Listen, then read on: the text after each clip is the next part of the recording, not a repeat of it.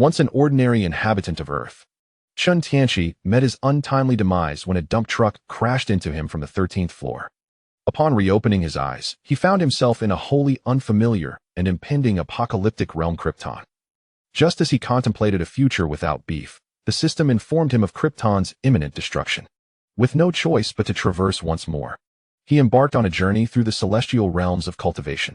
As Lizzie gazed at the teleportation array connecting various regions, confusion washed over him. What? How did the world of cultivation transform so drastically in an instant? And what is this new major sect from the human realm? Meanwhile, Chang Wei observed the peculiar developments surrounding the formidable military unit, her mind swirling with questions. Why have my companions become so powerful? The Marvel observer, witnessing the unexpected arrival of the traveler, couldn't help but smirk. Ah, a worker, it seems you have been chosen. The supreme deity of DC cast a glance, incredulous. What? Someone has pilfered my son's possessions? And dares to insult me? I shall give you a thorough thrashing. In the quiet night of S City, China, Chen Tianqi returned home, weary from the relentless grind of a 996 work schedule. He collapsed onto the sofa, pulling out his phone to peruse an array of alluring images from a virtual group. Suddenly, a dump truck barreled through the wall, its front morphing as it extended twin fists, hurtling toward him at breakneck speed, delivering a crushing blow. Stunned, Chen Tianqi gazed into the blinding headlights, only to be met with an enormous palm approaching rapidly.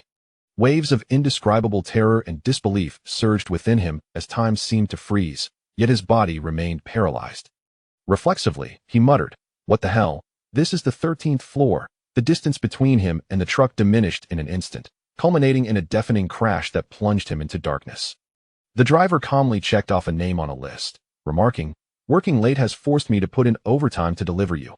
Chen Tianqi felt as if he were plummeting into an abyss, surrounded by endless void and chill. Amidst the pain and confusion, he sensed an invisible force pulling him through a rift in time and space, filling him with both dread and curiosity. Just as he feared he would remain trapped in darkness forever, a brilliant light enveloped him, radiating warmth and a powerful energy awakening within him, new vitality coursing. Through his being as the light gradually faded, Chen Tianqi opened his eyes to find himself within a peculiar membrane device, surrounded by unfamiliar technology and the cold aura of metal. Attempting to move, he discovered himself submerged in water, an unusual gravitational force pressing down upon him, making it hard to breathe. Have I crossed into another realm? A dump truck crashing from the 13th floor is utterly absurd. Couldn't it have been a gentler transition? And what is this confining place that suffocates me? Before he could grasp his surroundings, a violent tremor shook the environment, as if the world itself were collapsing. Ding! The Multiverse Crossing Assistant is at your service. Chen Tianqi's heart soared with joy. A golden opportunity has arrived, I shall rise again. System, enlighten me about this realm. Ding! The assistant reports that you are currently in Krypton's nursery. Overjoyed, Chen Tianqi reveled in the revelation. Am I a Kryptonian? Just as I dreamt of being a citizen and abstaining from beef, I hear the system announce. Ding! A massive energy fluctuation has been detected, indicating Krypton is on the brink of destruction. Chen Tianqi was taken aback, his heart racing with anger. What? I arrive in Krypton only to face annihilation? That reckless dump truck, I am filing a complaint. Ding! Life-threatening danger detected. It is advised to activate the crossing function. Crossing function? What other abilities does the system possess? Elation filled Chen Tianqi's heart. Fate had not abandoned him. Ding! Currently unlocked functions include crossing and a lottery feature. Excellent. A once magnificent planet now faced an irreversible demise. Krypton's skies were veiled in ominous red light, a harbinger of its core's impending explosion. The streets lay desolate, broken only by the distant sounds of collapsing structures and alarm signals, composing a mournful dirge for this world's end. As Chen Tianqi contemplated the system's functions, the outside world erupted in noise, causing him to feel anxious. System, does the lottery function relate to my current location? Ding! The lottery function requires personal exploration. One free lottery opportunity is available. Is this how you operate? Chen Tianqi stared incredulously at the seemingly poisoned lottery mechanism. Another thunderous explosion resonated outside, sending shockwaves through the nursery. Quickly, system, initiate the lottery and activate the crossing function. Anxiety coursed through him. Ding! Reward acquired. Kryptonian Technology Encyclopedia. 3, 2, 1, crossing function activated. Just as he intended to examine the contents of the technology encyclopedia, a blinding light enveloped his consciousness, leaving him speechless. What the hell? At that moment, Krypton's core could no longer withstand the internal pressure and detonated. Enormous energy waves radiated into the cosmos, erasing Krypton's civilization and history in an instant. A spacecraft from Krypton soared toward a distant azure planet. Yet, in the midst of destruction, the space around Chen Tianqi warped. He was encased in a beam of light, guided by the system through time and space toward an unknown world. As he was enveloped in the light, his consciousness slipped into a hazy and chaotic state, surrounded by swirling lights and shifting colors, each hue symbolizing different worlds and destinies. This journey of traversal transcended the concept of time. Chen Tianqi felt as if he existed in both an instant and eternity. Gradually, the radiance and colors began to diminish, and the surrounding space stabilized. He felt enveloped in gentle light, warm and reassuring. His body softly descended onto a lush, verdant ground, the air infused with freshness and vitality, starkly contrasting Krypton's coldness and the bright sun of the cultivation realm. Chen Tianqi slowly opened his eyes to find himself lying on a carpet of emerald grass, surrounded by verdant trees and distant rolling mountains. The sky was a brilliant blue, with a few fluffy clouds drifting lazily by. Attempting to rise, he sensed a newfound vigor coursing through him, and the sun of this world felt both comfortable and natural. Wow, as expected of a Kryptonian, basking in sunlight feels rejuvenating. System, stop being unresponsive. Reveal which world this is. Ding. The system is unaware of the world. Exploration is required. Seriously? You're utterly useless. Surely there are lottery opportunities in this new world. Chen Tianqi was exasperated. Ding. Arriving in a new world grants one lottery opportunity. Rubbing his hands together, he raised them high. Lottery. Activate. Ding. Reward acquired. Spiritual root. Spiritual roots? Could this possibly be a realm of cultivation? At that moment, a voice filled with astonishment interrupted his thoughts. Chen Tianqi turned to see several individuals clad in ancient attire soaring through the air from a nearby grove. They appeared visibly startled by Chen Tianqi's presence, whispering amongst themselves, their gazes a mixture of curiosity and caution. Is this not a place where auspicious light descends? What is a mere child doing here? Remarked a slender youth adorned in a yellow robe. Could it be that this child is the very embodiment of the celestial light? The leader among them was a gaunt elder, dressed in an exquisite Taoist robe, with a finely crafted short sword hanging at his waist. His demeanor exuded an extraordinary aura, indicating his significant status within the group. The elder cautiously approached Chen Tianqi, murmuring. Chen Tianqi attempted to respond in his own tongue, only to realize that he could not articulate any words. Wah, wah. He discovered he was rendered speechless. The elder stroked his beard, pondering for a moment before turning to his companions. This child has descended from the heavens. He must be extraordinary. We shall bring him back to the Chen family and consult with our ancestors. With no choice but to comply, Chen Tianqi followed the elder and his companions as they traversed the woods, arriving at a valley enveloped in spiritual energy. This was the dwelling of the Chen clan, where ancient structures nestled within the valley, surrounded by cascading waterfalls and babbling brooks, creating a serene and breathtaking landscape. The elder held Chen Tianqi as they approached the clan's patriarch, who sat regally upon a stone chair, his eyes opening. I am aware of the situation. Come forth, let me examine this child. The patriarch's hand brushed over Chen Tianqi's crown, and he immediately felt a surge of energy coursing through his body, the elder's touch sending shivers down his spine. Goodness, does this old man have peculiar inclinations? Suddenly, the patriarch burst into laughter. Ha ha ha. Heaven bless the Chen clan of Huangfeng Valley. Chen Ming, this boy shall be raised within our family, nurtured diligently. Even when my lifespan wanes, he shall ensure the Chen family's prosperity. Chen Ming, observing the patriarch's elation, inquired with curiosity, Patriarch, what is the origin of this child? Chen Ming, I cannot discern his origins, but this lad, though newly born, possesses a physique far surpassing that of his peers. Most importantly, he absorbs the essence of the sun under its rays. This indicates a special constitution. Though he may not reach the Yuaning stage, the possibility of achieving the Jedon stage is substantial. Nurture him well, and he will safeguard the Chen family after my time. Chen Ming rejoiced, realizing he had stumbled upon a prodigy. Chen Ming shall not disappoint the patriarch's expectations. During this exchange, Chen Tianqi suddenly recalled the mention of Huangfeng Valley. The Chen clan of Huangfeng Valley, the old demon Han. Is this where the Tao ancestor was reincarnated? Chapter 2, The Awakening Ceremony. The Chen clan of Huangfeng Valley. Today marked the triennial awakening ceremony that a group of Chen family children, around 10 years of age, stood in neat rows, with Chen Tianqi's figure standing out prominently. Tall and sturdy, his features were resolute, with a straight nose and tightly sealed lips, exuding an unmistakable aura of determination and resilience. Perhaps due to his Kryptonian physique, he towered over his peers, his robust build nearly perfect.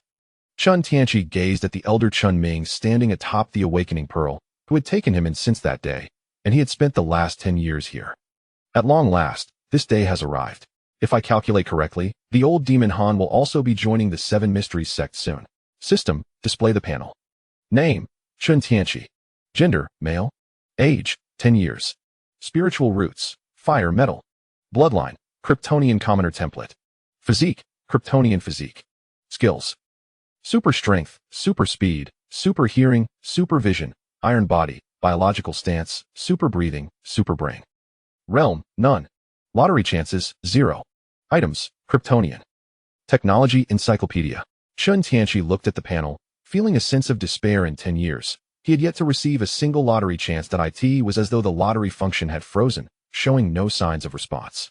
Nonetheless, with my Kryptonian bloodline, I should still be able to ascend and become an ancestor. As Chen Tianqi contemplated this, he heard Chen Ming calling from the distance.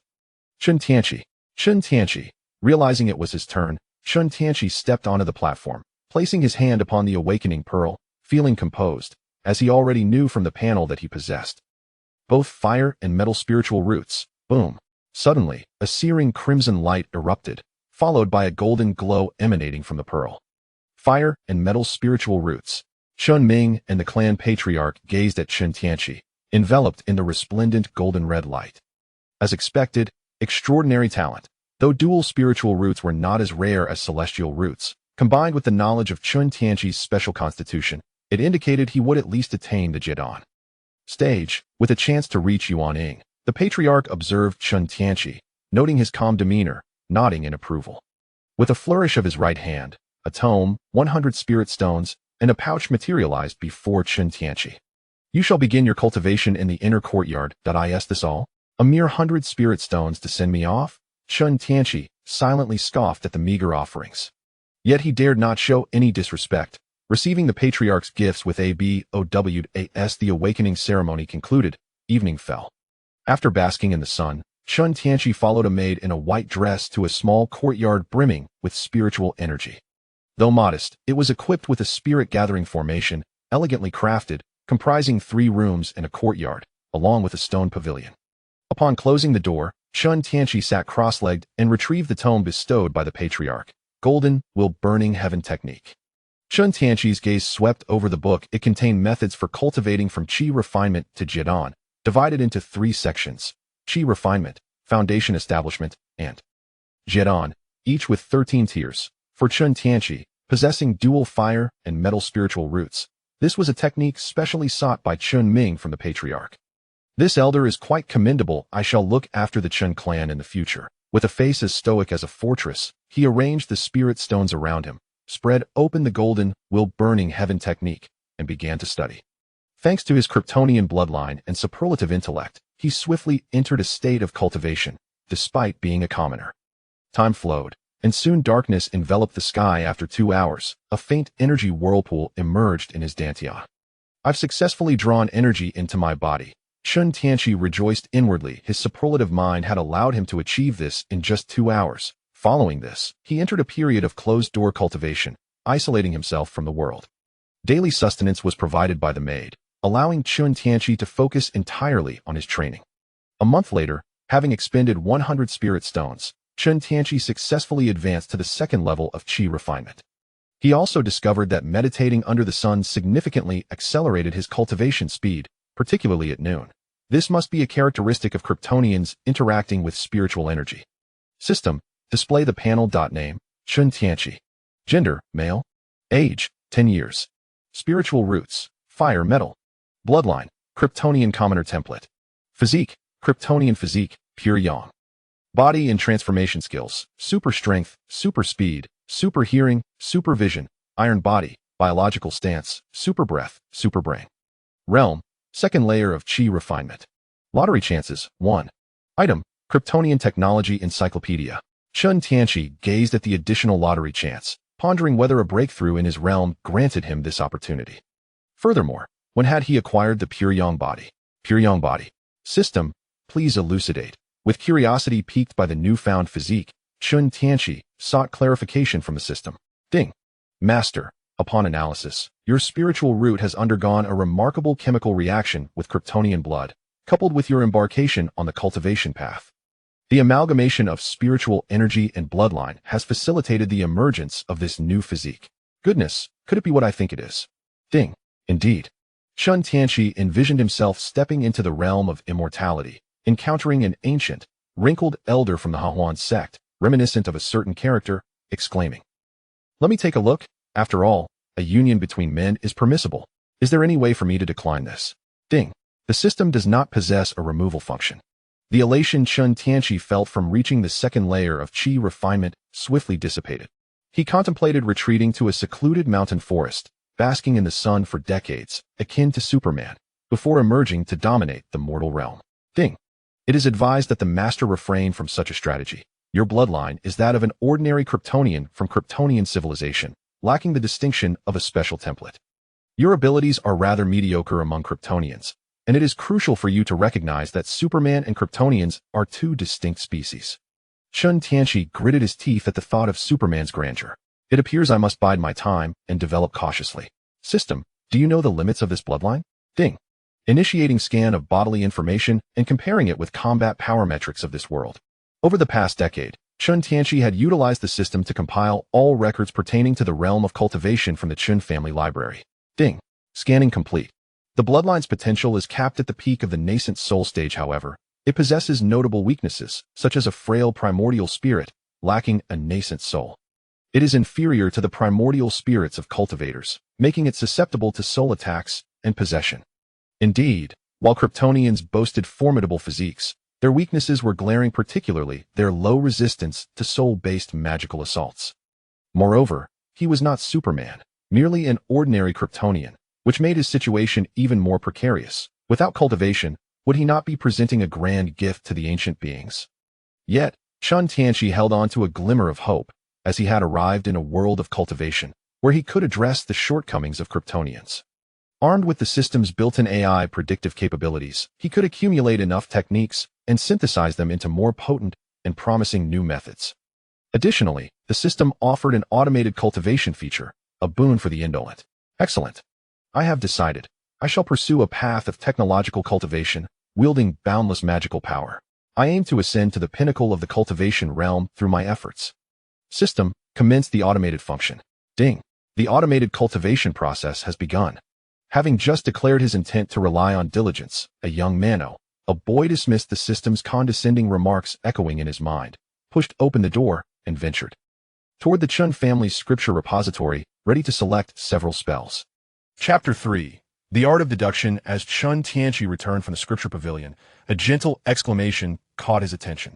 Turning his head, he saw Chen Xiaoqian, a youthful maiden clad in a green dress, skipping joyfully towards the entrance where a graceful woman stood. The enchanting matron tenderly caressed Chen Xiaoqian's flowing hair. Chen Tianqi felt an ineffable sorrow for Chen Xiaoqian, having witnessed her tragic fate while reading the mortal's journey to immortality. In her pursuit of familial obligations, she had fallen victim to the treacherous schemes of her beloved Lu Shixiao. Fortunately, she was rescued by the valiant Han Laomo. Yet his heart was devoted to the path of enlightenment rather than to the fair maiden. Determined to alter her bleak destiny, Chen Tianqi resolved to sacrifice himself. A smile danced upon his lips as he entered the house, retrieving the comprehensive guide on the 5 elements foundational spells from the scripture pavilion. He began his cultivation of the fire element spells inscribed within. 5 days later, in the stone pavilion of the courtyard, he activated the system to commence the fusion and deduction of fire spells. Ding, beginning the deduction. After 5 days of relentless practice with the fire spells, Chen Tianqi was prepared to have the system synthesize a more potent fire magic. Within a meticulously crafted attic, spiritual energy condensed into ethereal mist that enveloped the space. A meandering stream flowed through the courtyard, where dozens of red-spotted carp frolicked playfully. A young girl, clad in white, at the latter stage of Qi cultivation, descended to the ground beneath the attic. Her head bowed. She appeared exceedingly humble, reluctant to gaze upon the second floor shrouded in mist. With her lips slightly parted, she spoke softly. Ancestor, Chen Tianqi has broken through to the third level of Qi cultivation in just over a month. No sooner had she spoken than the ethereal mist froze in place, and a shadow emerged from within. Is this true? The Chen family's ancestor, adorned in resplendent green robes, stood before the girl. The overwhelming presence of his core formation aura caused her to break into a cold sweat as she stammered. Indeed, it is true. Good, good, good. The ancestor's face radiated joy as he repeated the word several times, astonished at the rapid progress made in such a brief period. After a moment of contemplation, he gazed deeply into the sky, instructing, keep a close watch on him. I wish to know his every move. With a flick of his sleeve, he tossed a storage bag before the girl. Inform him to cultivate diligently. Resources shall not be a concern. If he breaks through to the pinnacle of Qi cultivation before turning 18, I shall reward him handsomely. The white-clad girl made her way to Chen Tianqi's courtyard. As she entered, a sudden loud crash startled her, but upon rushing forward, she found Chen Tianqi covered in dust yet unharmed, and she breathed a sigh of relief. With a bright smile, she extended the storage bag to him, saying, "This is a gift from our ancestor. Do not let him down." "Thank you, Sister Yin. Tianqi understands." Chen Tianqi replied respectfully as he accepted the storage bag, watching her depart. As the door closed behind her, he silently contemplated. System. Activate panel. Name. Chen Tianqi. Gender. Male. Age. Spiritual root. Fire. Metal. Bloodline. Kryptonian. Civilian template. Physique. Kryptonian physique. Pure yang body. Skills. Super strength. Super speed. Super hearing. Supervision. Steel body. Biological stance. Super breath. Super brain. Basic fire spells. Intermediate fusion spell. Fire Dragon Ball, Realm, Qi Refining Level 3, Lottery Chances, 1, Items, Kryptonian Technology Encyclopedia, just now. Chen Tianqi had simulated the power of the fuse spell within the experimental system, which combined the techniques of transformation, fireball, and fire bullet spells. This fusion exhibited characteristics such as low consumption, controllability, great power, and swift execution. This would undoubtedly become a lethal move during the Qi refinement stage. And with this thought, Chen Tianqi felt a surge of joy. Indeed, my comprehension is unparalleled. System 6. Sitting cross-legged in his room, Chen Tianqi directed his consciousness into the storage bag given by the ancestral elder of the Chen family, where exquisite jade bottles and spiritual stones filled the table. A cursory glance revealed 100 inferior spiritual stones, 3 bottles of yellow dragon pills, and 3 bottles of golden essence pills. Such was the privilege afforded by exceptional talent. He decided to try his luck with the lottery and see what he might obtain. With a thought, he initiated the draw. Ding! Reward acquired. Comprehensive guide to artifact forging. Instantly, a wealth of knowledge regarding the forging of various artifacts flooded Chen Tianqi's mind. It appears I can forge artifacts myself in the future. However, for now, cultivating remains paramount. With this thought, a subtle smile graced Chen Tianqi's lips as he popped a yellow dragon pill into his mouth. Upon ingestion, the pill dissolved, releasing a torrent of medicinal energy that surged throughout his body. Chen Tianqi immediately activated the golden wheel of heaven-burning art, gradually absorbing the medicinal power. He felt the energy within him blaze like a fierce fire, as if his meridians had transformed into rivers, the medicinal force flowing ceaselessly within. The golden wheel of heaven-burning art not only served as a cultivation method, but also as a wondrous technique that perfectly transformed medicinal energy into his own cultivation. As time passed, he sensed the spiritual energy within him growing ever denser, and his cultivation gradually elevated. At this moment, Chen Tianqi was wholly immersed in the realm of cultivation, oblivious to the world around him. Time flowed swiftly, and in the blink of an eye, 2.5 years had elapsed.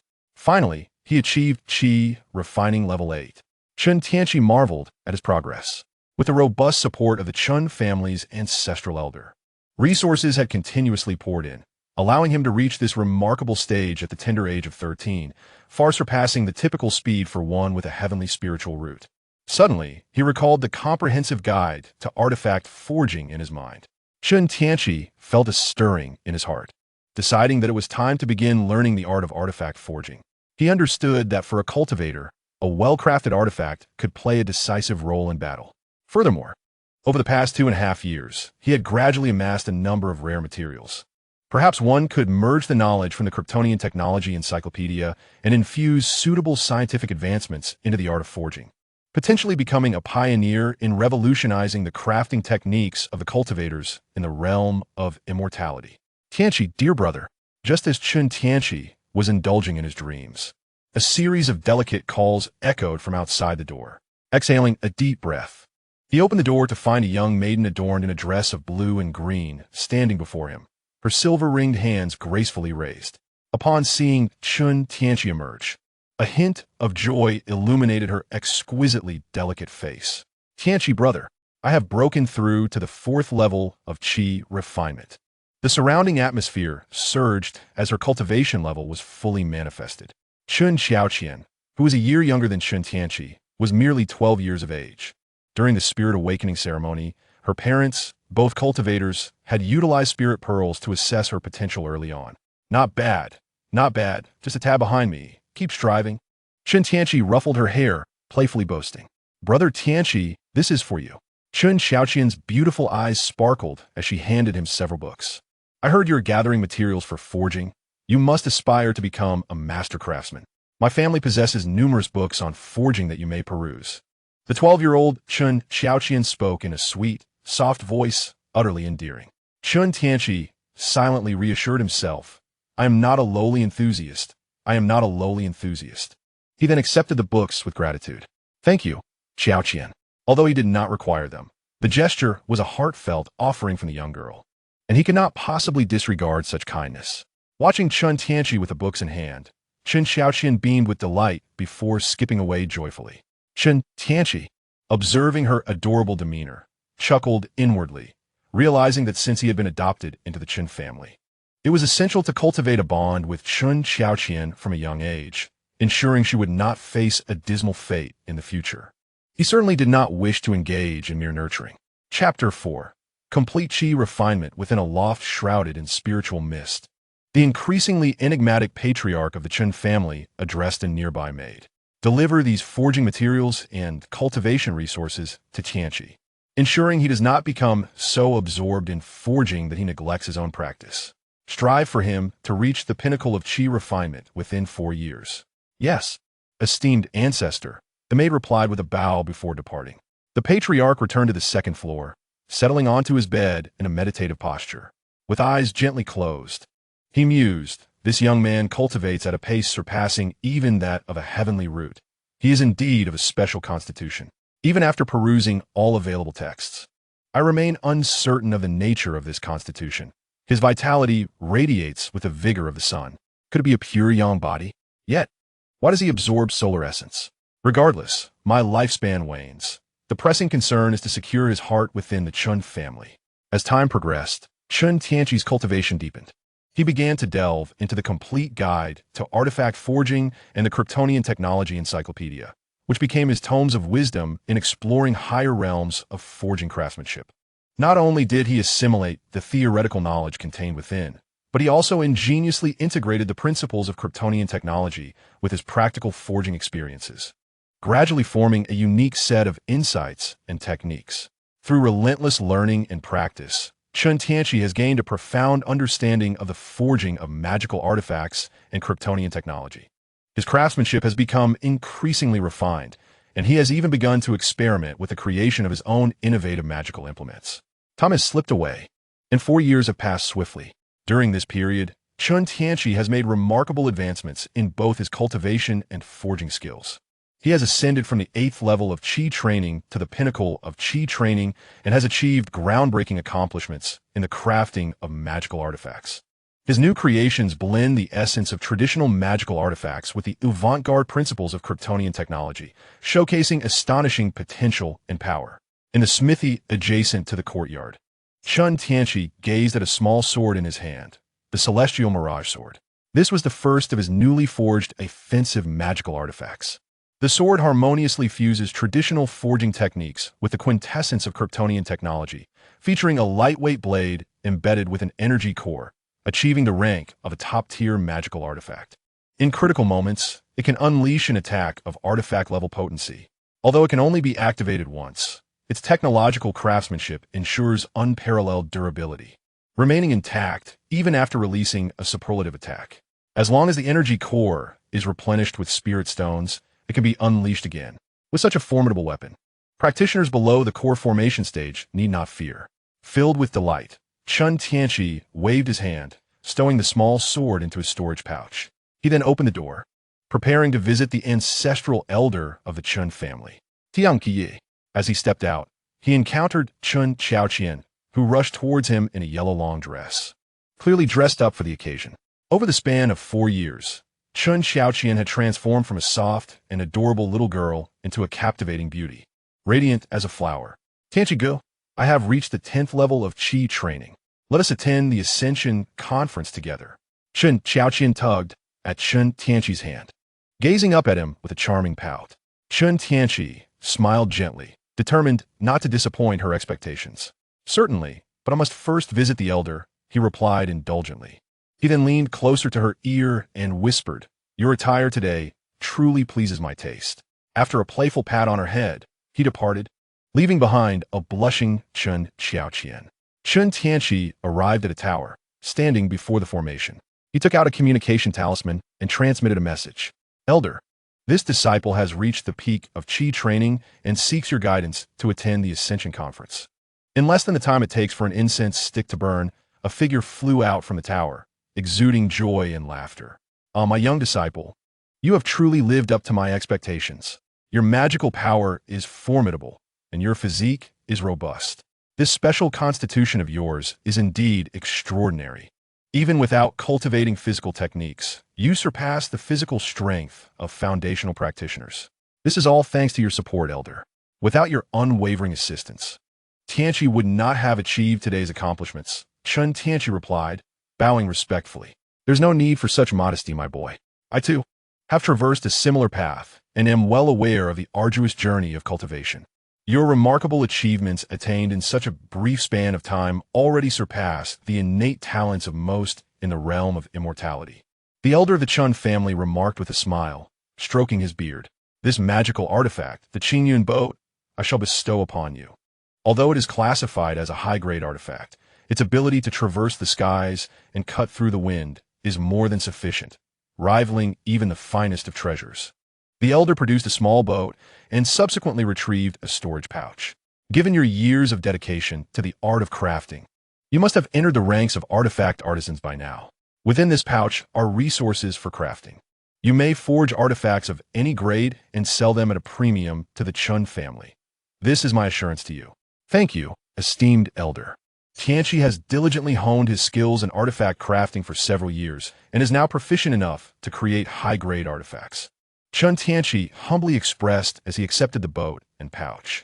It appears that not only are you gifted in cultivation, but you also excel in the art of crafting. For the upcoming Ascension Conference, you shall accompany Xiao Qian to join the Huangfeng Valley, the elder continued while sipping his tea. Once you establish your foundation there, you may form a partnership with Xiao Qian, supporting each other in your cultivation journey. Are you agreeable to this? As you wish, esteemed elder.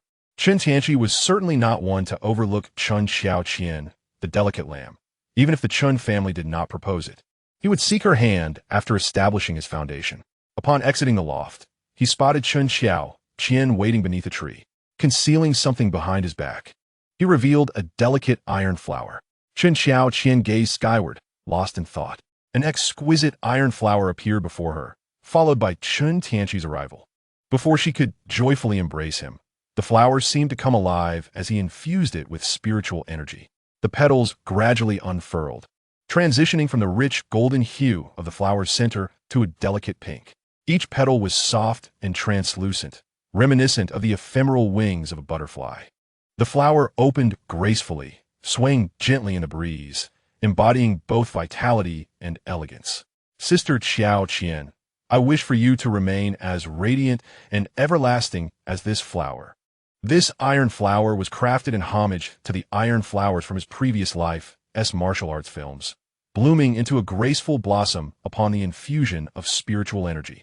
Not only was it a visual delight, but it also served as a medium-grade artifact, a practice piece for forging innovative tools. Its petals could unleash concealed attacks, making it a valuable asset in stealth. What a beautiful artifact! Thank you, Tianqi brother. Chen Tianqi touched the flower, her fingers sensing its lifelike texture, filling her heart with joy. There's no need for thanks. We are already family. Chen Tianqi replied warmly. Chen Tianqi's eyes sparkled with tenderness. Her cheeks flushed with a soft hue, revealing a hint of shyness and anticipation.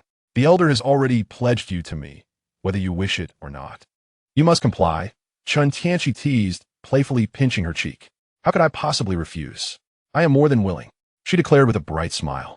Chen Tianqi covered her face and lowered her head, speaking hesitantly. Observing her endearing demeanor, he suppressed his thoughts and promptly said, Tianqi, go back and pack your belongings. We shall prepare to depart for the Ascension Conference in 3 days. Chapter 5. The Ascension Conference after a bittersweet farewell.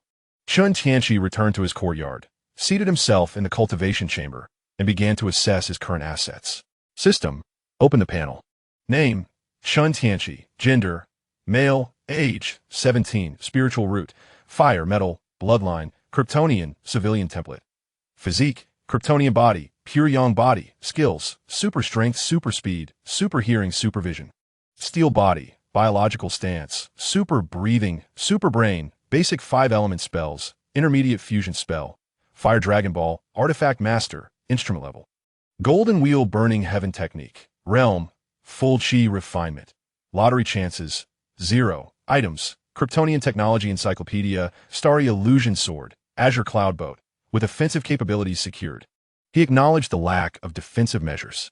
Although endowed with a steel body, he could not afford to be complacent. Crafting some defensive artifacts was imperative. Chen Tianqi murmured to himself. He then opened the storage bag bestowed by the ancestral patriarch of the Chen family. Gazing at the tortoise shell, he thought, this material is quite opportune. I shall forge a shield as a defensive artifact. He promptly made his way to the artifact crafting chamber and began his work. 3 days later, Chen Tianqi stood within the crafting room, observing a half-human-high shield rotating beside him. Utilizing Kryptonian technology and integrating rare metals, such as Qiyang iron and exquisite silver, complemented by the tortoise shell as the core. He had forged an exceptional artifact after 3 days of intense fire and refinement, embedded with an energy core akin to the starry illusion sword. It could produce a shield capable of withstanding attacks from the core formation stage by consuming the energy core. With both the starry illusion sword and the Xuanjia shield, he had finally completed his offensive and defensive strategies. Now I am truly invincible below the core formation stage. However, to be able to contend against the foundation establishment stage while still in the chi refinement stage. Perhaps I am the only one in the cultivation world capable of such feats, Chen Tianqi mused to himself. After organizing his belongings, he visited Chen Tianqi's residence, where they shared a tender moment.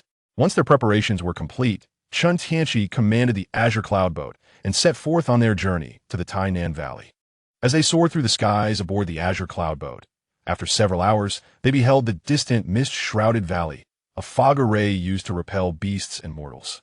Tianqi, we have arrived, Chen Tianqi exclaimed joyfully, pointing toward the majestic valley ahead. All right, Tianqi, stay close, Chen Tianqi instructed as he approached the fog array, stowing away the Azure Cloud Boat. He then retrieved a talisman from his robes, forming a hand gesture while reciting incantations, and cast it into the air. The talisman transformed into a fiery light, penetrating the array. In a short while, the mist dissipated, revealing a pathway. And Chen Tianqi clasped Chen Tianqi's hands as they ventured inside together. Chen Tianqi and Chen Tianqi made their way towards the plaza, which was modest in size and currently featured only a few scattered stalls, suggesting they had arrived rather early. The couple strolled through the stalls like celestial lovers, finding delight in the meager offerings. Since their cultivation began, the Chen family had imposed restrictions on outside excursions, fearing the potential loss of their prodigies. After browsing all the stalls, which yielded little of interest, they sought a place to rest. They arrived at an inn that provided accommodations, where the proprietor, upon observing the splendid appearance of the two, recognized them as members of a wealthy family. He thought to himself and quickly approached them, smiling and clasping his hands in greeting. Esteemed guests, do you seek food or lodging? Our rooms are priced at 1 spirit stone per day. Is it truly so expensive? Chen Tianqi expressed his surprise. The innkeeper hastened to explain, what you may not realize is that this price includes meals. And the room is equipped with a spirit gathering array, allowing for cultivation enhancement. Therefore, 1 spirit stone per day is indeed reasonable. After a moment's contemplation, Chen Tianqi concluded that with only a few days remaining until the Ascension Conference, it would not be a significant expense. He retrieved 3 spirit stones from his storage pouch and placed them on the counter. I would like a room for 3 days. The innkeeper accepted the stones and produced 2 yellow talismans. Please take these. They're the prohibition talismans for your room. Simply affix one to the protective barrier to gain entry. Once in their room, Chen Tianqi observed Chen Xiaoqian tidying the bedding with the grace of a devoted partner.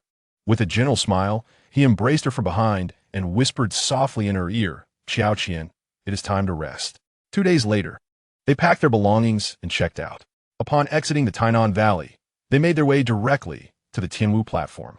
Along the journey, they encountered numerous loose cultivators who, upon seeing Chen Tianqi at the peak of qi refinement and Chen Xiaoqian at the 10th level, instinctively recoiled in fear, demonstrating the hardships faced by independent cultivators. They would flee at the sight of anyone more powerful than themselves. Before long, a towering stone peak emerged in the distance, its summit piercing the clouds. And through the mist, a colossal stone platform became faintly discernible. After admiring the view for a moment, the pair proceeded towards the Tianwu platform. The platform spanned roughly 1,000 meters square, systematically arranged with 7 rows of competition arenas, each containing 10 stages. Flanking the arenas were the banners of the 7 major sects, and at the forefront, disciples clad in their respective sect garments managed the order and register participants.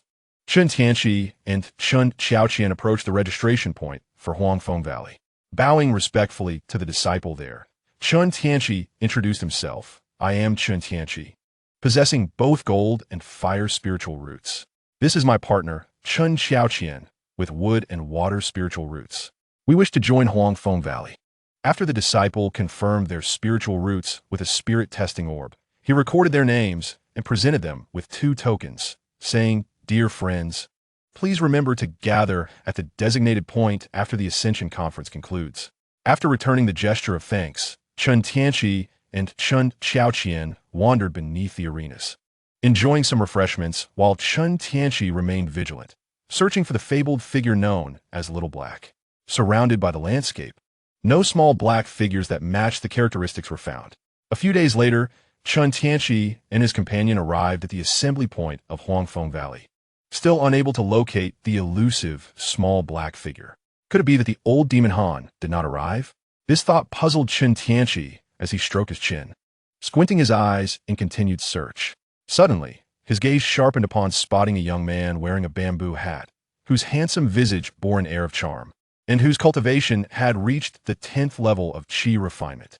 Yet, there was an unremarkable quality about him that did not align with the depiction of the old demon Han in the novels. A spark of realization ignited in Chen Tianqi's mind. Could this be the animated version of a small black figure? Intrigued, he approached the young man, accompanied by Chen Xiaoqian, to confirm his suspicion. Greetings, fellow cultivator, Chen Tianqi said with a smile. I am Chen Tianqi. Are you also a cultivator who has joined Huangfeng Valley? An Li, observing the gentleman exuding a warm and extraordinary demeanor, felt a flicker of caution rise within him as he returned the gesture. Chen Daoyu, I am Han Li, and I have joined Huangfeng Valley bearing my ancestral ascension token. Upon hearing Han Li's name, Chen Tianqi instantly recognized that the young man before him was indeed Han Li. He also discerned the wariness in Han Li's eyes, realizing that he had been somewhat reckless, provoking Han Li's vigilance. Fellow cultivator Han, there is no need for concern. I too am a cultivator of Huangfeng Valley. It is advisable for you to inform the uncle who remains here of your special circumstances. Subsequently, Chen Tianqi guided Han Li to meet Uncle Wu at the assembly point of Huangfeng Valley to explain the situation. Chapter 6. Successful Foundation Establishment. The celestial furnace Chen Tianqi and his companions stood before Uncle Wu, relaying the details of their encounter. It has been a long time since I have seen an ascension token. You must be a person of considerable fortune, Uncle Wu remarked. his expression filled with astonishment as he gazed at the token. After Han Li expressed his gratitude, they ascended onto the flying vessel together. During the journey back, Chen Tianqi did not seek to ingratiate himself with Han Li, but rather earnestly introduced him to Huangfeng Valley and the current factions within the realm of cultivation. Upon reaching Huangfeng Valley, the regular disciples received their foundation establishment pills, while Han Li, due to his ascension token, was retained separately, leading to a hurried farewell between the two. Chen Tianqi piloted the Qingyun boat, bringing Chen Xiaoqian to the residence of the Qi refinement stage disciples. Given the backing of the Chen family, the accommodations assigned to them were among the finest available for Qi refinement disciples, albeit of a lower grade. Xiaoqian, in a few days, I shall commence my foundation establishment, and I fear I will not be able to accompany you in the days to come, Chen Tianqi said gently, embracing the beautiful girl before him. Brother Tianqi, I understand. You focus on your foundation establishment. I will take care of the remaining matters, Chen Xiaoqian replied. Her cheeks flushed, gazing affectionately at Chen Tianqi. Observing the charming visage of Chen Xiaoqian, Chen Tianqi smiled softly. Hurry and cultivate. Once I establish my foundation, I shall savor your presence. Upon hearing these words, Chen Xiaoqian's face flushed crimson. After their separation, both returned to their respective abodes. Once in his cave dwelling, Chen Tianqi indulged in a much-needed slumber to rejuvenate his spirit in preparation for his foundational breakthrough. At dawn the following day, he meticulously assessed all his belongings, ready to securely seal the cave and commence his seclusion for foundational cultivation.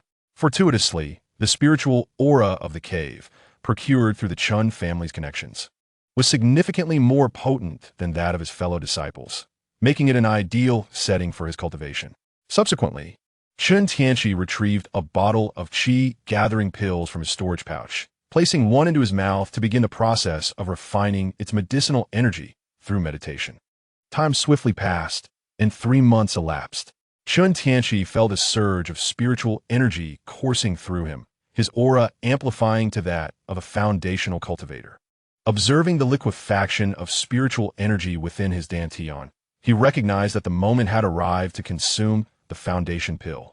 He took the pill, which dissolved immediately upon entering his mouth, releasing a fierce potency that propelled the energy from his meridians towards his dantian. As the medicinal force took effect, the spiritual power within his dantian continued to liquefy. In an instant, Chen Tianqi activated the foundational section of the golden wheel burning heaven technique. The external spiritual energy began to converge into his cave, forming a small vortex. While ordinary cultivators' dantians resemble tranquil lakes during their foundational phase, upon the completion of the final liquefaction, Chen Tianqi's dantian transformed into a vast sea of golden red mana, far surpassing that of typical foundational cultivators and blazing like a raging inferno. With joy illuminating his eyes, Chen Tianqi realized that the results of this foundational cultivation exceeded his expectations. Not only did he achieve a foundational mana several times that of cultivators of the same tier, but after undergoing the cleansing of his marrow and transformation of his essence, his Kryptonian physique had ascended to an unparalleled strength, rivaling even late-stage alchemists. Following the completion of his foundation, Chen Tianqi utilized the system's idle feature to operate the golden wheel burning heaven technique, solidifying his realm, while also preparing to practice the inherent escape technique of his cultivation method, the time escape technique. Should he successfully master this technique, his speed in the foundational stage would surpass that of alchemists, and given Chen Tianqi's biological advantages, it could be said that escaping from him would become an impossibility for anyone. After 3 months and a complete 6-month seclusion, Chen Tianqi finally prepared to emerge. He silently recited in his heart, "System, open the panel." Name, Chen Tianqi. Gender, male. Age, 17,360. Spiritual roots, fire, metal. Bloodline, Kryptonian, common template. Physique, Kryptonian physique. Purion body. Skills, super strength, super speed, super hearing, super vision, steel body, biological position, super breathing, super brain, basic 5-element spells, intermediate fusion spell fire Dragon Ball. Artifact master, artifact level, golden wheel burning heaven technique. Realm, early foundation, lottery chances, 1 transmigration chances, 1 items, Kryptonian technology encyclopedia, starry mirage sword, azure cloud boat, mysterious armor shield. Gazing at the additional lottery chance, Chen Tianqi found his expectations confirmed. With each breakthrough of a significant realm, one earns a chance to draw a lottery. And unexpectedly, the frequency of his traversals has also increased. Without further contemplation, Chen Tianqi decided to proceed with the lottery. After completing his ritual bath and lighting incense, he stood with his hands clasped behind him, his gaze sharp and serious as he directed it towards the panel. System, initiate the lottery. A chime resonated, and he received the reward, the celestial furnace. The name, exuding an air of grandeur, led Chen Tianqi to believe it was a remarkable prize. Hurriedly, he retrieved it, and the information flooded into his mind. Before him stood a colossal figure in the cosmos, encircled by red-brown flames that engulfed the universe. The giant raised a hand, forming incantations, and instantly, beams of essence from all corners of the cosmos were drawn into him with a tempestuous force, accepting all. Gradually, the universe transformed into a realm of white void, and as the giant opened his eyes, intricate symbols resembling tadpole characters flooded into Chen Tianqi's consciousness.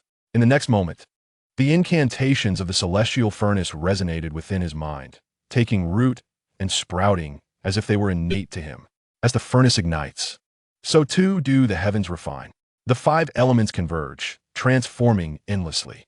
Yin and yang intertwine, energy filling the Dantian. Stars guide, the night practicing until the moon returns. Sunlight bathes the body, sweat flowing like nectar.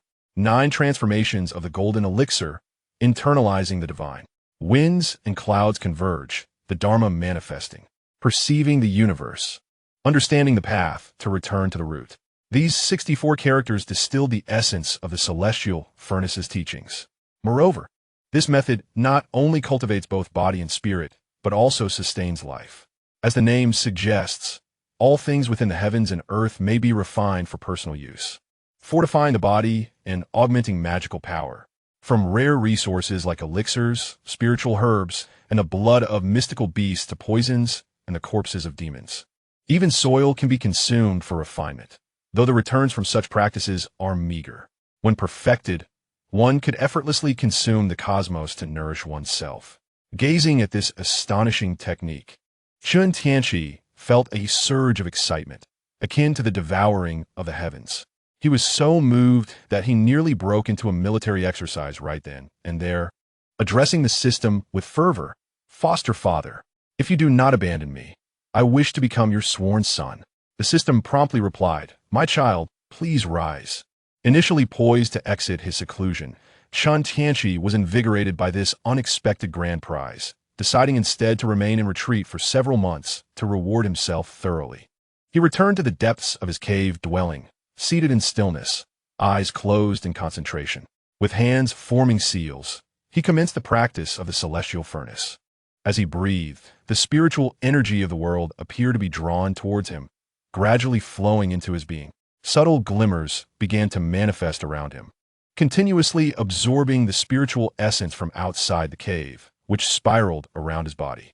The 5 elemental energies, gold, wood, water, fire, and earth, present in the valley outside were also drawn in, converging steadily at his Dantian.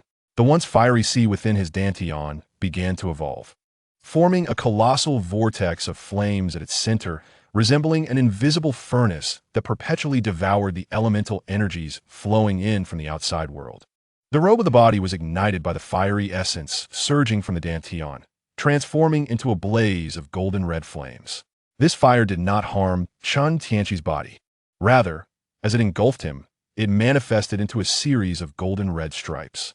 At first glance, these appeared as fiery patterns, reminiscent of golden red tadpole-like inscriptions. The heavenly furnace technique was successfully completed. Chen Tianqi opened his eyes wide, gazing at the golden red markings on his body. With a flicker of his consciousness, he retrieved all remaining elixirs and consumed them in one breath. Before Chen Tianqi could react, the red vortex at his Dantian suddenly inhaled, voraciously devouring all the medicinal power. Instantly, the golden red patterns on his body shimmered, and he felt an enhancement in both his physical form and spiritual energy. Truly, the devouring prowess of the heavenly furnace was formidable. Chen Tianqi stared at the red vortex in his Dantian, still savoring the sensation, his heart racing with exhilaration. Chapter 7. The Star Sect Market of Yuanwu Kingdom, having perfected the heavenly furnace.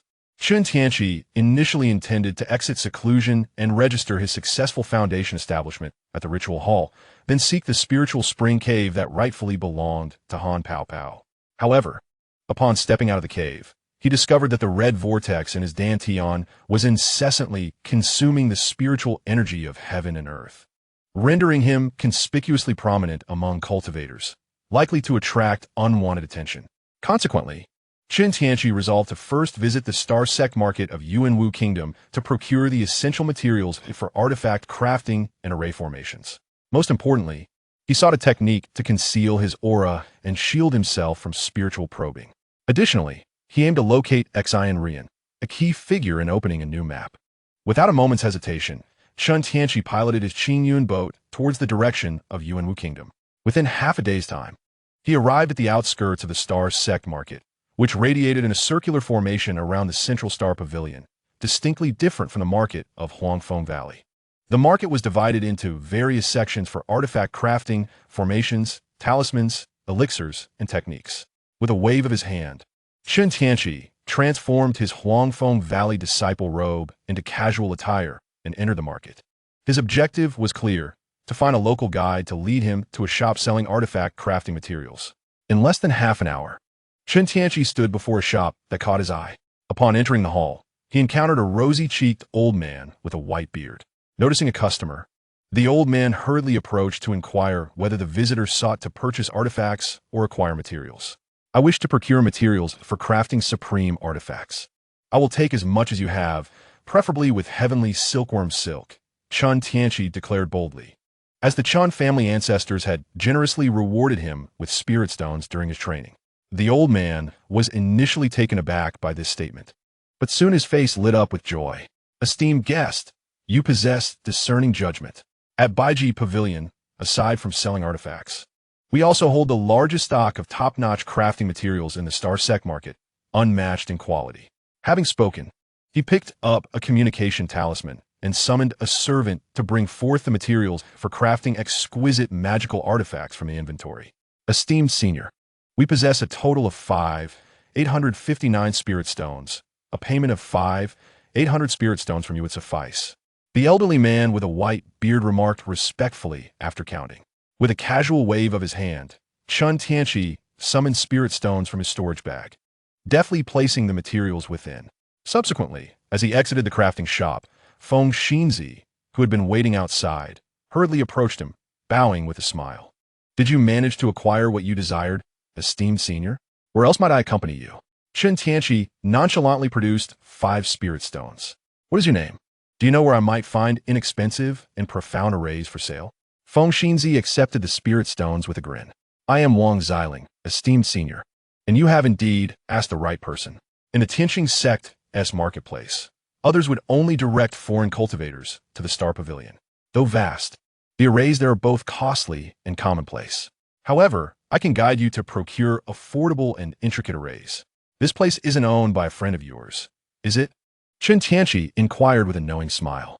Wang Xiling hesitated, awkwardly replying, "Esteemed senior, to be candid, the shopkeeper is indeed my friend, but rest assured, it is worth every spirit stone. Then I shall observe closely." In less than half an hour, Wang Xiling led Chen Tianqi to an array shop. The establishment was modest in size and appeared rather unremarkable. Wang Xiling boldly entered and called out, "Qi Yinxiao, come quickly. I brought a guest." A figure hurriedly emerged from within the shop. I'm here. Wanga, what brings you here?" "Quickly introduce this esteemed senior. You exhibit no sense of awareness." Wang Xiling promptly pulled Qi Yunxiao over, who respectfully greeted Chen Tianqi. "I am Qi Yunxiao, esteemed senior. May I inquire what type of array you seek today?" Chen Tianqi did not rush to respond, but surveyed the surroundings of the shop. "Did you not claim to have profound arrays? All I see displayed are basic ones." Qi Yunxiao quickly explained, "Esteemed senior, most customers purchasing arrays here are at the Qi refinement stage. For those seeking more advanced arrays or with specific requests, we offer customization." "Oh, then I shall not waste words. I require a protective array for my cave dwelling that can withstand attacks from high-level cultivators and also ensnare foes." Upon hearing Chen Tianqi's request, Qi Yunxiao and Wang Xiling exchanged glances, taken aback by the high level of the desired array. Qi Yunxiao pondered for a moment, and, with determination, replied, "Esteemed senior, I have a simplified version of the inverted 5 elements array crafted by a friend, but I would need a Millennium Spirit herb in exchange." The inverted 5 elements array? That's not something a Qi refinement stage cultivator could set up. Just then, Qi Yunxiao produced an array plate and presented it to Chen Tianqi. "If you doubt it, I shall show you, esteemed senior." Chen Tianqi's consciousness probed further, revealing indeed the inverted 5 elements formation, albeit only possessing 1/10 of its original potency. Such a formation, with merely a fraction of its strength, certainly rendered the price of a Millennium Spirit herb exorbitant. Chen Tianqi feigned dissatisfaction. "What you may not realize, esteemed elder, is that my desire for the Millennium Spirit herb is solely to cure my dear friend's ailment. My friend, Xian Rian, though a woman, possesses the physique of a dragon-s chant. If we do not procure the Millennium Spirit herb to suppress this dragon-s chant energy, her meridians may wither, and she risks succumbing to the fiery turmoil within." Pondering briefly, Chen Tianqi contemplated the possibility of employing the celestial melting furnace to absorb the dragon-s chant energy. "I lack the Millennium Spirit herb. However, in exchange, I can assist in alleviating your friend's affliction." Qi Yunxiao harbored doubts.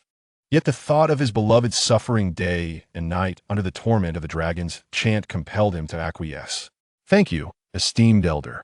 Allow me to fetch her from the courtyard. Please wait a moment." With that, Qi Yunxiao hastily excused himself. Shortly thereafter, he returned, accompanied by 2 young women, both strikingly beautiful. One exuded an extraordinary elegance, while the other trailed slightly behind. "I am Xian Rian, and this is my maid Xiao Mei.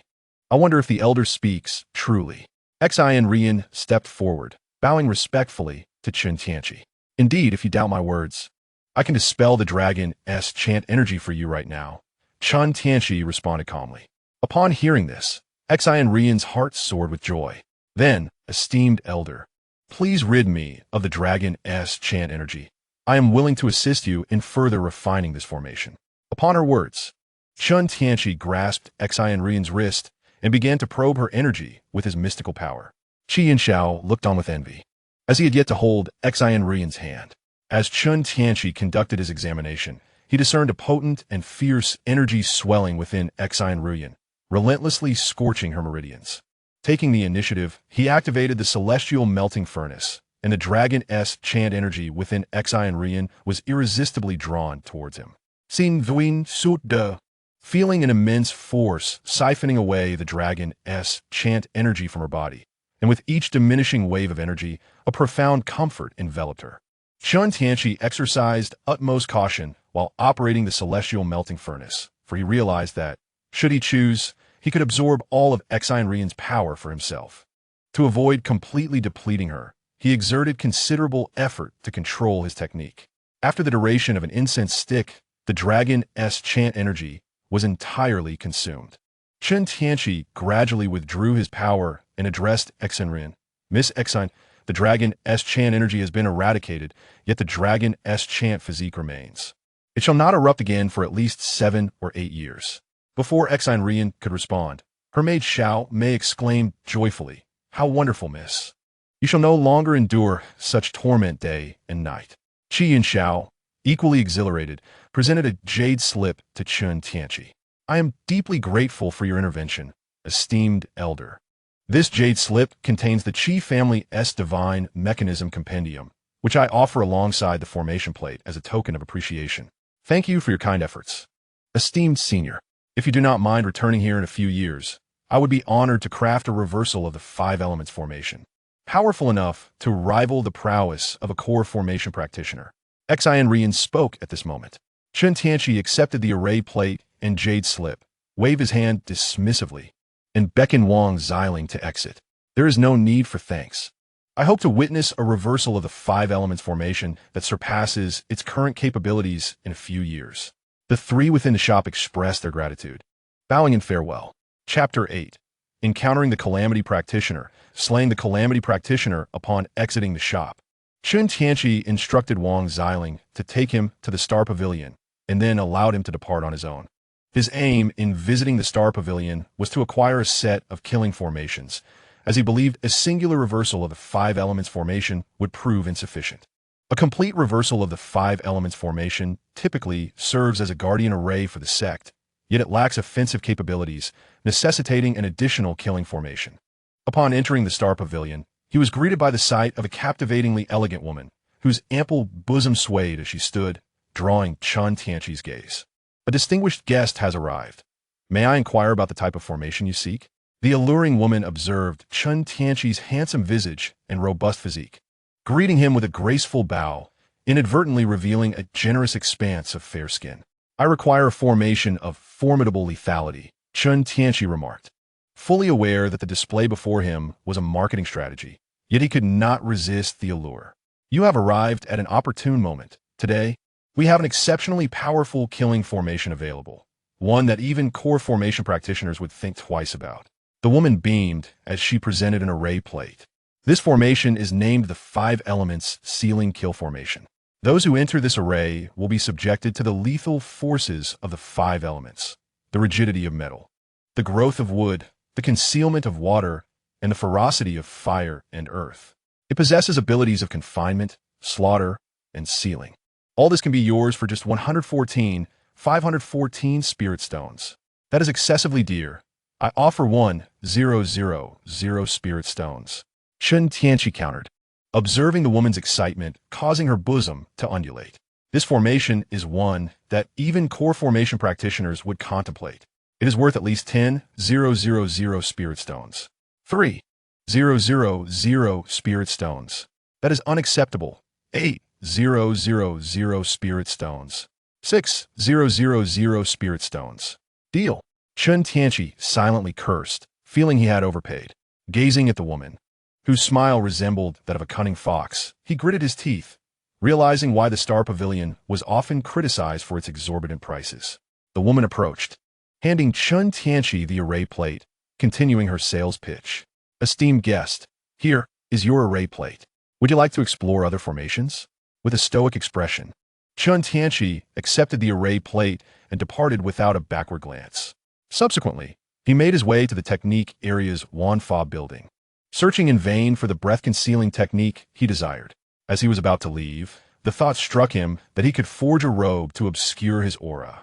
With this in mind, Chen Tianqi hastily returned to the previous weapon shop. Upon entering the shop again, he did not wait for the elderly man with the white beard to speak, but hurriedly inquired, "Do you provide facilities for weapon crafting here?" The elderly man with a white beard was momentarily taken aback, then respectfully clasped his hands in greeting. It turned out that this venerable figure was indeed a master craftsman. Although the establishment typically did not provide facilities for forging, in light of the considerable sum the elder had spent, the shop was willing to accommodate him with a crafting room. After uttering these words, the old man led Chen Tianqi to the forging chamber. As Chen Tianqi surveyed the well-equipped workshop, he retrieved the materials he had previously procured and commenced the process of crafting magical artifacts. In the blink of an eye, half a month had elapsed. Seated cross-legged within the chamber, Chen Tianqi contemplated the fruits of his labor: 2 azure robes, a hammer-like artifact, a small knife, and a hairpin. Satisfied with the items, all exuding the essence of high-grade magical artifacts, he nodded approvingly and donned one of the azure robes to conceal his aura. Upon pushing open the door to leave, the elderly shopkeeper's eyes gleamed with avarice as he hurriedly approached Chen Tianqi, bowing respectfully. "Congratulations on your emergence, esteemed elder. The total is 800 spirit stones, if you would be so kind as to settle the payment."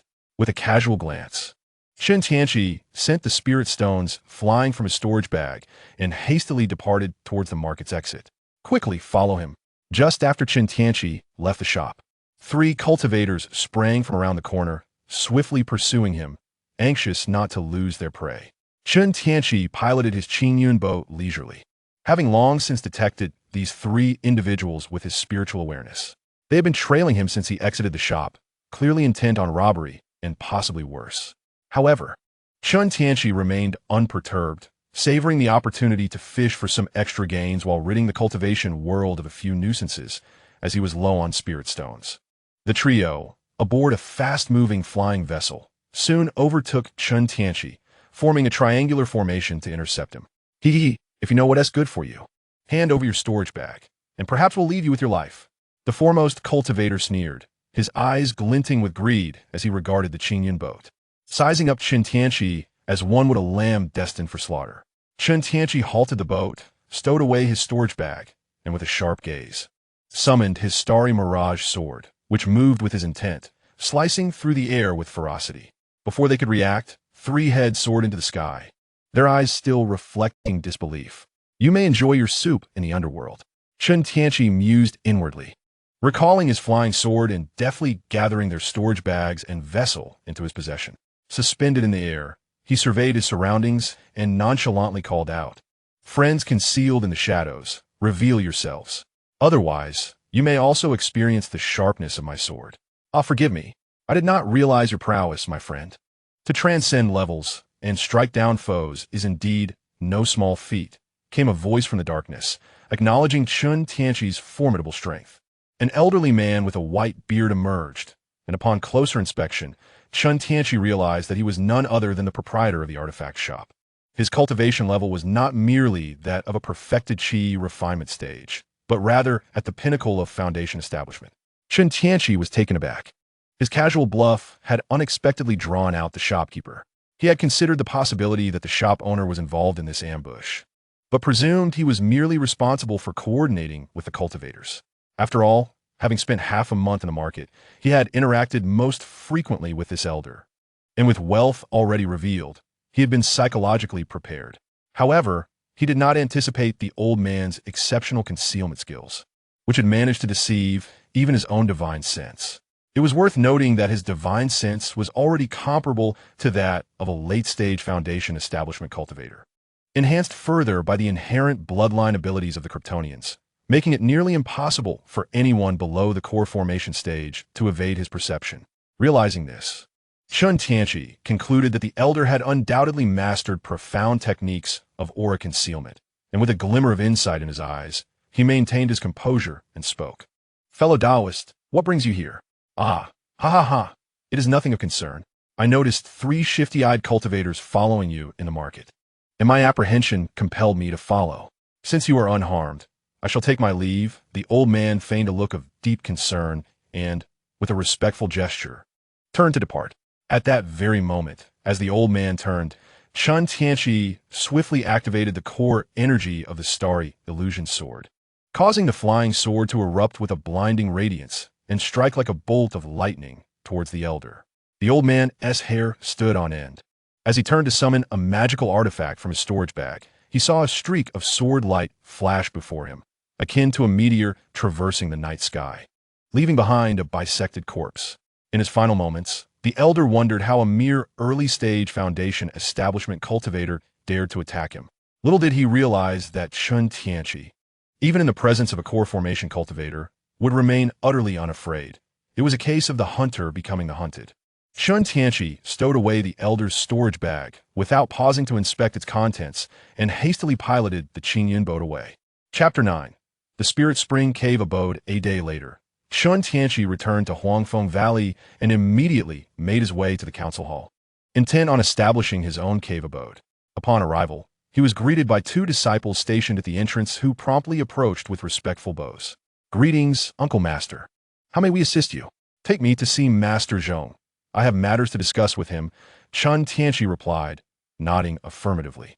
After a brief wait, the disciples escorted Chen Tianqi before Master Zhong. "What brings you here, junior brother?"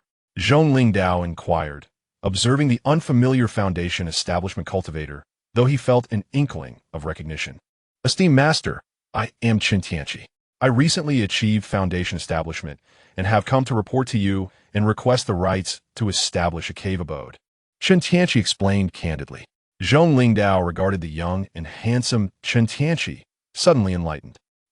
You are Chen Tianqi of the Chen family. To have successfully established your foundation in just over a year since joining, you truly embody the prodigious talent of the Chen family. He stroked his long beard with a smile, clearly impressed. The junior brother has successfully established his foundation, adding another high-ranking disciple to our sect, which is indeed a matter of great joy and celebration. Please, junior brother, wait a moment. I shall fetch the register. It is my pleasure to assist, esteemed sect leader. Chen Tianqi responded courteously with a slight bow. After a while, during which a stick of incense burned, Zhongling Dao approached, holding a white register and, in Chen Tianqi's presence, inscribed his name at the end of the list with a golden pen. Subsequently, Zhongling Dao retrieved 5 medium-grade spirit stones and a set of mesmerizing flags from his storage pouch, presenting them to Chen Tianqi. These spirit stones are rewards for every disciple who successfully establishes their foundation and will continue to receive a medium-grade spirit stone annually as offerings.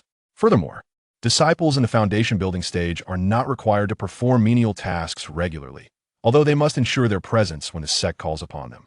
The flags represent the mesmerizing array, a basic expelling formation designed to drive away beasts and mortals. Of course, if the junior brother possesses a superior formation, he may feel free to disregard these. Thank you, sect leader. Chen Tianqi accepted the items, expressing his gratitude profusely. After a brief exchange, he took his leave.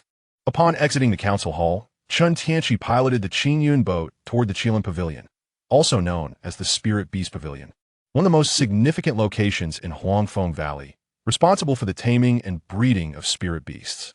His purpose for visiting was to rent a double-eyed mouse to locate the Spirit Spring cave dwelling of Han Paopao from the original text. Arriving at the front desk of the Qilin Pavilion, a young female disciple greeted him with a respectful bow and inquired, "Might this esteemed uncle be here to rent a spirit beast?" The girl, around 16 or 17, gazed expectantly at Chen Tianqi. Sensing her eagerness, he wasted no time and directly stated, "I require a double-eyed mouse for a few days." The female disciple promptly acknowledged his request and went to fetch the mouse. In less than the time it takes to drink a cup of tea, she returned, cradling a small mouse the size of a fist. Stepping out from the restrictions to respectfully present it to Chen Tianqi. "Esteemed uncle, here is the double-eyed mouse. Renting it for a day requires 2 spirit stones. Once the time is up, simply release the restrictions, and it will return to the Qilin Pavilion on its own." "I understand. I shall rent it for 5 days." Chen Tianqi replied, taking the double-eyed mouse and producing 10 spirit stones before departing the Qilin Pavilion. Following his memory, Chen Tianqi made his way to the remote edge of Huangfeng Valley, where the Spirit Spring cave dwelling was said to be located. He took out a spirit fruit and tossed it to the double-eyed mouse. "Little one, after you eat, it's time to get to work," he said, gently stroking the mouse. The double-eyed mouse eagerly devoured the spirit fruit, then chirped energetically and darted off in a certain direction, prompting Chen Tianqi to follow closely behind. The mouse led him to several locations abundant in spiritual energy, yet none matched the Spirit Spring cave dwelling he sought. Thus, he urged the double-eyed mouse to continue its search. After several days, the double-eyed mouse finally brought Chen Tianqi to the stone wall of a mountain peak, where it squeaked excitedly from within. Chen Tianqi unleashed his flying sword, creating a large opening through which a rich aura of spiritual energy surged forth, revealing a natural cave within. He hurried inside and soon discovered a spring of crystal-clear water flowing deep within, confirming that this was indeed a spiritual spring cave dwelling. Gently stroking the little mouse, he rewarded it with a spiritual fruit before releasing the restrictions. After consuming the fruit, the mouse soared away towards the Qilin Pavilion. Next, Chen Tianqi summoned his flying sword to establish the cave dwelling, ultimately carving out a meditation chamber, a refining room, a grand hall, and a living quarters before pausing his efforts.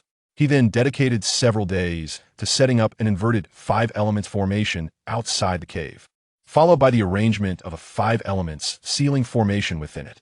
With all arrangements meticulously secured, Chen Tianqi entered the meditation chamber to tally the spoils from this marketplace expedition. Firstly, he acquired 2 sets of formations, one inverted 5 elements formation and one 5 elements ceiling formation. Additionally, there were several crafted magical tools, and last but not least, the storage bags generously provided by 4 couriers. Upon opening the bags of the first 3 couriers, he was astonished to find that none of them could muster even 1,000 spirit stones, nor did they possess any cultivation pills. Only a few magical items and a flying vessel remained. Observing their meager state, Chen Tianqi could not help but chuckle at the irony of them attempting to rob others. However, reflecting on their plight as solitary cultivators, bereft of support, He realized that they might meet their demise at any moment, and thus, utilizing any valuable resources to enhance their cultivation was a sensible choice. He then opened the storage bag of the final courier, discovering a jade slip, a long staff-like magical tool, and several bottles of spirit-gathering pills for foundational cultivation.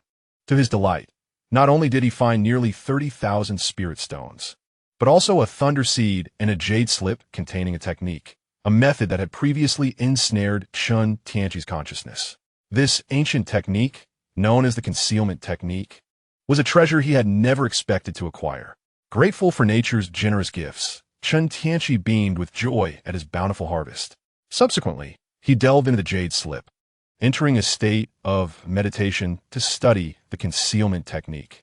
Half a month later, Chen Tianqi opened his eyes, his form blending seamlessly with the natural surroundings. Even the most acute divine senses would struggle to detect his presence. He could freely adjust the intensity of his aura. Rising to his feet, he concealed his presence. Should any cultivator stand before him, they would be astonished to see merely an ordinary mortal devoid of any cultivation. This exemplified the remarkable efficacy of the concealment technique, allowing the practitioner to appear harmless in the presence of others while also commanding an aura of celestial might. System: open the panel. Name: Chen Tianqi. Gender: male. Age: 19,360. Spiritual roots: fire, metal. Bloodline: Kryptonian, common template. Physique: Kryptonian physique, pure yang body. Skills: super strength, super speed, super hearing, super vision. Iron body, biological stance, super breathing, super brain. Basic 5-element spells, intermediate spell fire dragon ball, artifact smith, artifact level. Golden wool burning heaven technique. Heaven and earth melting furnace, concealment technique. Realm: peak of early foundation establishment lottery draws. 0, transmigration times. 1. Items: Kryptonian technology encyclopedia, starry illusion sword, azure cloud boat. Mysterious armor shield, mysterious hammer, 2 azure silk robes, water condensation dagger, peach blossom hairpin, inverted 5-element array, 5 elements sealing array. Chen Tianqi gazed at the panel, feeling the essence of his mortal self, and smiled contentedly. He then adjusted his aura back to its original realm, preparing to indulge in fragrant bathing and to see the charming lady he had not encountered for a long time. Chapter 10. Reunion with an old friend. Chen Tianqi departed from his cave dwelling, piloting his flying boat towards the abode of Chen Xiaoqian. In less than half a day, he arrived at her dwelling and activated a sound transmission talisman to reach her. Before long, Chen Xiaoqian approached with a beaming expression, swiftly closing the distance in a few graceful strides. Like a fledgling returning to its nest, she leaped into Chen Tianqi's embrace. "Tianqi brother, you have finally emerged from seclusion. I have missed you so much," she exclaimed, her gaze tender as water, her delicate hands tightly encircling his waist, burying her face in his chest, clinging to him as though fearing his departure once more. "I have missed you too," Chen Tianqi replied, admiring her fair and rosy visage, and, with gentle affection, he wrapped his arm around her slender waist. After a prolonged moment, Chen Xiaoqian reluctantly released her hold, her eyes filled with affection, a blend of shyness and sweetness evident in her demeanor. After more than a year apart, Chen Xiaoqian's cultivation had reached the 12th layer of qi refinement. Chen Tianqi tenderly tucked a strand of her hair behind her ear, speaking softly, "Xiaoqian, I have now established my own foundation establishment cave. I have come to take you back to my abode to prepare for your own foundation establishment." Upon hearing this, Chen Xiaoqian's heart swelled with joy, and she could not help but break into a silly smile. "All right, Tianqi brother, I am ready whenever you are." As the beauty of the peach blossoms mirrored her own, her smile could captivate a city, and another could enchant a nation. Upon arriving at the Spirit Spring Cave, they activated the array and piloted the azure cloud boat inside. Chen Tianqi led Chen Xiaoqian to the training room and spoke gently. "I have established my foundation. It is time to pay a visit to Elder Chunming. Xiaoqian, you should cultivate diligently here and strive for your own foundation establishment soon." After a moment of tender exchange, Chen Tianqi rose to depart for Huangfeng Valley's law enforcement hall to pay his respects to Elder Chunming. Within the span of a short incense stick, he arrived at the entrance of the law enforcement hall. The 2 disciples on guard recognized him and promptly stepped forward to pay their respects. "Having encountered my esteemed uncle, may I inquire the purpose of your visit?" Is Elder Chen present? Please take me to see him. Upon hearing this, a disciple activated a sound transmission talisman and led Chen Tianqi to meet Elder Chen. Soon, Chen Tianqi arrived at Grand Hall, where the venerable Elder Chen Ming sat at the head of the table. Chen Tianqi approached and respectfully bowed. I am Chen Tianqi, and it is an honor to meet you, Elder Chen. Chen Tianqi held a deep-seated respect for Chen Ming, for he not only brought him back to the Chen family, but also raised him. Over the years, he had been diligently cultivating him. And how could Chen Tianqi not be grateful? Elder Chen, perceiving Chen Tianqi's cultivation level through his spiritual sense, spoke with a gentle demeanor. There is no need for such formality. Tianqi, we are both at the foundation establishment stage. You may simply call me senior brother from now on. You have shown me kindness. Elder Chen, this is only fitting. Moreover, you have nurtured me for over a decade in the Chen family. So referring to myself as your junior is entirely reasonable. Chen Tianqi gazed at the amiable elder and spoke with reverence. Elder Chen chuckled heartily, stroking his beard, and inquired warmly, You have also reached the foundation establishment stage, so I presume you are preparing to wed Xiao Qian? Indeed, Xiao Qian will soon enter seclusion to establish her foundation, and once she completes her cultivation, we shall formally become Dao partners, Chen Tianqi replied. He then retrieved the Xiantian hammer from his storage bag and presented it to Elder Chen. Elder, this Xiantian hammer is a premium magical artifact I painstakingly forged. I offer it as a humble gift. Receiving the small hammer, Elder Chen admired its translucent handle and the golden runes adorning the hammerhead, his face alight with joy. Tianqi, you are truly thoughtful. After accepting the gift, Elder Chen began to recount various occurrences within the Chen family and the cultivation world over the past year, particularly highlighting the dismal business of the Chen family's artifact shop in Huangfeng Valley. Understanding the underlying intent, Chen Tianqi immediately stated, Elder, rest assured, as long as the materials are sufficient, I can forge a batch of magical artifacts for the Chen family. Elder Chen chuckled, then I shall entrust this task to you. But worry not, your due compensation will be provided. Here are your rewards and the materials for forging. As for the designs of the artifacts, feel free to unleash your creativity, he added. Elder, it appears you have been planning this for quite some time. Chen Tianqi chuckled, bemused by the foresight. Upon receiving the storage bag, he probed with his spiritual sense and discovered nearly 20,000 spirit stones and enough materials to forge at least a dozen artifacts. After a brief discussion, Chen Tianqi took his leave. As Chen Tianqi navigated the Qingyun boat back to his cave abode, a sudden thought struck him. In just over a year, the blood-colored Forbidden Land would be opening. He promptly altered his course towards the herbal garden, eager to negotiate a deal with Han Pao Pao. Upon arriving at the herbal garden, Chen Tianqi stood outside and activated a sound transmission.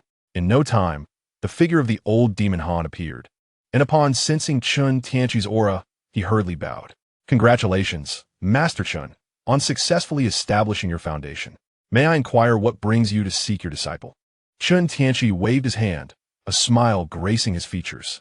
Upon our first meeting, you and I felt an immediate camaraderie. Dear junior brother Han, there is no need for such formality. The old demon Han scoffed inwardly, pondering how this individual could be so familiar despite their limited encounters. Nevertheless, he did not let his surprise affect his speech. Master Chen possesses extraordinary talent, and Han would never presume to elevate himself to such heights. Chen Tianqi, perceiving Han Li's sense of detachment, did not take offense and spoke up. In that case, I shall dispense with the pleasantries. I have heard that you are proficient in alchemy, junior brother.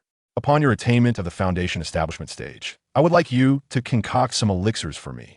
In exchange, I can offer you a premium magical artifact, along with information regarding the blood-red Forbidden Land. Upon hearing the mention of a premium artifact, the old demon Han gazed at Chen Tianqi in astonishment. Such a treasure. He quickly composed himself and inquired, Master Chen, is this not overly extravagant? Moreover, I am unfamiliar with the location of this blood-red Forbidden Land.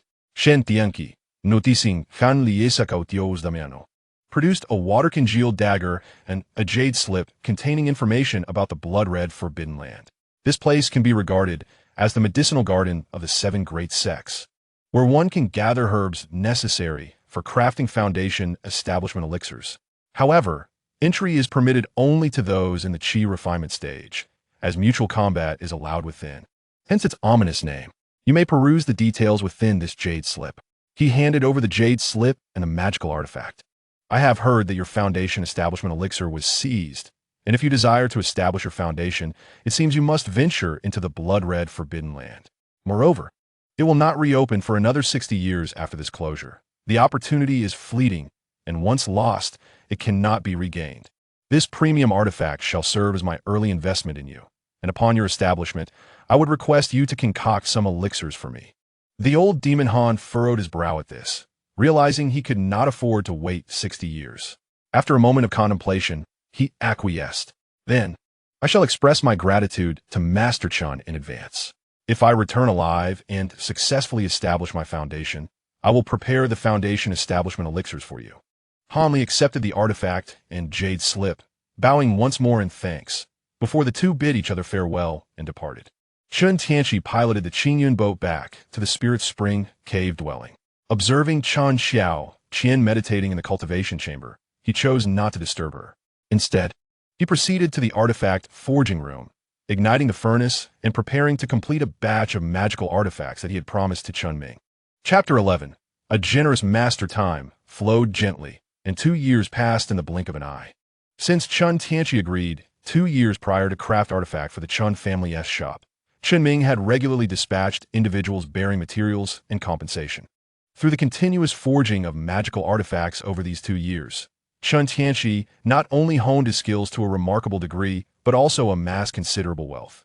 Interestingly, a year ago, several Qi refinement rogue cultivators, having exhausted their fortunes at the Chen family's artifact shop in Huangfeng Valley, purchased a superior magical artifact, only to attract the attention of a foundation establishment cultivator from a minor clan who sought to commit murder and theft.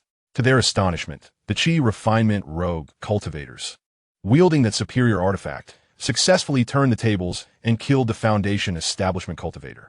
This incident sparked widespread discourse among cultivators, prompting even the higher echelons of Huangfeng Valley to investigate the matter personally.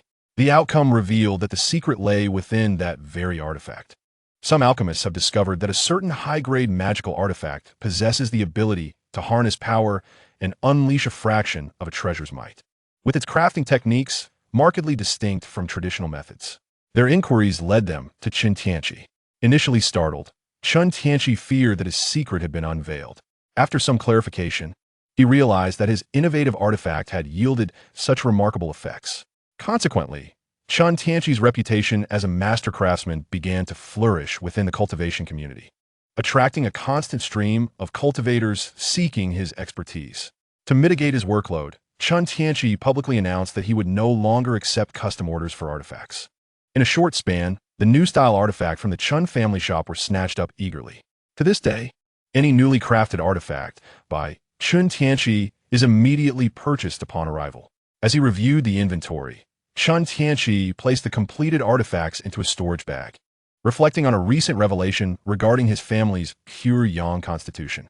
A few days later, Chen Ming informed him of Li Huayuan's intention to take him as a disciple. Chen Tianqi was not taken aback by this proposal, being not only a master craftsman, but also possessing a pure yang body. It was only natural that Li Huayuan would seek to mentor him. After much contemplation, Chen Tianqi resolved to accept Li Huayuan as his master.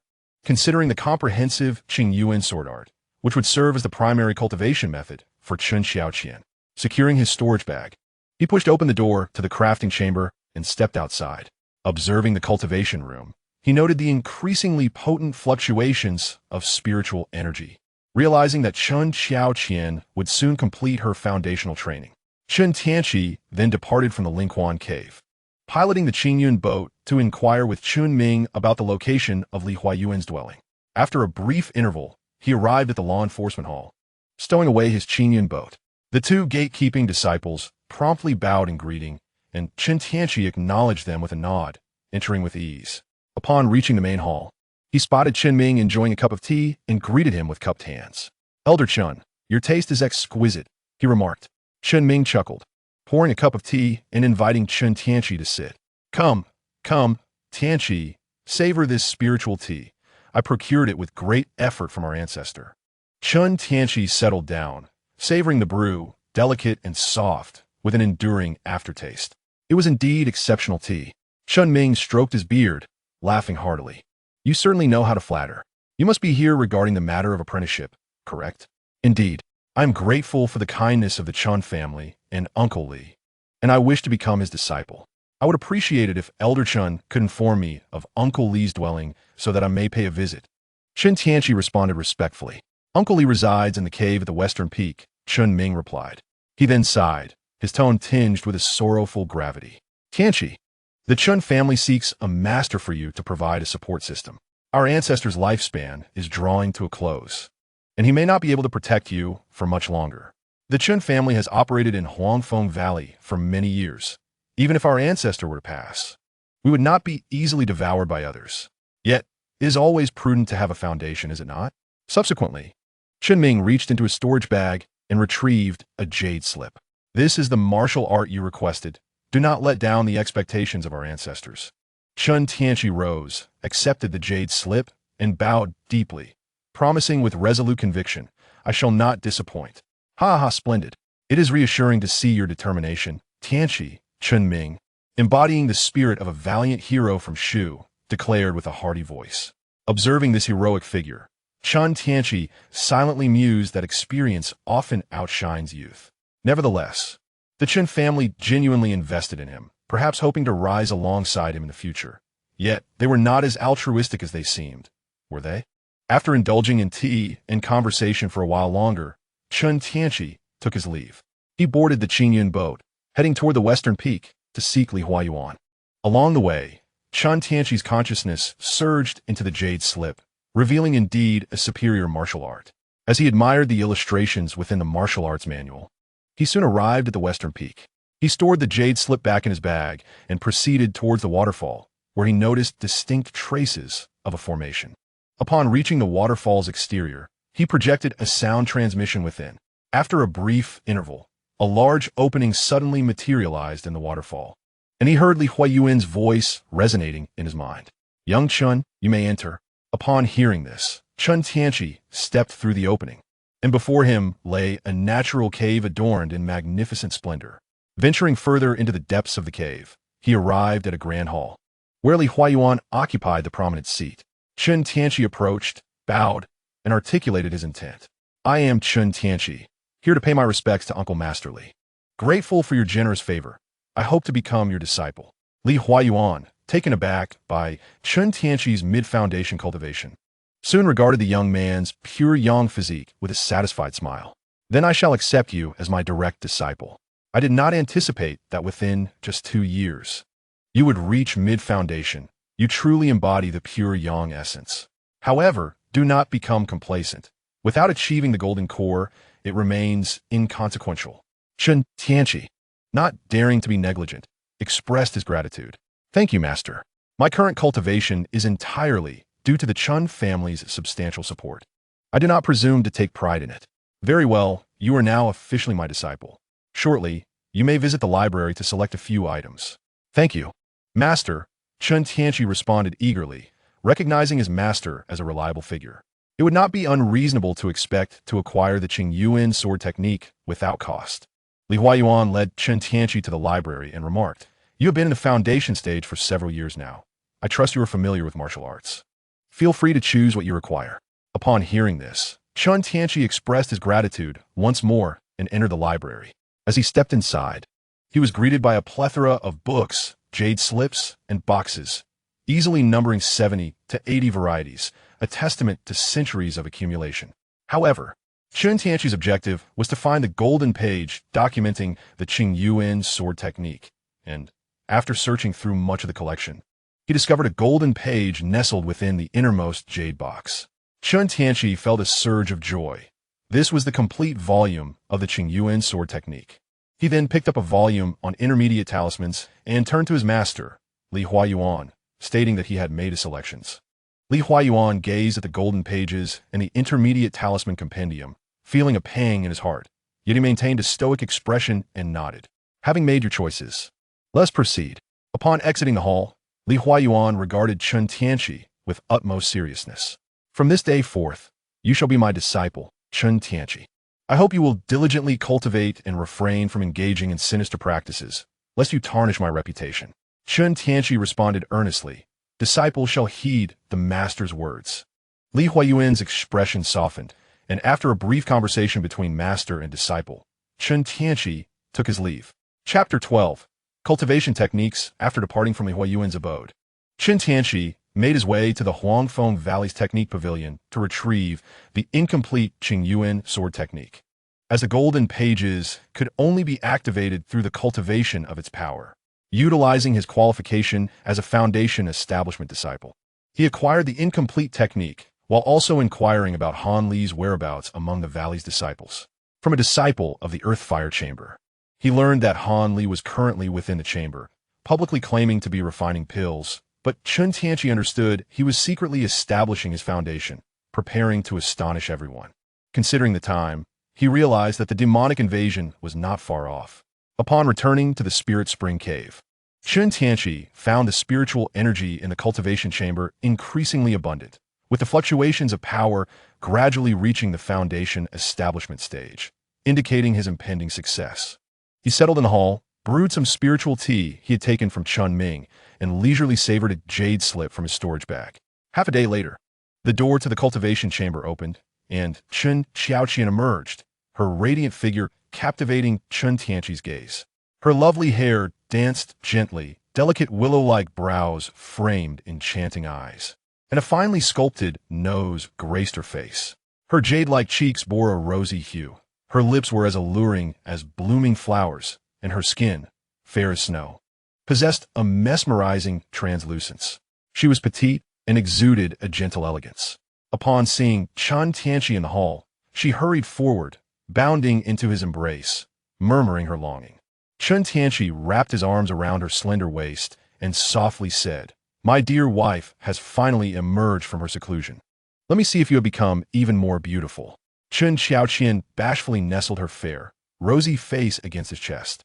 3 days later, she teased, "Husband, you show no tenderness." Chen Tianqi chuckled, knowing he could not entirely bear the blame. He gently caressed her exquisite back, leaning down to whisper sweetly in her ear, "This is all you're doing." Chen Xiaoqian rolled her eyes playfully and tapped his chest. "You are quite the brute, truly shameless." As Chen Tianqi gazed into her alluring eyes, he felt an urge to conquer new challenges. Outside the cave, the formation began to tremble ominously.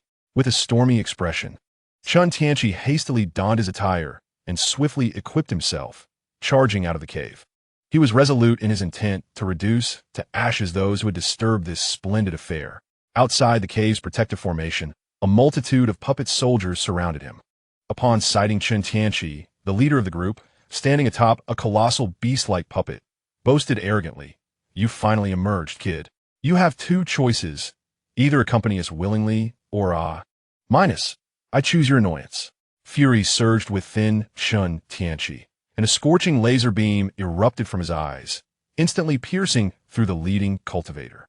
The suddenness of this assault left the others momentarily stunned, and before they could react, the stellar phantom sword followed suit, slicing through the air, and several individuals were reduced to mere remnants.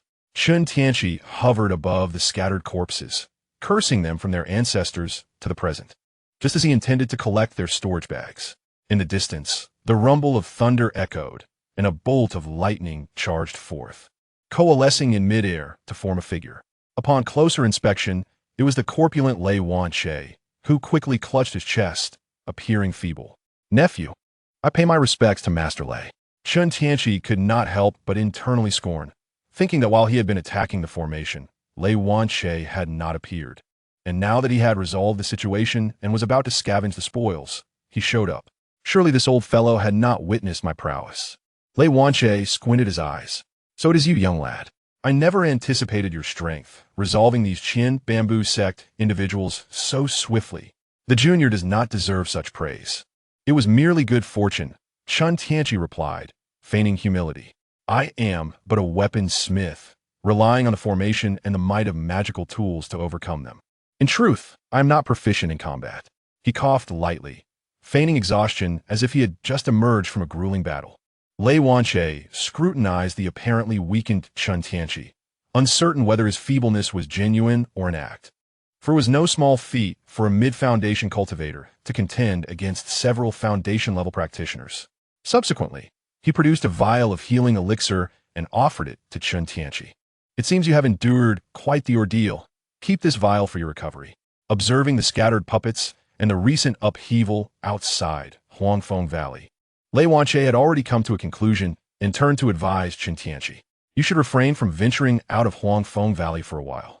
Your reputation as a master weaponsmith has spread widely in the cultivation world of other nations, and these dark cultivators are waiting for the opportunity to abduct you. However, I did not anticipate their audacity to attempt abduction within the confines of Huangfeng Valley. With a smile, Lei Wanche continued, Fortunately, you are unharmed. Otherwise, I would feel truly remorseful towards Master Lei. Master Lei, you speak too heavily. Please ensure that the belongings of these dark cultivators are collected and returned to the sect. Chen Tianqi replied as he gathered the scattered storage bags and handed them to Lei Wanche. Hearing this, Lei Wanche rolled his eyes and transformed into a bolt of lightning. His voice resonating in Chen Tianqi's mind. I have no need for the possessions of Junior. Keep them for yourself. Please convey my regards to your master. Chapter 13. The Great Transformation. It was only after the silhouette of Lei Wanhe had entirely vanished that Chen Tianqi began to clear the battlefield. Observing the scattered puppets strewn across the ground, most of which were at the Qi refinement stage, along with a few at the foundation establishment stage, he promptly collected them all into his storage bags. Beholding the abundance within several filled storage bags, he couldn't help but reflect upon the adage regarding the spoils of violence. Subsequently, he employed his magical skills to bury the dismembered limbs that littered the area, and then turned to return to his cave dwelling. Upon seeing Chen Tianqi's return, Chen Xiaoqian hurried forward to inquire, My husband, are you unscathed? Who were they? Do not worry, my dear. They were merely a few rogue cultivators, he replied reassuringly. Chen Tianqi then recounted the general events to her, advising her to limit her outings in Huangfeng Valley. Chen Xiaoqian's indignation flared upon hearing this. How audacious of these dark cultivators to attempt to abduct you from Huangfeng Valley. Gently caressing her fair, rosy cheek, Chen Tianqi consoled her with a soft voice, Fear not, for I am unharmed. Moreover, Master Lei arrived in time to assess the situation. I believe that soon, Huangfeng Valley will take action against them. After sharing a tender moment, they produced the incomplete Qingyuan sword manual, allowing Chen Xiaoqian to cultivate her techniques while solidifying her newly attained cultivation level. Meanwhile, Chen Tianqi entered the artifact refining chamber, retrieving the several storage bags he had acquired. After a thorough inventory, he found a total of over 20 Qi refinement stage puppets, 4 foundation establishment stage puppets, and a dozen bottles of medicinal pills for foundation establishment cultivation. What exhilarated him the most was the sight of a jade slip, which he promptly picked up to explore with his spiritual sense.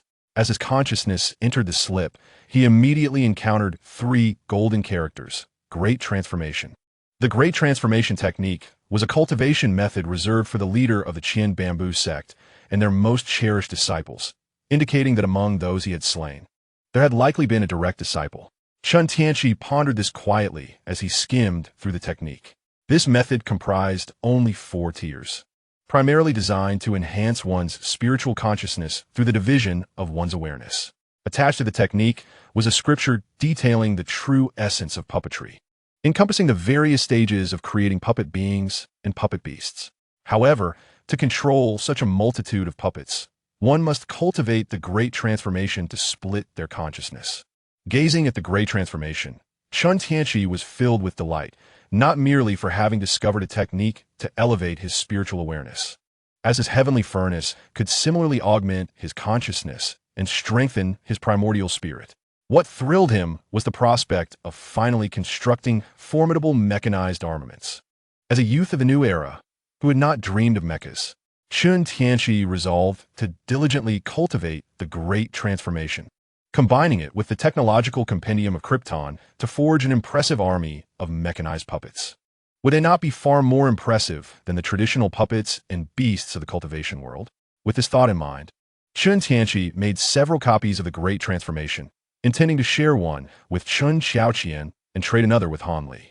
He then laid out all the puppets and retrieved refining materials from his storage bag, preparing to remelt them to create mechanical figurines. 3 months later, Chen Tianqi gazed upon the two towering mecha puppets before him.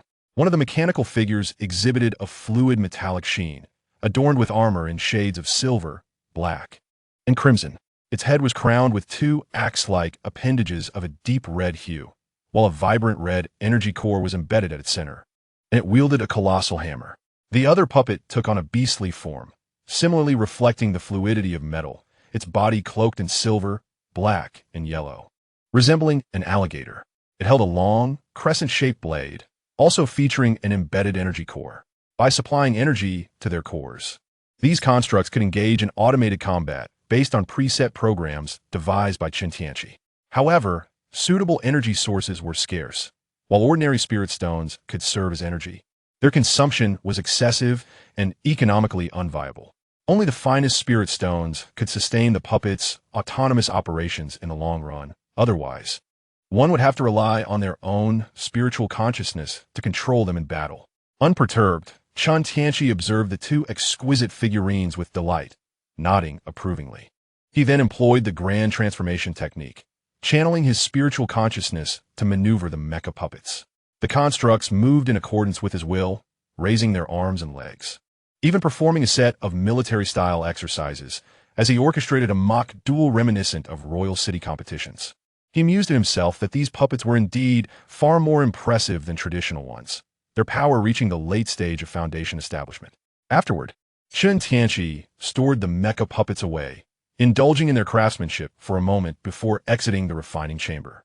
Once outside, he summoned Chen Xiaoqian, presenting her with a gift in the form of a jade slip. Xiaoqian, this contains a method specifically for cultivating spiritual consciousness. Please try to practice it.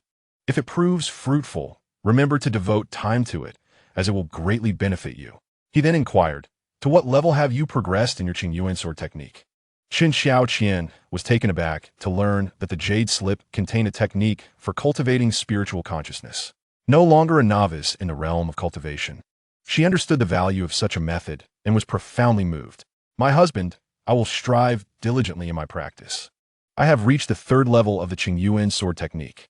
Chen Tianqi sensed the fluctuations of her magical energy with his spiritual awareness and confirmed her progress to the 3rd level, noting that she was on the cusp of mid-foundation establishment. He then produced a golden leaf. Xiaoqian, unleash your Qingyuan sword technique upon this golden leaf. Without hesitation, Chen Xiaoqian complied, channeling her technique to strike the golden leaf. As the power of the Qingyuan sword technique permeated the leaf, it transformed into swirling tadpole-like characters that surged into her mind. Chen Xiaoqian let out a cry of distress, prompting Chen Tianqi to embrace her immediately. Moments later, she slowly opened her eyes, filled with joy and gratitude as she looked at Chen Tianqi. She had acquired the Qingyuan sword technique, capable of leading her to the transformation stage, along with the methods for crafting subsequent magical artifacts. With a tender voice, she remarked, "How can I ever repay you for this magnificent gift, my husband?" Chen Tianqi simply chuckled, the meaning between them unspoken yet clear. One day later, "I have yet another gift for you." Chen Tianqi promptly retrieved a delicate hairpin and an exquisite female robe crafted from celestial silk from his storage bag. Chen Xiaoqian joyfully accepted them and prepared to rise to change her attire, only to be halted by Chen Tianqi grasping her wrist. "There's no need for such trouble. You may change right here."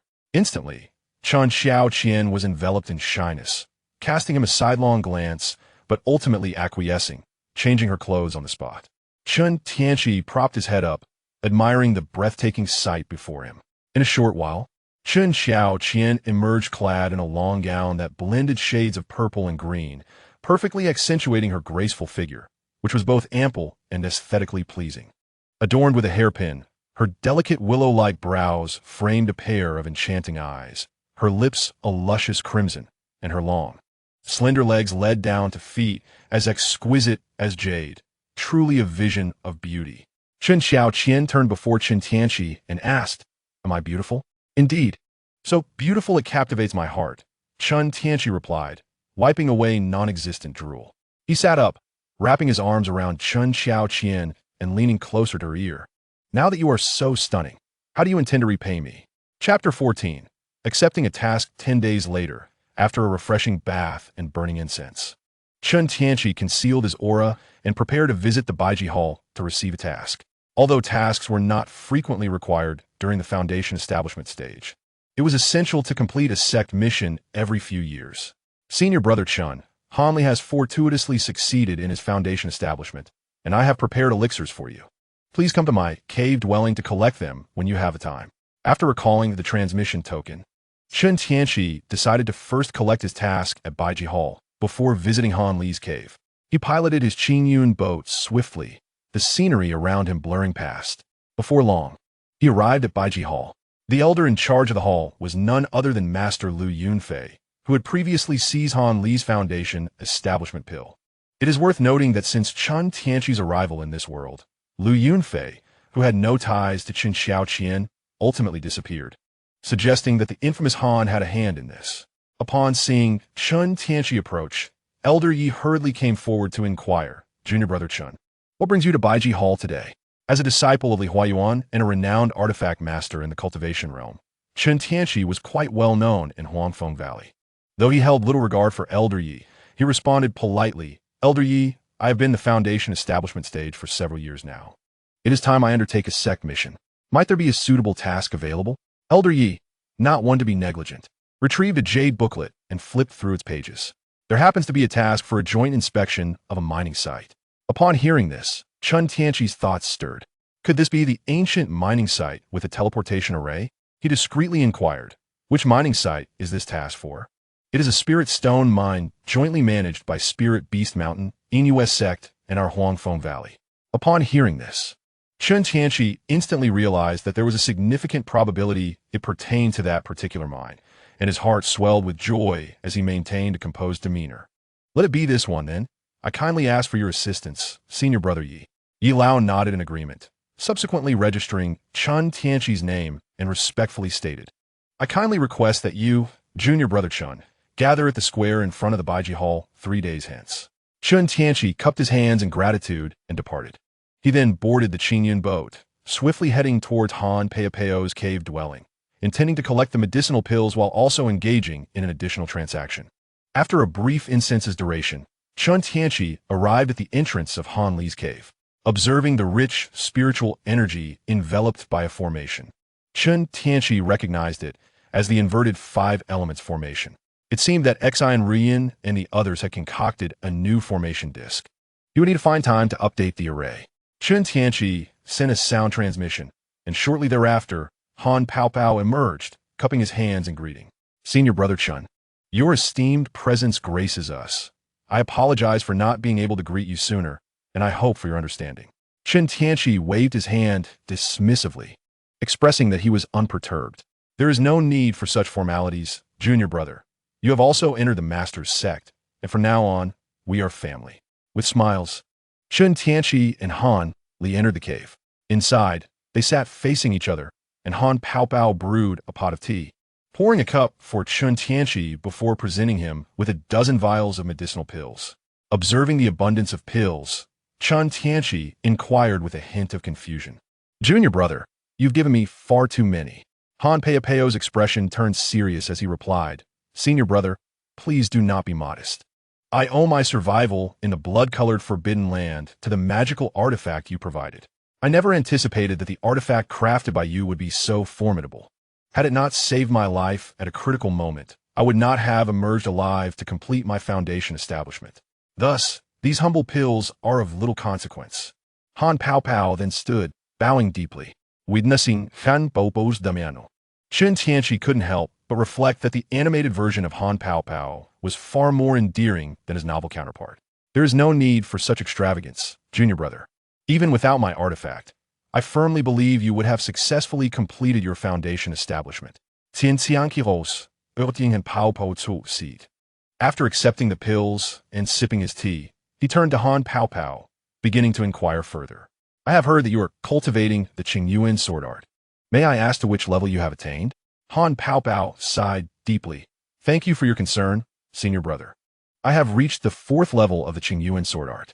However, I am at an impasse due to the incompleteness of the technique, leaving me in a difficult position. Do not fret, Junior Brother. Fortuitously, I possess the complete text of the Qingyuan sword art. If you agree to assist me with a task, I shall bestow it upon you." Upon hearing about the complete text, Han Peiapeo's heart leaped with joy, and he eagerly inquired, "May I ask what task you require of me?" "As long as you agree to assist me with 3 tasks in the future and periodically concoct some elixirs for my cultivation," Chen Tianqi chuckled, eager to take advantage of the situation.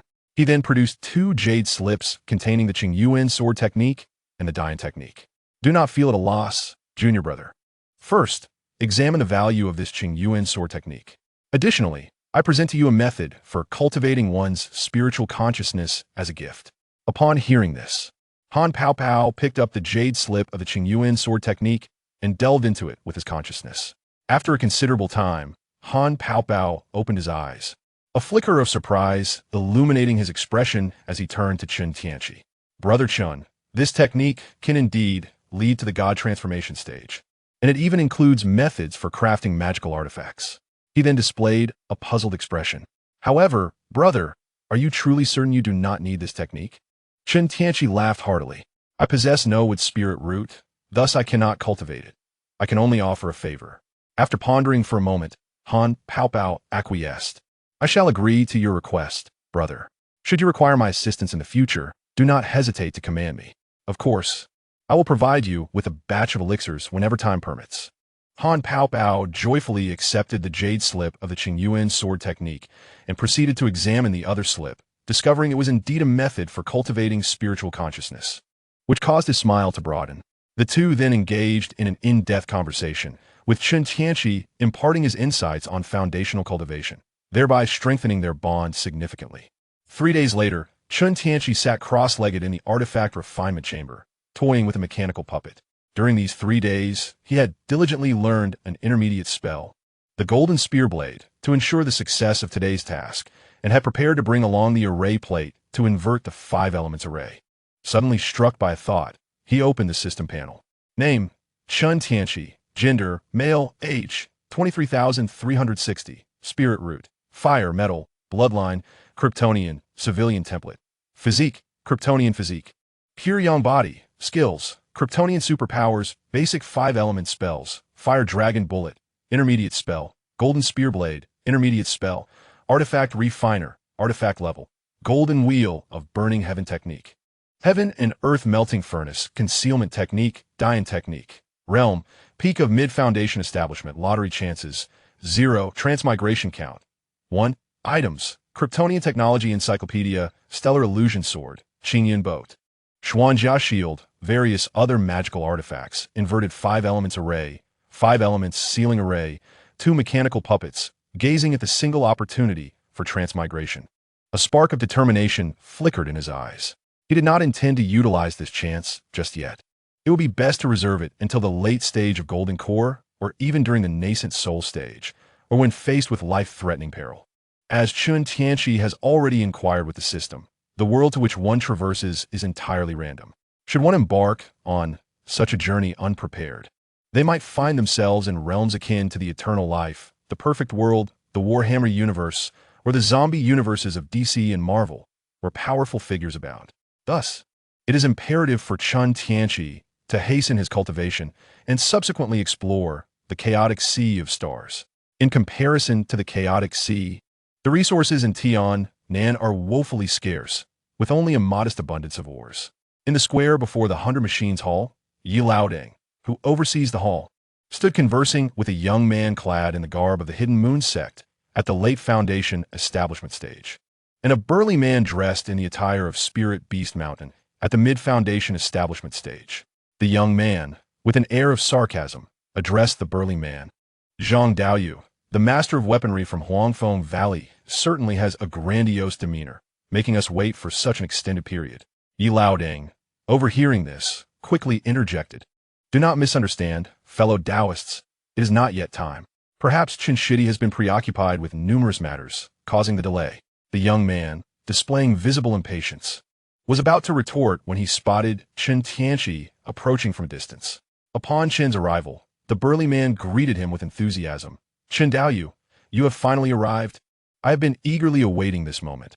I have long wished to make your acquaintance. The man spoke with a thick northeastern accent, continuing, I am Zhang Tianqi. And this is Baiyun Daoyu. Chen Tianqi clasped his hands in greeting and cast a glance at Baiyun before apologetically saying, Zhang Daoyu by Daoyu. I sincerely apologize for losing track of time amidst the affairs of the sect. Baiyun, dismissive of his mention of the sect, curled his lips in disdain and remained silent.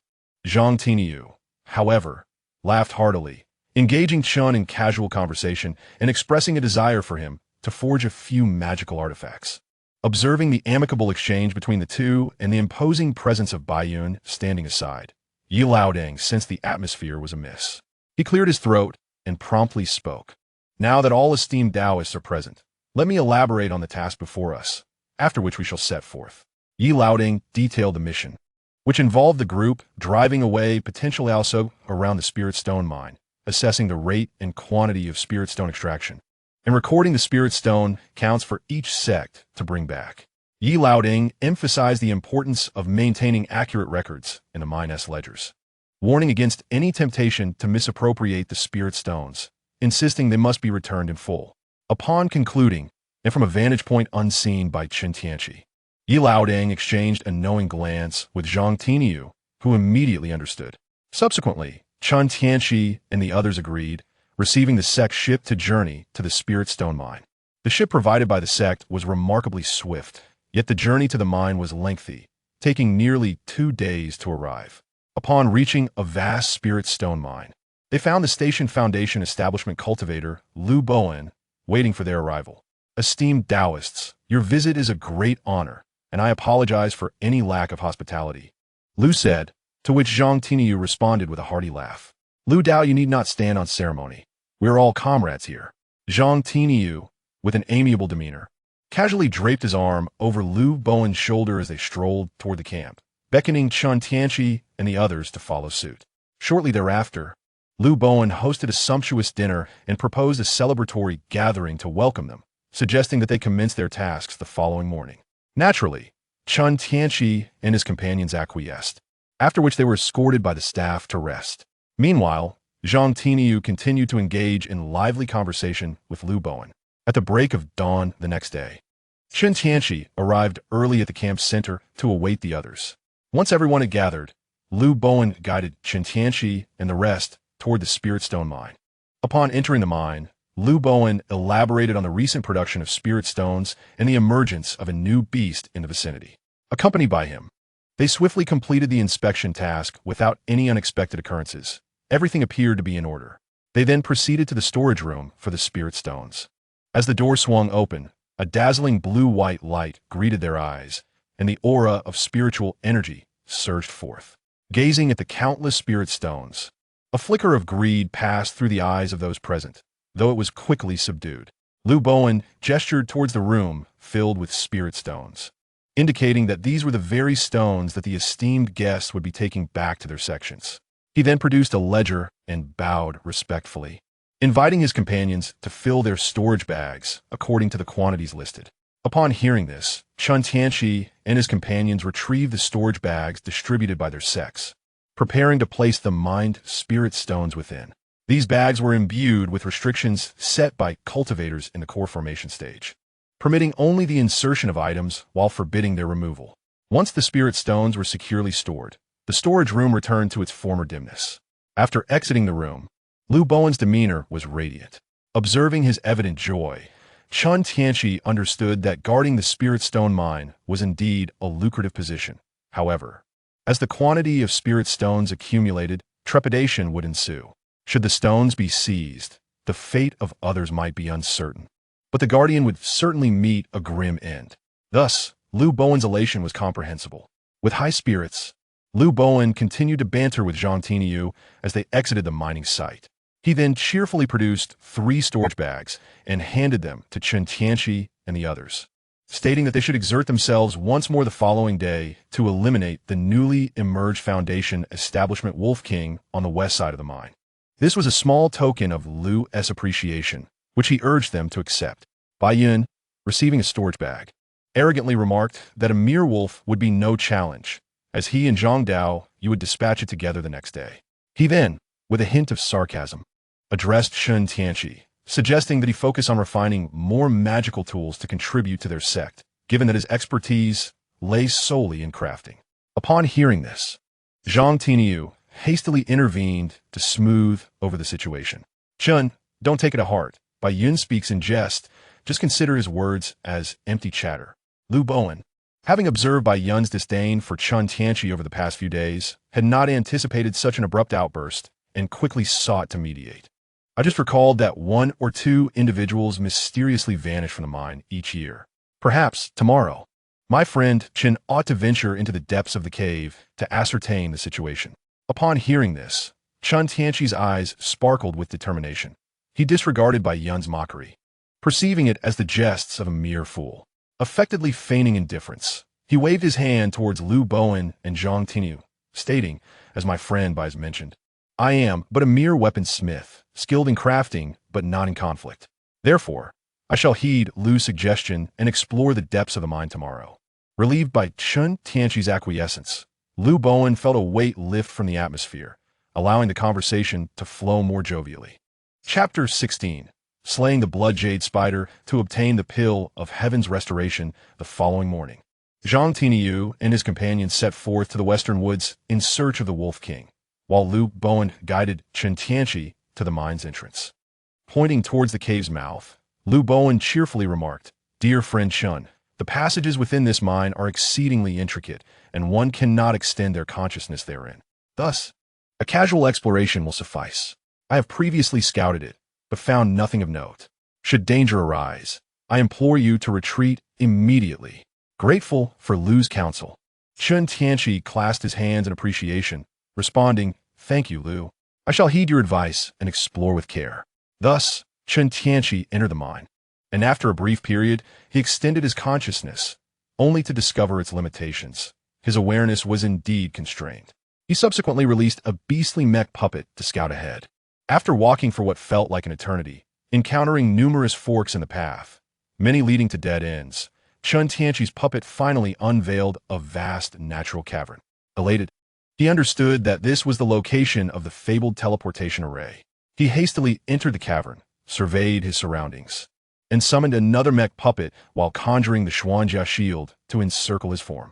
After traversing for a while, he espied in the distance an ancient hexagonal teleportation array. An elation surged within him, prompting him to swiftly approach. Suddenly, a shadow from above descended violently, and Chen Tianqi instinctively raised the Xuanjia shield to deflect the attack, propelling himself backward several steps. Before him loomed a translucent, jade-white spider with blood-red eyes. Just as Chen Tianqi retracted his puppet, he prepared to test his physical prowess against this foe. The blood jade spider hissed ferociously, darting towards him in an instant, striking with its sharp claws. Chen Tianqi, wielding the Xuanjia shield, blocked the claws and, with a surge of muscular strength, staggered back a few steps before launching forward with tremendous force. The impact crushed the spider's face, sending its massive form hurtling backward, piercing through several towering stone spires, where it became ensnared. The blood jade spider's aura surged violently, shattering the stones as it unleashed a furious roar towards Chen Tianqi, its power escalating and skin transforming to a deep crimson hue, drawing near the pinnacle of Foundation establishment. Before the transformation of the blood jade spider was complete, Chen Tianqi summoned the stellar phantom sword, activating its energy core and soared into the air above it. Subsequently, he unleashed the full extent of his power, driving the sword downward. The blood jade spider raised its pair of formidable claws in a futile attempt to defend itself. But it was too late. A thunderous roar erupted, the ground shattered, and dust billowed into the air. As the dust settled, the blood jade spider lay in a deep pit, its body pierced cleanly in two. Observing the mangled remains of the creature, Chen Tianqi furrowed his brow, astonished by the sheer ferocity of his strength, lamenting the diminished value of the materials.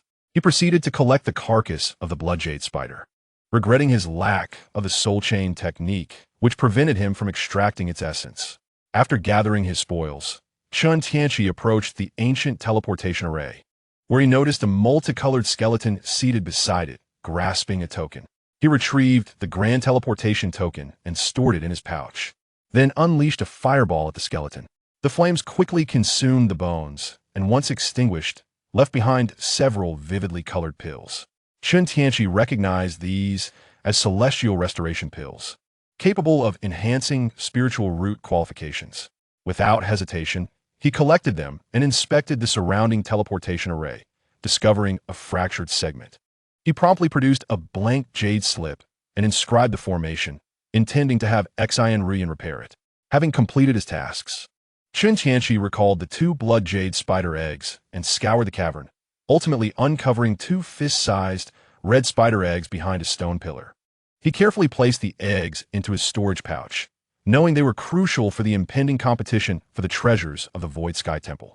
Upon exiting the cave, he set a reverse 5 elements formation at the entrance to conceal the location from prying eyes, ensuring even golden core cultivators would remain oblivious to the cavern's existence. Just as Chen Tianqi emerged from the mine, he spotted Lu Bowen descending. Upon seeing Chen Tianqi, Lu approached with a look of curiosity. "Friend Chen, you've been gone quite a while. Zhang and the others have already returned after slaying the Wolf King. Did something unexpected occur?" "Apologies, Lu. The paths within the cave are exceedingly convoluted, and my spiritual sense could not extend fully, leading to a temporary disorientation." Chen Tianqi replied with a respectful nod and a smile. Lu Bowen, having experienced similar disorientation himself, accepted the explanation with a laugh. "Well then, let us haste back to the camp for the feast. Today promises a delightful treat, as we shall savor the flavor of a Foundation establishment stage wolf demon." Chen Tianqi nodded in agreement, and the two swiftly returned to the camp. Upon entering, they were greeted by the sight of numerous guards roasting a dozen skinned wolves over the fire, occasionally sprinkling spices upon them. Among them, the largest wolf was being tended to by Zhang Tinyu, who applied sauce with great care, the delicious aroma wafting through the air. Spotting Chen Tianqi and Lu Bowen, Zhang Tinyu set down his tools and approached with a hearty laugh. "Brother Chen, Brother Lu, you have finally arrived. Come and savor the exquisite flavor of the Wolf King that Bai has helped me slay."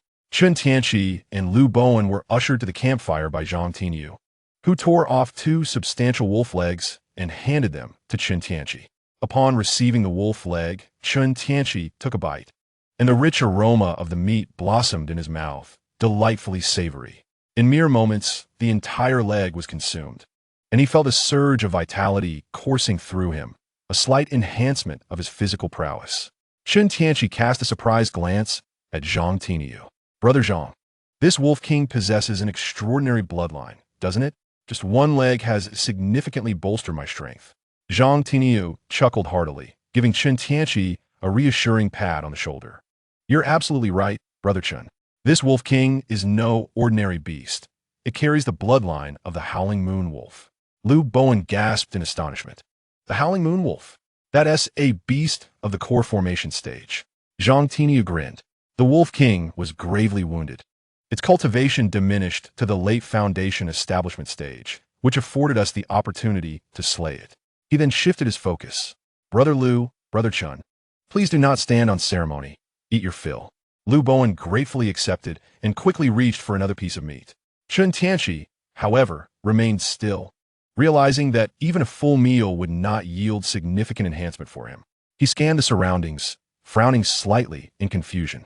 "Is Brother Bai not joining us?" Zhang Tinyu swallowed a morsel. "Brother Bai has sustained some injuries and is currently recuperating. Do not worry, Brother Chen. He has also acquired a demon core." Lu Bowen nodded in agreement. Brother Chen is truly magnanimous, showing concern for Brother Bai's well-being. Chen Tianqi smiled and waved his hand dismissively, then clasped his hands together. "Esteemed friends, the hour is growing late, and we must return to the sect tomorrow morning. I shall retire to my quarters now." Before they could respond, Chen Tianqi turned and departed. Chapter 17. An encounter with demonic cultivators after returning to his room. Chen Tianqi sealed the door with a protective array and summoned 2 puppets to guard behind it. Once these preparations were completed, he sat cross-legged on his bed, reflecting on the earlier events, a nagging sense of unease lingering in his mind. His instincts hinted at something amiss with Zhang Tinyu.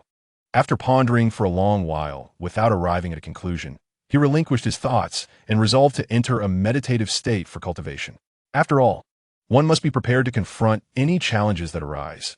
If danger were to present itself, fleeing would be a reasonable option. Early the next morning, as the sun began to rise, Chen Tianqi stepped out of his room, quickly informing Liu Bowen before hastily departing.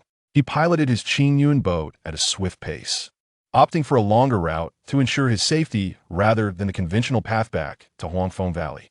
While soaring over a thicket, Chen Tianqi, fully focused on accelerating the Qingyun boat, suddenly sensed a tremendous surge of demonic energy rushing towards him from beneath. Just as he summoned the Xuanjia shield, a massive serpent head collided violently with the Qingyun boat, sending it crashing down into the woods below. Chen Tianqi swiftly stabilized his form in midair. Chen Tianqi brandished the starry phantom sword, encircled by the Xuanjia shield, gazing at the colossal serpent demon beneath him, and shouted loudly, "May I inquire which fellow cultivator dares to obstruct my path and engage in robbery?" A hearty voice resonated from the thicket, followed by a figure leaping atop the serpent's head, laughing heartily. "Brother Chen, have you forgotten me in such a short span of time?" The newcomer was none other than Zhang Tiniu. With an expressionless face, Chen Tianqi queried, "How did you manage to find me, Zhang? I recall we have no enmity between us. Why you block my way?" Zhang Tiniu, scratching his head, replied with a grin, "Ah, Brother Chen, you left in such haste that I forgot I had matters to discuss with you. As for how I found you, isn't it quite simple?" His demeanor abruptly shifted, a sinister grin spreading across his face. "Brother Chen, you are indeed cautious. I had intended to host you with a wolf demon of the Howling Moon bloodline, yet you vanished without a trace, opting for an unconventional route. It truly chills my heart. Had I not left a special tracking mark on your shoulder, you might have successfully escaped." Upon hearing this, Chen Tianqi glanced at his shoulder and, using his spiritual sense, discovered a particularly concealed mark, which would have gone unnoticed without a dedicated search. Immediately, he erased the mark and fixed a piercing gaze upon Zhang Tiniu, asking, "Are you blocking my path with the intent to seize the spiritual stones belonging to my sect?" Zhang Tiniu produced a severed human head from his storage bag. It was that of Bai Yun, and addressed Chen Tianqi. "It is not this matter that concerns me. Rather, a few of my esteemed seniors wish to meet you and would like your assistance in refining some artifacts. The reward for your cooperation is this head of Bai Yun. I hope you will not refuse my goodwill." Chen Tianqi cast a cold glance at the head, snorting disdainfully.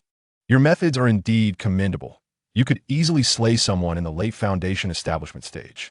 Zhang Tiniu, wearing a proud expression, chuckled. That Bai Yun was rather arrogant. I had long found him displeasing. Besides, did he not provoke you? I thought eliminating him would make you more amenable to accompanying me. Chen Tianqi, perplexed, pondered aloud. "I fail to understand. There are countless artifact refiners in the world. Why must you seek me?" Zhang Tiniu laughed heartily in response. "Brother Chen, are you truly unaware? The supreme artifacts you forge can unleash half the power of their treasures. If we were to obtain your skills, our demonic forces would face significantly fewer sacrifices when we invade the territories of the 7 sects. Demonic forces? Has your spirit beast mountain betrayed us?" Chen Tianqi feigned astonishment. "Betrayal? We are merely recognizing our roots," Zhang Tiniu began, but before he could finish, a beam of sword light shot forth, prompting him to hastily summon a turtle demon to shield himself.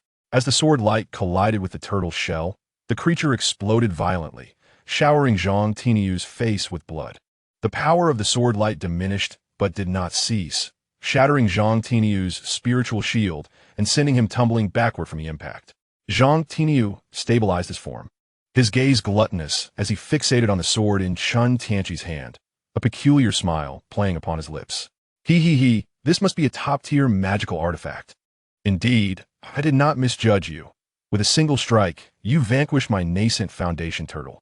He then soared into the sky, summoning a colossal red phoenix while commanding a serpent demon beast to attack, his voice booming. "Brother Chen, you ought to join my demonic path. Come with me willingly." Chen Tianqi regarded the approaching duo with a furrowed brow, feeling a surge of annoyance. He merely wished to cultivate in peace, yet trouble seemed to gravitate towards him. These individuals, having failed once, returned for a second attempt. It appeared that in the future, he would have the opportunity to eradicate them all. With this thought in mind, the red phoenix, known for its swiftness, darted toward Chen Tianqi in an instant, raising its sharp talons to strike. Chen Tianqi, expressionless, assessed the speed as somewhat sluggish by his dynamic vision.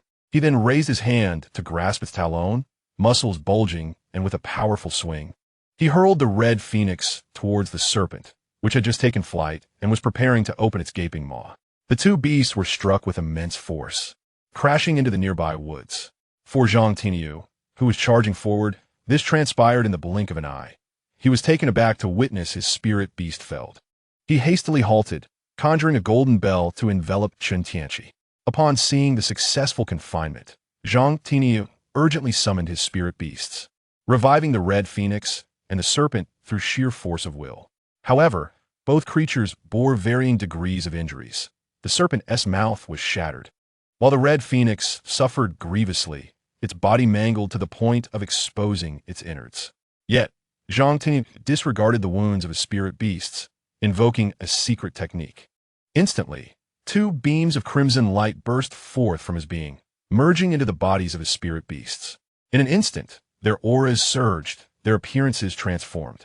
The red phoenix sprouted sharp teeth, enshrouded in black flames, while the serpent's scales turned glossy black, becoming even more fearsome, its injuries entirely healed, eyes glowing with a savage light. At that moment, Chen Tianqi relentlessly pounded the golden bell, and with a final explosive strike, it shattered. Zhang Tianyu, witnessing the destruction of his magical tool, felt his heart bleed, cursing Chen Tianqi vociferously while directing his spirit beasts to attack, simultaneously forming incantations with his hands to cast spells. The two transformed spirit beasts roared ferociously and charged at Chen Tianqi. Chen Tianqi summoned the Xuanjia shield, enlarging it to brace against the red phoenix's assault. The serpent beast followed with its attack, gaping wide in an attempt to swallow Chen Tianqi whole. Instead of evading, he seized the starlight illusion sword and thrust it into the serpent's maw. Just as the serpent closed its jaws around him, a crescent-shaped sword aura erupted from within, cleaving the massive serpent in two, and a torrential rain of blood descended upon the scene. Chen Tianqi charged toward Zhang Tianyu amidst the downpour of blood. Stimulated by the fresh crimson, the scarlet phoenix grew increasingly frenzied, flapping its wings entwined with demonic flames, its long beak lined with sharp teeth, and its eyes a vivid red as it lunged at Chen Tianqi. Observing the repeated assault, Chen Tianqi felt a sense of exasperation. Could it not employ a different tactic? If the scarlet phoenix were to hear him, it would surely retort that the intelligence of a demon beast at the nascent soul stage was akin to that of an adult, while he, as a mere foundation establishment stage novice, could scarcely be expected to possess such wit. Yet, his hands did not falter, summoning a mechanical puppet. It promptly descended from the heavens, wielding a massive hammer, striking fiercely at the scarlet phoenix's head. A gruesome explosion of brain matter erupted, and both the scarlet phoenix and the mechanical puppet plummeted to the ground. Zhang Tianyu, witnessing the demise of the enhanced spirit beasts, hastily conjured a long-prepared spell, unleashing a barrage of meteoric green poison flames towards Chen Tianqi. With shield raised before him, Chen Tianqi swiftly flew towards Zhang Tianyu. When he was merely a few yards away, he unleashed a fire dragon projectile towards him. The blazing dragon surged forth at an astonishing speed. Zhang Tianyu, caught off guard by Chen Tianqi's rapid spell casting, found himself in a fluster as his spiritual shield had yet to coalesce, and he stumbled backward in a panic, shouting, "Senior, save me." Chapter 18. The fierce battle of core formation. Upon hearing Zhang Tianyu's desperate cry, two streaks of light darted through the distant woods, racing to rescue him before the impending assault. Alas, it was too late. The fiery dragon struck Zhang Tianyu with a thunderous force, and a ghostly figure yanked him from the inferno. The two figures soon arrived, hovering in the air. One was a gaunt, ghastly old man, his cultivation at the mid-core formation stage. The other was a provocatively dressed, enchanting woman, her cultivation at the early core formation stage. The ghastly old man held Zhang Tianyu, whose body was half-roasted and spewing blood, casting a malevolent gaze upon him as he coldly remarked, "What a worthless fool, so eager to show off before us. And this is the fate you meet." He then let out a sinister chuckle. "I cannot bear to witness such suffering. Let my little treasures have their feast." Hearing this, Zhang Tianyu's face turned pale with dread, blood mixed with viscera spilling from his mouth as he gasped, "Senior, no, please." The old man disregarded his pleas, summoning a triangular ghostly banner. Instantly, a multitude of wailing specters surged forth from the banner, drawn by the scent of blood. The old man tossed Chen Tianqi into the air, and the throng of malevolent spirits rushed towards him like sharks sensing a meal, tearing and devouring his flesh. Chen Tianqi's screams only fueled the spirit's ferocity, and soon they had drawn forth his very soul, devouring him completely in mere moments. Chen Tianqi watched in horror as the spirits feasted, a wave of nausea washing over him. It was utterly grotesque. He began to gather his spiritual power in secret, preparing to unleash it. The old man then turned his gaze upon Chen Tianqi, his eyes filled with mockery. "Young man, if you wish to avoid being devoured by my little darling, it would be wise to obediently accompany me." The malevolent specter, the alluring woman beside him, fixed her gaze upon Chen Tianqi's robust physique, her eyes glistening with desire as her sultry voice flowed forth. "The little brother may also choose to accompany me as my partner. I shall ensure an experience of ecstasy beyond imagination." The malevolent specter cast a chilling glance at the enchanting woman. "Myling, do refrain from meddling." Myling merely pouted, continuing to send flirtatious glances at Chen Tianqi, her voice dripping with sweetness. "I merely want to sample his essence. It won't impede our affairs." With a snort, the malevolent specter was about to retort when Chen Tianqi activated his teleportation technique, merging the art of temporal evasion with a biological force field, and with a swift motion, he dashed away, his speed far surpassing that of a core formation cultivator. Both the malevolent specter and Myling were momentarily taken aback, utterly unprepared for his astonishing speed. However, the specter soon let out a series of eerie chuckles, and the two leisurely pursued him. As Chen Tianqi fled rapidly, he focused ahead and discovered that his surroundings had been ensnared by an array formation, causing him to halt abruptly. "Keek, young lad, your speed is indeed impressive. Fortunately, I had set up a confinement array beforehand. Otherwise, you might have truly escaped." The voice echoed as two streaks of escape light materialized before Chen Tianqi. At that moment, he comprehended that escaping without eliminating the one who had set the formation was futile. The malevolent specter regarded Chen Tianqi with a cold gaze. "Since you have chosen to flee, you shall become sustenance for my treasures." Subsequently, a ghostly banner appeared, unleashing a horde of malevolent spirits that surged toward Chen Tianqi. In an instant, he unleashed a barrage of fire dragons toward the swarm, but the specter was swift to respond, summoning a skull artifact to stand before the malevolent spirits. The skull opened its mouth and inhaled, devouring the fire dragon's whole. The malevolent spirits then closed in on Chen Tianqi, launching a relentless assault.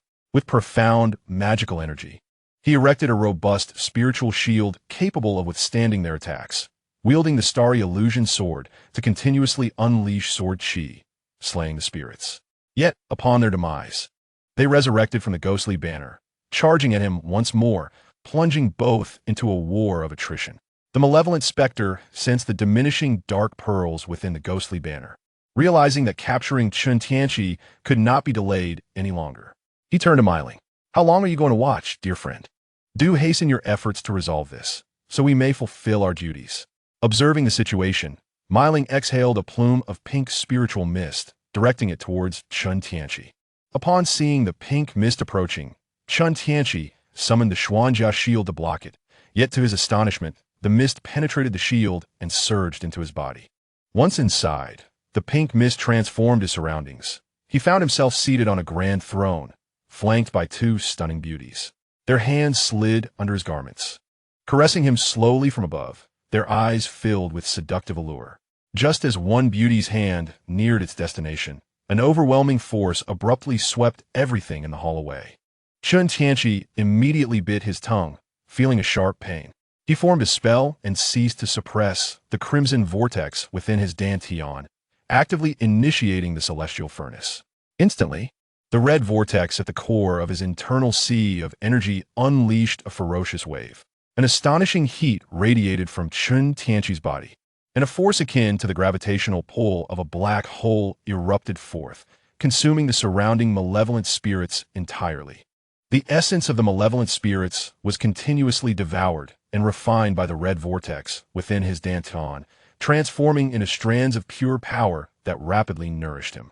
Chen Tianqi's cultivation barrier was abruptly shattered, elevating him to the late stage of foundation establishment.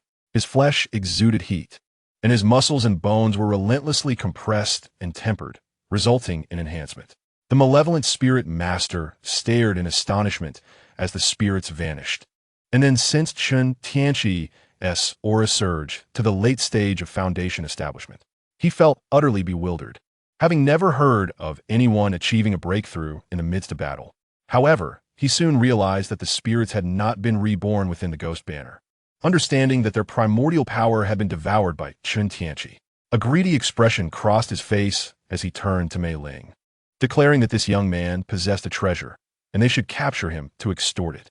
Mei Ling, witnessing the disappearance of the malevolent spirits and the subsequent rise in Chen Tianqi's aura, felt astonished, yet sensed that his breakthrough had not unsettled him. Rather, he stood firm like a mountain. Just as she was processing this, she heard the malevolent spirit master's words and understood, revealing her own greed. The malevolent spirit master retracted the ghost banner and summoned a skull-shaped treasure, which spewed forth a blue, ghostly flame aimed at Chen Tianqi.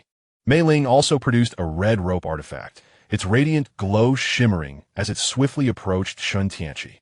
In the blink of an eye, the red rope reached him, swiftly binding Chen Tianqi as the ghostly flame followed, crashing against him and igniting in blue flames. Chen Tianqi activated the celestial furnace. The red vortex within his dantian inhaled forcefully, consuming the ghostly flames entirely. He then exerted his strength, a tremendous force erupting as he broke free from the red rope, creating a thunderous sound as he charged toward the malevolent spirit master. The malevolent spirit master was taken aback and summoned the skull, infusing it with magical energy.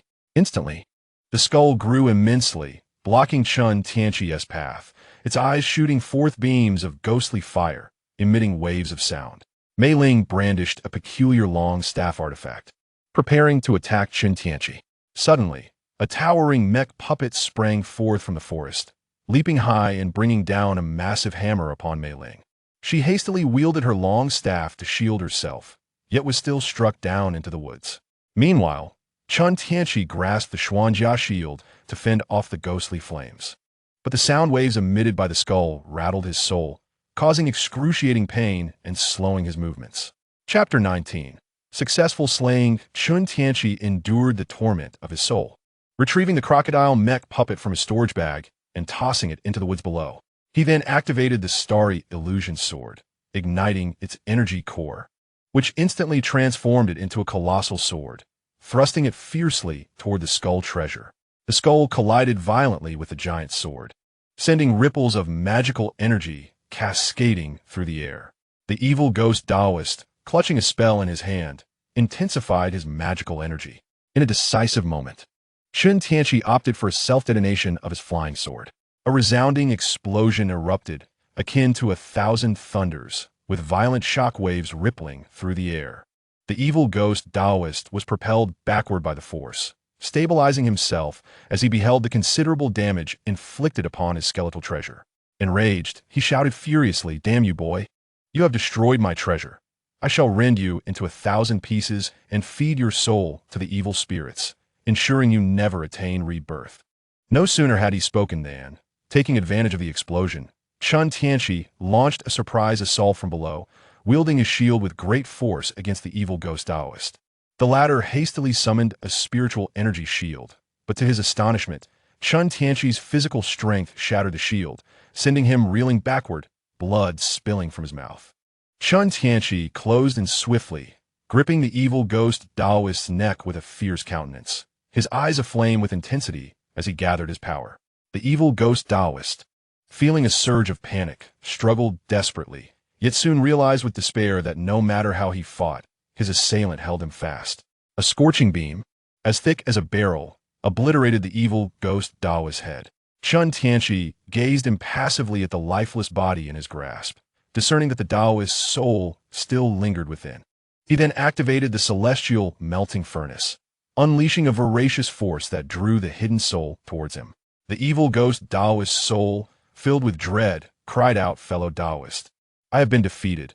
I beseech you to allow me to enter the cycle of reincarnation."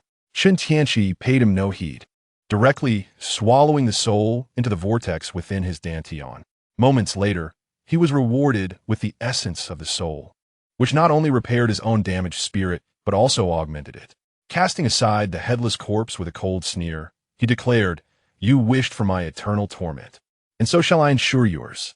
Below in the woods, the enchanting spirit had just dispatched 2 puppets when she glanced up to witness Chen Tianqi vanquishing the evil ghost Taoist. Her expression shifted instantly, and without a backward glance, she invoked her escape technique. Seeing her attempt to flee, Chen Tianqi swiftly activated the temporal escape technique and pursued her. As he closed the distance, the enchanting spirit, in a state of panic, pleaded for mercy. "Fellow Taoist, spare me. This was all orchestrated by that villain. I had no part in it." With a cold laugh, Chen Tianqi surged forward, his speed dramatically increasing as he hurled his shield with great force, striking the enchanting spirit to the ground and creating a deep crater. Lying in the pit, blood trickling from her lips amidst waves of intense pain, she propped herself up and saw Chen Tianqi gliding towards her. With a voice filled with sorrow, she implored, "Fellow Taoist, please spare me. I will do anything you ask." Gazing at her tear-streaked, delicate form, one might have softened. Yet Chen Tianqi remained impassive as he raised his fist to strike. Upon encountering the futile pleas for mercy, Mei Ling swiftly hurled a powdery orb, which was immediately shattered by a punch, enveloping Chen Tianqi in a cloud of powder. This powder permeated Chen Tianqi's body, activating the heavenly melting furnace within him. He soon realized it was not poison, but rather an awakening of base desires within his being. Observing the dazed look in Chen Tianqi's eyes, Mei Ling's heart soared with delight, knowing her plan had succeeded. In an instant, they were surrounded by a pink luminescence. Chen Tianqi's mind flooded with vivid images of a life shared with Mei Ling, filled with affection and intimacy. However, these visions were swiftly shattered by his resolute spirit. Had his soul been weaker at the onset, he might have succumbed to her enchantment. Regaining clarity in his gaze, Chen Tianqi swiftly grasped Mei Ling by the throat and executed a deft maneuver, catching her off guard and holding her firmly in place. Mei Ling stared in disbelief at the now clear-eyed Chen Tianqi, exclaiming in astonishment, "How could you possibly break free from my Xuanji illusionary heart charm?" At that moment, Mei Ling's heart was filled with bitterness. The Xuanji illusionary heart charm was her ultimate trump card. This technique required first plunging the enemy into a state of rampant desire, followed by a physical union to manipulate their soul memories, rendering them a slave. Yet, she had not anticipated that Chen Tianqi, having absorbed the soul of the evil ghost Taoist, possessed a soul power that far surpassed her own. Feeling the turmoil within his body, Chen Tianqi could no longer endure. After a considerable time, Mei Ling's breath grew faint, her cultivation plummeting to the qi refinement stage. Chen Tianqi gazed at the nearly lifeless Mei Ling, devoid of sympathy. A seductress capable of reaching the core formation stage had undoubtedly brought ruin to many. Her demise in such a manner felt like poetic justice. He confiscated her storage bag, ascended from the pit, and unleashed a dragon of fire, incinerating Mei Ling utterly. Chen Tianqi then ventured into the nearby woods to scavenge for spoils. Subsequently, he flew to a secluded mountain peak, carving out a cave to consolidate his cultivation and assess his gains. Days later, he calculated his losses. One exquisite magic artifact, 2 puppets of late Foundation establishment stage, and his Qingyun boat, which had been damaged and was temporarily non-operational. He also learned that the evil ghost Taoist and Mei Ling hailed from the Ghost Spirit sect and the Pleasure sect, respectively, having been dispatched by the demonic path to capture him. Ironically, they failed to apprehend the artifact master and instead lost their lives. The appearance of these two had inflicted considerable losses upon him, stirring a pang of regret within Chen Tianqi. He then turned his attention to several storage bags before him, hoping to unveil treasures that might compensate for his losses. First, he discovered 3 magical artifacts, identified through the system: a 10,000 ghost banner, a binding immortal rope, and a golden pillar pavilion. As he picked up the artifact from Mei Ling, a smirk crept onto his face, and he felt speechless. Are all the enchantresses in the cultivation realm so playful? The thought of remnants left upon it urged him to set it aside quickly, resolving to sell it at the earliest opportunity. Furthermore, thanks to the unwavering support of his 3 companions, Chen Tianqi's reserve of spiritual stones has reached an impressive total of 120,000. Gazing at another storage pouch, imbued with the protective enchantments of Spirit Beast Mountain, which contains spiritual stones from a vein, he could only imagine the vast quantity within. However, it would be unwise to take action, let alone forcibly open it, as such an act could attract the attention of the higher-ups at Spirit Beast Mountain, resulting in pursuit. After deliberating for a moment, Chen Tianqi resolved to bury it in situ, planning to return once his cultivation level had risen. His gaze then fell upon 3 jade slips of techniques, one for the 10,000 ghost soul devouring method, another for the celestial mirage enchantment, and the last for the beast taming technique. Chen Tianqi contemplated the several techniques he already possessed, intending to utilize the system's method fusion and simulation feature to see if he could create a new technique. Chapter 20. Return to Huangfeng Valley. Once Chen Tianqi had solidified his peak foundation establishment, he retrieved the flying ship provided by his sect and set course for Huangfeng Valley. 3 days later, he finally returned, his aura cleverly concealed by the hidden sky, full breath technique to resemble that of a mid-foundation cultivator. Upon his arrival, he prepared to head to the council hall to report in detail to Zhongling Dao about the events that had transpired. As he entered the council hall, he was greeted by the sight of Zhongling Dao, who wore a troubled expression. Chen Tianqi cupped his hands in respect. "Master brother, I have urgent matters to discuss." Zhongling Dao looked up, his expression brightening upon recognizing Chen Tianqi. "Junior brother Chen, you have finally returned. I feared you had met the same fate as the disciples of Spirit Beast Mountain and the Hidden Moon sect, who fell victim to the demonic path." Upon hearing this, Chen Tianqi felt a flicker of confusion, but proceeded to recount the events, half-truthfully, to Zhongling Dao. When he reached the part about encountering a demonic cultivator at the core formation stage, he mentioned having practiced a peculiar evasion technique, akin to that of a core formation, which enabled his escape. Naturally, Zhongling Dao believed only half of this tale, but did not probe further into how Chen Tianqi had eluded a core formation cultivator. Recognizing that everyone harbors their own secrets, he certainly did not suspect that Chen Tianqi had not merely escaped, but had actually slain the core formation cultivator. Sighing deeply, Zhongling Dao addressed Chen Tianqi. "Junior brother, it is indeed fortunate you managed to flee from the grasp of that demonic cultivator. Recently, news has emerged that disciples who accompanied you to the spiritual mine were ambushed by core formation demonic cultivators on their return journey." He then expressed his indignation. Moreover, the Yin family has brazenly allied themselves with the Ghost Spirit sect, slaughtering all 7 sect disciples who participated in the Yin family fortress gathering. Only 2 from Huangfeng Valley managed to escape. Upon hearing this, Chen Tianqi's heart stirred with understanding. "So, the Yin family fortress gathering commenced after I undertook my mission." No wonder Zhongling Dao had not delved deeper into this task. The 2 survivors must be Han Pao Pao and Dong Xianer. It seems that the righteous and demonic conflict in the kingdom of Yu is about to erupt. I must find an opportunity to visit Xian Ruin. Zhongling Dao gently spoke. "Junior brother Chen, you have worked hard. This matter counts as your achievement. You may submit the task shortly." Recently, the friction between the demonic forces at the borders and our disciples has intensified, so I hope you will exercise caution. Chen Tianqi bowed in gratitude upon hearing this, and then took his leave to the Baiji Hall to submit his task. Before long, Chen Tianqi arrived at the Baiji Hall, but found only a handful of reception disciples present. After returning the storage bag filled with spirit stones and the flying ship to the reception disciples, he inquired, "Why are the elders absent today? And why are there so few people?" The reception disciple respectfully replied, "Uncle Master, you may not be aware, but a few days ago, a conflict erupted at the borders with the demonic forces. The sect has dispatched Elder Yi along with a group of disciples for support." Chen Tianqi immediately felt the urgency of the situation and realized he must prepare himself without delay. He hurriedly left and returned to his cave dwelling. Upon arrival, he discovered Chun Xiao Qian practicing talisman drawing. Seeing Chen Tianqi return, she set aside her golden brush and talisman paper, joyfully leaping into his arms. "My husband, you have finally returned." Chen Tianqi embraced Chun Xiao Qian, apologizing, "I'm sorry for coming back late." He then recounted the events of the past several days, which left Chun Xiao Qian visibly worried. "I never anticipated you would face such dangers. Are you uninjured?" She anxiously searched his body for any signs of harm.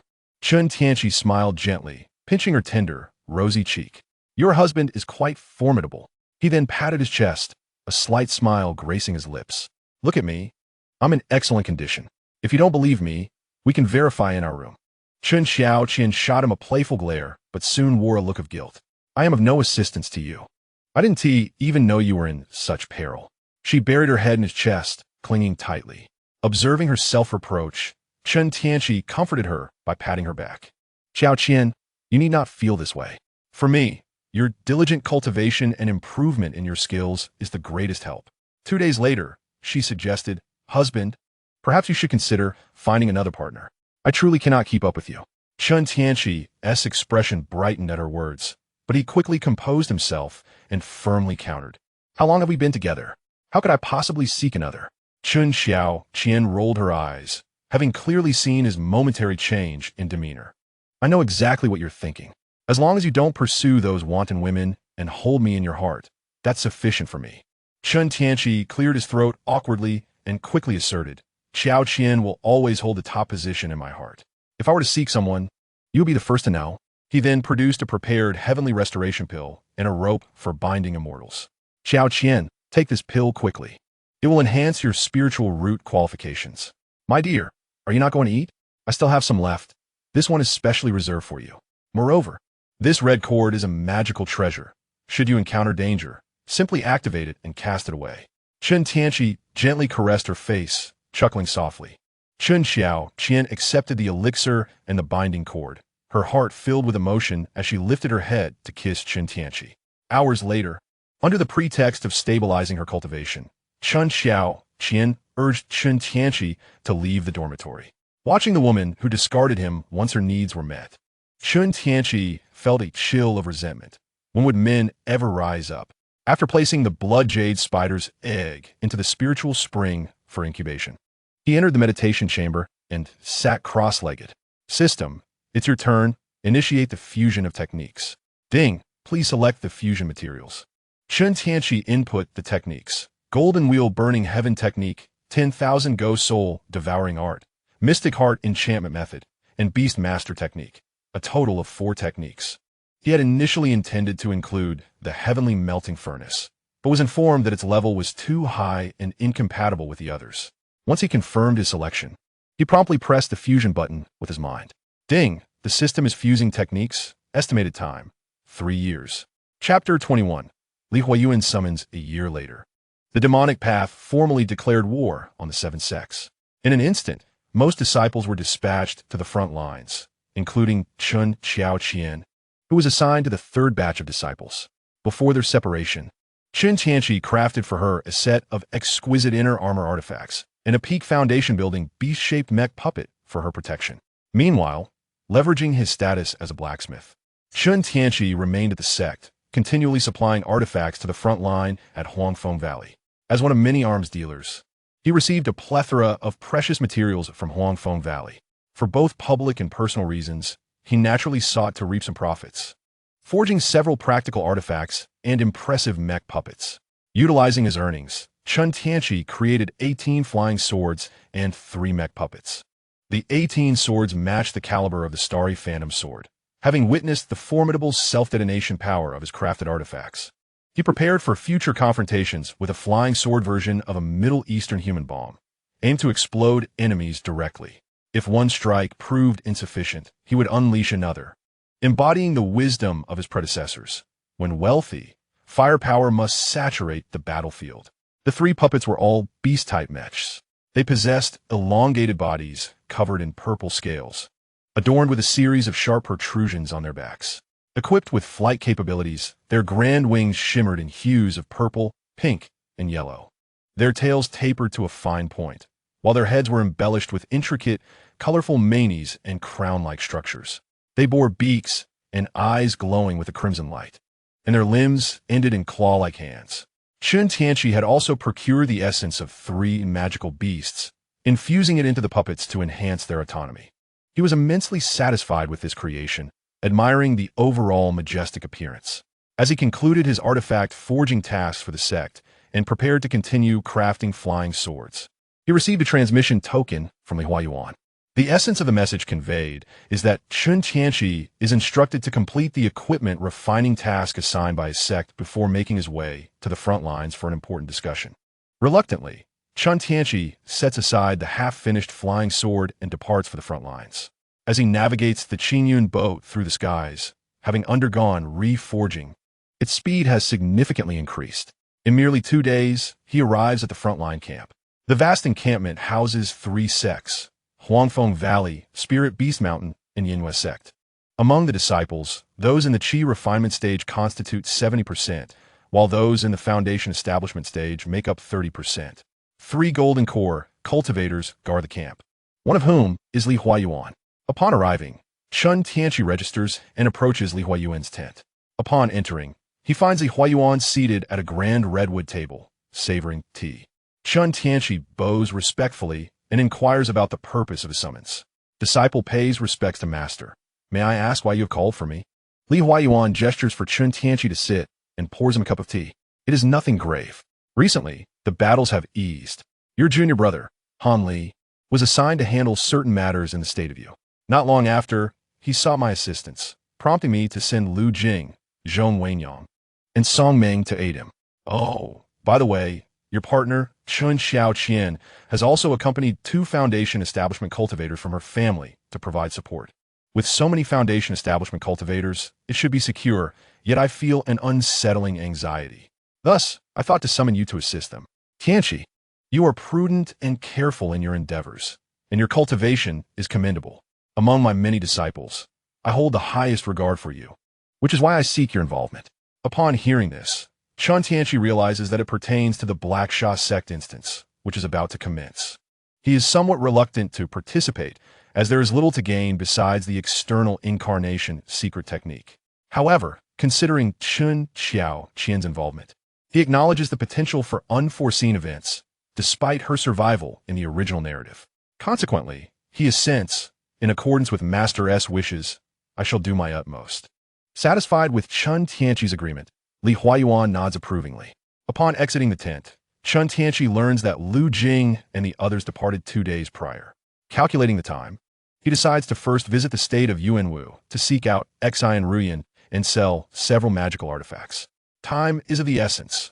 Once he exits the camp's boundaries, he stows away the flying boat and, enhanced by the time-dodging technique, transforms into a beam of light and speeds away. A day later, Chen Tianqi arrives at the market of the Tianqing sect, heading directly for Xian Ruyan's shop. Upon reaching the storefront, he finds the door tightly locked and the interior devoid of any presence. Just as he prepares to inquire about their whereabouts, a figure rushes towards him from around the corner. The approaching individual is none other than Wang Xiling. Senior, you have finally arrived. Witnessing the visibly excited Wang Xiling, Chen Tianqi felt a twinge of confusion and immediately inquired, what has stirred your excitement? Has Miss Xian's dragon roar surged forth once more? It cannot be so soon. Can it? Senior, that is not the case. Miss Xian is well. However, Brother Qi and Miss Xian find themselves in peril, being pursued by the Fu family. Wang Xiling explained hastily, and then continued with a plea. I have been here day and night, fearing I might miss your arrival. Please, lend your hand to rescue them. Of course, Chen Tianqi could not disregard Xian Ruyan. She was the key to unlocking a new map. Lead me to them without delay. Wang Xiling swiftly guided Chen Tianqi to Xian Ruyan's residence. Upon departing from the Tianqing sect's market, they soon spotted several shadowy figures of cultivators stealthily pursuing someone. Wang Xiling focused his gaze and recognized the distinctive robes of the Fu family adorning those figures, and a sense of foreboding washed over him. Senior, those individuals ahead are from the Fu family. They appear to be chasing someone. Could it be Brother Qi? Chen Tianqi immediately took flight with Wang Xiling towards the scene. Qi Yinxiao was desperately fleeing, frequently evading the attacks coming from behind. He lamented internally about his misfortune that day, just a few days prior. Miss Xian had been short on materials for her formations, prompting him to venture to the market in a reckless attempt to procure them. It was in this moment of carelessness that he was spotted by several cultivators from the Fu family, leading to this current predicament. A colossal fireball jolted Qi Yunxiao back to reality. He hastily dodged, but was still caught in the blast, crashing against a large tree. The leading pursuer approached him, sneering. You cannot escape now. Had you known this would be your fate, you would have willingly surrendered the refining techniques. Perhaps you might have spared your life. With that, he conjured another fireball, hurling it towards Qi Yunxiao. In that critical moment, Chen Tianqi swiftly appeared before Qi Yunxiao, shielding him from the attack. The pursuer was taken aback, stumbling back several steps and hurriedly bowing in respect. I am unaware of your identity, esteemed senior. Why would you save him? Chen Tianqi ignored him, turning to Qi Yunxiao and offering a rejuvenation pill. Can you still stand? Wang Xiling assisted Qi Yunxiao, taking the pill and placing it in his mouth. The two expressed their heartfelt gratitude. Thank you, esteemed senior, for saving our lives. Chen Tianqi waved his hand dismissively. Our transaction remains unfinished. You cannot die yet. The pursuer, overhearing their exchange, broke into a cold sweat. Esteemed senior, since all seems well, we shall take our leave now. Chapter 22. Reunion with Exine Ruoyin. Chen Tianqi regarded him with a chilling smile. Did I ever state that you could depart? The pursuer, sensing the murderous intent in Chen Tianqi's eyes, hastily resorted to threats, invoking the name of his ancestor. Our venerable ancestor is indeed a golden core cultivator. I advise you not to court trouble, esteemed senior. Chen Tianqi scoffed dismissively. A mere golden core, and they dare to threaten me? With a swift motion, he conjured a fiery dragon that engulfed the individuals before him. The cultivators emitted no cries, swiftly reduced to ash. Once he dealt with them, Chen Tianqi turned to Qi Yunxiao and inquired, Didn't you hide away with Miss Exine? How is it that you were pursued? Qi Yunxiao, looking somewhat embarrassed, explained that he had ventured to the market to procure array materials and, due to a moment's carelessness, was discovered, resulting in the earlier confrontation. Wang Xiling, upon hearing this, expressed his frustration towards Qi Yunxiao, saying, Why did you not seek my assistance? I could have procured the materials and delivered them to you. Qi Yunxiao, feeling somewhat guilty, replied, Brother Wang, I did not wish to burden you further. Your help has already been more than sufficient. Noticing that Wang Xiling was about to respond, Chen Tianqi promptly interrupted this fervent exchange between friends.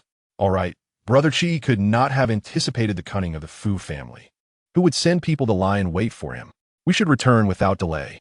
After hearing Chen Tianqi's words, Qi Yunxiao and Wang Xiling nodded in agreement and led him in a specific direction. An hour later, Qi Yunxiao brought Chen Tianqi to a concealed valley shrouded by an array. He took out an array plate, manipulated it for a moment, and promptly opened a passage, beckoning Chen Tianqi and Wang Xiling to enter. Upon entering, Chen Tianqi found himself in a spacious clearing adorned with several houses and blooming flowers. Perhaps sensing the array's fluctuations, Exine Rian emerged from one of the houses, accompanied by her maid, Xiao Mei. Upon seeing Qi Yunxiao and the others, Xiao Mei joyfully exclaimed, Miss, it's Brother Qi and Brother Wang, as well as Senior Chen. Exine Rian hurried forward, her face alight with joy as she addressed Qi Yunxiao. Brother Qi, you have finally returned. She then respectfully greeted Chen Tianqi and Wang Xiling. I apologize for not welcoming you properly. Chen Tianqi smiled and nodded in acknowledgement, while Wang Xiling responded cheerfully, albeit with a hint of indignation. There is no need for such formality, Miss Exine. Furthermore, you must have a serious discussion with Brother Qi. With a puzzled expression, Exine Rian turned her gaze to Qi Yunxiao. He could only scratch his head, offering another explanation.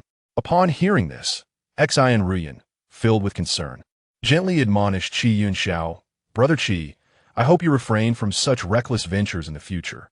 Had it not been for Senior Chen's timely arrival, you may never have seen me again. Seeing Exine Rian's anxious demeanor, Qi Yunxiao promptly thumped his chest, assuring her that he would not recklessly put himself in danger again. Observing the two becoming engrossed in their affectionate exchange, Chen Tianqi hastily shifted the topic, not wishing to be a third wheel. Miss Xin, how fares your restoration of the inverted 5 elements array? Exine Rian smiled faintly and produced an array plate. Senior Chen, the inverted 5 elements array has now achieved 7/10 of its original power. He handed the formation plate to Chen Tianqi. This was the plate for the reversed 5 elements formation, which he was obliged to give to his senior. Chen Tianqi accepted the plate with a respectful bow, expressing his gratitude. Thank you, Miss Exine. I have another matter for you to assist with. Without waiting for Exine Ruoyin's response, he took out a jade slip containing the record of an ancient teleportation formation from his storage bag. I encountered an ancient formation in a secret realm, but one corner of it was damaged, so I specifically recorded the formation in this jade slip. I kindly asked for your help in repairing it. Chen Tianqi handed the jade slip to Xin Ruoyin. After examining it for a moment, her expression turned to one of astonishment. It is indeed a teleportation formation. Do you have a way to repair it, Miss Xin? Chen Tianqi inquired eagerly. After a moment of contemplation, Xin Ruoyin replied, "This ancient teleportation formation has been lost to time, but I can attempt to repair it based on the existing formations. However, if I am unable to succeed, I hope you will not hold it against me. That is not in my nature. Miss Xin, please do your utmost." Chen Tianqi assured her with gratitude, understanding from his knowledge of the original text that the teleportation formation was a significant one. He then took out a thunder seed from his storage bag and presented it to Xin Ruoyin. "I shall return after some time. Consider this thunder seed as a deposit for your efforts. Should you successfully repair the formation, I will be sure to reward you handsomely in the future."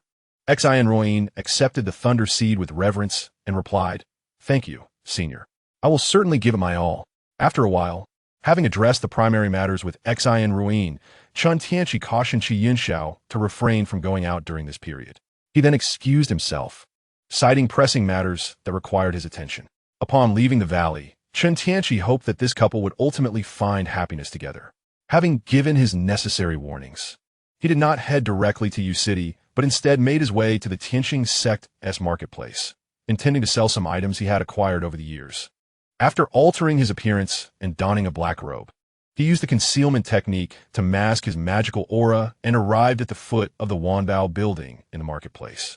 Upon entering, he found a middle-aged cultivator reviewing account books. The shopkeeper quickly set aside his records to greet the newcomer. "Welcome, esteemed guest. How may I assist you today?" Chen Tianqi spoke in a hoarse voice. "I have some items to sell. Are you interested?" The shopkeeper, sensing the unpredictable aura of Chen Tianqi, recognized that he was not someone to be trifled with. Narrowing his eyes, he rubbed his hands together and replied with a smile, "May I inquire what items you wish to part with?" Chen Tianqi gestured forward, revealing the Wangwufan, Jinju Xian, and several magical artifacts he had fished from the marketplace last time. The shopkeeper's eyes widened in surprise as he examined the two treasures and several magical tools. Feeling fortunate to have encountered a significant client that day, particularly impressed by the Wangwufan, a rare and exceptional treasure, Jinju Xian, while a mid-tier treasure, was clearly something of dubious nature. The middle-aged shopkeeper grasped the golden pillar, revealing a glint of intrigue in his eyes as he gazed at Chen Tianqi, a lecherous grin creeping across his face. "Pray tell, esteemed guest, are all these items for sale?" Chen Tianqi, perceiving the shopkeeper's lascivious intent, felt a twitch at the corner of his mouth. "These do not belong to me. Why do you look at me so?" He retorted promptly. "All for sale. Assess their worth in spirit stones," he continued. The shopkeeper's face brightened with delight as he produced a small abacus to calculate the price. "Dear guest, the total amounts to 37,000 spirit stones. For you, I shall make it 38,000 as a gesture of friendship." Upon hearing this, Chen Tianqi considered the price reasonable. The market value for magical artifacts typically ranged from 10 to 30,000, while the few dilapidated tools were hardly worth a penny. He responded hoarsely, "So be it." The shopkeeper retrieved a pouch of spirit stones from behind the counter's wards, counted for a moment, and handed it to Chen Tianqi. "Here you are, esteemed guest. Your spirit stones." Chen Tianqi accepted the pouch and turned to leave Wanbao Tower, only to hear the shopkeeper's murmured contemplation behind him. Perhaps this style could open a new avenue for sales? Chen Tianqi's lips twitched. It seemed he had unwittingly unlocked a new realm for that shopkeeper. Chapter 23.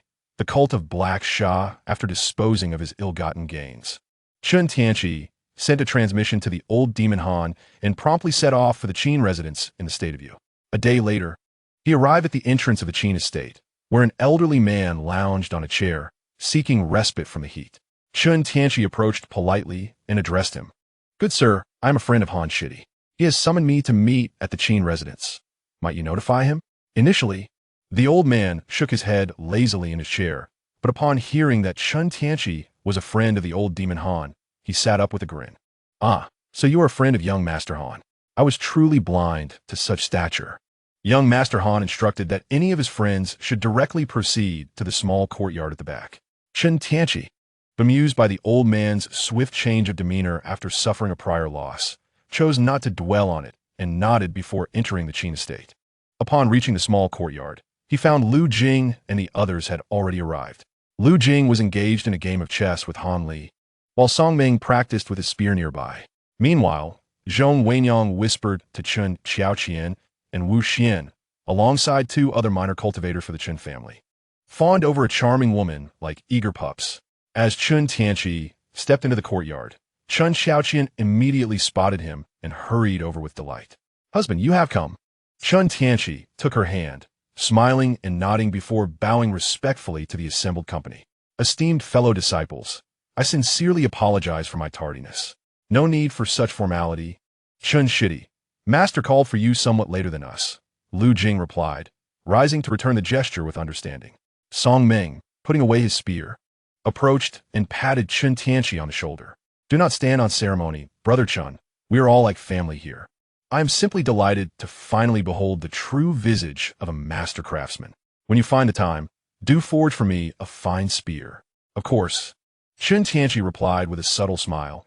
"I have long been aware of Brother Song's prowess with blades and spears, and today's encounter confirms your remarkable skills." Han Li chimed in, praising Chen Tianqi. "Our esteemed master is indeed prudent, knowing that Brother Chen is a master craftsman, undoubtedly possessing numerous techniques. He specifically called upon Brother Chen to bolster our ranks." Chen Tianqi felt a twitch at the corner of his eye. This young lad was using him as a shield, anticipating any trouble that might arise. "Brother Han, you flatter me. I merely have a knack for crafting tools, possessing a few more magical artifacts than the average cultivator. It is hardly anything extraordinary." At that moment, a captivating woman stepped out from the throng of admirers, her voice sweet as she spoke. "Brother Chen, you are indeed impressive. I heard from Uncle Lei that you single-handedly dispatched several foundation-building demonic cultivators near the cave dwelling." Chen Tianqi inwardly cursed Lei Wankai for spreading such tales. Upon turning to the woman, he was surprised to recognize Dong Xian'er. "Sister Dong, you overstate my abilities. That incident was merely a fortunate use of the cave's formations." He then curiously inquired, "What brings you here, Sister Dong? Did you receive permission from Uncle Hongfua?" Before she could respond, Zhong Wenyang chimed in, her spirited nature evident as she raised her hand. I know. It's because a few days ago, the ghostly spirit sect and the Hahuan sect discovered the corpse of a foundation-building cultivator who had been missing for over a year. They have been searching for the culprit at the front lines.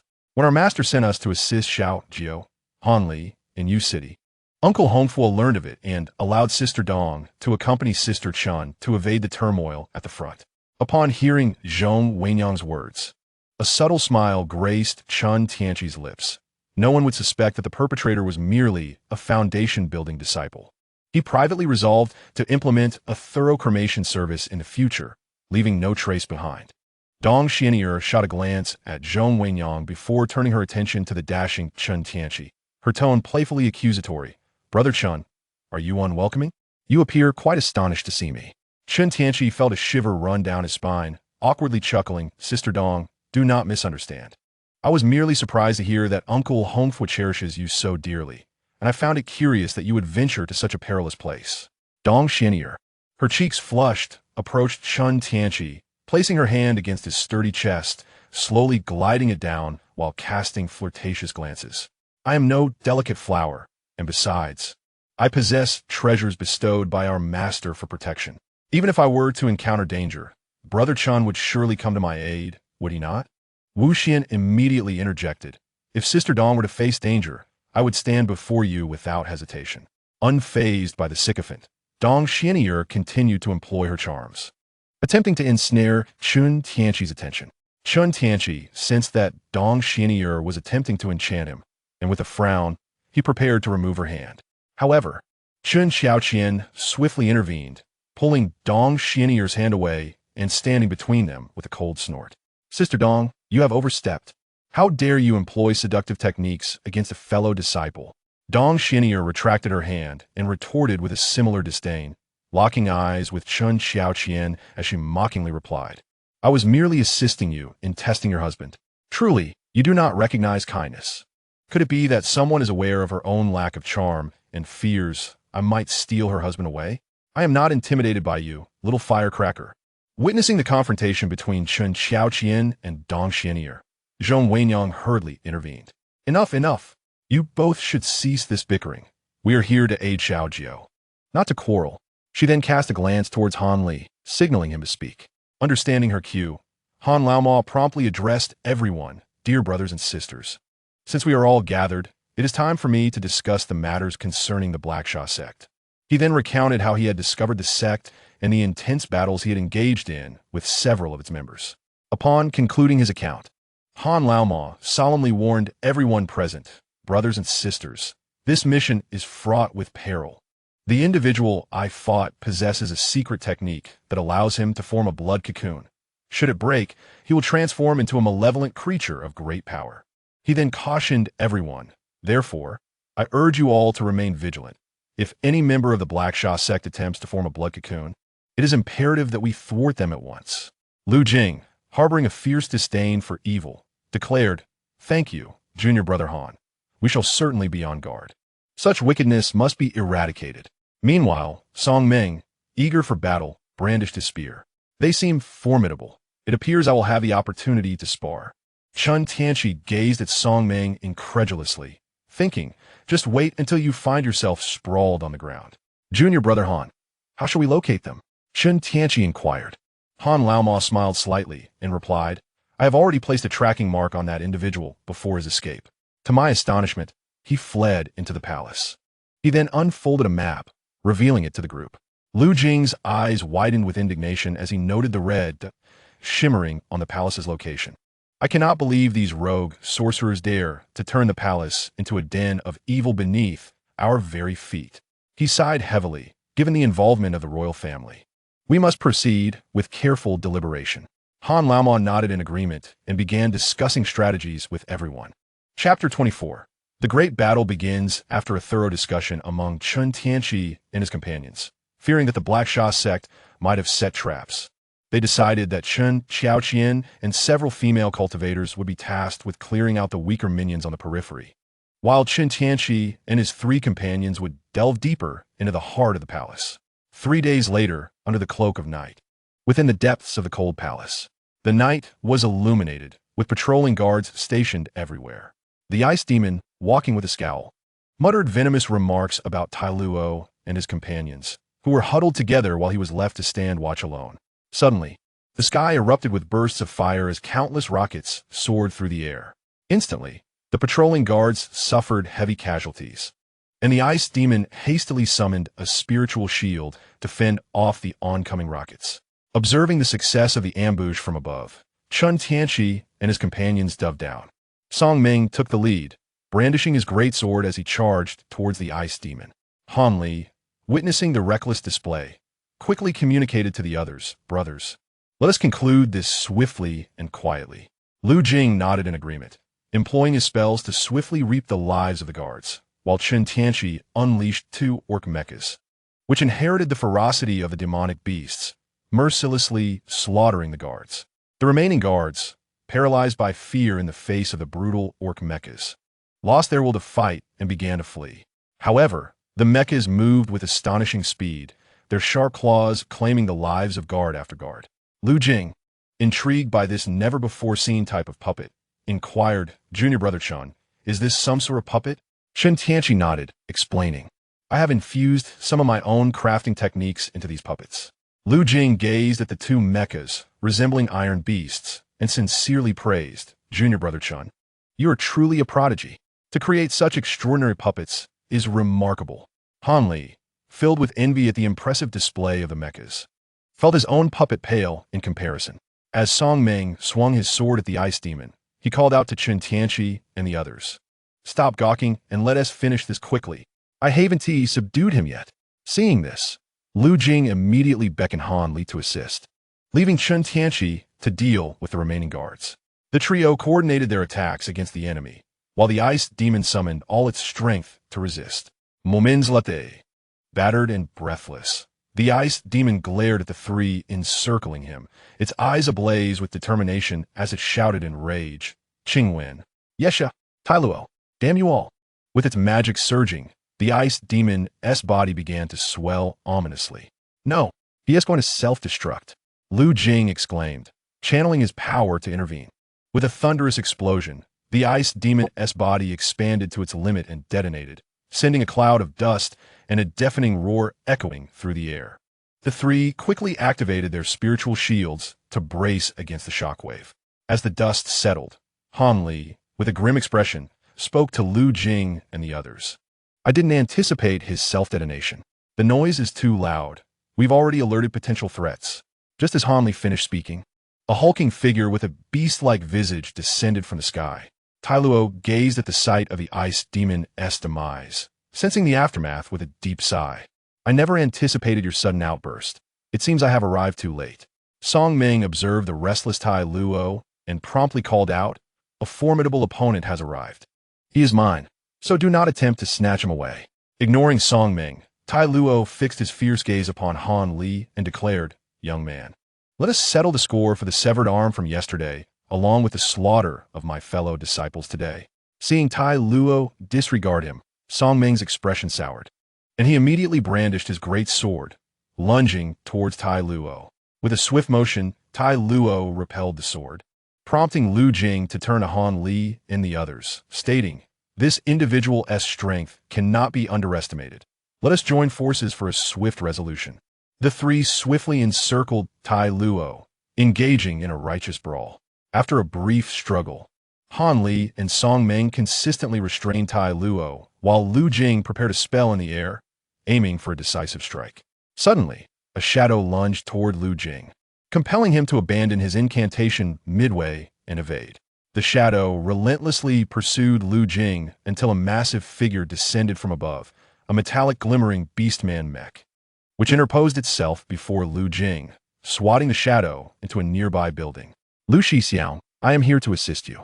Chen Tianqi commanded his puppets telepathically, and two beastman mech puppets surged into the building. Moments later, the structure collapsed, and three figures emerged, two beastman mechs surrounding the central figure, blocking his path. Upon closer inspection, Chen Tianqi recognized Yi Shi, one of the four blood servants. With Yi Shi now on the battlefield, it was likely that Qing was lurking nearby. He immediately warned the others, everyone, be cautious. Another individual lies hidden in the shadows. As Han Li and Song Ming continued their tussle with Tai Luo, they heard Chen Tianqi's warning. Suddenly, a surge of magical energy emanated from behind Han Li.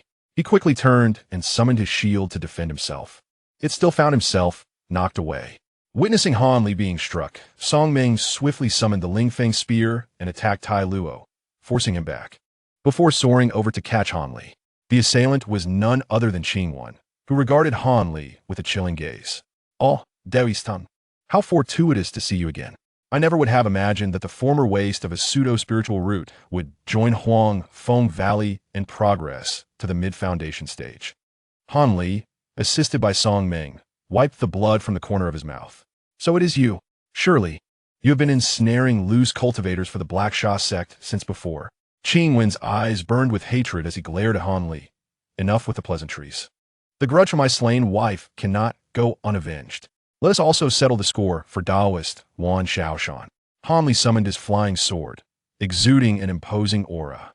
At that moment, Tai Luo charged in, turning to scold Qing Wen. What are you doing, arriving so late and spouting nonsense?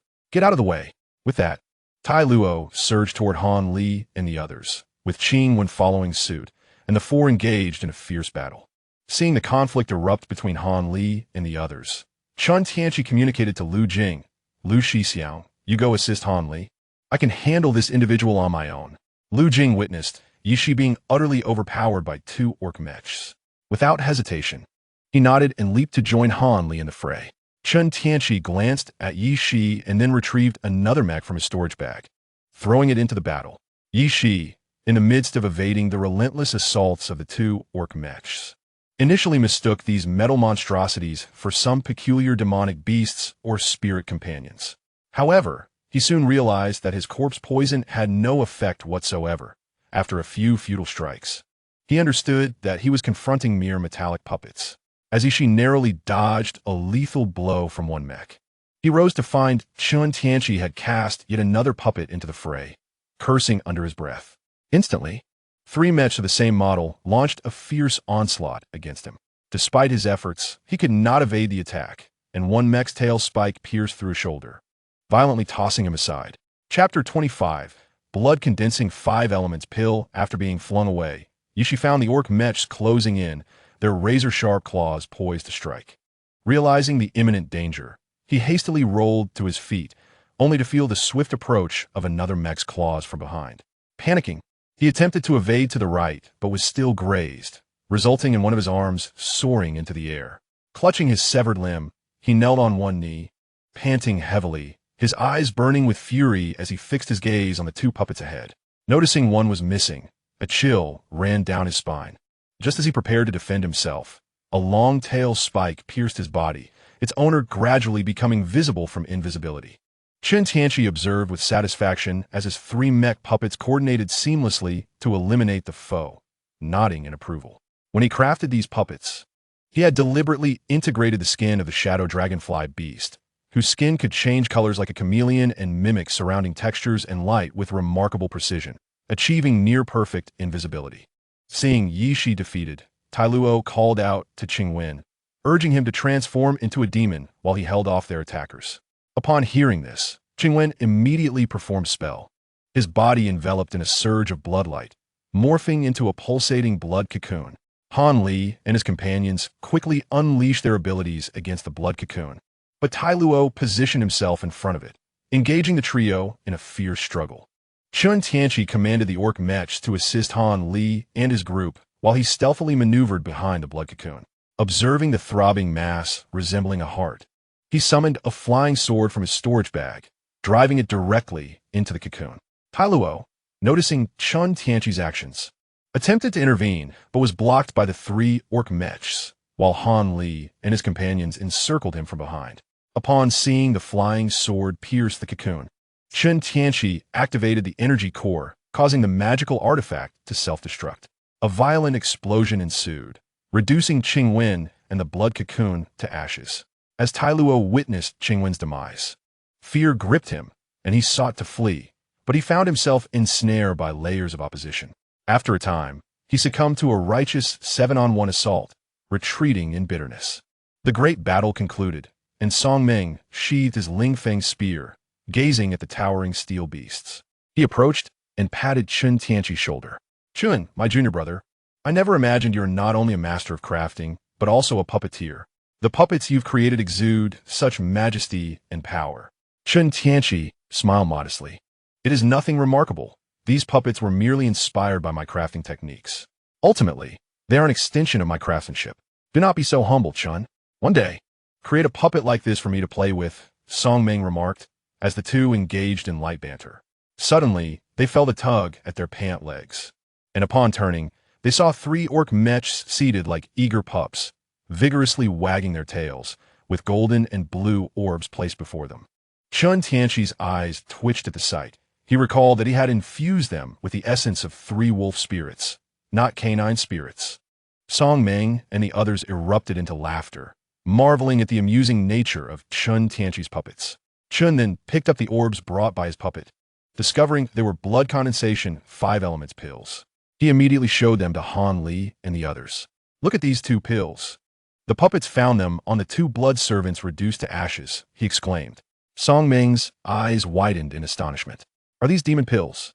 I have only heard that demon beasts possess such pills, but never that humans could have them." Lu Jing observed the blood condensation 5 elements pills and spoke up. "It is possible that their secret technique is unique, giving rise to something akin to a demon pill." A glimmer of understanding flashed in Han Li's eyes. He recognized the significance of these pills, knowing they could transform foundational practitioners into false Dan cultivators, yet hesitated to voice this knowledge. Noticing Han Li's change in expression, Chen Tianqi prepared to tease him. "It seems Han, my junior brother, knows what these are?" Han Li felt a wave of embarrassment wash over him, as if his secret had been unveiled. He quickly composed himself, speaking with slight hesitation. "I am not entirely certain if they are indeed that type of pill." "Why worry? Han, just say it. There are so many of us here," Song Ming cheerfully encouraged, giving Han a playful pat on the back. Very well then. I once came across an ancient text that described a pill called the blood condensation 5 elements pill. It is a pill that allows practitioners at the late foundational stage and above to directly become false Dan cultivators, albeit their cultivation will be permanently halted. Moreover, this pill can only be produced from those who have cultivated a special technique, Han Li explained. After a moment of contemplation, Lu Jing addressed the group. This item may indeed be as Han described. Let us examine the remaining 2 blood servants to see if they possess such demon pills. Upon hearing Lu Jing's words, Song Ming immediately opened the corpse of Tai Luo, reaching inside, and soon a look of delight spread across his face. Brother Lu, there truly is a demon pill.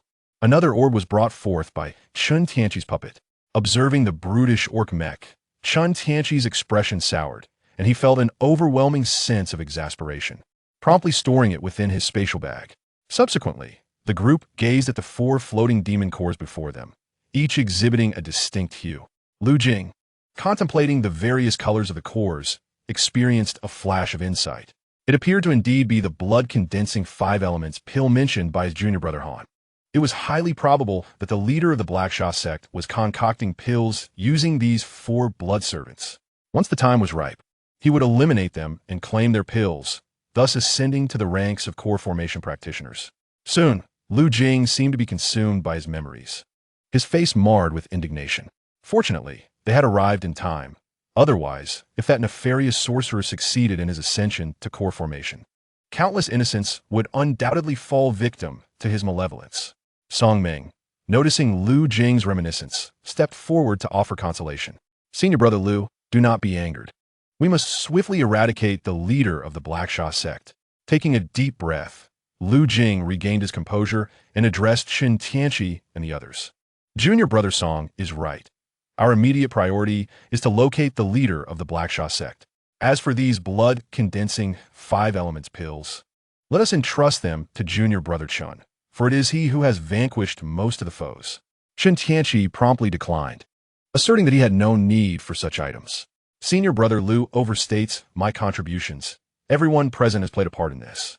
Each of us should receive one of the blood-condensing 5 elements pills.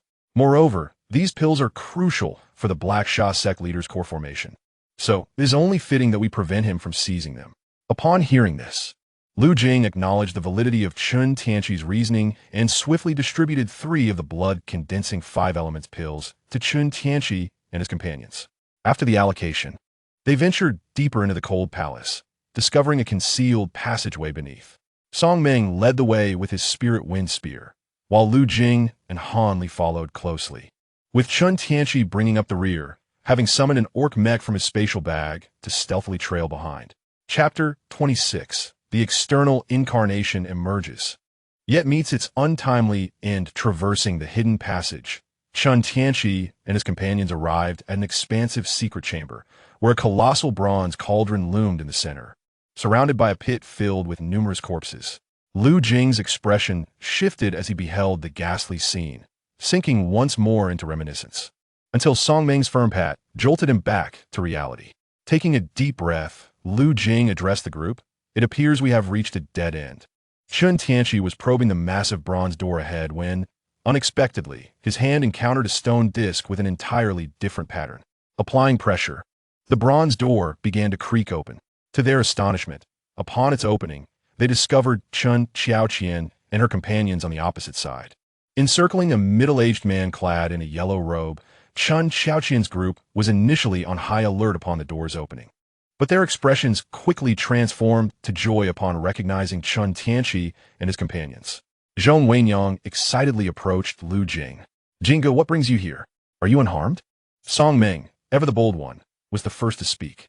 "This place is likely the stronghold of the Black Shaman sect, and with Brother Lu here, along with Junior Brother Chen, it would be quite difficult to sustain injuries, especially those puppets who can dispatch a blood servant in just a few exchanges." Chen Tianqi had just wrapped his arm around Chen Xiaoqian's slender waist and nodded at the others. He then heard Song Ming loudly extolling his own virtues, prompting an involuntary roll of his eyes. Lu Jing smiled gently and said, "Junior Brother Chen is indeed valiant. Those puppets have saved my life several times. I didn't know that little Ba was skilled in puppetry." exclaimed Zhong Wenyang with wide-eyed astonishment. Brother Lu, Brother Song, you flatter me. It's merely a trivial skill. Hardly worth mentioning, Chen Tianqi replied, noticing that all eyes had turned towards him, and he swiftly shifted the topic to the true leader of the Black Shaman sect. The leader, upon meeting Chen Tianqi's gaze, hurriedly approached and bowed respectfully. Esteemed immortals, I am profoundly grateful for your rescue. I am Yu Wang, the Emperor of the State of Yu. This place is ensnared by a soul entrapment array. How did you awaken? Who did you encounter along the way? Lin Kidat. His brow furrowed in curiosity. The leader of the Black Shaman sect exhibited an impressive display of feigned trepidation. This humble one knows not. I awoke to find these esteemed immortals before me. Dong Zunner, fanning herself, chimed in, Brother Han, why are you so timid? The fact that he woke must surely be due to our efforts to rouse him. This operation has been rather dull, merely dealing with some lackluster minions. Han Li chose to ignore her, but Song Ming was less forgiving. Sister Dong, how can you speak like that? You were given an easy task, yet you still complain. If you had come with us, you likely wouldn't have made it this far. Upon hearing someone retort against her, Dong Zunner's face flushed with anger, only to quickly shift to one of feigned vulnerability. Wu Xian, seeing her distress, felt a pang in his heart and stepped protectively in front of her. Brother Song, when out in the world, one must tread carefully with their words. Sister Dong is inexperienced. Surely, as her senior, you can show some understanding. Why engage in conflict with her? Hey, how dare you speak to me like that? Song Meng exclaimed, ready to roll up his sleeves for a confrontation. Lu Jing interjected, stepping in between them. Enough. Let us refrain from further bickering. The leader of the Black Shaman sect has yet to be located, and this is not the time for infighting. Since we are all gathered, let's work together to find him. Upon hearing Lu Jing's words, both Song Ming and Wu Xian quickly regained their composure. Consequently, Chen Tianqi and his companions ventured deeper into the stronghold. After a brief while, they arrived at a reception room, entering with caution. Chen Tianqi surveyed the surroundings, his consciousness already detecting the location of the Black Shaman sect leader's external manifestation, and he promptly issued a command to the hidden puppet. A distinguished guest has arrived. My apologies for the lack of proper welcome, but since you are here, you might as well stay.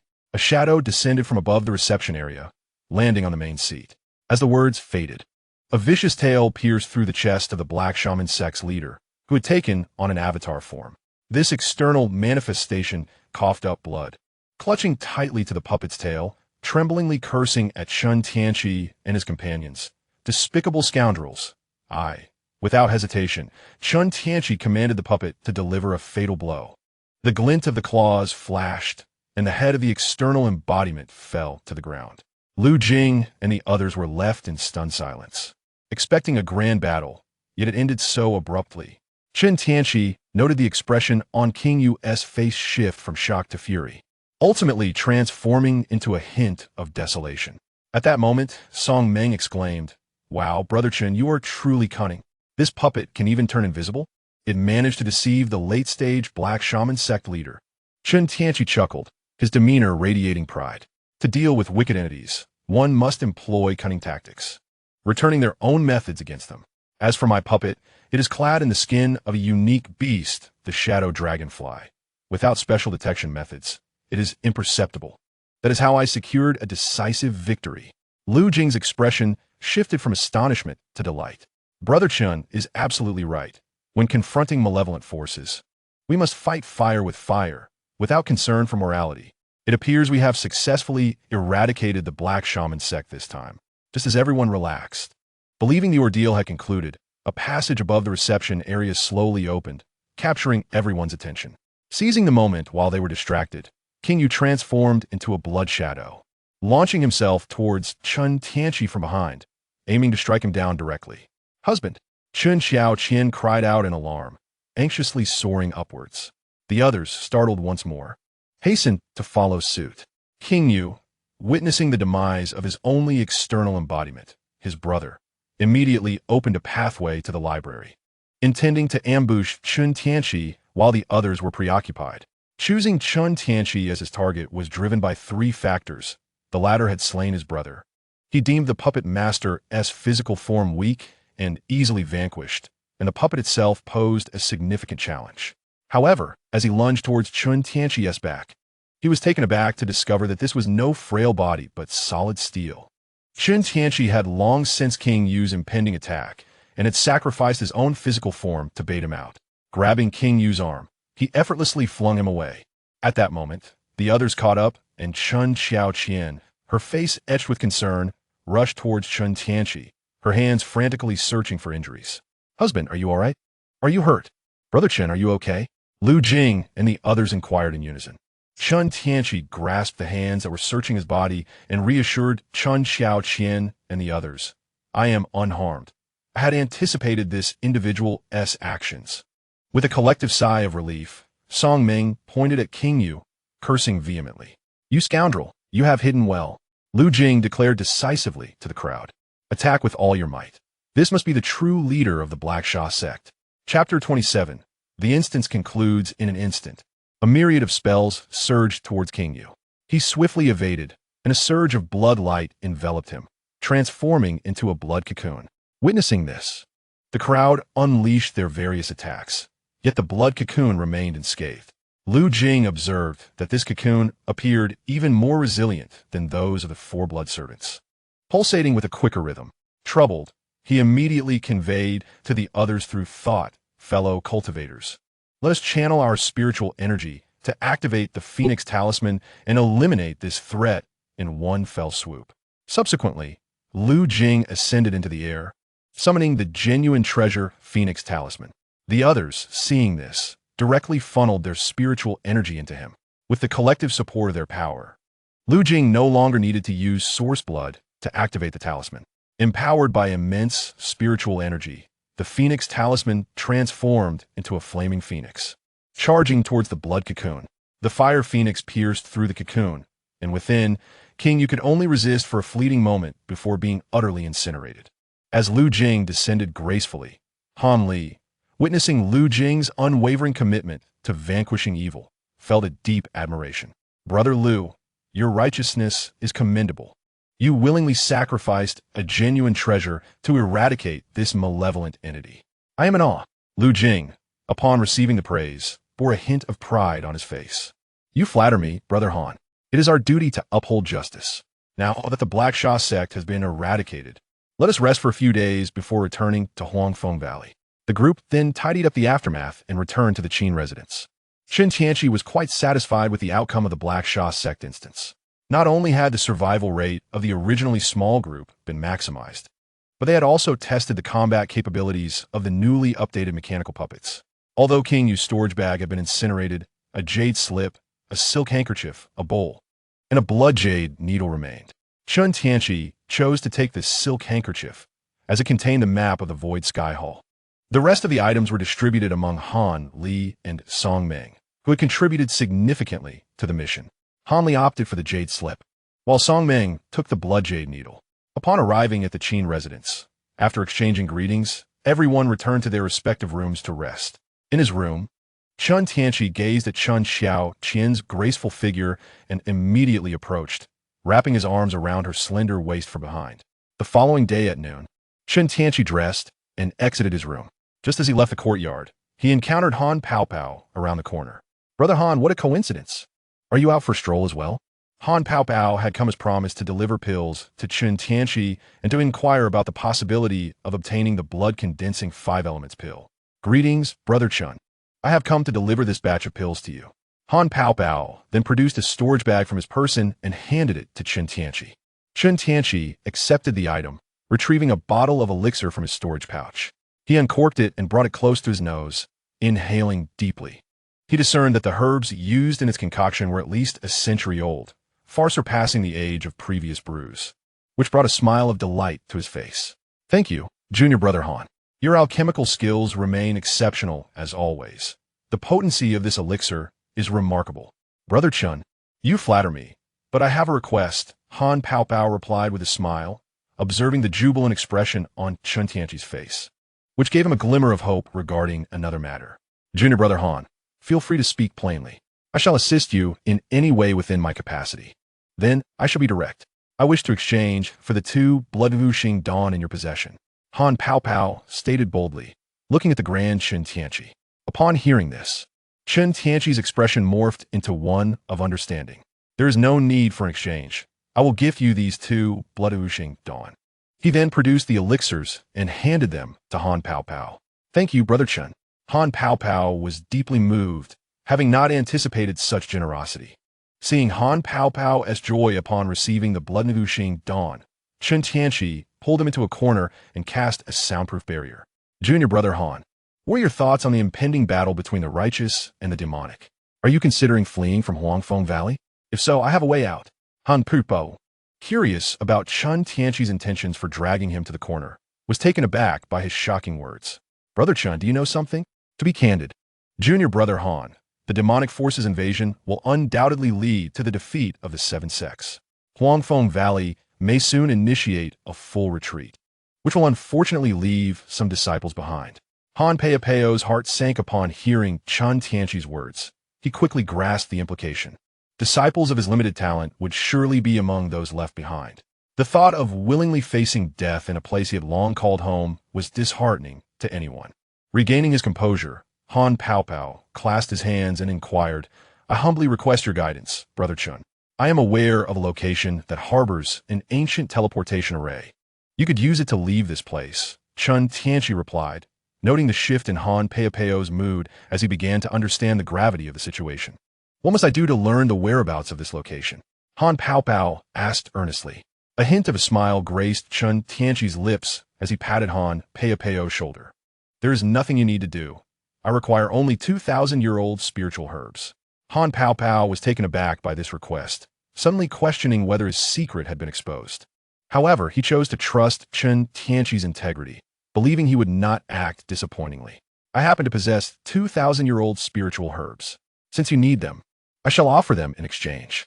He then retrieved 2 wooden boxes from his storage pouch, each containing the precious herbs, and handed them to Chen Tianqi. With a chuckle, Chen Tianqi accepted the boxes and stored them away, playfully patting Han Peo's shoulder as he did so. Do not be anxious, Brother Han. Everyone harbors their own secrets. Among our fellow disciples, none would engage in such deeds. Since you are so forthright, I shall be equally candid. With that, Chen Tianqi divulged the location of the Spirit Stone Mine where the teleportation array lay, advising Han to collect the array jade slip from Xian Ruyan when the time came. Upon hearing Xian Ruyan's name, Han Pao Pao expressed astonishment and inquired, Brother Chen, you are acquainted with Miss Xian? Indeed, I am. Your 5 elements reversal array was crafted by her hand, and she is also the one who repaired this teleportation array. Do not forget to retrieve the repaired array jade slip from her when you depart. I shall retain a copy. Chen Tianqi affirmed with a nod. Han Pao Pao offered a wry smile, realizing that he had recently visited that Spirit Stone Mine, but had found no teleportation array, evidently concealed by Brother Chen. Chapter 28. The return journey. After a brief conversation with Han Li, Chen Tianqi was preparing to take his leave when a captivating voice resonated from behind. Brothers Chen and Han, what are you two clandestinely up to? Dong Xianyuan sauntered over, swaying her waist and fanning herself. Upon recognizing the troublesome Dong Xianyuan, Chen Tianqi felt exasperated. Despite her beauty, he had little interest in a woman with such a princess-like demeanor. He discreetly signaled Han Li to handle the situation. Understanding Chen Tianqi's intent, Han Li felt a sense of dread, as he was least adept at dealing with a woman like Dong Xianyuan. He steeled himself to speak. Junior Sister Dong, I had previously made an arrangement with Brother Chen to deliver some elixirs. Chen Tianqi nodded in agreement, preparing to make a quick exit. Yes. Since Brother Han has already given me the elixirs, I shall take my leave. Brother Chen, why the rush? I have no intention of consuming you. I merely came to inform you that Brother Liu has summoned us for a gathering at the main courtyard. Dong Xianyuan cast a disdainful glance at Chen Tianqi. You may not find me appealing, but I have no desire to chase after your cold indifference. Chen Tianqi offered an awkward smile. Then I shall fetch Xiao Qian. Returning to his room, he discovered Chen Xiao Qian already dressed and ready. Together, they proceeded to the main courtyard. Upon arrival, they found the others already seated, reveling in merriment, cups clinking and jovial conversations abounding. Seeing Chen Tianqi and Chen Xiao Qian finally arrive, Song Meng approached with a teasing grin. Brother Chen, you truly are a busy man, emerging only at noon. Do take care of your health. Laughter erupted among the group. And Chen Xiao Qian's face flushed a vibrant red. Chen Tianqi, unfazed by Song Meng's remarks, chuckled heartily. Robust health is a blessing. What can one do? Following this, Song Meng engaged in light banter with Chen Tianqi, while Chen Xiaoqian, blushing, was pulled aside by Zhong Wenyang, who insisted on sharing her impressions from the previous night. Meanwhile, Han Li and Lu Jing enjoyed a harmonious rapport, and Dong Xianyuan continued her usual antics, attempting to manage her group of admirers. Time flew by in joyous revelry. After a considerable time, a harmonious gathering came to a close, and the guests began to bid farewell, setting off back to Huangfeng Valley. A few days later, Chen Tianqi, accompanied by Chen Xiaoqian, navigated the Qinyan boat back to their cave dwelling in Huangfeng Valley.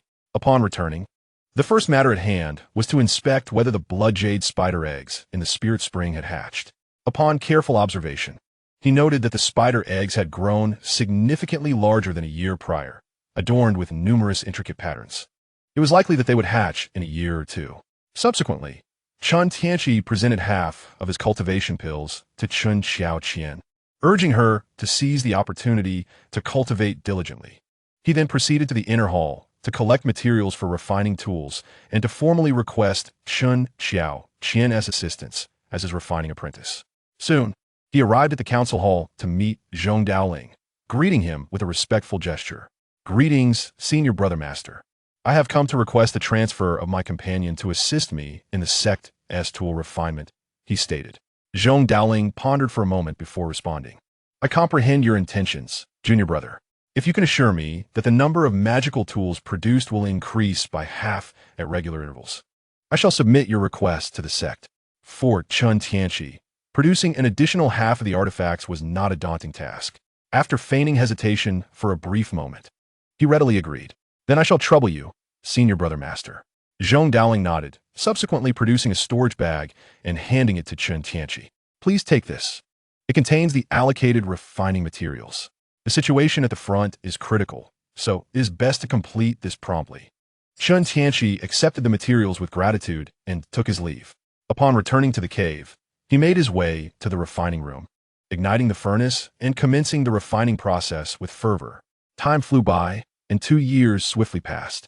During this period, the invasion of the demonic forces intensified, leading to relentless turmoil at the front, resulting in significant casualties among the disciples of Huangfeng Valley.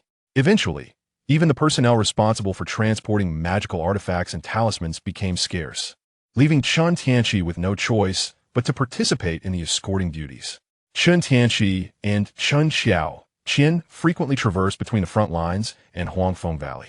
Along the way, they vanquished numerous demonic cultivators, earning the reputation of the twin swordsmen and achieving remarkable military feats. Chen Xiaoqian reached the pinnacle of the mid-foundation establishment stage, while Chen Tianqi had already attained the perfection of foundation establishment, poised to condense his Dan at any moment. Moreover, throughout these 2 years, they amassed an astonishing quantity of spiritual stones, medicinal pills, talismans, and magical artifacts in preparation for their journey to the chaotic Star Sea.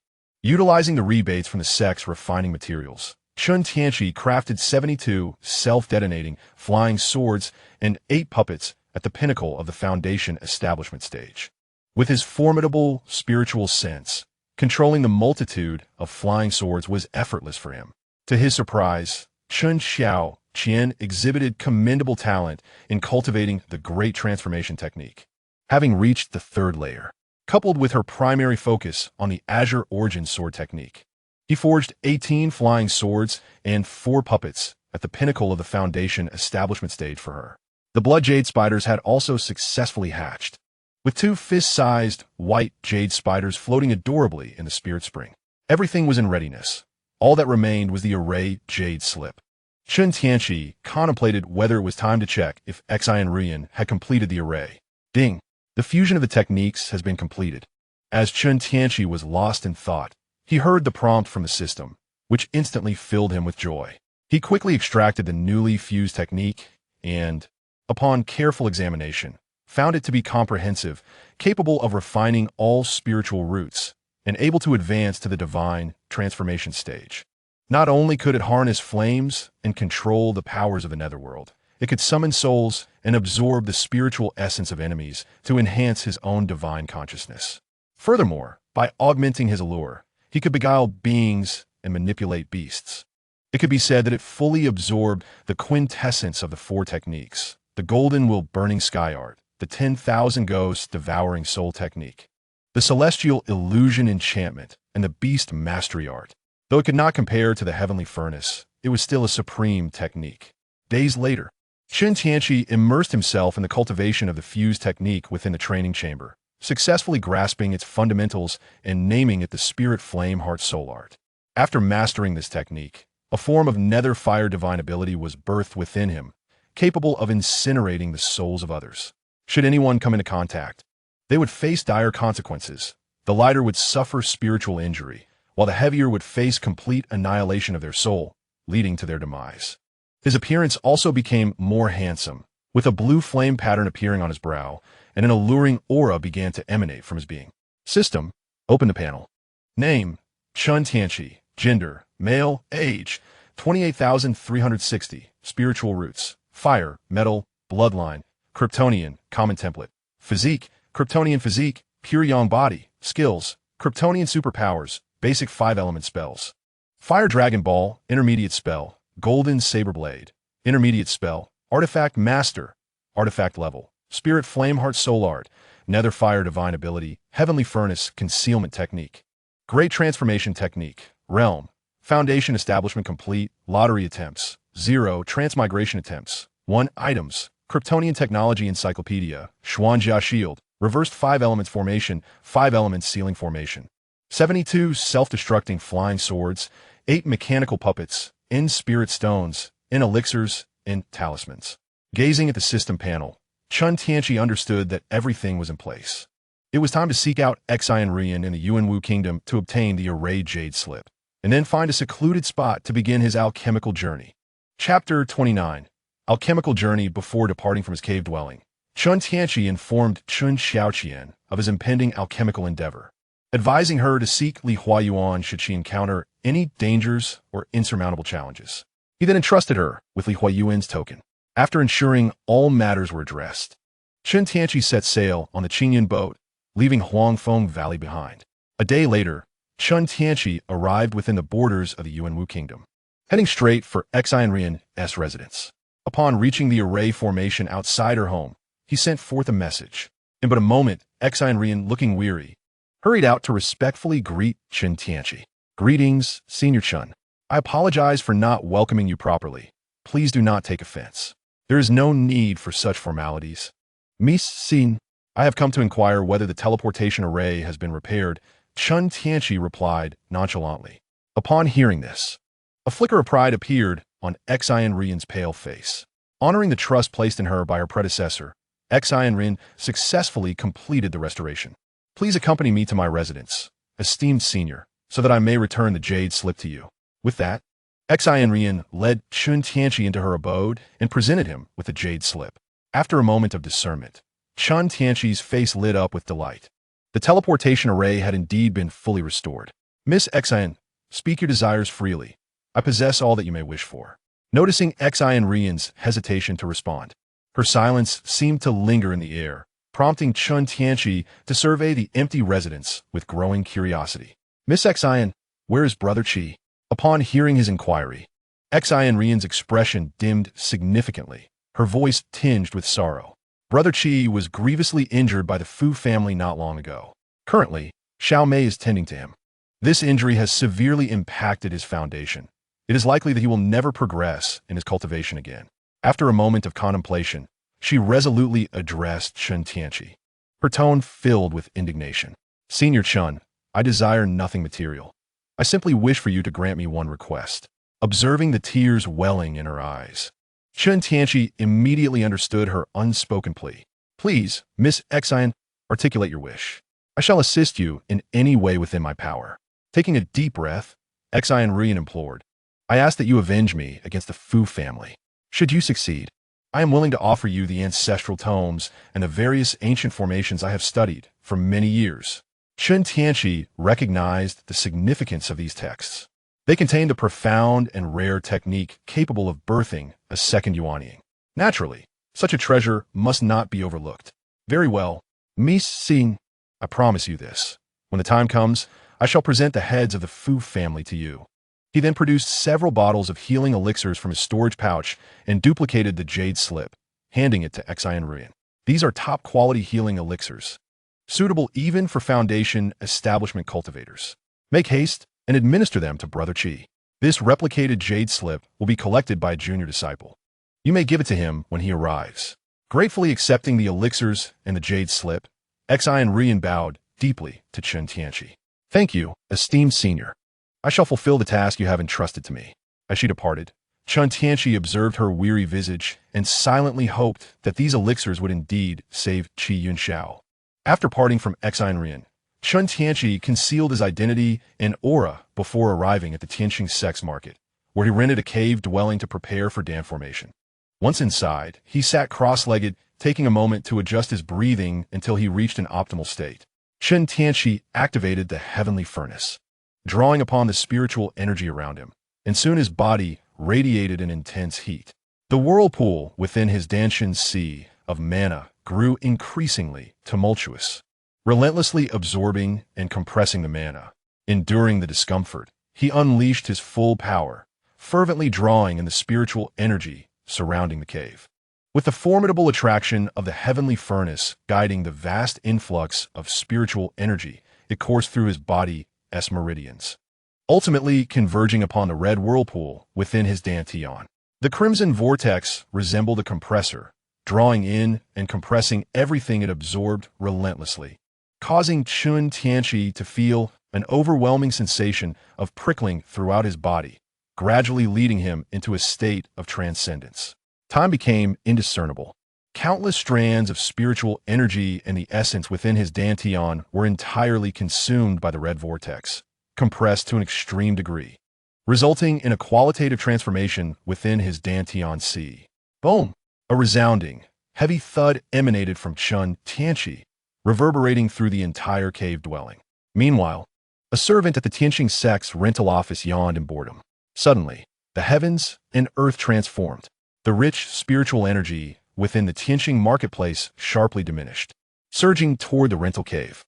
Such a sight was truly magnificent. The cultivators within the marketplace paused, gazing skyward. Their expressions varied with awe as they engaged in animated discussions. A phenomenon of forming a golden core. Someone is transcending to the golden core stage.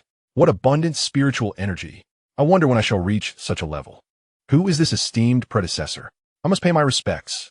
Half a year later, within the cave dwelling, Chen Tianqi opened his eyes, a glimmer of golden light flickering within them, his expression remarkably serene. Forming a golden core was not as arduous as he had envisioned. As he sensed the fluctuations of his newfound magical power at the golden core stage, layers of energy cascaded forth, dense enough to rival that of a late-stage golden core cultivator. He then extended his consciousness beyond the cave, discovering that his range far surpassed that of ordinary golden core practitioners, likely a benefit derived from his formidable soul. Curiosity piqued.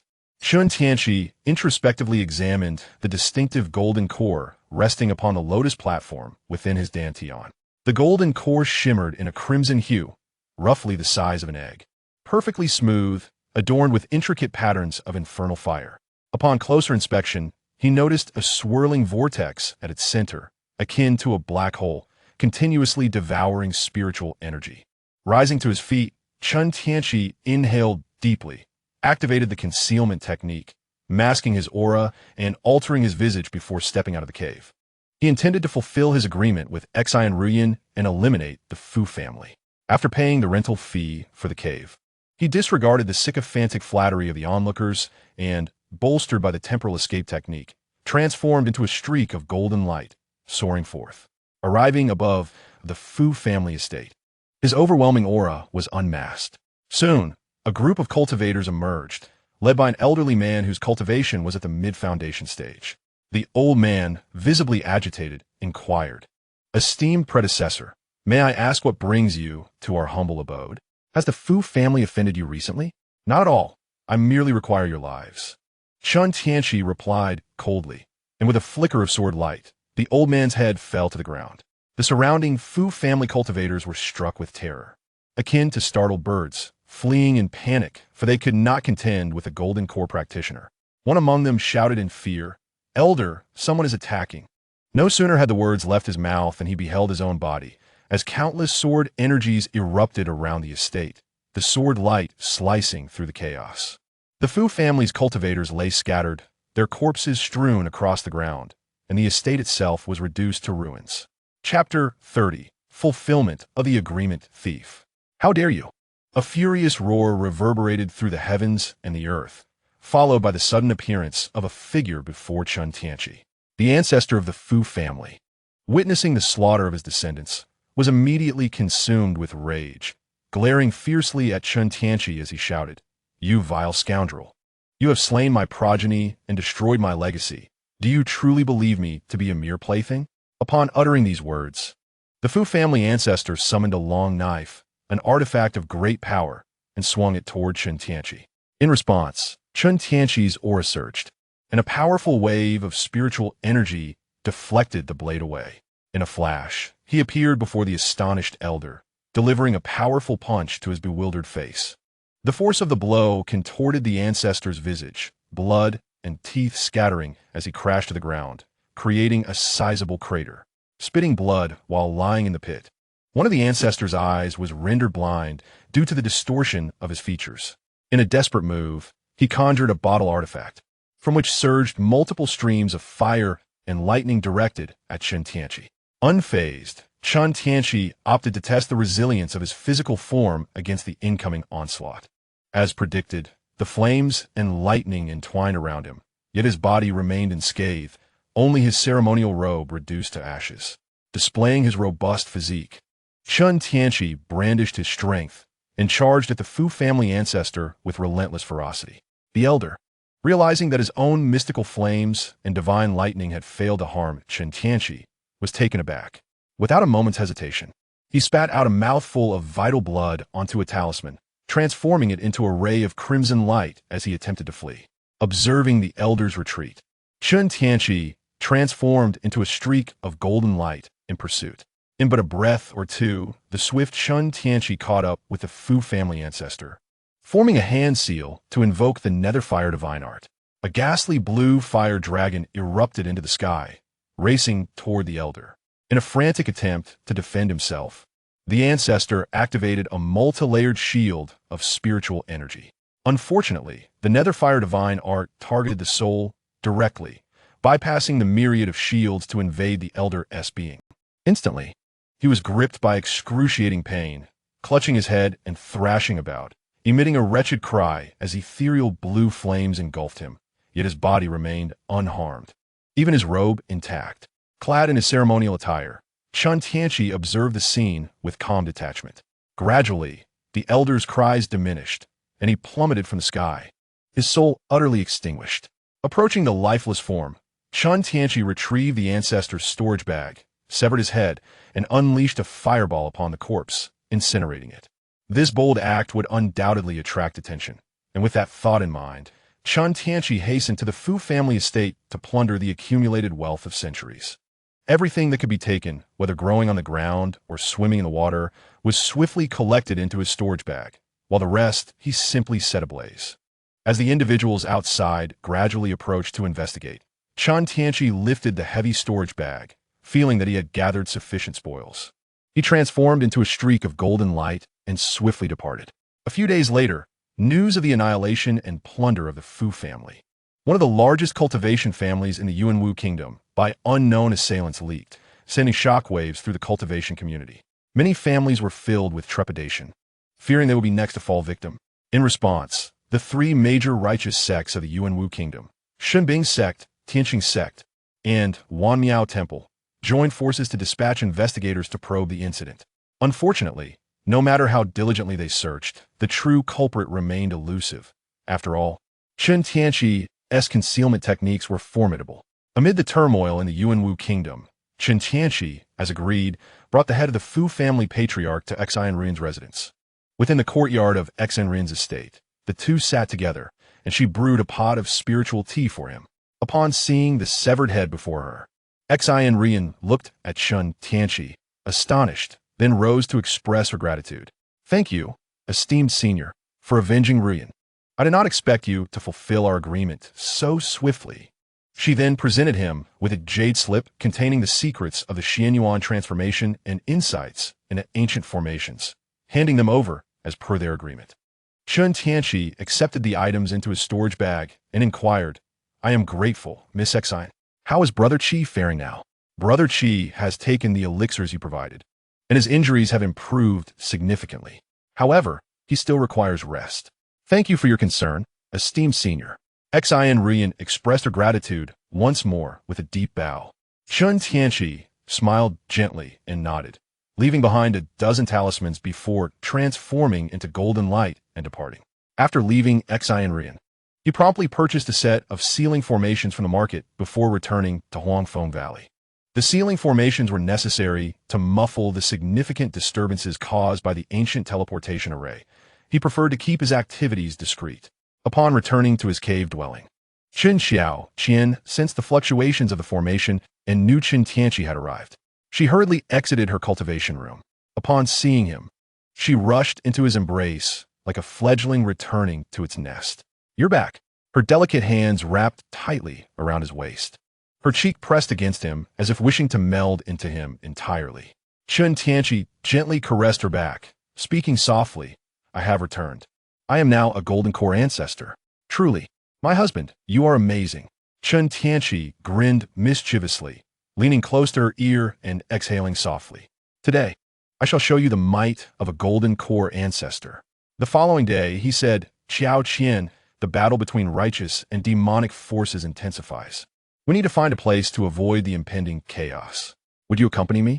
Chen Qian cast him a playful glance, her voice soft as she replied. My heart is entirely with you. When you ask what I'm doing, the answer is simple.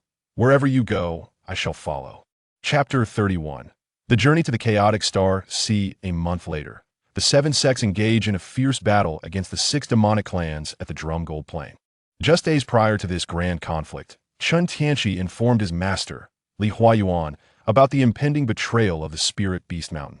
Whether his master believed him was another matter altogether. After all, Chen Tianqi harbored hopes that Li Huayuan would survive, altering the tragic fate that befell him in the original narrative. As the battle raged vigorously on the Drum Gold Plain, Chen Tianqi prepared to depart, having meticulously packed his belongings.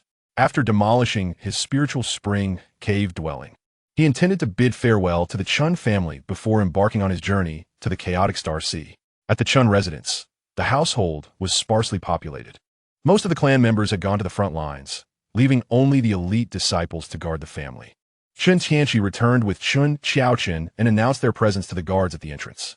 Chen Ming was currently preoccupied with family affairs, as ever since the passing of the clan as patriarch, the responsibilities had fallen squarely on his shoulders. The chaos triggered by the demonic invasion had left him overwhelmed, lost in thoughts of the front lines when he heard the guards calling for him. A disciple of the Chen family respectfully addressed Chen Ming, stating, Master. Young Master Chen and Miss Chen have returned. A look of joy spread across Chen Ming's face, and he hurriedly instructed them to let Chen Tianqi and his companion in. As he paced back and forth, upon seeing Chen Tianqi enter, he joyously approached them. Ha ha ha, young lad Chen, you finally decided to return for a visit. Observing Chen Ming's exuberance, Chen Tianqi understood that the elder wished for his assistance at this critical juncture. Regrettably, fate had other plans. Chen Tianqi did not wish to remain in this small realm any longer and spoke candidly. Elder Chen, no, I should address you as the head of the Chen family. I have come with Xiao Chen to discuss something of great importance. Noticing the complex emotions on Chen Tianqi's face, the perceptive Chen Ming quickly grasped the situation. I knew this small pond of the Chen family could not retain a dragon such as you. Speak plainly. It seemed that now, having reached the late stage of foundation establishment, he was determined to travel the world in search of opportunities for core formation. Moreover, with the turmoil caused by the demonic invasion, it was time to leave with Xiaoqin. Chen Tianqi refrained from disclosing his true cultivation level, instead projecting the aura of the late foundation establishment stage. Chen Ming, sensing the fluctuations emanating from Chen Tianqi, was overwhelmed with excitement and repeatedly expressed his delight. Since you have made up your mind, take Xiaoqin and depart from this perilous place. Just remember the Chen family when you achieve greatness. Chen Tianqi vowed he would not forget the kindness of the Chen family, bowing deeply to the elder who had taken care of him for over a decade. He felt that this departure might indeed be a final farewell. After leaving behind some medicinal pills and magical artifacts for the Chen family, he and Chen Xiaochun proceeded to the Spirit Stone Mine. The Spirit Stone Mine is currently under heavy guard, as the forces of the demonic path occasionally launch assaults here, resulting in a significantly increased number of patrolling disciples. However, for Chen Tianqi, silently evading the numerous patrolling disciples poses no challenge. Soon, he and his companion arrived at the teleportation cave enveloped by the inverted 5 elements array. Chen Tianqi produced an array disk, rotating it several times to activate the inverted 5 elements array, and approached the teleportation array, commencing its repair as instructed in the jade slip given by Exine Ruyan. After a brief moment, the teleportation array was successfully restored.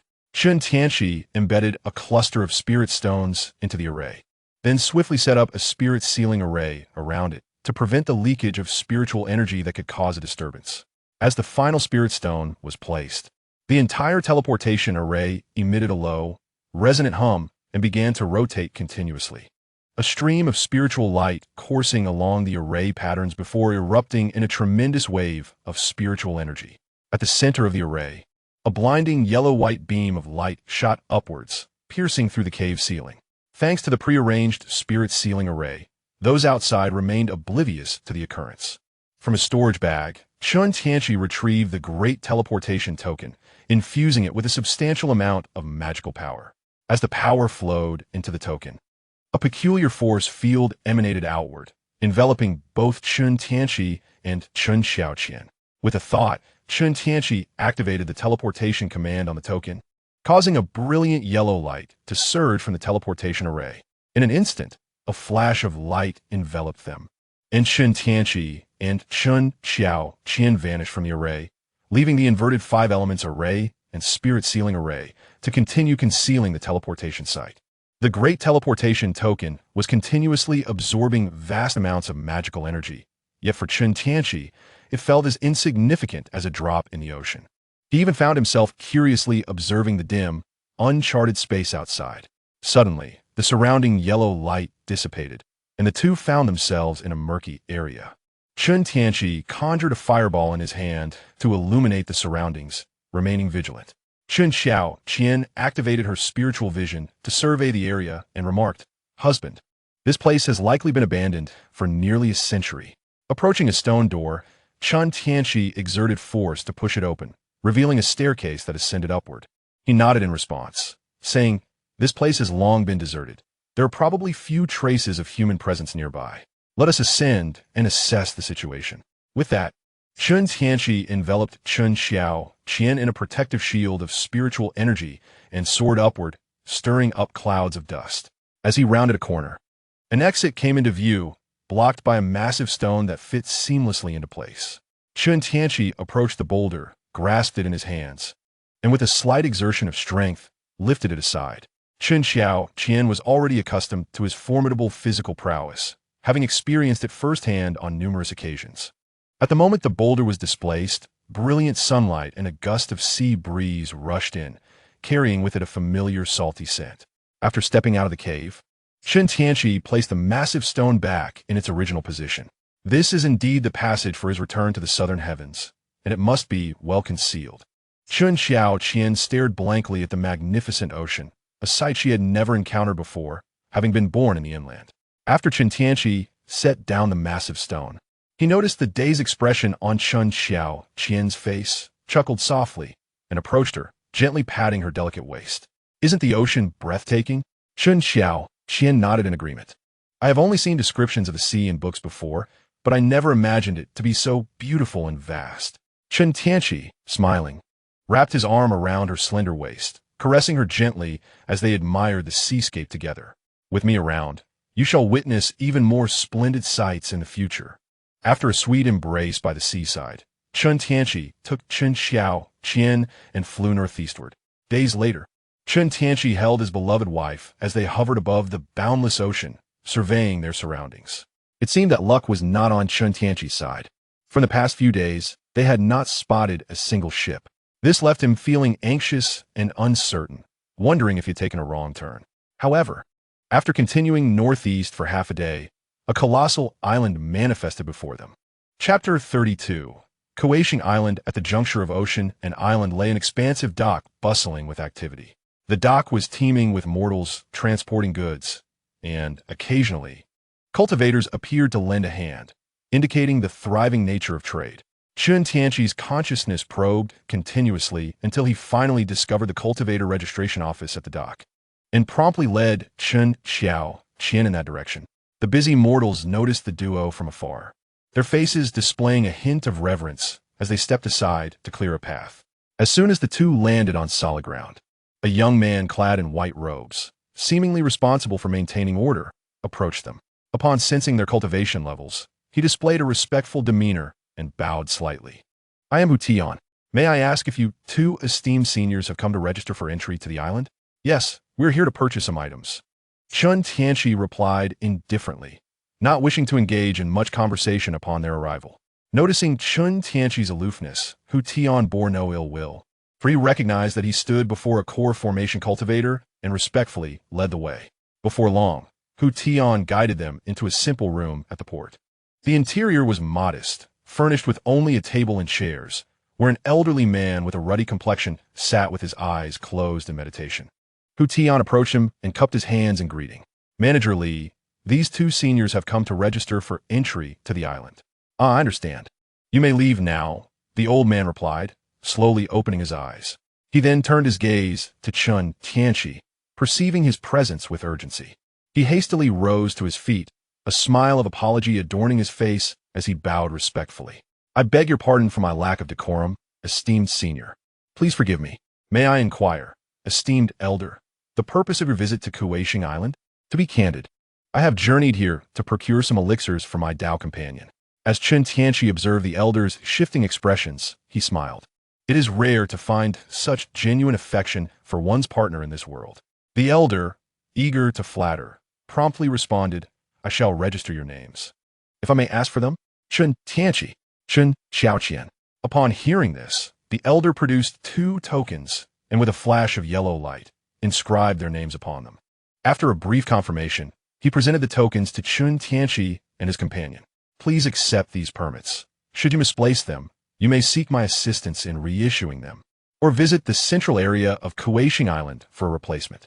Subsequently, the elder offered Chen Tianqi a map of Cultivation Island, detailing the locations for purchasing the elixirs. In the realm of cultivation, where power reigned supreme, Chen Tianqi was no stranger to such occurrences. After exchanging a few pleasantries with the elder, he departed the pier with Chen Xiaoqian, soaring towards Cultivation City.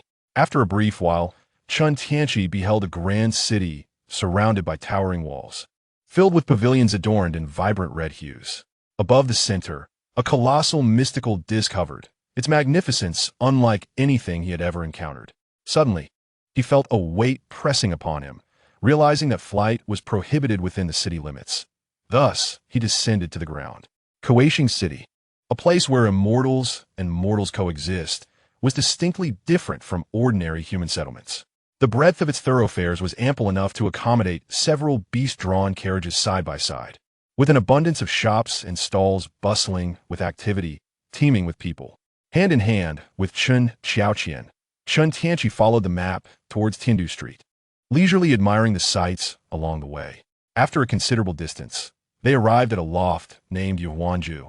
Upon entering, they were greeted by the rich aroma of herbs, compelling them to inhale deeply.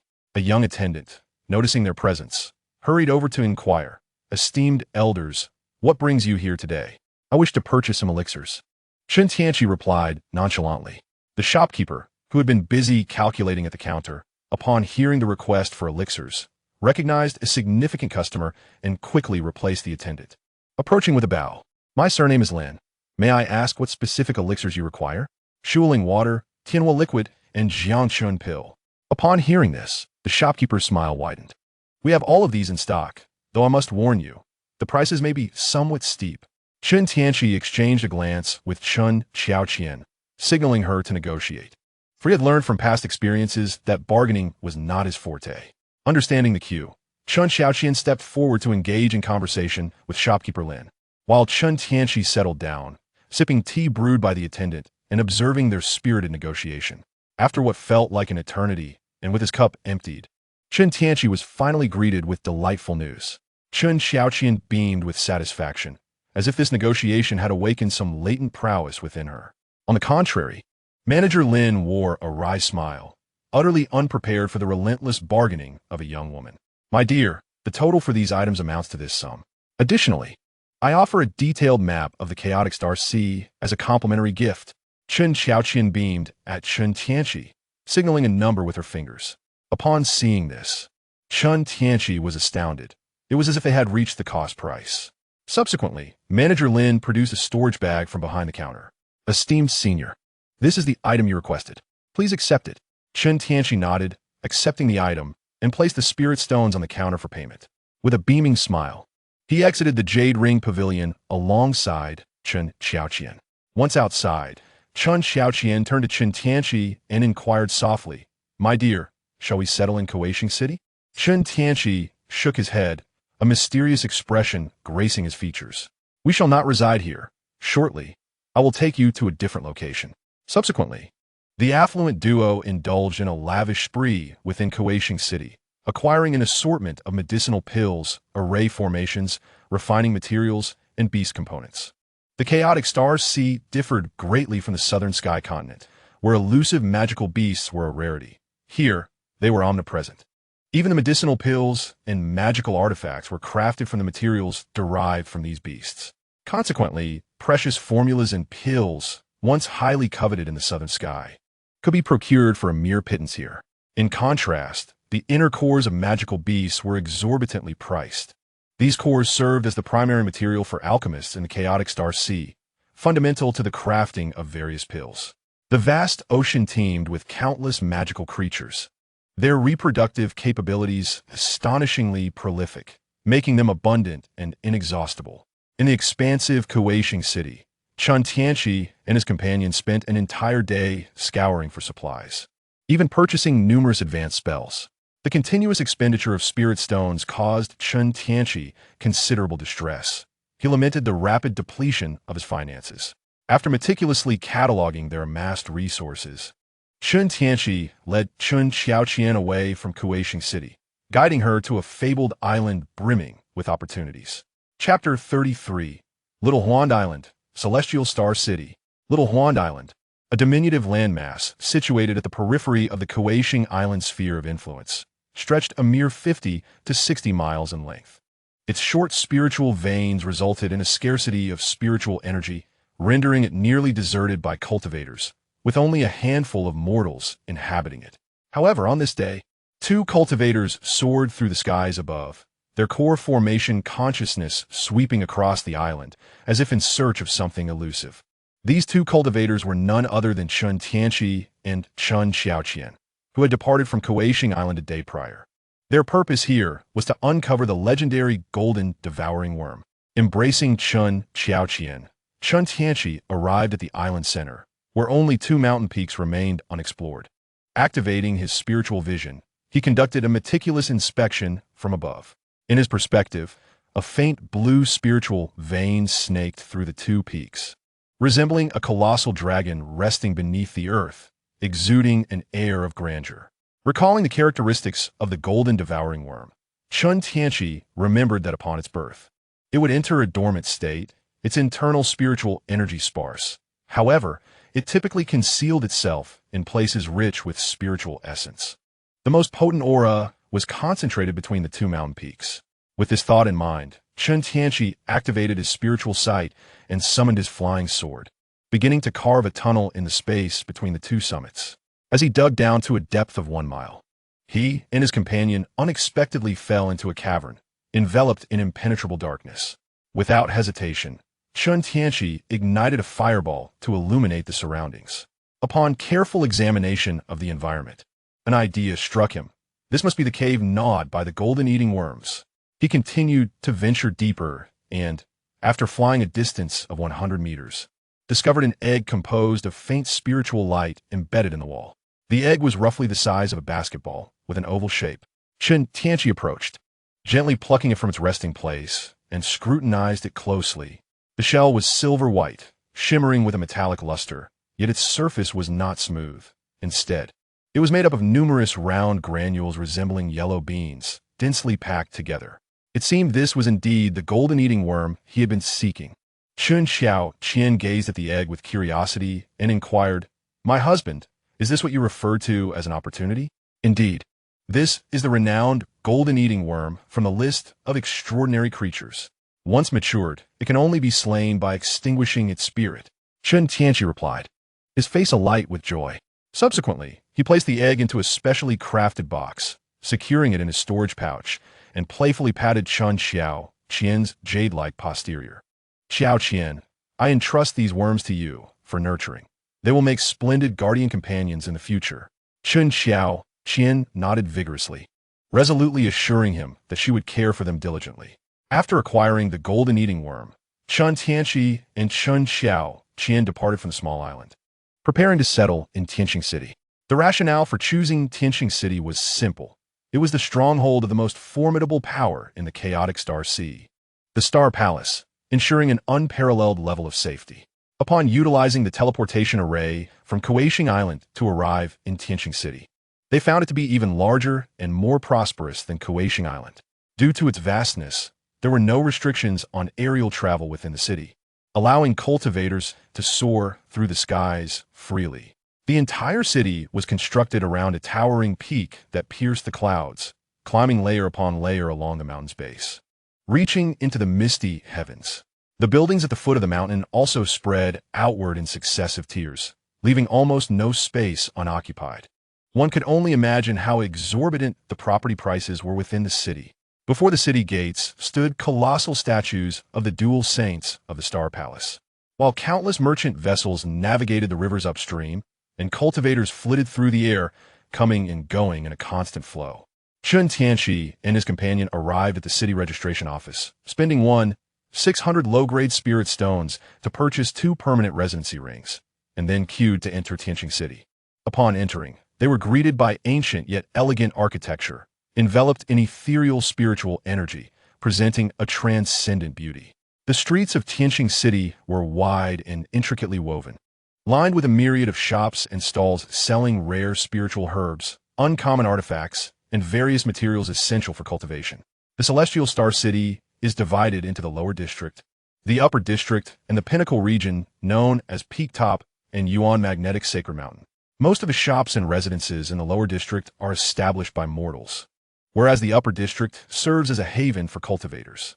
This area not only boasts a vast market for practitioners, but also features various sect flags interspersed among the towering pavilions, symbolizing the presence of diverse sects engaged in commerce. Chen Tianqi and his companions swiftly ascended from the heights of the lower district to a rental agency located in the upper district, intending to lease a cave dwelling. Upon entering the agency, a cultivator clad in the attire of the Star Palace approached them, greeting them with a respectful gesture. "Are you two here to rent a cave dwelling?" Chen Tianqi nodded and inquired, "Do you have any cave dwellings infused with abundant spiritual energy available for lease?" "Fortuitously, we have a 46-level cave dwelling that has been unoccupied for some time. The rental fee is merely 36 mid-grade spirit stones per year, with a minimum lease of 100 years. If you are interested, I can assist you with the paperwork immediately," the Star Palace cultivator said with a slight smile. "Then that will suffice. I shall lease it for 100 years. Chen Tianqi replied, retrieving 600 mid-grade spirit stones from his storage bag and handing them to the cultivator. The Star Palace cultivator then produced a token from the counter, its yellow light flickering as the number 46 was engraved upon it before being handed to Chen Tianqi. "Please take the token and follow me," the cultivator instructed. Chen Tianqi and his companion followed him as they soared towards a mountain peak. After a brief moment, the cultivator halted in a courtyard atop the mountain and addressed Chen Tianqi. "This is your cave dwelling."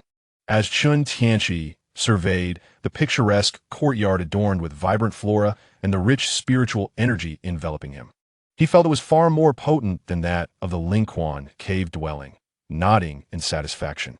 Observing his contentment, the Star Palace cultivator smiled and said, "Since you are pleased, I shall not disturb your rest any further." With that, the cultivator took to the skies and vanished from sight. Once he was completely out of view, Chen Tianqi expressed her concern. "My husband, you have spent so many spirit stones again. The cave dwellings in Celestial Star City are indeed exorbitantly priced, and a 100-year lease is quite a hefty sum. Ordinary cultivators would find it utterly unaffordable." Ha! Spirit stones are meant to be spent. If we find ourselves lacking, we shall earn more. Besides, there's a reason for the cost. Just look at how much more abundant the spiritual energy is here compared to the Lingquan cave dwelling. Chen Tianqi reassured her with a smile. However, he soon shifted the conversation, pulling Chen Tianqi closer as his hands gently descended. "Now that we've arrived at our new home, shouldn't we leave some traces of our presence?" Upon hearing this, Chen Tianqi's cheeks flushed a deep crimson, resembling a ripe celestial peach, enticing to behold. She obediently leaned against Chen Tianqi's chest. As an experienced partner, Chen Tianqi understood his wife's intentions. He promptly lifted Chen Tianqi and carried her into the dwelling, ensuring to cast both the reversal of the 5 elements formation and the 5 elements ceiling formation around the cave. 3 days later, Chen Tianqi traversed the secret passage of the courtyard to arrive at a spirit pet cave dwelling below. Upon observing the surrounding environment, which was both suitable and picturesque for habitation, it seemed ideal for several little creatures. Consequently, I released 2 eager blood jade spiders who, upon their emergence, fixated their 4 small eyes upon Chen Tianqi, as if reproaching him for their delayed release. Chen Tianqi chuckled softly and gestured towards the cavern behind him. One of the blood jade spiders swiftly turned and unleashed a web onto Chen Tianqi's face, then hurriedly ascended to the cave's ceiling to commence its home building. Chen Tianqi, brushing the web off his face, gazed in exasperation at the industrious little creature.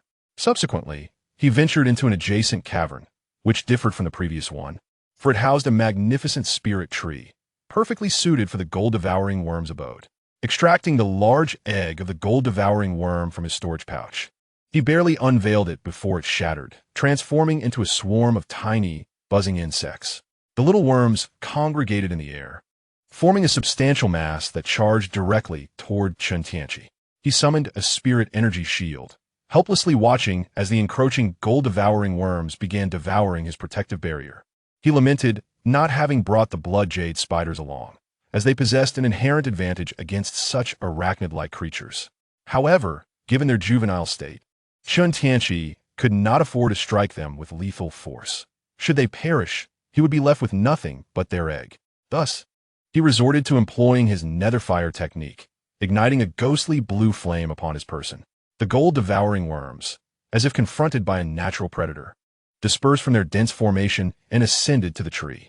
Recognizing the efficacy of his netherfire, Chen Tianqi wielded it as a threat while enveloping the spirit tree with his magical energy to ensnare them. In a short while, the gold-devouring worms reconvened, forming a large egg once more. Learning from previous experience, Chen Tianqi hastily bit his finger, allowing a drop of blood to fall upon the egg in an act of bonding. Following this ritual, the gold-devouring worms acknowledged him as their master and subsequently released their restrictions, granting him the opportunity to examine their appearance closely. Recalling the original text's description of the gold-devouring worms, known for their voracious appetite for metals and spiritual energy, fierce and impervious to water and fire, and prone to clustering in spherical formations, he noted that these creatures bore a striking resemblance to 7-star ladybugs. Their backs adorned with a golden-brown hue that shimmered with a metallic luster, dazzling from a distance. Moreover, their mandibles were equipped with fine, sharp fangs, and their legs were exceedingly pointed. While a single worm posed little threat, a swarm could instill great fear, particularly in their adult form. Their eyes could emit 2 razor-sharp golden threads, and with a mere swipe of their 10 legs, they could unleash 10 beams of icy, radiant sword light, embodying a spirit that could not perish. Then, Chen Tianqi instructed them to settle upon the tree and planted dozens of their favored luring grass around it. Once his spirit pets were comfortably placed, he proceeded to the crafting chamber, embarking on his forging endeavors, for his spirit stones were nearly depleted, necessitating the creation of more magical artifacts for sale to replenish his reserves. 3 months later, Chen Tianqi arrived at the trading alliance of the Miaoying sect, carrying a bag filled with an assortment of magical artifacts. The choice of this alliance was intriguing, The name itself, Miaoying Sect, evokes a sense of propriety. Certainly not a mere attraction to the many female cultivators present. Upon entering the Alliance's loft, Chen observed the sparsely populated space, where a graceful and ample-bosomed young woman was preoccupied, her brow furrowed as she stared at a letter, lost in thought. The moment Chen set his eyes on her, he approached and gently tapped on the desk before her. "Fellow cultivator, do you conduct business here?" The young woman was startled, frowning as she turned to face Chen. However, sensing the profound aura of a core formation cultivator emanating from him, she quickly rose to her feet, her demeanor shifting to one of respect. "I did not realize a senior expert had graced us with your presence. My apologies for any offense, esteemed one." Upon hearing the name Zhuoyan, Chen was reminded of someone and inquired, "Might you have a relative named Zhuoruding?" "Huh? That is my cousin's name, and she is but 3 years of age this year. How does the esteemed senior know of her?" Zhuoyan was taken aback, puzzled at how Chen seemed to know her young cousin, raising a suspicion that he might be rather peculiar. Noticing the hint of doubt in her eyes, Chen quickly clarified, "Fellow cultivator, do not misconstrue my intentions. I merely thought you resembled an old acquaintance of mine, who also bore the name Zhuoruding. I assure you, I'm only curious about the age of this year's right envoy of the Miaoying Sect. Nothing more." Understanding dawned upon her, and she bowed slightly, expressing her regret for the earlier misunderstanding. "What business brings you here, esteemed senior?" "I am an artifact refiner from another region, seeking a place to consistently sell the magical artifacts I possess," Chen replied. Zhuoyan's heart leapt with joy upon hearing this, as her mind raced with possibilities. The sect had recently lost its artifact refiner to another faction, leaving them in dire need of supplies. Here was Chen Tianqi, a core formation cultivator and a potential boon for the Miaoying Sect. She resolved to treat him with the utmost hospitality, hoping to persuade him to remain. With newfound respect, she asked, "Might I inspect the quality of the artifacts you have refined?" Chen promptly produced the prepared storage bag and handed it to her. As Zhuoyan meticulously examined each artifact, she noted that the refining techniques employed were strikingly different from those in the chaotic star sea, and the quality surpassed them significantly. It became evident to her that he was indeed a master artisan, further intensifying her desire to retain Chen Tianqi. A smile graced her lips as she spoke. "Esteemed senior, you truly are a master refiner. These artifacts are of the highest caliber, and the Miaoying Sect is willing to purchase them at a price of 5 medium-grade spirit stones each." Chapter 35, Miaoying Sect. After a moment of contemplation, Chen nodded in agreement. The offered price was indeed generous, considering the necessity for their profit in selling. Zhuoyan observed Chen Tianqi nodding in agreement and promptly rose to approach the counter, retrieving a bag of spirit stones and a token. "Esteemed senior, this bag contains the spirit stones for our transaction, and there is one more matter I wish to discuss. Might I inquire if you would consider becoming an elder of the Miaoying Sect?" Chen Tianqi furrowed his brow, contemplating whether to accept, for he was indeed inclined to agree, especially since 90% of the members were female cultivators. Noticing his hesitation, Zhuoyan immediately sensed the urgency of the situation and quickly interjected, "Please, esteemed senior, do not decline just yet. Should you join the Miaoying Sect, I can petition the higher-ups to grant you an annual offering of 500 mid-grade spirit stones, and I am willing to allocate 10% of the revenue from any magical artifacts sold under your name." Her fervent plea stemmed from the fact that all the blacksmiths she had relied upon had left, leaving her without any magical artifacts to provide, which would undoubtedly reflect poorly on her. However, if she could successfully recruit a master blacksmith, especially one who was a golden core cultivator, it would be a significant achievement. After all, the Miaoying Sect currently boasted only 2 golden core cultivators, while the others were contracted outsiders, firmly placing them as a second-rate sect. Chen Tianqi looked at her in bemusement. He had intended to agree, but her eagerness had caught him off guard. Nevertheless, her sincerity was palpable, and he acquiesced. Upon hearing his affirmative response, Zhuoyan's face lit up with joy. "May I ask for your esteemed surname?" "One is surnamed Chen, with the courtesy name Tianqi," he replied. After Zhuoyan inscribed his name onto the elder token, she handed it to him. "Please keep this identity token safe." Upon receiving the token, Chen Tianqi noted that Zhuoyan's demeanor had grown even more enthusiastic, occasionally leaning in closer, her ample bosom brushing against him. Thinking of purchasing more bewitching grass to feed the gold-eating worms, he summoned his willpower to extricate himself from her proximity, citing pressing matters as he departed the Miaoying sect's trading alliance. After procuring the bewitching grass and planting it beneath the gold-eating worm tree, he commenced a ritual of bathing and incense burning, offering prayers to the heavens, the earth, and the deities.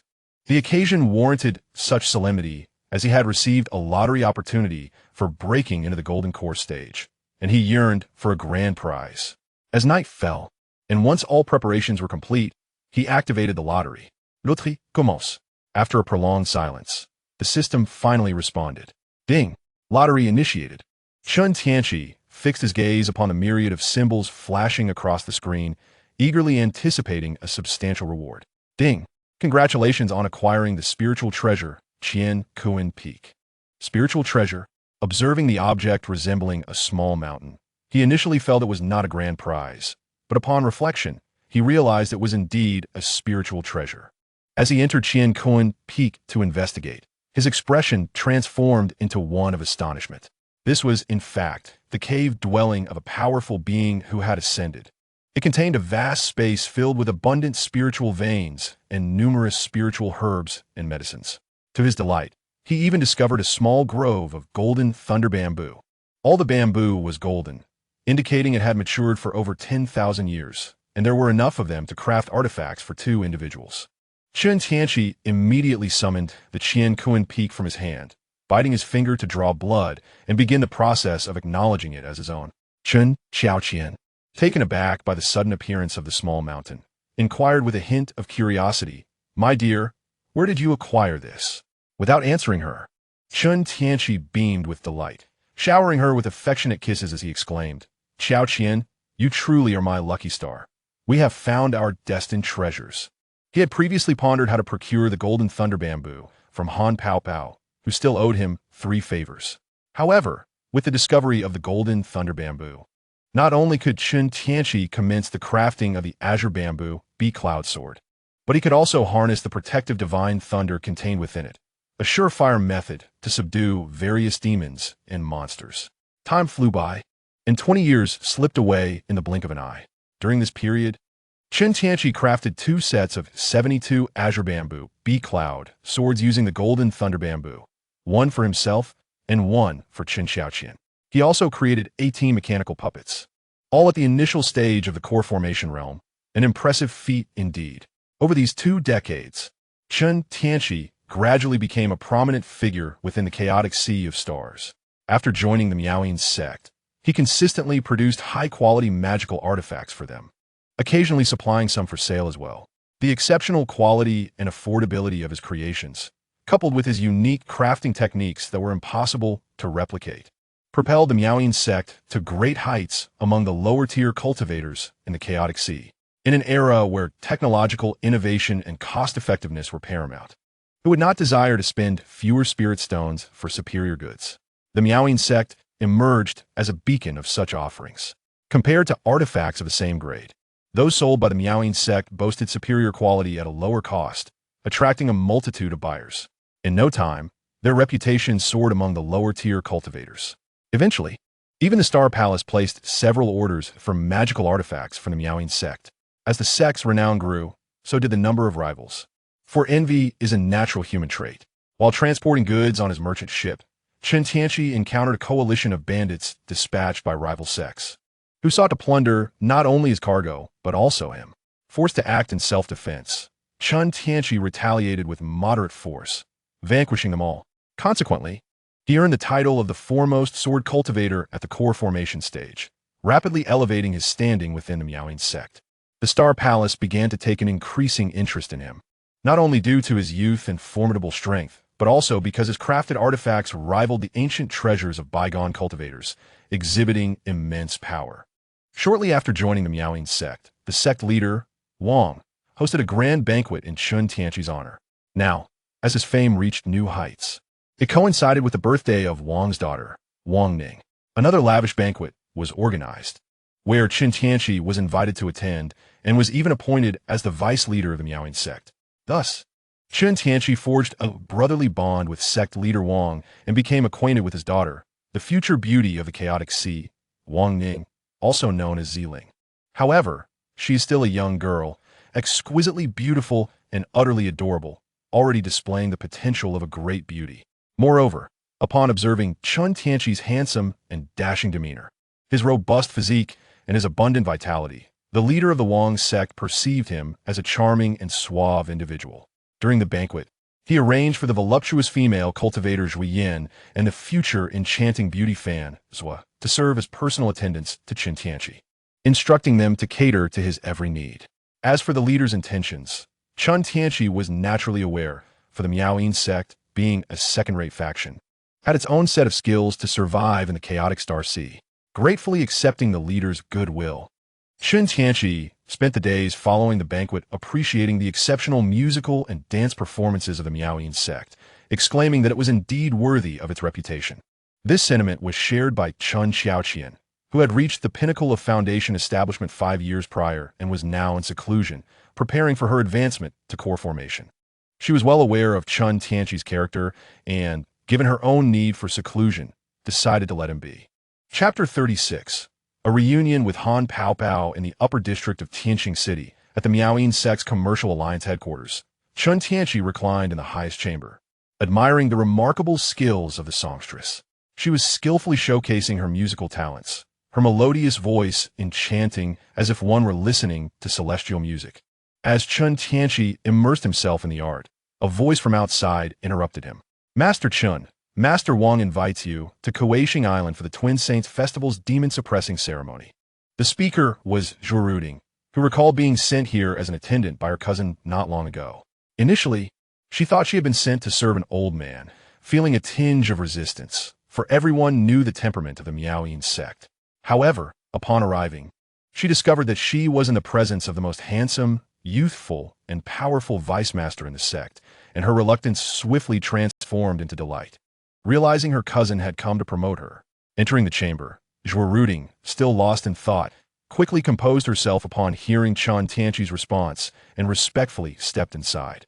Zhui Yin and Fan Jingmei, noticing someone entering, felt a wave of bashfulness and awkwardness, instinctively halting their musical performance. Chen Tianqi, with half-closed eyes, lazily remarked, "Continue the music and dance." With a deep breath, Fan Jingmei resumed her flute melody. Subsequently, Chen Tianqi turned to Zhuo Ruding and inquired, "When will Brother Wang depart?" "Master Wang departs tomorrow," Zhuo Ruding replied, a hint of blush creeping on her cheeks as she spoke, stealing a glance at Fan Jingmei. Astonished by the intensity of the situation, Chen Tianqi stretched leisurely and replied, "Tell Brother Wang that I have matters to attend to over the next few days and will make my way to Cultivation Island for the ceremony in a few days." Upon hearing this, Zhuo Ruding promptly agreed. She was merely the messenger and had little control over the matter. However, she couldn't help but silently criticize, busy with affairs? Not at all. Yet, the thought that she might one day find herself in a similar situation caused her cheeks to flush, prompting her to hastily retreat. A few days later, Chen Tianqi arrived at Cultivation Island via the teleportation array in Tianqing City. At this moment, Cultivation Island was bustling with the festivities of the Double Holy Festival, teeming with throngs of people. As Chen Tianqi entered the city, he noticed the surrounding merchants adorned with colorful lights, promoting sales in honor of the festival to entice customers. Reaching the center of the square at the front gate, he spotted 4 figures. Among them, 2 enchanting women were undoubtedly the loose cultivators Yanli and Yuan Yao, accompanied by 2 male cultivators, one tall and the other short. Upon closer inspection, he realized it was none other than Han Paopao and Chu Han. Chen Tianqi smiled slightly and quickly approached, patting Han Paopao on the shoulder. "Junior brother Han, it has been ages. I missed you." Just as Han Paopao was about to reject the advances of the 2 stunning female cultivators, he felt a familiar pat on his shoulder and heard a voice beside him. Turning around, he was astonished to find it was Chen Tianqi. With a look of surprise on his face, he exclaimed, "Senior brother Chen, you are here as well?" Then he recalled that the teleportation array had been mentioned by Chen Tianqi, making it evident that he would surely arrive here. "Junior brother Han, it seems you are well. I never expected to see you here." Chen Tianqi chuckled heartily, putting an arm around Han Paopao's shoulder as if they were long-lost brothers. Han Paopao forced a smile. He was not particularly keen on encountering Chen Tianqi, especially since he still owed him a favor. Meanwhile, Yanli, Noticing a handsome and elegantly dressed cultivator, whose cultivation level was unclear, found him far more appealing than the rather ordinary Han Pao Pao. Recognizing an opportunity, she eagerly approached Chen Tianqi, her tone laced with the charming accent of Sichuan and Chongqing. Senior, I am Yanli, and this is my sister Yuan Yao. I presume you and this young gentleman are both visiting Kuaishing Island for the first time? Would you like my sister and me to be your guides? With a playful wink, she completed her invitation. Chen Tianqi couldn't help but chuckle inwardly. It seemed that even the loose cultivators were struggling and eager to latch onto someone more powerful. Han Pao Pao, thinking of having Chen Tianqi, who arrived before him, as a guide, was about to refuse when Chen Tianqi preemptively spoke. I am Chen Tianqi, and indeed, both junior brother Han and I are here for the first time. We would be grateful for the assistance of the two ladies. He then produced a pouch filled with a considerable amount of spirit stones and handed it to Yanli. Seeing Chen Tianqi's generosity, Yanli and her sister's faces lit up with joy as they quickly accepted the spirit stones, expressing their gratitude. Thank you, senior. Thank you. Oh, am I that old? Just call me Brother Chen.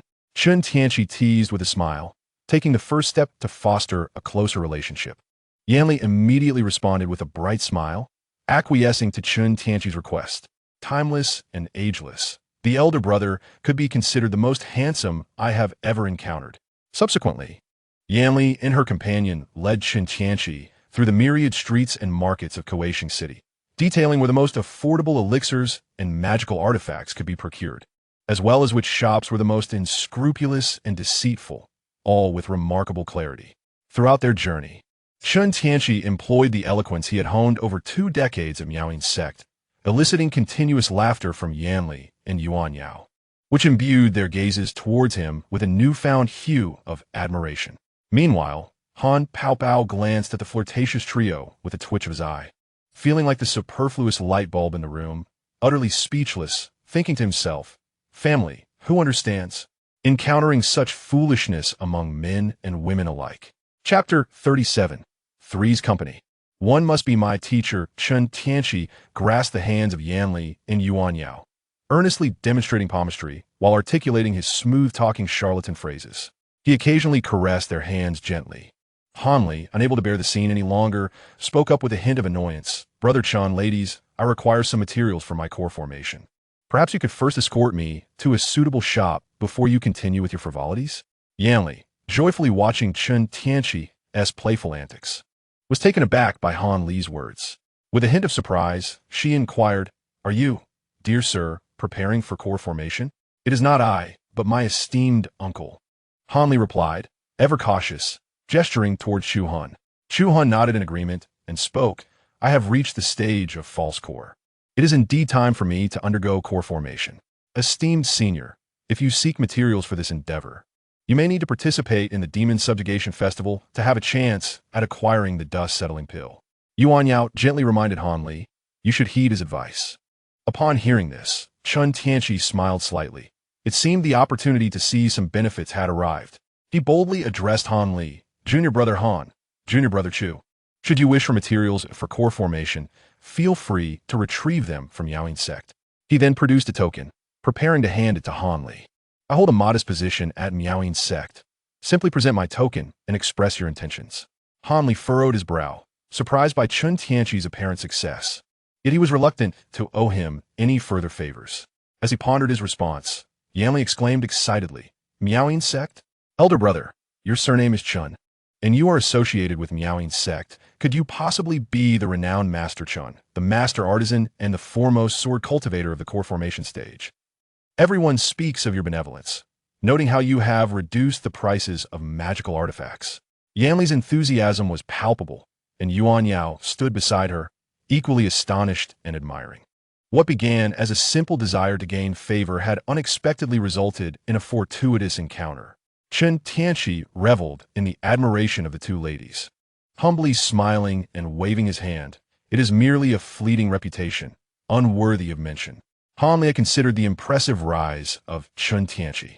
Yet he was taken aback by how remarkably distinguished Chen had become among the lowly ranks of cultivators. However, he still declined the kind offer extended to him. Little did he know that the esteemed reputation of senior brother Chen was far-reaching, and he felt a twinge of disrespect for his own humble status. The two of them, being of lowly origins, worried that troubling senior brother Chen within the sect might invite gossip. Moreover, they had a budding interest in the demon suppression ceremony. So they decided not to impose upon Chen for the materials needed for their foundation establishment. Upon witnessing Han Li's refusal, Chen Tianqi did not press further, but instead invited him to visit the Miaoying sect. Since you have other plans, I shall not insist. Surely, you have no accommodation here. Why not accompany me to the Miaoying sect's residence for a discussion? That would be much appreciated, senior brother Chen. Han Li responded, this time without declining. Seeing Han Li's acceptance, Chen Tianqi turned to Yan Li and Yuan Yao, saying, I believe we share a connection. If you wish, you may also remain at the Miaoying sect. Upon hearing this, Yan Li exchanged a glance with Yuan Yao, understanding from her eyes that she too wished to stay at the Miaoying sect. Both young women beamed with joy and expressed their gratitude to Chen Tianqi. Thank you, big brother. From now on, my sister and I will rely on you for care. Thank you, brother Chen. We hope you will look after us in the future. Chen Tianqi smiled knowingly at them, affirming that he would indeed take good care of them. After a while, the atmosphere among the three grew warm and intimate, filled with laughter and joy shared between the beautiful maidens and Chen Tianqi. An Li, observing from the sidelines, felt a twitch at the corner of his eye as the two young women seemed to exclude him once again, interrupting the flirtation among the trio. Might I inquire if Miss Yin could elaborate on the demon suppression ceremony? Hearing Han Li call her name again, Yan Li, somewhat displeased at being interrupted during her moment of bonding, reluctantly pouted and began to explain. The demon suppression ceremony is held in honor of the sacrifices made by the cultivators of the past from the chaotic star sea, who devoted themselves tirelessly for the sake of humanity. It is through their efforts that formations were established across various islands, leading to the division between the inner and outer seas. Each time the demon suppression ceremony approaches, the Star Palace and other sects venture into the outer sea to capture demon beasts for trials undertaken by the participating cultivators, with life and death at stake. Of course, triumphing in these trials brings substantial rewards. This time, the greatest prize from Cultivation Island is the dust-settling pill. After listening to Yan Li's explanation, Han Li finally understood why there were so few high-level demon beasts in the inner sea. It was due to the formations that acted as barriers. Thank you, Miss Yan, for your enlightening explanation. Oh, it's nothing. I am merely your guide, she replied. Han Li couldn't help but feel a sense of exasperation at her assertion. After a considerable journey, Chen Tianqi and the others arrived at the residence of the Miaoying sect. He turned to Han Li and said, Brother Han, the day is waning. You should rest here for the next few days. Han Li pondered that having a good place to stay would undoubtedly help him avoid many troubles. So he nodded in agreement. Subsequently, Chen Tianqi produced a token for the Miaoying sect guards at the entrance to inspect. As the guards respectfully ushered Chen Tianqi and his companions inside, they arranged separate rooms for the two ladies, Yan Li and Yuan Yao, as well as for Han Li. Chapter 38. The Demon Suppression Ceremony. Several hours later, Chen Tianqi produced 2 bottles of elixirs, handing one to each individual. These contained foundational cultivation pills and a rare elixir capable of enhancing one's innate spiritual roots. After the conclusion of the Demon Suppression Ceremony, you shall accompany me to Tianqing City for foundational cultivation. To avert any potential complications, Chen Tianqi refrained from disclosing that these were sky-replenishing pills. Upon hearing the mention of foundational cultivation pills and the exceedingly rare elixir for enhancing aptitude, both Yan Li and Yuan Yao exhibited overwhelming delight. At dawn the following day, Chen Tianqi rose early to attend the demon suppression ceremony. En route, bearing the token of the leader of the Miaoying sect, he effortlessly made his way to the VIP platform of the ceremony.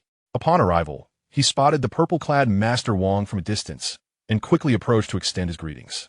Brother Wang, it has been far too long. I have missed you greatly. Master Wang, recognizing the familiar voice, turned and was instantly filled with joy upon seeing Chen Tianqi. Ha ha ha, Brother Chen, you have finally arrived. As Chen Tianqi approached Master Wang, he nodded in acknowledgement to his wife and gently patted Wang Ning's little head, saying, I apologize for my delayed arrival. I hope you will be understanding, Brother Wang. Such words are unnecessary. My brother, we are like family. There is no need for formality. Master Wang replied, his mustache curling up in delight. At that moment, Elder Gu and Elder Miao approached with smiles, complimenting. I presume this is the illustrious Master Chen of the sect. To attain such remarkable cultivation at such a young age is truly commendable. While Chen Tianqi was playfully pinching Wang Ning's small face, eliciting a pout of mock indignation from her, he humbly responded, "It is merely a fleeting reputation. Hardly worthy of mention." Ignoring Wang Ning's slightly exasperated expression, he continued to tease her. Wang Ning could only cast a pleading glance at her mother, hoping she would rescue her from the clutches of this peculiar older brother. Unfortunately, her mother only chuckled behind her hand, remarking, "Brother Chen and Ninger share a delightful bond." In response, Wang Ning pouted, resigning herself to the whims of her strange older brother. Amidst their laughter, the demon suppression ceremony commenced. They returned to their seats, and Wang Ning finally breathed a sigh of relief, escaping from Chen Tianqi's playful grasp. Had it not been for the stories he often told her, she would have lost her temper long ago. Elder Miao took to the stage to deliver his opening remarks. Much like the leaders of the past, the higher-ups here enjoyed grandiose rhetoric and motivational speeches. However, one must admit, Elder Miao's promises were at least tangible, unlike in the previous life, where promises were made but never fulfilled, and one often found themselves at a loss. After Elder Miao concluded his speech, the participating cultivators took turns entering the arena to engage in combat. Chen Tianqi sat in his chair, glancing about the audience with a sense of ennui regarding the so-called trials. Yet he felt a keen interest in the benevolent Feng Shi. After all, he was the one who wholeheartedly assisted Han Li in his ascension and generously bestowed upon him the wind thunder wings. Upon careful observation, Chen Tianqi finally spotted the esteemed Feng Shi among the crowd to his left. Feng Shi, a tall and handsome figure, appeared somewhat effeminate in Chen Tianqi's eyes. Moreover, Feng Shi had seemingly cast a spell to obscure any traces of his demonic beast characteristics, which was quite remarkable considering he was merely an 8th-level demonic beast, early Yuanying stage, and still bore some remnants of his beastly traits. At that moment, Feng Shi was munching on spirit stones while observing the trial between humans and demons within the arena. Suddenly sensing something, he turned around and met the gaze of Chen Tianqi, who was intently watching him. Upon making eye contact, Chen Tianqi flashed a radiant smile, reminiscent of a bright young lad. Feng Shi responded with a grin of his own before returning to his spirit stones, murmuring to himself, "What an intriguing young man." Feng Shi's intuition told him that this boy was anything but ordinary. As Feng Shi turned away, Han Li's cohort of competitors entered the arena. Chen Tianqi, meanwhile, focused on the system panel, contemplating the following. Name, Chen Tianqi. Gender, male. Age, 48,660. Spiritual roots, fire, metal. Bloodline, Kryptonian, common template. Physique, Kryptonian physique. Pure yang body. Skills, Kryptonian abilities, 5 elements spellcasting, artifact refiner, artifact level. Puppet master, formation master, spirit flame heart soul technique, nether fire divine art, celestial melting furnace. Concealment technique, great evolution technique, mystical transformation into infant technique. Realm, peak of golden core, lottery attempts, 0 transmigration attempts, 2 items. Encyclopedia of Kryptonian technology, complete guide to formations. Xuanjia shield, artifact level, 72 self-destructing flying swords, 72 green bamboo bee-cloud swords, 18 mechanical puppets, spirit treasure Qian Kuan peak, in spirit stones, in bottles of pills, and talismans. He pondered whether he should preemptively extract some gold coins from the benevolent one. After all, the Gale Beast was quite rare, and he found himself quite tempted by Feng Shi's form. It would be perfect for constructing a large mechanical puppet, given his current strength and the artifacts at his disposal. Dealing with an early Yuanying stage Feng Shi would be a trivial matter. Just as Chen Tianqi was lost in thought, Han Li had successfully dispatched the baby carp beast. The host, Master Wang, observed Han Li's swift and decisive actions with admiration, exclaiming in praise, "What a formidable young talent." Indeed, he was a pure, simple, and kind-hearted individual. Chen Tianqi chimed in with a mischievous grin. After hearing this, the leader of the Wang sect curiously inquired of Chen Tianqi, "Oh, is there truly such a person in the world? Brother Chen, do you happen to know this young fellow?" Chen Tianqi, suppressing a smile, earnestly praised the old demon Han. "Indeed, we are swore brothers. Among cultivators, he possesses a heart full of kindness and is always ready to lend a helping hand." The leader of the Wang sect oblivious to Chen Tianqi's sarcasm, gazed at Han Li with admiration. He truly is a remarkable individual. Chapter 39. The onset of chaos after Han Li slayed the infant carp beast. He was about to instruct Chu Han to excavate the demon core when an unexpected figure emerged from the audience, a hideous creature. This creature, indifferent to the presence of the audience, seized the demon core and ascended into the sky, reveling in its audacity. The two elders of the six-linked hall, noticing the disturbance, hastily approached the railing. Elder Miao, astonished, recognized the intruder as the hideous creature from the extreme Yin Island. Seeing his hard-won prize snatched away, Han Li immediately pushed the two elders, Gu and Miao, in front of him, relying on their authority to resolve the situation. Initially inclined to mediate, Elder Miao, upon witnessing Chu Han's actions, had no choice but to confront the hideous creature in the air. At this moment, Han Li sensed something amiss, furrowing his brow as he protected those around him. During the standoff, the leader of the Wang sect also sensed the tension and promptly transmitted a message to Chen Tianqi. Brother Chen, the arrival of the hideous creature from extreme Yin Island at Cultivation Island seems rather suspicious. Should any trouble arise, I ask you to look after my wife and daughter. After Chen Tianqi acknowledged his request, the leader of the Wang sect soared forward to join Gu and Miao in confronting the hideous creature. Moments later, a fierce battle erupted between the leader of the Wang sect and the hideous creature. On the stage, Madame Wang and Wang Ning watched with concern, while Chen Tianqi casually produced snacks akin to those of Nangong Wan, enjoying the spectacle of the fight.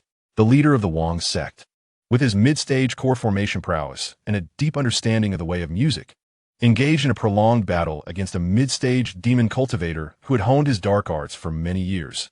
An impressive feat indeed. As the leader of the Wang sect prepared to unleash a powerful move, he suddenly heard the hideous creature shout.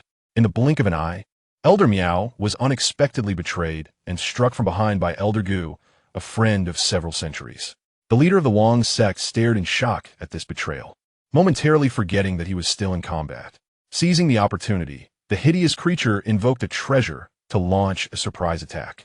The leader of the Wang sect, unable to evade in time, was knocked down onto the audience seats. The guards of the Star Palace were equally taken aback by the unfolding chaos. Yet they rushed to intervene. Meanwhile, the hidden disciples from extreme Yin Island revealed themselves at the creature's command, unleashing their fury upon the fleeing cultivators. Chen Tianqi rose, surveying the surrounding inferno, where casualties had reached alarming numbers. A glance downward revealed that Han Li had already made his escape. Chen Tianqi chuckled. As expected of Han the runner, he then joined Madame Wang and the others at the side of the leader of the Wang sect.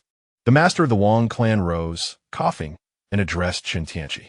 Brother Chen, swiftly take my wife and Ning and flee. I will hold them off. Chen Tianqi smiled faintly. After more than 2 decades, there was a bond of brotherhood between them, and he felt it best not to let the Wang master perish. What are you saying, Brother Wang? They are merely a few insignificant pests. They can easily be subdued. You should remain here to protect your wife and daughter. With that, Chen Tianqi leaped forward, preparing to eliminate the jester and seize the demon core. To snatch his brother Han's demon core would be sheer folly. The Wang master appeared somewhat taken aback. You refuse assistance when someone is shielding you? You still wish to rush in a battle? At that moment, the traitorous Elder Gu and the grotesque Wu Chou activated the Great Formation, sealing off the arena. Lady Wang observed this scene and said, Husband, we must place our trust in Brother Chen. Our immediate priority is to eliminate the remaining individuals from extreme Yin Island and rally the remaining cultivators in the arena. The Wang master sighed, nodded in agreement, and began to clear out the lesser foes to rescue the cultivators. Chen Tianqi soared into the air, gazing at Elders Gu and Wu Chou. Your schemes are truly commendable, my friends, to orchestrate such deeds beneath the very gaze of the Star Palace. Oh, not all. Master Chen, you flatter us. You are also a target for us on extreme Yin Island. Wu Chou laughed heartily, reveling in his bravado. Chen Tianqi smirked, thinking soon, you shall have nothing to laugh about.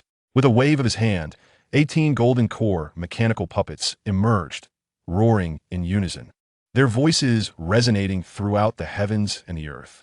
In that moment, all battling cultivators in the arena halted, captivated by the fearsome, roaring metal beasts. The Wang master was initially astonished, then burst into laughter. Ha ha ha. No wonder Brother Chen is so confident. He is a puppeteer? Feng Shi, observing the puppets below, was taken aback. The design of these puppets was entirely unlike traditional ones. They resembled living metal beasts instead. The 18 mechanical puppets formed an array, encircling Wu Chou and Elder Gu. At Chen Tianqi's command, the puppets opened their gaping jaws, brandishing razor-sharp claws as they charged forward. Wu Chou, witnessing this scene, nearly soiled himself. He could contend with 2 or 3 golden core puppets, but 18? What madness was this? Elder Gu, equally terrified, felt his soul escape him. He only sought longevity. What had he done wrong? Why was he facing certain doom immediately after his betrayal? In that instant, Wu Chou shouted frantically, "Senior Feng, save me!" A figure, as ephemeral as a phantom, appeared before Wu Chou in the blink of an eye. With a surge of energy, the aura of the creature erupted, repelling the advancing puppets. Feng Shi, no longer concealing his aura, filled the arena with the ferocious and violent presence of a beast. The Wang master, sensing this overwhelming aura, was utterly astonished, murmuring to himself, "Have they truly gone mad? They have allowed a shape-shifting beast to enter. Are they intent on unleashing it?" Chen Tianqi sensed that Feng Shi was about to display his arrogance and instantly unleashed his formidable presence to counter it. In an instant, 2 immense auras clashed violently, causing the surrounding structures to tremble and crack. The overwhelming energy left all present gasping for breath.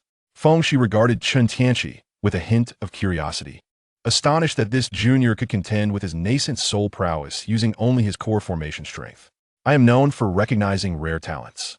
If you agree to sign a soul contract with me, akin to a spirit pet pact, I might spare your life." Chen Tianqi, effortlessly maintaining his defense, retorted sharply, "If you are willing to become my steed, I might accompany you." A flicker of anger flashed in Feng Shi's eyes, and with a cold snort, he declared, "Since you seek your own demise, do not blame me." In the next moment, he vanished like a specter, appearing behind Chen Tianqi, striking him down to the ground.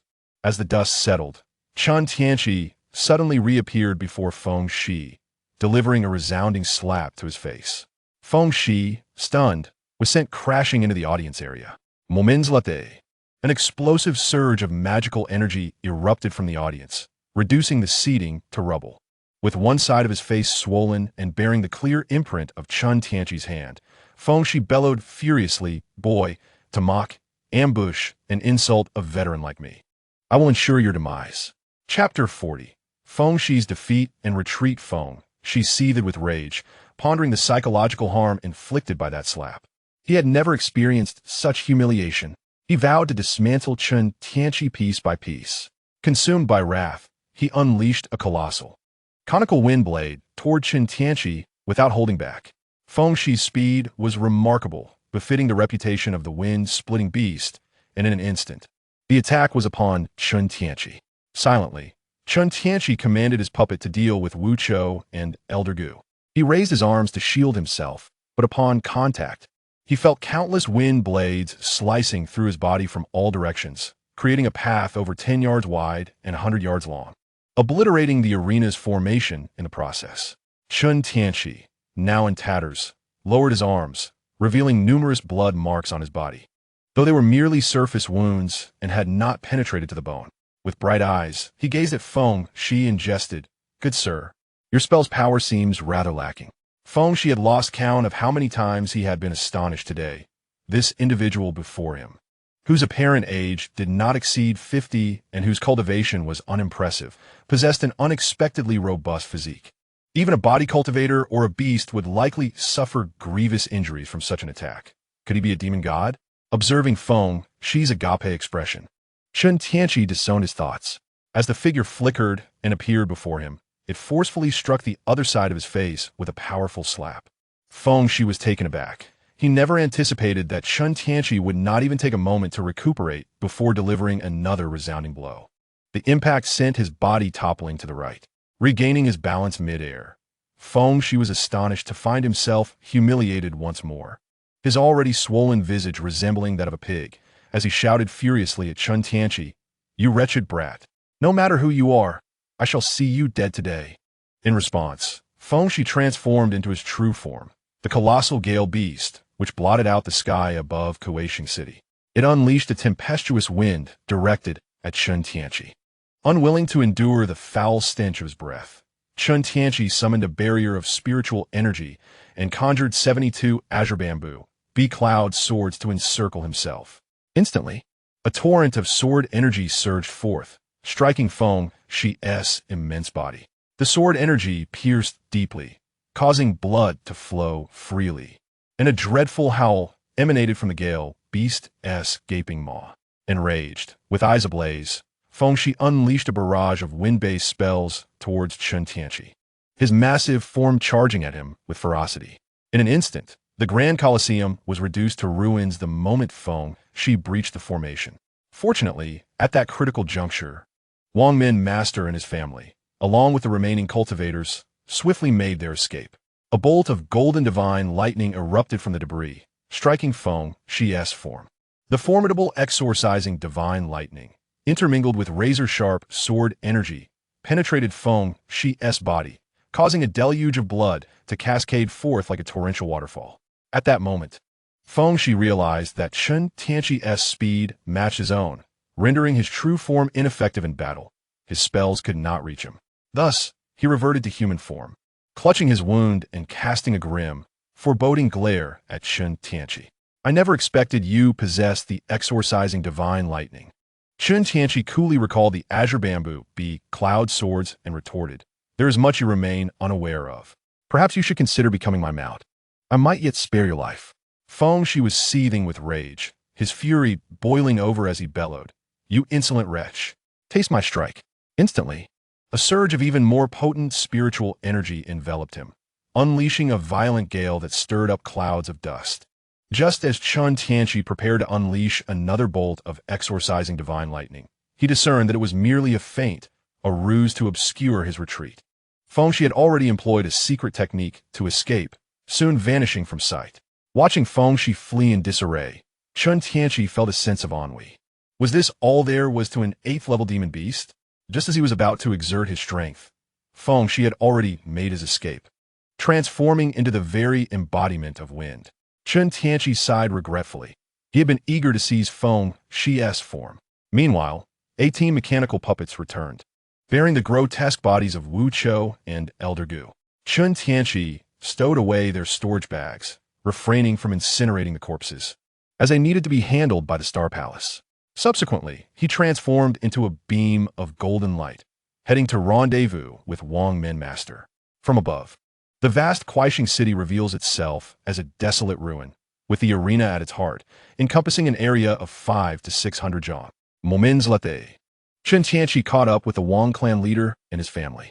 Upon seeing Chen Tianqi, the Wang clan leader awkwardly cleared his throat as if to signal something. Wang Ning and Madame Wang, their faces flushed with embarrassment, turned their heads away. Chen Tianqi, feeling utterly bewildered, was suddenly chilled to the bone by a gentle breeze. Even with a countenance as stoic as a city wall, he couldn't help but feel a twinge of awkwardness. It seemed he had inadvertently shed his robes during the recent duel, completely forgetting to don them again afterward. The Wang clan leader, perceiving Chen Tianqi's discomfort, promptly retrieved a set of garments from his storage bag. If you don't mind, Chen brother, please wear these, he offered, secretly admiring Chen Tianqi's formidable prowess and remarkable resources. Gratefully, Chen Tianqi accepted the clothing and hastily put on, then suddenly wondered if he had indeed fought Wind Shi in the nude. This was disastrous. Surely, many had witnessed this battle, and his once illustrious reputation was now tarnished. After Chen Tianqi shattered the conspiracy of Wind Shi and the extreme Yin Island to unleash the Thunder Rock, the 6th Elder of the Star Palace arrived belatedly. Upon hearing numerous Star Palace cultivators claim that Chen Tianqi, with his mid-stage core formation cultivation, had severely injured and repelled an 8th-grade demonic beast, the Elder's first reaction was disbelief. How could a mid-stage core formation cultivator dare to challenge a nascent soul cultivator and emerge victorious?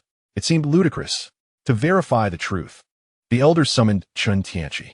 Initially condescending and imposing, after exchanging a few techniques, he was all smiles, addressing Chen as fellow Taoist. In the ensuing months, The momentous events on Kuaishing Island continued to reverberate throughout the chaotic Star Sea. If previously Chen Tianqi was renowned in the region, he had now become a figure of legendary repute, his name echoing across mountains and rivers. Major sects and cultivators regarded him as a personage of nascent soul caliber, treating him with the utmost respect, even dubbing him the foremost among core formation practitioners. Moreover, the tale of his audacious battle, fighting bare-bottomed, wielding a great sword, and employing thunderous techniques to severely injure an 8th-grade demonic beast, spread like wildfire throughout the chaotic Star Sea, growing increasingly exaggerated with each retelling. Some claim Chen Tianqi was the reincarnation of the Thunder God, sent to vanquish these demonic beasts. Others insisted that he was not merely a core formation cultivator, but an ancient transformation adept above the nascent soul stage, as it was inconceivable that he could so easily overpower an 8th-grade beast without sustaining injuries. In summary, Chen Tianqi gradually earned the veneration of many cultivators in the chaotic Star Sea, who began to refer to him as the Thunder Sword Real Person. Chapter 41. Engagement Tianqing City. Miao Yin's sect's residence. A few months after the Kuaishing Island incident, Chen Tianqi brought the two ladies, Yuan Yao and Yin Li, to Tianqing City, settling them in his own cave abode. After all, an entire small mountain peak belonged to Chen Tianqi, providing ample space to accommodate so many people. However, Chen Tianqi's blissful days did not last long. Having achieved full mastery of qi, they had no choice but to bid farewell and enter seclusion to cultivate their foundation. Chen Tianqi rose and casually dismissed the numerous communication tokens filled with flattery and invitations to visit, retaining only those from the Master Wang and the Star Palace. Ever since his rise to fame, he had been inundated with a plethora of communication tokens daily. Yet, he could not afford to disregard them entirely, as he still needed to navigate this realm and maintain some semblance of face with them. Upon examining the token from Master Wang, he discerned an invitation to a grand feast at the Immortal Arrival Pavilion, intended as a gesture of gratitude for saving his life. It seemed that Master Wang had also prepared a gift. He promptly replied to the token, assuring that he would indeed attend, before allowing it to fly away on its own. Turning his attention to the Star Palace's token, he learned that the esteemed Elder Jean Kuei wished to meet him and had come specifically to extend an invitation for a discussion on the Tao. Naturally, Chen Tianqi was inclined to show respect to this local authority and readily accepted the invitation, prompting the token to exit the room. Zhui Yin nestled her small head against his shoulder, her breath soft as she whispered in a melodious tone, "Master, is there something the Star Palace and Master Wang want from you?" Chen Tianqi inhaled sharply, realizing that they had no pressing matters, merely inviting him as a guest. Now, he suspected that she might be the one with something to discuss. Days later, with an insatiable appetite, Chen Tianqi inadvertently squandered time. He resolved to indulge less in pleasures henceforth and to embark on a rigorous abstinence from alcohol. Securing his belt and instructing a maid to care for Zhui Yan, he made his way to the Immortal Arrival Pavilion for the banquet. Upon entering the elegantly antiquated pavilion, the maid immediately recognized the illustrious Chen Tianqi and hurriedly approached with respect, bowing and stating, "Senior Chen, Master Wang has been awaiting your arrival. Please follow me." Chen Tianqi nodded in acknowledgement, and the maid swiftly led the way. Shortly thereafter, they arrived at the heavenly tier of the pavilion. Once the maid departed, Chen Tianqi tidied his attire and, smiling, pushed open the door. "Ha ha, Brother Wang, I apologize for my tardiness and any offense caused." Upon Chen Tianqi's arrival, the Wang family rose with smiles, greeting him with reverence. Hearing Chen Tianqi's words, Master Wang, with his mustache curling upwards, replied with a gentle smile, "Were you saying, Brother Chen? You treat me like a brother. How could I hold it against you?" After Chen Tianqi had severely wounded Feng Shi, Master Wang had already begun to address him as senior. Yet, it was only because of Chen Tianqi's brotherly address that he relented. Chen Tianqi remarked that this was inconsequential, given that he was to become the future father-in-law. Each of them engaged in their own conversations. However, what puzzled Chen Tianqi was Wang Ning's unusual shyness. Whenever he glanced her way, she would instantly turn her head, blushing. "Brother Chen, please take a seat and savor the delicacies of the Immortal Arrival Pavilion," Master Wang urged, prompting Chen Tianqi to sit beside Wang Ning without further thought. As the master of the Wang clan observed, his mustache curled up even more, his face radiating with joy. He immediately raised a cup of fine liquor in salute to Chen Tianqi, tilting his head back to drink. Brother Chen, I am immensely grateful for your assistance that day. It ensured the safety of my family. This cup is dedicated to you. Chen Tianqi reciprocated by lifting his own cup. There is no need for such formalities, Master Wang. I would gladly risk my life for a brother. After several rounds of toasting, the master of the Wang clan produced a prepared item and pushed it forward. Brother Chen, this is a small token of my appreciation. Please accept it. Chen Tianqi opened it to reveal Tianlei bamboo. Although he had no current need for it, Han Pao Pao certainly did. How could he resist the opportunity? Thank you, Brother Wang. This must be the gift you mentioned. I am quite pleased. He accepted the Tianlei bamboo with a faint smile. Upon hearing this, the master of the Wang clan revealed a hint of a mysterious smile. Ha ha. This is merely a small gesture on my part. It hardly qualifies as a gift. The true present is intended for another. Chen Tianqi felt a wave of confusion wash over him. It seemed the only noteworthy item in his possession was the Tianlei bamboo. Could it be that he had guessed something? A glimmer of insight flickered in his eyes as he inquired, "What then is the gift you intend to bestow?" The master of the Wang clan stroked his mustache, seemingly evading the question. "What is your opinion of my daughter, dear Brother Chen?"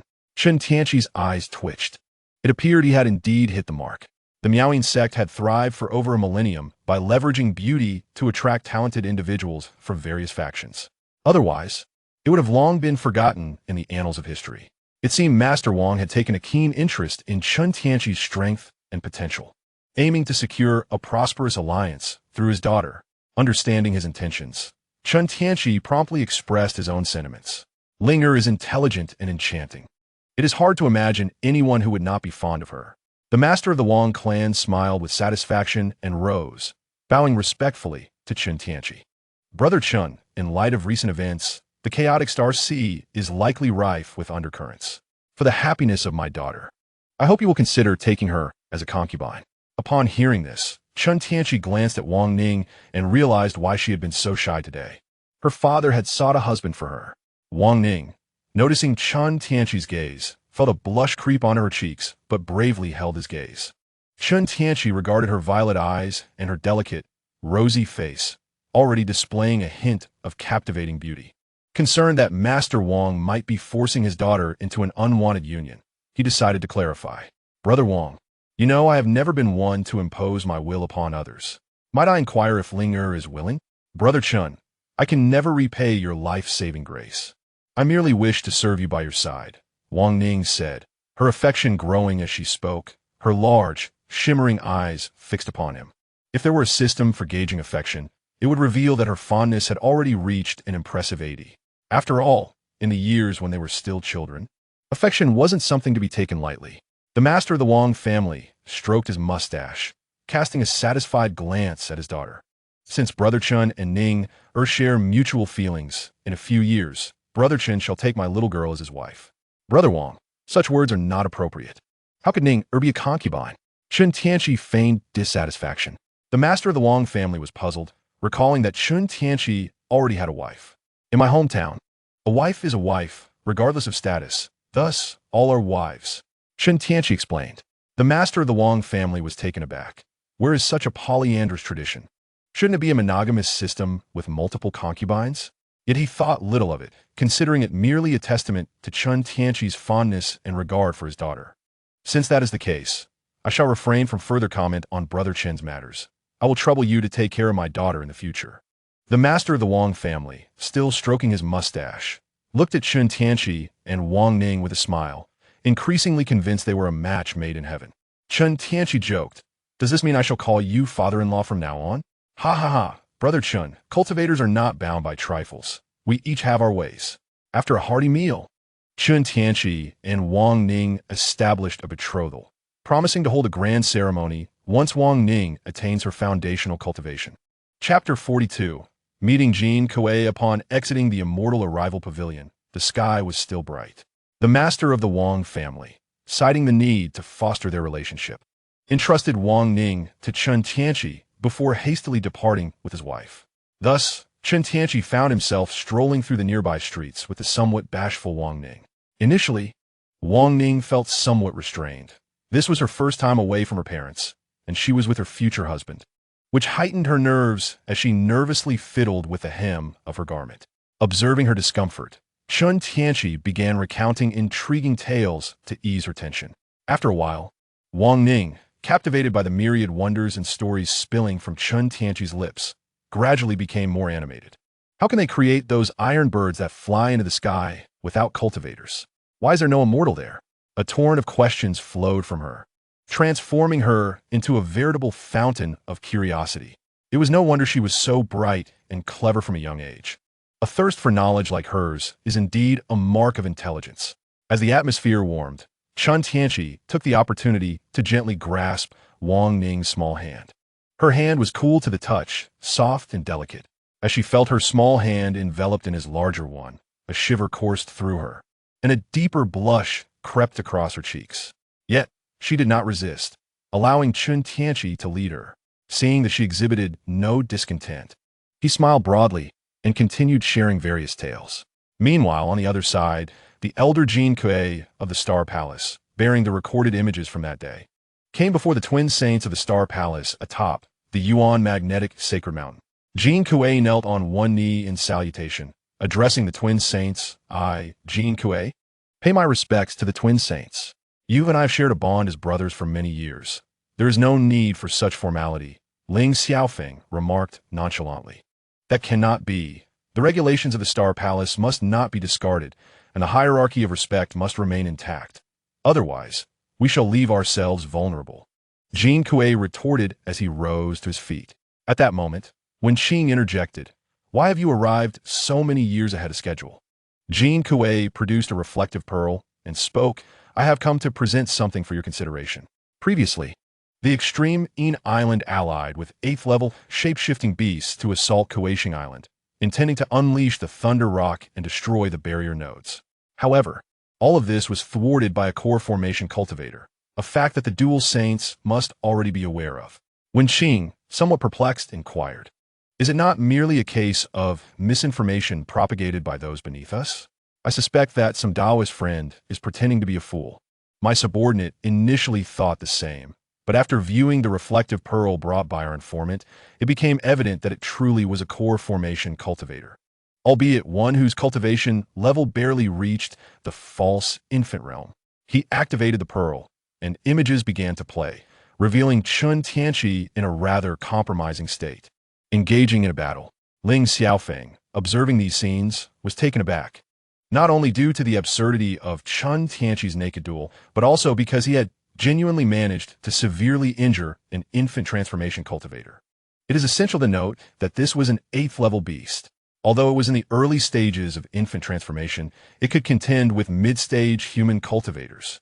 He had heard rumors of this earlier, yet without witnessing it firsthand, he had assumed that Chen Tianqi was concealing his true strength, leading to a distortion of the facts.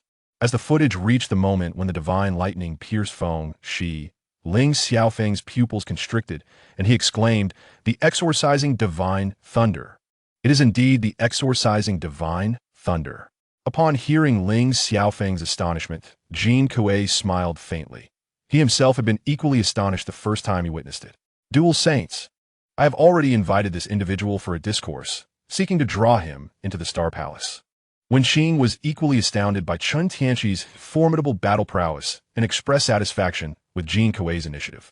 "Junior brother, you have handled this admirably. This individual is not far from the infant transformation realm and will only grow stronger. If we cannot ally with him, we must at least maintain a favorable relationship." Ling Xiaofeng chimed in, "Madam speaks wisely. We should strive to avoid unnecessary complications. The Void Sky Palace will soon open in a few decades. Those old ghosts nearing the end of their lifespans will surely enter, desperate to acquire the celestial restoration pill. It is amusing just to think about it. Ha ha ha." Ling Xiaofeng let out a peculiar laugh, and Jin Kui seemed to share in the jest, joining in the laughter. Wen Qing, noticing their mirth resembling that of an elder from the Soul Palace, quickly admonished them, "Enough of this. Temper your laughter to appear more dignified." Jin Kui and Ling Xiaofeng cleared their throats awkwardly, realizing their emotions had gotten the better of them. On a lesser-known island within the chaotic Star Sea, Feng Shi was frantically smashing everything in sight, venting his frustrations in a wild frenzy.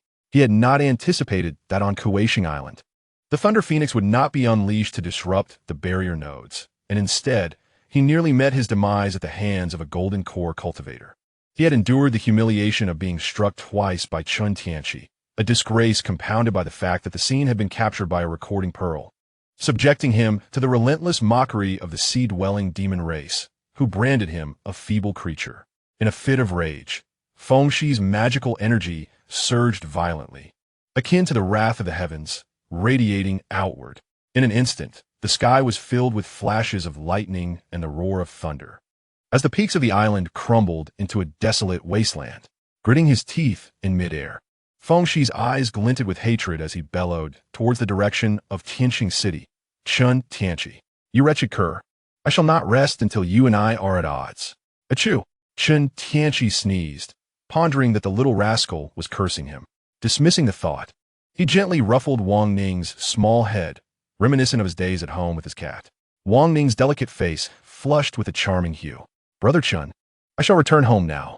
Will you tell me more stories I have yet to hear? As Chen Tianqi beheld Wang Ning's innocent smile, a surge of affection welled up within him. Of course, my dear Ninger, whatever you wish to hear in the future, I shall recount. Upon hearing this, Wang Ning's face lit up with joy as she skipped merrily into the residence of Miaoying Gate. Witnessing her return home, Chen Tianqi transformed into a streak of golden light and returned to his cave abode. Next, he prepared to bathe and burn incense, readying himself for an audience with the esteemed Elder Jin Kuei of the Lower Star Palace.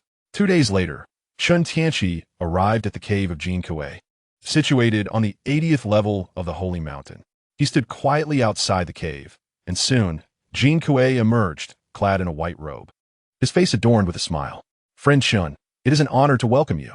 Dear Jin, your gracious reception is too kind. It is a privilege to discuss the Tao with you. Chen Tianqi replied with a smile, returning the greeting. As they exchanged pleasantries, they entered the cave together. In the courtyard, Jin Kuei gestured towards the scenery outside and said, between mountains and rivers, the great Tao of heaven and earth is present. I wonder, what insights do you possess regarding the Tao, friend Chen? Seeing him begin to expound on the Tao, Chen Tianqi felt a flicker of doubt. Could it be that he truly intended to engage in a philosophical discourse? Chapter 43. Chen Xiaoqian emerges from seclusion after a moment of contemplation. Chen Tianqi responded, the Tao exists everywhere at all times. Within this landscape, it is embodied in the gentle murmur of flowing water and the ethereal mist that envelopes the mountains. As cultivators, we need only to calm our hearts like still water to naturally perceive the presence of the Tao. Jin Kuei nodded in agreement. Well said. Heaven and earth are indifferent, treating all things as mere fodder. As cultivators, we ought to learn from nature and harmonize with the cosmos, grasping the essence of the great Tao. Thus, the two engaged in lively discourse over tea, delving into topics ranging from the natural laws of the Tao to the philosophies of life, expressing their thoughts freely. After a profound discussion on the grand Tao of heaven and earth, Jin Kuei's gaze shifted, his tone imbued with sincerity and anticipation as he slowly unveiled his true purpose to Chen Tianqi. Dear Taoist Chen, it is indeed a privilege to engage in such profound discussions about the principles of heaven and earth with you today. I wonder if you would be inclined to join the Star Palace and seek the Great Way alongside us. A glimmer of brilliance flickered in Chen Tianqi's eyes. It was evident that today's primary objective was to extend an invitation to him to join the Star Palace. After a moment of contemplation, Chen Tianqi declined Jin Kuei's overture in a most tactful manner. Dear Taoist Jin, your invitation fills me with honor. However, having wandered through life's tribulations, it was Brother Wang from Miaoying sect who graciously welcomed me in my time of need. In gratitude for his kindness, I have pledged to support the Miaoying sect. Upon hearing this, Jin Kuei internally sighed, recognizing the challenge and swaying him. Yet, he swiftly composed himself, displaying an appropriate measure of understanding and respect upon his countenance. Taoist Chen, your loyalty and righteousness are truly commendable. Thus, I shall not press the matter further. It is an honor for me to discuss the Tao with you today. Regardless of where our paths may lead us in the future, I hope we can remain friends, supporting one another in our pursuits. Although Chen Tianqi declined the invitation to join the Star Palace, fostering goodwill with him remained paramount. After all, having more friends is far preferable to accumulating enemies. The two soon seemed to forget the earlier invitation, continuing their philosophical discourse with great enjoyment as the day waned. Eventually, Chen Tianqi took his leave from Jin Kuei. The following day, upon returning to his cave abode, Chen Tianqi first nourished the blood jade spider with some spirit-nourishing pills.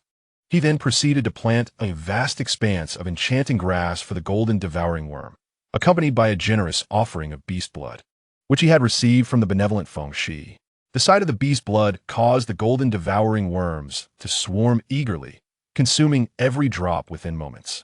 The population of these creatures had multiplied several times compared to 20 years ago, entering their juvenile phase and gradually transitioning toward a resplendent golden hue, thus amassing considerable battle prowess. Observing their fondness for the beast blood, Chen Tianqi resolved to request Feng Shi's assistance once more. Surely, he would be willing to aid me, would he not? After ensuring that his spiritual companions were well fed, Chen Tianqi returned to the courtyard. Gazing at the clear sky, the blue canvas adorned with white clouds painted a serene and profound tableau. A sudden sense of emptiness washed over him, but he quickly reminded himself that he was surrounded by numerous wives and lived a life of abundance and ease. Why then should he lament in this moment? A thought struck him. Perhaps his recent discontent stemmed from not having cleared his magazine in some time. He thus decided to pay a surprise visit to the Miaoying sect to assess whether Zhui Yan was diligently fulfilling his duties. Suddenly, under the bright expanse of the sky in Tianqing City, the atmosphere shifted dramatically. A dense mass of ominous clouds enveloped the area surrounding the sacred mountain, with thick silver lightning dancing like frenzied serpents, accompanied by thunderous roars. The spiritual energy surrounding the sacred mountain began to swirl violently, centered around Chen Tianqi's cave, forming a colossal vortex that devoured the surrounding celestial energies. Chen Daoyou's companion is indeed a person of extraordinary talent, possessing profound magical abilities and a solid foundation. Gazing at the position of the wondrous phenomenon of forming the golden core on the 80 layers of the sacred mountain, Jin Kuei murmured to himself. Chen Tianqi observed the surging spiritual energy flowing deep into the cave, his face illuminating with joy. He knew that Chen Xiaoqian had finally succeeded in forming her golden core. After 2 hours, the ethereal manifestation in the sky gradually dissipated. Chen Tianqi wore a beaming smile as he stood before the closed-door chamber, eagerly awaiting Chen Xiaoqian. His heart brimmed with genuine happiness for his beloved. Moments later, the dark door of the chamber slowly creaked open. From the shadows emerged a graceful figure, Chen Xiaoqian, radiating a pure smile, her eyes shimmering with tenderness as they met Chen Tianqi's gaze. "My husband, I have succeeded. At last, I can be of help to you." Upon hearing this, Chen Tianqi felt a surge of emotion. His first thought after her achievement was not for himself, but for the prospect of her being able to assist him in the future. He stepped forward quickly, enveloping her in a deep embrace, whispering gently, "What a silly girl you are. Have you not always been helping me?" With an enchanting smile, Chen Xiaoqian nestled her head against his shoulder, choosing not to say anything further. In that moment, the two, having reunited after a long separation, embraced tightly, sharing their long-held feelings of yearning. After a while, a hint of melancholy flickered in Chen Xiaoqian's eyes as she spoke softly. "My husband, I suppose you must have found many sisters during the years I was in seclusion?" Chen Tianqi immediately broke into a cold sweat, desperately scrambling to clarify, hoping to appease her feelings. "Ahem, I only found a few." Upon hearing this, Chen Xiaoqian pouted, her jealousy flaring up instantly. She had anticipated that during her absence, Chen Tianqi would seek companionship, but she hadn't expected him to find several. She was determined to tease him a little. "It seems you had quite a good time while I was away. Perhaps you have already grown tired of this old face." Chen Tianqi sensed the palpable jealousy, yet he could only stand there and endure. "My dear, how could you say that? Just look at your tender, fair face. I cherish you more than ever. How could I ever grow weary of you?" he said, playfully pinching her cheek with a sheepish grin. Chen Xiaoqian pretended to struggle momentarily, but soon lost herself in Chen Tianqi's gentle gestures. A flicker of satisfaction gleamed in her eyes. Though she feigned anger, her heart had already forgiven him. "It's easy for you to say. Did you forget about me every day I was gone?" She pouted, her tone laced with playful petulance. Seeing her expression, Chen Tianqi understood he had navigated the storm and quickly assured her, "How could that be, my lady? Without you by my side, I felt as though I had lost my soul. Throughout these days, no matter what I did, my thoughts were consumed by you. Is that so?" Chen Xiaoqian's gaze flickered with a hint of skepticism. Chen Tianqi noticed the skepticism in her eyes and immediately feigned great anger. "Since you do not believe me, I shall have to prove it through my actions." Chapter 44. The women emerge several hours later. The jealousy in Chen Xiaoqian's heart dissipated entirely. Observing her obedient demeanor, Chen Tianqi realized that he could indeed penetrate the depths of a woman's emotions. He then recounted all that had transpired during Chen Xiaoqian's years of seclusion. Captivated, she had not anticipated that merely 20 years after arriving in the chaotic star C, chaos would begin to manifest. What concerned her more, however, was Chen Tianqi's strength. She had thought she had caught up to him, only to find that he had once again left her behind. Yet, upon reflection, she reminded herself that he was her man. A proud expression soon graced her face. Not long ago, Brother Wang, in gratitude for saving his life, specifically betrothed his daughter to me. Initially, I had no intention of accepting, but considering our brotherhood, I did not wish to dismiss his heartfelt gesture, and thus I agreed. Upon hearing his somewhat disingenuous words, Chen Xiaoqian rolled her eyes and regarded him with a bemused smile. "Really now, do you think I'm unaware of your true nature? But you certainly are something, having set your sights on her since childhood." She knew well that the daughter of Master Wang was exceptionally beautiful, and with her understanding of Chen Tianqi's character, it was clear he had eagerly accepted the proposal at the time. Chen Tianqi, feeling slandered, quickly retorted, "What do you take me for? I am a man of integrity. Besides, I have done nothing wrong. I merely shared stories with Ninger. When will you bring little Ning home as your wife?" Chen Xiaoqian inquired, her expression turning serious. Upon the mention of this topic, Chen Tianqi replied earnestly, "I plan to hold a joint cultivation ceremony with you all in a few years." "We?" Chen Xiaoqian inquired, slightly puzzled. "Yes. Previously, when the demonic forces invaded Tiannan, I was unable to hold the ceremony with you. Let us arrange it this time as a compensation for you." He nodded, a gentle smile illuminating his face as he gazed at her with deep affection. Chen Xiaoqian's eyes glistened with emotion as she stepped forward and embraced him tightly. Time flew by swiftly. 5 years passed in the blink of an eye. However, for cultivators, it was merely a fleeting moment. Ever since the engagement with Wang Ning was established, Chen Tianqi frequently visited her, either taking her to his cave abode or spending time with Chen Xiaoqian. Naturally, Chen Xiaoqian adored this clever girl, treating her with the affection of a sister. She even warned Chen Tianqi to behave himself around her. Chen Tianqi protested his innocence, insisting that he treated her with utmost respect, often entertaining her with wondrous tales. Moreover, he intended to bestow the Spirit Flame Heart-Soul technique as her primary cultivation method once Wang Ning established her foundation. Recognizing that she was a naturally gifted cultivator of the demonic arts, though would gradually lead her to forsake her humanity. The Lingyan Heart-Soul Great Method was initially devised by Chen Tianqi, who amalgamated several martial arts techniques, including 3 demonic arts, resulting in a potent system with immense potential. Thus, it stands as the most suitable practice for Wang Ning's constitution. Most importantly, the Lingyan Heart-Soul Great Method is capable of further integrating other techniques for advancement. In the future, if he could seize the techniques from the extreme Yin Island and the 6 paths of the ultimate saints, the Lingyan Heart-Soul Great Method would soar to new heights. 4 years prior, Yuan Yao, Yin Li, Fan Jingmei, and Zhuo Ruding had successfully established their foundations and emerged from their seclusion. Chen Xiaoqian also met with them and welcomed them warmly. The girls, understanding the significance of their relationship, affectionately referred to her as sister, creating an atmosphere of ease and harmony. Chen Tianqi was immensely satisfied to witness his harem in such a state of tranquility, dispelling the notion that such arrangements are prone to conflict. Upon their emergence, Chen Tianqi assigned them different cultivation techniques based on their unique spiritual roots, along with an abundance of foundational elixirs. He recalled that Yuan Yao possessed a heavenly Yin constitution, and since he lacked a more suitable method for her, he instructed her to practice the Lingyan Heart-Soul Great Method and imparted the Great Transformation technique to her. 4 Yin Li, and the other 3, possessing with spiritual roots. He had Chen Tianqi teach them the Azure Origin Sword technique, while also sharing the Great Transformation technique with them. The girls were deeply moved by the generosity of such precious high-level techniques.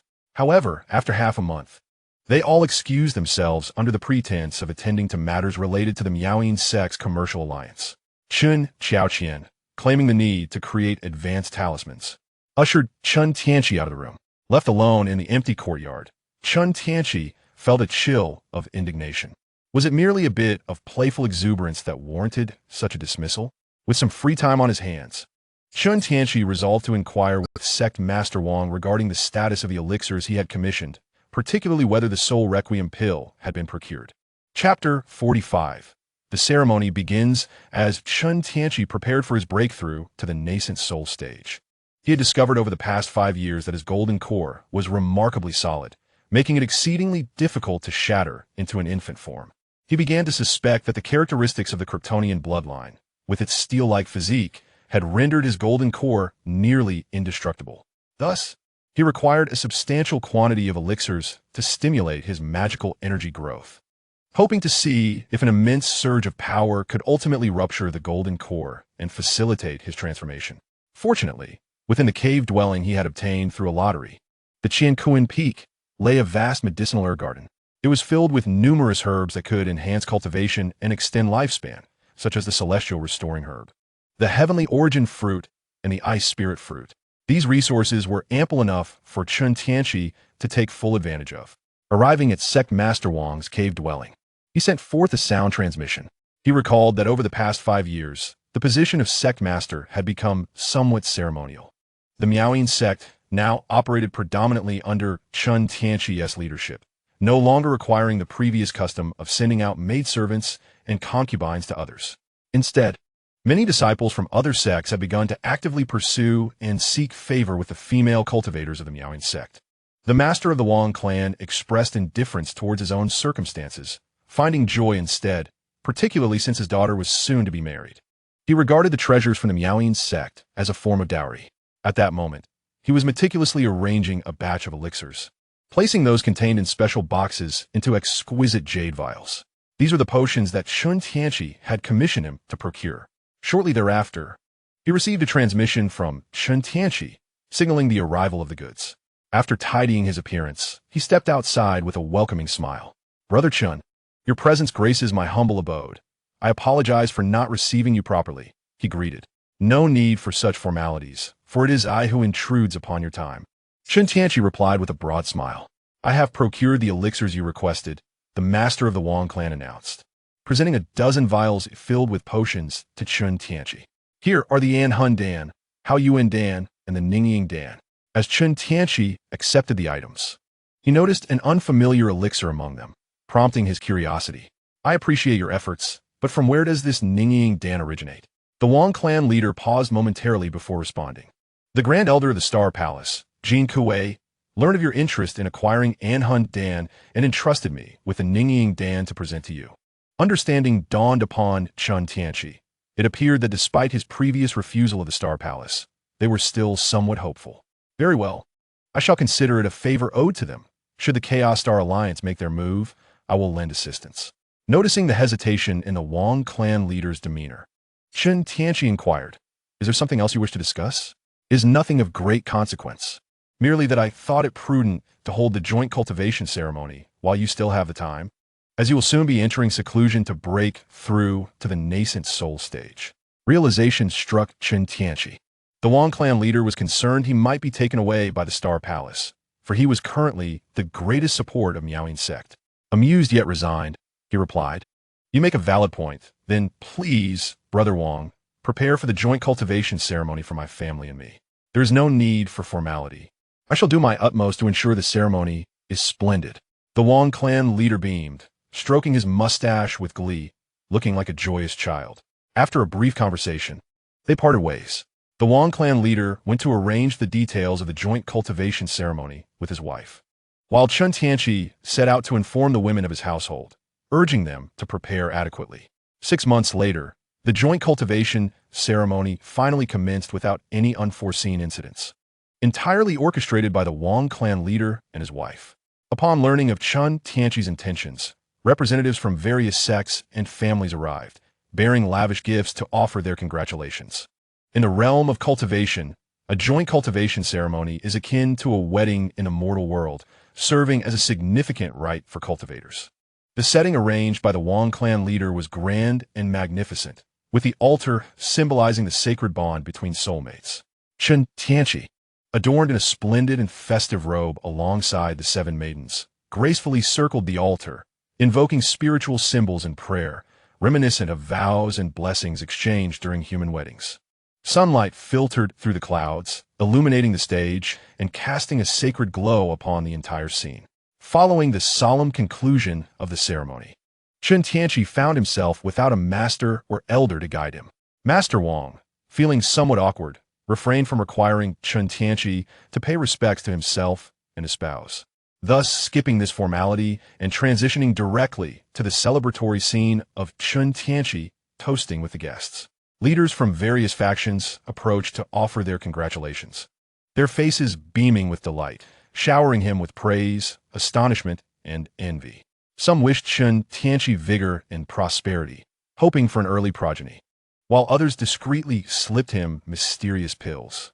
Amused yet perplexed, Chen Tianqi wondered who would need such things. Had they never heard of a little motor? Were it not for the celebration of his fellow cultivators, he would have long since dismissed such naivete. The seven maidens had now collectively adopted a new title for Chen Tianqi, calling him husband. They organized themselves by age. Chen Xiaoqian as the eldest, followed by Zhu Yan, then Yin Li, Yuan Yao, and Fan Jingmei, with Zhuo Ruding next, leaving Wang Ning as the youngest. However, Wang Ning received abundant affection from her elder sisters and, understanding her place, affectionately referred to them as sister.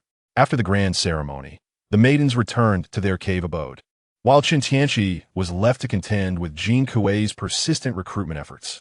After presenting him with a Ning-Ing pill, Jin Kuei sought to entice Chen Tianqi once more post-ceremony. Yet, having grown accustomed to his freedom, Chen Tianqi declined Jin Kuei's offer. Not wishing to return to the constraints of sect, Jin Kuei, upon hearing this, remained undeterred and graciously congratulated Chen Tianqi on his successful birth of the infant spirit. Before long, Chen Tianqi bid farewell to Jin Kuei and returned to his cave. Upon his arrival, he was greeted by the seven ladies, each wearing lace skirts of varying hues, waiting for him in the chamber. Their enchanting silhouettes and captivating movements, along with their alluring gazes, created an intoxicating atmosphere. For 3 continuous months, Chen Tianqi granted the managing wives of Miaoying's sect a 2-month respite. During this time, he remained in the cave to cultivate alongside them. The cultivation levels of the maidens progressed to the mid-stage of foundation establishment, while Chen Xiaoqian's early-stage core formation became increasingly stable, nearing its peak. The one who benefited the most was Wang Ning, who had withdrawn early from the fray to refine Chen Tianqi's yang essence within her. The prolonged battle had finally come to a close, allowing the maidens to breathe a sigh of relief, escaping Chen Tianqi's grasp. Fan Jingmei and Zhuo Ruding, due to Chen Tianqi's influence, were appointed as the left and right envoys of Miaoying's sect, accompanying Zhu Yan to learn how to manage business alliances. Yuan Yao and Yin Li followed Chen Xiaoqian to study talisman crafting, as Chen Xiaoqian had now become a master talisman crafter of Miaoying's sect. Meanwhile, Wang Ning remained in seclusion, continuing her refinement of yang essence. Chen Tianqi entered the secluded chamber, embarking on his quest to transcend into the nascent soul realm. 5 fleeting years passed in the blink of an eye. At this moment, Chen Tianqi's spirit, energy, and essence reached their zenith. He took a deep breath and activated the celestial furnace, his primary cultivation technique that harmonized body and law. He retrieved several Hao Yuan pills and consumed them in quick succession, followed by a few celestial restoration herbs. In an instant, the pure medicinal essence coursed through his meridians, ultimately guided by his technique to the golden core within his dantian. Chen Tianqi's aura surged dramatically, surpassing the fluctuations typical of the early nascent soul stage. This marked the first threshold of his breakthrough. As time flowed on, he gradually transcended the initial barrier, yet the golden core showed no signs of shattering. Instead, it remained steadfastly absorbing spiritual energy, as solid as Mount Tai. Observing the golden core, Chen Tianqi felt a flicker of frustration. Why was the second threshold of breaking the core proving so arduous? Taking a deep breath, he resolved to provide the core with ample nourishment, even to the point of bursting. He swiftly produced a dozen bottles of Hao Yuan pills and several more celestial restoration herbs, consuming them rapidly one after another. The potent energy from the pills swelled his body, but fortunately, Chen Tianqi's physique was unparalleled, allowing him to bear the immense power and channel it effectively. With a flicker of thought, he activated the celestial furnace, causing the surrounding spiritual energy to surge and compress, restoring his body to a normal state. The spiritual energy in the vicinity was drawn into his dantian, coalescing into a formidable pressure that transformed the abundant spiritual energy into liquid spiritual power, flooding into the golden core. Continue. Push on. Chen Tianqi accelerated the operation of his technique, and under the vast accumulation of spiritual power, his form became almost indistinct. As more and more energy converged and filled his body, a colossal vortex of spiritual energy formed above the entire Tianqing city, constantly gathering together. Peering within his consciousness, Chen Tianqi observed that the golden core was now riddled with intricate fissures, through which glimmers of white light flickered on the verge of eruption. Without hesitation, he produced a condensation pill and swallowed it whole. Break! Chen Tianqi bellowed, his aura sweeping forth from the chamber. Suddenly, the golden core within him erupted like a dam bursting, flooding through his dantian, meridians, and limbs, washing over every part of his being. The energy sea of the dantian, infused with destruction and rebirth, activated the condensation pill's effects, continually nourishing the old while filling the voids. The completely shattered golden core was enveloped by an ethereal spirit, coalescing into a vague, infantile form resembling Chen Tianqi. In an instant, the nascent soul opened its mouth and inhaled, drawing in the surrounding waves of spiritual energy. Countless star-like specks dotting the air. Soon, the luminous specks within the dantian gathered, gradually forming a crimson lotus platform, upon which the nascent soul floated like a freshly born sun. Surrounding the nascent soul was an intricate pattern of flames, and upon closer inspection, a small vortex within it constantly devoured spiritual energy. After a brief moment, the figure of the nascent soul became increasingly distinct, its form growing ever more reminiscent of Chen Tianqi. At this juncture, the multitude of mortals and cultivators in Tianqing City continued their labors, as usual, when suddenly, an immense pressure descended upon them like a heavy shroud. It felt as though they had drawn the attention of an ancient ferocious beast, causing their bodies to tremble uncontrollably. The mortals collapsed to the ground, while the Qi refining and foundation establishment cultivators struggled to remain standing under the overwhelming might of the nascent soul's magical power, some even on the brink of kneeling. In an instant, the once orderly Tianqing city was thrown into chaos, with every mortal and cultivator startled. Was Brother Chen undergoing tribulation? Master Wang, straining his body, leaned against the railing, gazing towards Chen Tianqi's cave abode. He sensed that this pressure was even greater than that of the Grand Elder of the Star Palace. Chen Xiao Qian approached the women, summoning a shield of golden light to alleviate their burden. Her expression tinged with concern as she murmured, "Husband, you must succeed." She understood that failure in breaking through to the nascent soul would lead to its decay and ultimately death. Yet all she could do was silently pray for Chen Tianqi. In that moment, all the cultivators of Tianqing City turned their gazes towards the area of the Sacred Mountains Cultivation Cave, with some core formation practitioners even approaching the entrance of Chen Tianqi's cave. Inside the cave, an immense reservoir of spiritual energy surged, and the nascent soul that was Chen Tianqi absorbed it entirely, refining it. Suddenly, the scenery before Chen Tianqi shifted, transporting him to a familiar office building he had not seen in ages. Before he could regain his composure, a booming voice echoed beside him. "Chen Tianqi, what are you dawdling for? Do you know you're late today? I'll dock 100 from your salary." A portly middle-aged man with a receding hairline spat as he addressed Chen Tianqi. Observing his surroundings, Chen Tianqi realized he had entered the third trial of the heart demon. The illusionary realm had indeed crafted a remarkably realistic scene. With a newfound interest, he watched the unfolding drama, only for a fierce expression to cross his face. "You fat pig, perish!" He hurled a punch forward. Instantly, the dreamlike illusion shattered, transforming as if recalling a distant past, morphing into another scene. "Master has come to play." "Master, hurry, I'm all ready." Chen Tianqi gazed at the throng of flirtatious figures with exasperation. Even in his most lascivious state, he was not a ravenous ghost of desire. Coldly, he commanded, "Get lost." The illusion then crumbled. In an instant, it was as though centuries had passed.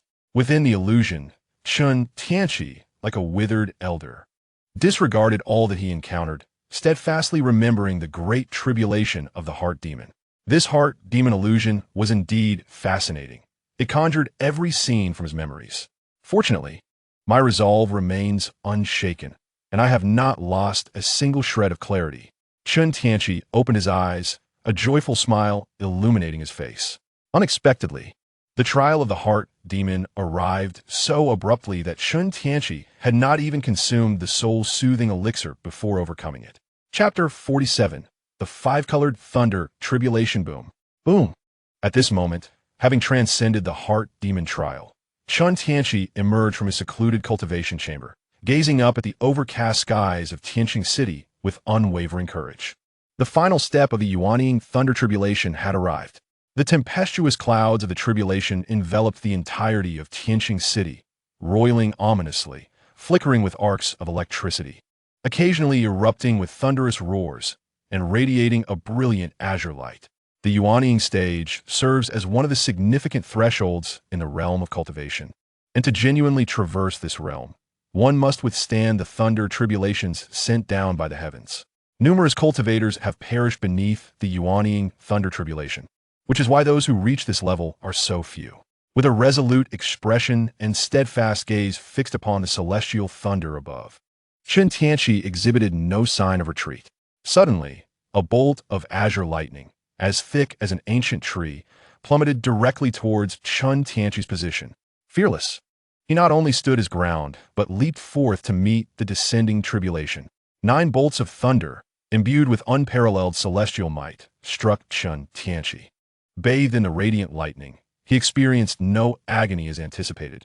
Instead, a delightful, tingling sensation coursed through his body as the heavenly furnace instinctively activated, ravenously consuming the energy.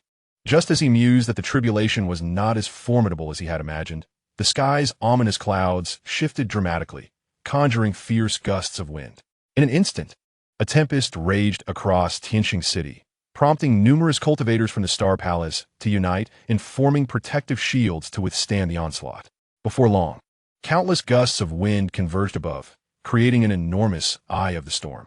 Howl! Howl! The eye of the storm seemed to wail like a banshee. And then a ferocious gale surged towards Chen Tianqi. The bone-chilling winds swept over him, causing his skin and flesh to peel away like fragments, revealing a ghastly skeletal frame beneath. Chen Tianqi felt waves of itchiness and pain, as if countless ants were gnawing at him. Raising his hands to inspect, he discovered that his once smooth skin had vanished, replaced entirely by blood and bone. At this moment, he realized that having passed through the 9 layers of the Yuanying Thunder Tribulation, he was now facing the legendary 5-colored Thunder Tribulation. And what he encountered now was the flesh-stripping, bone-scraping wind tribulation would. It seemed that the heavenly furnace technique and his lineage were to blame for this tribulation. With no time to ponder further, he activated the heavenly furnace, drawing the tempestuous winds that had been swirling around him into his body. In merely a breath's time, Chen Tianqi, who had been on the verge of becoming a mere skeleton, fully regenerated his flesh, which was now even more formidable than before. Having also assimilated a trace of the wood essence from the wind tribulation, as the gusts gradually subsided, the cultivators of Tianqi City finally breathed a sigh of relief, only to be met with an overwhelming heat enveloping their surroundings. Chen Tianqi now faced the fire tribulation, fire, as the previously overcast sky ignited into a blazing inferno. A colossal fire dragon erupted from the tribulation clouds, roaring as it charged towards Chen Tianqi. With a furious roar, Chen Tianqi ascended into the heavens, undeterred, skillfully manipulating the celestial furnace to devour everything in its path. His body felt an intense heat, still adjusting to the overwhelming energy when the heavenly tribulations arrived. Ice calamity, water, thunder calamity, metal, and mountain calamity, earth. Upon the sacred mountain, the magnetic divine mountain, both Chen Tianqi and the twin saints of the Star Palace were left astounded, not anticipating that Chen Tianqi's crossing of the nascent soul tribulation would summon a five-colored thunderstorm. Such a phenomenon, recorded by ancient cultivators, was said to occur only when an entity intolerable to heaven or a prodigy emerged. Come forth, all of you. Chen Tianqi laughed heartily, facing the surging celestial wrath, bracing himself against it while the furnace assisted him, his physical form continuously being reborn and strengthened. With a thunderous boom, as the final bolt of the heavenly thunder calamity, metal, struck down, the howling winds ceased and the dense clouds dissipated, revealing a remarkably clear sky. As if after a storm, the multitude of cultivators from the Tianqi sect gazed upon the figure in the sky above Tianqi City with envy, admiration, and reverence. Their diverse expressions unmistakable. They bore witness to the birth of a true nascent soul monarch and the formidable silhouette of Chen Tianqi enduring the tribulation. Exhaling a breath of sword energy, Chen Tianqi refined his nascent soul. At that moment, his nascent soul, having absorbed a fragment of the five-colored thunder's essence, shimmered with resplendent five-element divine patterns. He then released his divine sense, a terrifying aura that swept across the entirety of Tianqi City, its reach astonishingly vast, entirely unlike that of a newly ascended nascent soul cultivator. With a mere thought, he activated the system panel. Name, Chen Tianqi. Gender, male. Age, 581, 160. Spiritual root, metal. Wood, water, fire, earth. Bloodline, Kryptonian, civilian template. Physique, Kryptonian physique, pure yang body. 5 elements body skills. Kryptonian abilities, 5 elements spells. Artifact master, artifact level. Puppet master. Array master, spirit flame, heart, soul technique. Underworld fire divine art. 5 elements divine art. Celestial furnace, concealment technique. Great evolution technique. Xuanmu transformation technique. Realm, peak early nascent soul. Lottery chances. 1. Transmigration chances. 2. Items. Kryptonian technology encyclopedia. Array compendium. Xuanjia shield. Artifact level. 72. Self-detonating flying swords. 72. Chen Tianqi cloud swords. Artifact. 18. Mecha puppets. Cave spirit treasure Qian peak. In spirit stones. In pills. In talismans. Gazing at the system panel, a glimmer of brilliance flashed in his eyes. It seemed that the celestial furnace was indeed Chen Tianqi's greatest treasure. Not only had it enhanced his body and soul exponentially, but it also allowed him to absorb the five-colored tribulation, forge his five-element body, and complete his five-element spiritual root, bestowing upon him the five-element divine abilities. He could now be said to traverse the entire chaotic star sea with ease. A gentle breeze passed, and Chen Tianqi felt a chill, quickly donning his robes. Fortunately, being high in the sky, there were few who could see him. Otherwise, rumors would surely abound once more. On the summit of the Yuan Magnet Mountain, Chen Tianqi and the twin saints of the Star Palace were startled by the terrifying divine sense of Chen Tianqi. Had they not witnessed his tribulation firsthand, they might have thought a late-stage nascent soul cultivator was merely putting on a show. Ling Xiaofeng gazed at the confident Chen Tianqi soaring in the sky and remarked, "Junior brother, it is fortunate that you had the foresight to gift him the nascent essence pill, securing a favor from the Star Palace." Wen Qing echoed his sentiment. Indeed, who could have predicted that upon successfully crossing the tribulation to become a nascent soul cultivator, he would possess a terrifying divine sense rivaling that of a late-stage nascent soul? Truly, he is a prodigy worthy of attracting the five-color lightning tribulation. Chen Tianqi swallowed hard, still entranced by the scene of Chen Tianqi enduring the five-colored lightning. "You flatter me, esteemed saints. I too did not foresee such extraordinary talent in Taoist Chen. Indeed, the world is full of surprises. It is fortunate that the Star Palace has not made an enemy of him." Ling Xiaofeng sighed, feeling a sense of relief. After a moment of contemplation, Wen Qing addressed Chen Tianqi, "Junior brother, in a few days, you should deliver several bottles of cultivation pills to Taoist Chen. We must ensure he aligns with us, or, at the very least, maintains neutrality." Jean Kuei nodded in agreement. Chapter 48. The Isle of Extreme. In half a year swiftly passed. Chen Tianqi had firmly stabilized his cultivation and skillfully mastered the 5 elements' divine powers.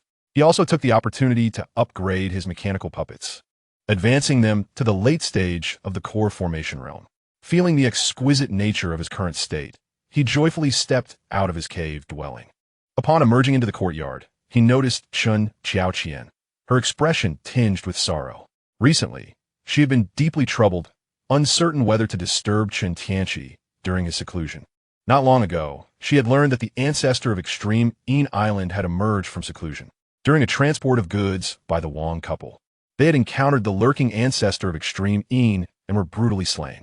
Now, Wang Ning was heartbroken, but refrained from informing Chen Tianqi. Wishing not to disrupt his meditative state, Chen Xiaoqian, unable to bear Wang Ning's heartache, resolved to inform Chen Tianqi alone, leading to her lingering in the courtyard. Just as she was about to send a message, she saw Chen Tianqi had exited his seclusion. A wave of joy washed over her, and she hurried forward to convey the news of Wang Ning's parents. "My husband, you have finally emerged from seclusion. Xiaoqian, you seem anxious. Is there something you wish to tell me?" Chen Tianqi inquired, noticing the urgency in her demeanor. "My husband, the Wang family head and his wife were killed by the ancestor of Extreme Een.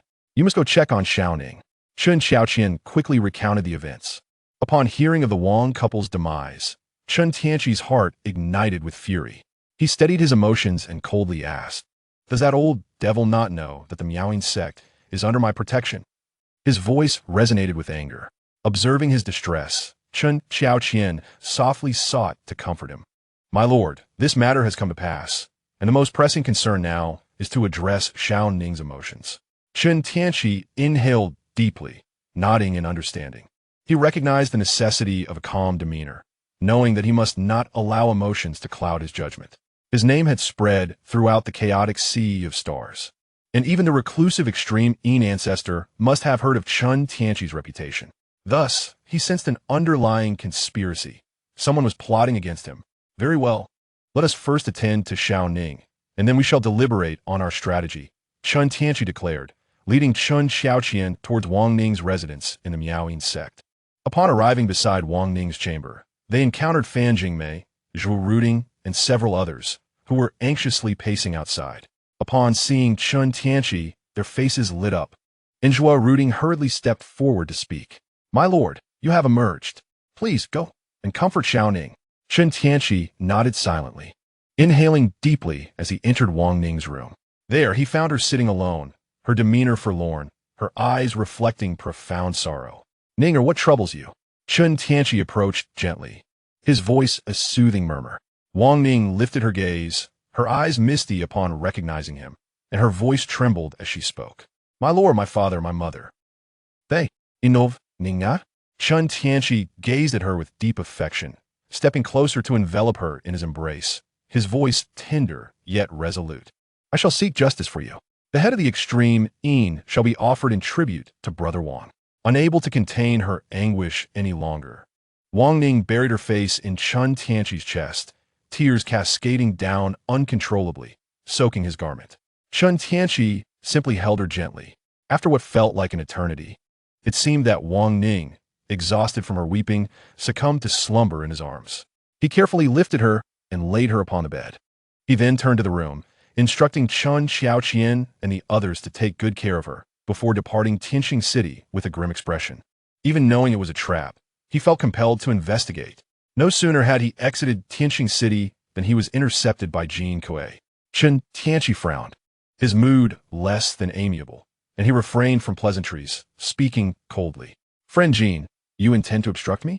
Seeing the change in Chen Tianqi's demeanor, Jean Kuei hastily clarified. "Please do not misunderstand, fellow Chen. This may be a trap aimed at you.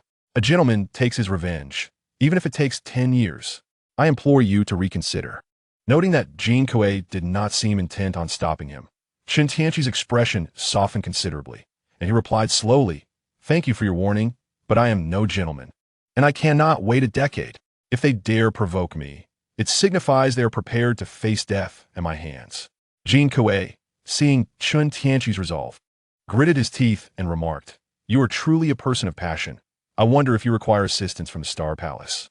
Your kindness is appreciated, but there is no need to trouble the Star Palace. I am eager to uncover what schemes the extreme Een Island is concocting. After expressing his gratitude, Chen Tianqi vanished into a beam of golden light before Jean Kuei could respond. Yingguisi Kit. Pondering how a man of Chen Tianqi's caliber could be so irrationally enchanted by a mere woman, resulting in such reckless behavior over the death of his wife's parents. Little did he know, Chen Tianqi's actions stemmed from his unwavering confidence in his strength. His physical prowess now allowed him to effortlessly confront the transformation stage, rendering anything beneath it easily subdued. On a grim island within the chaotic star sea, towering structures loomed as disciples clad in the island's ominous attire patrolled. A dismissive Qi refinement disciple, intoxicated and swaying, stumbled to the edge of the island, unfastened his trousers, and prepared to relieve himself. Suddenly, an overwhelming pressure swept down from the heavens, instantly obliterating the hapless disciple into a mist of blood. This macabre scene unfolded repeatedly across the island, enveloping the already haunted extreme Een Island in an even thicker shroud of blood mist, amplifying its eeriness. The remaining disciples hastily activated the island's protective formation. Hovering above extreme Een Island, Chen Tianqi formed a series of intricate hand seals, causing the island to tremble violently, akin to a dragon stirring beneath the earth. Mountains crumbled and structures transformed into ruins as the formation disintegrated. This was one of the 5 elements' divine powers, earth manipulation, capable of wielding the forces of the earth to reshape mountains, induce earthquakes, or solidify soil to create formidable defensive barriers. A swift change in his hand seals summoned the golden elemental power, unleashing a colossal golden wheel that surged toward extreme Een Island, relentlessly slicing through it, threatening total collapse. From the depths of the island emerged a diminutive, sinister-looking elder, extreme Een Ancestor. The ancestor hurriedly invoked his spells to counter the assault, yet the golden elemental power, infused with indomitable strength, was far beyond the capabilities of a mere early-stage nascent soul practitioner. As the destruction of his island loomed imminent, Extreme Yin's expression turned desperate. He conjured a pitch-black flame, transforming it into a massive, menacing skull that charged toward Chen Tianqi. Chapter 49, Battle of the Nascent Souls. Extreme Yin unleashed the celestial corpse fire, a technique perfected over a century of cultivation. Chen Tianqi, with deft hand seals, summoned an extraordinarily frigid dragon, radiating an aura of piercing cold, swirling around him, a manifestation of the water elemental power. The icy dragon roared and surged toward Extreme Yin's celestial corpse fire. Seeing such a formidable counter to his technique, Extreme Yin was inwardly astonished. Daring not to underestimate his opponent, he swiftly deployed a defensive measure for the celestial corpse fire. A wall of darkness materialized, intercepting the icy dragon's onslaught. Nevertheless, the ice dragon persisted, unleashing a furious roar as its chilling breath coalesced into countless ice spikes, launching them relentlessly at the firewall. Chen Tianqi focused his mind and drew a deep breath, altering his hand gestures once more. The ice dragon let out a thunderous roar, transforming into a flurry of snowflakes that collided with the corpse fire of Tiandu.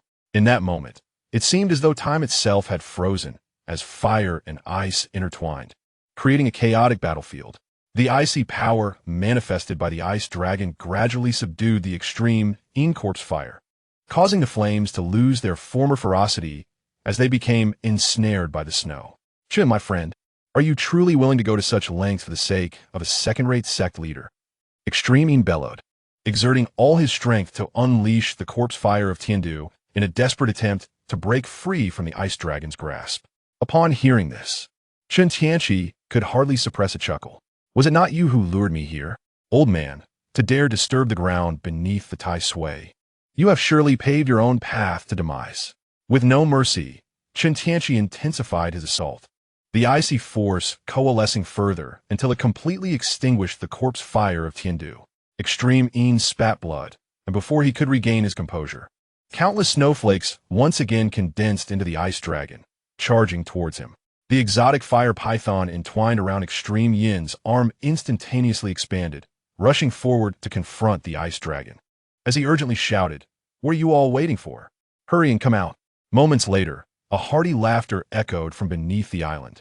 "Ha ha ha, old ghost extremine. Do not be so impatient. I wish to observe a bit longer. However, Six Paths, you truly calculated well, for you anticipated that this lad would come. Extreme Een. My old friend, you seem to be well."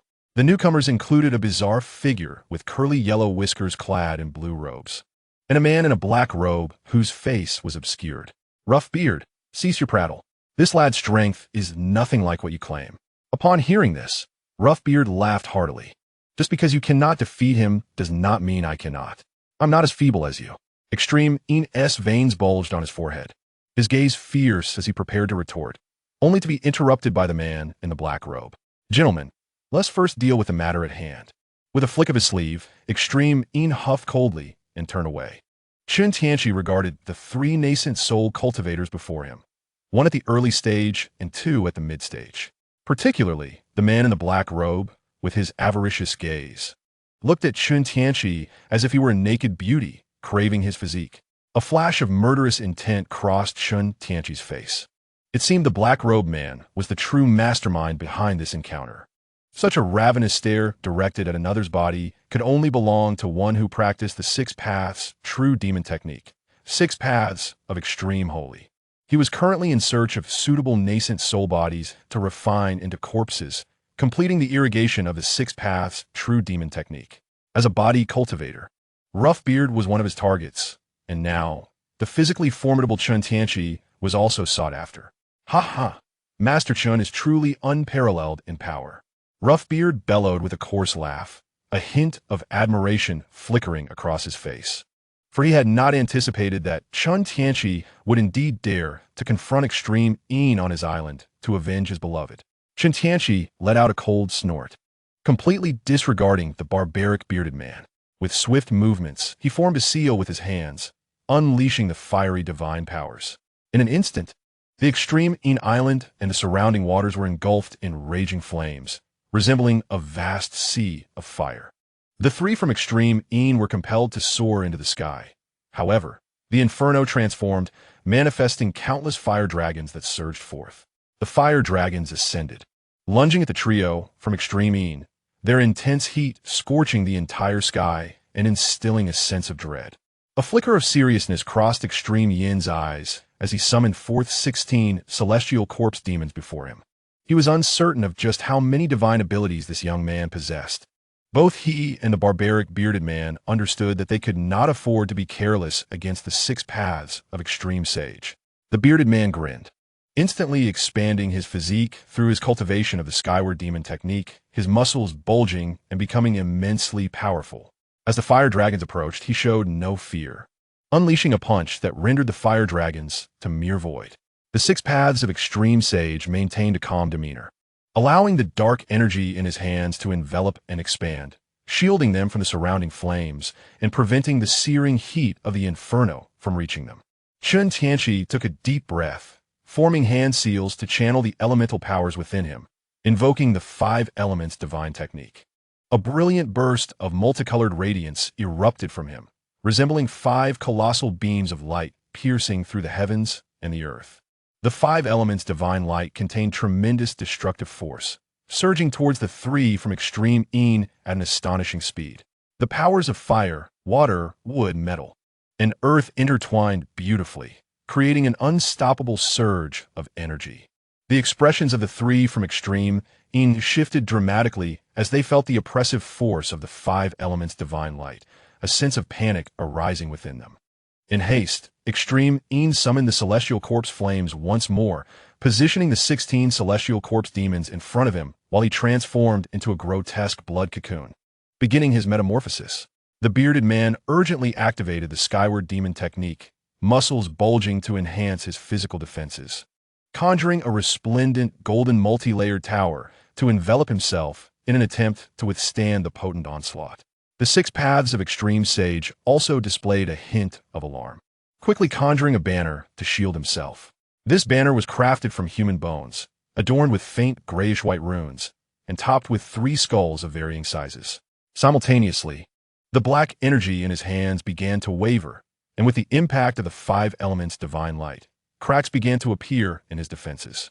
Wherever the 5 elements divine light struck, the sea of fire extinguished, ice and snow melted, storms dissipated, and the ground fractured. Everything was utterly annihilated. A resolute glimmer shone in Chen Tianqi's eyes as he aimed to completely obliterate the 3 from extreme in along with their nascent souls, leaving no possibility for future retribution. The bearded man's tower treasure was damaged, absorbing most of the 5 elements divine light's power, leaving him to endure the remainder with sheer physical strength. Yet, he was still ravaged by the 5 elements divine light, his body left in tatters, with visible bones and flesh falling into the sea. All 16 celestial corpse demons were annihilated, and Extreme Yin's body was directly shattered by the 5 elements divine light. His nascent soul suffering grievous wounds, but still managing to exit his body, swiftly fleeing in a specific direction. The 6 paths of extreme saints, upon having their protective shield shattered by the 5 elements divine light, relied on a flag artifact to transport their nascent soul, abandoning their corporeal forms to make a hasty escape. Chen Tianqi gazed at the small flag, a glimmer of insight flashing in his eyes. It must be the 3 gods' white bone flag, capable of carrying the nascent soul enscathed beneath the 5 elements divine light. The crafting of the 3 gods' white bone flag demands a blood sacrifice from cultivators, marked by gruesome rituals, leaving most who attempt its creation with dire fates. Yet, it possesses an immensely powerful ability to disrupt the mind, capable of both offense and defense, with formidable strength. Chapter 50, Extreme In, the Death of the Barbarian Bearded Man. The escape of the 6 paths, seeing the 2 gradually distancing themselves. Chen Tianqi furrowed his brow. Indeed, nascent soul cultivators are difficult to eliminate. With a sudden flare of crimson in his eyes, he unleashed a scorching beam as thick as a barrel, pursuing Extreme In. Following this, he formed a hand seal, summoning waves of ethereal blue flames, invoking the Netherfire divine art to manifest a ghostly dragon that surged towards the 6 paths of extreme saints. The barbarian bearded man, submerged at the ocean's depths, witnessed both Extreme In and the 6 paths of extreme saints fleeing at astonishing speeds, prompting an outburst of anger. Yet, he hesitated to forsake his hard-earned physical form, contemplating whether to abandon it as his nascent soul sought to flee. In the span of just a moment, Chen Tianqi arrived before him. At that instant, the barbarian bearded man was taken aback to see Chen Tianqi not pursuing the others, but approaching him instead, his face draining of color. "Chen, my friend, it is all a misunderstanding. I never intended to be your enemy." Chen Tianqi regarded him with chilling indifference, his voice piercingly cold. "You ought to know that I have no desire to hear your excuses." The barbarian bearded man's expression faltered, swiftly retorting, "It was the 6 paths. This fellow vowed by his Tao heart to offer us the heaven-mending pill and longevity fruits in exchange for our collusion against you." A spark of insight flickered in Chen Tianqi's eyes, his thoughts racing. The 6 paths of extreme saints were indeed cunning. They were fully aware of his superior strength, yet sought to incite the barbarian bearded man and Extreme In to conspire against him. The intention was clear, to play the role of the mantis stalking the cicada, waiting for Chen Tianqi to exhaust his powers in defeating Extreme In and the barbarian bearded man before revealing his fangs and transforming all 3 into corpse fiends. This would yield him 3 nascent souls to refine, aiding in the nourishment of the 6 extremes' true demon. As for the agreement between Extreme In and the others, it would soon be rendered moot, as they would all meet their demise at Chen Tianqi's hands. Yet, the unfortunate 6 paths of extreme saints could not have anticipated that the newly ascended nascent soul Chen Tianqi could eliminate all 3 in a single encounter. Baba Yan bearded man, if you wish to survive, establish a soul contract with me. Chen Tianqi turned his gaze towards him, his voice icy with threat. A flicker of indignation crossed the barbarian bearded man's eyes, but he swiftly suppressed it, forcing a sycophantic smile. "Chen, my friend, I am willing to offer all my possessions in exchange for my life." Chen Tianqi frowned, growing impatient, about to respond when a 3-eyed leopard lunged at him from behind, its massive jaws agape. In an instant, a metallic claw intercepted the attack of the 3-eyed leopard and sent it flying. Chen Tianqi let out a cold snort, having anticipated this move. Immediately, 18 mechanical puppets emerged in unison, surrounding the three-eyed leopard for a relentless assault. Witnessing the failure of his beloved primordial beast's ambush, the bearded man abandoned his corporeal form, allowing his nascent soul to escape in an attempt to flee. Unfortunately for him, Chen Tianqi had already set up precautions. As the nascent soul of the bearded man burst forth, the five elements' divine light once again radiated a brilliant glow. In an instant, the bearded man's nascent soul was reduced to ashes, and the three-eyed leopard, upon its master's demise, self-destructed. Chen Tianqi collected the bearded man's storage bag and soared above the ocean, taking a deep breath. To his surprise, the two blasts of the five elements' divine light had consumed half of his magical energy. It seemed that his current limit was 4 blasts. Casting his gaze towards the two fleeing directions of Jin and Liu Dao Jixing, he hesitated briefly before ultimately deciding to pursue Jin and eliminate him. Liu Dao Jixing's surroundings whirled past him rapidly, his expression shifting between fear and uncertainty as he muttered to himself. I underestimated him. To his astonishment, after running a mere 20 to 30 miles, he was caught up to by the Netherworld Dragon, a manifestation of Chen Tianqi's ghostly fire magic. Alarmed, Liu Dao Jixing brandished the three gods' bone banner, enveloping himself in a mysterious black radiance, attempting to fend off the dragon's assault.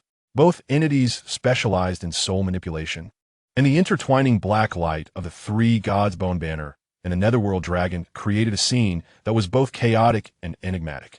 The power of the Netherworld Dragon intensified, yet Liu Dao Jixing continued to swing the three gods' bone banner, the power of his soul growing ever more formidable under his control.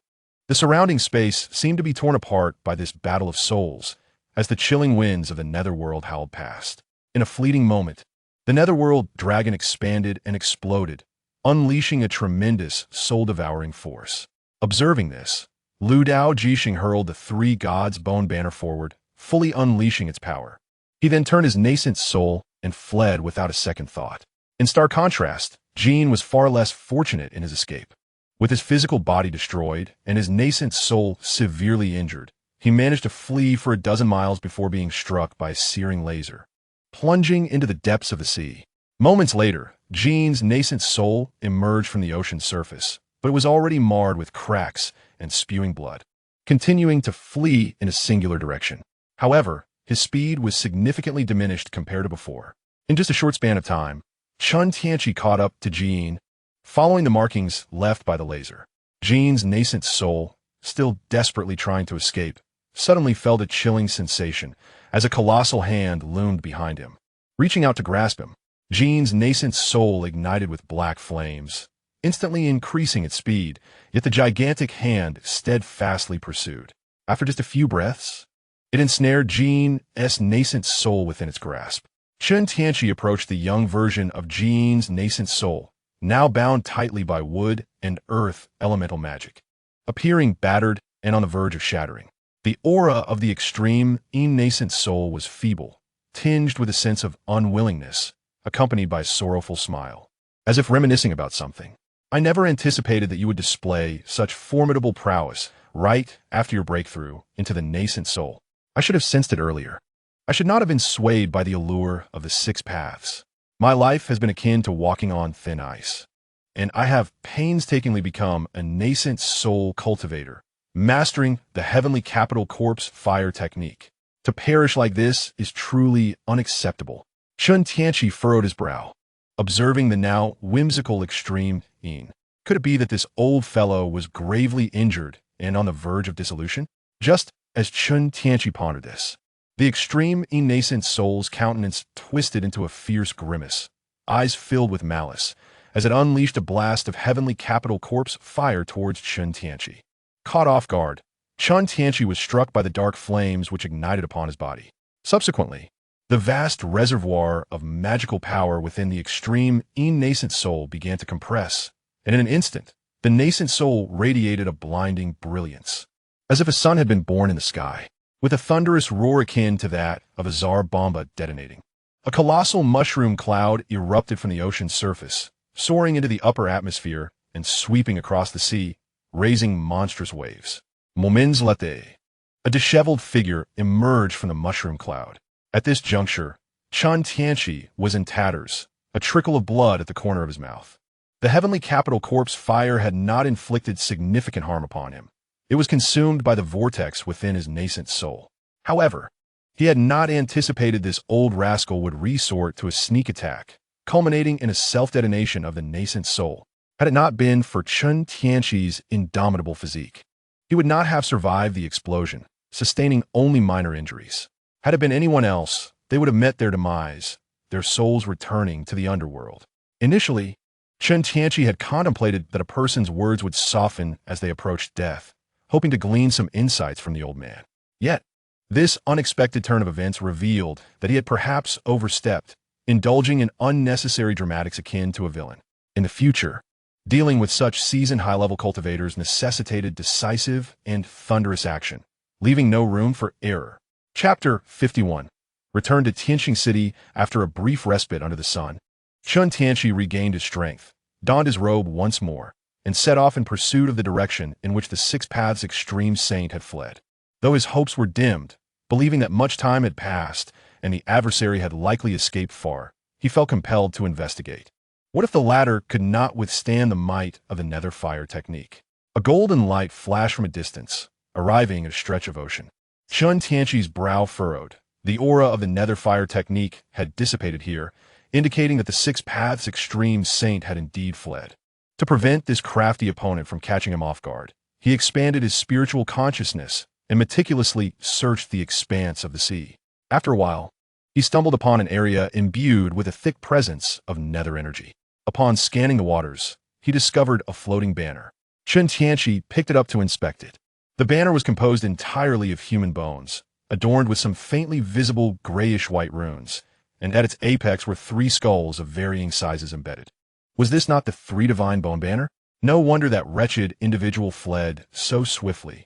It turns out he discarded his magical artifact to fend off the divine flames and made his escape, with the Six Paths Supreme having vanished without a trace. Chen Tianqi deemed it unnecessary to pursue further. It would be far more prudent to return to the Isle of Extreme Een and scavenge for spoils. Upon his return, Chen Tianqi found the Isle of Extreme Een in utter disarray, ravaged by the repercussions of his 5 elements divine light and the tsunami triggered by the explosion of the nascent soul. The island lay in ruins, debris of various structures floating amidst the waters, and much of the land had been obliterated and submerged. Gazing at the devastated isle, Chen Tianqi pondered whether the cave of Extreme Een had also been destroyed. He had hoped to salvage something as compensation for enduring the impact of a Tsar-class nuclear bomb. With a resolute thought, he activated his spiritual energy shield and plunged into the ocean, heading toward the submerged depths of the island. Navigating through the tumultuous waters, he followed the path leading down through the island's ruins. As he descended, the ambient light gradually dimmed, yet, relying on his formidable spiritual awareness, he accurately located the cave of Extreme Een. At last, he arrived at the site of the cave beneath the Isle of Extreme Een. Although the cave had sustained some damage and remnants of formations lingered outside, Chen Tianqi felt a wave of relief wash over him. It appeared that the cave had not suffered significant harm. Once inside, he began to meticulously search, hoping to unearth something of value. In a storied library, he discovered numerous tomes enveloped in luminous auras. A surge of excitement coursed through him as he unraveled the library's protective seals, collecting these precious texts into his storage pouch. Upon closer inspection, he found a myriad of techniques, among which the most valuable was the primary cultivation method of Extreme Een, the Xianyin Classic. This classic, created by Xiangu, contained formidable secret techniques, including the Black Fiend Azura Art, Fiend Demon Scripture, Blood Refining Divine Light, Fiend Pill Art, External Incarnation, Blood Spirit Drill, Transformation Technique, Heavenly Corpse Fire, Heavenly Corpse Demon, Een Demon Slash, and Soul Separation Technique. It was truly a treasure trove. Yet, the most prized technique of Xiangu remained the Xian Soul Refinement Art, a method capable of breaking the limitations of soul possession, accessible only during the nascent soul stage. After departing the library, he continued his search elsewhere, amassing a considerable quantity of spiritual stones, likely utilized during Extreme Yin's cultivation, along with some spiritual herbs. The remainder consisted of shattered walls. Anything of value had been swept away by the sea. After a brief period, Chen Tianqi emerged from the ocean surface, retrieving a recording orb to document the tragic state of the Isle of Extreme Een, intending to share it with Wang Ning. A lascivious smile spread across his face. This expedition yielded bountiful rewards. Not only had he scavenged an impressive quantity of spiritual stones, but he had also acquired several top-tier techniques. Now, the Ling Flame Heart Soul art could be further upgraded. He then instructed the system to integrate the barbaric Huzi's heaven-soaring demon art and the Xianyin classic into the Ling Flame Heart Soul art. It was time for an update. As the cultivation technique reached its harmonious fusion, I took a moment to thoroughly appreciate the profound intricacies of the newly updated Spirit Flame Heart Soul technique. I discovered that its Soul Fire Divine ability had grown even more formidable, evolving from solely targeting the soul to now simultaneously affecting both the soul and the body. Furthermore, the breadth of the technique had expanded, introducing several new methods for corpse refining, external avatars, and the transformation of malevolent spirits. Transformed into a streak of golden light, Chen Tianqi departed, making his way back to Tianqing City. Within the confines of Tianqing City, at the Miaoyin sect, it had been a month since Chen Tianqi had left for Jin Island to confront the Jin ancestor and others. Throughout this month, Chen Xiaoqian and the other women had been consumed with worry for Chen Tianqi's safety day and night. Particularly, Wang Ning felt a profound sense of guilt and concern upon realizing that Chen Tianqi had set off for Jin Island without any preparation to avenge her. Moved by both his bravery and her own self-reproach, had it not been for her, Chen Tianqi would not have disappeared for an entire month. Standing atop the Miaoyin sect's trading pavilion, Wang Ning gazed out with a furrowed brow, resembling a stone that yearns for its departed beloved. Each day, she stood there, hoping that familiar silhouette would return to her. Lost in thought, she assumed today would be like any other, devoid of the person she longed to see. After a while, disappointment washed over her as she turned to attend to her duties, determined to manage the Miaoyin sect well, so that she could surprise him upon his return. Just as Wang Ning turned away, she caught sight of that longed-for figure, smiling warmly at her from within the room. In an instant, tears welled in her eyes as she rushed forward, murmuring, "Husband, you have finally returned. I am so sorry for making my dear wife wait anxiously." Chen Tianqi caught Wang Ning in his embrace, a smile gracing his lips, his gaze gentle. He then retrieved the recording pearl, intending to present it to Wang Ning for her to savor. However, to his surprise, she paid no heed to it. Instead, her eyes sparkled as she gazed at his handsome visage, her hands cradling his face. Rising onto her toes, she pressed her lips firmly against his. Chen Tianqi was momentarily taken aback, completely unprepared for the fervent passion that Wang Ning displayed. Meanwhile, Chen Xiaoqian ascended to the upper pavilion, intending to discuss matters with Wang Ning. Upon entering, she sensed something was amiss. Extending her consciousness, she soon wore a look of delight, realizing her husband had returned. However, she quickly rolled her eyes, finding their display of affection rather unrefined. Choosing not to disturb them, she quietly exited, resolved to share the joyous news with her sisters. Chapter 52. The Star Palace recruits again in the aftermath. Chen Tianqi could not help but admire the remarkable combat prowess displayed for the first time. He marveled at the exceptional prowess of the Cheney woman's pure Een body, which was indeed well-deserved of its reputation. Were it not for his own pure yang physique coupled with his Kryptonian heritage, granting him unparalleled recovery abilities, he would have been unable to subdue her so thoroughly. However, this technique had begun to lag behind his pace. While its effects were still beneficial for his women, they had become nearly negligible for Chen Tianqi himself. It seems that I must find an opportune moment to eliminate Wen Tianren, integrating the hidden dragon technique and the reversal cultivation method to enhance my abilities. After all, Wen Tianren is a descendant of the six paths. If I cannot locate the six paths, I shall first take him as a target. Chen Tianqi embraced the exquisite form of Wang Ningbing and summoned the system interface. Name: Chen Tianqi. Gender: male. Age: 591,160. Spiritual roots: metal, wood, water, fire. Earth: bloodline. Kryptonian, civilian template. Physique: Kryptonian physique, pure yang body. 5 elements body. Skills: Kryptonian abilities, 5 elements spells, artifact master, treasure level, puppet master, array master. Spiritual flame heart soul technique, nether fire divine art, 5 elements divine art, heavenly furnace, exorcism, divine thunder, concealment technique, great transformation technique, mysterious tortoise transformation method, realm, early nascent soul peak, lottery attempts, 1. Transmigration attempts, 2. Items, Kryptonian technology encyclopedia, complete array compendium, Xuanjia shield, treasure level, 72 self-destructing flying swords, 72 Qingzhu B cloud swords, treasure level, 18 mecha puppets, peak of core formation, spiritual treasure cave, Qianquan peak, in spirit stones, in bottles of elixirs, in talismans. Based on his past experiences, embracing a beautiful woman while drawing from the lottery often yielded remarkable items. System, initiate the lottery. As the numbers on the screen spun ceaselessly, Chen Tianqi beheld an array of astonishing treasures. Items such as the Pangu axe, immortal peach, Pangu blood essence, the extermination sword, 9 revolutions profound arts, god-slaying spear, and stellar transformation appeared before him. Yet, he could not ascertain whether the system was merely toying with him, creating an illusion of possibility. After all, the owners of such treasures were no insignificant figures. Ding! Congratulations on obtaining the Dan Yangzi Alchemy Manual. Dan Yangzi? Could it be that individual? Upon hearing the name, Chen Tianqi's curiosity was piqued, and he immediately delved into the exploration. After some investigation, he discovered it was merely a cultivator sharing the same name.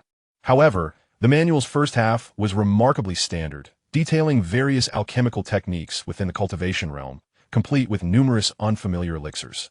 Conversely, the latter half was gruesome and bizarre, filled with methodologies for concocting elixirs using various materials, magical beasts, and even humans. For instance, it described how to throw individuals with special physiques into the cauldron to refine creation pills, capable of seizing one's essence.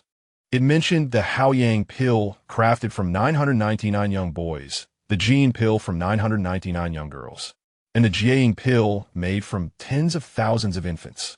This latter section was indeed a blasphemy against heaven, stirring outrage among readers. Upon reaching the final page, Chen Tianqi discovered chaotic notes, seemingly tainted by madness, filled with frenzied proclamations. I have succeeded. I have achieved enlightenment. Ha ha! Alchemy, alchemy, alchemy, all for the purpose of alchemy. Ha ha! Heavenly fire scorches the 6 desires, while the crimson flames meld the 3 souls. The 7 spirits return as smoke to honor heaven and earth, leaving behind the essence of creation to forge one's own being. Ha ha ha! Chen Tianqi felt a sudden chill run down his spine. This person was undoubtedly tainted by something. He quickly wondered if this contamination might have originated from the alchemy manual. Chen Tianqi hastily inquired of the system. Ding! Rest assured, dear master, anything obtained from the lottery has undergone thorough disinfection. There is no risk whatsoever. Upon hearing the system's assurance, Chen Tianqi finally breathed a sigh of relief. He certainly did not wish to become a madman. As the sun reached its zenith, Chen Tianqi finally rose from his gentle repose, donning his attire. He tiptoed out of the room, leaving Wang Ning peacefully slumbering in bed. Taking a deep breath to steady his emotions, he quietly closed the door behind him and ventured outside. He knew that Chun Xiaoqian and the other women must be eagerly awaiting his news. Especially since he had been away for some time, he ought to return promptly to assure them of his safety. Upon entering the hall, Chen Tianqi discovered Chun Xiaoqian and the others gathered closely, seemingly engaged in a significant discussion. The moment they spotted Chen Tianqi, their faces lit up with joy. Husband, you've returned. Fan Jingmei was the first to rush forward, grasping Chen Tianqi's hand and gazing at him with sultry eyes. She then provocatively glanced at Zhuo Ruding. Seeing her seize the initiative, Zhuo Ruding frowned but boldly approached, positioning herself on Chen Tianqi's other side. The 2 women stood in stark opposition. The latecomer, Yanli, stomped her foot in frustration at having been usurped by these 2 young ladies. The others soon followed, their faces beaming with amusement at the unfolding scene. Chen Tianqi felt a twinge of surprise. The greeting was not as exuberant as he had envisioned. Chen Xiaoqian seemed to perceive Chen Tianqi's thoughts and shot him a knowing glance. Someone returned just to engage with Xiao Ning so ostentatiously. As if eager for the world to know, Chen Tianqi awkwardly smiled, realizing they were already aware of his return. His face flushed slightly, reflecting on his somewhat indiscreet behavior this time. However, rather than dwell in awkwardness, he decided to redirect the conversation. Clearing his throat and adopting a patriarchal demeanor, he inquired, "During my absence, has anything of great importance transpired at home?" Seeing Chen Tianqi's intent to shift topics, Chen Xiaoqian readily complied. "Nothing of great consequence. Merely that Elder Jean from the Star Palace has sent someone once again to invite you for a visit. They likely wish for you to join them." Chen Tianqi furrowed his brow. The Star Palace certainly had a multitude of spies, considering he had returned so discreetly. Though the Star Palace exhibited great sincerity, he held little interest in joining such an organization, especially since he possessed considerable strength and resources of his own. Furthermore, he intended to explore other realms, making an alliance with the Star Palace even less appealing. After a moment of contemplation, he replied, "Though the Star Palace is admirable, I prefer the freedom of solitary cultivation, unbound by constraints." "Please, you handle this matter for me," Chen said softly, gently tugging at Chen Tianqi's sleeve. "Husband, although we may choose not to join the Star Palace, it is essential to maintain a cordial relationship with them.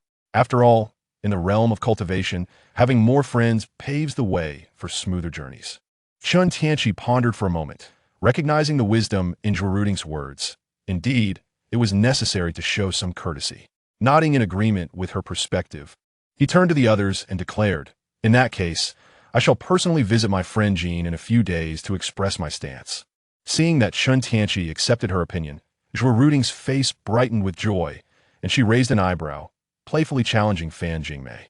With a dismissive glance, Fan Jingmei retorted, "As if this little chick could compete with me." Immediately, she leaped into Chen Tianqi's embrace, her beauty captivating as she coquettishly exclaimed, "Husband, I have something significant to discuss with you in our chamber." Observing Fan Jingmei's flirtation, Chen Tianqi chuckled, "Oh, indeed? Something so important, is it? Little Mei, perhaps you're simply feeling a bit mischievous?" Zhuoruding, witnessing Fan Jingmei employing her charms, also desired to leap into Chen Tianqi's arms to reclaim her standing, but was outpaced by Yanli. Husband, I wish to join too." Seizing the opportunity, Yanli similarly dove into Chen Tianqi's embrace, creating a scene that was undeniably enviable with two beauties in his arms. Frustrated to find her advantageous position occupied, Zhuoruding resorted to playful antics, squeezing herself between Fan Jingmei and Yanli, indulging in her own display of affection. Fortunately, Chen Tianqi's tall and robust physique allowed him to accommodate all three. As he reveled in the distinct, enchanting sensations, a broad smile adorned his face. Yuan Yao and Zhuyan observed this spectacle, their cheeks tinged with a blush as they turned away. Chen Tianqian, witnessing the absurdity of the scene, felt little embarrassment. After all, they were a long-married couple. With a roll of her eyes and a soft huff, she remarked, "What a time and place for such antics." Determined to escape, she recalled the multitude of talismans she still needed to create. Noticing Chen Tianqian attempting to slip away, Chen Tianqi waved his hand with a mischievous grin, pulling her back. A sudden gust swept through, transporting the ladies back to their room, where he activated the soundproof array. Chapter 53. Farewell to Jin Kuei. While Chen Tianqi was still on his way back to Tianqing City, atop the Yuan Magnet Mountain, Jin Kuei presented a confidential decree to the twin saints of the Star Palace, Ling Xiaofeng and Wenqing. After perusing the document, they remained in stunned silence. While the annihilation of the extreme Yin was not worth discussing, after all being in the early stage of the nascent soul realm, they could achieve that if they so desired. The true shock lay in the death of a mid-nascent soul-body cultivator, the formidable barbarian Huzi, and the severe wounding of their arch-nemesis, the Six Paths Supreme. It is worth noting that the gap between minor realms and the nascent soul stage is akin to that between the core formation and nascent soul stages. The higher the realm, the greater the disparity. Furthermore, one among them was a body cultivator and the foremost figure in the demonic path today. Ling Xiaofeng sighed deeply, his tone laced with melancholy. "Truly, the younger generation is to be feared. To my astonishment, in merely a few centuries, this realm has given birth to such a prodigy." Wenqing wholeheartedly concurred with her husband's perspective. For several centuries, the foremost figure in the chaotic star sea has consistently been Ling Xiaofeng. Even the six paths of extreme saints have been firmly overshadowed by Ling Xiaofeng. We must not underestimate the citizens of this world. Junior brother, I implore you to continue your efforts in courting Taoist Chen, even if we cannot persuade him to join the Star Palace. We must ensure he does not align himself with the chaotic Star Alliance. After a moment of contemplation, Wen Qing resolved that Jin Kuei must persist in wooing Chen Tianqi. Ling Xiaofeng, standing by, nodded in agreement. Madam speaks wisely. This matter shall be entrusted to you. Additionally, regarding the impending opening of the Void Sky Hall, Junior Brother, please gauge his sentiments on whether he would be willing to ally with the Star Palace and journey together. A few days later, Chen Tianqi arrived at the cave of Jin Kuei on the 80th layer of the Sacred Mountain. The principal reason for the Star Palace's repeated invitations was their concern that Chen Tianqi might be swayed into the embrace of the chaotic Star Alliance. Nevertheless, it would be even more favorable if he could join them. Chen Tianqi had come to explicitly state his stance. He would not join either faction, choosing instead to remain a steadfast, neutral party. After transmitting his thoughts to Jin Kuei from outside the cave, he awaited a moment before witnessing Jin Kuei emerge with purposeful strides, a smile gracing his features as he welcomed Chen Tianqi. Brother Chen, you have finally arrived. Jin Kuei's voice resonated with warmth. Chen Tianqi offered a slight smile, clasping his hands in greeting as a response to his enthusiasm. Taoist Jin, I trust you are well. May I inquire as to the purpose of your invitation? Chen Tianqi feigned ignorance, inquiring with curiosity. Jin Kuei observed the crafty demeanor of this little fox. He did not believe Chen Tianqi was genuinely unaware of the reason for his summons. Seeing his demeanor, Jin Kuei's hopes for this recruitment began to dwindle, yet he felt compelled to make the attempt. Brother Chen, it is nothing of great importance. I merely intended to present you with some nurturing elixirs to stabilize your cultivation. However, you departed rather hastily the other day, and I was unable to bestow them upon you. Then, Jin Kuei shifted the topic, his expression tinged with a hint of reverence. Moreover, I had not anticipated that you would truly vanquish that old wretch's extreme, Island. Your loyalty and righteousness, Brother Chen, are commendable. Taoist Jin, you flatter me. I merely triumphed by a slight margin, Chen Tianqi replied, waving his hand in modesty. Upon hearing this, Jin Kuei's lips twitched slightly, thinking, how could I have heard from my informants that you were swiftly defeated by a formidable divine power? Yet, he did not dwell on Chen Tianqi's humble words, instead adopting a demeanor of concern for the nation. Alas, Brother Chen, you may not be aware that the chaotic Star Alliance is creating turmoil within the chaotic Star Sea. While outside, the demon tribes lurk with malicious intent. The two factions are colluding, leaving the populace in despair, beset by both internal and external troubles. The Star Palace has exerted immense effort to maintain the fragile peace of the chaotic Star Sea, but we are gradually running short of manpower. I wonder if Brother Chen would be willing to lend a hand. The Star Palace promises you a position beneath one, above 10,000, along with a generous reward. Chen Tianqi gazed at Jin Kuei, who spoke with tears streaming down his face, his lips twitching in disbelief. Such words do not align with your persona. You are a nascent soul cultivator. Those who have reached this stage are typically shrewd and clandestine individuals. Of course, with the exception of the wall hangers. In the mortal realm, he might have felt a modicum of respect, but this is the realm of cultivation. The Star Palace merely seeks to maintain its dominion. They are indifferent to the plight of the common folk, whether the scattered cultivators live in harmony or not. However, in order to align with his performance, he decided to soften his tone. Chen Tianqi then feigned a deep sigh, pounding his chest and speaking in a somber tone. Friend Jin, upon hearing the chaotic stirrings of the Starry Sea, where the common people suffer greatly, I yearn to capture these treacherous rebels in one fell swoop. Yet, my dear brother, my strength falls short. In the battle at the extreme Island, that detestable old ghost took advantage of my unguarded moment to self-destruct his nascent soul. Fortunately, I had divine protection, which saved my life. However, I sustained grievous injuries and doubt I can fulfill the Star Palace's expectations. Jin Kuei observed the theatrics of Chen Tianqi, his eyes twitching as he discerned the underlying refusal. But could you not craft your tale with a touch more finesse? You appear quite vigorous. You hardly resemble a cultivator who has just survived a nascent soul explosion. Yet, he could not afford to confront Chen Tianqi directly and thus continue to play along. Since Brother Chen is injured, the Star Palace shall not impose any demands. Subsequently, Jean Kuei produced several bottles of nurturing pills and some foundational strengthening elixirs, handing them to Chen Tianqi. Brother Chen, these are nurturing pills and foundational strengthening elixirs. I hope you will tend to your injuries and stabilize your cultivation. Chen Tianqi accepted the pills, believing that one should seize what is offered without hesitation. Noticing Chen Tianqi's acceptance, Jean Kuei revealed a mysterious smile, his tone slightly intimidating. Brother Chen, do you know what day it will be in over 70 years? Chen Tianqi was momentarily taken aback. Over 70 years? He immediately recalled it was the time when the Void Heaven Palace would open. Could it be the opening of the Void Heaven Palace? Chen Tianqi was unsure, as the specific date was not mentioned in the original text. His expression confirming his suspicions. It seems Brother Chen is also considering the Void Heaven Palace. He then closed the doors and windows of the cave, activating the array's restrictions, his demeanor shifting to one of seriousness. I wonder how much Brother Chen knows about the Void Heaven Palace. Seeing Jean Kuei's actions, Chen Tianqi realized he was being invited to form an alliance. As for the Void Heaven Palace, he only knew it was a treasure trove left behind by the ancient Power Eye Soul, with the most valuable item being the Void Heaven Cauldron. Please, dear friend Jean, elaborate. Jean Kuei took a sip of tea and began to recount the tale of the Void Heaven Palace. This palace was a relic of a bygone era, sealed by powerful barriers, and thus opened once every 300 years, with the next opening occurring in just over 70 years. Chapter 54.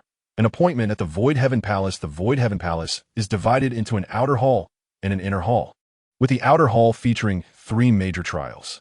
The first trial is the Abyss of Ghosts, a realm teeming with countless specters that devour the hearts and minds of the unwary. In the second realm, the Land of Ice and Fire, there exists a small space established by 17 formidable cultivators of the wilds, brimming with countless treasures. Upon passing through, one may enter the treasure pavilion to select a prized possession. The third trial is the Illusory Temple, a realm that ensnares the weak-willed cultivators in a web of delusions. Upon overcoming these 3 challenges, one may gain access to the inner sanctum. At the heart of the inner hall, upon a raised platform, lies a protective barrier encasing the renowned Void Heaven Cauldron. Within it are untold treasures. Yet at the depths of the cavern housing the Void Heaven Cauldron resides a ball of azure ice flame, the embodiment of extreme cold and darkness. Even the slightest contact with it would be fatal for those in the nascent soul stage. Yet it uniquely cannot extinguish the silk of the blood jade spider. Jean Kuei expended much effort to elucidate to Chen Tianqi the vast array of treasures within the Void Heaven Temple, while also hinting at the lurking perils. However, Chen Tianqi found little interest in the Void Heaven Cauldron. His curiosity was piqued by the azure ice flame. He pondered whether he could consume this flame, or perhaps discover the mysterious bone to master the ultimate technique of the profound soul refining art. By combining the exorcising divine thunder, profound soul in fire, and this azure ice flame, he could forge the Shura, sacred fire, which could be deemed the pinnacle of sacred flames in the human realm. At that moment, Jean Kuei sipped his tea, moistening his throat, and with a gleam of anticipation in his eyes, he invited Chen Tianqi. My dear brother Chen, having spoken at length, I trust you have gained some understanding of the Void Heaven Temple. I shall refrain from further ado and inquire if you would consider joining us in our venture into the Void Heaven Temple. Chen Tianqi stroked his chin, contemplating for a moment. Forming a party could be advantageous. Then I shall rely on you, Taoist Jean. Might I inquire how the spoils will be distributed? Seeing Chen Tianqi's acceptance, Jean Kuei's face lit up with joy. Having a powerful ally meant greater opportunities for treasure. Ha! Dear brother Chen, fret not. Should any of us arrive first, those spoils naturally belong to them. If we discover treasures simultaneously, we shall divide according to individual contributions. For techniques and similar treasures, each shall receive a copy. In cases of contention, we may sell them after exiting and share the proceeds in spirit stones. And with me present, you need not worry. Chen Tianqi smiled slightly and clasped his hands in salute. I'm not skilled in combat. I shall depend on you, Taoist Jean. Jean Kuei's lips twitched slightly, almost on the verge of reproach. What did Chen Tianqi mean by not being skilled in combat? What then did that make him? Upon returning to his own cave dwelling from Jean Kuei, Chen Tianqi resolved to prepare thoroughly, having accepted the invitation to join Jean Kuei's party. First, he ventured to the lair of the blood jade spider, a crucial ally for their endeavor. No detail could be overlooked. Entering the lair, he discovered the entire area was enshrouded in spider silk, with several beast corpses hanging above. It seemed that Chen Tianqi and the others had regularly come to feed them. Suddenly, from a shadowy corner, a white jade spider, 2 to 3 times the size of an ox, lunged at Chen Tianqi. Without turning his head, he conjured a hand from the void, delivering a resounding slap that sent the blood jade spider flying. Observing this, another blood jade spider ceased its hiding and obediently approached Chen Tianqi. Chen Tianqi gently tapped the little spider before him. Observing how this blood jade spider was quite perceptive, he chuckled and chided, "Oh, little ones, has it been so long since I last fed you that you no longer recognize me? Yet, your keen eyes are commendable." With a casual flick of his wrist, he tossed a piece of meat from a sea beast he had slain on his way back to Tianqing City. Upon seeing the meat, the blood jade spider ceased its pretense of ignorance and began to feast heartily. Another spider, which had been playing dead, also rose and joined in the competition for the food. Not wishing to disrupt their meal, Chen Tianqi quietly approached the nest of the gold-devouring worms. At that moment, the nest was strewn with insect shells, and thousands of gold-devouring worms had been segregated by the formation into 2 groups, one belonging to Chen Tianqi and the other to Chen Xiaoqian. However, the protective barrier of the formation was already gnawed to the brink of breach. Chen Tianqi collected his batch of gold-devouring worms into his spirit beast bag. Although they had not yet reached maturity, it was the opportune moment for them to make their debut. He planned to employ them in future battles, enhancing his combat prowess. Subsequently, he re-established the protective formation, tossing several magical artifacts inside to nourish the other group of gold-devouring worms. Once he had settled his spiritual pets, Chen Tianqi entered the alchemy chamber, intent on refining the materials at hand into pills for unforeseen circumstances. He also used a communication token to instruct Chen Xiaoqian and the others to procure a batch of materials from demon beasts, talismans, and refining materials. 2 months later, Chen Tianqi gazed upon the mountain of elixirs before him, all of commendable quality, and felt a deep sense of satisfaction with his alchemical talents. In merely 2 months, he had comprehended the alchemical manual of Dan Yangzi. Ignoring the latter half of the manual, it was evident that Dan Yangzi was indeed a prodigious master of alchemy, his innovative techniques being unprecedented in both Tiannan and the chaotic seas of stars. The quality of the pills produced was superior to that of ordinary ones. Naturally, Chen Tianqi also studied the latter half for potential use in a world where survival might hinge on such knowledge. Exhaling a breath of stale air, he rose and exited the alchemy chamber. Next, he intended to forge some magical artifacts.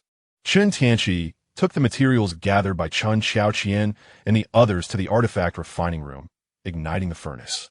1 month later, he had successfully crafted the same magical artifact, the 10,000 Ghost Banner, that he had obtained from slaying the malevolent Taoist in Tiannan.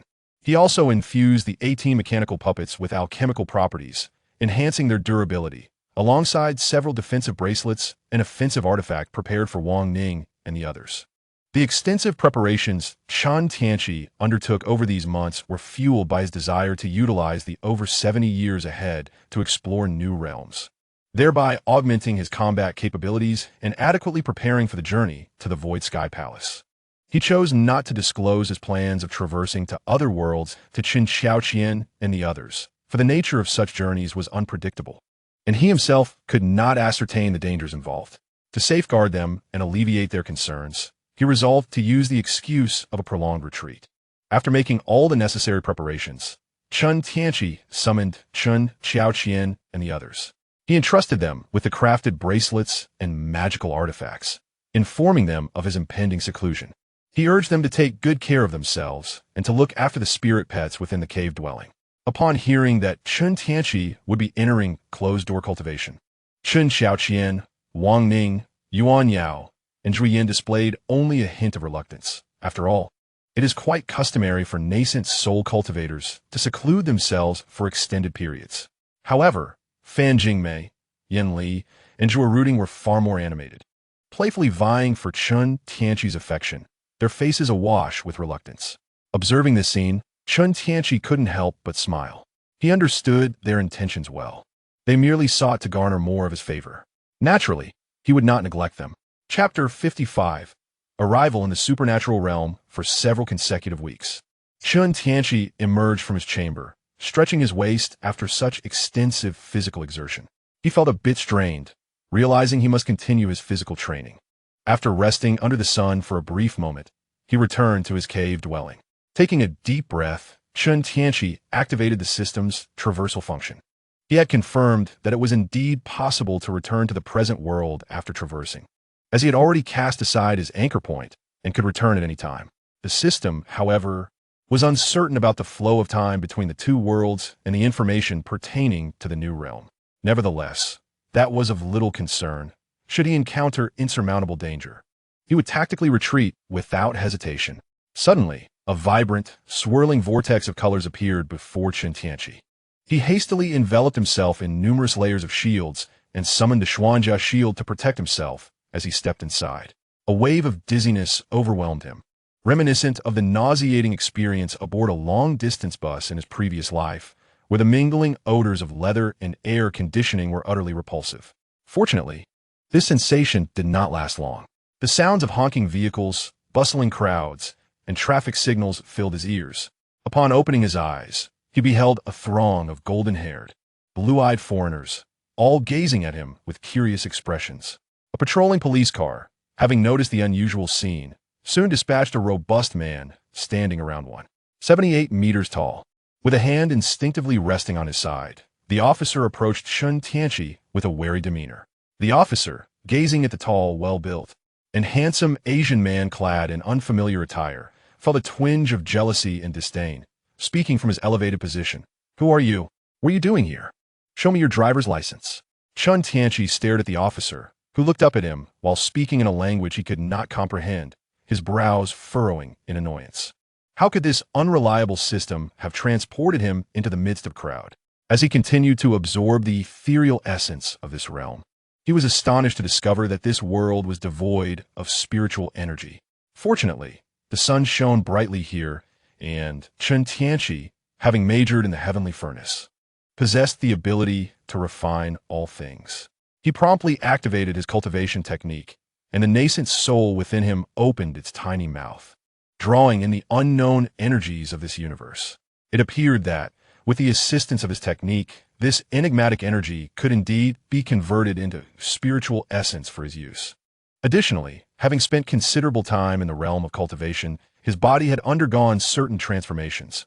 Basking in sunlight replenished his internal mana without the need for spiritual essence. Beside him, an American police officer, noticing Chen Tianqi's prolonged silence, felt a surge of indignation. How dare this yellow-skinned monkey disregard me? In an instant, she attempted to seize his arm, intending to apprehend him. However, as Chen Tianqi observed her filthy hand approaching, he vanished from sight. The officer, momentarily stunned, thought she might be hallucinating, but in the blink of an eye, her body expanded violently, erupting into a cloud of crimson mist. Witnessing such a gruesome spectacle, the onlookers screamed in terror and fled, while a few audacious individuals captured the moment on their phones. 6 months later, Chen Tianqi discerned that he was in the Super God universe. Subsequently, the system effortlessly deciphered the information regarding the universe's dark dimensions and calculated that the time ratio with the realm of cultivation was 1:10. This ensured that he could return before the opening of the Void Sky Hall. It seemed that the unknown energies he had absorbed previously were likely stellar energy and dark energy. Initially, upon hearing about the Great Beautiful Women's Federation, he had thought he had stumbled into a Marvel universe, making him overly cautious, fearing the gaze of observers. However, after several months of observing, he seized the opportunity to take a closer look and realized they were merely a band of imposters, the kind he could easily crush with a mere finger. He then recalled that the Super God world appeared to have its own set of counterfeit organizations. After arriving in China, he located Juxia City and Tiana City, thus confirming that he was indeed in the Super God universe. Moreover, during these months, he discovered the spatial barriers of the Super God universe were lamentably fragile, akin to a city bus, allowing people to enter and exit at will. In the realm of cultivation, only those in the God transformation stage could barely tear through space. and traversing dimensions without protection could lead to being torn apart by the spatial turbulence. Yet here, even in his nascent soul stage, Chen Tianqi could effortlessly rend space and traverse dimensions safely. He also learned that the current year was 2012, and the wormhole above had yet to open, indicating he had ample time to make some strategic moves. His understanding of the super god universe was rudimentary at best. He had only seen the unaltered version of the Super God Academy. Furthermore, few opportunities existed here to enhance his powers. However, he was quite intrigued by their so-called divine physique. He recalled that he had already integrated the Xianin scripture with the spirit flame heart-soul technique, which contained methods for corpse refinement. The divine physique aligned perfectly with the requirements for such practices. Perhaps he could amass a few formidable generals. Having donned modern attire, Chen Tianqi boarded a flight bound for Europe. He intends to seek out Su Mali, the former lover of He Shi, to validate his suspicions. In the romantic land of Paris, Chen Tianqi arrived at a manor, lying in wait for Su Mali. Locating Su Mali was not particularly challenging, given his notorious disposition. Even in exile, he surely indulged himself in every possible pleasure. With Su Mali's extraordinary physical prowess, it was only a matter of time before Chen Tianqi pinpointed her whereabouts. Before long, a roaring red sports car sped from the distance and halted at the manor's entrance. A flamboyant young man with golden hair emerged, cradling a youthful lady in his arms, his hands in constant motion. Upon closer inspection, Chen Tianqi surmised that this effeminate figure must indeed be Su Mali. Observing this spectacle, he pondered what she found so captivating. Was it his looks? Or perhaps the allure of a delicate boyish charm that enchanted young women? Employing a technique to mask his presence, Chen Tianqi stealthily followed him into the manor. Upon entering, Su Mali greeted the young lady with a French kiss, seemingly ready to engage further. Suddenly, a tall shadow loomed from behind, causing Su Mali to recoil in fear. He hastily tossed aside the young lady and darted to the side. The girl let out a startled cry, and Chen Tianqi caught her, tossing her aside while casting a bemused glance at Su Mali. "Ah, how refined you are, little Su," he remarked, ignoring Chen Tianqi's words. Su Mali quickly regained his composure and coldly asked, "Who are you? Who sent you?" Chen Tianqi stroked his chin, adopting an air of mystery. "Me? Why not take a wild guess?" Su Mali's gaze turned fierce as a silver flash emerged, lunging toward Chen Tianqi from behind. However, the flying dagger was thwarted by a protective golden aura. With a swift motion, Chen Tianqi summoned the dagger to his hand, branding it with his soul mark and refining it on the spot. Examining the exquisite flying dagger in his grasp, Chen Tianqi recognized it as Su Mali's treasured dark silver blade. Its razor-sharp edge, capable of slicing through iron, added yet another target to his list of acquisitions. Such extraordinarily sharp metal was a rarity in the realm of cultivation, classifying it as a high-quality scarce material. Chapter 56. The Corpse King, Su Mali. Realizing her dark silver dagger had been taken, Su Mali urgently activated her gene system in an attempt to reclaim it. Yet, no matter how she called upon it, the dagger remained unresponsive, a flicker of panic rising within her. Acknowledging that the person before her was beyond her capability to challenge, she nonetheless threatened, "Boy, return my possession at once. I'm a legendary angel. Of course, I know you are an angel. If you weren't, I wouldn't even bother with you." Chen Tianqi replied with a mocking grin. Su Mali paused, a glimmer of insight flashing in her eyes. Could this person be sent to test her? Adjusting her expression, she revealed a gentlemanly smile. "You were sent by He Shi, weren't you? I knew she couldn't bear to part with me." As Chen Tianqi gazed at the delusional Samari, a chill coursed through his heart. Did she truly mistake him for He Shi? Nonetheless, he found He Shi equally repulsive. Knowing full well the nature of his first love, yet hesitating to eliminate her, instead casting her down to earth to wreak havoc. This is merely a personal perspective.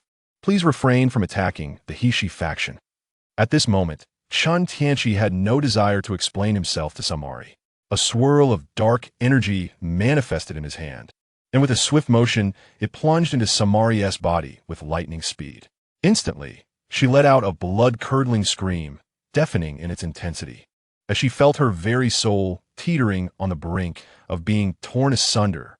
Subsequently, Chen Tianqi summoned the flames of the underworld, the ethereal fire, infused with the divine power of the Tian Du-S corpse-burning technique, now possessed the ability to refine corpses. A small cluster of these flames enveloped Samari, quickly transforming into a raging inferno, incinerating her garments to ashes while sparing her flesh. It is a privilege for you to become my first corpse commander. Chen Tianqi cackled as he unleashed several soul-piercing nails, embarking on his macabre ritual of corpse refinement. As night fell, the figure of Samari, now a formidable corpse commander, began to take shape. Her once enchanting visage was replaced by a ghastly countenance, marked by a greenish hue, sharp fangs, and eyes that gleamed with malice. She had grown in size, towering over her former self, her hands adorned with menacing claws, while her once feminine form had vanished, leaving behind a smooth and featureless surface. After all, a corpse commander had no need for femininity. Meanwhile, a nearby young lady had awakened during Chen Tianqi's gruesome process, but was rendered paralyzed with terror. Trembling uncontrollably and losing her composure, Chen Tianqi cast a fleeting glance in her direction, but chose to ignore her. He then stored the corpse commander, Samari, into a prepared spirit beast pouch and tore through the fabric of space, returning to his secluded estate in Tiana City. His work was far from complete. He had merely erased her consciousness and soul, and initiated the transformation of her body. There was still much to be done to refine and reshape her. 3 months later, Chen Tianqi beheld the towering and ferocious figure of Samari, now devoid of any human semblance, her back sprouting ominous wings that obscured the sky. Only one final step remained, to infuse her with a vast reservoir of resentment, thereby awakening her ferocity and significantly amplifying her power. However, finding such resentment proved challenging, especially in these peaceful times when the quality of negative emotions fell short of his requirements. Suddenly, a spark of inspiration ignited within Chen Tianqi. If resentment was scarce, he could create it. With determination, he tore through space, ascending above the land of cherry blossoms, surveying the landscape that resembled mere insects from his lofty vantage. He then summoned several formation flags and a multitude of spirit stones, dispersing them in all directions across the cherry blossom nation. Chen Tianqi was poised to establish a grand formation of ghostly resentment. This array would transform the locale into a realm saturated with dark energy, rife with resentment and shrouded in ghostly mists. Furthermore, it would require merely a modicum of contribution from the inhabitants of the cherry blossom nation, such as generating an abundance of negative emotions in a short span or causing a significant number of deaths. After all, they were merely small devils, and this could be seen as a return to their ancestral lands. After a brief moment, the flags returned to their positions, and Chen Tianqi produced the formation plate, deftly manipulating the incantation as he gently rotated it. Instantly, an almost imperceptible circular light barrier ascended, gradually enveloping the Sakura nation. Yan Huang, on the giant canyon ship, a captivating and beautiful mature woman named Lianfeng observed the dinner system, alerting her to the surge of energy fluctuations emanating from the direction of the Sakura nation. Sensing impending trouble, she hastily reported to General Du at this moment. Chen Tianqi had completed the activation of the formation, a peculiar smile spreading across his face. It is time for you to pay for your sins. Taking a deep breath, his gaze turned fierce as he altered the incantation in his hands, and a flash of brown light darted from his body. After a few breaths, the entire territory of the Sakura nation began to boil like water, the ground quaking and mountains trembling as a massive earthquake swept across the land. This was Chen Tianqi's earthly divine ability, and it marked the first time he had unleashed it with full force, astonished by its tremendous power. In but a few seconds, the Sakura nation was reduced to ruins, as if turned over by a mighty dragon. In an instant, countless lives were lost, the air filled with screams, cries, curses, and prayers, all amplified by the formation, resonating throughout the Sakura nation. Subsequently, a torrent of negative emotions and resentment surged forth, accompanied by chilling winds. The great formation harnessed the environment crafted by Chen Tianqi, continuously collecting resentment and reshaping the land of the Sakura nation. Du Kao, upon receiving Lianfeng's urgent report, hurried to the intelligence room. With steady footsteps, he entered and inquired, "Lianfeng, what has happened to our personnel?" Lianfeng quickly activated a light screen and addressed Du Kao. "Our personnel are all fine. but we have detected a massive energy fluctuation in the Sakura Nation, along with a light barrier enveloping the entire country. Du Cao furrowed his brow, pondering for a moment before asking, "Can we ascertain the source of this energy?" Lien Feng replied swiftly, "That is precisely my concern. This energy is entirely different from the dark energy and stellar energy we are familiar with. I can assure you that it has never been encountered in the known universe." Her eyes gleamed with fervor as she gazed at the light screen, eager to collect and study this unknown phenomenon. Du Cao est confusion dépend. Could this unknown energy be what the principal had mentioned? Taking a deep breath and rubbing his temples, he said, "Lien Feng, do your utmost to trace the source of this energy. If you discover any danger, cease the investigation immediately. Our current personnel cannot withstand any turmoil." At that moment, a swell of resentment had already gathered above the Sakura Nation, while the formation plate emitted a bright glow. Chen Tianqi frowned. Arriving in the land of absolute spirits was indeed troublesome. Setting up a grand formation required constant replenishment of spirit stones. He promptly retrieved a substantial quantity of spirit stones to infuse into the ghostly resentment spirit formation. In a grand formation that replenishes spiritual energy, ominous winds howl. The nation of Sakura suffers from the aftermath of an earthquake, as the souls of the deceased are continuously tainted by malevolent energies. The once intact corpses become unnaturally rigid, sprouting black hair and greenish fangs, transforming into grotesque zombies.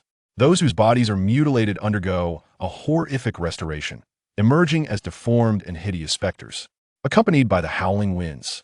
Countless cherry blossom souls become twisted, devolving into mindless phantoms. An overwhelming horde of zombies, specters, and wretched spirits relentlessly assaults the survivors of Sakura, plunging the realm into a nightmarish apocalypse. In the face of this calamity, the darker facets of humanity emerge, as the resentment in the heavens converges increasingly.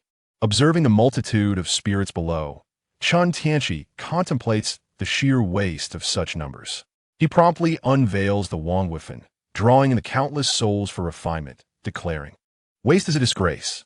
Let me harness your final remnants of energy. For those who do not align with the might of your imagined super beings, consider yourselves my alternate designs." After all, this is fan fiction. Chapter 57. The land of vengeful spirits. For 3 consecutive days, Sakura suffers this calamity, causing unrest in neighboring nations. They hastily dispatch envoys to investigate the situation, but alas, once they enter, they find themselves trapped, unable to communicate any information. Within the apocalyptic Sakura, despair reigns as countless spirits wreak havoc upon the living. Chen Tianqi, observing from above, clearly witnesses the relentless annihilation of multiple groups that venture into Sakura. Moreover, his own position is swept by several entities, likely the lingering celestial beings, technological apes, and the Denu civilization left behind on Blue Star. However, Chen Tianqi's ability to conceal his presence is formidable, enhanced by his body merging into the fabric of space. Shielded by the system, they may pinpoint the source of energy, but cannot locate Chen Tianqi himself.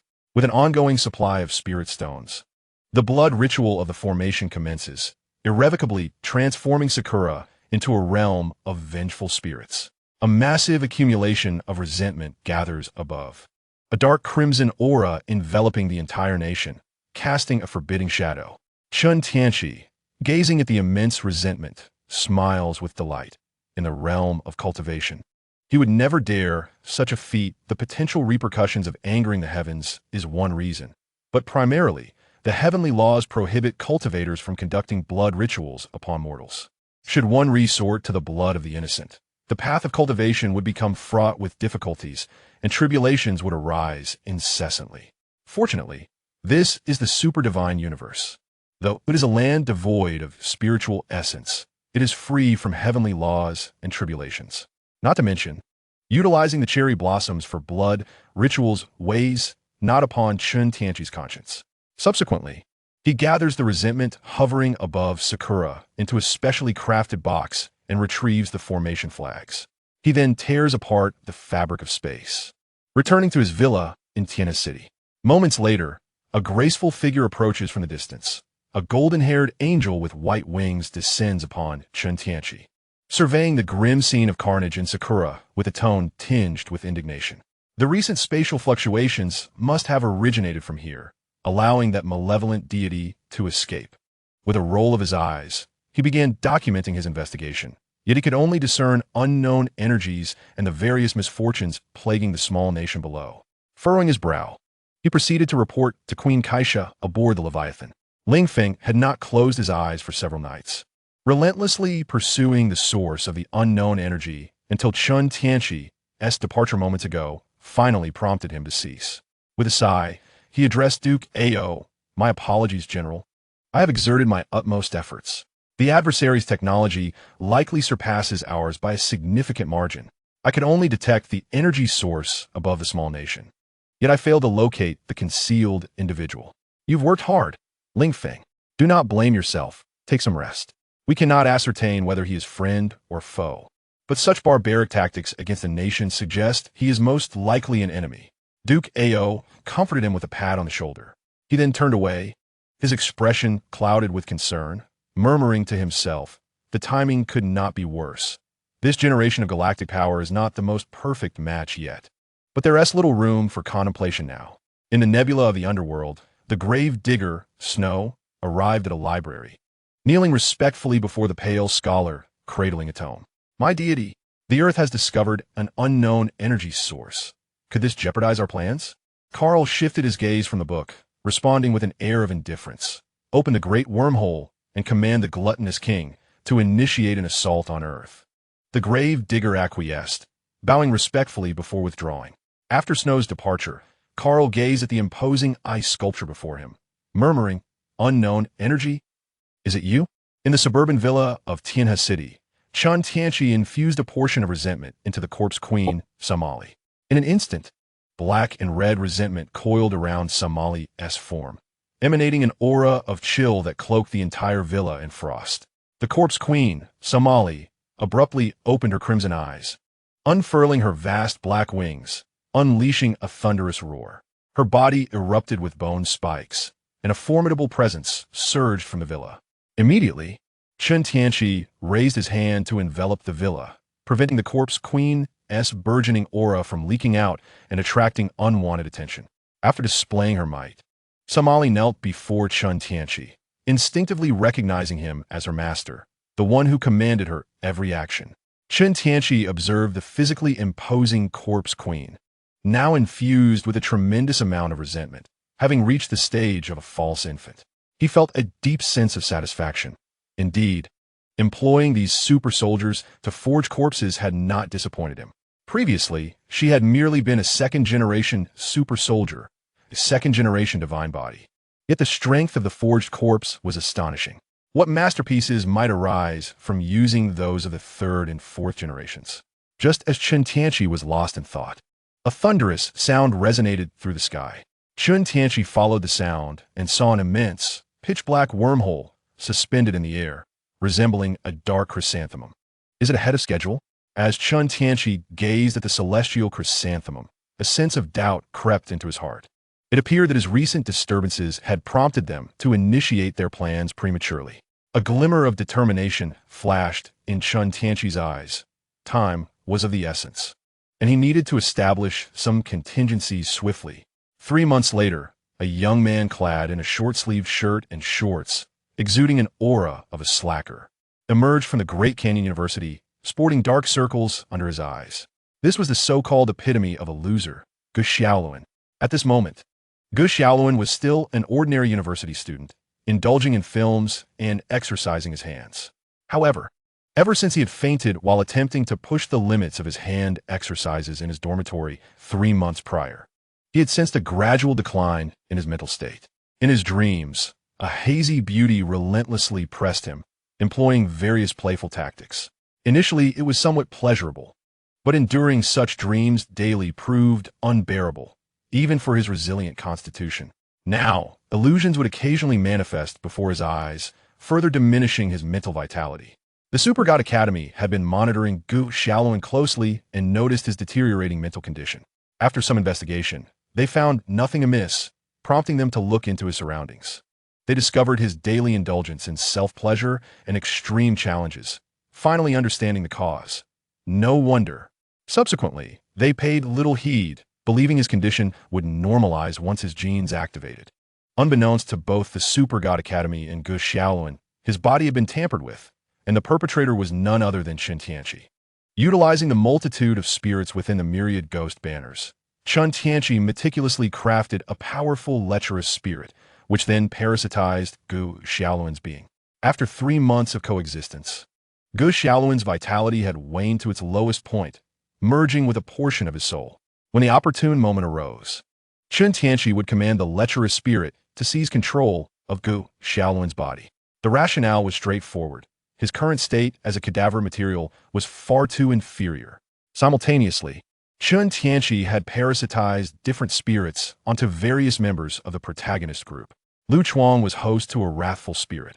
After all, as a small-time thug, it was natural for him to have a volatile temperament. Zhao Xan was possessed by a spirit of misfortune, fitting seamlessly with his lifelong streak of bad luck. Only Jia Yaowen, Chang Wei, Qi Lin, and Rue Wenwen remained untouched. When Chen Tianqi sought Jia Yaowen, he discovered that someone was covertly protecting him. Indeed, it was peculiar for a prince of civilization to lack guardianship. To avoid alerting any potential threats, he refrained from taking action. Chang Wei had yet to be located. Qi Lin's genes were subpar, leaving him disinterested, while Rue Wenwen evoked a sense of pity in him, perhaps a remnant of Chen Tianqi's conscience. Thus, he chose not to act against her. Chapter 58. The plot unfolds in a secluded alley. A group of thugs surrounded a woman, with Lu Chuang leading the charge. At this moment, he wore a lewd grin, gazing at the voluptuous woman before him, teasingly remarking, "Beautiful lady, would you care to join me for some fun?" "No, no." The woman trembled, her voice quivering. Lu Chuang, observing her fear, felt an exhilarating rush and was about to make his move when a voice pierced the air. "Stop! Release that girl!" Instantly, an uncontainable fury surged within Lu Chuang, as if ready to explode, his eyes turning crimson as he turned to curse. "Who the hell is this brat ruining my good time?" Upon closer inspection, he saw a youth of similar height, yet bearing a gaunt visage and dark circles under his eyes, standing defiantly before him. "You pathetic weakling, do you seek death?" Lu Chuang's anger intensified. How dare this unknown nobody impede him? Did he not recognize Lu Chuang's infamous reputation in this territory? Without hesitation, he kicked Gu Xiaolun to the ground, seized a brick, and brought it crashing down upon his face, then mounted him, relentlessly striking with the brick. Gu Xiaolun struggled to rise, but his excessive training had left him weak, and he was firmly suppressed by Lu Chuang, forced to defend himself. After a furious onslaught, Lu Chuang's rage began to subside, and upon realizing the youth beneath him had gone still, panic gripped him. "Oh no, I haven't killed him, have I?"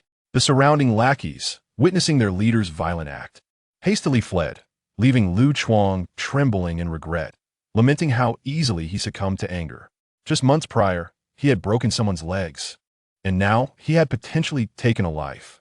Lu Chuang stood in turmoil, contemplating escape, when he noticed the body beneath him stir. In an instant, joy surged within him. He was alive. Quickly, he bent down to help Gu Xiaolun up, apologizing, "Brother, I'm truly sorry. I've been overwhelmed with worries lately." Before he could finish, Gu Xiaolun seized his head and smashed it into the ground, then yanked Lu Chuang's foot, propelling him towards the wall. The wall cracked ominously as Lu Chuang spewed blood, becoming ensnared within the wreckage, devoid of movement.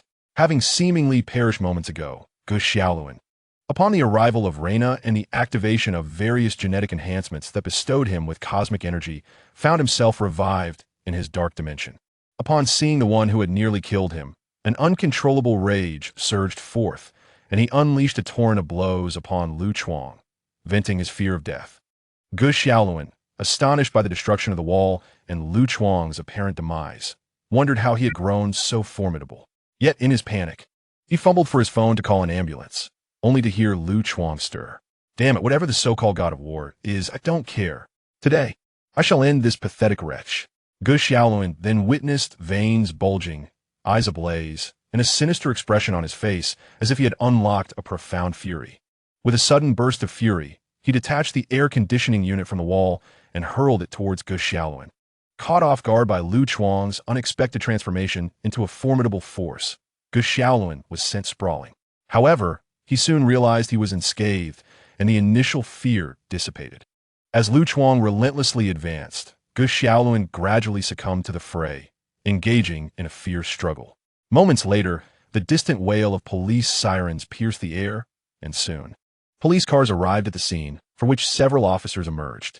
Among them was a strikingly elegant policewoman, Qilin, who took the lead and issued a stern warning. "Do not move. Everyone, cover your heads and crouch down." Her voice, initially commanding, began to wane as she surveyed the chaos that resembled a battlefield, with debris strewn about as if bombarded. In the midst of the turmoil, the two men continued their brawl, exchanging blows with walls that seemed to crumble like paper. As Gu Xiaolun and Lu Chuang grew increasingly heated, blood began to flow freely from their faces.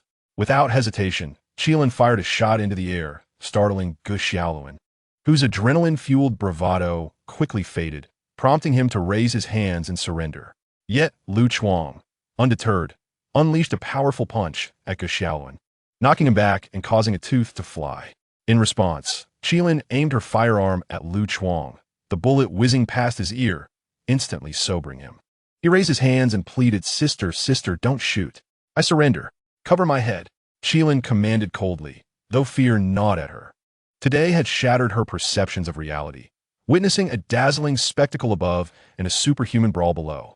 Eventually, both Gu Xiaolun and Lu Chuang complied, crouching with their heads covered. Although Gu Xiaolun's gaze occasionally lingered lasciviously on Qilin's elegant legs, much to her disdain. They were soon subdued and handcuffed by the officers and escorted into the police vehicle. Yet Lu Chuang shot a fiery glance at Gu Xiaolun as they were led away. From a high-rise, Chen Tianqi observed the unfolding drama with keen interest. The specially crafted color demon and anger demon within both men had deepened alongside the activation of their super genes, particularly with Lu Chuang, who bore a volatile temperament.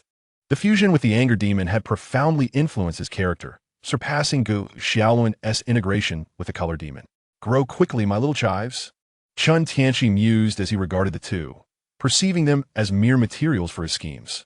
After a morning of entertainment, he returned to his villa, reclining on the sofa and awaiting the arrival of a charming little fox.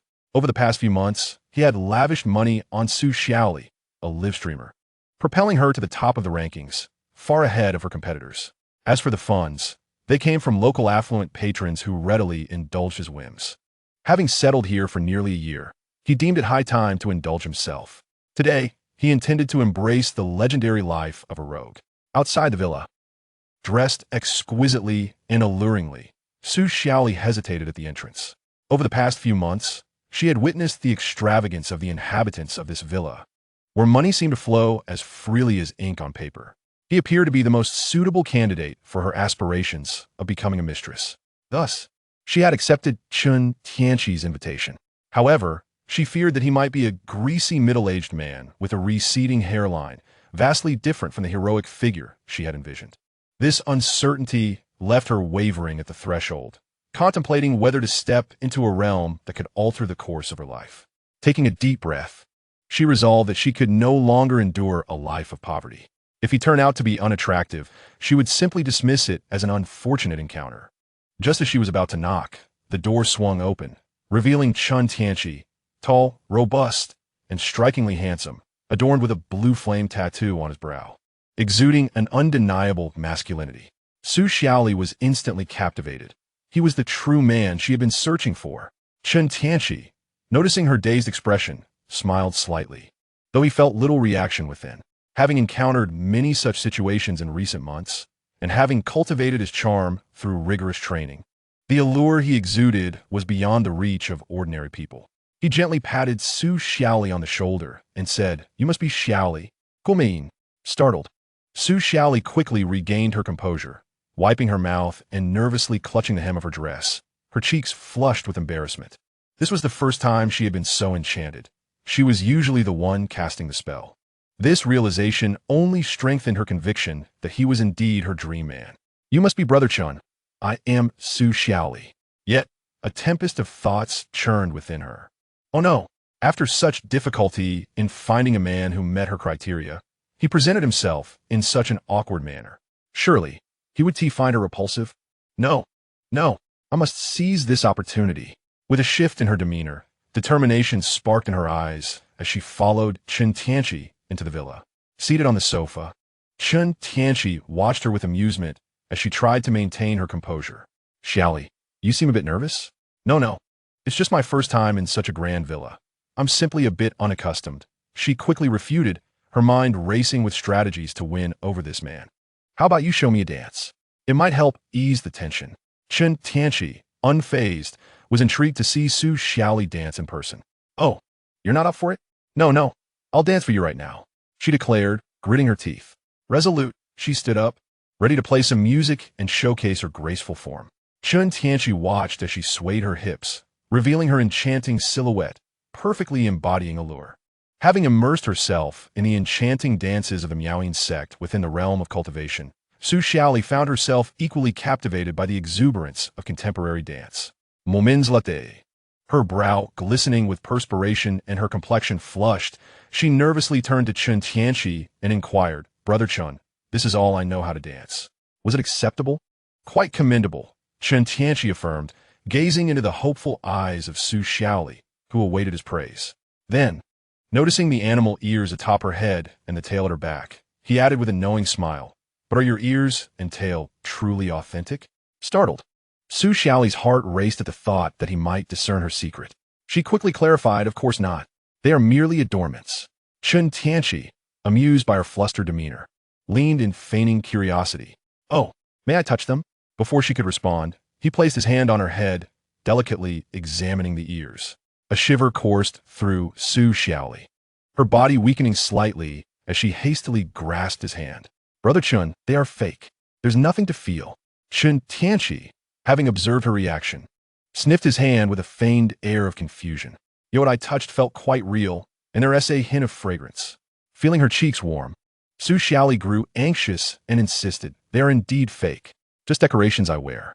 She was determined not to let her long-awaited encounter with her idol lead him to believe she was some sort of monster. Noticing her distress, Chen Tianqi softened his approach, leaning closer to whisper, I know you're concealing something, little fox. Su Xiaoli's expression froze, a flicker of panic igniting within her.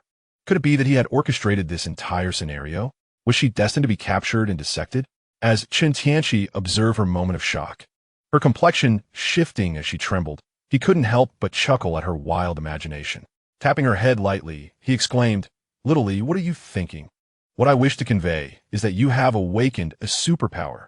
Clutching her head, Su Xiaoli gazed at him with a mix of confusion and indignation. How was I to know there was a superpower? So, my growing tail and ears along with my ability to charm men are due to this awakening?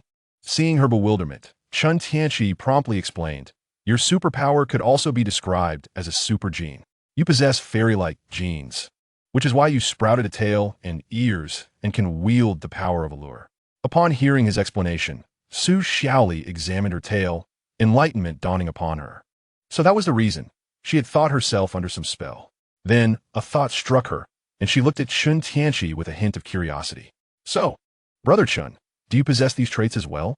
Stepping closer to Su Xiaoli, Chen Tianqi tilted her chin playfully and teased. Not at all. I am merely an ordinary cultivator, dedicated to subduing enchanting beings such as yourself. Su Xiaoli's cheeks flushed as she pondered. Is Brother Chen confessing to me? Should I accept his feelings? Or perhaps I should maintain my composure a little longer.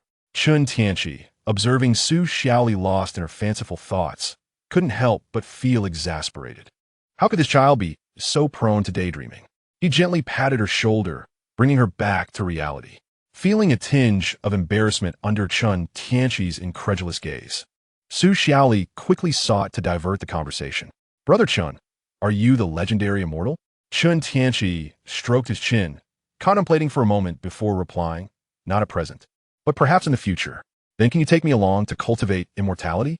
Su Xiaoli asked, her heart fluttering with a mix of excitement and trepidation upon discovering that her esteemed brother was indeed a cultivator. I must cling tightly to him. I'm not sure if you can cultivate, Chen Tianqi admitted, uncertain, as the absence of spiritual energy in this universe indicated that its inhabitants could not possess spiritual roots. However, lacking spiritual roots did not preclude cultivation altogether. For instance, in the spirit realm, there exists a body refinement technique called the Diamond Sutra, designed for mortals without spiritual roots. Those who diligently practice may eventually acquire postnatal spiritual roots, but the key was that Chen Tianqi lacked such a technique at hand. Oh, ise, su kiaoli repliet. A hint of disappointment crossing her face. It seemed unlikely that she would become an immortal after all. Chen Tianqi, noticing her despondency, affectionately ruffled her hair and offered some comfort. If you wish to give it a try, I can provide you with a cultivation technique. Chen Tianqi was sincere in his offer. Perhaps the system could compute a method for absorbing cosmic energy, aptly named the Cosmic Energy Absorption Technique. With a focused thought, the system began to analyze and simulate based on the cultivation techniques Chen Tianqi had previously uploaded from the immortal realms. Thank you, Brother Chen, Su Xiaoli exclaimed, her excitement bubbling over as she leaped forward. Chen Tianqi instinctively wrapped his arms around her, causing her to blush as she felt his warm embrace. Flustered, she quickly extricated herself, cursing her lack of restraint. Chen Tianqi regarded the bashful Su Xiaoli, whose charm was undeniable. Truly, she was reminiscent of Ari from the neighboring Valoran continent. With a teasing tone, he remarked, "Little Lee, it's rather unbecoming to run off after taking advantage of me. In this era of gender equality, I too must have my share." With that, he pretended to reach out in an attempt to tease her. Startled, Su Xiaoli's face flushed as she shut her eyes tightly and covered her heart. "Even though you are my ideal man, we should communicate first and let our feelings deepen before anything else." After maintaining her pose for a moment, she noticed that his hand had not yet arrived. Peeking through her lashes, she found Chen Tianqi grinning, realizing she had fallen for his playful ruse. She sighed in relief, yet felt a pang of disappointment. Was she truly so lacking in allure? "All right, I won't tease you any longer. I will refine the technique before handing it over to you. For now, your task is to accompany me on a shopping excursion." Chen Tianqi no longer su xiaoli, feeling that he was not particularly desperate. Having spent over a year in this place without indulging in shopping, and having not witnessed the spectacle of a modern metropolis in decades, he decided to seize this opportunity to explore.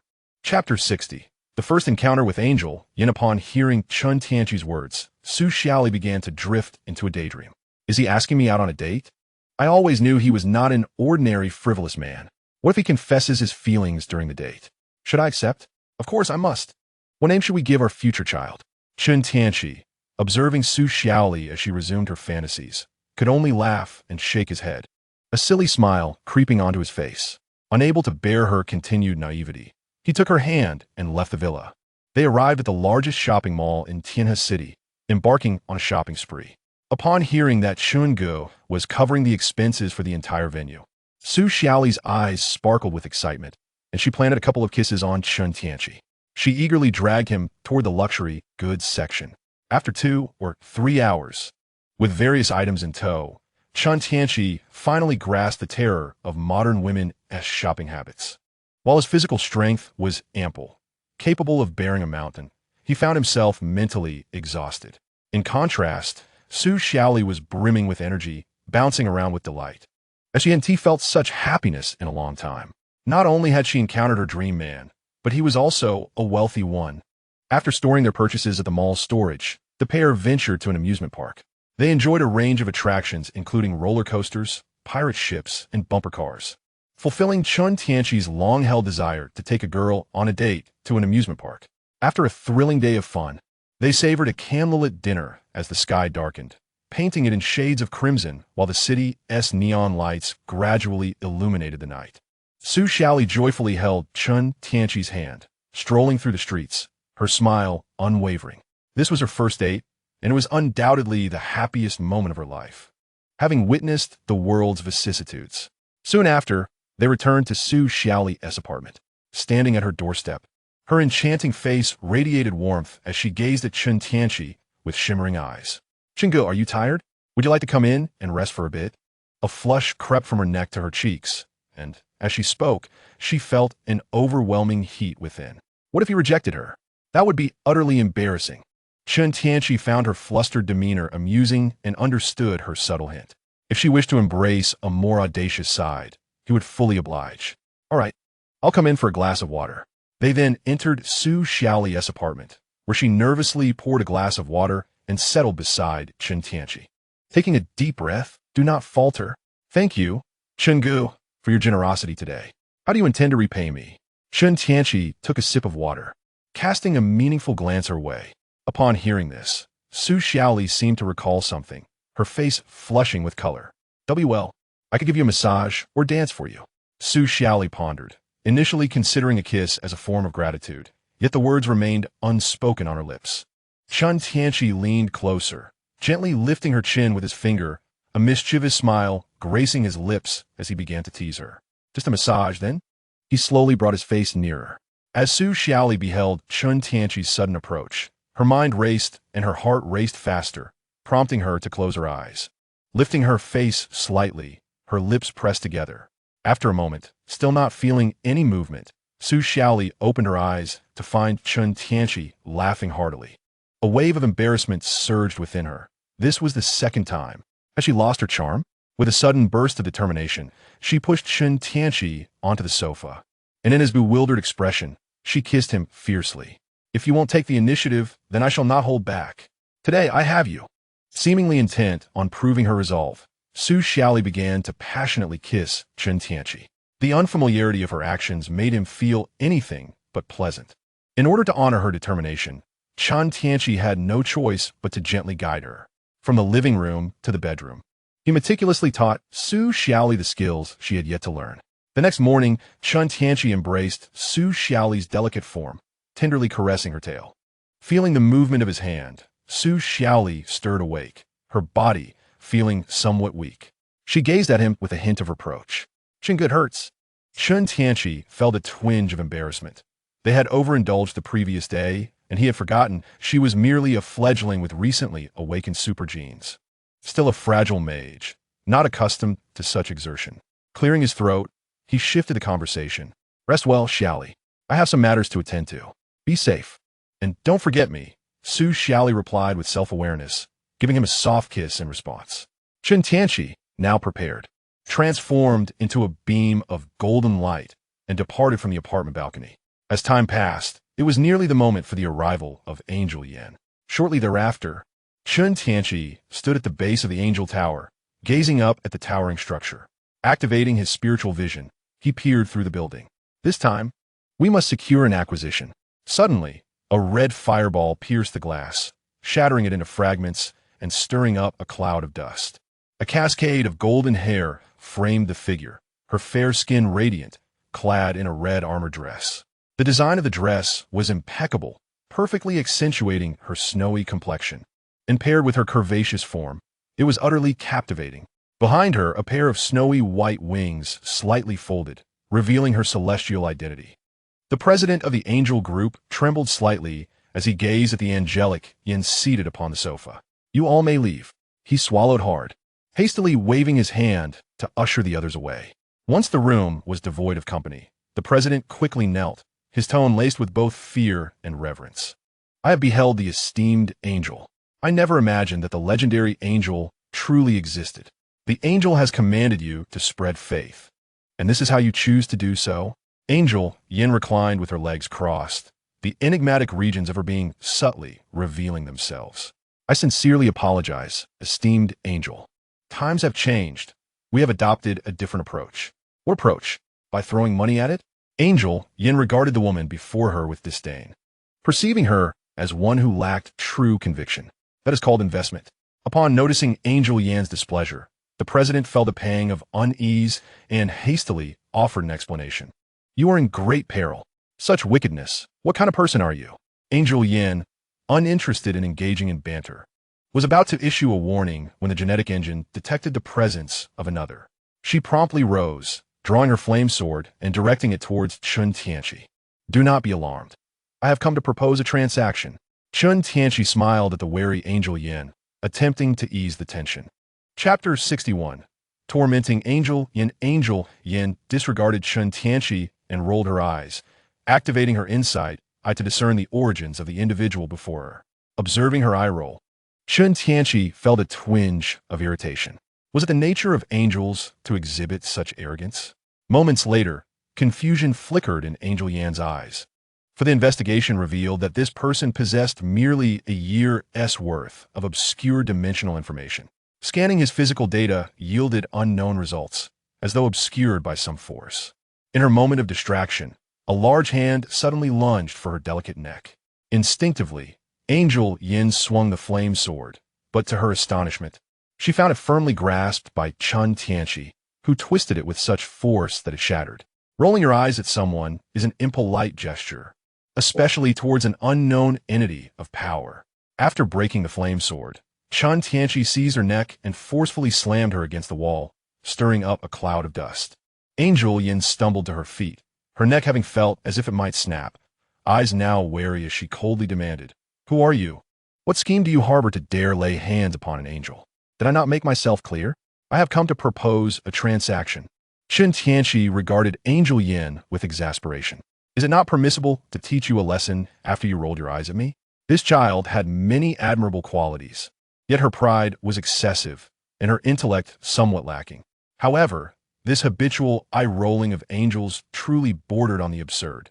Did they genuinely believe themselves invincible? Without Kaisha, they were merely a collection of insignificant beings. Angel Yang could not trust Chen Tianqi's words. Once again, she drew the sword of flames from the dark dimension, its blade directed at Chen Tianqi. "Since you refuse to speak, do not blame me for being impolite." Angel Yang did not believe she was incapable of defeating Chen Tianqi. Her previous defeat had merely been a momentary lapse, a result of his surprise attack. Furthermore, the strength he displayed ignited a fire of indignation within her. With that, she swung the sword of flames at Chen Tianqi. Chen Tianqi sighed resignedly. Indeed, the mind of the angelic archangel's left guard seemed a bit lacking. Very well. Let her test the prowess of the Corpse King 001. With a wave of his hand, a towering, grotesque figure emerged before him. A Somali Corpse King. Its face twisted in malice, black wings sprawling from its back, and bone spikes jutting from its body. As the sword of flames struck the Corpse King, it sparked fiercely, sending Angel Yang stumbling backward from the tremendous recoil. Gazing upon the monstrous figure, her elegant brows furrowed, and her eyes rolled in disbelief. The information relayed by her insight eye left her aghast. The creature before her was merely a corpse. Before she could ponder further, the arm of the Somali Corpse King lunged forth, brutally slashing at her. The overwhelming force pierced through the structure of the building.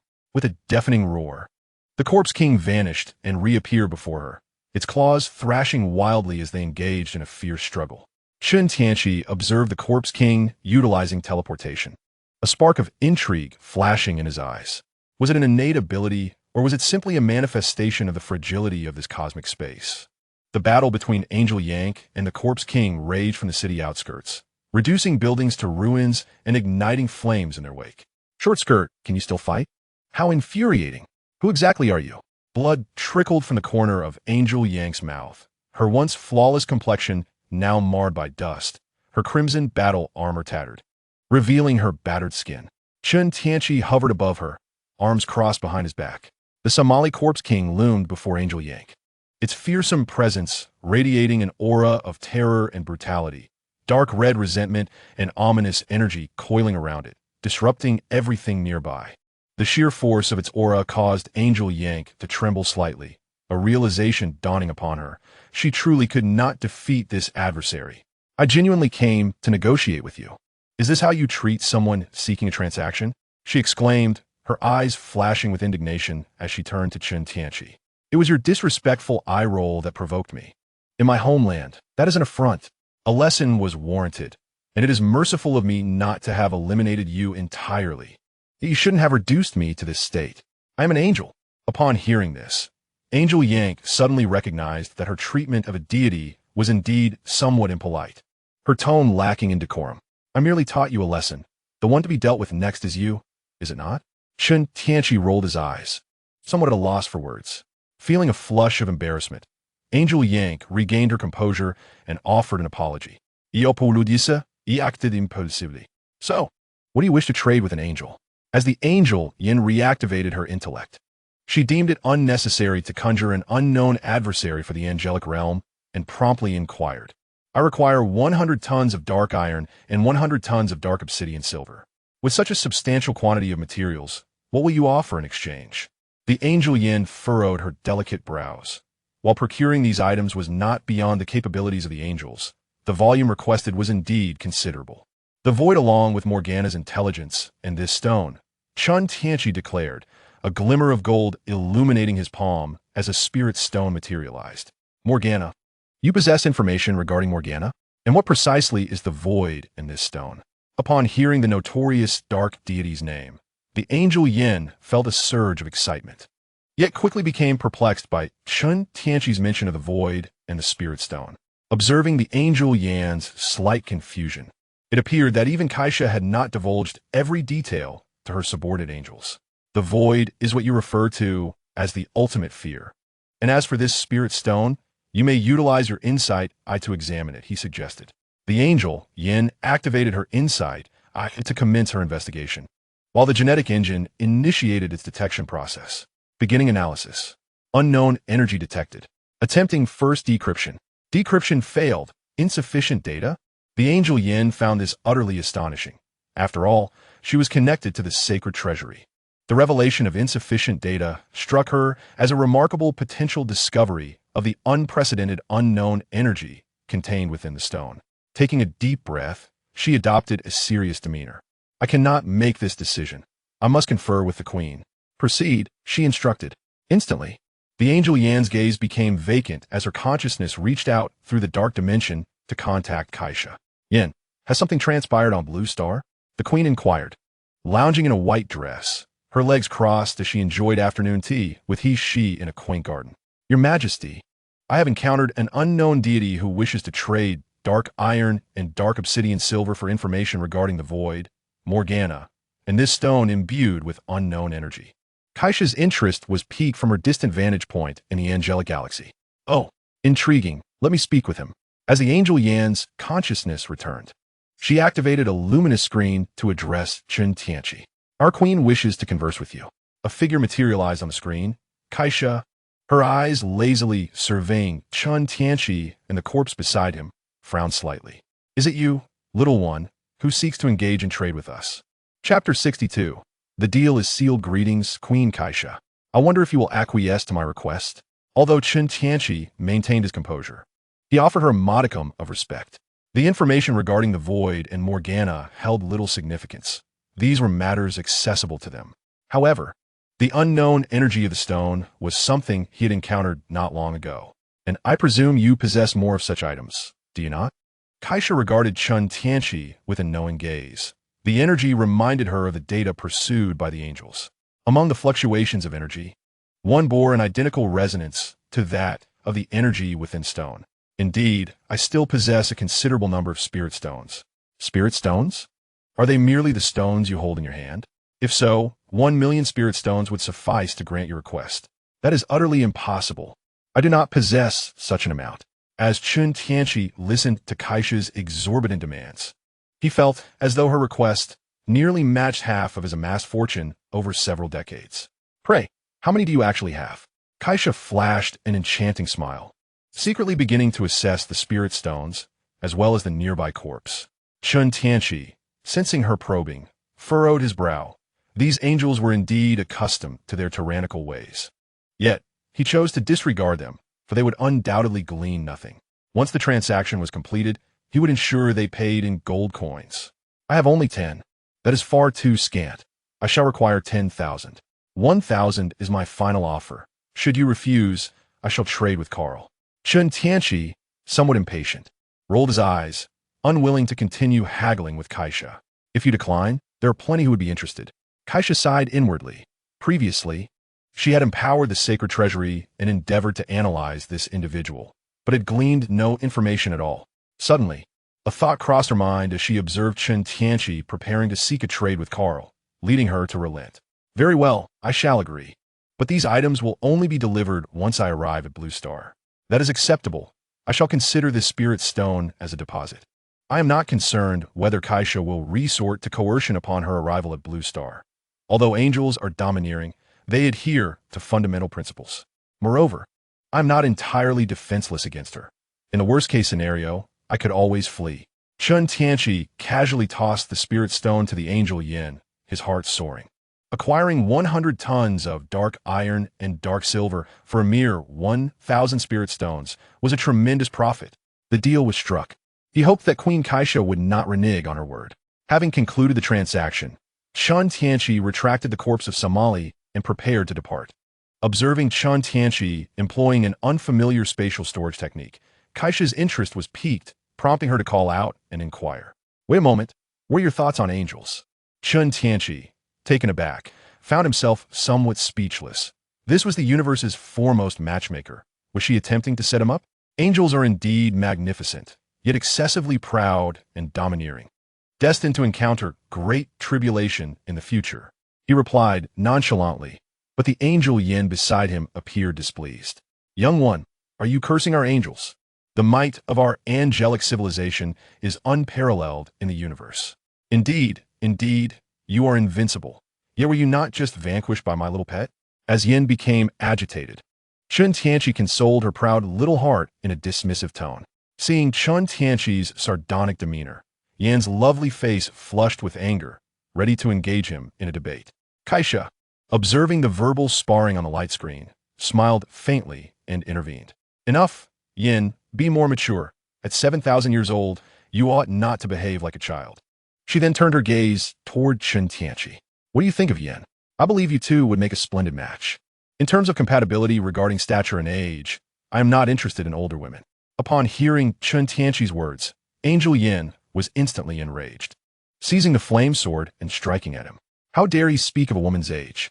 Chen Tianqi swiftly countered, snatching the flame sword and securing it within the confines of Qianquan Peak. Realizing that her flame sword had been severed from her grasp and feeling humiliated before the queen, Angel Yin, in a flurry of panic, lunged at Chen Tianqi, exclaiming, "Child, return my flame sword to me." With a deft flick of his sword, Chen Tianqi conjured a flash of golden light that suspended Angel Yin midair. You are always clamoring for violence. Consider this sword as my compensation. Kaisha, witnessing this scene, felt a flicker of astonishment at the unfamiliar technique, further solidifying her suspicions. I apologize on Yan's behalf. She is still young and inexperienced. Please let her off this once, she implored. Chen Tianqi's lips twitched. 7,000 years old. Yet still a child? Fear not. She will recover in a matter of minutes. With that, he tore through space, departing from the locale. Kaisha, intrigued by this unique method of spatial movement, felt an increased respect for Chen Tianqi. Subsequently, she turned to Angel Yin with a smile, shaking her head at the pleading look in her eyes, and reluctantly attempted to assist her in regaining her freedom. After a moment, as the progress proved sluggish, Kaisha sighed, conceding defeat. Yin, the information is insufficient. You shall have to endure this for now. With that, the light screen vanished, leaving Angel Yin suspended in midair, her posture one of chaotic flight amidst the wind. In the Miluxiang court, Kaisha furrowed her brow as she reviewed the records from the sacred treasury, the computer persistently running simulations. However, due to a severe lack of data, each attempt ended in failure. Beside her, she sipped her tea, lightly brushing back a strand of hair, jesting, "Look at our king of gods. His face is wrinkling in frustration. I have discovered an intriguing deity. Perhaps he is not from this universe." Kaisha ignored She's jest, instead addressing her with a serious tone. She, intrigued, dropped her playful demeanor. "Are you certain there is no mistake? Is it from the void?" Kaisha replied, "It should not be. We have studied the void, and I recall that distinct aura. This individual's essence is entirely different from a void, and the sacred treasury's scan of his physical information was obstructed by a peculiar wave surrounding him. Moreover, my instinct suggests that this person possesses numerous abilities, far from ordinary. I have uploaded the detailed information. You may examine it yourself." Upon hearing this, she promptly accessed the sacred treasury through the dark dimension, her consciousness embarking on a journey within. After receiving a stream of data, the white film over her eyes dissipated, revealing a countenance filled with curiosity. "Unknown energy? It resembles the elements previously uploaded," she exclaimed. "Old witch, why didn't you inform me of such a being? I am quite interested in that spiritual stone and his spatial technology." Kaisa rolled her eyes, remarking, "What do you know about conversation? A superficial girl like you talking to him? I shudder at the thought of you being whisked away." She continued, "Come now, old maid. He is not unattractive. I fear you may develop an infatuation, And before you know it, you could end up being sold off again, just like last time. Hearing Kaisa mock her with past grievances, she felt a surge of indignation. What do you take me for? Am I the kind of woman who becomes paralyzed at the sight of a handsome man? Kaisa shot back with a disdainful glance, causing He to feel a tinge of guilt. Well, that was in the past. Things are different now. Upon uttering those words, Kaisa flashed a knowing smile.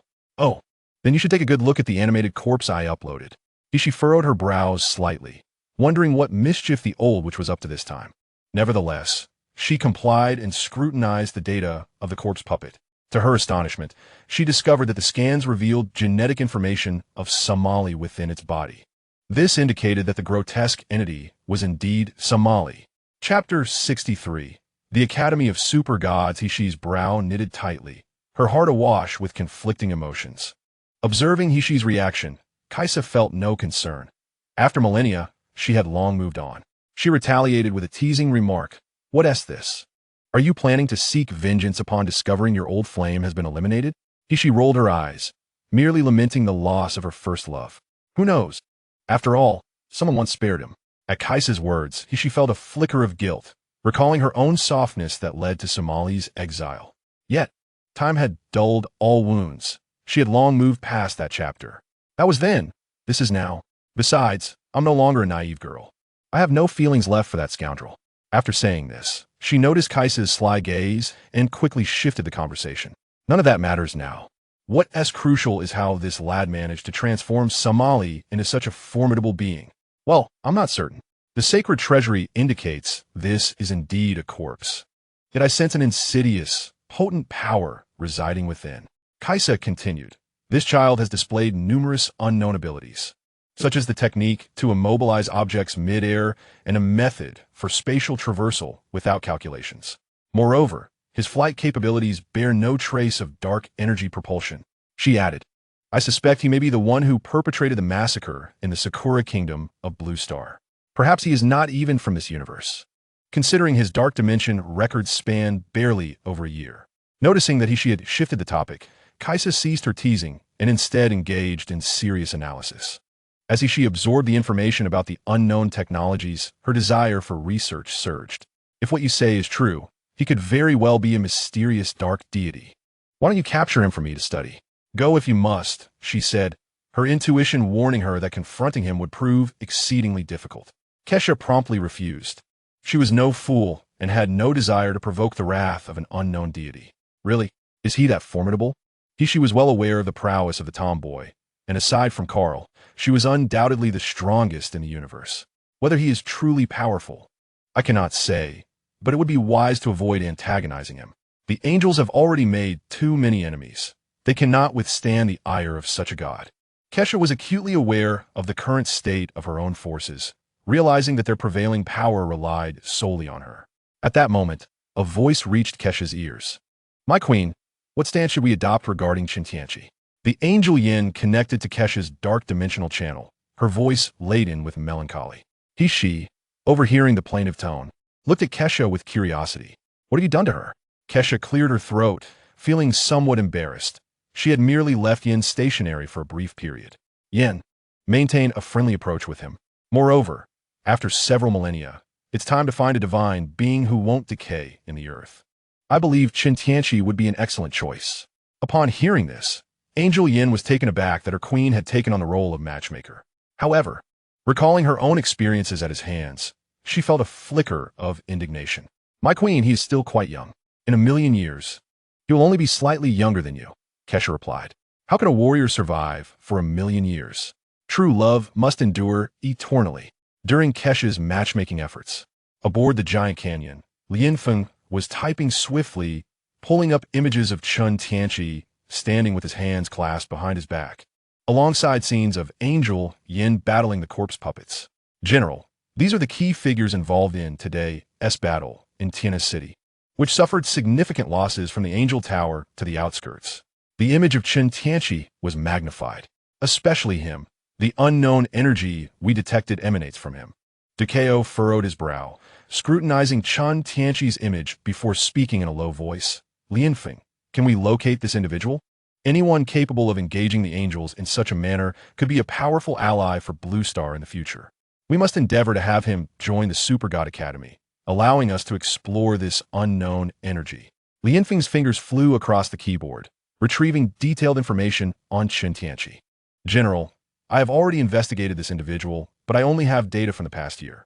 He is currently supported by several wealthy merchants in Tianhe City and resides in the largest villa community.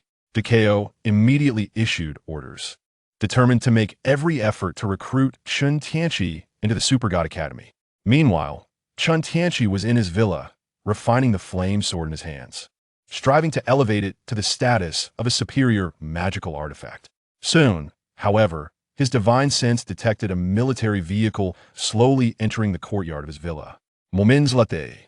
A graceful figure with flowing crimson hair descended from the vehicle, accompanied by a stout man clad in a black suit and sunglasses who emerged from the opposite side. Chen Tianqi furrowed his brow. Had the Super God Academy arrived so swiftly? Yet, this presented an opportunity. Ajie turned to Rose and said, Rose, please do not wear that sour expression like last time. This individual is truly formidable. Understood, understood, Rose replied nonchalantly. Who could possibly be significant on Blue Star that I'm not already aware of? Noticing Rose's indifference, Ajie's expression fell. Could she refrain from hindering his efforts? Rose, I speak the truth. You must have heard about the recent attack in Tianhe City, right? It was this very deity-esque confrontation with an angel that caused the chaos. Tianhe City attack. I comprehend now. Upon hearing this, Rose's demeanor grew serious. It appeared that the individual in question was indeed a powerful entity. If things went awry, it could spell disaster for Blue Star. Seeing Rose take it seriously, Ajie let out a sigh of relief. At least she was still thinking clearly. Just as Ajie was about to press the doorbell, a voice resonated within their minds, and the villa's entrance slowly opened automatically. Guomin, proceed to the second floor. Ajie and Rose exchanged astonished glances. What kind of technology was this? Our communication channel has not been compromised. As they entered the villa and ascended to the second floor room, they pushed open the door to witness a remarkable scene. Chen Tianqi sat cross-legged in the center, with a furnace placed before him. Flames roared within, and faintly, the silhouette of a sword could be discerned. Suddenly, a golden-red flying sword burst forth from the furnace amidst a flash of brilliance. Observing the reforged flame sword, Chen Tianqi remarked, Indeed, it lives up to its reputation as a flame-grade weapon, suitable for crafting into a magical artifact. Retrieving the flying sword, he turned his gaze towards Rose and Ajie, speaking calmly. Now, what business does the Super God Academy have with me? Yeah. Momentarily entranced by the scene reminiscent of a mystical tale, snapped back to reality upon hearing Chen Tianqi's words. With a sycophantic smile, he replied, Mr. Chen, the Super God Academy wishes to invite you to serve as an instructor for the Xiangbing Lian. To demonstrate our sincerity, you may stipulate any conditions. At this, Rose shot a puzzled look at Ajie. Aren't we here to recruit him for the Super God Academy? Ajie gestured with his eyes, indicating to proceed with the recruitment first. General Du would handle the rest. Any conditions? Let me first see 100 tons of dark iron to assess your capabilities. Chen Tianqi scoffed. Those impoverished Denorian remnants could offer nothing. Without the support of the Super God Academy, they would likely fare worse than Morgana. Ajie, upon hearing this, broke into a cold sweat. Brother, you are making demands that are far too extravagant.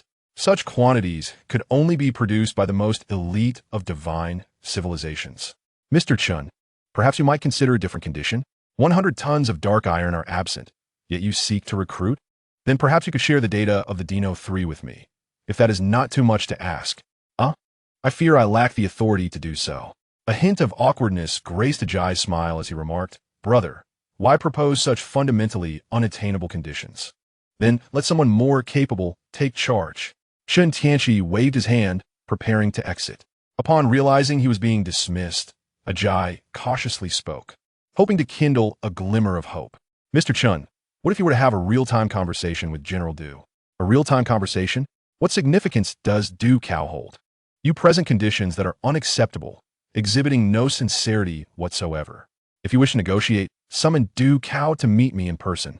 Rosa, unable to contain herself any longer, glared at the ruggedly handsome man, wondering why his heart was so dark. Do you not consider the conditions you are proposing? You are nearly demanding we deplete our entire reserves. Is this how one negotiates? If you cannot afford to negotiate, then do not. If you cannot play the game, then do not engage. If you are impoverished, strive to earn more. Chen Tianqi rose, casting a disdainful gaze upon Rosa. How dare a pauper attempt to set conditions? Chapter 64. The infiltration begins upon hearing such derision. Rosa's countenance flushed with anger as she fixed her gaze upon Chen Tianqi, as if she could ignite flames with her stare. If you possess such formidable strength, why cannot you extend your protection to the vulnerable populace? Chen Tianqi, observing Rosa's saintly demeanor, scoffed with a smirk. You wish to impose moral high ground upon me? Ha! Y pusas no murals. So do not attempt to bind me with that rhetoric. Furthermore, what do their struggles concern me? I am merely here for a visit to indulge in local specialties. Moreover, this is your territory. Should you not be the ones to safeguard it? Rosa inhaled deeply, striving to temper her emotions. I understand, but we face certain difficulties. Cannot you lend a hand? We will repay you in the future. Chen Tianqi smiled slightly. Of course, I can assist. Just provide the funds. Do not present me with empty promises. He added, as it stands, I find myself facing difficulties as well. So perhaps you could call me father. I will compensate you later. Upon hearing this, Rosa felt utterly humiliated. Her chest swelled with indignation, the atmosphere around her fluctuating with intensity. Ajay, quick to act, hurriedly intervened. Mr. Chen, I apologize. This child is a bit eccentric. No matter. Here is a piece of advice. Practice your craft more. Hardship is no excuse. Chen Tianqi chuckled, shaking his head dismissively, indifferent to Rosa, as if her nutrition had all amassed behind her rather than in her mind. If you wish to continue this discussion, have Du Cao come to me personally.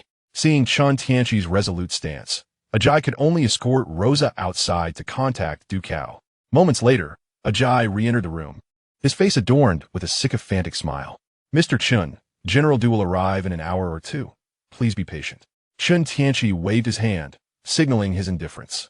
Subsequently, the three deities' bone banner soared from his body, gracefully hanging upon the adorned wall. He did not forget to murmur to Ajia, "Isn't this artwork splendid?" Ajia gazed at the banner, which featured three skeletal figures, and involuntarily shuddered. Such peculiar taste this gentleman possesses, to collect something so macabre. Yet, compliments slipped from his lips. Ha! Is truly stunning, albeit rather unique in appearance. Chen Tianqi, unfazed by Ajia's candid remarks, revealed a knowing smile. Indeed, it is quite unique. Yes, Mr. Chen, I must tell you, I have encountered numerous such items abroad. Ajia, noticing Chen Tianqi's smile, eagerly continued, attempting to bridge the gap between them. After an hour or two of engaging in idle chatter with Chen Tianqi, Ajia received a phone call. Instantly, he recognized it was Du Cao arriving. He stood up and addressed Chen Tianqi. Mr. Chen, please hold on for a moment. I shall bring General Du over right away. Chen Tianqi waved his hand, wishing for the loquacious man to depart quickly, finding his incessant chatter quite bothersome. Would I not know about the three deities' bone banner? A moment later, Ajia entered with a middle-aged man clad in military attire, who bore an imposing demeanor. Ha! Mr. Chen, I have long admired your reputation. Upon hearing you wish to meet, I rushed over, Du Cao said with a smile, stepping forward briskly. Chen Tianqi lit an incense stick and remarked casually, General Du, let's dispense with the pleasantries. Will you agree to my terms? Ahem, Mr. Chen, that poses a bit of a challenge. Could we possibly lower them? Du Cao coughed, realizing he could not meet those demands. Very well. Who am I to be unkind? Let us revise it to 50 tons of dark iron or the non-core data of Dino 3. Chen Tianqi sighed, adopting a more benevolent expression. Upon hearing Chen Tianqi relent, Du Cao's thoughts began to stir. Should he press for further negotiation? Noticing Du Cao's hesitation, Chen Tianqi did not rush him, a subtle glint of red flashing in his eyes. The incense burned steadily, its smoke gradually filling the room, while the skeletal heads of the three deities' bone banner emitted a barely noticeable wisp of black smoke that encircled Du Cao.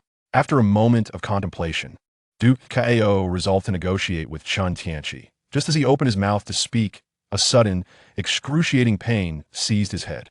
With a thud, he collapsed onto the table. Yet, within a mere heartbeat, Du Cao regained his composure, his gaze vacant. Chen Tianqi observed this scene with an air of nonchalance. As Du Kaio's consciousness was now ensnared within the illusion he had orchestrated. He then retrieved the 10,000 ghost banner, preparing to intricately craft Du Kaio's soul. An hour or two later, Chen Tianqi and Du Kaio emerged from the room, both wearing broad smiles. Ajie and Xiang Wei rushed forward upon witnessing their exit. Du Kaio grasped Chen Tianqi's hand, his smile wide and sincere. Mr. Chen, I entrust you with a matter regarding the instructors of the heroic company. I shall promptly arrange for the necessary items to be delivered to you. Rest assured, I will nurture them well. Chen Tianqi offered a subtle smile, casting a meaningful glance in return. Observing this harmonious scene, Ajie felt admiration.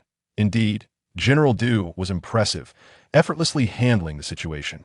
Subsequently, Ajie and Rose escorted Du Cao back to the military vehicle. Unable to contain her curiosity, Rose inquired, Old Du, what terms did you use to bring him on board? 50 tons of dark iron. 50 tons. Have you lost your mind? Du Cao ignored Rose's outburst. Instead, gazing at the villa, fading into the distance, a strange glimmer flickering in his eyes. He then addressed the driving Ajie in a calm tone. Ajie, when Mr. Chen arrives at the Super God Academy, treat him with the utmost courtesy. Yes, General. Rose, displeased by Du Cao's disregard, pouted and turned her head away. The two in the front remained oblivious to this peculiar exchange, and for a moment, silence enveloped the vehicle. Mas, Carl, you wretched fool, how dare you? It was said that Blue Star was a backwater, devoid of even a grasshopper. Yet here he was, encountering an angelic wretch and a formidable deity. I truly curse you. He felt as though he had been reduced to mere cannon fodder, merely to test the waters. You better explain yourself. A figure adorned with smoky makeup, clad in leather pants and a jacket, her tattered bat-like wings giving her the appearance of a flamboyant matron, was vociferously berating Carl through a dark communication channel, harboring no gratitude for his assistance in elevating her to a fourth-generation deity. According to the Grand Clock's investigation, no fourth-generation deity had appeared in that location, so one could rest easy. Hearing these outbursts, Carl's lips twitched, internally reassuring himself. This is my goddess. Do not be angry. Rest assured. What are you talking about? Have you seen the angel that appeared not long ago alongside that peculiar boy? Especially that boy, whose malevolent aura is more sinister than mine. It gives me shivers. Surely you haven't cut corners in upgrading my fourth-generation body. Morgana was not satisfied with Carl's explanation. Damn it. Just after the upgrade to the fourth-generation body, I encounter this mysterious deity and those angelic nuisances. I won't rest until I extract some resources from this pretty boy. Chapter 65. The Corpse Puppet 1. Carl now discerned her true desire for more resources. Then shall I provide you with additional resources for resurrecting demons? Not enough. Bring over my demon wings. Here are the celestial beings, those wretched angels. Alas, I possess too few capable warriors. Fetch me a few formidable generals to bolster our ranks. Kalzite. His expression one of resignation, for he was but a loyal servant to her whims. Very well. Millennia ago, I forged a trigenerational beastly warrior on Blue Star, only to have it obliterated by the angels. I have since dispatched Snow to resurrect it. Upon hearing this, Morgana felt a pang of disappointment and deemed her demands insufficient. This stout fellow, truly a man of considerable means, could surely spare a little more, couldn't he? Just as she was about to voice her thoughts, Carl anticipated her maneuver. This is all I can provide. Should you desire additional assistance, you might consider courting that young lad. He seems to resonate with your malevolent aura. With that, Carl abruptly severed the dark communication. Damn it, Morgana cursed, realizing her schemes had been uncovered. Did that old coin think her a fool? To use her as a pawn? Yet, perhaps it was worth a try. After all, her charm had once subdued an entire civilization. Many of today's demons were but humble servants beneath her pomegranate skirt. Furthermore, the young one's methods differed from the dark energies and stellar forces known in the universe. Perhaps he could inflict harm upon Kaisa. If I could capture him, might I not have the opportunity to wrestle with Kaisa herself? Ha ha ha. Morgana envisioned her future with unbridled confidence, her fourth-generation divine form brimming with lethal potential. A week later, in the city of Great Gorge, a thunderous sound echoed through the sky as Sotan made his grand entrance. A towering, upright crocodile plummeted onto the bustling streets. Oh dear, I'm famished. Why are those mechanical dumplings still pursuing me? Sotan rose, scratching his befuddled head in indignation. Soon, he noticed a throng of onlookers surrounding him, snapping photographs, and his eyes gleamed with desire. Dumplings! Dumplings! So many dumplings! Ha ha! I must feast until I'm satisfied. Then I shall vanquish those mechanical nuisances.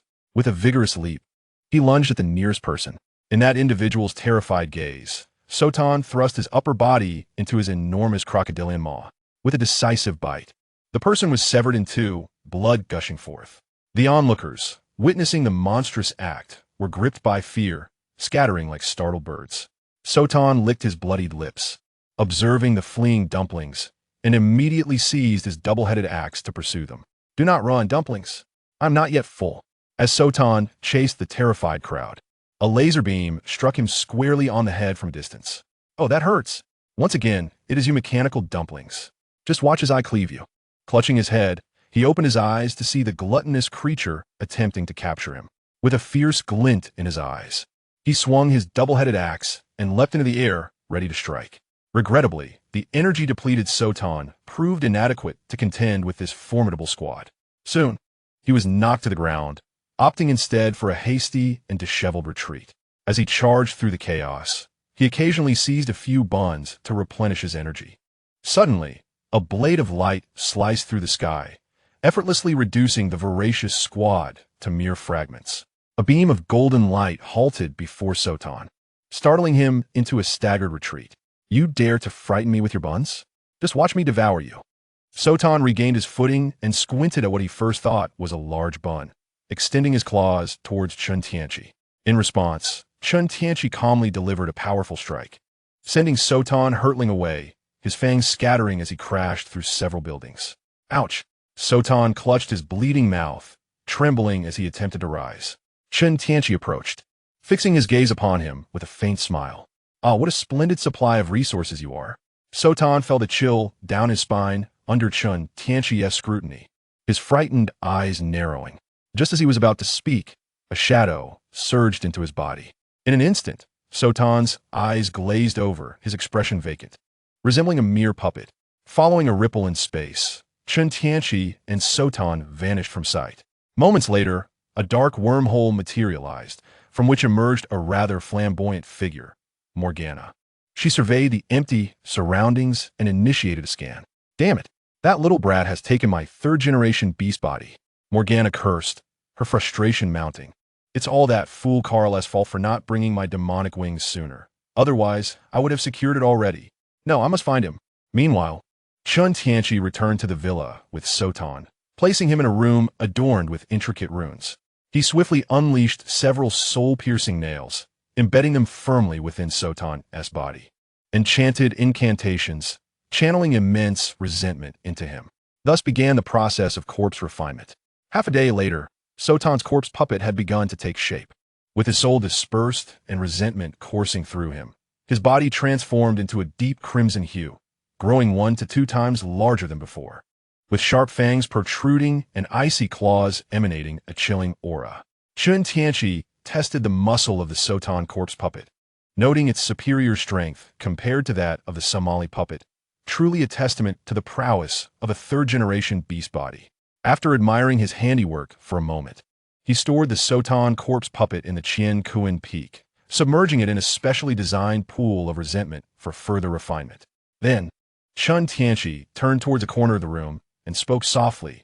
Come forth, my queen. Excuse me, who are you calling my queen? I am your queen. Address me as your majesty. Morgana materialized, her words laced with irritation, yet her eyes sparkled with undeniable excitement. Indeed, she had stumbled upon a rare treasure. Not only is there the enigmatic technology of space, but also the sinister aura that surged forth moments ago. Subsequently, the third generation of beast bodies was upgraded to a level far superior to before with just a couple of swift movements from this young man. However, the information state regarding the dark dimension of the beast bodies seems somewhat amiss. This lad has acquired them too swiftly, lacking specific details. It appears that the renowned demon queen possesses a penchant for voyeurism.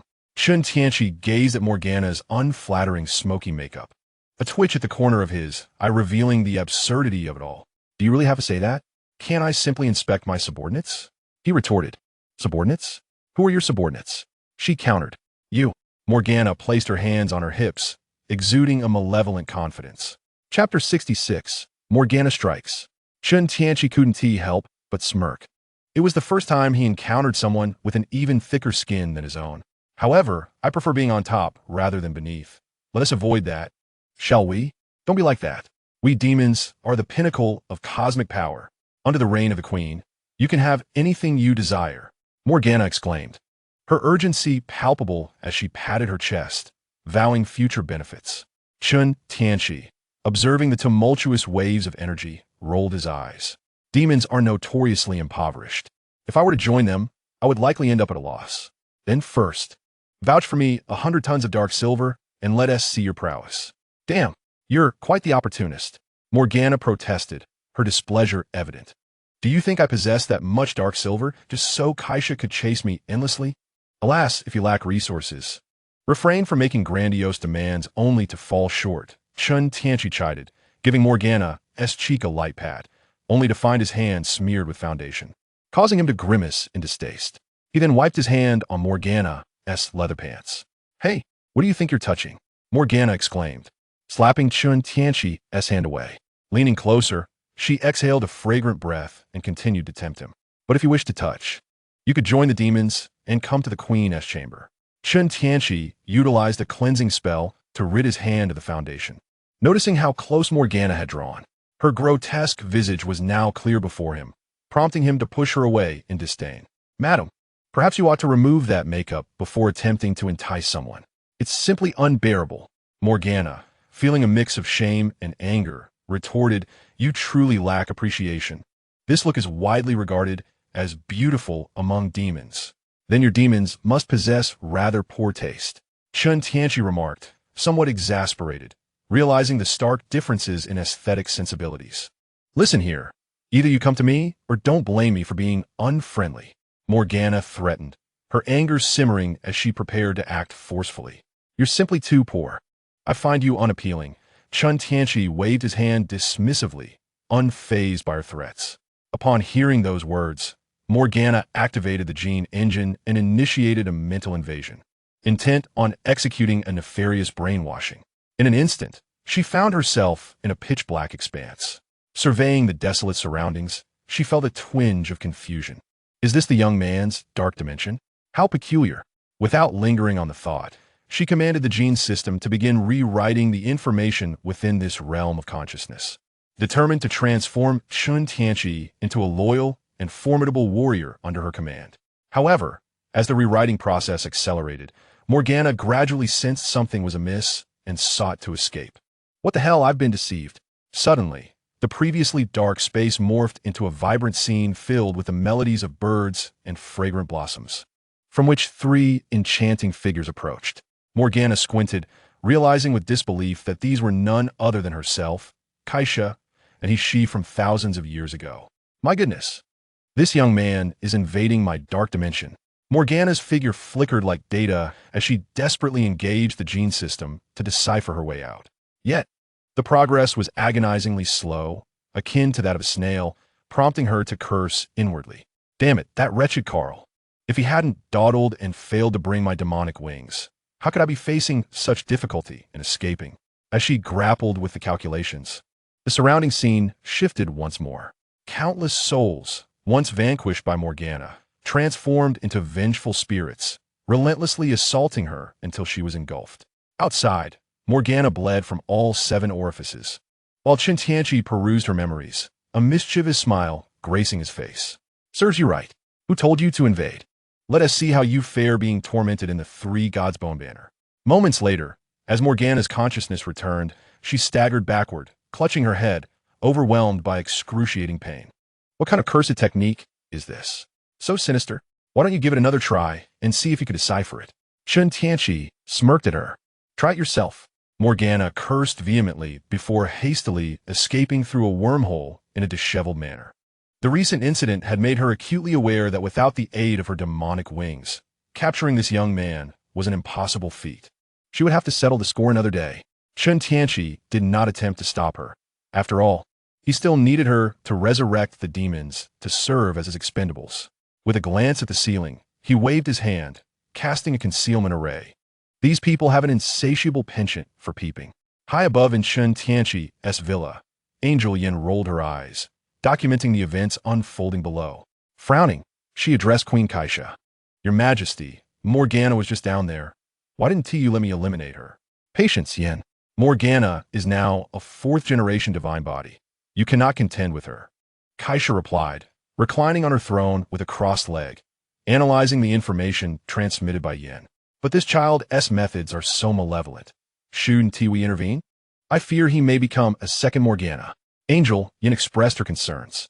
The beastly body, infused with resentment by Chen Tianqi, exuded an ominous aura that sent chills down her spine, instilling a sense of impending doom. You might attempt to make him fall for you, to experience the beauty of an angel and steer him back onto the righteous path.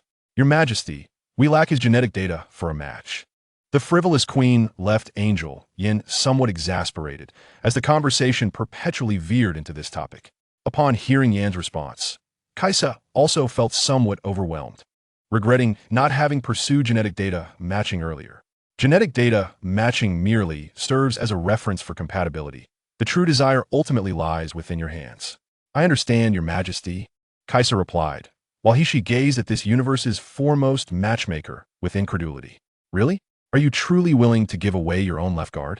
I doubt their genetic compatibility is significantly high. Their temperaments seem somewhat misaligned. Kaisa sighed helplessly upon hearing this. Alas, for the future of the angel. I must seize every opportunity. Do you believe he possesses more potential than the power of the galaxy? I am uncertain, yet that spirit stone, upon examination, revealed that its enigmatic energy can promote genetic evolution. What does this imply? Surely, as a researcher, you comprehend this better than I. If he lacks nothing of this sort, he indeed holds more potential than the still-growing power of the galaxy. Ishi's expression turned serious as she recalled the spirit stone. After Angel Yin had submitted the stone, she conducted an incredibly detailed study, discovering that the energy it contained could foster genetic evolution, albeit slowly, allowing all biological entities to passively absorb this energy. Moreover, it was wholly beneficial, guiding evolution in a positive direction. This is quite the gamble. Do you truly believe Yin can secure him? Kaisa cast a mischievous glance at she, grinning slyly. Or perhaps you should entice him. Bind him tightly to the angel. After all, you are our angel's epitome of beauty. She immediately rolled her eyes with a playful disdain. Oh, spare me. If anyone is to do that, it should be you. I warn you, do not entertain such thoughts about me, nor my disciple. However, you should keep an eye on Morgana, should she truly take an interest. Your little angel may be in jeopardy. Kaisa smiled slightly, exuding an air of dominance. But I'm still here. Chapter 67. The Heroic Legion. 2.5 months passed swiftly. During this period, the 002 model Soton corpse puppet had been successfully refined, boasting the strength of an early-stage nascent soul, capable of contending with several 001 model corpse puppets.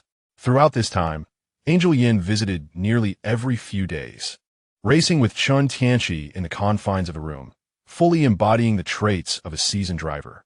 Yet, Chen Tianqi was no mere herbivore. He was a carnivore, leaving her little room for playful teasing. One day, a formidable presence arrived, delivering a stern lesson that left Angel Yin blushing furiously, prompting her to flee the villa in haste. Since then, her visits had dwindled, much to Chen Tianqi's dismay, as he had hoped for the chance to indulge in some delightful moments.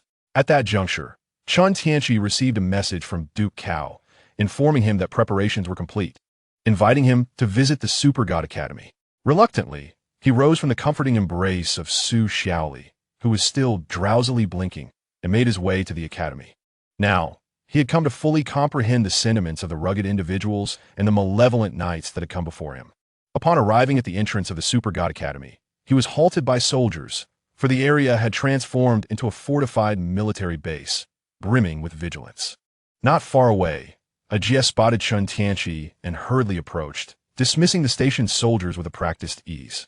Mr. Chen, welcome. We've been expecting you. Ajia exclaimed with fervor. Please, Ajia, no need for such formality. From now on, we are colleagues. Just call me Achi. Chen Tianqi clapped Ajia on the shoulder, adopting a friendly demeanor. Ha ha. Then I shall heed your words, Brother Qi. By the way, General Du has dispatched someone to place the items you requested in warehouse number 1. Here are the orders. You may collect them at your convenience. Jie, being seasoned in his role, was meticulous in his address, ensuring to refer to Chen Tianqi with brotherly affection. Thank you. Please extend my gratitude to General Du. There is no rush. First, show me how the Xiong Lian team is faring. At this remark, Jie broke into a cold sweat, for the team was notorious for their peculiarities. It had become quite the challenge for him. There was a neurotic goddess, a naive sweetheart, one whose aspirations soared high despite their stature, another who struggled even to sip water without mishap, one who incessantly yearned for grand adventures, and yet another who perpetually sought out aviation opportunities. Only Jia Yaowen was somewhat competent, while the rest were eccentric in their own right. Particularly, Lu Chuang and Gu Xiaoluan were constantly at odds, their glares betraying animosity akin to that of sworn enemies. Jie had intervened on multiple occasions. Yet Lu Chuang remained inexplicably irked by Gu Xiaoluan. Brother Qi, they might be a bit unique, Jie said, his heart racing, wondering if Chen Tianqi would make a swift exit upon encountering this motley crew. Not to worry, I have a fondness for unique individuals. Besides, you're here, aren't you? I'm merely passing through. Chen Tianqi reassured him, a smile gracing his features, a glimmer of excitement in his eyes as he thought. It seems my little darlings are blending quite well. Seeing Chen Tianqi's nonchalant demeanor calmed Jie, who then led him toward the training grounds. Moments later, they arrived at a training area, where they soon spotted several individuals engaged in drills. Jie took a few steps forward and called out loudly, "Assemble! Xiong assemble!" Instantly, the group sprang into action, swiftly gathering and lining up before Jie to report their numbers. Jie felt a sense of satisfaction regarding their reactions. At least he did not suffer any embarrassment in front of others. Before you stands the chief instructor. Should you have any inquiries in the future, feel free to approach him. Chen Tianqi stepped forward, wearing a gentle smile as he observed them. The members of the Xingling soon revealed their true selves, engaging in spirited discussions. Goodness, with such a handsome rival, how am I supposed to attract the ladies? Zhao Exen, looking quite disheartened, tossed his head back, his hair striking Gu Xiaoluan's face, expressing his dissatisfaction. Quickly, Gu Xiaoluan, appearing somewhat drained, shot back with a sneer. Come on, Xian, he is leagues ahead of you. First, do something about your bad luck, or you'll struggle to find a girlfriend. What the heck? You dare to speak to me like that? I'm worried you'll only have 3 seconds left. Zhao Exen retorted immediately, taken aback that Gu Xiaoluan, the one who looked so worn out, would dare to mock him. Their voices grew louder, and they began to bicker. Meanwhile, Jia Yaowen noticed Jie's expression darkening and continuously signaled to the two friends with his eyes. Unfortunately, the duo was too caught up in their quarrel to notice. Jie, feeling a wave of frustration, thought it was going quite well until moments later when it all unraveled. What a disgrace. He shouted at Gu Xiaoluan and Zhao Xian, you two. What are you discussing? Come out and enlighten us. Startled by his outburst, Gu Xiaoluan and Zhao Xian quickly fell silent. Ha! Rue Wen couldn't help but laugh at the scene, but upon catching Jie's fearsome gaze, she quickly stifled her laughter, her face turning crimson.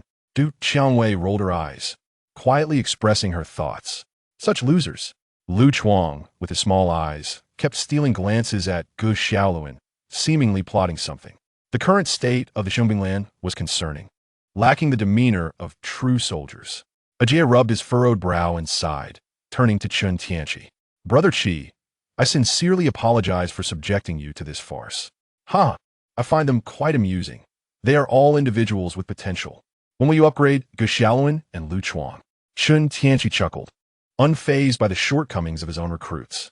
We are doing our utmost. You know how impoverished we are. Gathering resources for upgrades on this planet is a daunting task. Jie hesitated before revealing the truth to Chen Tianqi. No worries. Take your time. They need to grow as well. Besides, you have the support of the Sun and the Super God Academy, right? Chen Tianqi casually reassured him, though he began to ponder whether he should seek resources for an upgrade from the Angels or Morgana for Lu Chuang or Gu Xiaoluan to secure formidable allies in his ranks. If one desires resources, they should consult the goddess. A crisp sound echoed from a distance. A strikingly beautiful figure, with an alluring silhouette accentuated by a leather miniskirt and high black stockings, gracefully approached.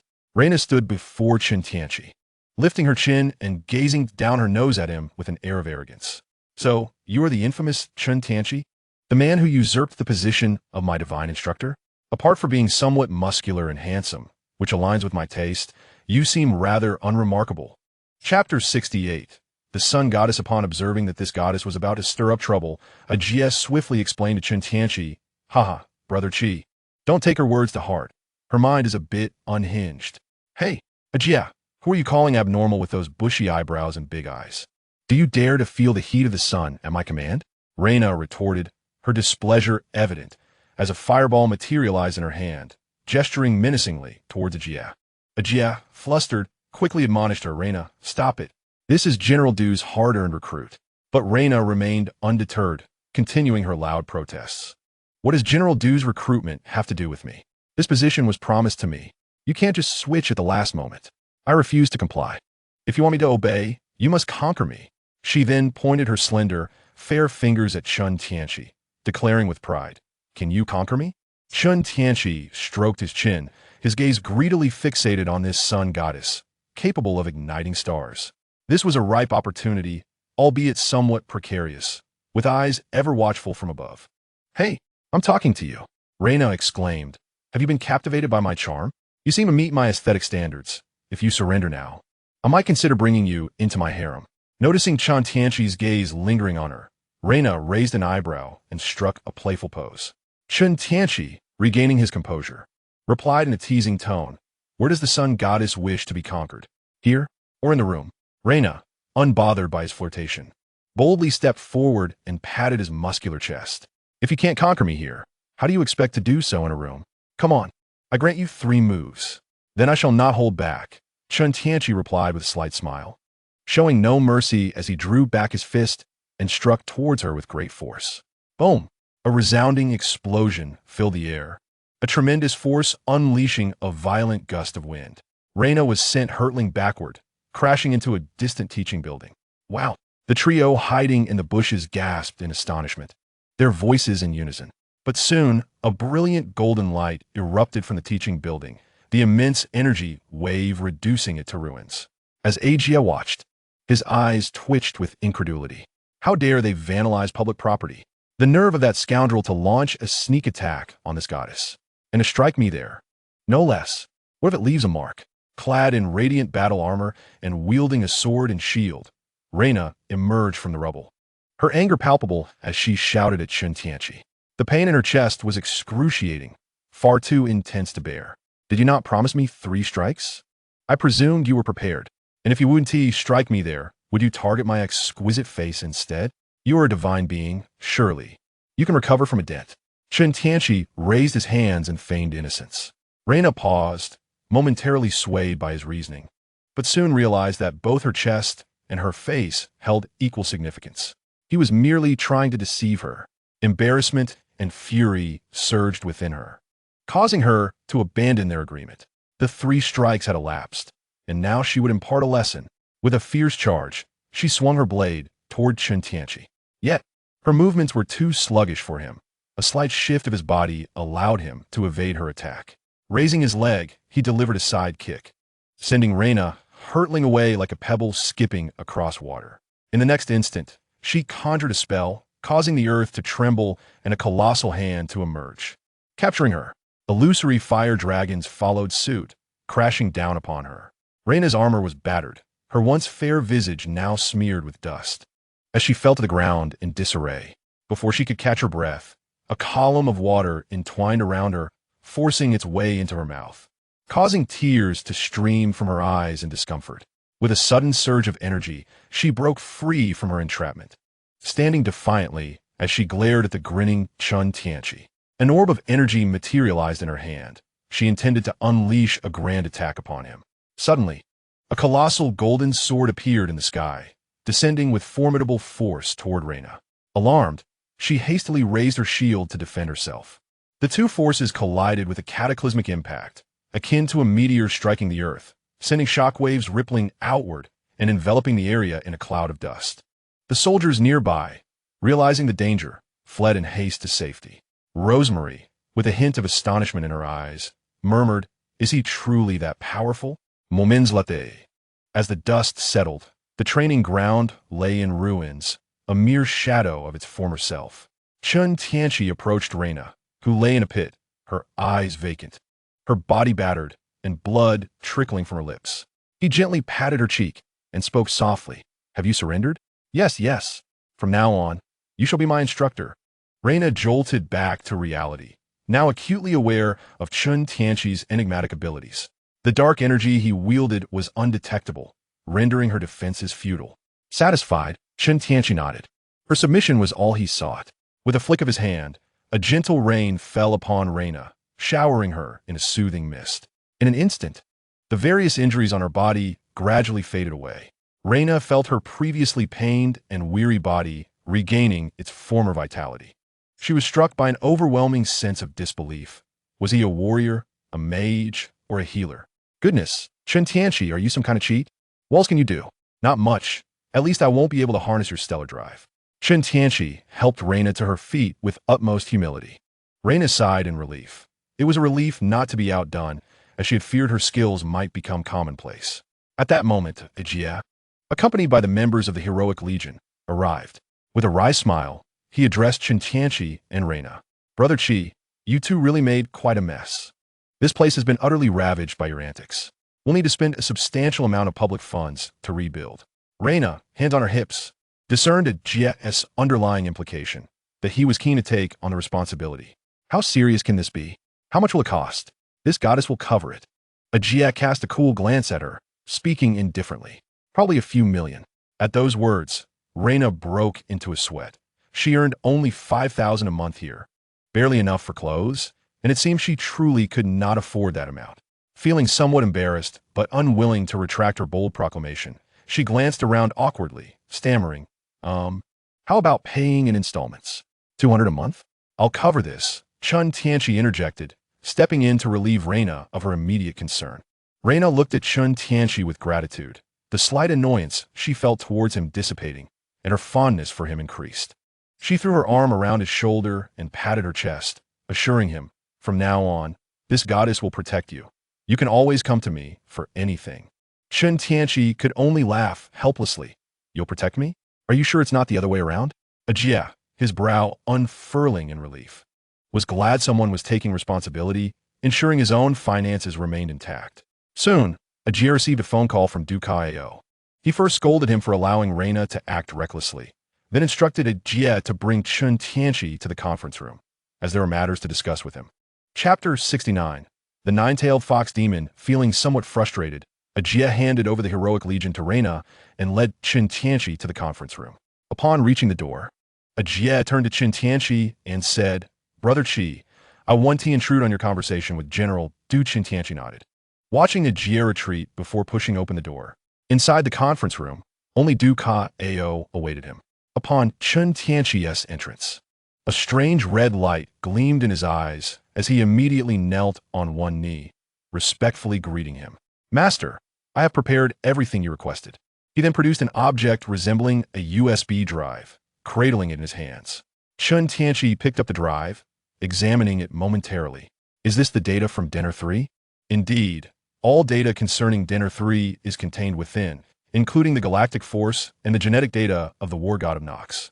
Du Kao respectfully elucidated the contents of this item. Chen Tianqi incorporated the object into the system, prompting it to commence analysis and recording. Subsequently, he cast a casual glance at Du Kao. "You haven't aroused their suspicion, have you?" "Rest assured, my master, I am Du Kao, and Du Kao is I," Du Kao fervently assured him. Observing the unwavering loyalty of Du Kao, Chen Tianqi mused on the advantages of possessing such magical skills. "What does the Super God Academy plan to upgrade Gu Xiaoluan and Lu Chuang?" "My master, I have engaged in extensive discussions with the Super God Academy. Yet they demand control over the genetic backdoor of the galactic force before they will relinquish resources to us. I have thus declined their terms." Chen Tianqi was taken aback. He had not anticipated such ambition from the Super God Academy. "So, how much resource remains with you Denner immigrants?" "With the remnants from Denner, combined with the accumulation over the past few millennia on Blue Star, We can barely muster enough resources for a third-generation upgrade. Upon hearing this, Chen Tianqi was astonished that this impoverished group could still cobble together resources for a third generation. After a moment of contemplation, he decided to prioritize Lu Chuang's upgrade.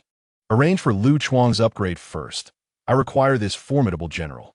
Yes, master. It is my honor to serve you, Takeo replied, a peculiar smile gracing his face as he emitted a series of eerie chuckles. Chen Tianqi delivered a heavy slap to his head, issuing a mild warning. Do not laugh so ominously. I am a person of righteousness. Takeo, feeling aggrieved, touched his head and retorted. You did not appear as a person of righteousness when you altered my soul. Yet, due to the instinctual submission of his controlled soul, he refrained from overstepping. Seeing Takeo's delicate demeanor sent a chill down Chen Tianqi's spine, he hastily produced a jade box and tossed it to him, then tore through the fabric of space to make his escape, leaving behind a directive. Find a way to have this ingested by Jiayao 1. Takeo reverently caught the item and knelt in deference.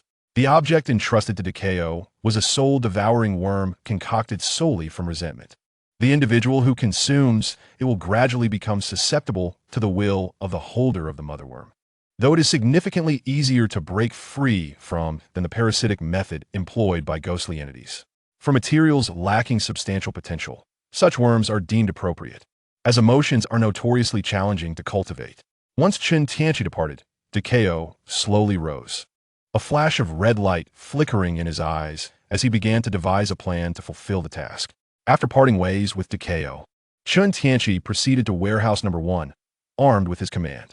Upon opening the warehouse door, he was greeted by the sight of dark iron exuding a black and golden radiance. The quantity far exceeded 50 tons. It was evident that the refined Takeo was indeed commendable, wholeheartedly catering to Chen Tianqi's needs. With a casual wave, Chen Tianqi absorbed the entire stock of dark iron into the Qiankuan peak. Subsequently, he vanished from a spot and returned to the villa. Upon entering the living room, Chen Tianqi beheld Su Xiaoli, clad in his oversized, breezy t-shirt, indulging in snacks while engrossed in a melodramatic romance on television. Her fair, slender legs were elegantly draped over the table, her delicate feet slightly curled, exuding an aura of sheer contentment. Upon noticing Chen Tianqi's return, Su Xiaoli joyfully tossed aside her snack bag, her 2 foxtails swaying in delight as she leaped towards him. Brother Chen, you're back. Did you miss me? She exclaimed, wrapping her arms and legs tightly around him, her face burrowing insistently into his embrace. Her dainty nose began to sniff, inquisitively checking if he had indulged in any treats. Chen Tianqi looked upon Su Xiaoli, who resembled an exuberant puppy, and wondered how she had become so liberated since moving in. Supporting her petite form, he soon realized she wasn't wearing any pants. Why aren't you wearing any trousers? He inquired, giving her a gentle pat. It's uncomfortable with the extra tails. She replied, her tails swaying in agreement. Chen Tianqi stroked Su Xiaoli's tails, acknowledging that it indeed seemed inconvenient.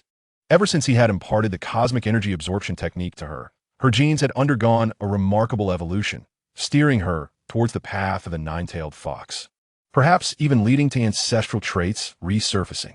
Not long ago, she had sprouted a new tail, amplifying her enchanting abilities. Feeling the warmth of his hand, Su Xiaoli's body relaxed, and she playfully protested, Brother Chen, don't keep touching my tail. It tickles. All right, Chen Tianqi chuckled, verbally acquiescing, yet his hand continued to caress her tail. Su Xiaoli, feeling increasingly flustered, released her grip on him and darted to the sofa, clutching her tail and watching him warily. Is it really necessary to react this way? Chen Tianqi asked, bemused. It's merely curiosity about your tail. I told you it tickles. She pouted, her expression clearly one of discontent. Faced with her sulking demeanor, Chen Tianqi retrieved a specially crafted garment designed for her. Here, try on this magical attire I made for you. It will perfectly fit your form and change styles according to your desires. Intrigued, Su Xiaoli accepted the garment. Upon contact, the enchanting attire adhered to her, transforming into a schoolgirl outfit. She marveled at the wonder of the clothing, delighted that her tails felt utterly comfortable. With a mere thought, her ensemble shifted through various forms: battle armor, chi pao, jacket, and skirt armor. Each transformation filled her with excitement, and she exclaimed, Brother Chen, This outfit is so much fun. Now, my tails have a place to rest. Chen Tianqi affectionately ruffled her hair and leaned closer, whispering gently in her ear. This clothing is not only entertaining, but also highly practical. Before Su Xiaoli could fully process his words, he engaged her in an exploration of the garment's mysteries. Chapter 70. Technological Marvels. A few days later, the elite brigade received an urgent command. A military base near Liangshan has come under an unidentified assault. In an instant, several members of the heroic brigade hastily donned their black armor and boarded their aircraft, setting course for Liangshan. On board, Gu Xiaoluan felt a surge of anxiety, his hands trembling slightly. How could the battle commence so swiftly? Lu Chuang, seated across from him, cast a disdainful glance. Coward! Xiaoluan, fear not. I shall protect you. Zhao Xian declared with a confident toss of his hair, wrapping an arm around Gu Xiaoluan's shoulders in a reassuring gesture. Du Qiangwei, observing the quivering Gu Xiaoluan, felt a twinge of disappointment. Was this truly the power of the galaxy that so many had placed their hopes upon? Her brow furrowed as she received a communication. The latest intelligence indicated that the source of the assault might be none other than the legendary Sun Wukong. Sun Wukong, Du Qiangwei exclaimed, eliciting curious glances from her comrades aboard the aircraft. What do you mean by Sun Wukong? Qi Lin inquired, her curiosity piqued. Taking a deep breath, Du Qiangwei felt a headache coming on. Our adversary this time is none other than the fabled Sun Wukong. By heavens, the great sage Sun Wukong. He is going to charge at us head-on. Zhao Xin Saotet in Sodun. Even if we cannot win, we must engage. Our orders are to intercept Sun Wukong at Liangshan. You best not turn coward. Du Qiangwei's gaze was resolute, delivering a warning look towards Gu Xiaoluan.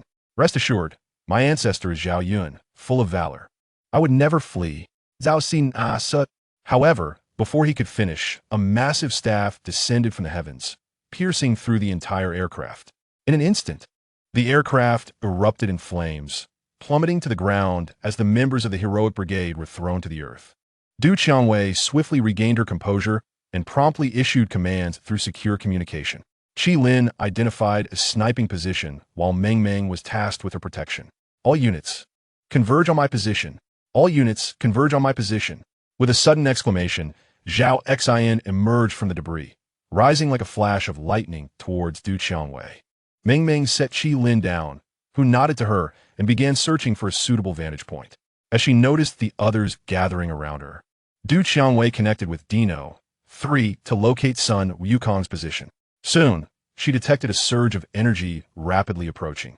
Du Qiangwei quickly relayed her orders to the heroic brigade. Targets spotted ahead. Jiao 1, take control. Gu Xiaoluan, stand at the forefront. Lu Chuang, lead the assault. Zhao Xian, provide support. Qi Lin, seek your opportunity. Upon receiving the orders, Gu Xiaoluan and Lu Chuang positioned themselves at the forefront. At that moment, the members of the heroic brigade caught their first glimpse of Sun Wukong's true form, clad in battle armor, with a sharp face and eyes ablaze with fury. By heavens, is this really the Monkey King? Gu Xiaoluan's grip on his sword trembled as he gazed at the formidable figure of Sun Wukong before him, filled with astonishment and trepidation. As Sun Wukong observed Gu Xiaoluan still in a state of stupor, he swiftly swung his staff, striking him with such force that he was sent flying. Lu Chuang, brandishing a hefty axe, attempted to cleave at the monkey's head, but Sun Wukong blocked the blow with his staff and, with a vigorous sweep, sent both the weapon and its wielder soaring through the air. Subsequently, Sun Wukong leapt into the sky, evading a surprise attack from Zhao Xian behind him. Zhao Xian's spear unexpectedly pierced into Gu Xiaoluan, who lay on the ground, his rear end prominently lifted. A cry of pain escaped, and the unfortunate incident ensued. Before Zhao Xian could utter an apology, the golden staff lunged toward him, extending with alarming speed, just as it seemed destined to strike Zhao Xian's head. A bullet whizzed through the air, hitting Sun Wukong's head and causing his staff to veer slightly, narrowly missing Zhao Xian. Cold sweat broke out on Zhao Xian's brow as he gasped in relief, hurriedly expressing gratitude to Qilin. Wow, Sister Lin is formidable. Sun Wukong, rubbing his aching head, allowed a smile to curve his lips, evidently pleased with Qilin's performance. His eyes glimmered with golden light as he activated his fiery eyes, instantly discerning Qilin's position. The golden staff surged forward, expanding rapidly as it aimed at Qilin. Just in time, Rumingming positioned herself protectively in front of Qilin, and the two were sent crashing into the woods. The ground cracked open, and a massive hand emerged to seize Sun Wukong.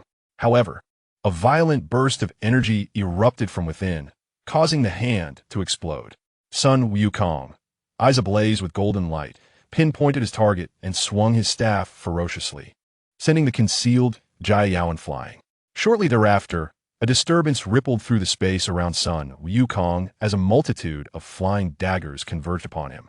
Unfazed, he allowed the daggers to pierce his body, the metallic clangs echoing in the air. In an instant, he appeared behind Du Qiangwei, preparing to deliver a decisive blow. But a bullet shot out from the woods, interrupting his strike. Sun Wukong's feet sank, ensnared and firmly controlled. Behind him, Rumingming emerged, her great sword swinging towards him. Ge Xiaolun, Zhao Xian, and Lu Chuang soon followed, attacking from various angles. Dust swirled, and a golden monkey hair floated through the air. The trio stared in astonishment. Wow! Has Monkey Brother turned into a single hair? You all performed quite admirably. A voice resonated from behind them. Turning around, they beheld a formidable figure clad in armor. The once furious expression of the monkey replaced by a benevolent demeanor. Instantly, Ge Xiaolun and the others assumed a defensive stance, bracing for another round of combat. But Sun Wukong hurriedly interjected. This is a trial arranged by Decao. The others, realizing the situation, nodded in understanding, though Ge Xiaolun, slightly disgruntled, rubbed his face with one hand while the other clutched his backside. Monkey Brother, your strikes are a bit too fierce. My face feels askew. And my rear, it's been utterly compromised. Oh, come on, Xiaolun, you're a tank. What are you worried about? Zhao Xian chortled, giving Ge Xiaolun a hearty pat on the shoulder. Zhao Xian's silence was preferable, but once he spoke, Ge Xiaolun's anger ignited, leading to an explosion of emotions. You dare to test my limits? Experience the pain of being overwhelmed, he exclaimed, tightening his grip around Zhao Xian's neck. Zhao X, struggling, pleaded for mercy. Brother Lun, I acknowledge my mistakes. I did not intend any offense. Observing the playful bickering between the two, Sun Wukong noted the camaraderie within the team. However, his gaze turned icy as he fixated on Lu Chuang. Raising his staff, he pointed at Lu Chuang and commanded coldly, You, come here. Lu Chuang, bewildered by the sudden attention, thought he had performed adequately moments ago. Monkey Brother, do you require my presence for something? He stepped forward, scratching his head, a hint of trepidation in his demeanor. Chapter 71, The Brute Versus. The technological monkey, you worthless scoundrel, vacate this team. Depart as far as you can. Sun Wukong shouted fiercely, swinging his staff to knock Lu Chuang to the ground. Lu Chuang stumbled, feeling a wave of indignation that swiftly morphed into fury. If I must go, so be it. This place shall not harbor me. I will find my own way, he shouted, glaring at Sun Wukong with venomous intent, brandishing his axe as he stormed away, refusing to look back. Sun Wukong was taken aback. His intention had merely been to test Lu Chuang's resolve, not to expel him. After all, Lu Chuang bore the genes of the Star Warrior, a crucial asset for the future of Blue Star. Yet, he had not anticipated Lu Chuang's immediate desire to flee. Blocking Lu Chuang's path with his staff, he demanded, Halt! The heroic brigade does not permit entry or exit at will. Lu Chuang's anger flared further at the obstruction. You are the one who ordered my departure. Yet you now prevent it? Are you toying with me, you wretched monkey? His fury boiled over, veins bulging as he raised his axe, seemingly poised to strike Sun Wukong. Seeing the situation escalate, Du Qiangwei hurriedly intervened, grasping Lu Chuang's arm. Lu Chuang, perhaps this is a test from Monkey Brother. I care not for his tests. What gives him the right to challenge me? Am I to be judged by the standards of this monkey because of my past? Am I merely a pawn in his game? Lu Chuang fumed, his insults escalating in intensity as he directed his ire towards Sun Wukong. Indeed, you are a scoundrel. Take this. Sun Wukong retorted, incensed by Lu Chuang's tirade. He swung his staff with force, striking Lu Chuang squarely in the face, sending him crashing into the nearby woods as blood spattered from his mouth. You insolent monkey, I curse your very existence, Lu Chuang shouted in defiance. After a brief moment, Lu Chuang, clad in black armor with crimson eyes, charged into the woods, unleashing his 5 layers of blood fury. He leaped powerfully into the sky, wielding the god-slaying axe as he aimed it at Sun Wukong. The members of the heroic legion were momentarily bewildered. What had begun so peacefully had escalated into conflict once more. Who were they supposed to support? Should they aid Lu Chuang? Would he be in danger of being slain? Gu Xiaoluan scratched his head, observing the intensifying scene. Lu Chuang was battered and bloodied, causing him to feel uneasy. Don't worry, Xiaoluan. Brother Monkey is one of us. He'll be fine. It might just be another test, just like before. You know Lu Chuang's temperament. A bit of discipline from Brother Monkey is warranted. Besides, if we struggled so much against a mere clone of him, how could we possibly contend with the original? Zhao Xin spoke Gasu, patting Xiaolin on the shoulder while his gaze remained fixated on the two, eager not to miss the unfolding drama. Du Qiongwei Honed slightly. She had just received communication from Du Kaio, confirming that this attack was indeed a trial. Yet, witnessing the escalating intensity of the duel, she hesitated, contemplating whether to intervene. Observing the diverse expressions of the heroic legion members, she took a deep breath and spoke. Zhao Xian is correct. This attack has been orchestrated as a test for us. As for Lu Chuang, I believe he will be all right. Given his nature, a lesson from Brother Monkey is beneficial. Should any unforeseen circumstances arise, we can intervene then. On Sun Wukong's side, he was increasingly astonished. Lu Chuang, who had initially struggled to withstand a single blow, was now adapting to the rhythm of battle. Growing fiercer as his strength surged, truly deserving of the title of war god with such formidable genetics. He could not allow Lu Chuang to escape at this moment. Sun Wukong felt a twinge of regret. Perhaps his methods had been a touch too aggressive, unexpectedly provoking such a strong reaction, deviating from the expected course of events. Yet, with matters having progressed this far, he could only resolve to subdue him. As Lu Chuang, eyes blazing and face smeared with blood, charged forward once more. Sun Wukong steeled his gaze and struck with precisely measured force towards Lu Chuang's head. The impact sent Lu Chuang crashing to the ground, rendering him unconscious.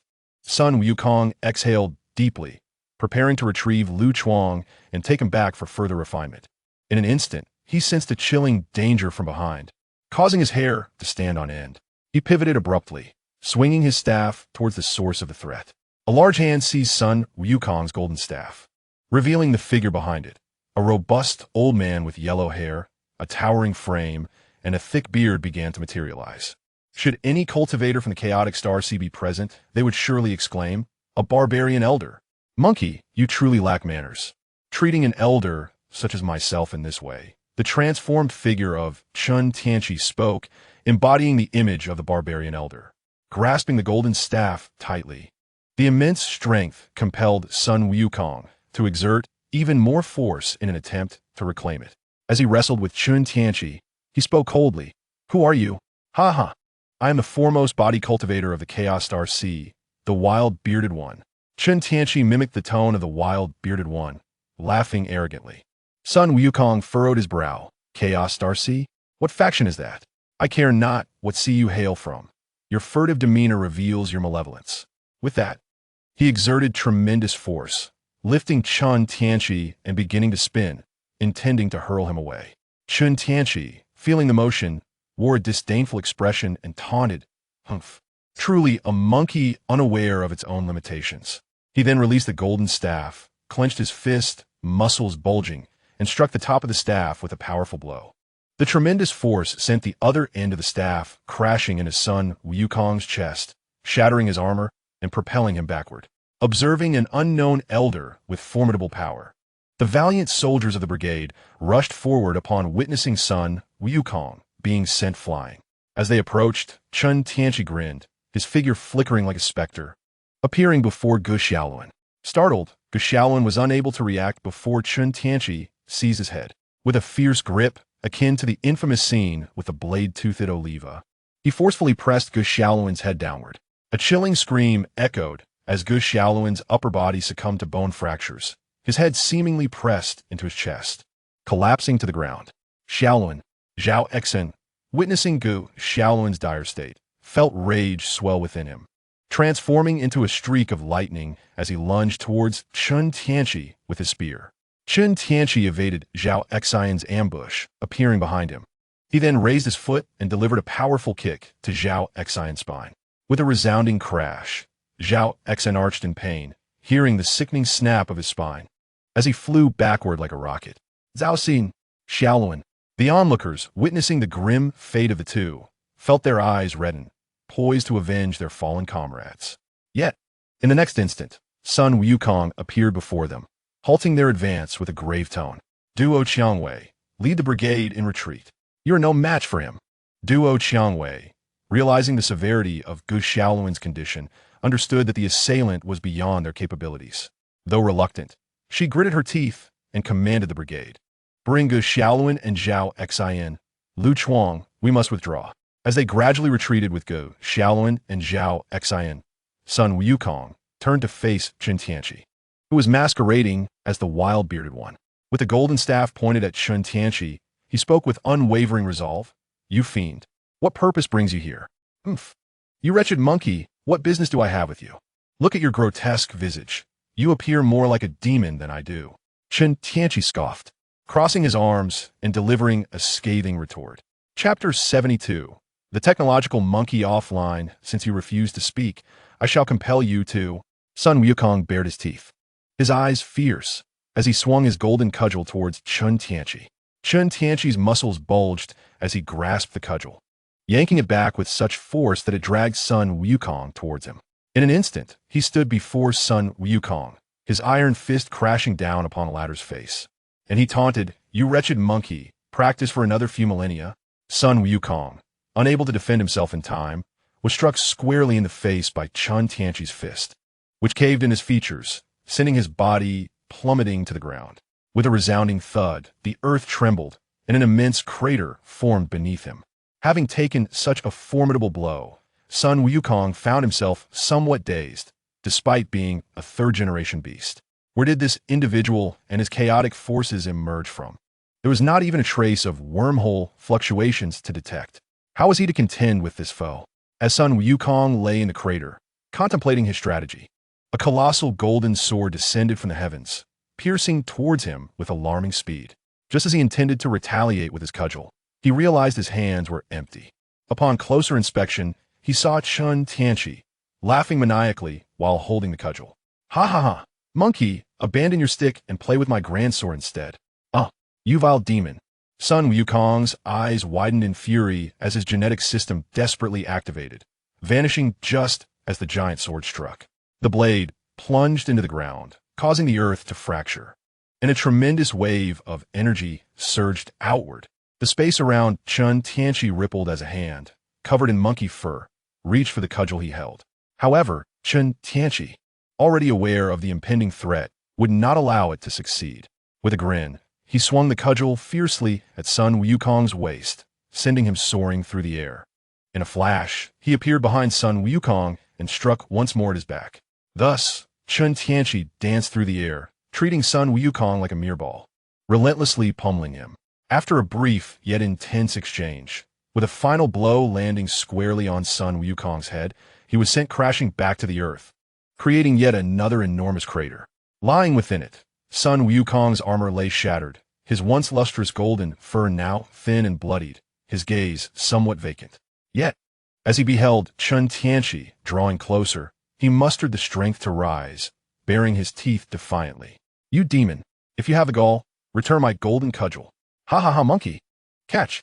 Chen Tianqi laughed heartily, tossing the cudgel back to Sun Wukong.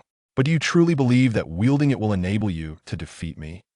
Sun Wukong was taken aback by the fact that the old man actually returned his weapon to him. Without lingering on the thought, he seized the staff and leaped into the sky, conjuring countless clones that surged toward Chen Tianqi. Chen Tianqi gazed at the innumerable avatars of Sun Wukong, truly a bug-like monkey. Although their strength paled in comparison to the original, the illusion was indeed impressive.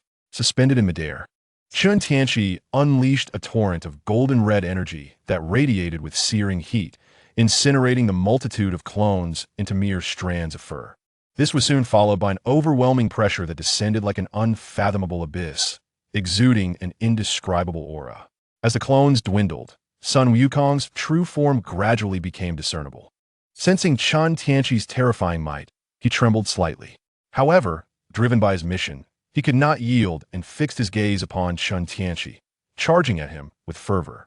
With a fierce cry, he swung the golden staff, creating a sound that sliced through the air as it aimed for Chen Tianqi's head. Yet, in the blink of an eye, Chen Tianqi vanished from Sun Wukong's sight. Before Sun Wukong could react, Chen Tianqi appeared behind him, gripping tightly and striking downwards, sending Sun Wukong crashing to the ground like a cannonball. How dull, Chen Tianqi mused, realizing that this technologically enhanced monkey was never the true Sun Wukong. As he gazed at the still pit, boredom began to creep in. The soul-devouring spike materialized in his hand, ready to conclude this farce. Suddenly, a brilliant golden light erupted from the pit, a massive staff hurtling towards Chen Tianqi. He quickly braced himself, attempting to push back the golden staff. To his astonishment, he found the opponent's strength had multiplied exponentially. Had the monkey truly powered up?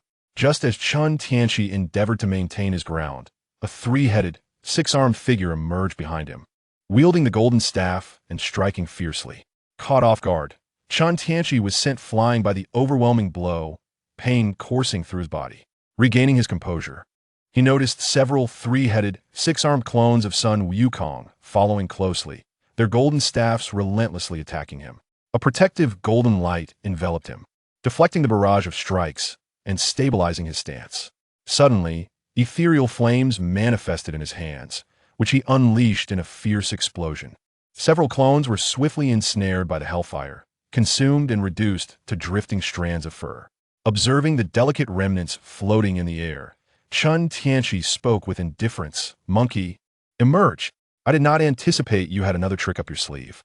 You demon, your methods are manifold. Today I, the old sun, shall risk my life to bring you down." In a flash, a golden figure appeared.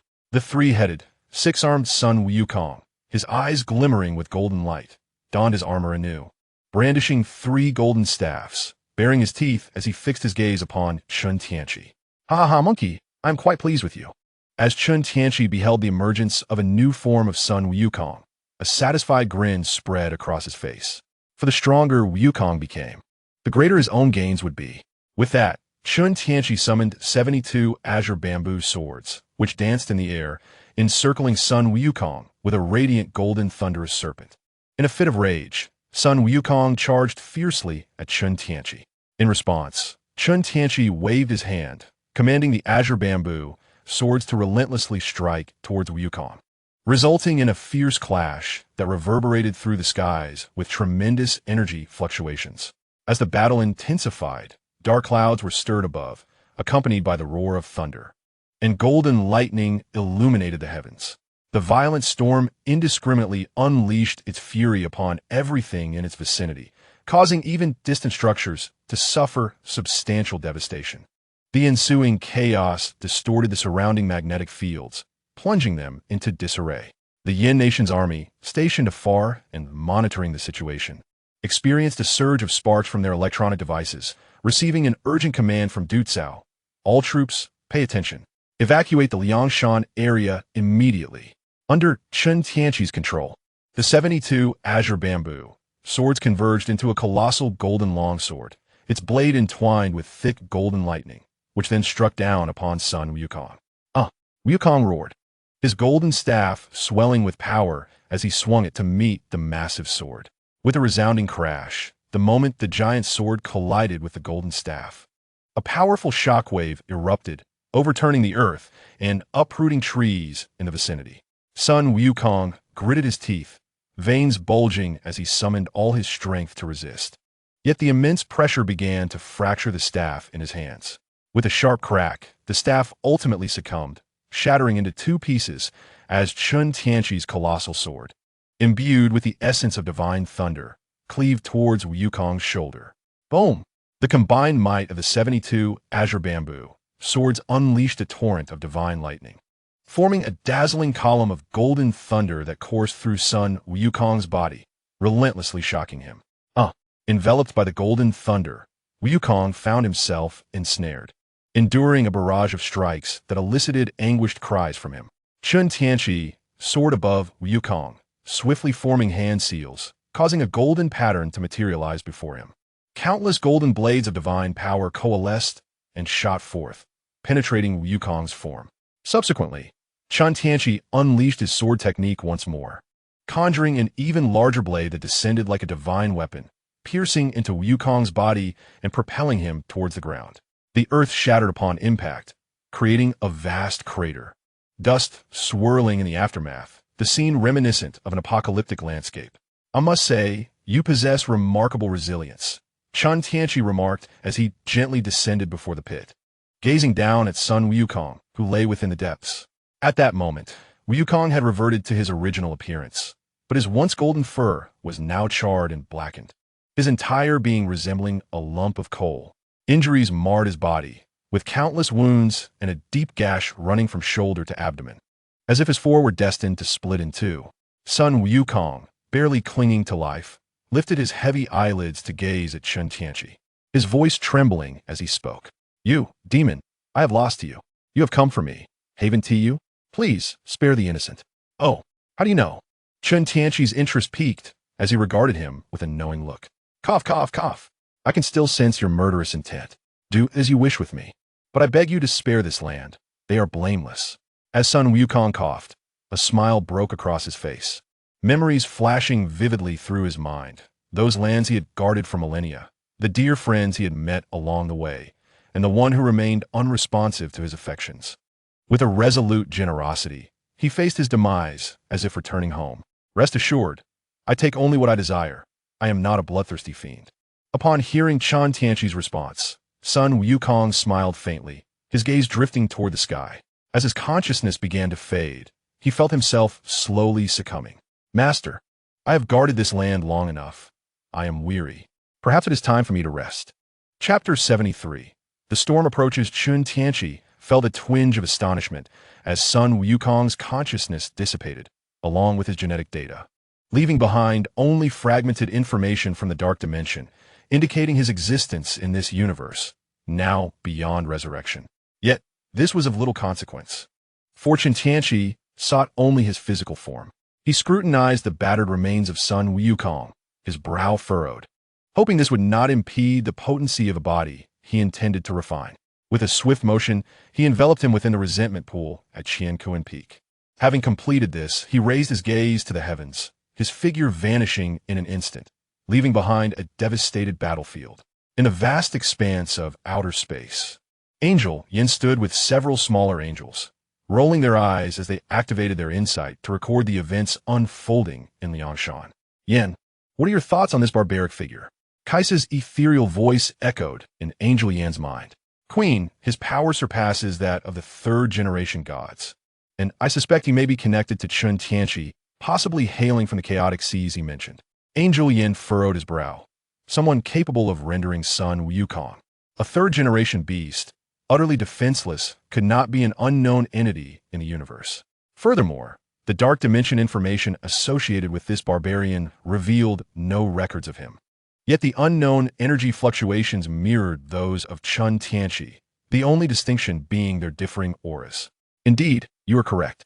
Attempt to extract some information from Chen Tianqi regarding this individual. Kaisa observed the battle footage between the barbarian and Sun Wukong, feeling a headache coming on. How could so many unknown entities emerge from this obscure corner of Earth? It can't be that old Carlos doing, can it? It seems I must pay him a visit at the River of Hades nebula before heading to Earth. In the high skies above the Pacific Ocean, concealed within a hidden demon warship, an atmosphere thick with tension enveloped the demons, who dared not utter a sound. Carl, damn you! Morgana thundered towards the communication device, her voice laced with fury. Is this what you meant when you said Earth would pose no danger? Even that troublesome monkey fell prey to some old man who appeared out of nowhere. I truly curse you. She berated Carl, who had lured her to Earth, promising a place to rebuild their home. I'll build you a nightmare. Who knows how many more formidable beings might emerge. Chill out, Liangbing. I never anticipated such chaos on Earth either, Carl replied, his expression unyielding, accustomed to Morgana's tirades, offering her gentle reassurances. Do not call me Liangbing. Address me as Queen Morgana. She retorted. You say you didn't foresee this? I don't believe a word of it. What is this Chaos Star Sea faction? Speak. Morgana continued her tirade, convinced Carl was deliberately concealing information, using her as a pawn. The Great Clock had already performed its calculations and found no trace of such a faction in the cosmos. Carl gazed deeply towards Earth, sensing that he was on the cusp of grasping something beyond the universe. Damn it, what kind of useless Great Clock is this that can't even find a person? Bring in another batch of resources. I need to enhance the capabilities of my subordinates. I feel exceedingly vulnerable, Morgana proclaimed, hands on her hips, gesturing emphatically towards Carl. All right then, but can you procure a few pieces of that spirit stone the boy possesses? Carl's lips twitched at Morgana's audacity, but after a moment's contemplation, he acquiesced. Spirit stone? What spirit stone? What else are you concealing from me, you scoundrel? Morgana's anger flared upon hearing of something she had not encountered before. Suspecting the boy was hiding information from her, his ally, Carl fell silent, taken aback that Morgana remained unaware of the source of the unknown energy in Chen Tianqi's possession. Speak, you fool. Previously, the Great Clock scanned and uncovered information about a transaction between Chen Tianqi and an angel. That unknown energy originates from a stone he refers to as a spirit stone. Perhaps you should consider upgrading your systems? Carl chose to enlighten Morgana despite her outdated information. Do you think everyone possesses a great clock like you? Morgana shot Carl a middle finger. Do you assume I don't wish to upgrade? I lack the resources. But this boy possesses such treasures. I must find an opportunity for revenge and then capture him. If he becomes my warrior, then all those treasures shall belong to me. Morgana began her daydreaming anew as Carl's cultured voice echoed in her ears. If you can obtain the spirit stone, I am willing to exchange resources with you. I have insisted that you call me Queen Morgana. 1 spirit stone for a share of the 3rd generation divine resources. This is my offer. Morgana boldly demands a premium price. After a moment of contemplation, Carl considers that if Liang Bing can indeed procure the spirit stone, this arrangement may be feasible. Is it truly possible that you have agreed? How significant is that spirit stone to you? Morgana is taken aback. After all, this is a portion of 3rd generation divine resources. Any reasonable person would have declined and haggled. Even the wealthiest cannot squander resources in such a manner. Liang Bing, I am a scholar. The unknown holds the utmost value for me. Carl smiles slightly. While his wealth is substantial, what truly matters is the potential knowledge that can emerge from it. Very well, I concede your extravagance. Should I manage to secure that spirit stone, I shall exchange it with you. Morgana feels a surge of excitement, nearly wishing to seize all the spirit stones in Chen Tianqi's possession, envisioning her demons as 3rd generation beings in the future. On board the warship, the demons observe their seemingly deranged queen with confusion, unable to comprehend her erratic behavior. One moment she is cursing, and the next she is jubilantly dancing. In the conference room of the giant gorge, the high-ranking officials sit in heavy silence, the atmosphere tense. The rotund Huang, Lao, takes a deep breath, breaking the stillness as he inquires of Lianfeng. Little Lian, has Sun Dashing truly perished? Indeed, Sun Wukong's life signs have vanished, and even his genetic data has been erased. Lianfeng replies, his expression somber. The loss of such formidable power for Blue Star during this critical juncture is certainly a misfortune. Damn it, can we not locate that murderer? Let's deal with him. A fiery-tempered high-ranking official from Yin Nation pounds the table with force, his tone fierce. Has the Liangshan region not been thoroughly searched? The mountains have been leveled. Can you not see that? Counters another official from Yin Nation. Even if we find him, with our current combat capability, we would merely be delivering food to others. Lianfeng responds, manipulating the panel to enlarge the image of the barbarian. He explains to the assembly. This old man likely possesses power far exceeding that of the 3rd generation gods. In the cosmos, the 3rd generation gods can be regarded as the supreme deities of a civilization. Therefore, our best strategy is to remain indifferent and develop in secret. You are correct, little Lian. We are not their match. For now, we must focus on the growth of the Xiong-Bing Lian. They will be essential in the future. Huang Lao concurs with Lianfeng's assessment. Ms. Lianfeng, how is the Xiong-Bing Lian progressing? Inquires a square-faced official from Yin Nation.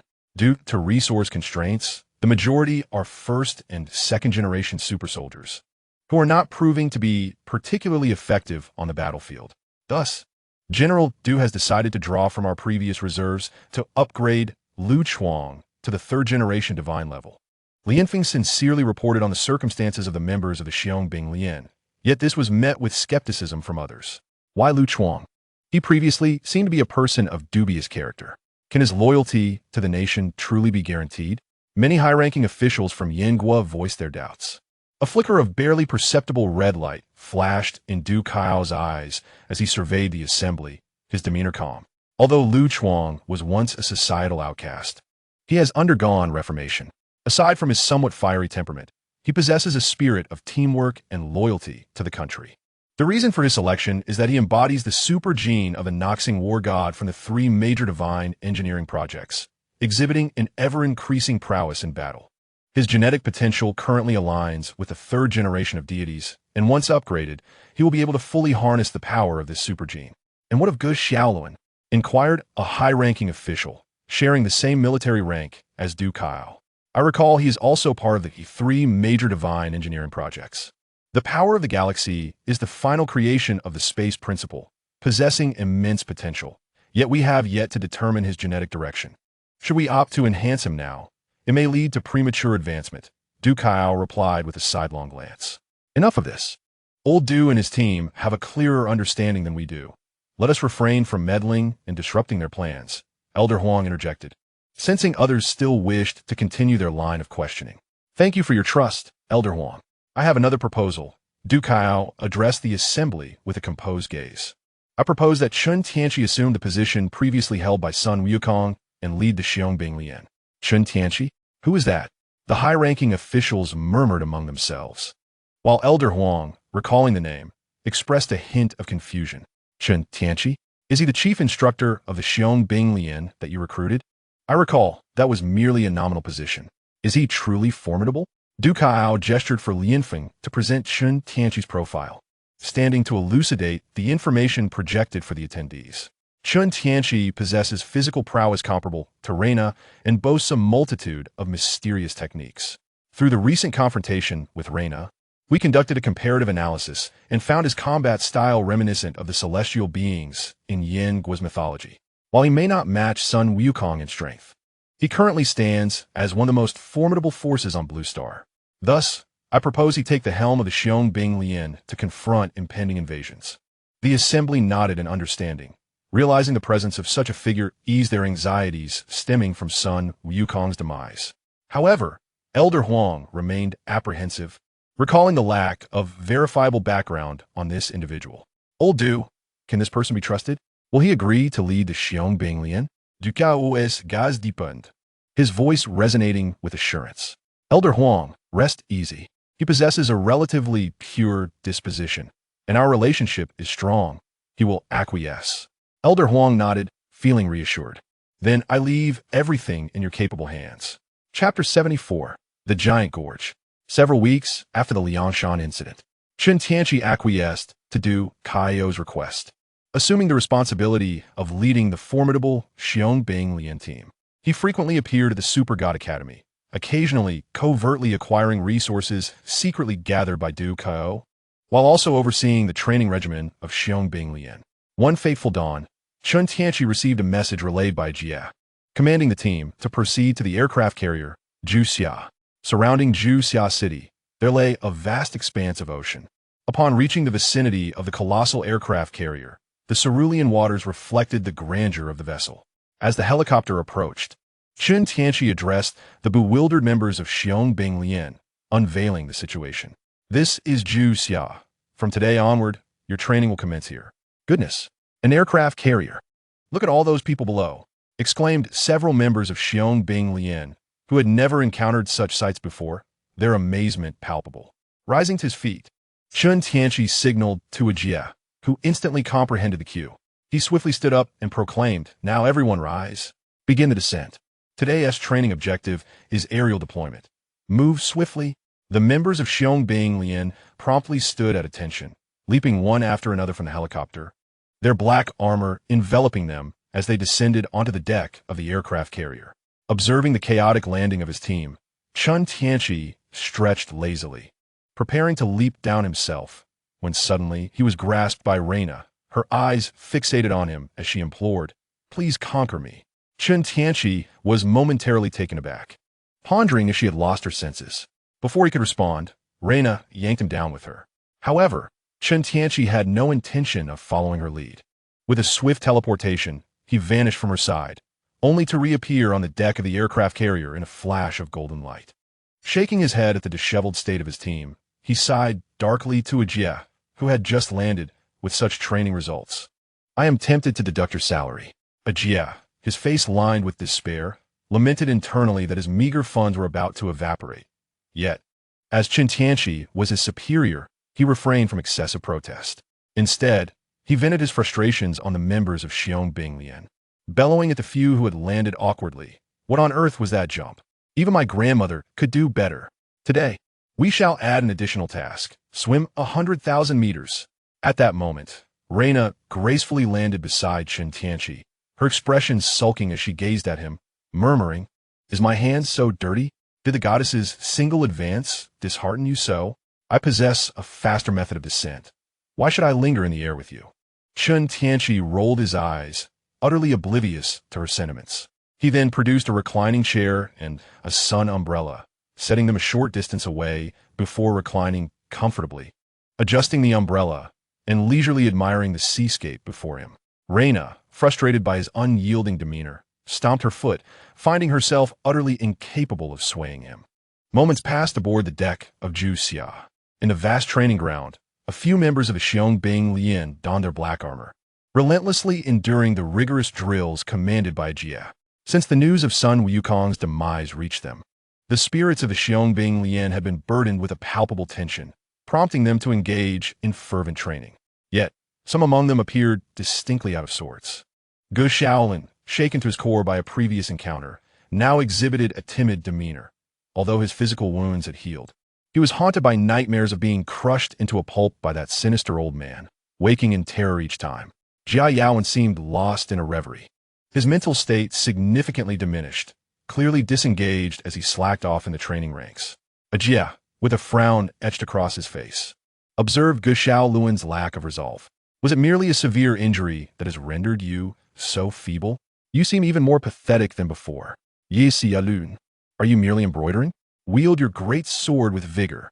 And Jia Yaowen, if you continue to laze about, I shall make you swim 100,000 meters. Laughter erupted as Lu Chuang mocked Gu Shaoluan's demeanor, drawing disapproving glances from several nearby women. Lu Chuang, is it appropriate for you to deride your comrade in such a manner? Ajia admonished, stepping closer to Lu Chuang. Report, instructor. A coward like Gu Shaoluan is unworthy of being my comrade, Lu Chuang retorted, his expression dripping with disdain as he fixed his gaze on Gu Shaolin. Since learning of his impending promotion and the news of the monkey's death, Lu Chuang's frustrations had dissipated, strutting about with a swagger akin to that of a crab, exuding arrogance at every turn. Ajia felt a headache brewing.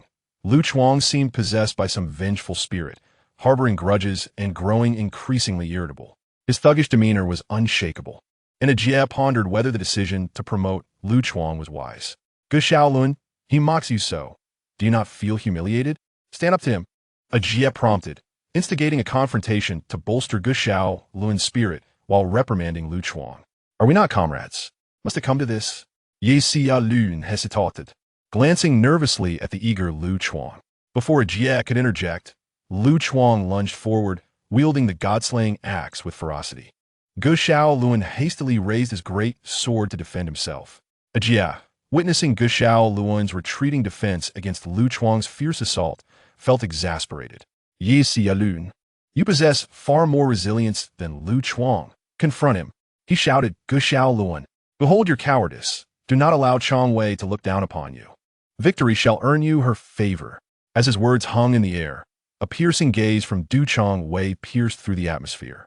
Ajia, sensing her predatory glare, broke into a sweat and quickly clarified, Ahem, I merely sought to stir his fighting spirit. Do not take my words to heart. Upon hearing Ajia's remarks, Gu Shaoluan felt a flicker of determination. Indeed, several women were observing, including Chong Wei herself. If he wished to earn her approval, and perhaps even win her heart, he could not afford to cower. Gao Shaoluan's gaze suddenly solidified as he charged forward, swinging his great sword with ferocity towards Lu Chuang, the power of lust ablaze.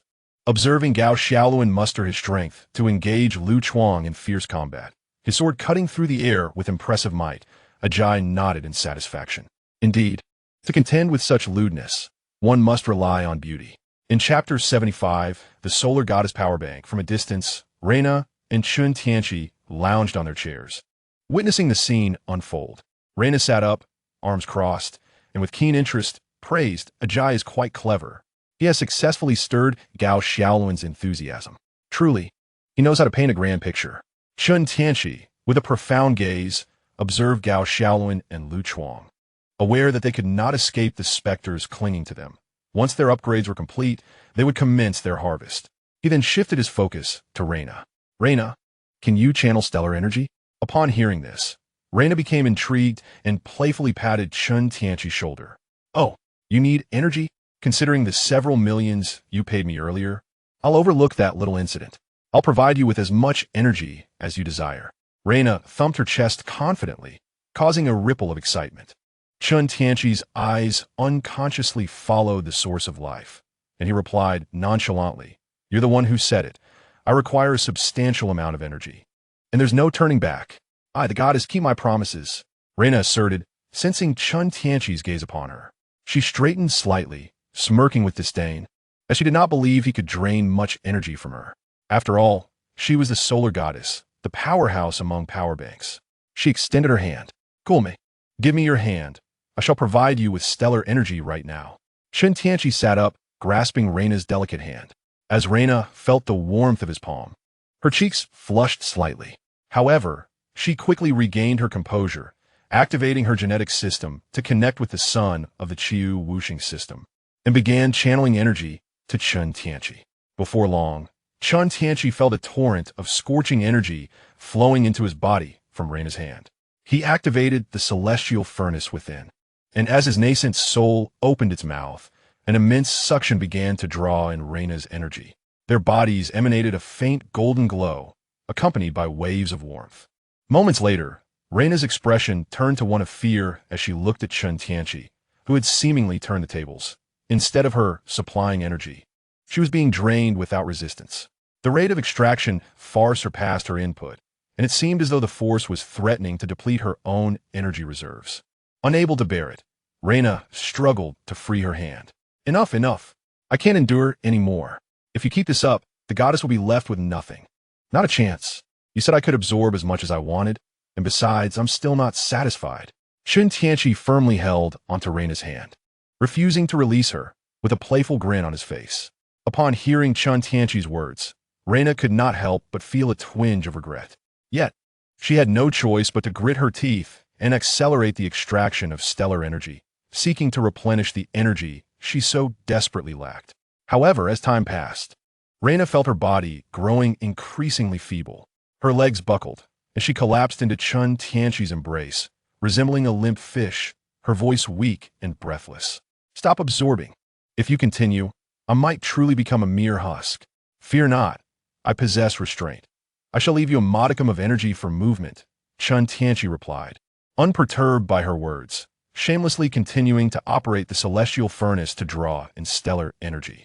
After what felt like an eternity, he sensed a wave of saturation coursing through his cells, his pores dilating in blissful relief, prompting him to cease the operation of the celestial furnace. In stark contrast, Reina appeared utterly drained, her complexion pale as she languidly leaned against Chen Tianqi, feeling profoundly unwell, unable to muster even the slightest strength. Then, Chen Tianqi's aura erupted, an immense pressure radiating outward, causing Gu Xiaoluan, Lu Chuang, and the members of the elite brigade, still engaged in combat, to feel as though a great mountain had descended upon them. They turned to gaze at Chen Tianqi and Reina. The colossal energy converted from stellar sources shattered the bottleneck of the early Yuanying stage, continually fortifying his physique as his aura steadily ascended, barely reaching the late Yuanying stage. The cost of his transformation was Reina's near exhaustion. Chen Tianqi reined in his aura, clicking his tongue in mild disappointment. He had anticipated reaching the pinnacle of the Yuanying stage, but had overestimated his body's capacity for endurance in such a brief period. Patting Reina's back, he spoke gently. "All done. I have completed my upgrade. You may rise now. I shall require your assistance again next time." Weary, Reina weakly swatted at Chen Tianqi, her annoyance evident. "You absorbed so vigorously. Do you think I have any strength left? And there will be no next time. I cannot endure your relentless torment. If you need energy, go and absorb it from the sun. Seeing Reina's ire, Chen Tianqi could only support her, placing a hand on her back to channel spiritual energy, offering her some relief. Come now, Reina, you're my power bank. Who is your power bank? You drain me of my own energy. Who would dare provide you with energy again? Reina de Tortif, feeling a slight resurgence of strength from the infusion of spiritual energy. However, after this experience, she had come to understand the terrifying speed at which Chen Tianqi consumed energy. She could hardly withstand it. If there were to be a next time, it would only bring her discomfort. Chen Tianqi jested. How about you pass on the stellar manipulation technique to me? Dream on. If you wish for it, come and be my consort. Perhaps then you might have a chance. Reina scoffed, rolling her eyes.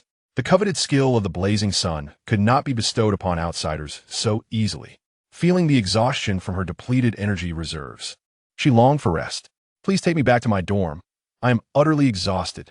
Confronted with Reina's request, Chen Tianqi reluctantly acquiesced, dutifully supporting her as they made their way to the dormitory, particularly since he had already drained her to such a state.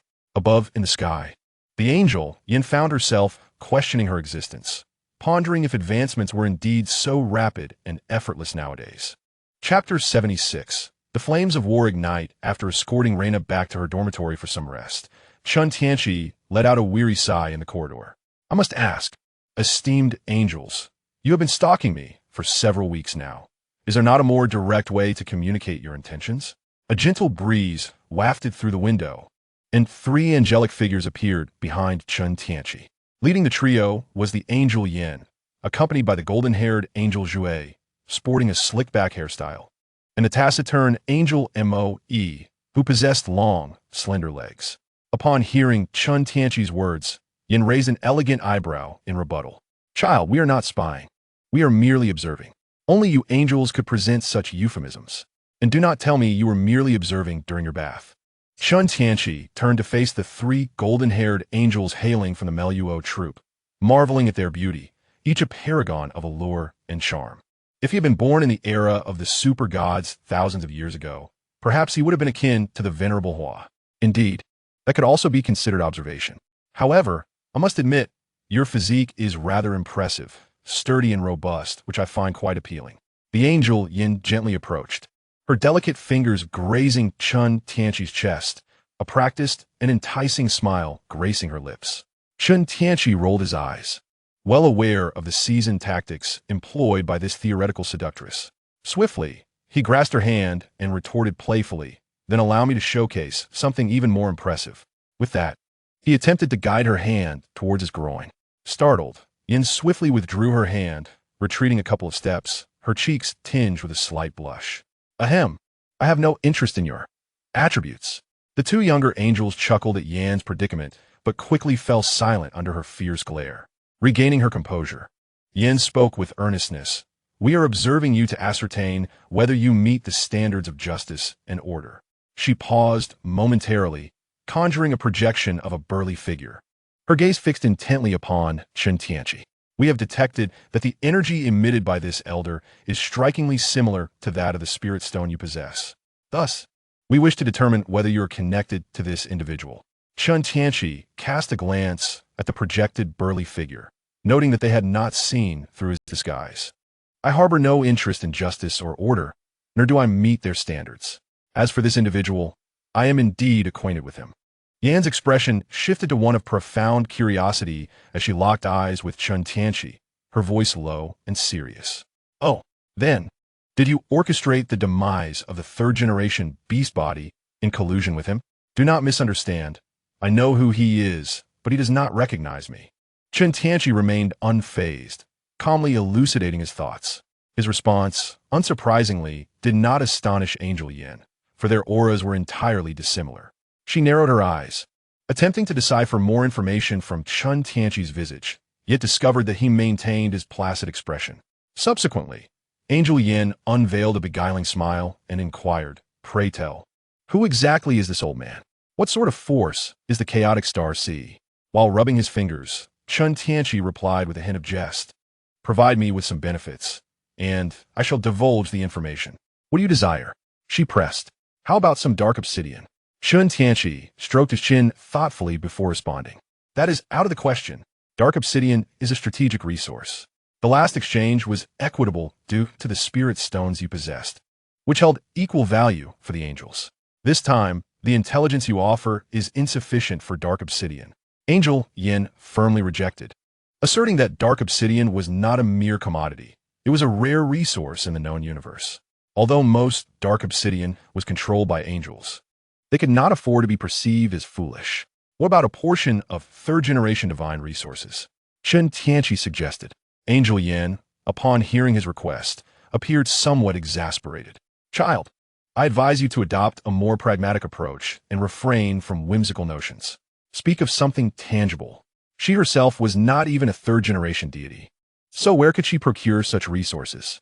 Then perhaps some dark alloy would suffice? Chen Tianqi spread his hands, sensing that they would not be duped this time. Very well. Grant me access to your dark dimensional space, and I shall facilitate the transfer of the items. Angel Yin conceded to Chen Tianqi's request, preparing to retrieve items from her vault. I do not possess such items. Place them here. Chen Tianqi rolled his eyes, indicating that he had no use for such things. With a gesture, a diminutive Qian peak materialized in the palm of his hand, signaling for Angel Yin to transfer the materials directly there. Angel Yin gazed at the strangely authentic little peak, suppressing her desire to activate her insight, to investigate further, and curiously queried, "What is this? How can anything be placed inside such a small object? This is merely a treasure for storage. Place the dark alloy here, and it will automatically absorb it." Chen Tianqi explained, noting that Angel Yin did not react as she usually did by rolling her eyes at him. Seeing that Chen Tianqi did not elaborate further, Angel Yin felt it inappropriate to press on and proceeded to extract the dark alloy from her dark dimensional space. Soon after, the space beside Angel Yin began to ripple, slowly revealing a profound dark fissure. A fragment of an object radiating a dark golden glow emerged, and as it did, the Qian peak in Chen Tianqi's hand emitted a faint luminescence and swiftly absorbed the dark alloy within. The three angels were taken aback, wondering what kind of technology this was that could also shrink. After the dark alloy absorbed the Qian peak, Chen Tianqi casually stored the cave's spiritual treasures within his body.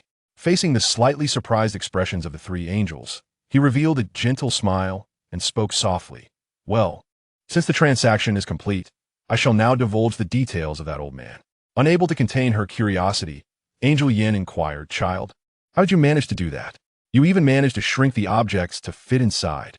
Noticing her keen interest, Chen Tianqi, with a hint of mischief, summoned the Qian peak once more, retrieving an item and demonstrating the process.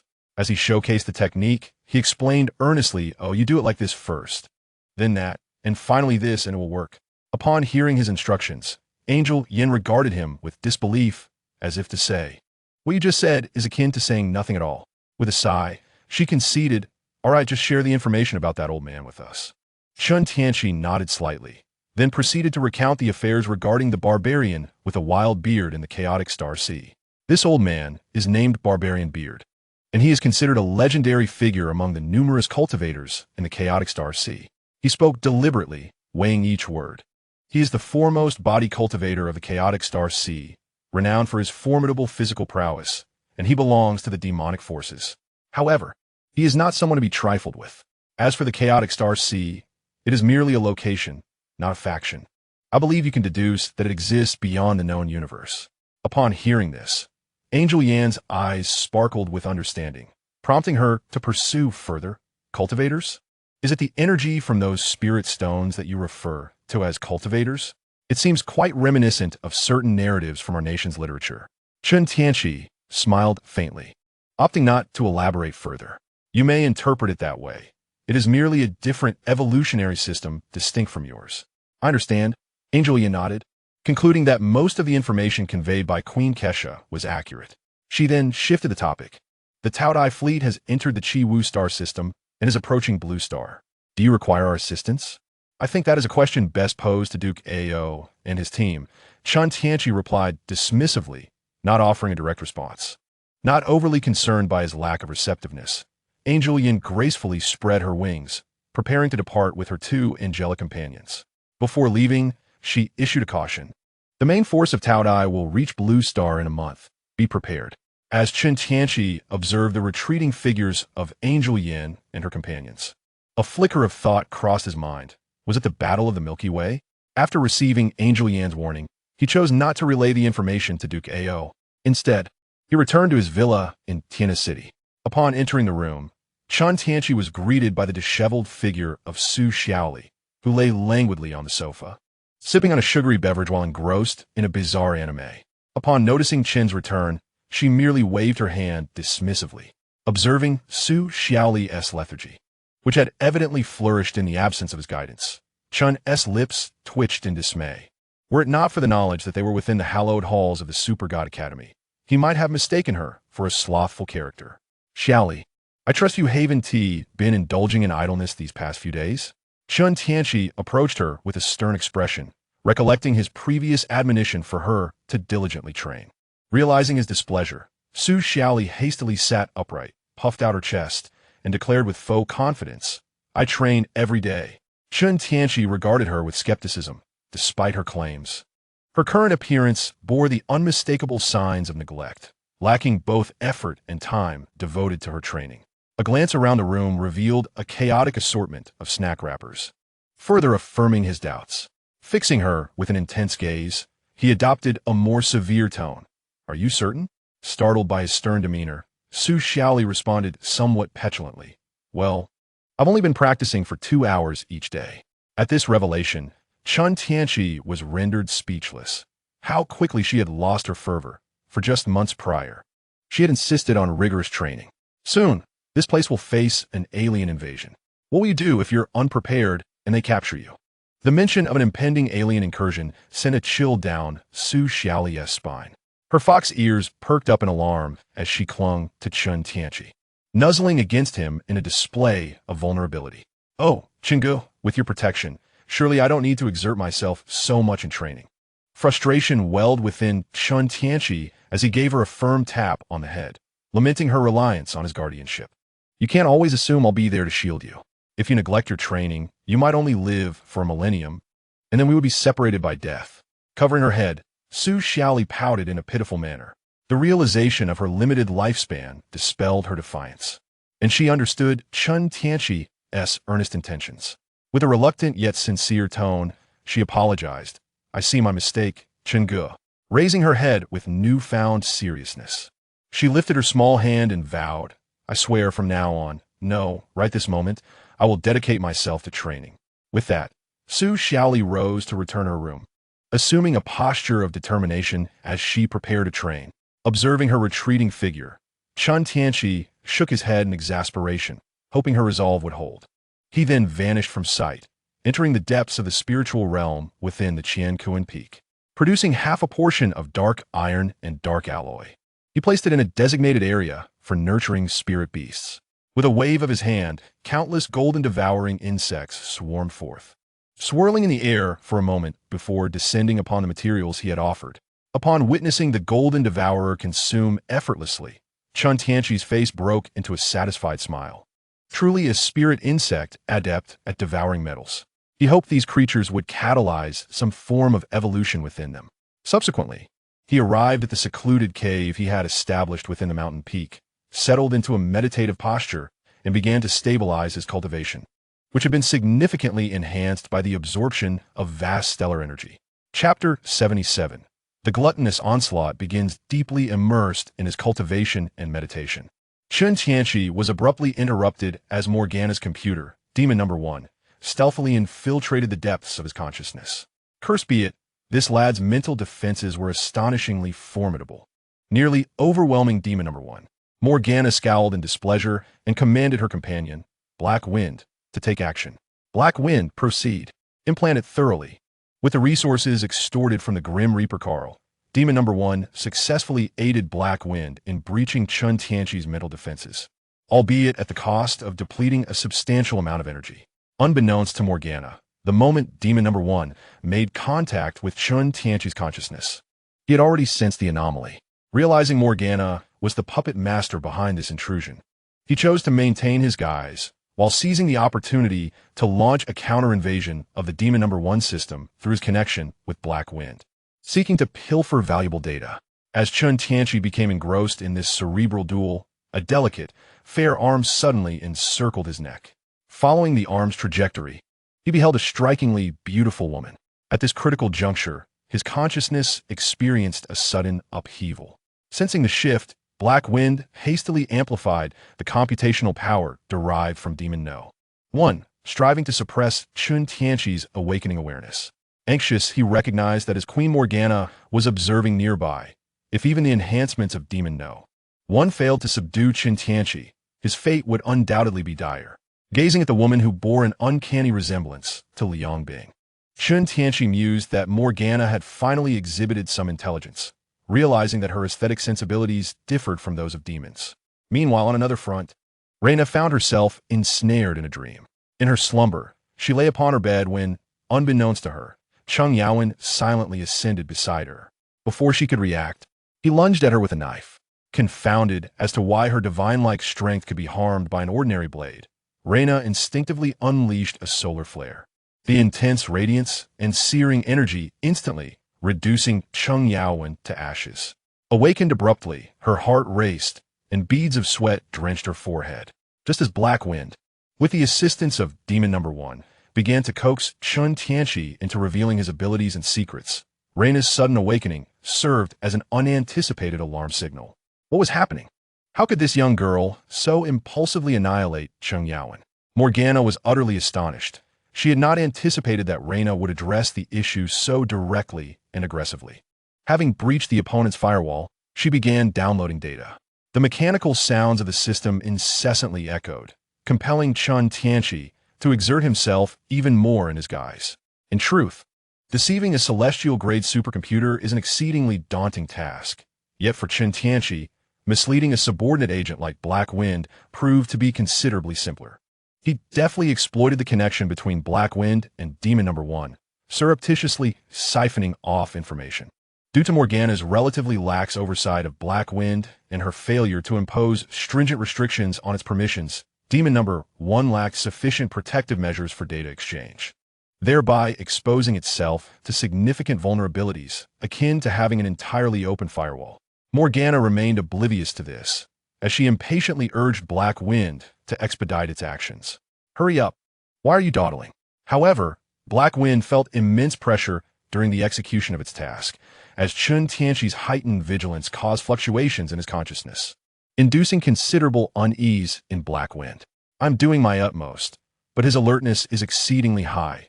We must proceed with greater caution. Meanwhile, Chen Tianqi had successfully downloaded the majority of Demon Number 1's data through his system.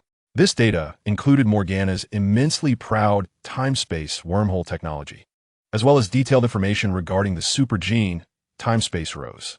Yet, Morgana was not foolish enough to wait until Chen Tianqi had completed his theft. She realized she had been detected after tampering with the super gene data of time-space rose. Damn it, I've been outsmarted. That little brat is stealing my things. Morgana cursed vehemently, decisively revoking Black Wind's permissions and severing Chen Tianqi's connection to Demon Number 1. Chen Tianqi opened his eyes and clicked his tongue, somewhat regretful, as he could have stolen everything given a little more time.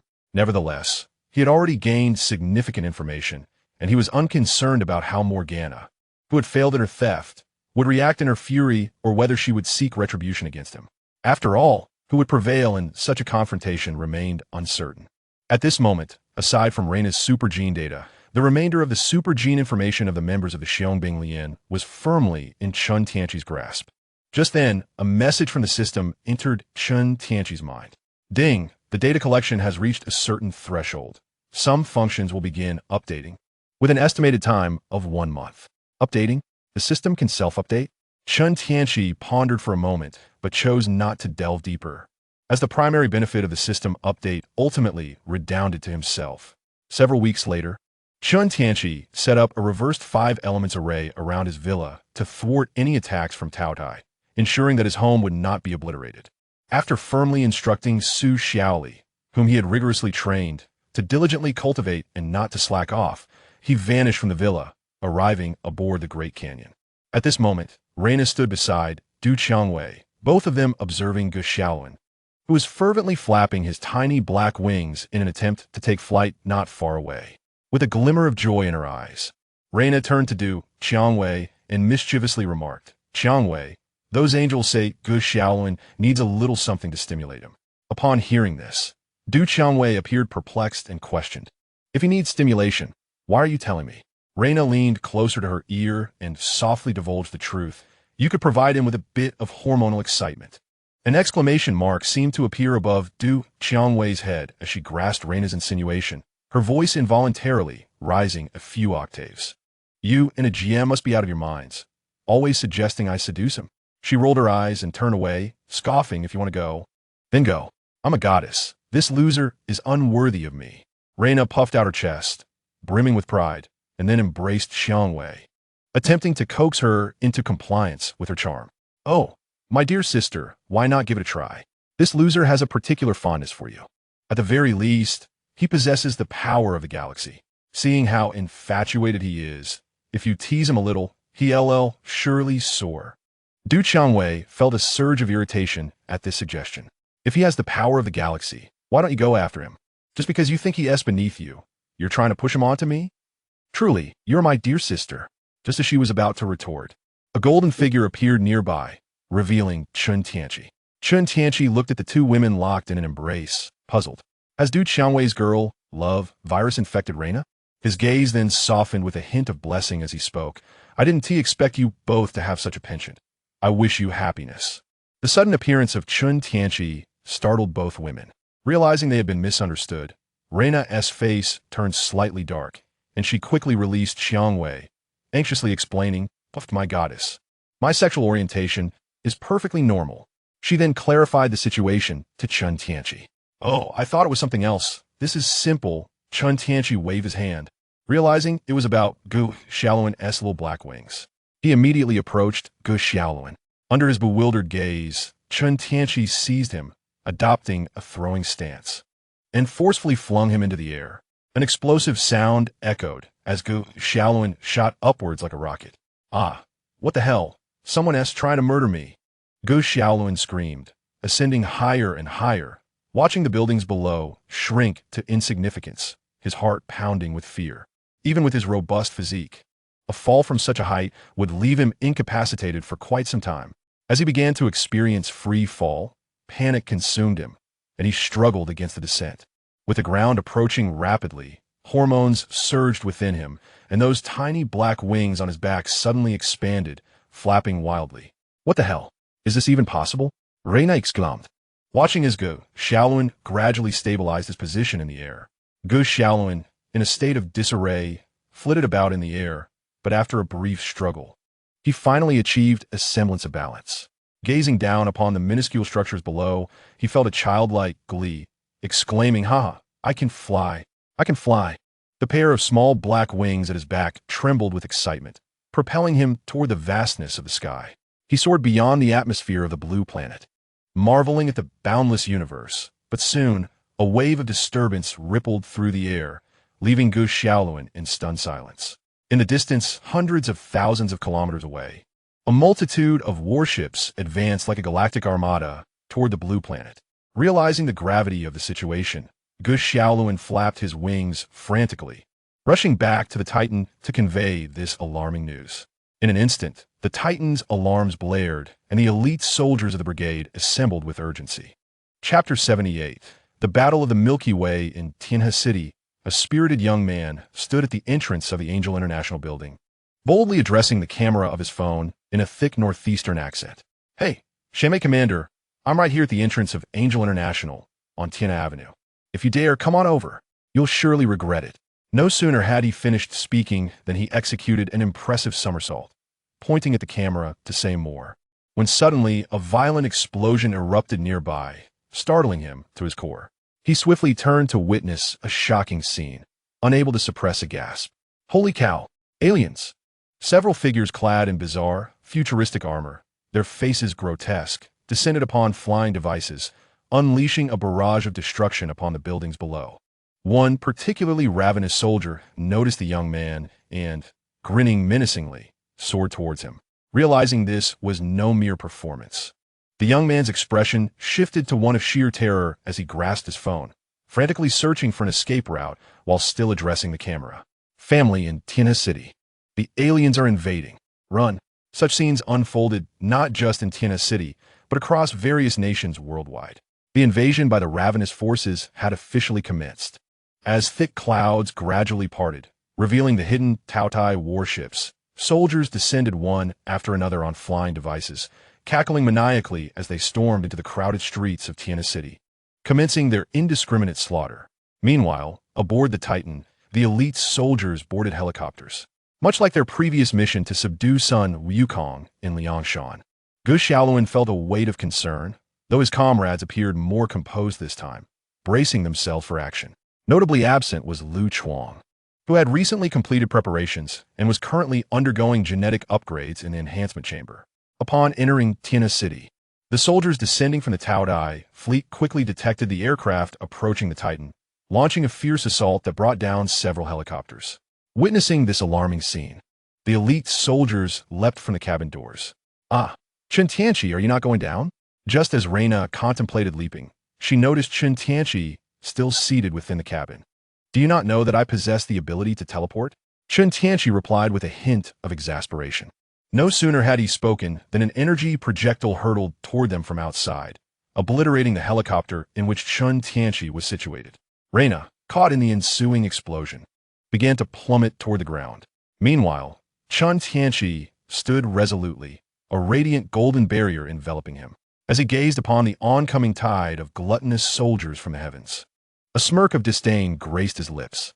He mused that these minuscule fiends would serve as fodder for his banner of 1,000 ghosts. In an instant, a flag adorned with malevolent, demonic imagery materialized beside him. This banner had undergone a blood ritual in the land of cherry blossoms, absorbing countless souls and harboring the vengeful spirits of over 1,000,000 entities. Chen Tianqi formed a series of intricate hand seals, causing a flash of crimson light to emanate from the banner.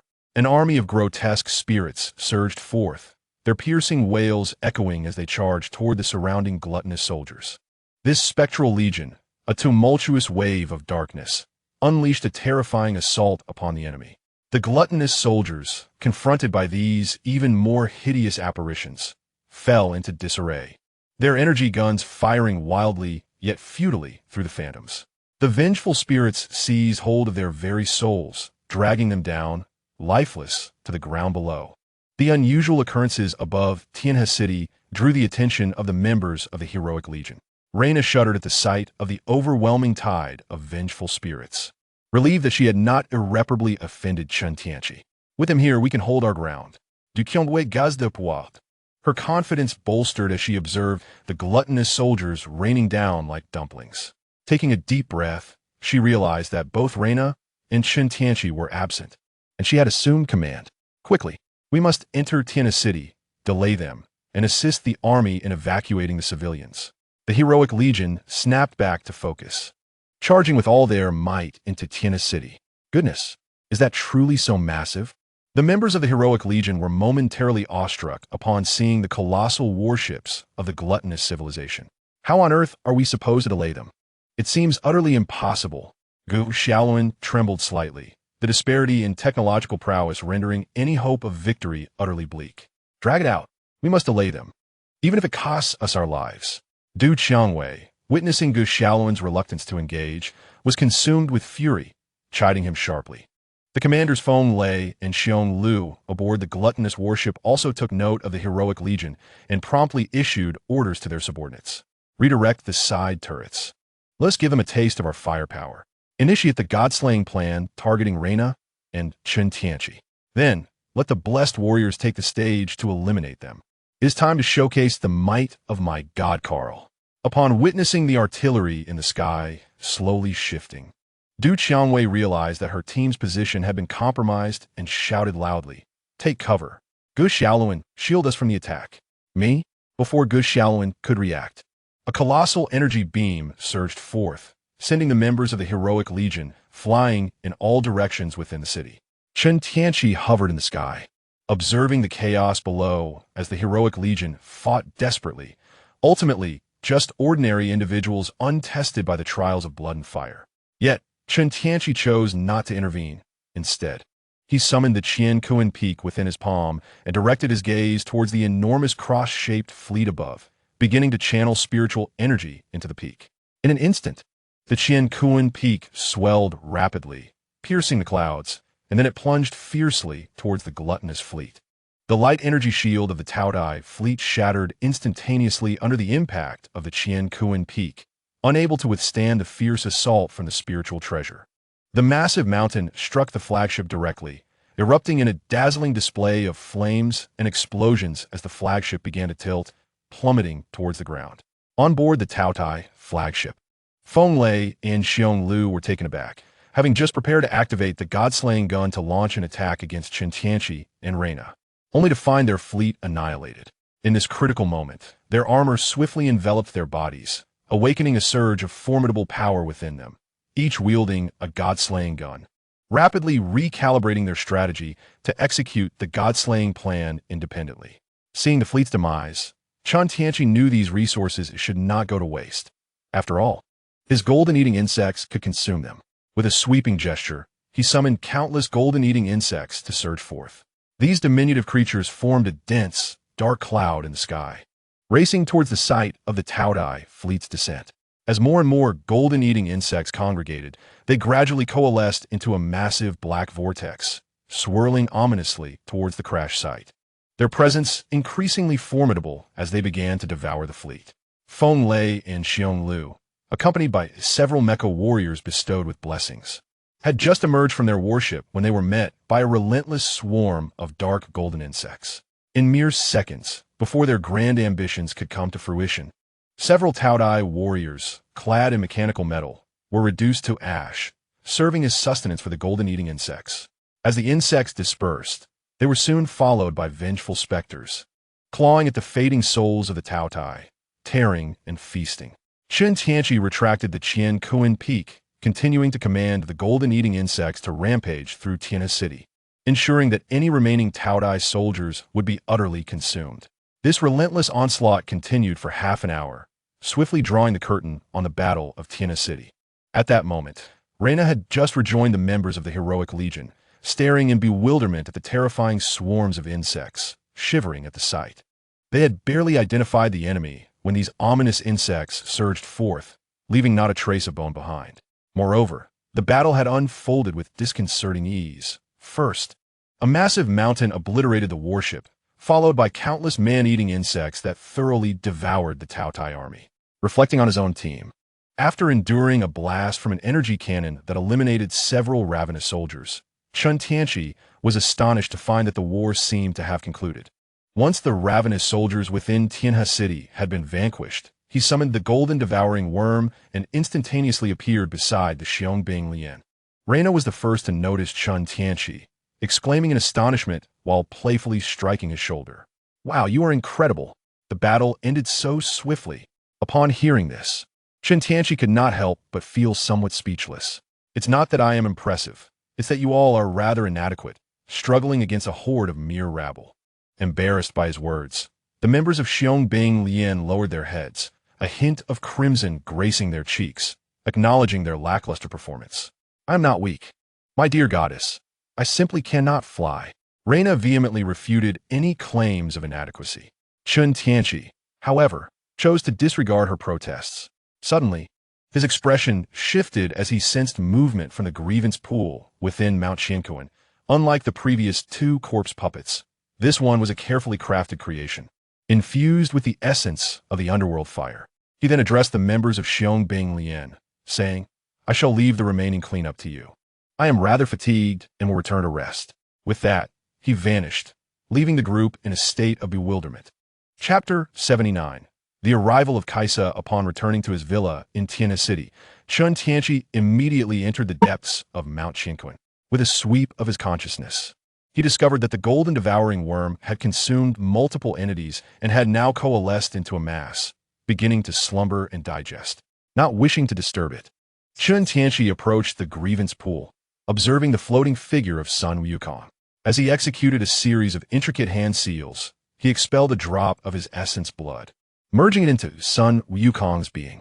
In an instant, a surge of grievance erupted, prompting Sun Wukong to rise slowly, his eyes snapping open as he unleashed a furious roar. His aura now reaching the pinnacle of the mid-stage nascent soul. He had grown even taller than before, emanating a fearsome and enigmatic presence. His skin gleamed like forged alloy, radiating an ominous golden hue, smooth yet resilient.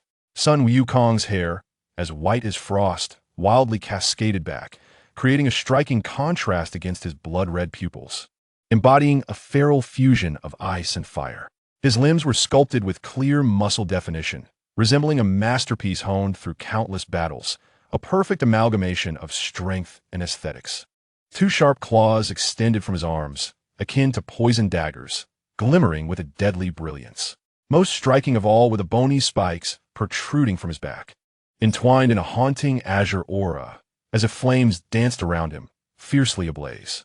Chen Tianqi admired this remarkable creation, feeling a deep sense of satisfaction. "Since you were named Sun Wukong before, we shall continue to use that name," he declared. Thank you, master."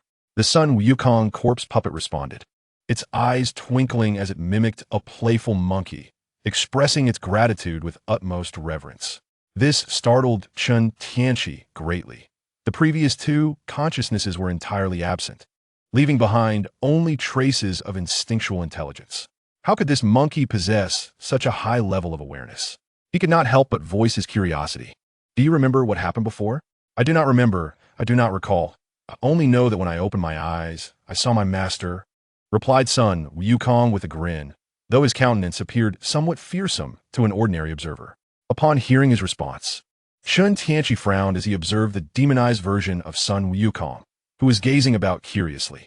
As he sensed their connection, he realized that the fate of this being lay within his grasp, causing his brow to relax.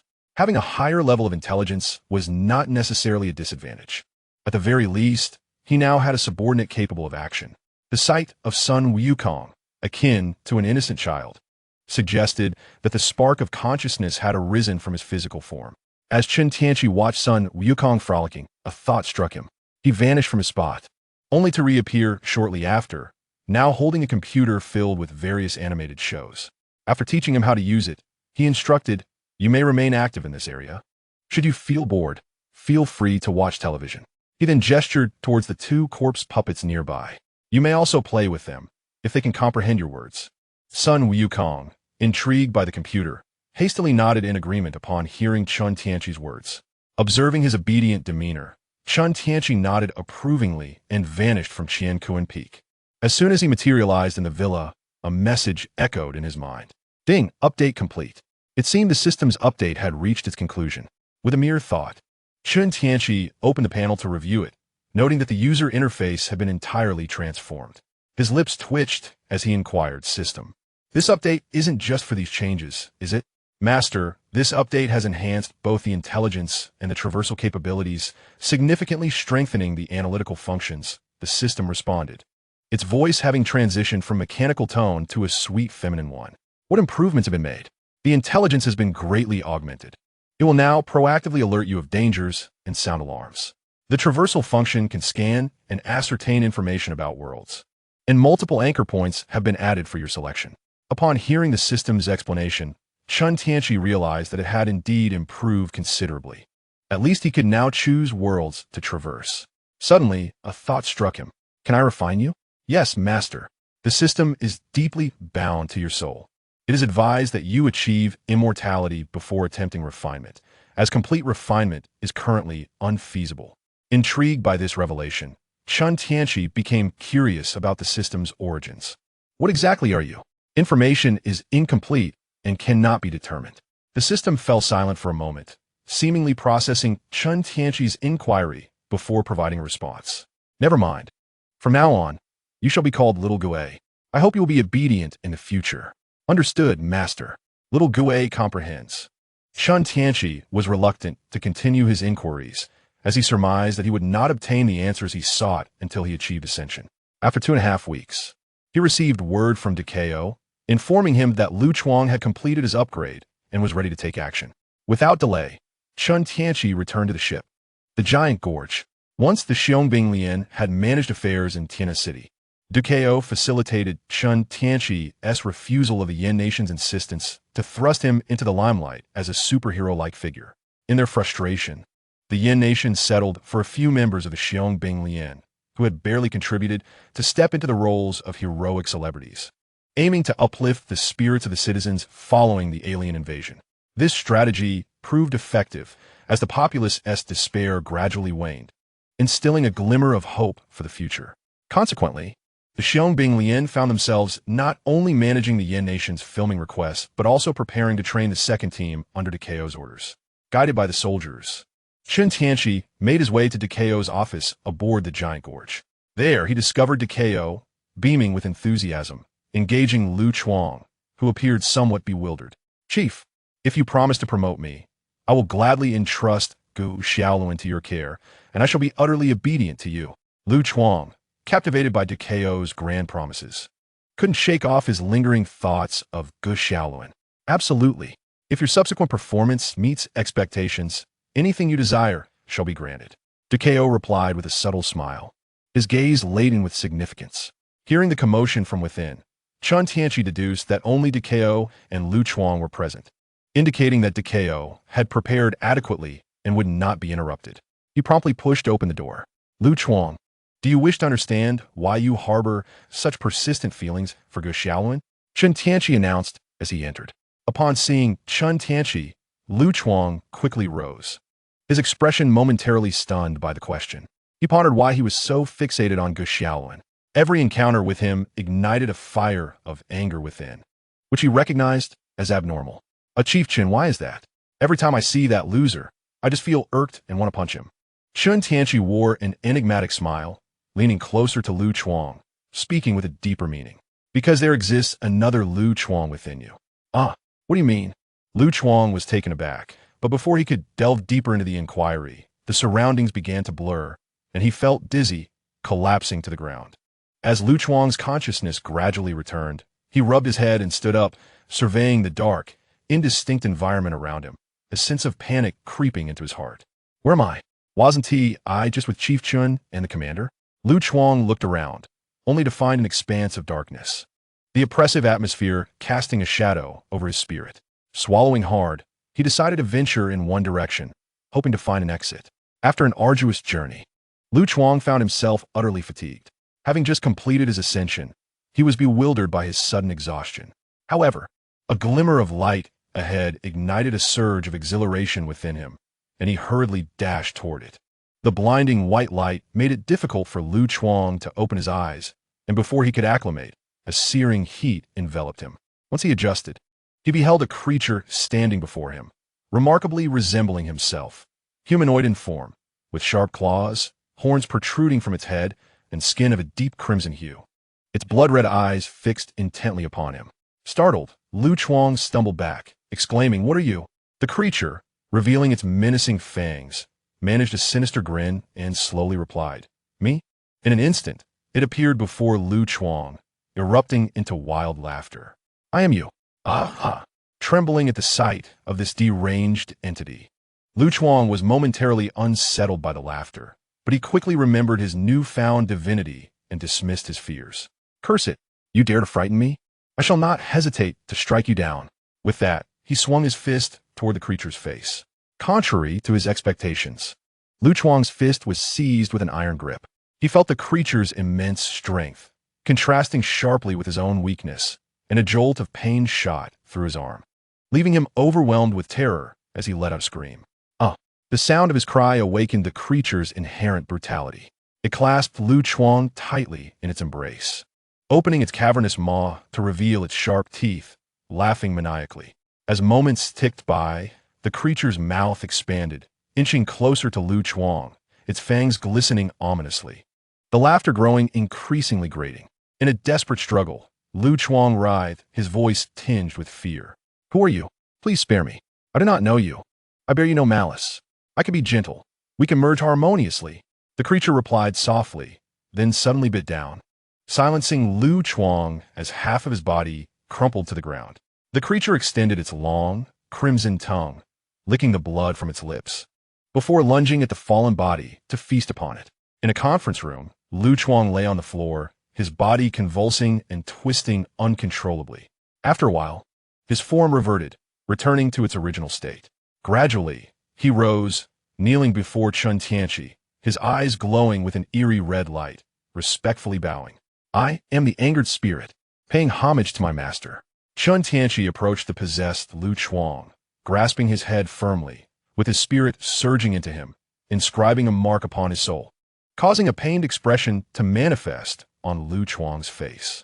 Despite the constraints imposed by the myriad of spirits, Chen Tianqi once again placed several soul restrictions on the angry ghost to prevent any potential betrayal in the future.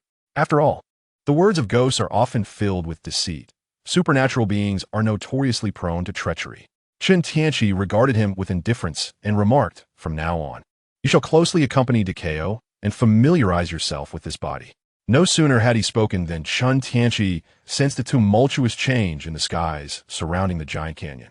He turned his gaze toward the magnificent spectacle outside the window, realizing that only the angels would engage in such ostentatious displays, signaling the official arrival of Kaisha on Blue Star. A glance at Decao was sufficient. He understood immediately, leading Lu Chuang to follow Chen Tianqi as they stepped outside to welcome Kaisha. Chapter 80. The Great Judgment Above the Skies of the Giant Canyon. The soldiers of the Xiong Bing Lian and numerous troops were captivated by this extraordinary phenomenon.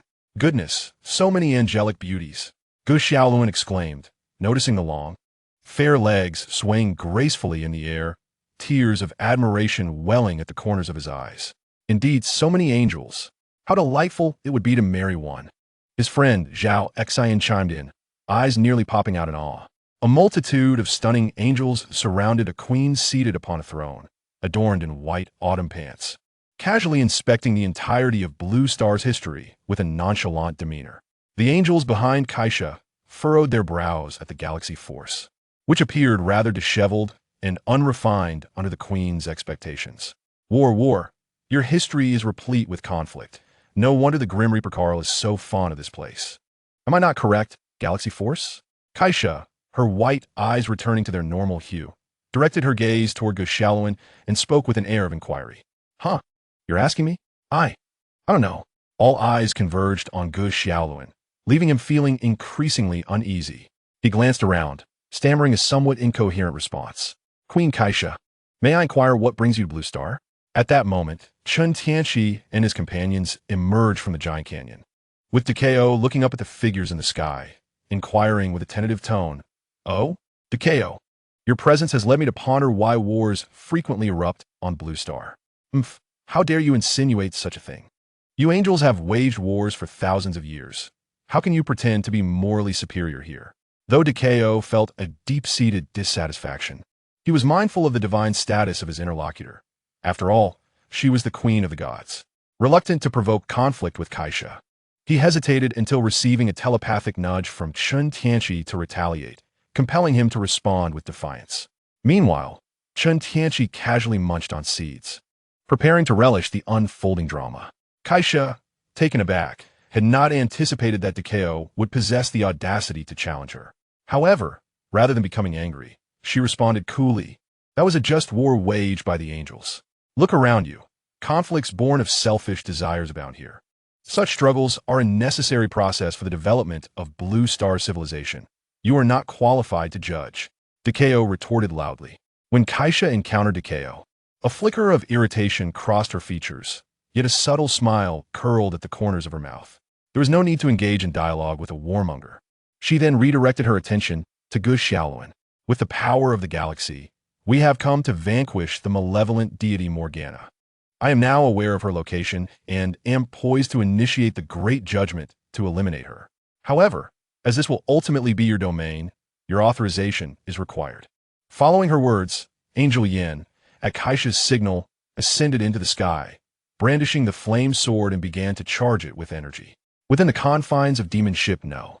1, Morgana had been vigilantly monitoring Kaisha's actions since her arrival on Blue Star. When news reached her that Kaisha had pinpointed her location and was preparing to unleash the Great Judgment, Morgana was engulfed in fury, her emotions swirling like a tempest. "Damn it, That wretched creature has set her sights on me again. Suddenly, a flash of inspiration struck Morgana, and she commanded, "Minions, teleport demon ship no. One above the Great Canyon City." Meanwhile, Xiaoluan, upon hearing that Kaisha required his authorization, was taken aback, bewildered by the notion that he held such power over someone of her stature. Suddenly, an enormous projection of a flamboyant figure appeared in the sky, hurling obscenities at Kaisha in a torrent of invective. After a prolonged tirade, Morgana, hands on her hips, exuded an air of arrogance and declared, "Wretched creature, I am hovering above the Great Canyon City. Come if you dare. Let the world witness the hypocritical faces of you angels." In that moment, Xiaoluan, who had been wavering, found himself even more indecisive. The potential loss of millions of lives weighed heavily upon him, and he turned his gaze towards Decao, silently pleading for assistance. Kaisha, maintaining her composure, regarded Xiaoluan with an unwavering gaze. To eradicate an evil deity, sacrificing millions, is a worthy endeavor. I will heed the command of the superior," Xiaoluan stammered, feeling utterly lost, and relinquished the decision to Decao. Hearing this, Kaisha felt a tinge of disappointment and sighed, recognizing that he was still a child in his 20s, yet to mature. Observing the scene, Chen Tianqi was struck by an idea and began to communicate telepathically with Decao. Decao, indifferent to the sacrifice of millions, initially contemplated a refusal to preserve his image, but was interrupted by another message from Chen Tianqi. A glimmer of insight sparked in Decao's eyes as he pondered for a moment, then looked up at Kaisha and declared, "Very well. Will do. Commander, have you lost your mind?" The moment the words left his lips, the members of the Hero Legion turned to Decao with incredulous expressions, gasping in disbelief. Decao, unfazed by their reactions, continued with a stoic demeanor, "But I have one condition. You celestial beings have pursued the demons for millennia without eradicating them. Now, you propose to sacrifice the lives of millions in a grand judgment, seeking to extinguish Morgana. I find myself doubting whether this time your efforts will yield anything more than futile slaughter, akin to past endeavors. Therefore, I implore you, Queen Kaisha, to ensure that after this judgment, the demon civilization ceases to exist in the cosmos. Otherwise, the righteous angelic civilization must compensate for our losses, supplying the Flame Nation with weaponry and resources to fend off the invasion, and providing all super warriors of the Hero Legion with the means to ascend to divinity." Decao's words took Kaisha by surprise. She had not anticipated such a declaration and felt a twinge of headache. Were Morgana to stand before Kaisha, she could personally deal with her, but the situation was far less certain now. After all, Morgana had been upgraded to a 4th-generation divine body by Carl, and her temporal manipulation skills were formidable. It was highly probable that the Grand Judgment would lead to the demise of Demon 1 and its inhabitants, while Morgana herself would make a swift escape. Adding to the complexity, Carl might be lurking nearby, ready to rescue Morgana. Should Morgana survive, the demon civilization would inevitably resurface, while our angelic civilization would bear the burden of all resources connected to the Hero Legion. Yet, if we were to abandon the Grand Judgment now, the prestige of the angels would undoubtedly suffer. As Kaisha pondered the weighty decision of whether to unleash the Grand Judgment, Morgana, observing her contemplation, seized the opportunity to mock her openly. "Look at these hypocritical angels. When their interests are at stake, they falter. They have never regarded you inhabitants of Blue Star as equals." Upon hearing Morgana's disparagement of the angels, Kaisha's resolve solidified. The prestige of the angels could not be compromised. "Yan, initiate the Grand Judgment. By the heavens!" As Kaisha's command echoed, Morgana erupted in fury, regretting her earlier silence. She swiftly terminated the projection, and her computer began to compute frantically, preparing to escape with Demon 1. However, the angels had long since gathered the necessary energy. The Grand Judgment was already prepared. At Kaisha's command, she swung the flaming sword, and the judgment descended with ferocity. "Your Majesty, flee. If you survive, we shall not perish." Atto urged Morgana, who was engaged in wormhole calculations as the Grand Judgment loomed. "Silence. I'm so close," Morgana bellowed, unwilling to see her Demon 1, her sole legacy after years of struggle, perish here. Yet the judgment had arrived. A torrent of energy, infused with searing heat, began to shatter the barriers protecting Demon 1, its structural integrity melting away. Just as Morgana, reluctant to abandon her precious asset, prepared to meet her fate alongside Demon One, a skull emerged from the void beside her, devouring Morgana in one swift motion, vanishing without a trace.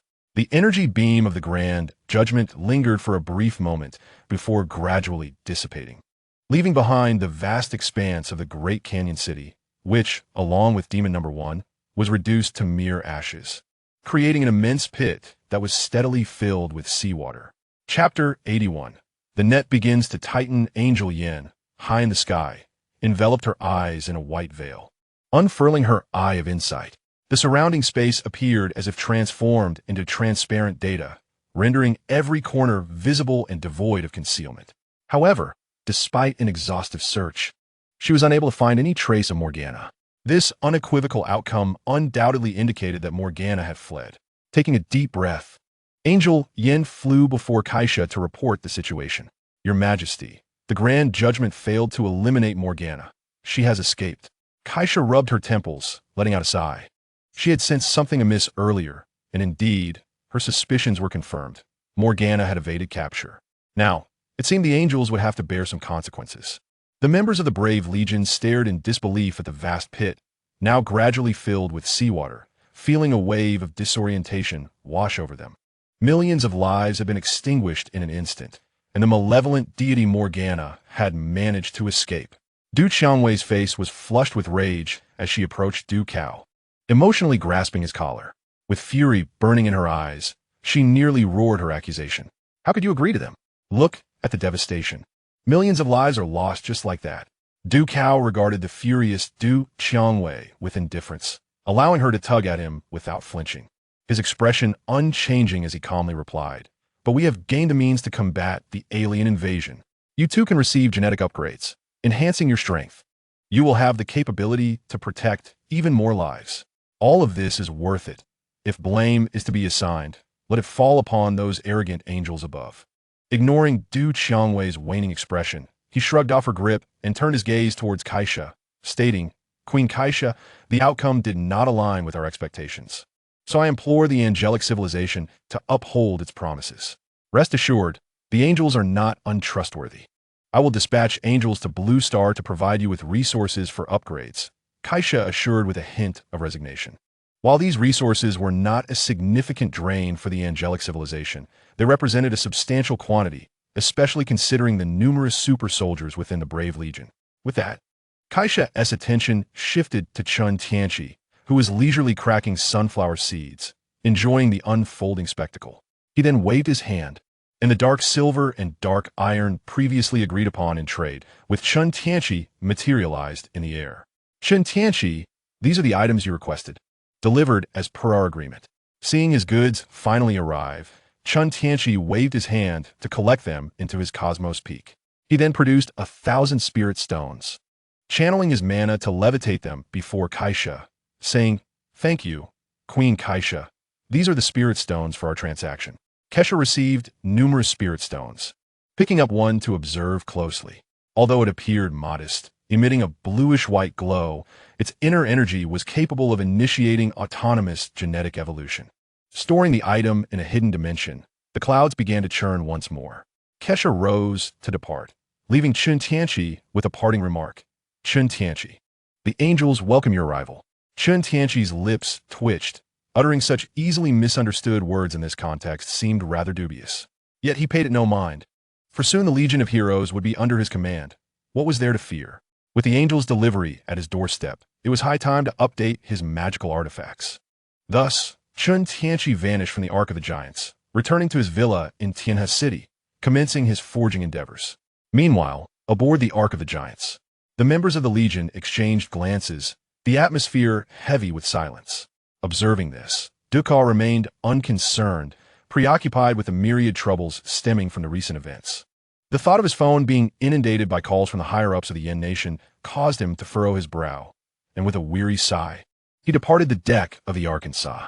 In an unknown star system, the fabric of space trembled as a figure gradually materialized.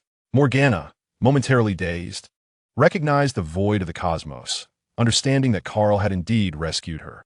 However, she bore no gratitude, immediately opening her communicator to berate him. Carl, you insufferable fool. Who asked you to save me? I was on the verge of relocating Demon One. Too late, she added, by the time you finish your calculations. The great judgment will have already melted you away. Carl suddenly appeared before Morgana, his expression gentle. I don't care. Why didn't you transport me along with Demon One sooner? Now my fortune is gone, and it's all your fault. You owe me. Morgana, hands on her hips, unabashedly played the rogue, taking advantage of Carl's unwavering affection. Carl, taken aback by her words, felt a mix of exasperation and amusement. He had become her personal ATM. Yet, being her first love, he held no anger. Maintaining a gentle tone. Very well, but you must partake in my plan. What? Just when I escape from Kesha, you want me to confront her again?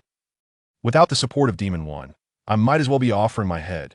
Morgana, fully aware of Carl's plan to obliterate Kesha and then transport her remains across the cosmos via the Great Clock to extend her resurrection time, was initially hesitant.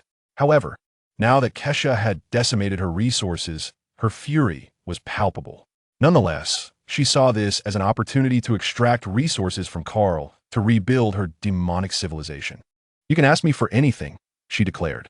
Carl, catching the implications in her words, responded candidly.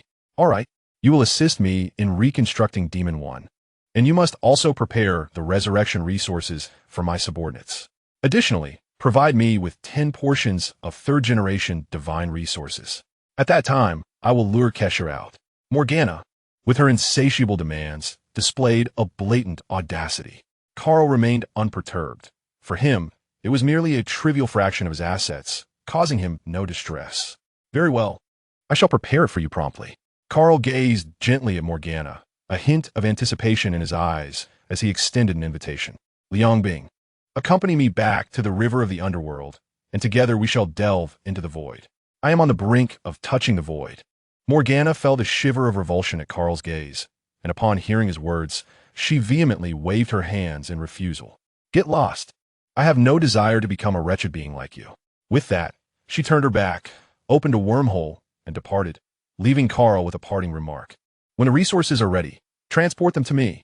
Carl watched Morgana's vanishing silhouette in silence, a flicker of disappointment in his eyes, but he soon regained his icy composure, subsequently disappearing into the vacuum of space. That night, in the conference room of the Grand Canyon, Dukeo was engaged in a video call with the senior officials of the Flame Nation. Dukeo, what is the situation? Who authorized the attack? The people of Grand Canyon City live under our protection, and now an entire city's populace has perished. Do you not feel any sorrow? Dukeo listened calmly to the barrage of accusations from the Flame Nation's leaders, offering no explanation. He spoke softly. The Angels' operation failed to eliminate their adversaries. As compensation, they will supply the Flame Nation with weaponry and technological resources to resist alien incursions. His words fell like a bombshell in the conference room, silencing the previously fervent voices of the officials. Everyone understood the significance of these weapon technologies and resources for the nation and their immense strategic value for the future. It seemed, then, that the people of Grand Canyon City had not died in vain. Indeed, they have made a contribution to the nation. The high-ranking officials ceased their approaches towards Dukeo, shifting to express their sorrow for the deceased citizens of Grand Canyon City. Old Du, when will these resources be delivered? Sighed Elder Huang, acknowledging the situation as it stood. Any compensation from the Flame Nation would be most welcome. Dukeo regarded these hypocritical leaders with a smirk of disdain, fully aware that their concern was not for the lives lost in Grand Canyon City, but rather for the repercussions of this incident, fearing they would bear the blame. Now, with the Angels' compensation, the matter could be smoothed over. Indeed, it is often the case that interests quell discontent. The Angels will send someone to liaise with me, and I will take charge of the resources. Once the resources are in place, Old Du expedite their conversion into combat readiness. We remain unaware of when that gluttonous civilization will launch another invasion. The world is ablaze with conflict. Upon hearing Dukeo's response, Elder Huang nodded, urging him to act swiftly. And after a moment's hesitation, he contemplated the handling of the Grand Canyon City incident. Regarding the incident in the city of Juxia, it shall be publicly declared that it was an attack instigated by the gluttonous civilization. In the dormitory of the Juxia No. 1, after witnessing the events of the day, the female members of the heroic legion tossed and turned, utterly devoid of sleep. In contrast, Lu Chuang slept soundly, a smile gracing his face, a testament to his newfound physique. Meanwhile, the trio hidden within the grass, under the command of Chen Tianqi in Tianhe City, wielding the wand of 10,000 ghosts, succumbed to a deep trance, their faces contorted in agony, in a manner akin to Lu Chuang. The parasitic entities within Zhao Xian and Gu Xiaolun commenced their endeavor to seize control. Additionally, the soul-eating goo within Jia Yaowen erupted, gradually corroding his soul. As time elapsed, sunlight began to filter through the dormitory window, slowly illuminating the entire room. Gu Xiaolun and Zhao Xian opened their eyes, sitting upright, their gaze aglow with an eerie red light, their bodies twisting as they adjusted to their forms. Jia Yaowen, already awake, regarded the peculiar duo with indifference, his soul having been overtaken by the soul-eating goo, as he calmly dressed and prepared for another day of training. Chapter 82. Slaying the gluttonous king. The wand of 10,000 ghosts hovering beside Chen Tianqi trembled slightly. He understood that the heroic legion had successfully ensnared their prey. He promptly took out his phone to message Duca Ao, instructing him to prepare and arrange for a few individuals to distance themselves from their former comrades to avoid raising suspicion until they fully acclimated to their bodies and past habits. Having set this in motion, Chen Tianqi continued to fuse dark silver and dark iron into the Qingzhu Fengyun sword and various magical puppets, remelting and upgrading them. Weeks later, Chen Tianqi had completed the updates on his possessions, crafting himself a suit of armor imbued with magical properties. Having accomplished these tasks, he intended to take advantage of the relative peace in the Yin kingdom and enjoy a leisurely outing with Su Xiaoli. However, just as he stepped outside, an angelic figure descended from the heavens, startling Su Xiaoli beside him. Goodness, angels can fall from the sky? The angel, seemingly unfazed by her astonishment, weakly staggered to her feet and, with an expression of urgency, grasped Chen Tianqi's hand. Chen Tianqi, quickly, channel your energy to me. Chen Tianqi furrowed his brow, observing her disheveled state, reminiscent of the character in the original tale, post-Kaisha's blessing. Could it be that Kaisha had fallen? Without further ado, he took her hand and began to transmit his spiritual energy. After a while, once she had regained her composure, he halted the flow of energy and inquired, "You seem in quite a predicament. Have you been attacked?" Feeling the surge of energy within her, the angel first contacted the scattered angels who had also come under assault before turning to Chen Tianqi, her voice laced with sorrow as she responded, "Queen Kaisha has perished." Taking a deep breath, she proceeded to elucidate the current situation to Chen Tianqi. Shortly after the fall of Queen Kaisha, we found ourselves bereft of the divine treasury's blessings, our power significantly diminished.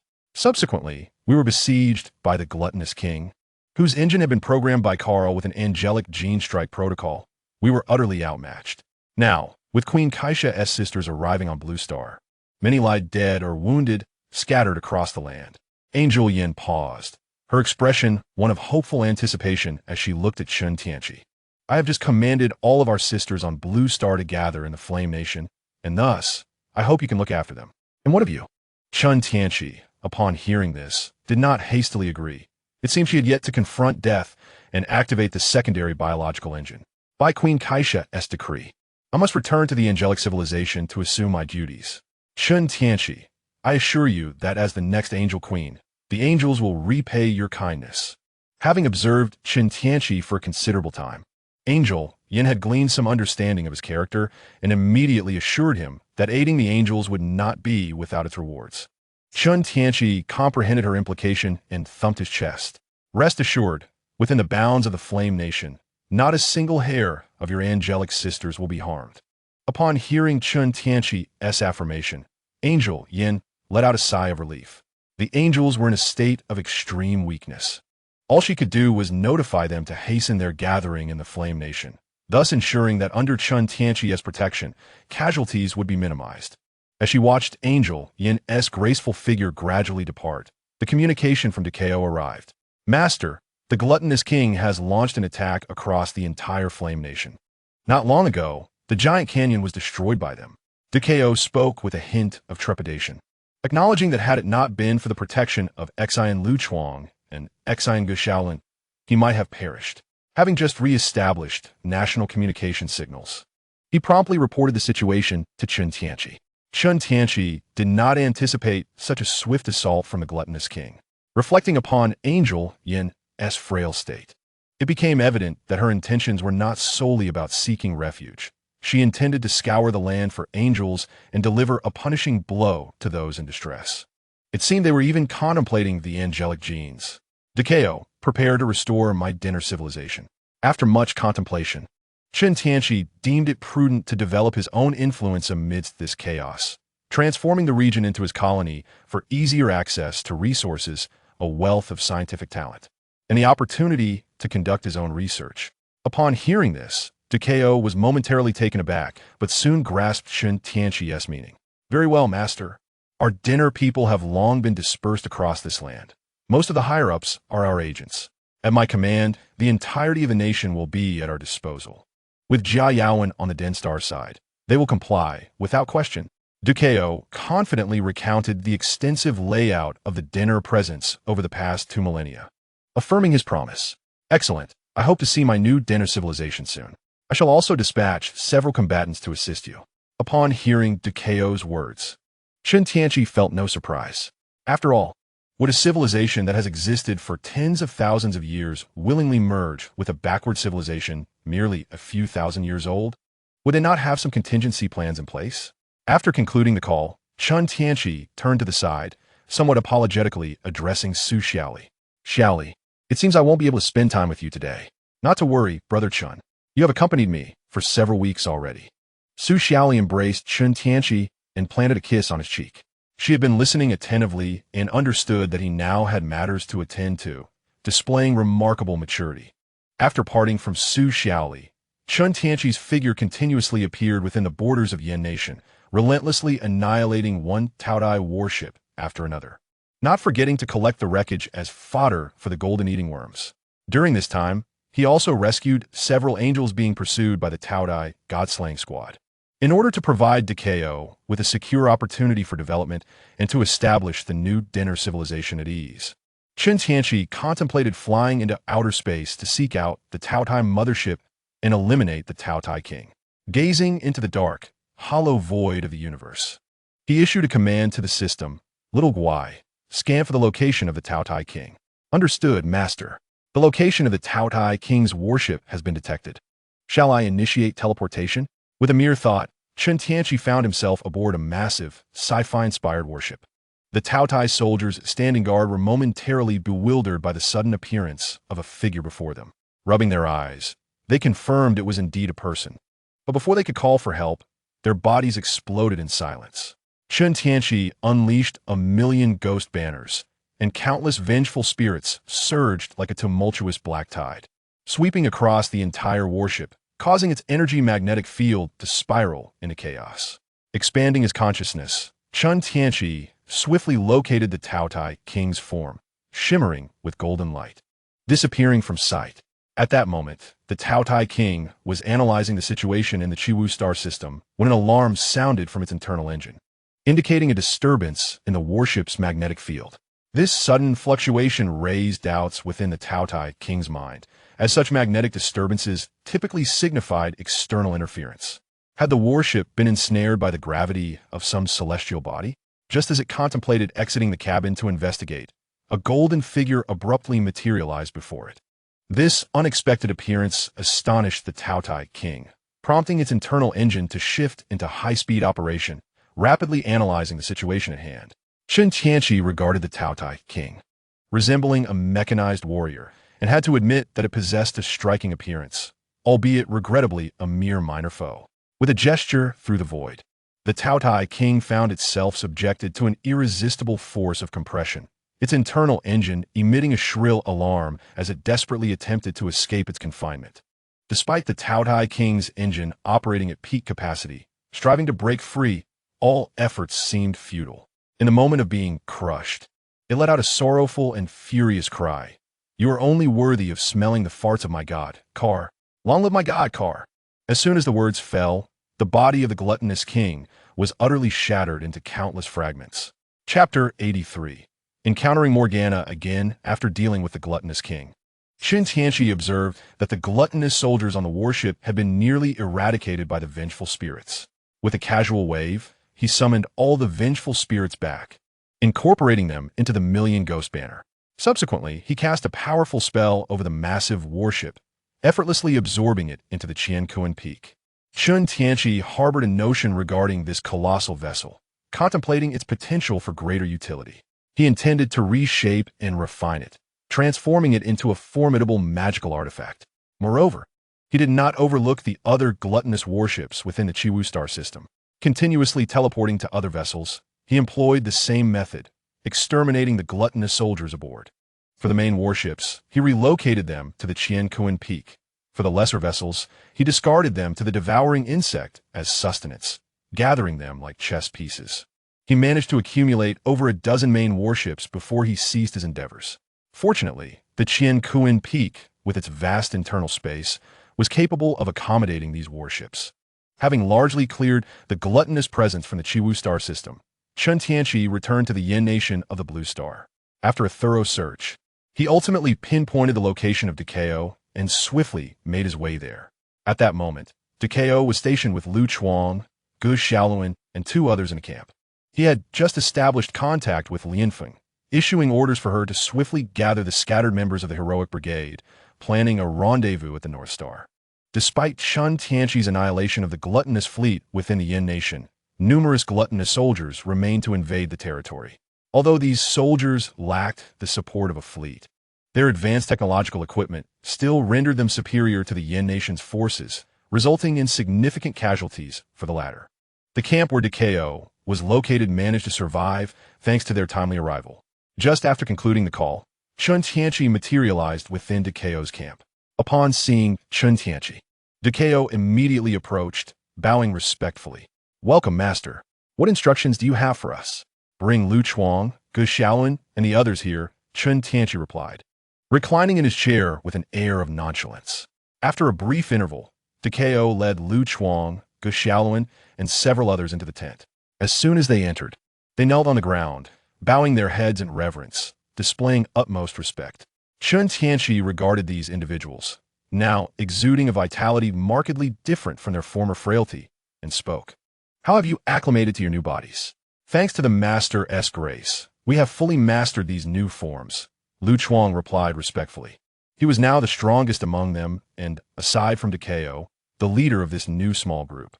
"That is good to hear," Chen Tianqi remarked, turning his gaze towards Dekao. "Dekao, I have dealt with the gluttonous fleet within the Yin Nation. Proceed to re-establish the new denouement promptly. Do not betray my expectations."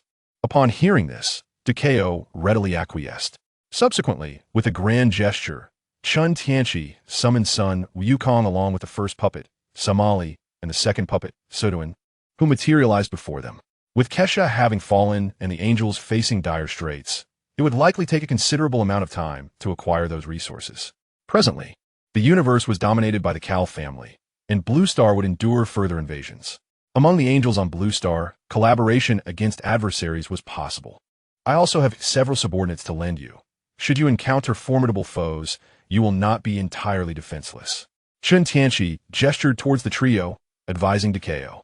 Dekao hastily acknowledged, then gazed curiously at the monkey resembling Sun Wukong, inquiring, "Master, wasn't the Sun Wukong killed by you?" At this, the nearby Sun Wukong sprang before Dekao, baring his teeth and growling. "Who are you saying was killed by the Master? Do you dare challenge me?" Dekao was taken aback, stumbling a few steps back. Chen Tianqi, with a weary sigh, tapped Sun Wukong on the head, saying, "Wukong, do not frighten him. In my absence, you are to heed his commands." Ignoring Sun Wukong's aggrieved expression, he proceeded to clarify to Dekao, "This Sun Wukong is not the same as the one you speak of. Furthermore, I shall be away for a period. These 3 are my carefully cultivated subordinates and will serve as your finest allies in establishing the new dinner." "Thank you, Master. I shall surely endeavor to build the new dinner civilization."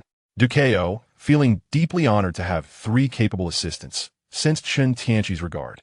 Thereafter, Chen Tianqi rose, casting several beams of golden light that surged into the minds of everyone present, imposing numerous restrictions upon their souls. They dared not resist Chen Tianqi's actions, obediently relinquishing their consciousness, allowing him to traverse freely. Once he had completed these tasks, Takeo suddenly recalled something, retrieving a communicator and presenting it to Chen Tianqi. Master. Pan Zhun from the Solar faction took Lina away before the attack on the Giant Gorge and has conveyed a request to meet you. Pan Zhun, why does he wish to see me? Has the Solar faction finally reached its breaking point and sought refuge on Blue Star? Chen Tianqi mused, contemplating a visit to the Solar faction as the technology for stellar manipulation was indeed enticing. His own rudimentary system lacked pertinent information, making research laboriously slow. At that moment, a voice from outside announced, "Commander, a soldier from the heroic brigade has arrived." "Very well, I understand," Takeo replied solemnly, then looked towards Chen Tianqi, awaiting his command. "Let us go out and see who has come," Chen Tianqi instructed, adorning Sun Wukong and the others with a layer of Taotai battle armor, obscuring their true appearances, and inscribing several runes to mask their auras. He then led the group out of the tent. As they approached, they were greeted by the disheveled Du Qiangwei and a graceful, enchanting woman alongside her. Upon seeing so many comrades suddenly appear, Du Qiangwei felt a surge of excitement and joy. "Old Du, Team Chen, how wonderful to see you all here." Du Cao stepped forward, gently patting Du Qiangwei's shoulder, and said softly, "Qiangwei, you've worked hard." Tears welled in Du Qiangwei's eyes at the sight of her father alive, and she immediately embraced him. Chen Tianqi instantly recognized the woman beside Du Qiangwei as Morgana. To Morgana's surprise, encountering Chen Tianqi here was unexpected, and as she caught sight of his piercing gaze, she sensed trouble brewing and contemplated an excuse to slip away. With a mischievous smile, Chen Tianqi approached Morgana, wrapped his arm around her shoulder, and leaned close to whisper, "So, Li Bing, you wouldn't want Qiangwei to discover Morgana's true identity, would you?" Morgana, taken aback by the audacity of his threat, felt a surge of anger, but, mindful of Qiangwei's presence, refrained from lashing out. "What do you intend to do, you brat?" she retorted quietly, recovering her composure. Du Qiangwei noticed the 3 towering mech warriors behind Du Cao and inquired, "Old Du, who are they?" "Oh, they are warriors brought by Team Chen to assist us," Du Cao replied with a smile. Upon hearing this, Du Qiangwei turned to Chen Tianqi and observed his intimate behavior with the unidentified woman, exchanging whispers. "Team Chen, do you know Li Bing?" "Indeed, she has pursued me for quite some time. I suppose she is my admirer," Chen Tianqi responded, not entirely untruthfully, as he had indeed been approached by her multiple times. He then playfully pinched Morgana's shapely rear, signaling her to continue his narrative. Feeling his touch, Morgana gripped Chen Tianqi's arm fiercely, her nails digging in as she seethed yes. "I am his admirer." Leaning in closer, she added, "You little brat. One day, I shall settle the score with you." This feeble display of strength was mere water off a duck's back for Chen Tianqi. He chuckled disdainfully, considering Morgana a mere drowned rat, stripped of her resources, yet still daring to confront him. Du Qiangwei observed the two with a hint of suspicion, recalling Morgana's previous actions along their journey. She subtly warned Chen Tianqi, "Team Chen, this woman is a deviant. Be wary of her schemes for wealth and seduction." "Come on, I merely touched you a few times. How does that make me a deviant?" Morgana protested vehemently et Du Qiangwei's disparagement. Du Qiangwei shot her an incredulous glance. "Was that merely a few touches? You were practically glued to him." "Not to worry, I shall teach her a lesson," Chen Tianqi remarked, as he pried Morgana's grip from his arm and led her toward the distant woods. Upon witnessing the scene, Du Qiangwei chose to remain silent. Although this woman exhibited peculiarities and raised numerous suspicions, she was unlikely to create any significant turmoil in the presence of Chen Tianqi. Chapter 84. Temporary departure from Super God and the distant cops. The atmosphere had evidently reached a fever pitch. Morgana, with her arms crossed protectively over her chest, observed Chen Tianqi's every movement with a vigilant gaze, unable to suppress her sardonic remark. "I can't believe you brought me here. You're not planning to take advantage of me, are you?" Chen Tianqi dismissed her words with disdain, responding bluntly and with a hint of mockery. "I'm not interested in a woman who's thousands of years old." This statement ignited Morgana's fury. She clenched her fists, gritting her teeth as she retorted, "You impertinent fool. I'm a beautiful girl." Refusing to engage further in this futile exchange of barbs, Chen Tianqi cut straight to the point. "Enough of this nonsense. You must possess technology for stellar energy propulsion, right?" Morgana immediately refuted his claim. No, if you're seeking such technology, you should consult those old geezers from the solar flame. Chen Tianqi shook his head slowly, articulating his need. I don't require what solar flame offers. I merely need technology capable of harnessing stellar energy. I'm certain you have it. With that, he moved closer to Morgana, leaning down to softly threaten her near her ear. Lu Bing, you and T want anything to happen to Xiangwei, would you? This statement evidently struck a nerve with Morgana. She furiously summoned her demon claw, as if prepared to crush Chen Tianqi at any moment. Hey, don't move. If you do, Xiangwei will burst apart like fireworks, Chen Tianqi said with a cunning smile, subtly gesturing towards Du Xiangwei in the distance. You bastard, you're quite shrewd. I'll give it to you. Morgana, noting Chen Tianqi's actions, felt a surge of anxiety. She swiftly retracted her demon claw, as data surged in her hand, forming a data chip. Reluctantly, she tossed it to Chen Tianqi. Her gaze turned steely as she fixed her eyes on him, her tone icy and laden with unmistakable warning. I've given you what you wanted. If anything happens to Xiangwei, I will not spare you. Rest assured, she will be fine, Chen Tianqi replied, accepting the chip with a slight smirk before sending it to the system for analysis, casting a peculiar glance at Morgana. But you really are quite the lesbian, aren't you? None of your business. Morgana huffed coldly, turning away without looking back. At that moment, all she desired was to seek solace in Xiangwei's warm embrace, to comfort her wounded heart. Upon returning to the camp from the woods, Morgana approached Xiangwei with hopeful anticipation, yearning for a comforting hug. However, Xiangwei brusquely pushed her away, her expression clearly one of disdain. Keep your distance from me. Xiangwei's tone left no room for negotiation, evidently displeased by Morgana's sudden proximity. Ignoring the two women entangled in their own drama, Chen Tianqi addressed Du Cao. Old Du, I leave the rest in your capable hands. Du Cao met Chen Tianqi's gaze, and he instinctively understood the unspoken meaning behind it. Nodding solemnly, he replied, Rest assured, Captain Chen, everything is in my hands. With that, Chen Tianqi transformed into a streak of golden light and swiftly soared into the sky. As he flew, he inquired of the system, Little Guai, which worlds are available for traversal? Master, the following options are at your disposal. The system responded, presenting a myriad of worlds before him. Chen Tianqi disregarded the lesser realms, focusing instead on 3 superior worlds: Marvel, Warhammer 40K, and the Legend of the White Snake. After a moment of contemplation, he deemed that entering the Marvel universe would be the most advantageous for this venture. There was no need to discuss Warhammer. Entering that realm would likely result in immediate detection. As for the Legend of the White Snake, it was rife with celestial beings, and given Chen Tianqi's current abilities, he would merely serve as fodder, unable to contend even with Bai Sujin or Shao Qing. Thus, Marvel emerged as the most suitable choice. Although fraught with peril, it offered a semblance of safety in its early stages, along with an abundance of treasures, with challenges and opportunities coexisting.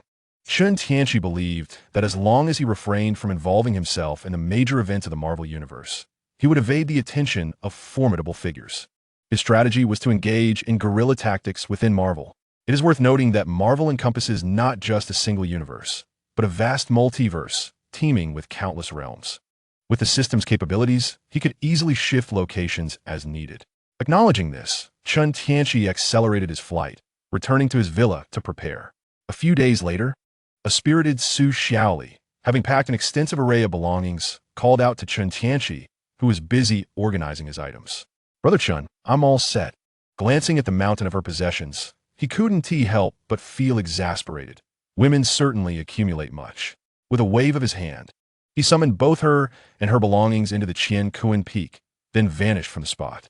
Within Tianqi Peak, Su Xiaoli curiously surveyed the enchanting scenery, imbued with swirling spiritual energy and ethereal mist, and exclaimed with excitement, Brother Chen, this place is so beautiful. I'm glad you like it. You'll be staying here for now. That area is the living quarters, so choose a room you fancy. Once I traverse to the new world and ensure safety, I'll let you out. Chen Tianqi gently ruffled her hair and advised. Originally, he had hesitated to bring her along due to the inherent dangers.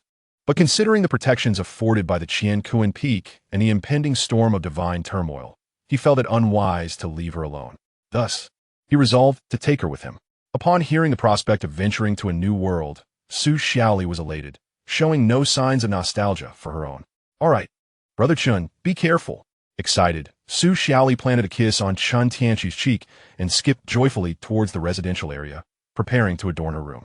Chen Tianqi, watching the graceful figure of Su Xiaoli, smiled softly before departing from Qinkuan Peak. Outside, he donned his battle armor, ever cautious, inhaled deeply, and spoke. Little Guai, release the anchor point. Understood, Master. The anchor point is being positioned. Please be aware, due to the unique nature of the Marvel Multiverse, upon your entry into one of its realms, that universe will fracture and give rise to an entirely new parallel universe due to your actions. You will bear the consequences of this fragmentation. Furthermore, be advised that certain special parallel universes may collapse if you eliminate significant figures, drawing the attention of the celestial group and other deities from different universes. Little Guai cannot fully shield against observation, so please exercise caution. Little Guai, you are quite inadequate. Chen Tianqi listened to the system's report and shook his head in resignation. It appeared that the Pangu axe and Pangu S blood from the previous lottery were merely for show. Display all parallel universes of Marvel, the system's data world, and countless cosmic nodes materialized before Chen Tianqi's eyes. The origin of Marvel's narrative is Iron Man, yet most of that period holds little relevance for him. Soon, Chen Tianqi set his sights on a universe where the copyright had reverted to Marvel, X-Men, First Class. He selected this parallel universe, locked it in, and issued a command to the system. Little Guai, this is the one. The system's anchor point began to stealthily release. Successful landing. Teleportation commencing. As the system's voice resonated, a vibrant, swirling portal opened beneath Chen Tianqi, and he fell into it. In an instant, he vanished from the Super God universe. Chapter 85. The Headshot Black Emperor Marvel. Para el universe 914-1514. Earth. During World War II. Within a concentration camp, where Little Detsy held a squid man captive. In this isolated, mysterious laboratory, silence reigned. Dr. Klaus sat behind a massive, imposing office chair, exuding the air of a tyrant who ruled all, his gaze sharp and hawk-like, fixated on the frail boy standing before him. Come here, child. Let me witness your true power. Dr. Klaus's voice was cold and authoritative, carrying an undeniable gravity. The boy hesitated for a moment, but obediently approached the designated spot, nervously extending his hands toward the enigmatic object before him. He closed his eyes tightly, gritting his teeth, the veins on his forehead bulging grotesquely from exertion. He strained with all his might to unleash the hidden power within him, attempting to obliterate the object in front of him. Yet, as seconds ticked by, the object remained unyielding, as solid as iron, showing not the slightest tremor. Dr. Klaus's patience was gradually wearing thin, and his typically cold and unfeeling gaze now flickered with unmistakable impatience. He raised his hand slightly, gesturing to the soldier standing nearby. The soldier, understanding the silent command, promptly turned and left, returning shortly with a weary, haggard middle-aged woman.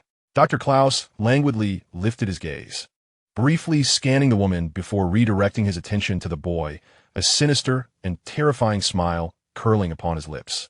Do you see this? This is the price of your failure. With that, he seized the handgun resting on the table and fired a shot at the middle-aged woman. The deafening gunshot reverberated through the air as she collapsed to the ground, crimson blood splattering everywhere, resembling a tragic flower blooming in the realm of death. The boy's eyes widened in disbelief as he stared at his mother, convulsing in a pool of blood. Tears streamed down his face like a torrential flood, and he cried out in a hoarse voice, "Mother!" Yet, in the face of this heart-wrenching scene, Dr. Klaus remained unmoved, coldly twisting the knife deeper into the already battered soul of the boy. He sneered, "Child, your mother's death is entirely due to your own weakness." He followed this with a further cruel remark. "I had hoped you might save her, but what a profound disappointment you are." After saying this, Dr. Klaus feigned a shake of his head, his face betraying unmasked sorrow. These words pierced the boy's heart like razor-sharp ice blades, amplifying his anguish and despair to their utmost limits. "No, no." The boy trembled, clenching his fists tightly, summoning every ounce of strength to roar in anger. In that moment, his eyes blazed with unquenchable fury, locking onto Dr. Klaus with a gaze filled with boundless hatred. Suddenly, an indescribable force erupted from within the boy. and in the blink of an eye, the formidable metallic object before him was crushed into a heap of scrap. Witnessing this spectacle, Dr. Klaus nearly leaped in excitement. Before he could utter a word, all the metallic objects in the laboratory began to levitate, accompanied by the piercing sound of metal grinding. These objects were mercilessly compressed and shattered. The soldiers on guard in the lab stared in disbelief, unable to fathom that such horror could be wrought by a being they despised. "Ah!" the boy roared, his hatred directed at everyone present, loathing this country and everything in this world. Before the soldiers could recover from their shock, their steel helmets began to constrict, ruthlessly pressing against their skulls, before exploding violently. Dr. Klaus remained oblivious to the pervasive scent of blood that filled the air, his keen eyes fixated on the extraordinary ability of the boy to manipulate metal. A profound sense of satisfaction and fervor radiated from his countenance. This power, so potent and enigmatic, was precisely the elusive goal he had ardently pursued for years. He could not help but release a maniacal laugh, as if he had already envisioned his own resplendent future. Yes, indeed, it is this unparalleled strength. Dr. Klaus's voice quivered with excitement. "Child, forever cherish this power, for it shall elevate you to the pinnacle of greatness and establish your unrivaled dominion." The boy gradually regained his composure, yet his gaze remained as sharp as a blade, fixated intently on Klaus. He was determined to etch this man's visage deeply into his memory, silently vowing that one day he would avenge the blood-soaked grievances, ensuring that this despicable individual would pay the requisite price. Dr. Klaus observed with keen interest the blazing hatred igniting in the boy's eyes, secretly reveling in his delight. "Hate, yes, let it consume you. Let hatred be the impetus that propels you forward, amplifying your strength." In his imagination, the boy was destined to become an unparalleled sovereign, wielding this invincible power to conquer the steel-forged city, leaving no adversary unvanquished. Just as Dr. Klaus immersed himself in these splendid daydreams, preparing to further exert psychological control over the boy, a sudden barrage of gunfire erupted outside. Could it be that the Allies were advancing? A pang of anxiety gripped Dr. Klaus's heart, his brows furrowing tightly. The cacophony of screams and roars reverberated from beyond the door, quickening his pulse and causing perspiration to bead on his palms. He clutched his handgun, his gaze hawkishly fixed on the heavy iron door, as if something terrifying were poised to breach its threshold at any moment. Time stretched unnaturally, each second a torment for Dr. Klaus. Sweat cascaded down his forehead, soaking his collar, yet he dared not relent. Just as he hesitated to risk opening the iron door, a thunderous crash resounded, and the metal door was violently breached, creating a gaping hole. Dr. Klaus stared in terror at the opening, where a towering figure clad in futuristic armor slowly rose. Before he could react, the figure surged forward like a wraith. In that critical moment, Dr. Klaus unhesitatingly raised his handgun, pulling the trigger repeatedly. Instantly, flames erupted and bullets whistled through the air. Meanwhile, Chen Tianqi found himself in a state of utter dismay. He had arrived here with high hopes, only to be transported to this wretched, hostile concentration camp. No sooner had he landed than he was inexplicably surrounded by a throng of armed soldiers. Had it been anyone else, they would surely have been paralyzed with fear. But Chen Tianqi was not easily intimidated. Without uttering a word, he instantly entered a state of combat, effortlessly dispatching the surrounding foes as if they were mere vegetables being chopped. After eliminating the attackers, Chen Tianqi employed his formidable spiritual sense to survey the environment, swiftly detecting an exceptionally intense magnetic energy fluctuation nearby. Following this lead, he soon encountered Dr. Klaus, who was preparing to venture out to investigate the situation. Faced with this sudden assault, a flicker of helplessness surged within Chen Tianqi. Why were these individuals so unfriendly? Dr. Klaus widened his eyes, staring in disbelief at the unfolding scene. He observed as the bullets, hurtling towards him at high speed, seemed to encounter an invisible wall, ricocheting off harmlessly. Stunned, he gaped, his voice trembling as he exclaimed, "Superpowers? You possess superpowers too." In that moment, Dr. Klaus's gaze transformed into one of fervent obsession, fixating on the imposing figure of Chen Tianqi clad in armor. He licked his lips, eagerly proposing, "Sir, how about we discuss a collaboration? You see, I too possess superpowers." capable of absorbing external energies, while you have such a formidable protective barrier. If we were to join forces, conquering the world would be a mere trifling matter. However, before Dr. Klaus could finish his proposition, Chen Tianqi's arm began to extend slowly. Suddenly, he clenched his fist in the air, unleashing a tremendous force. With a thunderous bang, Dr. Klaus's head exploded like a ripe watermelon. Thus, the man who once aspired to dominate the world met his ignoble end, transforming into a lamentable headless knight. Casting a scornful glance at the fallen Dr. Klaus, Chen Tianqi mused internally, "What nonsense are you prattling about? Who do you think you are, daring to dream of ruling the world alongside me?" He then turned his attention to the boy, trembling in the corner, considering the scattered metallic debris around. It was not difficult to deduce that this seemingly frail child was none other than the future renowned Omega-level mutant, Magneto, Eric. Yet, Chen Tianqi paid him no heed, fully concentrating on channeling the forge of heaven and earth. An invisible force emanated from him, drawing the mutant powers from the body of the Black King endlessly. As time passed, the once massive form of the Black King gradually withered, ultimately becoming a lifeless husk. In truth, during his earlier days in the realm of cultivation, Chen Tianqi refrained from such actions not merely due to his weaker abilities at that time, but primarily because such behavior was overly conspicuous and could easily attract unwanted attention. After all, if discovered, he would inevitably face a relentless pursuit. However, within the realm of the super god, such caution was entirely unnecessary. The essence of that world lies in the contest between knowledge, data, and computational power. The so-called super genes are merely the integration of a computer into the human body.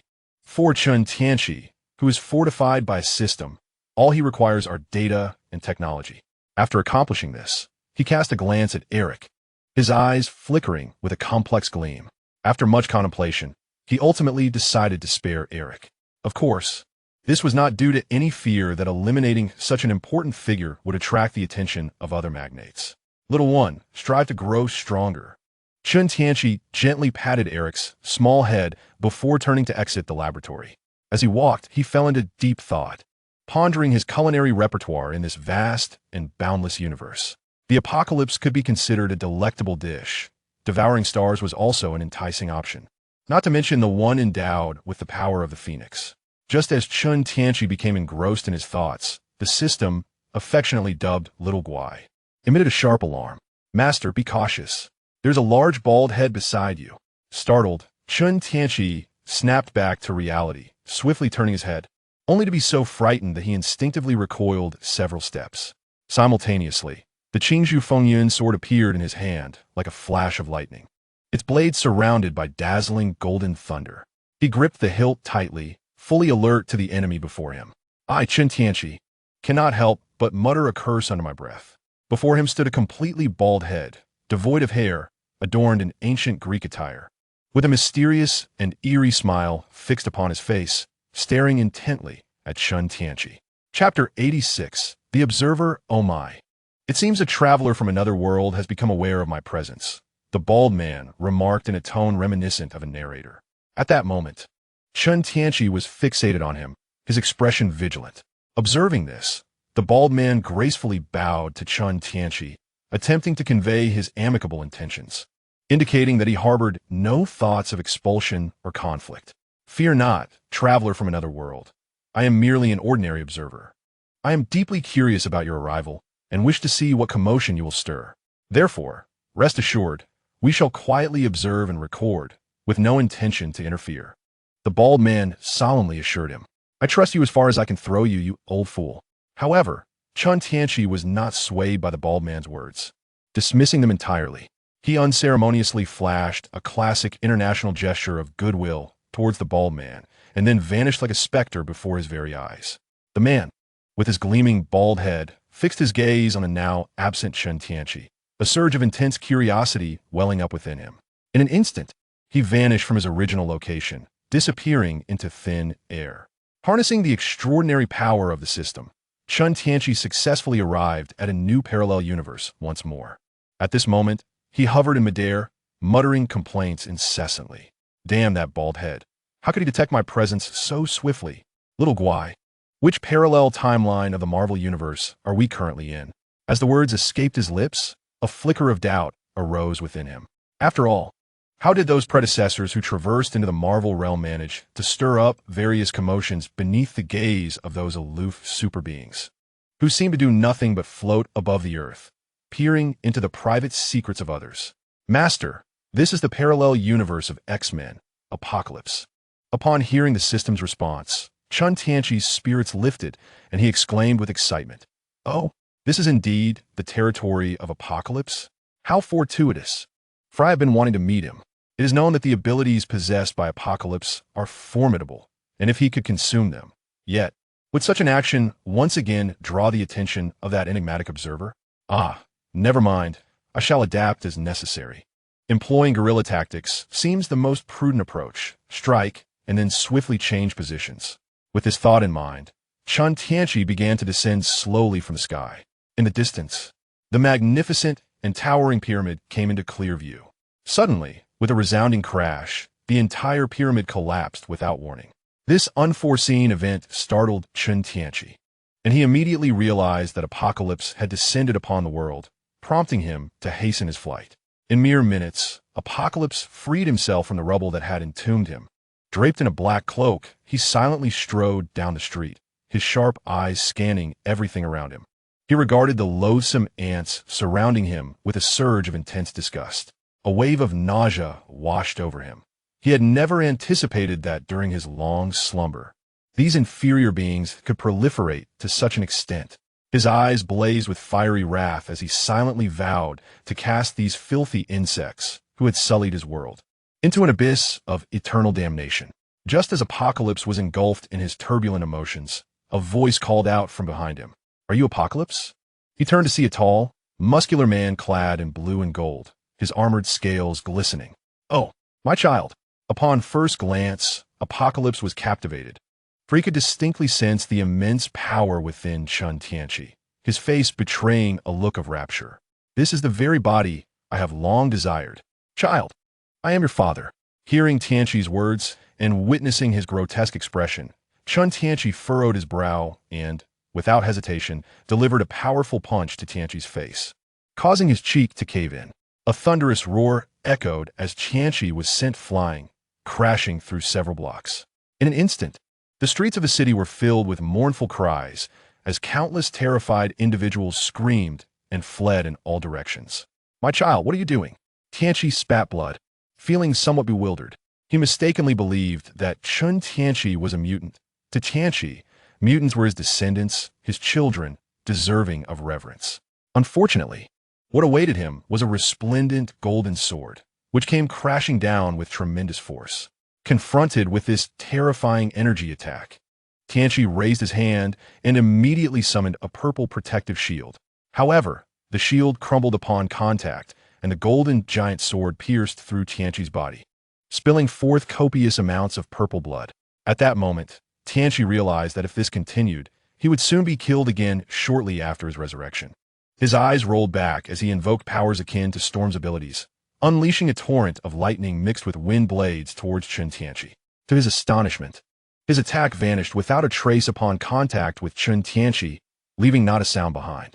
Chen Tianqi, meanwhile, wished to commend Tianqi, even amidst battle, for replenishing his energy. Witnessing this, Tianqi quickly understood that the individual before him likely possessed a similar ability to absorb energy. Seeing Tianqi momentarily dazed, Chen Tianqi unleashed his immense spiritual power, seizing control of Tianqi's mind, causing his body to tremble. In the next instant, Chen Tianqi's massive hand firmly grasped Tianqi's head. "No!" Tianqi exclaimed in terror as Chen Tianqi activated the heavenly furnace, generating a powerful suction that rapidly drained Tianqi's essence, which was then refined within Chen Tianqi's body. Gradually, a capability akin to Tianqi's most fundamental powers began to manifest within him. Enhancement, endowment, and extraction. Chen Tianqi landed on the ground, discarding Tianqi's lifeless body. Feeling the newly birthed power within him, he slowly reached out to touch a nearby tree, activating his enhancement ability. In an instant, the tree, Originally the size of a person, swelled and expanded to a girth that required 4 or 5 individuals to encircle, its roots uprooting a nearby railing structure, while its canopy soared 30 meters into the air. Satisfied with this display, Chen Tianqi nodded and activated the enhancement ability once more. However, this time, the tree did not grow again, but rather erupted violently, with limbs and fragments scattering everywhere. Chen Tianqi was taken aback, realizing that this enhancement ability could only be applied once through touch. Repeated use would likely lead to catastrophic results for the biological entity, similar to what had happened with the tree. With this thought, a spark of inspiration ignited within Chen Tianqi. This was indeed a remarkable skill for subduing adversaries. Upon encountering an adversary, delivering a couple of enhancements would instantly transform him into a mere spectacle, akin to fireworks. However, it is imperative to note that the energy expenditure may vary depending on the target of enhancement. Take, for instance, this tree. Chen Tianqi expended a mere fraction of energy. Should he confront a formidable opponent, employing such a tactic would be nearly impossible. As Chen Tianqi gazed upon the lifeless body of the uninspired apocalypse, preparing to depart this parallel universe for another, a narrative voice echoed in his ears. Good heavens! A traveler from another world has arrived here, ruthlessly employing violence to slay the powerful apocalypse. Will the progression of this universe collapse due to the actions of this interloper? Chen Tianqi's body stiffened as he slowly turned around. As anticipated, a resplendent bald figure was smilingly reciting aloud. The bald observer continued with his tiresome narration. Alas, the traveler may be unaware that Apocalypse's demise could halt the universe's developmental course, making him a target for numerous powerful beings. Perhaps my superior may even summon him. Chen Tianqi furrowed his brow, discerning the underlying message in the bald observer's words, and coldly inquired, "What do you wish for me to do?" The bald observer offered no reply to Chen Tianqi's question, persisting in his monologue as if oblivious to the world around him. Perhaps this traveler could take Apocalypse's place, fulfilling the destiny originally intended for him. In doing so, those powerful beings might cease their scrutiny of this crumbling world. First and foremost, the traveler must gather the essence of Apocalypse. All right, I understand.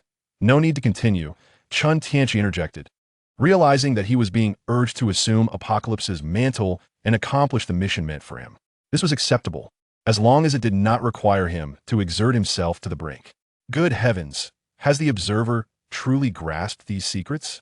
Might he choose to become the new generation of Apocalypse? The bald observer continued his incessant recitation, which began to vex Chen Tianqi. Be silent, my good sir. I shall attend to it. With a swift motion, Chen Tianqi distanced himself from the bothersome figure, unable to tolerate his incessant murmurs, especially since only he could perceive him. Chapter 87. Storm Girl in a remote and tranquil corner of the street. An atmosphere thick with mystery and tension enveloped the air. A girl, a mutant with dark skin and an extraordinary appearance, was desperately fleeing, pursued relentlessly by a group of police officers. Just moments ago, an unforeseen incident had activated the X gene within her, unleashing a surge of formidable power that unfortunately spiraled out of control in front of many onlookers, inadvertently injuring numerous innocents.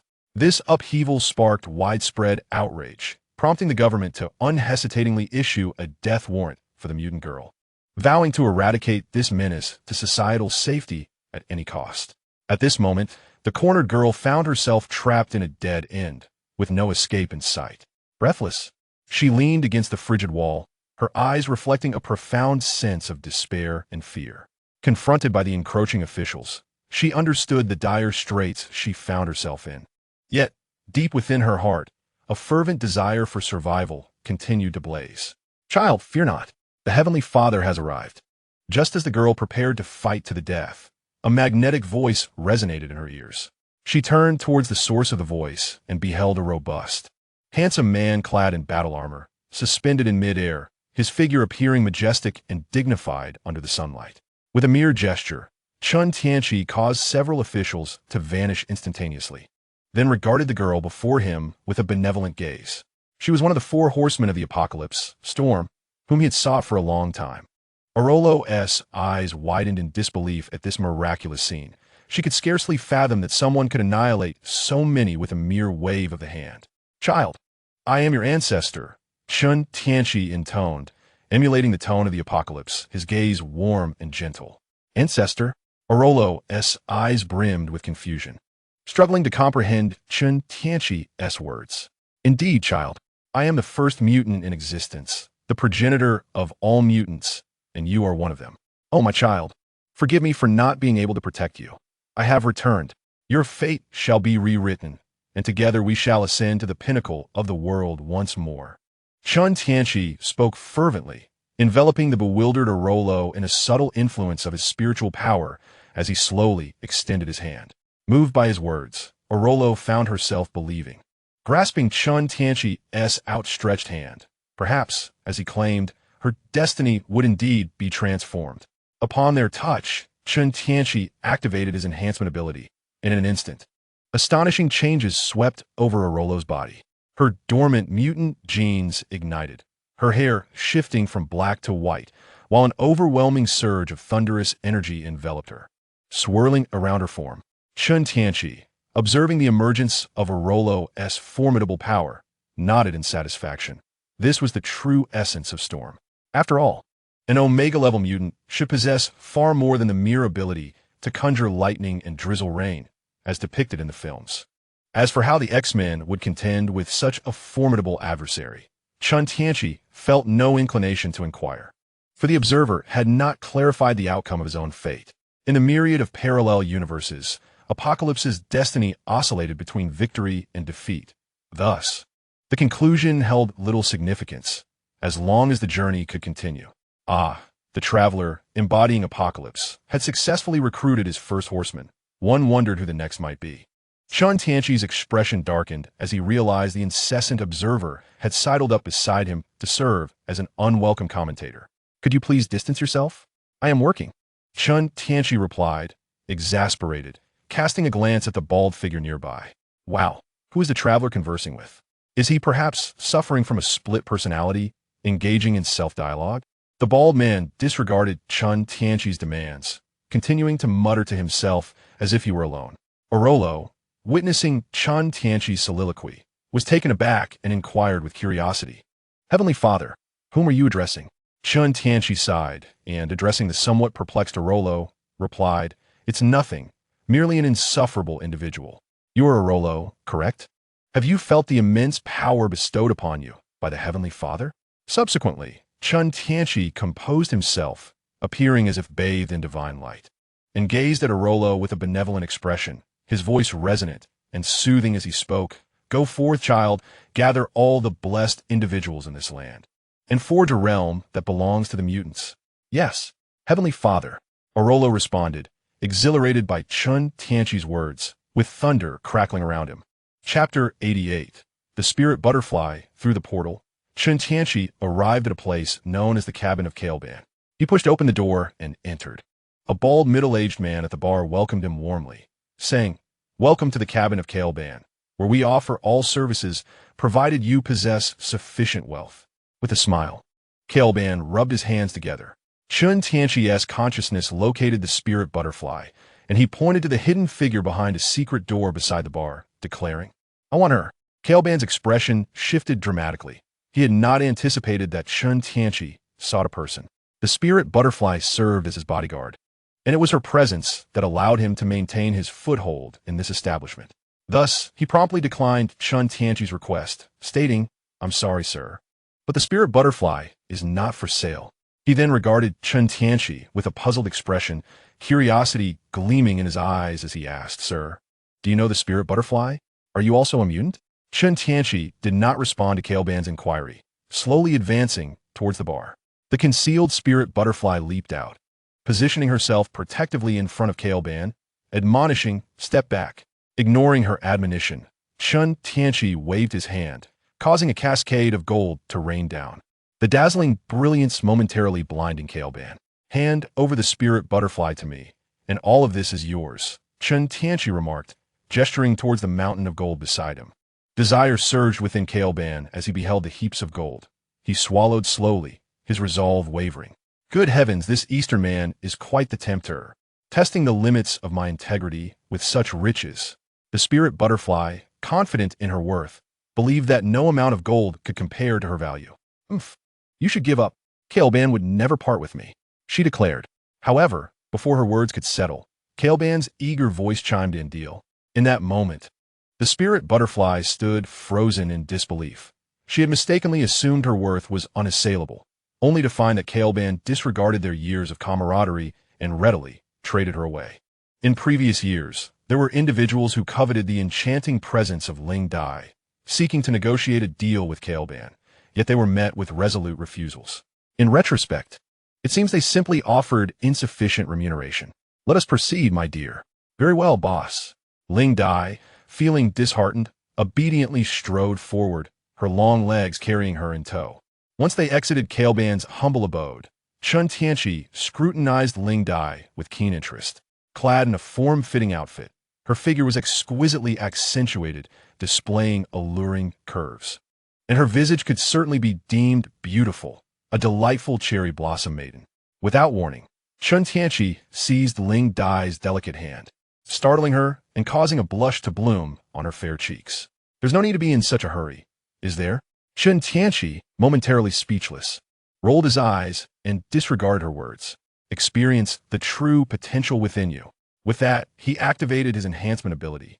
Instantly, Ling Dai felt a surge of power emanating from Chen Tianqi, permeating her entire being. In that fleeting moment, she sensed various shackles within her dissolve, allowing her mental prowess to ascend to unprecedented heights, amplifying her strength 3 to 4-fold compared to her previous self. This exhilarating force was irresistible, coaxing a seductive sound from her lips. In the next instant, her formidable psychic energy coalesced into a purple aura, shimmering in her eyes. A purple energy katana materialized in her right hand, while her left wielded an energy shield, and she donned a semblance of armor, transforming into a battlefield Valkyrie. Boss, what immense power! Ling Dai exclaimed, gazing entranced at the weapons formed from her energy. My child, this is your true strength. Chen Tianqi, embodying a paternal figure, spoke in a soothing, magnetic tone.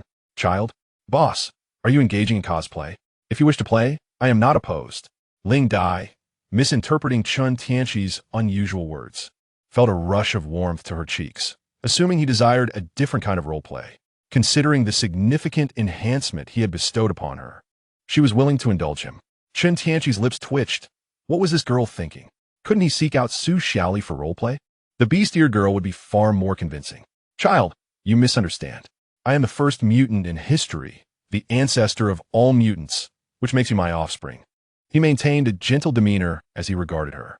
Upon hearing this, Ling Dai began to comprehend, scrutinizing Chen Tianqi with curiosity. An ancestor of mutants appearing so youthful was perplexing, yet she quickly recalled the bizarre abilities of mutants. Perhaps this ancestor possessed a gift for eternal youth. Very well. What should I call you then? Child, call me Father of Heaven. Chen Tianqi tenderly ruffled her hair, embodying the essence of a true father. Ling Dai felt the warmth of Chen Tianqi's large hand, a comforting sensation she hadn't experienced since she became a mutant. Perhaps this father figure was not so bad after all. Her gaze firmed, and she took a deep breath. Father, I assume you summoned me because you wish for me to assist you in some endeavor? Chen Tianqi looked at the clever and perceptive Ling Dai, nodding with satisfaction. Indeed, my child, I aim to usher in an era solely for mutants, a brand new epoch where we mutants reign supreme. His tone grew increasingly fervent as a projection materialized in his hand, showcasing a simulated vision of the future, where individuals could freely wield their superpowers and even become superheroes to protect the populace. Ling Dai gazed at the magnificent scene before her, feeling inspired and resolute. Very well. Father, I'm willing to help you. Oh, truly you are my good child.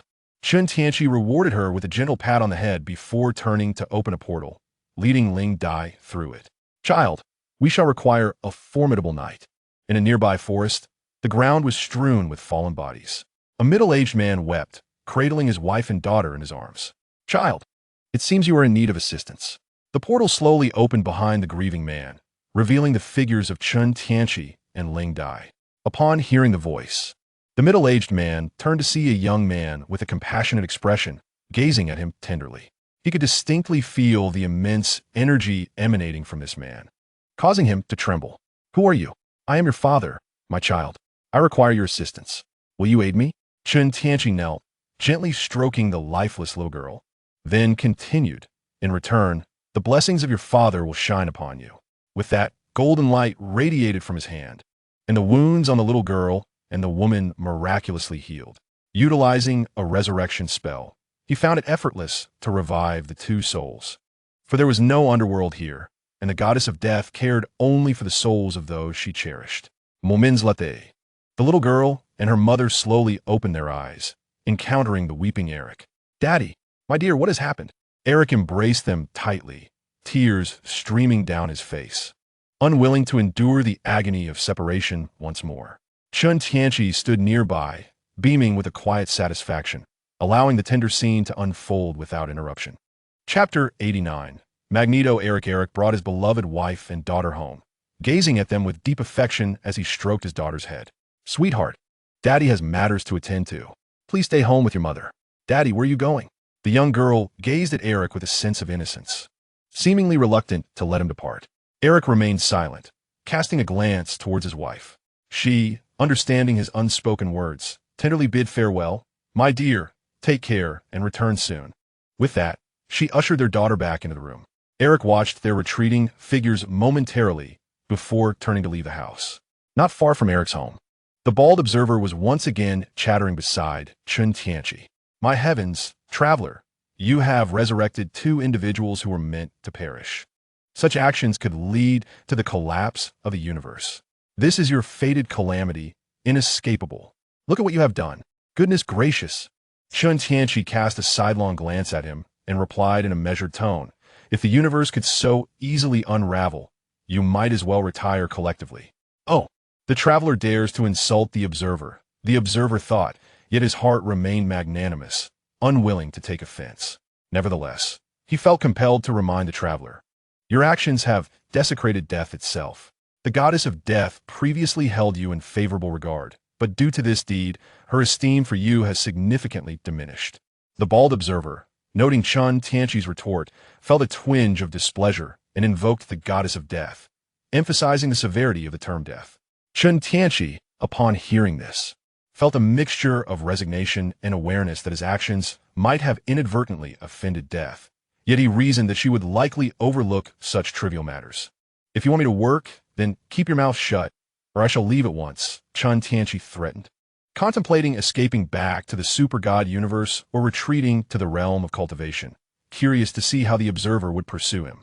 Very well, the observer conceded, allowing some of his irritation to dissipate, and resolved to continue his observation duties. At that moment, Ling Dai, nearby, widened her eyes in astonishment. What was she witnessing? Her celestial father was talking to himself. Was he perhaps experiencing a mental breakdown? A wave of uncertainty washed over her. Should she withdraw now? As Ling Dai wrestled with her thoughts, Eric approached Chen Tianqi. Sir, thank you for saving my family's lives. In return, I am willing to do whatever you ask. Eric deeply bowed to Chen Tianqi, expressing his respect. My child, I only require you to join my team. Look at the world around us, rife with injustice towards mutants.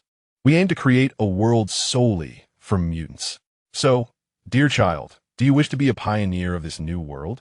Chen Tianqi placed a reassuring hand on Eric's shoulder and extended an earnest invitation. Eric, momentarily lost in thought, envisioned a world exclusively for mutants. How wonderful it would be. He could live openly within society, free from the discrimination that had plagued him and his family. With this resolve solidifying in his mind, Eric's gaze became resolute as he firmly grasped Chen Tianqi's hand. I am willing. My child, you have made a wise decision. Chen Tianqi smiled faintly and activated his enhancement abilities. Eric was indeed a rare talent. In an instant, a powerful surge of energy radiated from both individuals, and suddenly, a tremendous magnetic force emanated from Eric, sweeping outward. He began to levitate slowly as countless metallic objects soared into the sky, swirling together chaotically. Images of various applications of magnetism flooded Eric's mind, implanted there by Chen Tianqi to convey the message that his power was not merely metal manipulation, but rather mastery over magnetic fields. Child, proclaimed the return of Magneto to the world. As Eric reveled in his newfound might and gradually familiarized himself with his abilities, He descended gently to the ground. He then respectfully performed a knightly salute to Chen Tianqi. Father of heaven, from this day forth, I shall be your sharpest spear. Chen Tianqi nodded in satisfaction, embodying the demeanor of a benevolent patriarch. Child, go summon your former subordinates and bring them back to the embrace of the Father of heaven. With that, Chen Tianqi opened a portal, gesturing for Magneto, Eric to enter. Upon hearing the first command from his divine father, Eric was determined to fulfill it. Yes, my father. Ling Tian, witnessing Eric's disappearance, was momentarily taken aback. She had not anticipated that this unassuming middle-aged man possessed greater potential than herself. The earlier pressure had nearly rendered her breathless. Chen Tianqi gazed skyward, pondering the 3 of the 4 horsemen of the apocalypse that had been acquired. Who was the remaining one? At that moment, the bald giant seemed to sense Chen Tianqi's predicament and spoke in that infuriatingly translated tone. 3 of the 4 horsemen have been successfully subdued by the omnipotent traveler. Who is the remaining one? Surely the observer would not divulge that it is a birdman. Chen Tianqi cast a cold glance at the bald giant, finally recalling that the weakest of them all, as depicted in the original story, was indeed that birdman. Chen Tianqi opened another portal and stepped through it with Ling Tian. Inside an abandoned factory, a man with a pair of folded, featherless wings sat on a beam, drinking in solitude. The next moment, a portal opened in the storage room. Ling Tian emerged first, her gaze landing on the featherless birdman above, her expression tinged with confusion. Father, is this the wretched individual you seek? The angel, hearing her voice, flapped his wingless appendages and descended from the beam to stand before Chen Tianqi and Ling Tian. Who are you? Child, I am your father. Ignoring Ling Tian's words, Chen Tianqi feigned benevolence, opening his arms wide. He then reached out with his hand, drawing the angel towards him and firmly grasping him. He activated his enhancement abilities. In the next moment, the angel let out a heart-wrenching scream as his wings were forced out by a new pair sprouting from his back, falling to the ground, while feathers began to grow, radiating a dazzling metallic sheen. After a brief interval, a pair of hairless chicken wings astonishingly transformed into a pair of superalloy wings. Children, feel your power, Chen Tianqi proclaimed. Now you can soar at supersonic speeds, and your indomitable chicken wings shall serve as your finest allies. You will become the swiftest of blades. With a smile reminiscent of a charlatan, he continued to enchant the avian figures before him. Chapter 90, The Battle of Xavier days later. Chen Tianqi stood upon a lofty platform, flanked by 4 knights of the apocalypse, while below them gathered an assembly of mutants. Children, we do not wish to alter this world through bloodshed, nor do we seek to harm this land. Therefore, we require a special mutant who can reshape the thoughts of everyone in this world. Bathed in sunlight, Chen Tianqi subtly invoked a fragment of his spiritual power, allowing his voice to resonate like a devil's whisper, imbued with seduction. The multitude of mutants gazed fervently at Chen Tianqi's imposing figure, having witnessed the myriad miracles he had wrought in recent days. That is none other than Professor X Charles. With a grand gesture, Chen Tianqi commanded the system to unveil a massive portal. He strode confidently into it, accompanied by the Knights of Apocalypse, while the throngs of mutants erupted in cheers and roars, trailing behind him. The interdimensional traveler had at last assembled his 4 knights, and now he would lead them, alongside the gathered mutants, into a life-and-death struggle against the protagonists of this world. We shall continue to observe through my perspective. The bald observer was muttering to himself, seemingly in conversation with an unseen entity. At the Xavier Institute for Gifted Youngsters, the mastery of one's abilities hinges upon the depths of one's heart. Only by confronting oneself, building confidence, and embracing one's powers can we truly harness our strength. At that moment, Charles sat in a wheelchair on the grass outside an ancient castle, his flowing hair catching the sunlight as he imparted wisdom to the students below. Just as Charles intended to further elaborate on his philosophical tenets, a vividly colored portal opened unexpectedly beside him. In the next instant, Chen Tianqi, accompanied by the 4 Knights of Apocalypse, emerged, followed closely by a throng of hundreds of mutants. Eric, Charles' longtime adversary and erstwhile friend, was the first to be noticed as he sat in his wheelchair, letting out a gasp of surprise. However, he quickly became aware of the vast number of mutants behind Eric and grew wary. Charles, long time no see, Eric remarked, his expression inscrutable, laden with complexity. Eric, what is your purpose in bringing so many people? Charles inquired, his countenance stern as he sensed the shift in atmosphere. Child, speak up, Eric urged. Charles turned his gaze toward Chen Tianqi, only to discover a young man addressing him as child, leaving him momentarily speechless. Charles politely pondered this question. However, Chen Tianqi soon assumed an air of mysticism, emanating a golden aura as he cast his spell. In an instant, Charles felt a warm, indescribable comfort enveloping his body. The next moment, he heard Chen Tianqi's benevolent voice, Child, rise. You have received my blessing. Upon hearing this, Charles glanced at his legs and discovered that the previous weakness had vanished. He steadied himself and stood up, slowly taking his first steps. Joy erupted on his face as he exclaimed, Ha! I can walk. I am restored. Charles bounded with elation, resembling a child of 3 or 4 decades in age. Subsequently, he grasped Chen Tianqi's hand, overflowing with gratitude, choosing to overlook the young man's lack of decorum. Child, no need for thanks. You simply need to assist me with a small task. Sir, if it is within my power, I will gladly help you, Charles replied with a beaming face. Utterly oblivious to the impending circumstances.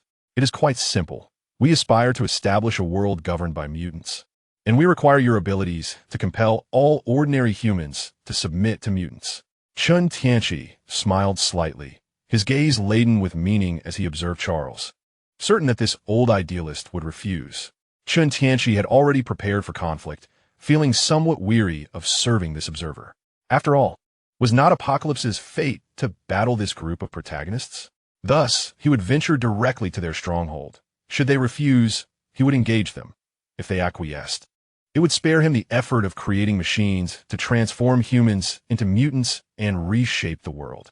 Upon hearing this, Charles immediately grasped their ambitions and retreated a few steps, alertly responding, I am sorry, sir. Although you have healed my legs, I cannot acquiesce to your request. Perhaps we could sit down and discuss this.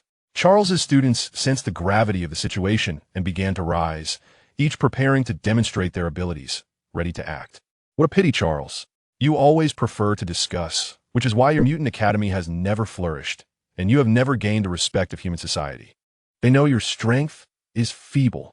Chen Tianqi waved his hand, signaling a formidable legion of mutants behind him to surge toward the group of mutant students. Charles's expression changed dramatically. Just as he prepared to employ his telepathic control to dominate all the mutants present, a metal pipe suddenly lunged toward him. I am sorry, Charles. The father is right. Your ideals are too weak. Eric utilized his power to thwart Charles, floating slowly before him, his gaze icy. Charles, grimacing, braced against Eric's metallic helmet. What was happening? He was a master of control. With this hindrance, his advantages could not be realized, and a single blow could prove fatal. The other X-Men within Xavier's school were alerted by the commotion outside and rushed out to investigate. Upon witnessing the chaotic scene, they were momentarily stunned, yet quickly regained their composure. Chen Tianqi observed the tumultuous situation around him, levitating above, and summoned the Million Ghost Flag. Instantly, a thick plume of black smoke enveloped the small flag, revealing countless grotesque faces that writhed and emerged from the depths. With a flick of his finger, countless vengeful spirits surged forth, eagerly assaulting the enemies. Charles, witnessing the wave of ghostly figures akin to a dark tide advancing towards his students, momentarily disregarded Eric before hastily employing his telepathic abilities to contact Phoenix, Jean. Jean, let us unite our powers to create a mental barrier. Jean, having just dispatched a mutant nearby, nodded in response to Charles' urgent call. In an instant, their psychic energies enveloped every student, fortifying them against the encroaching specters. At that moment, Chen Tianqi also took note of the red-haired Phoenix, a wicked smile crossing his face, marking the beginning of the hunt. He propelled himself forward, creating a sonic wave. Charles, caught off guard and unable to warn Jean in time, was ensnared tightly by Eric's metallic grip. Eric, release me. You are on the path to annihilating this world. Eric leaned closer, his voice cold and measured. Charles, do you know? I tried to live as you suggested, yet it has brought nothing but betrayal from them. The death of my family. Thankfully, the Father came to rescue everything. Thus, Charles, it is not we who are in the wrong, but this world. Only by placing the blame for this world's plight upon us mutants can we hope to alter this reality. Eric's gaze bore into Charles' eyes, and the memory of his wife and daughter being betrayed by those they had once helped ignited uncontrollable fury within him, prompting him to shout through gritted teeth. Chapter 91. Absorbing the Phoenix's power. Eric, we could discuss this later, but for now release me, Charles exclaimed, his expression fraught with urgency. He had not anticipated Eric's drastic transformation, but with Jean now threatened, should the power within her be unleashed, it might indeed spell doom for the world. Eric, irritated by Charles' continued insistence on dialogue, conjured a metallic gag to silence him. At this juncture, Jean received Charles' mental alert. Yet her body failed to respond as Chen Tianqi's grip tightened around her neck. His formidable spirit pierced through her mental defenses, delving deep into the recesses of her psyche. When Chen Tianqi finally overcame the numerous barriers and entered Jean's inner world, the spectacle that unfolded before him left him utterly astonished. A colossal firebird, engulfed in blazing flames, unfurled its wings and lunged at him with a fearsome screech that resonated like thunder. The fiery bird appeared as though it had emerged from the annals of myth, radiating an aura that was both potent and fervent, capable of igniting the very cosmos. Its sharp talons glimmered with a chilling light, while each feather shimmered with a flame-like brilliance, rendering it too dazzling to behold. Undoubtedly, this embodied the unmatched might of the Phoenix, a sovereign of the universe. Confronted by such a terrifying entity, Chen Tianqi felt a surge of reverence, yet simultaneously, an intense greed welled within him. His heart raced as he beheld the Phoenix's power, imbued with formidable strength. Although incomplete, should he fully assimilate it, he could easily transcend the realm of transformation and reach the stages of refining the void, or even merging with the essence itself. Taking a deep breath to steady his tumultuous emotions, Chen Tianqi commenced the operation of the celestial melting furnace to absorb the Phoenix's power. Suddenly, a piercing and shrill cry reverberated through his mind, as though a colossal, radiant bird of flame was soaring through the sky, unleashing an enraged roar directed at Chen Tianqi. The sound was deafening, imbued with boundless resentment and fury, seemingly narrating the anguish and unwillingness of the sacred bird confined within this mental space. Chen Tianqi marveled inwardly at the sheer magnitude and chaotic intensity of the power before him. After careful observation, he discerned that this Phoenix's energy was indeed incomplete, lacking a cohesive consciousness, merely driven by instinct. This revelation filled him with elation. How splendid! This made subduing it significantly easier. Undaunted, Chen Tianqi faced the Phoenix, his eyes shimmering with unwavering determination. He abruptly activated the celestial melting furnace, unleashing his plundering ability. In a shocking turn, the Phoenix was engulfed by terror, waves of panic crashing within it, utterly unprepared for the forceful extraction of its essence. At that moment, its mind was a tumultuous chaos. Thoughts tangled like a mass of threads. Faced with this unforeseen predicament, the Phoenix found itself at a loss, unsure of how to navigate its current plight. Yet, Chen Tianqi held absolute dominion over the situation. He orchestrated the Phoenix's movements with calm precision, as if every element was entirely within his grasp. The Phoenix, rendered powerless to resist, could only submit to Chen Tianqi's whims. This sense of helplessness was acutely humiliating for the Phoenix, yet found itself with no recourse. After a period of futile struggle, it relinquished its thoughts and surged toward Chen Tianqi's being. As this relentless surge of energy flooded into Chen Tianqi's body, an overwhelming sensation of comfort enveloped him, prompting an involuntary groan of pleasure. In the tangible world, an endless torrent of crimson energy erupted from the Phoenix's form, subsequently drawn into Chen Tianqi's very essence.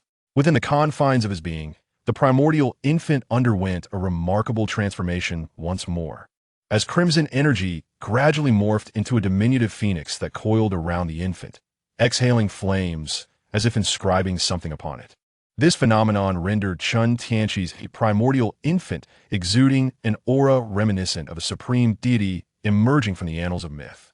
The intertwining powers of the two figures coalesced into a colossal tempest of energy, wreaking havoc upon the surrounding mutants, compelling them to cease their conflict and exert every ounce of strength to withstand the onslaught of this sudden storm. Observing the scene, Eric furrowed his brow and enveloped his true partner, Charles, along with his cohort of mutants, in a protective magnetic shield. Within Chen Tianqi's body, the cells experienced yet another leap in vitality, continually ascending in power as his aura surged. Harnessing the Phoenix's might, he comprehended the laws of the cosmos.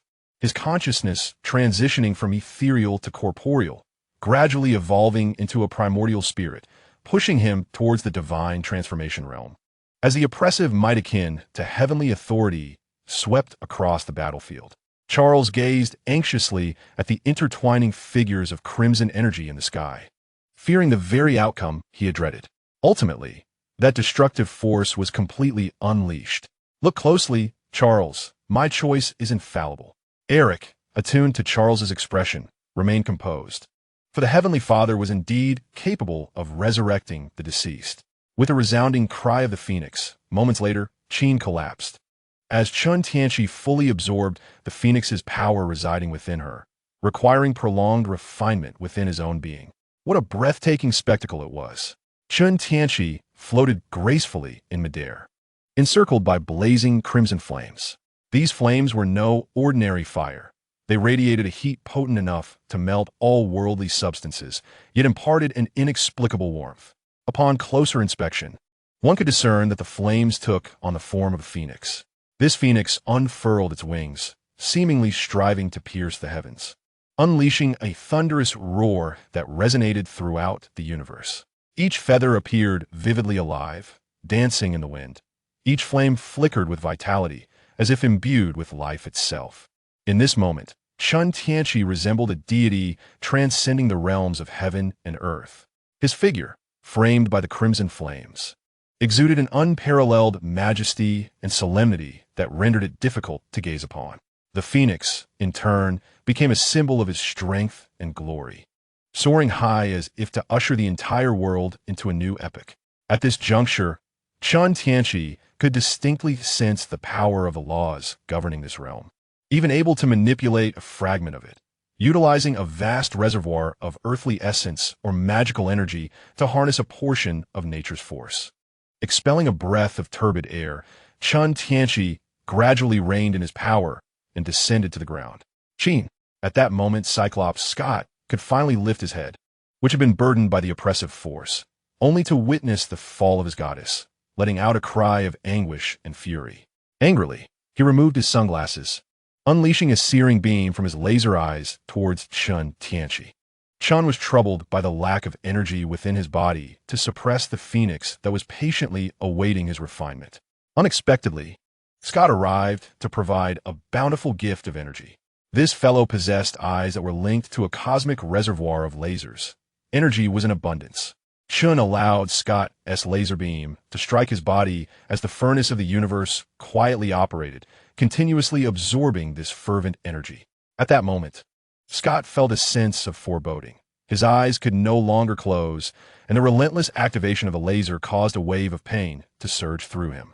His body visibly withered, smoke gradually emanating from his eyeballs. After a brief interval, Scott's eyes were rendered completely useless, and he collapsed to the ground, the laser beam fading into oblivion. Chen, still craving more, gazed at the fallen Scott, begrudgingly satisfied yet shaking his head in disappointment. This lad's frail physique could not withstand the torment. Otherwise, he could have been controlled as a power source. Chapter 92. The conclusion of all mutants hours after Xavier's fierce battle. The elite forces of the X-Men had been entirely subdued. Charles was ensnared by Magneto in a manner akin to a tortoise in its shell, his mouth gagged. Beast Hank lay bound on the ground, having lost an arm to the combined might of Angel and Psylocke. Storm had rendered the remaining X-Men charred and convulsing on the ground, unable to move. Chen gazed indifferently at the captives before him and addressed Charles. Thank your old friend for this opportunity. He requested that you behold a glimpse of the new world before granting you another chance to choose. Ignoring Charles's muffled attempts to speak, Chen turned away, opening a portal to lead his subordinates back to Egypt. The task at hand was to develop the machine from the original narrative, amplifying Eric's abilities to affect every individual across the globe and awaken their latent X genes. At that juncture, mutants would become the majority, and ordinary humans would dwindle into a minority, the balance of power shifting dramatically. As for those without X genes, that decision would rest with the mutants themselves. A week later, Egypt was swiftly under Chen's control. Below, the four horsemen of the apocalypse commenced their operations, crafting the machine as instructed. Meanwhile, Chen had previously released Su Xiaoli for some fresh air. Initially, she was filled with excitement, eager to explore this new world, a realm that promised potential wonders. However, after only a short time with Chen, her enthusiasm waned as she realized that this world was not so different from her own. The entertainment and cultural practices were strikingly similar. In an instant, Su Xiaoli transformed back into a languid state, lounging within the grand Egyptian palace, her outings becoming increasingly sparse. Chen Tianqi, feeling somewhat helpless, was eager to see if he could enhance Su Xiaoli. Ignoring her charming demeanor, he once again pulled her into the Qian Kuan Peak and activated his enhancement ability. Additionally, he instructed the system to enable a shielding function just in case. He distinctly remembered an observant bald figure lurking outside, and Chen Tianqi had no inclination to let anyone witness such private matters. Through the development of his abilities, Su Xiaoli instantaneously sprouted 4 additional tails, her form radiating an astonishing allure that momentarily left Chen Tianqi in a daze. However, he soon faced a backlash from his own formidable soul, resulting in Su Xiaoli becoming entranced by him. Her cheeks flushed with a rosy hue, her eyes glistening with longing. She clung to him like an octopus, her lips and tongue playfully teasing as she nuzzled against him. Seeing Su Xiaoli in such a state, he found it difficult to refuse her warm invitation and reluctantly decided to indulge in the moment. Time passed swiftly, and before long, several months had elapsed. In Egypt, a colossal pyramid suddenly rose from the barren desert, soaring thousands of meters into the sky, far surpassing the size of any pyramid known to the world. This monumental structure ascended in mere seconds, defying the desolate surroundings. At the pinnacle of the pyramid, Chen Tianqi stood with Su Xiaoli and 4 apocalypse knights amidst the clouds, resembling celestial beings as they gazed down at the minuscule scenery below. "Eric, prepare yourself. The birth of a new world depends entirely on you," Chen Tianqi declared. Eric knelt on one knee, gazing reverently at Chen Tianqi's ever-deepening silhouette as time passed. "Father, the machine is ready, and I am at your service." Chen Tianqi smiled faintly. Over the past months, not only was the transformation machine completed, but he had also experienced a meteoric rise in strength. Thanks to the boundless power of the Phoenix, even in its incomplete form, he had ascended rapidly through the tempering of the heavenly furnace, reaching the late stage of divinization. His bloodline had been refined and elevated, and his physical body was now capable of bathing in the sun. In an instant, a radiant beam of light erupted from the pyramid, enveloping the entire planet. Across various prison locations, the X-Men gazed at the light streaming through their windows. Charles observed this spectacle, glancing down at the collar restraining his powers, feeling a profound sense of defeat as he sighed and sank despondently onto his bed. He realized he could no longer impede their progress and hoped that the new world would indeed manifest as Eric had foretold. Within just 1 minute, the radiance gradually faded, scattering across the globe. On different streets, many individuals sensed a transformation within their bodies. Some morphed into animals, others took flight, some became more attractive, while one individual transformed into a whip-like form. "Children, the new world you yearn for has finally arrived. Rejoice!" Chen Tianqi, accompanied by the 4 horsemen of the apocalypse, soared beneath the pyramids, facing the vigilant army of mutants. In an instant, cheers erupted around them. The perpetually stoic Eric finally unveiled a smile, relieved to be able to bask in the sunlight with his family. Amid the rampant chaos unleashed by the interdimensional marauders, the once serene cosmos was irrevocably upended. The entire Earth was engulfed in turmoil, as humanity faced an unforeseen transformation. Everyone had inexplicably become mutants, yet this was merely the beginning. In the face of such profound upheaval, would events truly unfold as anticipated? What capabilities and potential did these mutants possess? How would they adapt to this entirely new world? More crucially, what far-reaching consequences would the actions of these interdimensional travelers have on the universe? Perhaps the emergence of mutants would incite a series of unpredictable conflicts and contradictions. Or, conversely, They might harness their unique powers to forge a fresh future. Regardless, it is certain that this upheaval has irrevocably altered the cosmic landscape, and the repercussions are likely beyond anyone's foresight. In this era teeming with uncertainty and challenges, what path should humanity take? Should they choose to unite and collaboratively confront the crisis, or succumb to endless strife and bloodshed? And what is the true intent of that enigmatic interdimensional traveler? All these mysteries await our unraveling. A bald figure abruptly hovered above Chen Tianqi, murmuring in a mysterious and somber tone.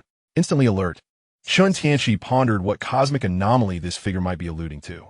Just then, a blue portal suddenly opened in the sky, unleashing a relentless stream of metallic robots.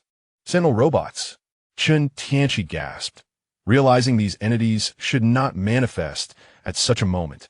Sensing the gravity of the situation, he exchanged a knowing glance with Su Xiaoli, who promptly transformed into a beam of light and dove into Tianqi.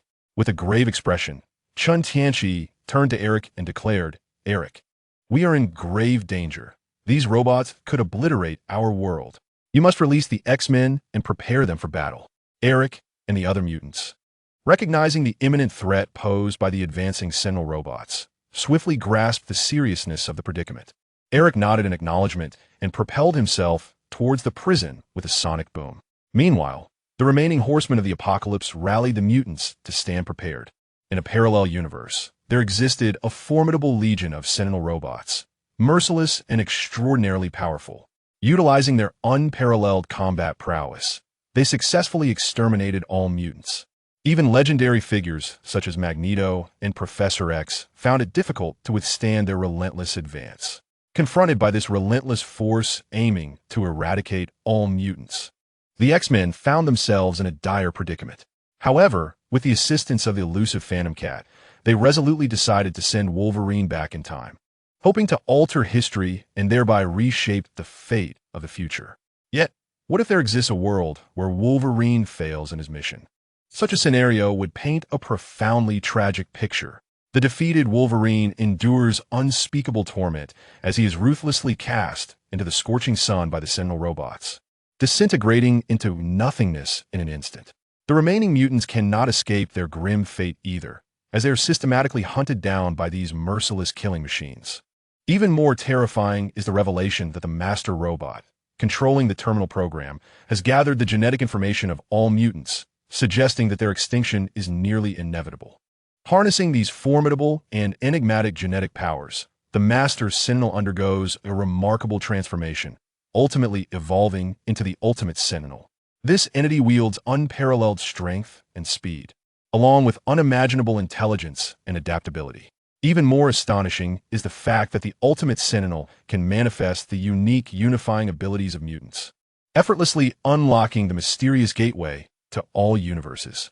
In the vast expanse of the multiverse, the ultimate Sentinel roams like a ferocious beast, mercilessly pursuing every unfortunate mutant that crosses its path. This bloody massacre casts a shadow of terror across the entire universe. Now, this parallel world teeming with mutants has become the next target of the ultimate Sentinel, which regards it with a cold and merciless gaze, as if the very air is tainted with a nauseating stench. In the face of such a terrifying threat, what destiny awaits this world? Will the ultimate Sentinel truly succeed in its quest for annihilation?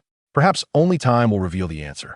Nevertheless, it is imperative for the people to unite and collectively stand against this malevolent force to defend their homeland. In an unusual turn of events, the bald leader took the rare initiative to explain matters to Chen Tianqi, fulfilling the role of a competent observer. Yet upon hearing this, Chen Tianqi could only twitch the corners of his mouth, his face a portrait of incredulity. Fine, you so-called observers have truly caused no trouble, have you? At that moment, Eric arrived in a flurry, leading the X-Men with urgency. He gazed up at the ever-accumulating sentinels in the sky, his expression grave as he declared, "Lord Father, Charles has arrived." "Charles, I trust you are well aware of what these sentinels signify. And now, the sky is filled with these entities." Immediately, Chen Tianqi turned to Charles, his countenance serious, as he continued, "The situation is critical. I need you to telepathically alert all mutants around the globe to prepare for battle." At the mention of the name Sentinel, Charles momentarily froze, for he was all too familiar with such beings. However, the crux of the matter lies in his current capabilities. Without the assistance of an amplification device, establishing a profound connection with individuals across the globe is simply unattainable. Contemplating this, Charles involuntarily displayed a bittersweet smile and reluctantly replied, "I deeply apologize, sir. I am utterly powerless, as my existing abilities fall woefully short of such expectations." Observing this, Chen Tianqi merely cast a cursory glance at him before gesturing with his arm, unleashing his enhanced powers, and then resumed speaking. "Now give it a try." In an instant, a resplendent golden light erupted from Charles, and he suddenly felt an overwhelming surge of mental energy, akin to a tumultuous torrent, pouring forth from within him. Staring in astonishment at the figure of Chen Tianqi before him, he pondered, "Indeed, I now comprehend why Eric experienced such a meteoric rise in power during their previous encounter. The outcome was indeterminate, yet now he completely overwhelms me. It must be due to the acquisition of some mysterious force that has engendered this dramatic transformation." At this critical juncture, with time of the essence, Charles could not afford to dwell on anything else. He took a deep breath and concentrated all his energy to unleash his unparalleled psychic abilities. In an instant, his thoughts surged like lightning, reaching every corner of the globe, indelibly imprinting upon the hearts of all mutants. Dear compatriots, you have undoubtedly sensed a change within yourselves. Indeed, at this very moment, you have become one of us. Alas, our relentless adversaries, who seek to eradicate us, have arrived. In this perilous hour, I implore you to harness your unique abilities and prepare for a desperate struggle. This is not merely a brutal war. It is a pivotal battle concerning our very survival and the fate of our existence. We must not yield lightly, nor can we afford to admit defeat. At that moment, a Sentinel robot of distinct design stealthily emerged from the rift in space-time above. Its imposing figure was adorned with striking and flamboyant colors, and it donned a magnificent cape. The ultimate Sentinel robot stood aloft, surveying the dense throng of mutants below with a look of utter disdain etched upon its cold, electronic visage as it intoned in a chilling voice. "This repugnant odor is utterly nauseating. This world is infested with an overabundance of mutants." However, when its gaze fell upon Chen Tianqi, a stream of data flickered in its eyes. "Yet, you strike me as rather different." It then slowly turned its head, fixing its gaze on Chen Tianqi.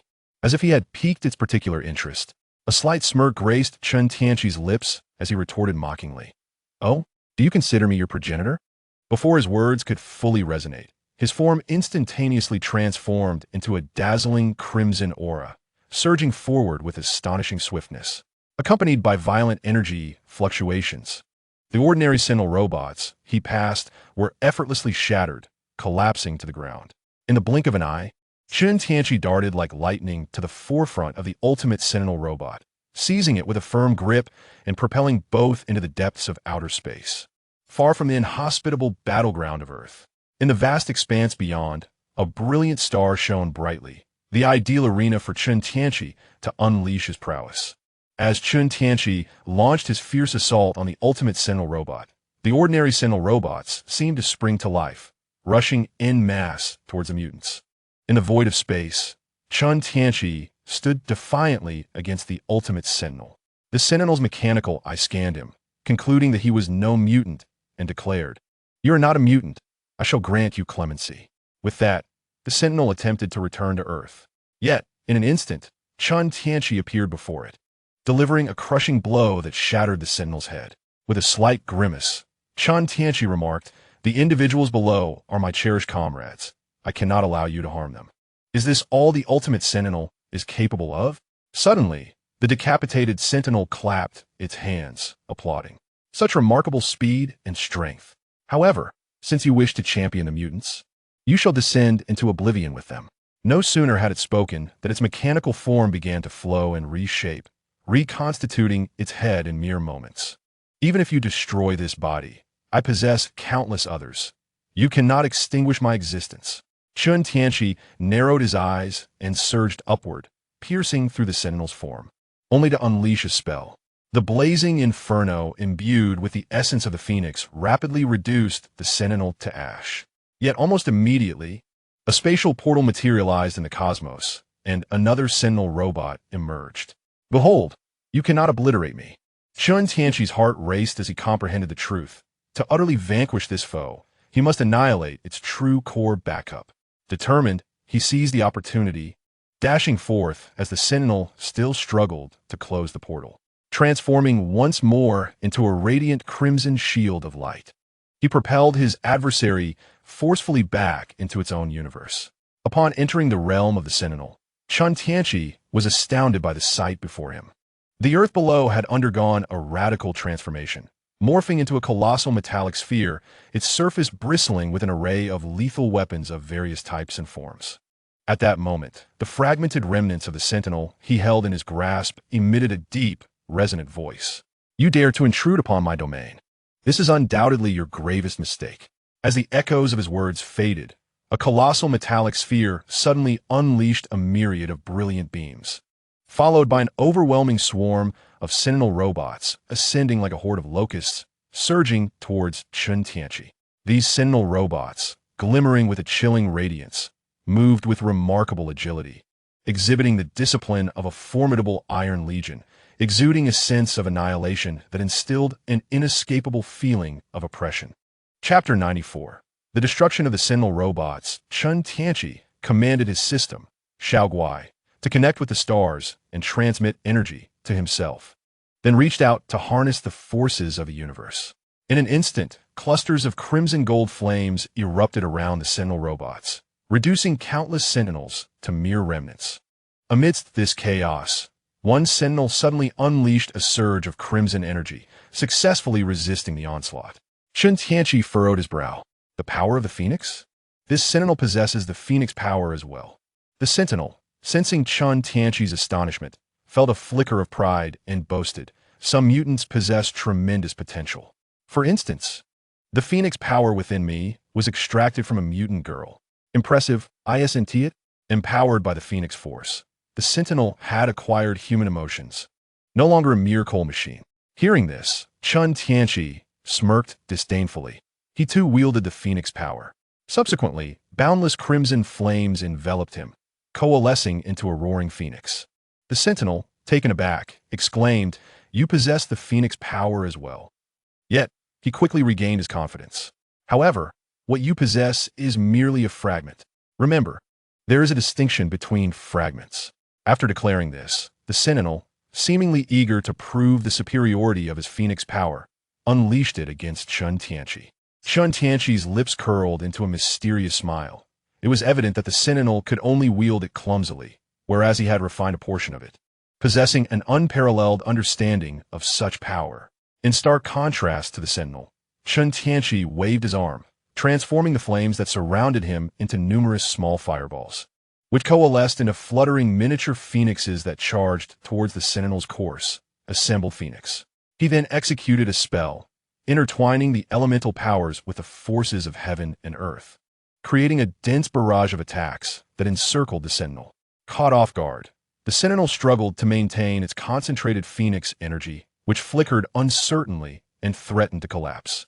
Ultimately, it abandoned its resistance, allowing Chen Tianqi's assault to shatter its form, causing the massive phoenix to dissipate quietly. Then, the enormous metallic sphere emitted a series of sounds, slowly morphing into a sentinel robot the size of a planet in mere seconds. "From now on, I shall no longer treat you lightly." With that, the sentinel expelled a fierce torrent of crimson phoenix energy, presumably its true form. In response, Chen Tianqi activated his stellar state, unleashing all the energy long stored within his cells.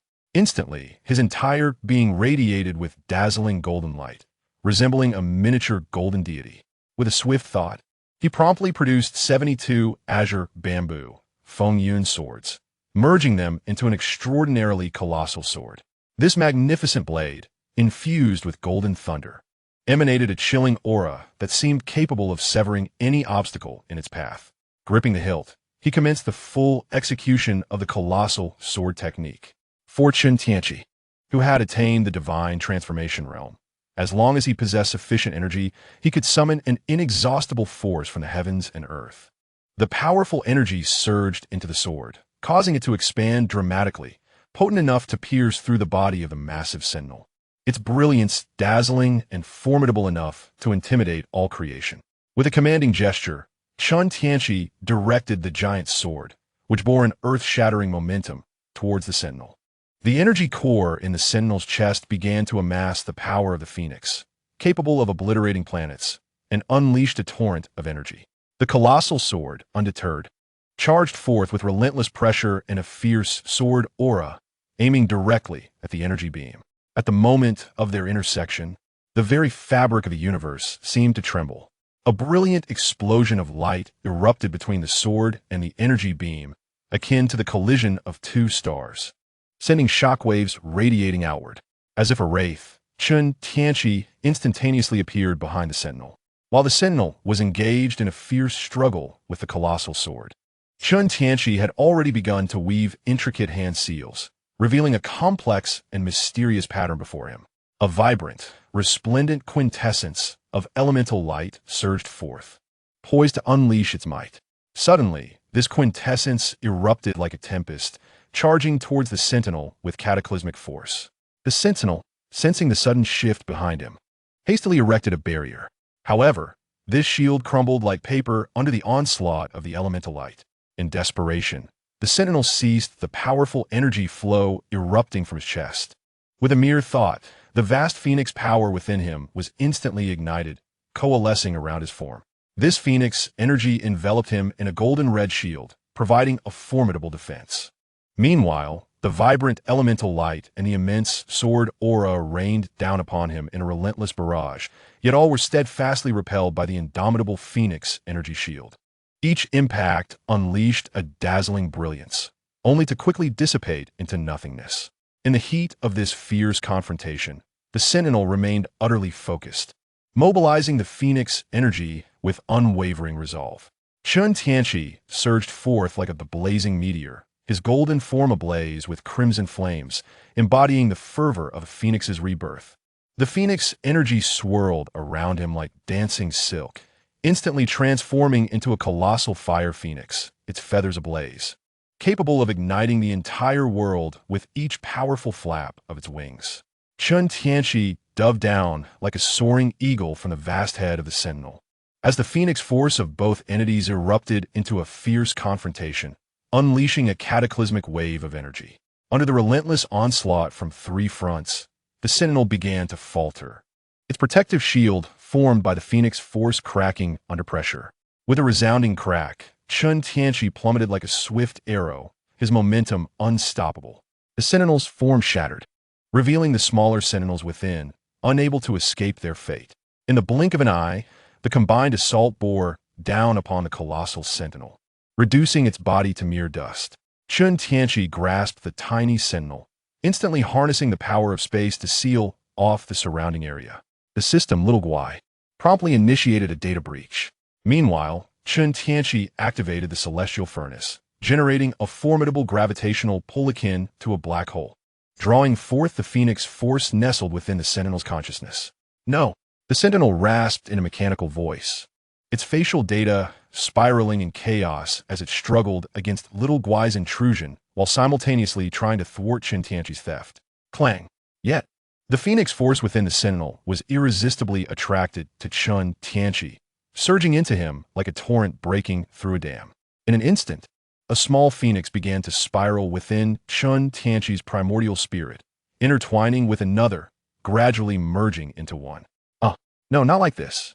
My mission is not yet complete. I cannot perish. The sentinel pleaded desperately, but Chen Tianqi remained unmoved, utilizing the celestial furnace to consume the phoenix force within the sentinel entirely.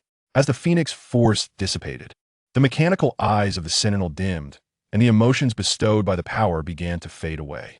Under Chen Tianqi's relentless absorption, the sentinel's body slowly disintegrated like remnants of cotton, its consciousness backup completely erased by the system.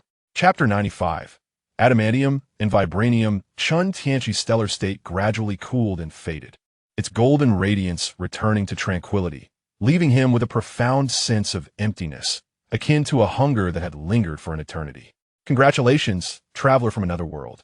You have triumphed, boomed the bald observer, suddenly manifesting in the vast emptiness of the cosmos. Chen Tianqi gazed at the observer, a spark of understanding illuminating his eyes as he contemplated the revelations before him. "You voyeuristic schemers, how cunning you are!" The true architect of all this chaos was none other than the seed sown by Chen Tianqi himself. When he first entered the X-Men parallel universe, killing the Black King and dismantling the concentration camp, it was akin to the flutter of a butterfly's wings, causing ripples throughout that universe. Magneto, Eric, failed to undergo the necessary trials, altering the trajectory of fate. He was rescued by the Alliance and missed the chance to meet Professor X. This chain reaction unfolded like a cascade of falling dominoes, leading Wolverine's past endeavors to end in failure, while the Sentinel robots rampaged like demons, consuming the entire mutant universe and gradually embarking on a journey through the multiverse. The observer witnessed this tragic future, shadowing Chen Tianqi closely, guiding him step by step, compelling this individual, who had sown the seeds of cause, to bear the responsibility of resolving the consequences. "Ah, Mr. Time Traveler, you truly possess a sense of humor. I am but an ordinary observer. How could I possibly interfere with the affairs of the universe?" The bald observer's lips curled in a slight smile, dismissing Chen Tianqi's accusations with a chuckle. "All of this originated from you. Naturally, it is your duty to bring it to an end." Chen Tianqi's expression was devoid of emotion, his gaze piercing and intense, as if attempting to see through the bald figure before him. "Since the matter is concluded, why do you not take your leave?" Chen Tianqi's voice was icy, stripped of all sentiment. "Oh, Mr. Time Traveler, my role is solely to observe. I have no intention of departing." The bald observer maintained a gentlemanly smile, appearing utterly disinclined to leave as he continued to watch Chen Tianqi with keen interest, as though beholding a rare treasure. Chen Tianqi raised a gesture of international friendship, opening a portal to return to the universe where the outcome for the mutants had been realized. At that moment, the death of the Mother Sentinel was akin to the collapse of a great edifice, with numerous Sentinel robots falling like marionettes deprived of their strings, ceasing to function. The portal in the sky slowly closed, resembling a giant eye gradually shutting. Eric, Charles, and the many mutants lay exhausted on the ground, resembling weary warriors after a fierce battle. The conflict with the swarming Sentinel robots had drained them thoroughly. Suddenly, Chen Tianqi's figure appeared before them like a deity descending from the heavens. They disregarded their fatigue and hurriedly paid their respects. "Children, the enemy has been vanquished," Chen Tianqi proclaimed, gesturing as if commanding all existence. Charles observed this scene, hesitating to speak. "Charles, if you have questions, feel free to ask." Chen Tianqi, perceiving Charles's discomfort, did not let his previous opposition cloud his demeanor. "Not for now, father. For those humans who could not evolve into mutants, I hope you will treat them kindly and provide them with a place of refuge." Charles inhaled deeply, his innate compassion shining like a beacon, preventing him from endorsing the slaughter of the discarded humans as the other mutants might. Thus, he resolved to risk his own life, imploring Chen Tianqi to spare these individuals. Chen Tianqi, however, showed little interest in such matters, his gaze already turned toward the horizon, akin to a conqueror surveying his domain. He was poised to unify this world, after which he would have the mutants gather resources and advance technology, setting their sights on the cosmos. "Charles, I promise you, I will leave the handling of these unevolved humans to you." Chen Tianqi's voice resonated through the air like a mighty bell. "Thank you for your grace, father," Charles replied, a tremendous weight lifted from his heart. Thus, he could at least provide these humans with a safe haven. Subsequently, Chen Tianqi cast his hawk-like gaze upon all the mutants, soaring into the sky as he proclaimed loudly, "Then, my children, my warriors, let us unify this world completely." Below, the mutants erupted in a chorus of cheers, responding fervently to Chen Tianqi's call. Months later, before the army of mutants led by Chen Tianqi, humanity across the globe surrendered en masse.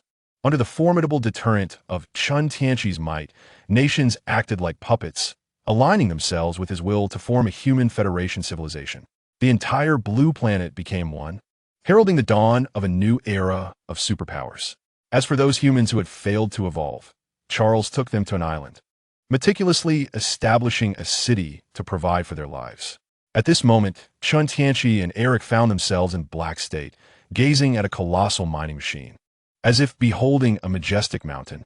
Although this land was not part of the Marvel main universe and lacked the high-tech nation concealed within Black State, tests revealed the ground still harbored an astonishing quantity of vibranium. Chen Tianqi understood the urgency of the moment. Decisively, he ordered his subordinates to commence excavation. Turning to Eric, he inquired, "What is the status of the collection of adamantium?" "Father of Heaven, through the relentless efforts of the warriors, we have successfully gathered the majority of adamantium present in the world," Eric replied, solemnly and respectfully. Name, Chen Tianqi. Gender, male. Age, 656,666. Spiritual roots, gold, wood, water, fire. Earth, bloodline. Kryptonian. Physique, unnamed. Skills, Kryptonian abilities, 5-element spells, artifact master, artifact level, puppet master, formation master, alchemist, soul flame, great law, netherfire, divine ability. 5 elements, divine ability, heaven and earth furnace, veiled concealment technique, great transformation technique, mysterious transformation of infant, great law, cosmic energy absorption method, enhancement, bestowing, seizing, phoenix power, incomplete. Realm, pinnacle of God transformation, lottery chances, 1, transmigration instances, 2, items, Kryptonian technology encyclopedia, formation compendium, mysterious armor shield, artifact level, self-destructing flying swords XN, 72 bamboo bee cloud swords, artifacts, 18 mecha puppets, cave spirit treasure, Qian Kuan Peak, 10,000 ghost banner, 3 divine bone banners, Dan Yangzi's alchemy manual, spiritual stones XN, medicinal pills XN, talismans XN. Excellent. Do not neglect your research on technology. This universe is immensely vast, and I hope you will spread the brilliance of mutants throughout the cosmos. Chen Tianqi nodded slightly, his gaze falling upon his panel, revealing a look of satisfaction. He had absorbed numerous essences, and his physique had undergone subtle changes, evolving into a mysterious and unnamed constitution. Throughout these months, his mutant subordinates had gathered a wealth of rare metallic materials. Chen Tianqi's strength soared like a rocket, reaching the pinnacle of the transformation realm. He even grazed the edge of the void refinement stage, as if he were merely a step away from crossing the threshold. As the name suggests, void refinement involves the fusion of the primordial spirit and magical energy to forge an ethereal manifestation. This apparition not only possesses the ability to transform at will, but can also conjure various spells, greatly enhancing control over the natural energies of the cosmos.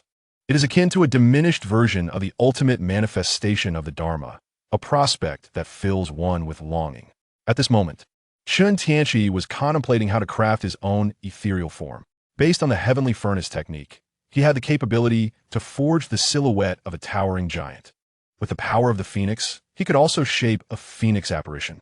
However, as he calculated, the opening of the Void Sky Temple dungeon in the cultivation world was drawing near. A glint of cunning sparkled in his eyes, for he understood that it was time to prepare for what lay ahead. In the mortal realm, Chen Tianqi was virtually invincible, akin to a dragon among sheep. The challenges of the human world were but trivial matters to him. He contemplated plundering the mortal realm extensively before ascending to the spirit world with those around him. After all, the spirit world boasted abundant spiritual energy, making cultivation a smooth endeavor. With this thought, Chen Tianqi flickered and vanished from his location, returning like a phantom to the palace meticulously crafted for him by Eric and others. Having gathered nearly all the necessary materials, it was time to rejuvenate his equipment. Eric, witnessing this, was no longer surprised by the sudden appearances of the Heavenly Father. Time slipped away like a fleeting shadow, and 2.5 months passed in the blink of an eye. Chen Tianqi sat quietly in a room filled with an abundance of adamantine alloy and vibranium materials, remnants from the updates of his magical puppets. The spectacle of these metals turning to fine ash was vivid, resembling a dance of golden dust. This was the process by which Chen Tianqi, utilizing the heavenly furnace, absorbed the essence of these metals to temper his body. Although a single piece of adamantine or vibranium might hold limited value, the sheer quantity at his disposal was sufficient to yield remarkable effects. In an instant, his physique appeared enshrouded in a metallic luster, as solid as rock and unyielding. As time flowed on, the room, once cluttered with items, became eerily vacant. Chen Tianqi exhaled a breath of impure air, gesturing casually, creating a sound akin to an explosion, as if the fabric of space itself could shatter at any moment. The deeper his cultivation grew, the more he could appreciate the wonders of the heavenly furnace. Observing his resplendent body, with its jade-like bones and icy skin, he felt his blood coursing like quicksilver, his muscles as strong as steel, and his vitality akin to that of a mighty dragon. Since I can consume the essence of the world like that esteemed predecessor, let this nameless physique be called the chaotic body, he murmured to himself, bestowing a new name upon his unique constitution. Though there may be an air of exaggeration, he nonetheless harbors the aspiration to one day become a true embodiment of chaos. Subsequently, Chen Tianqi rose and gazed out of the window, leaving a resonant message for Eric and Charles. The scavenging was nearly complete. It was time to depart for the moment. Quietly, he opened a resplendent portal and returned to the super divine universe. No sooner had Chen Tianqi left than the bald observer materialized in his chamber. The observer furrowed his brow, surveying the surroundings with a hint of regret etched upon his face. Alas, he had failed to follow. It appeared that this traveler had already vacated this universe. He then regained his composure, resuming his celestial vigil, observing the myriad forms of existence across the cosmos. In the super divine universe, time flowed inexorably. Chen Tianqi's departure seemed but a fleeting moment, yet 2 years had silently elapsed. During this interval, the heavenly scum, under the prodding of the grim Reaper Carl, had wavered and returned to the universe we are familiar with. Meanwhile, Grandpa Hua seemed drawn by Carl's insidious whispers, hastily equipping a black hole engine to hasten his journey to the blue planet, eager to make his mark. Fortunately, Duke Ao acted in a timely manner. He not only unified the blue planet, but also deftly consolidated all resources to ardently support the heroic legion. Coupled with the 3 elite warriors left by Chen Tianqi and the occasional assistance from angels, they successfully expelled the heavenly scum from the blue planet. Following this, Duke Ao meticulously plotted to embark on his ambition of reviving the new Dino civilization. However, this incited the ire of his daughter, Duke Qiangwei. Growing up in the Land of Flame, she found herself profoundly disappointed by her father's ambitious pursuits, perceiving them as a betrayal of her upbringing. Initially, Duke Qiangwei intended to ally with her comrades from the heroic legion to pressure her father into abandoning his plans for the restoration of the new Dino civilization. To her dismay, she discovered that several high-ranking members of the heroic legion were staunch supporters of Duke Ao. This revelation incited her fury, prompting her to seek refuge with the demons alongside her friends, Qilin and Rumingming. For Morgana, the return of her wife, accompanied by a few friends, was a source of immense joy. She warmly welcomed Duke Qiangwei and her companions, offering them enhancement services. In a secluded corner of Tianhe City, a vibrant portal silently materialized, from which a figure emerged. Chen Tianqi stood firm, casting his gaze around. He extended his consciousness, sensing the desolation and barrenness of Tianhe City. This once thriving metropolis had been abandoned, with most residents relocated to distant areas. He did not linger in contemplation. With a swift motion, he transformed into a streak of light, racing toward the North Star. As far as he knew, Duke Ao was likely there. The North Star, a name that had now become synonymous with the capital of the new Dino civilization, stood as a new epicenter of power. Duke Ao, the agent of this civilization, was currently ensconced in his office, busily attending to various affairs. Suddenly, a golden figure materialized silently in his office, startling Duke Ao to the point of nearly leaping from his chair. As his hand instinctively reached for the alarm button, he recognized the visitor. It was none other than his master, Chen Tianqi. Duke Ao's expression transformed from fear to joy, and he swiftly rose from his seat to kneel on the ground, respectfully bowing. "Master, you have finally returned." His voice was imbued with admiration and elation. During Chen Tianqi's journey to the North Star, he had sensed the dramatic changes that this place had undergone. The rapid advancement of technology had nearly altered everything. Various novel innovations emerged like bamboo shoots after the rain, each one significantly propelling the progress of civilization. The military capabilities had experienced a qualitative leap, especially within the army, where a new generation of super soldiers had emerged. On the periphery of the blue planet, impenetrable defensive lines had been firmly established, forming a robust interstellar barrier. Warships, arrayed in dense formations, stood ready like an iron wall. Each vessel served as a formidable shield against external threats. Chen Tianqi settled into the chair that originally belonged to Ducao, crossing his legs and remarked appreciatively, "Ducao, you have executed the task I entrusted to you quite well. All thanks to your guidance, master." Ducao humbly bowed his head, glancing at Chen Tianqi before continuing with flattery. "I have not forgotten your needs. During the course of civilization's development, I have gathered many rare materials for you. I hope they may prove beneficial." Chapter 97. A glimpse into the void. Chen Tianqi nodded, his gaze shimmering with approval for Ducao. "Have there been any significant disturbances in the universe recently?" His voice was calm, yet carried an undeniable authority. Ducao pondered for a moment, a flicker of tension igniting in his eyes as he hurriedly replied, "Master, indeed there's a pressing matter. The ancient evil god, Huoye, has not only returned to our known universe, but has also descended upon the blue planet, causing chaos. Fortunately, with the aid of your capable subordinates, we have temporarily repelled him." He paused, his voice growing somber. "However, Huoye is still lurking in the Chuuxing system, seemingly plotting an even more ferocious assault." The mention of Huoye's name instantly evoked memories in Chen Tianqi's mind, conjuring the image of that lecherous and scrupulous ancient angel king. "So it is him?" he murmured mockingly. "This two-pronged arrow seeks to rally its forces using the black hole engine, yet ultimately serves merely as a pawn. Truly, he remains incorrigible." A sharp glimmer flickered in Chen Tianqi's eyes as he pondered for a moment, then abruptly rose, his figure vanishing like a specter from the office, leaving behind a haunting proclamation, "Prepare my materials. I shall confront them."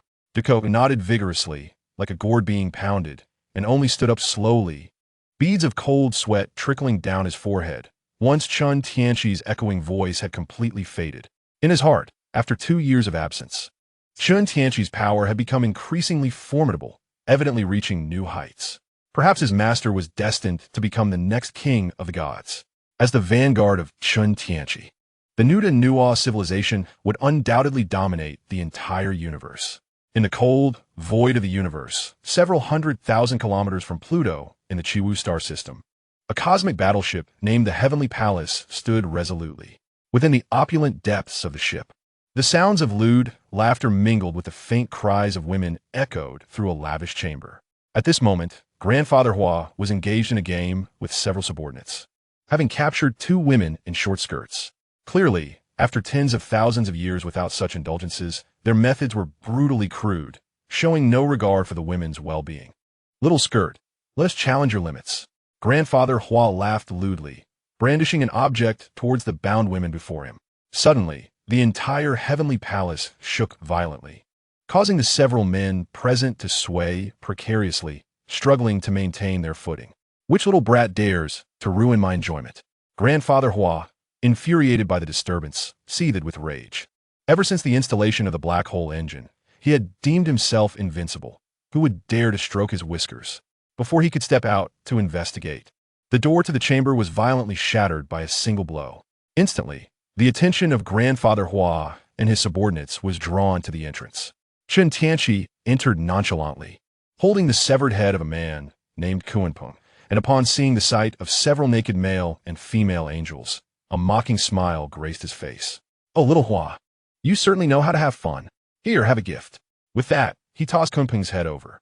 Grandfather Hua instinctively caught it, only to realize it was the head of Kuanpeng, one of his most valued subordinates and male favorites. His expression turned icy, and he pointed a finger accusingly at Chen Tianqi. "How dare you kill my favorite?" He then roared at the stunned subordinates surrounding him. "What are you standing there for? Kill him." The subordinates, taken aback, hastily obeyed, even neglecting to dress, drawing their swords to strike at Chen Tianqi. Chen Tianqi, however, suppressed his smile, and with a mere grip of the air, the subordinates exploded into a mist of blood. In the next instant, he appeared before Grandfather Hua like a specter. Before Hua could react, Chen Tianqi's powerful hand had seized his head. Instantly, all the essence and energy within Hua's being were rapidly absorbed by Chen Tianqi. With a subtle motion of his fingers, Hua's soul was extracted from his body and casually tossed into the million ghost banners as sustenance. Subsequently, an endless crimson flame ignited around Chen Tianqi, transforming him into a phoenix. In an instant, the entire heavenly palace was reduced to ashes, dissipating into the cosmos. Chen Tianqi stood proudly in the vastness of space as ripples surged around him, and a colossal skull suddenly emerged, engulfing Chen Tianqi within its depths. Chen Tianqi's countenance remained serene as he willingly allowed the skull to engulf him, for he was oblivious to any murderous intent or imminent danger. He recognized this as an invitation from the Grim Reaper, Karl. In the Nether River Galaxy, Chen Tianqi's figure appeared unannounced in Karl's academy. Upon noticing Chen's arrival, the Grim Reaper closed his tome and gracefully executed a gentlemanly bow, his tone gentle. "Mr. Chen, I have long admired your esteemed reputation." Chen Tianqi scrutinized the pale-faced figure before him, striding confidently to sit in the chair behind his desk, resting his feet upon it, and gesturing dismissively with his hand, exuding an air of arrogance. "Pale-faced fellow, speak plainly." Karl, unfazed by Chen Tianqi's rudeness, allowed a subtle smile to grace his lips, his eyes gleaming with anticipation as he inquired, "Mr. Chen, may I ask if you hail from the void?" "The void? I fear I must disappoint you. I do not originate from the void," Chen Tianqi replied, raising an eyebrow before adding with genuine intrigue. "However, I can certainly take you there." Before his words had fully settled, Karl appeared beside Chen like a bolt of lightning, his excitement palpable as he eagerly grasped Chen's shoulder, exclaiming, "Really?" Chen Tianqi swiftly smacked away Karl's delicate hand, his fingers lingering suggestively, the implication unmistakable. "Indeed, it is true, but it will cost you extra." Karl, without a hint of hesitation, waved his arm, causing a cascade of rare materials such as dark silver and dark iron to rain down. "Is this enough?" "Quite sufficient," Chen Tianqi replied, his eyes narrowing into a sly grin. Karl was astonishingly wealthy, truly deserving of his title as Morgana's top patron, an undeniable eternal fool. He then rose, stretching languidly before sweeping all the materials into his spatial pocket. While Chen Tianqi himself could not traverse the void cosmos, he could utilize the system for transport. After a thorough analysis, the system had discovered that a portion of the void had already fused with this universe, making passage exceedingly simple. Even if Karl refrained from detonating black holes or studying the void, it would inevitably arrive with the passage of time. "Karl, prepare yourself. I hope you're not easily frightened," Chen Tianqi instructed the system, pinpointing the location of the void universe and activating the portal, casting a contemplative glance at Karl, hoping this pale-faced individual was not merely a dilettante enamored with the concept of dragons. In an instant, a resplendent portal unfurled before them, a continuous stream of purple energy emanating from it, enveloping the surroundings with an aura of mystery and authority.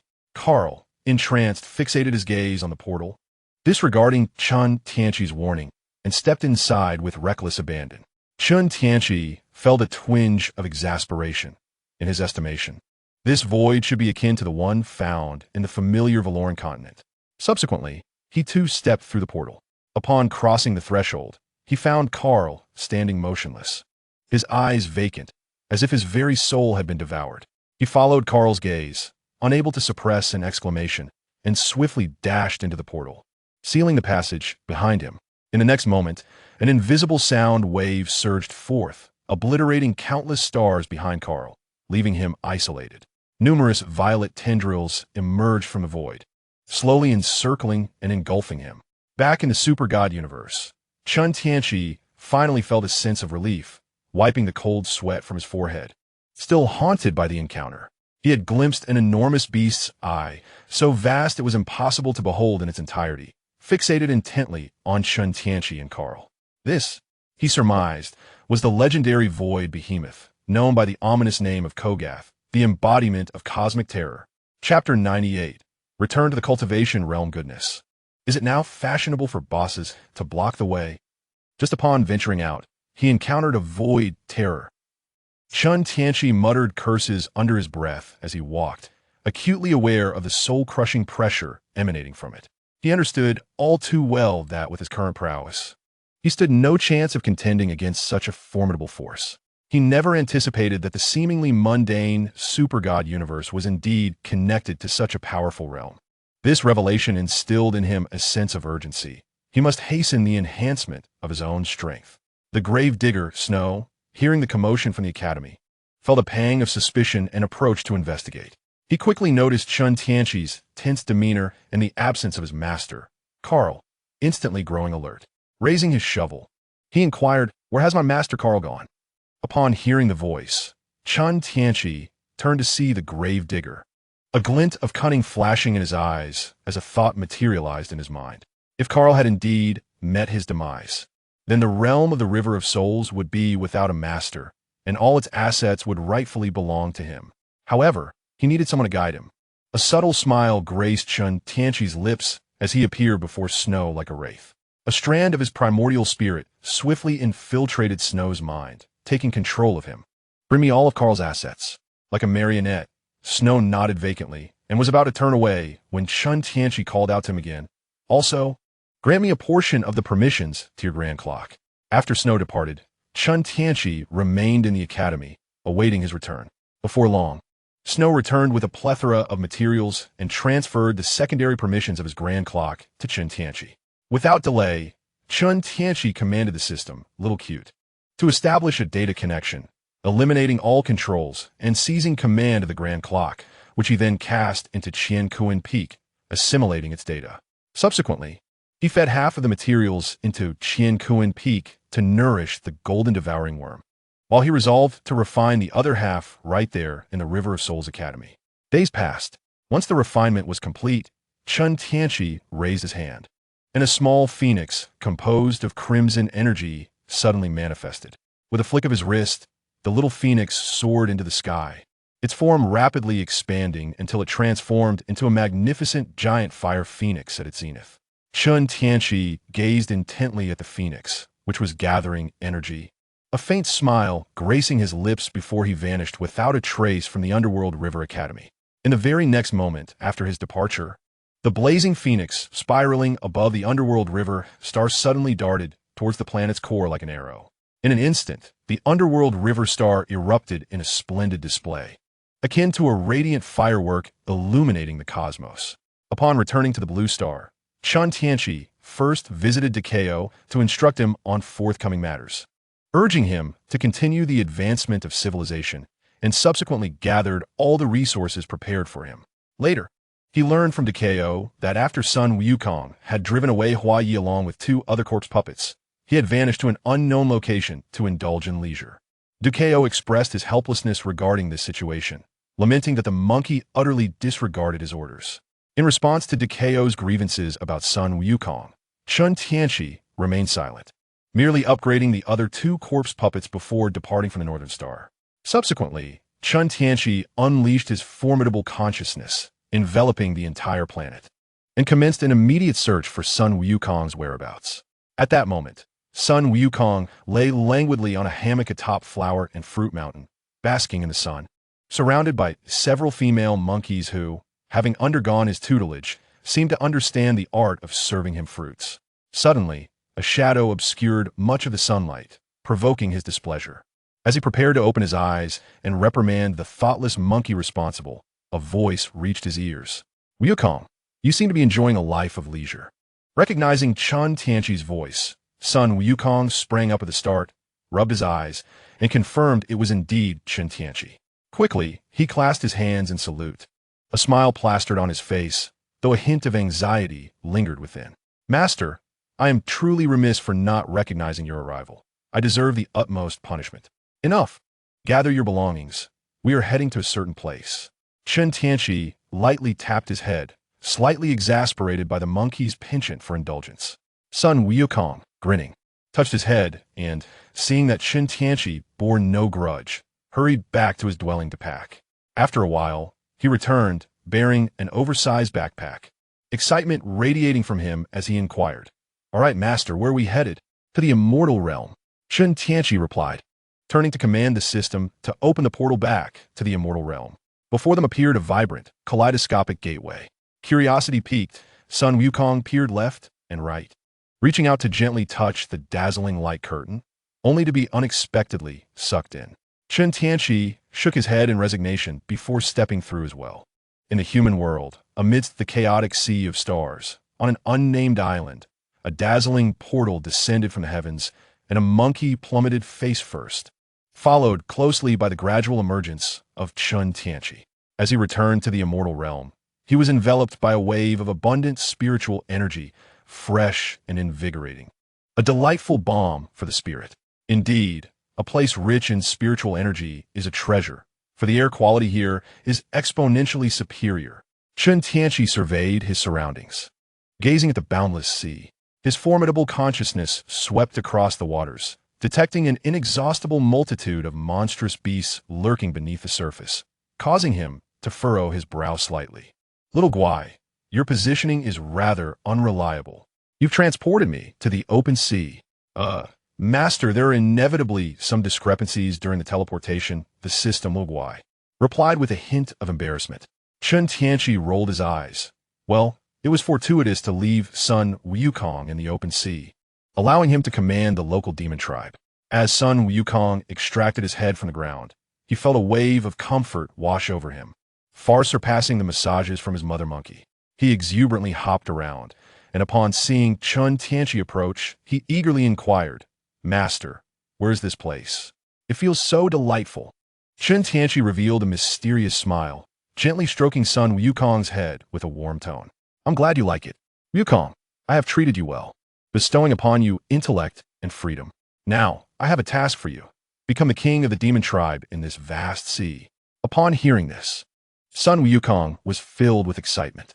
Though born as a corpse puppet, he had unexpectedly awakened his intellect, yet the ferocity and brutality ingrained in his bloodline had not diminished, merely concealed beneath a playful facade. All right, Master, I shall not fail this mission. Sun Wukong relished this task. To become the king of the demon tribe would require carving a bloody path, and he envisioned the prospect of companionship. As this thought coursed through him, the slumbering beast within him awakened, its eyes gleaming with a fierce crimson light, body swelling, and expression becoming grotesque. However, Chen Tianqi swiftly subdued the beast with a single strike, leaving him exasperated at the monkey's exuberance. Is such excitement truly necessary? It appeared that assigning him this task was indeed a wise choice, as his innate warrior instincts still lingered. Chen Tianqi nodded and transformed into a beam of light, departing from the unnamed island, leaving Sun Wukong to navigate the open sea alone. Chapter 99. Gratitude to the Benevolent One's thunderous dual wings after leaving the island. Chen Tianqi soared through the skies above the open sea like an arrow, the pressure of his transformation realm casting a solemn silence over the surrounding waters. On his path, all demon beasts at the core formation stage and above fell victim to his blade, one by one, as he collected their essence. Suddenly, as Chen Tianqi swept past the secluded island, he sensed a familiar yet subtle aura. He immediately slowed his pace, driven by curiosity, and descended upon the island's heights for a closer inspection. Within the island's depths, a young man seated at the center of a cave suddenly opened his eyes. His features strikingly handsome, yet his gaze flickered with unease. Perceiving the powerful consciousness probing from outside, he hurriedly retreated deeper into the cave, employing the secretive techniques of the Gale Beast clan to conceal his presence, swiftly augmenting himself with several prohibitions. A glimmer of terror crossed his eyes as he muttered indignantly under his breath, Transformation Realm. Where did this ancient being come from? This individual is the manifestation of feng shui. While meditating and cultivating, he sensed an overwhelming divine consciousness observing him, which startled him into hiding, fervently hoping that this old monster was not seeking him out. However, contrary to his wishes, as cold sweat dripped from his brow, the figure of Chen Tianqi materialized behind him. Recognizing the familiar silhouette, Chen Tianqi smirked, for indeed, this was the lair of the benevolent feng shui. Young one, why are you so afraid of me? Chen Tianqi's voice resonated throughout the cave with a calm, yet authoritative tone, akin to thunder, causing feng shui to shudder. Although the voice felt somewhat familiar, he did not ponder it further and hastily turned to kneel, bowing his head, unwilling to meet the gaze of the figure before him. Forgive me, esteemed elder, it was my intention not to disturb your venerable self, hence my evasion. Observing feng shui's demeanor, Chen Tianqi couldn't help but feel a twinge of nostalgia. In the realm of cultivation, strength reigned supreme. Previously, feng shui had been quite arrogant, and it was unexpected to see him adopt such a submissive posture before one whose power far surpasses his own. Lift your head and see who stands before you. Chen Tianqi revealed a knowing smile, anticipating the reaction of Feng Shi. Feng Shi, upon hearing this, wore a puzzled expression. Could this elder be someone I know? He slowly raised his head, and upon recognizing the familiar visage before him, the face he had long cherished in his thoughts, he was momentarily stunned. In an instant, realization dawned upon him. He swiftly distanced himself, clenching his fists, veins bulging, and with gritted teeth, he pointed accusingly at Chen Tianqi. So, it is you? That wretched scoundrel! How dare you disguise yourself as a transcendent being to deceive me? In Feng Shi's perspective, only a few decades had passed since he last encountered Chen Tianqi, and it was impossible for Chen Tianqi to have achieved transcendence in such a short time. In his understanding, transcending was the most formidable step out of the nascent soul stage, a feat that no prodigious talent in the cultivation world had accomplished in merely a few decades. Thus, he firmly believed that this individual was merely employing some artifact to simulate the aura of a transcendent being to toy with him. As such thoughts fueled his rage, the fire in Feng Shi's eyes seemed ready to burst forth, his teeth nearly grinding to dust. Chen Tianqi, witnessing this unexpected reaction, found it perplexing that the benevolent Feng Shi considered him an impostor. The fluctuations of transcendent power emanating from him were unmistakable. Just as Chen Tianqi was lost in thought, Feng Shi seized the opportunity to launch a surprise attack, his hand transforming into a claw-like shape, enveloped in a conical azure wind blade, fiercely aiming for Chen Tianqi's face. Feng Shi was taken aback when Chen Tianqi met the attack head-on, without any form of defense. As victory appeared imminent, he envisioned the scene of his hand shattering and his head being torn apart, a smirk creeping onto his lips. Feng Shi's expression twisted in agony as Chen Tianqi's massive hand effortlessly severed his arm. Now do you believe? Chen Tianqi cast Feng Shi's severed hand to the ground. His palms opened as he beheld the fountain of blood gushing from the stump. A pang of regret surged within him. This was the blood of a mid-stage Yuaniing beast, a precious resource for cultivating spiritual herbs and nurturing spirit pets. Such waste was indeed lamentable. Feng Shi's face turned pale with terror as he swiftly pressed on his acupoints to staunch the flow of blood. Moments later, a pair of swift, thunderous wings sprouted from his back, and without a glance back, he transformed into a streak of light and fled. Upon witnessing those wings, a glimmer of intrigue flickered in Chen Tianqi's eyes. Thunder wings?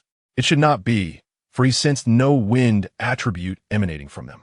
It appeared that the benevolent individual had not yet begun to refine the thunder wings. Perhaps he could assist in that endeavor himself. With a smile gracing his face, Chen Tianqi leisurely pursued the direction in which Feng Shi had escaped. In the outer sea region, a streak of azure light darted past. Feng Shi's heart raced wildly, cold sweat beading on his brow, his expression one of sheer horror. How could this be? How could this lad truly be a transformation god? At that moment, Feng Shi was utterly perplexed by how Chen Tianqi had ascended from the core formation stage to the transformation stage in merely a few decades. Had he known of Chen Tianqi's formidable prowess, becoming his mount would not have been out of the question. Suddenly, a flash of insight struck Feng Shi, leading him to a chilling possibility. Could it be that he had been possessed by some ancient monster? The more he pondered, the more plausible this scenario seemed, as it could explain Chen Tianqi's current level of cultivation. However, now was not the time for contemplation. He had drawn the ire of a transformation god, and his immediate priority was to escape with his life. Resolute, Feng Shi formed a hand seal and spat out several mouthfuls of essence blood. His complexion paling as crimson flames ignited around him, propelling his speed to a new pinnacle. As he bolted forward, a figure materialized ahead, causing him to freeze in terror and swiftly alter his course. Yet, Chen Tianqi would not allow him to escape so easily. With a swift motion, he conjured a massive golden hand from the void, reaching out to seize Feng Shi. Feng Shi burned his essence blood frantically, but the colossal hand relentlessly pursued him, and before long, he was ensnared within its grasp. Bound by the giant hand, he was brought before Chen Tianqi, and as he gazed at the figure before him, all traces of anger dissipated, replaced solely by fear and reluctance. "Senior, spare me. I bear no ill will towards you. My grievance lies with the one who possessed you." I did not intend to target you. He pleaded, in atonement. I am willing to become your mount. Upon hearing this, Chen Tianqi rolled his eyes in disbelief. Do I appear to be the one who has been possessed? Your lack of perception is astounding. With a swift reprimand, he exclaimed, I am the very person. At that revelation, Feng-Shi was left dumbfounded. It was indeed him, contemplating the animosity he had fostered with Chen Tianqi. A bitter smile crept across his face as the hope of survival faded entirely. Upon encountering the dim-eyed and despondent Feng-Shi, Chen Tianqi instantly lost interest. He preferred the rebellious and noble character of the past. Observing the pair of wings on Feng-Shi's back, he deftly summoned the Thunder Wing, which flew into his palm. After a brief inspection, he noted that Feng-Shi had yet to commence the refining process. The wings were rather primitive, freshly harvested from another. With a smile, Chen Tianqi turned to the lifeless Feng-Shi and softly remarked, Brother Feng, I presume you do not wish to meet your demise just yet? At these words, a glimmer of hope ignited in Feng-Shi's eyes. Senior, I acknowledge my previous lack of discernment. Please forgive my ignorance. I am willing to do whatever is required. His demeanor was exceedingly humble, desperation evident in his gaze, with blood even seeping from the severed limb where he had been agitated. Excellent. I require several Yuan Ing period demon beasts as materials. Please recommend a few fortunate candidates. Chen Tianqi nodded with satisfaction at Feng-Shi's response. However, upon hearing this request, Feng-Shi's expression faltered. Was he being coerced into becoming a traitor? Yet, to reject the offer would surely lead to death. Chen Tianqi, observing the tumultuous changes in Feng-Shi's demeanor, remained unperturbed.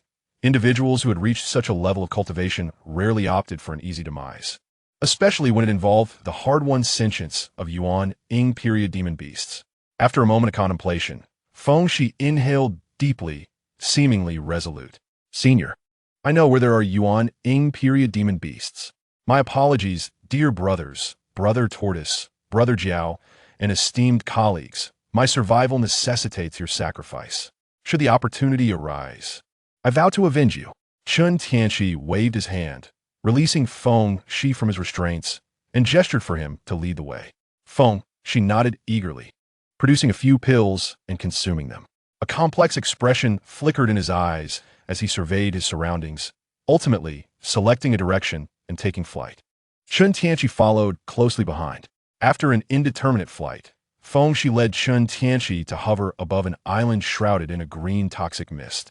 Pointing below, he reverently declared, Senior, this is the lair of the poisoned Jiao King. Chen Tianqi cast a glance at Feng-Shi, hoping this noble soul would refrain from any underhanded actions, and calmly instructed, go call him out. Feng-Shi nodded in compliance, clasping his hands in respect. Taking a deep breath, he infused his voice with magical resonance. Echoing across the island, Brother Jiao, it is Feng-Shi. Come forth. We have urgent matters to discuss. After a moment's wait, the island remained silent, prompting beads of cold sweat to form on Feng-Shi's brow. Under the weight of Chen Tianqi's scrutinizing gaze, he quickly implored, Senior, I shall descend to investigate. Perhaps the poisoned Jiao is indisposed.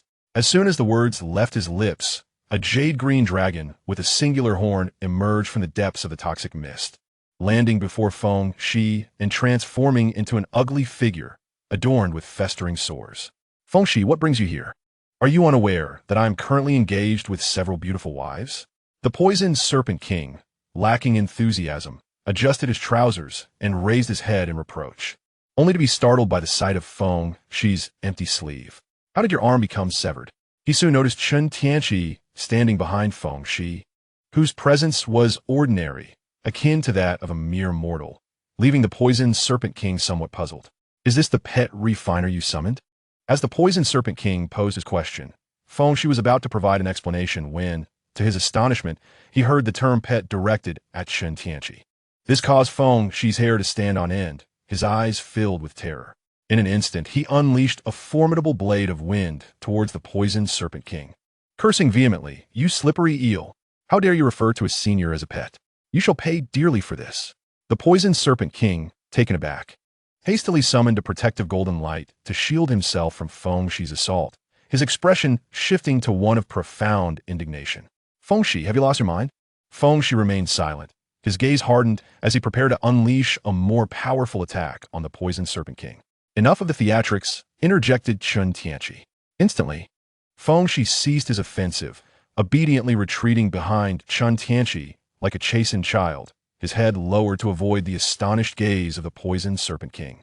Chen Tianqi, observing the grotesque figure before him, pointed a finger, and a beam of golden divine light pierced through the head of the poisoned Serpent King, whose body promptly transformed back into a jade-green dragon, plummeting from the sky. In the next moment, the poisoned Serpent King's nascent soul erupted from his body. Fear etched upon his countenance as he swiftly transformed into a streak of light, fleeing without a glance back. With a flick of his finger, Chen Tianqi caused the fledgling nascent soul of the poisoned Serpent King, having traveled several miles, to explode, a fragment of its essence drawn to him, utterly extinguished. Subsequently, Chen Tianqi soared towards the lair of the poisoned Serpent King, eager to plunder his spoils. Witnessing this, Feng Shi dared not flee, his eyes reflecting a hint of relief as he gazed upon the dissipated essence of the poisoned Serpent King. Truly a divine being, a nascent soul-level beast could not withstand a single strike. Thank goodness for my cunning. I did not engage in a desperate struggle. He sighed, remaining still, too fearful to move. After a brief interval, Chen Tianqi emerged from the island, his expression brimming with joy, having gathered a commendable bounty. Not to mention the large quantities of spirit stones and spirit herbs. He also secured the body of the poisoned Serpent King, along with its demon core and essence, as guarantees, ensuring that this venture would not be deemed a loss. What thrilled Chen Tianqi the most was the discovery of a dragon egg within the lair of the poisoned Serpent King. Its bloodline was remarkably pure, likely infused with a trace of true dragon lineage. Should it indeed possess true dragon blood, Chen Tianqi would ensure it received the utmost care. Setting aside the matter of strength, if it were to transform into a true dragon, how splendid it would be to have such a majestic creature as a mount. Onward, to the next. Chen Tianqi approached Feng Shi with a sense of delight, gesturing for him to continue leading the way, increasingly eager to discover the quality of the next treasure chest. Thus, several days passed.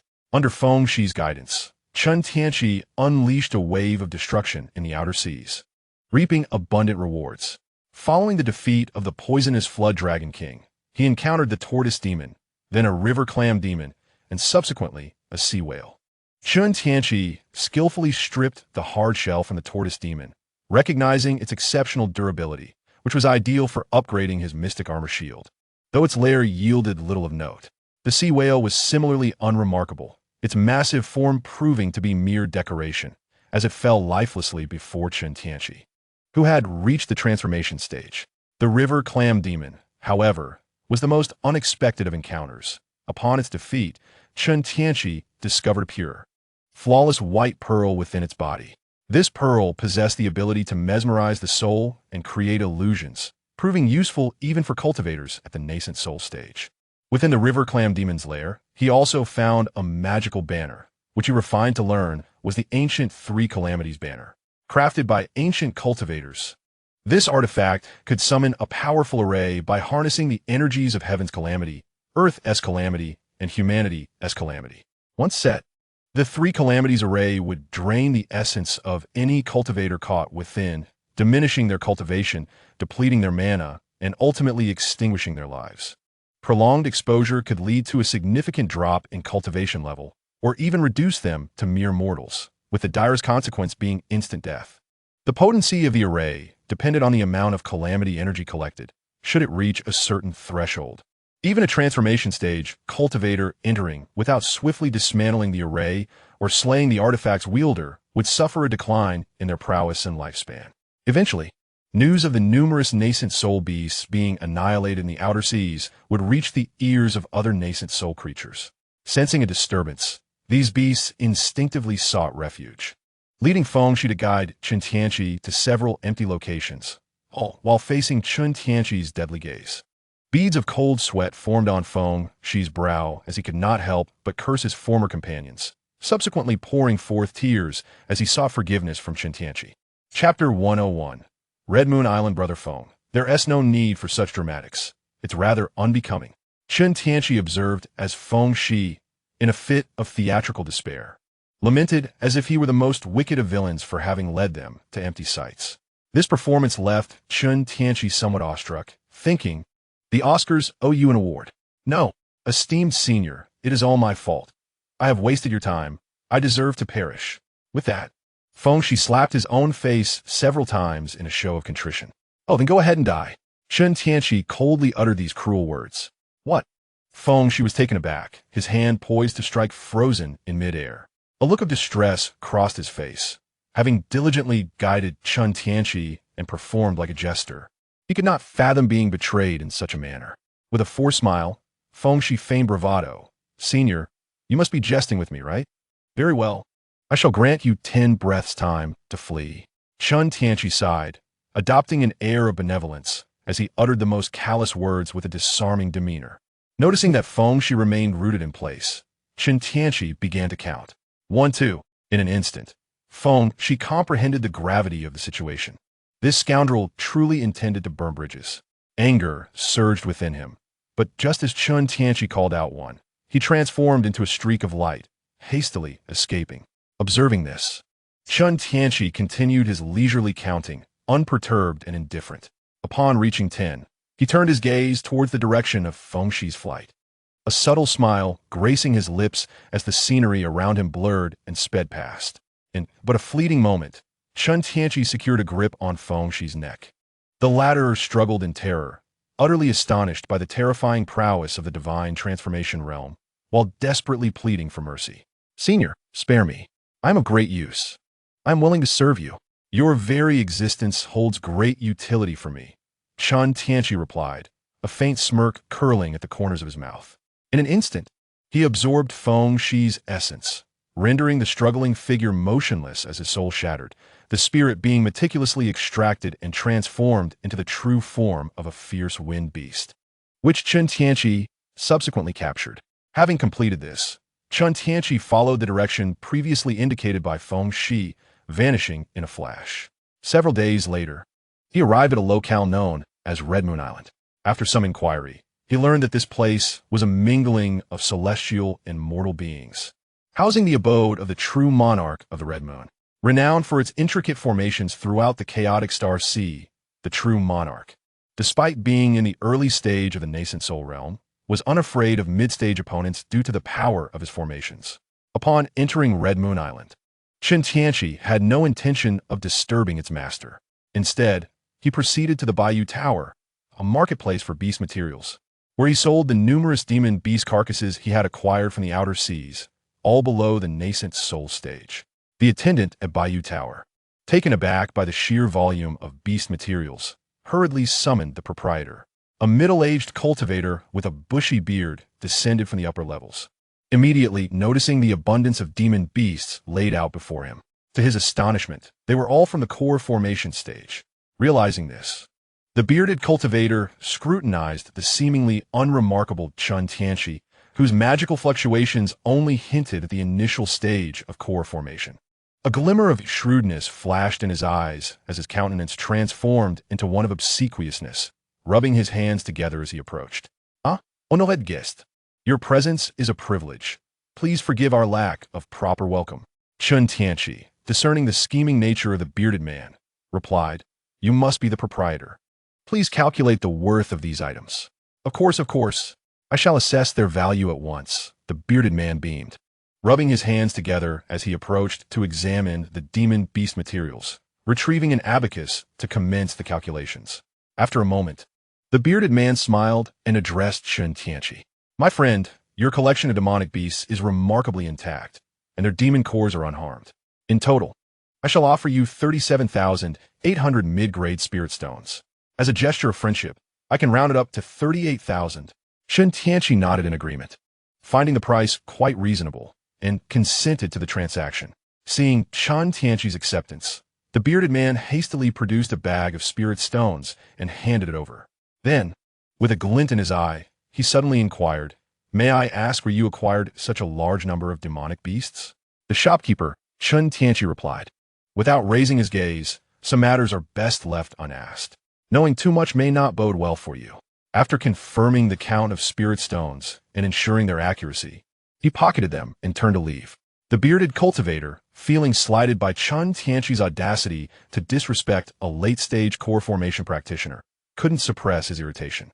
With a flick of his sleeve, he huffed, "Humph, you will pay for this insolence. I shall ensure you reveal everything."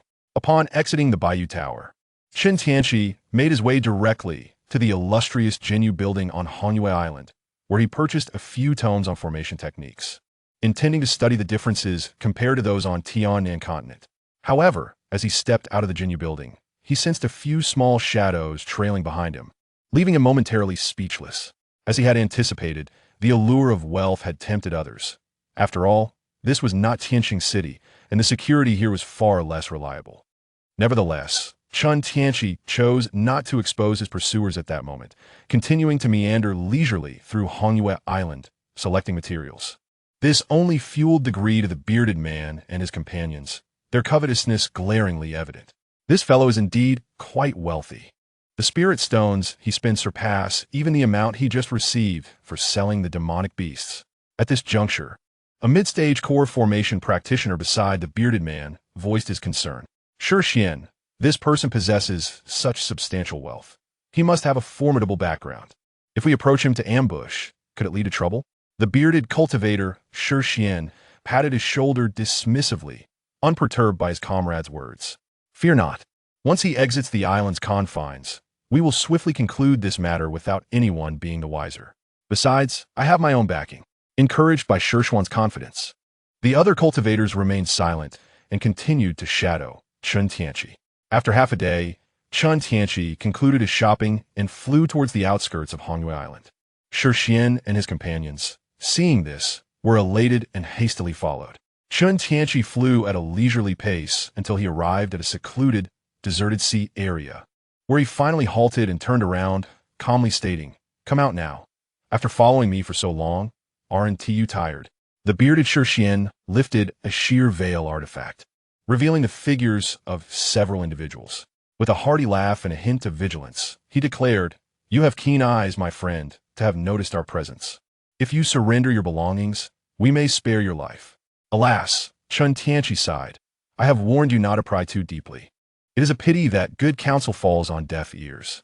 Chen Tianqi responded to the inquiry in a manner that seemed to express pity for Shi Xian, who had devoted hundreds of years to cultivation and had finally reached the late stage of the Golden Core, only to face imminent doom.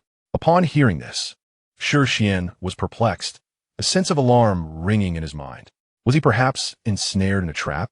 He conjured an array disk, summoning several array flags that flew outward, encircling both Chen Tianqi and his companions. Witnessing this scene, Chen Tianqi nearly burst into laughter. It was his first encounter with such a foolish individual who willingly walked into a trap. Chapter 102.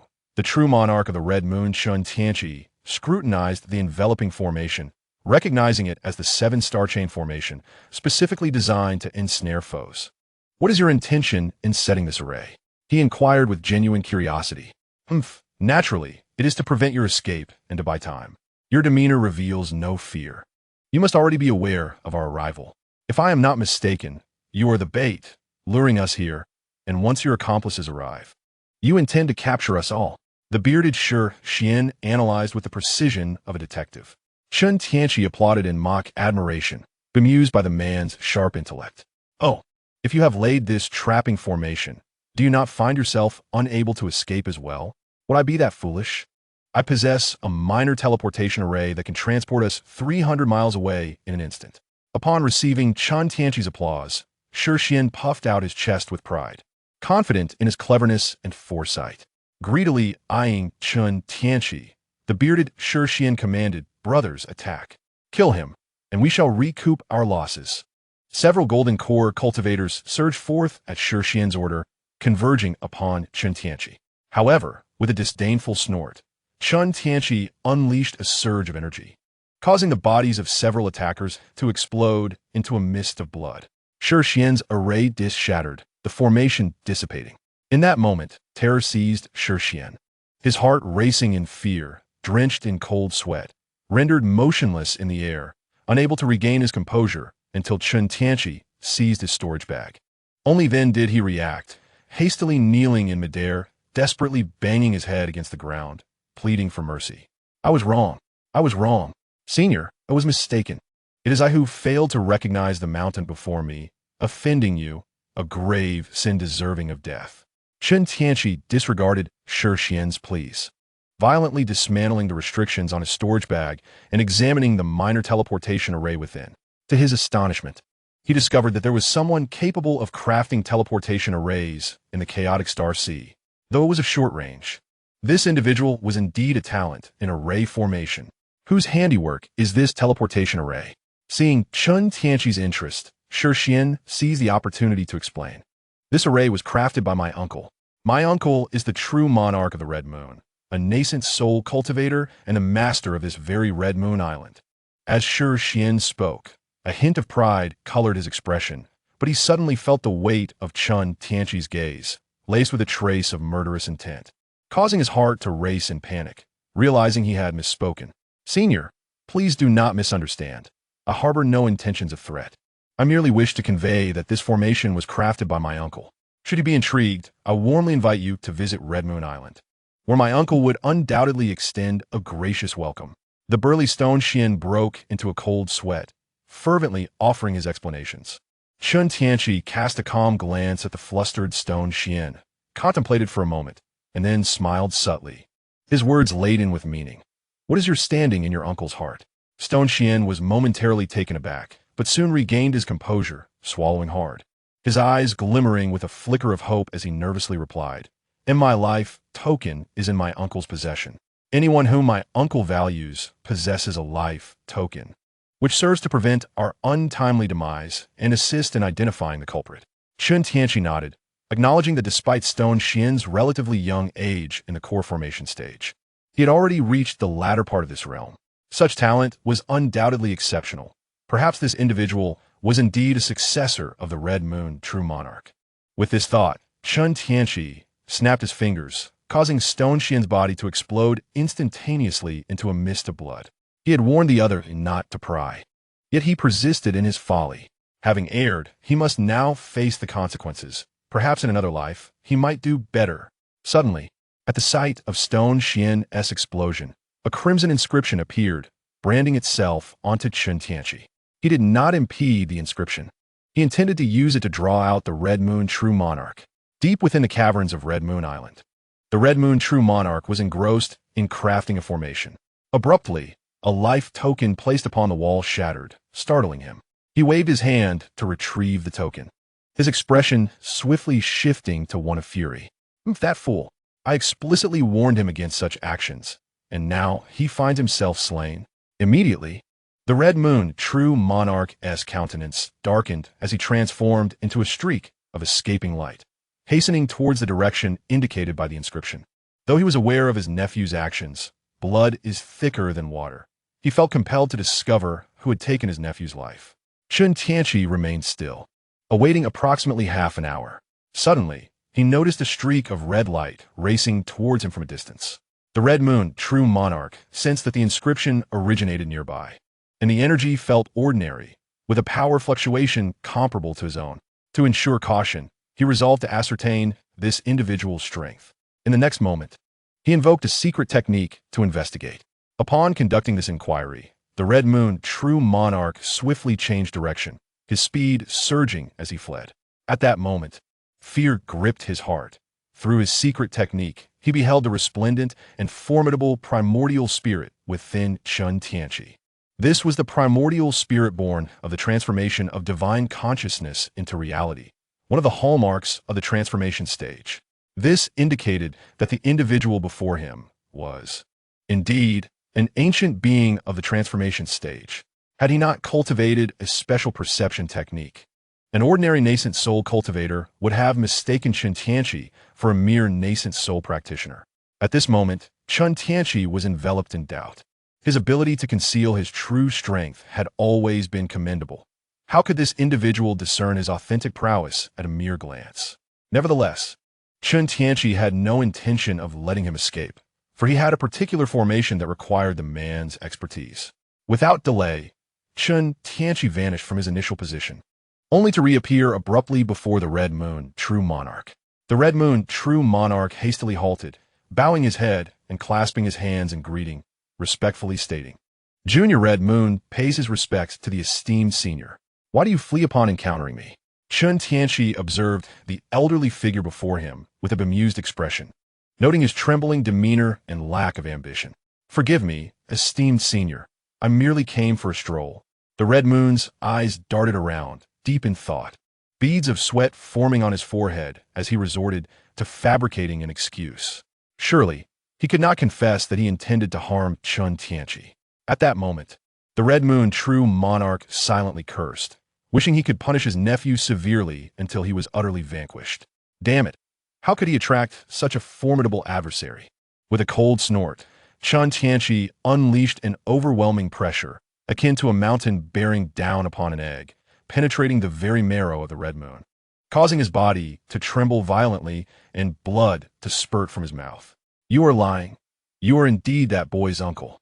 I detest deceivers above all else. With that, Chen Tianqi raised his hand, as if intending to strike him down.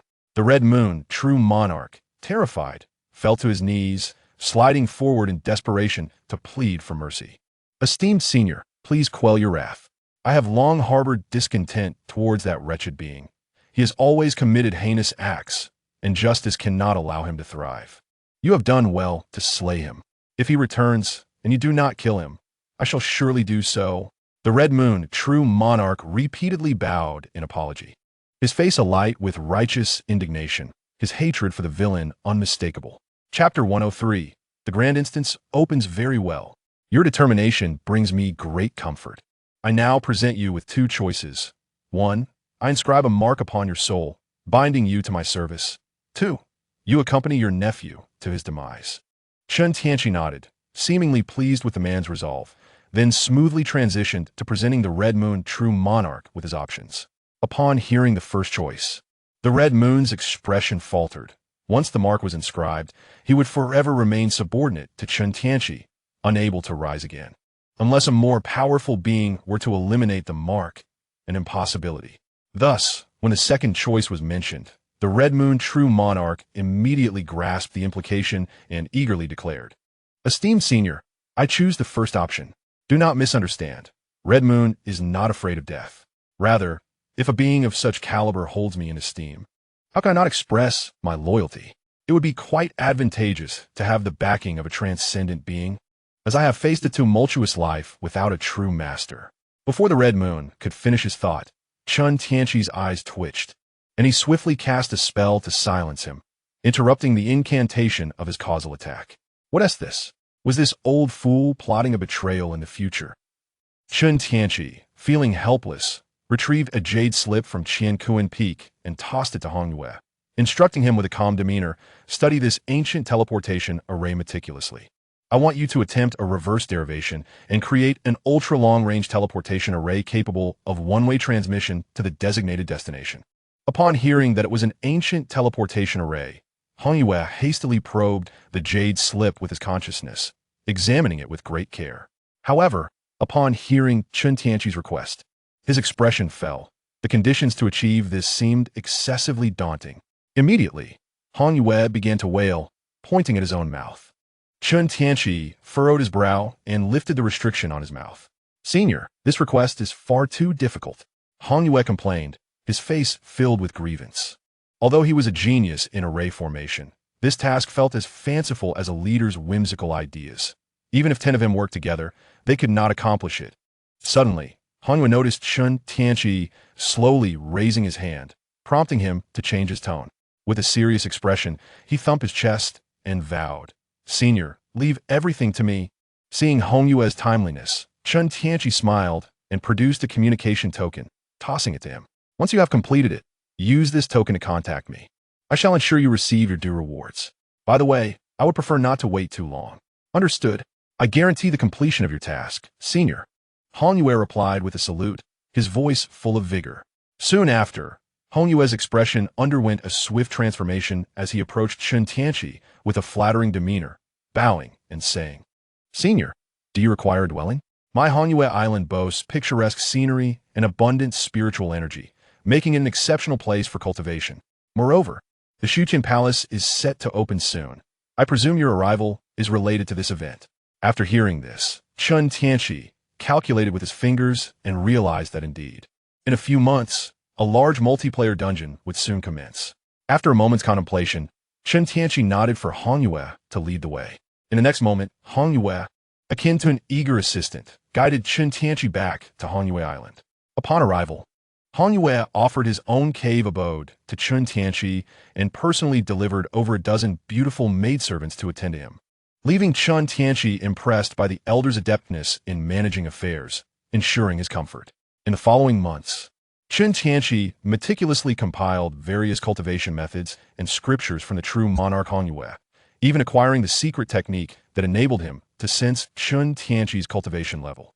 He then instructed the system, Xiao Guai, to begin deducing and upgrading the cultivation techniques, merging all but the heavenly furnace techniques into one, extracting the essence and discarding the dross.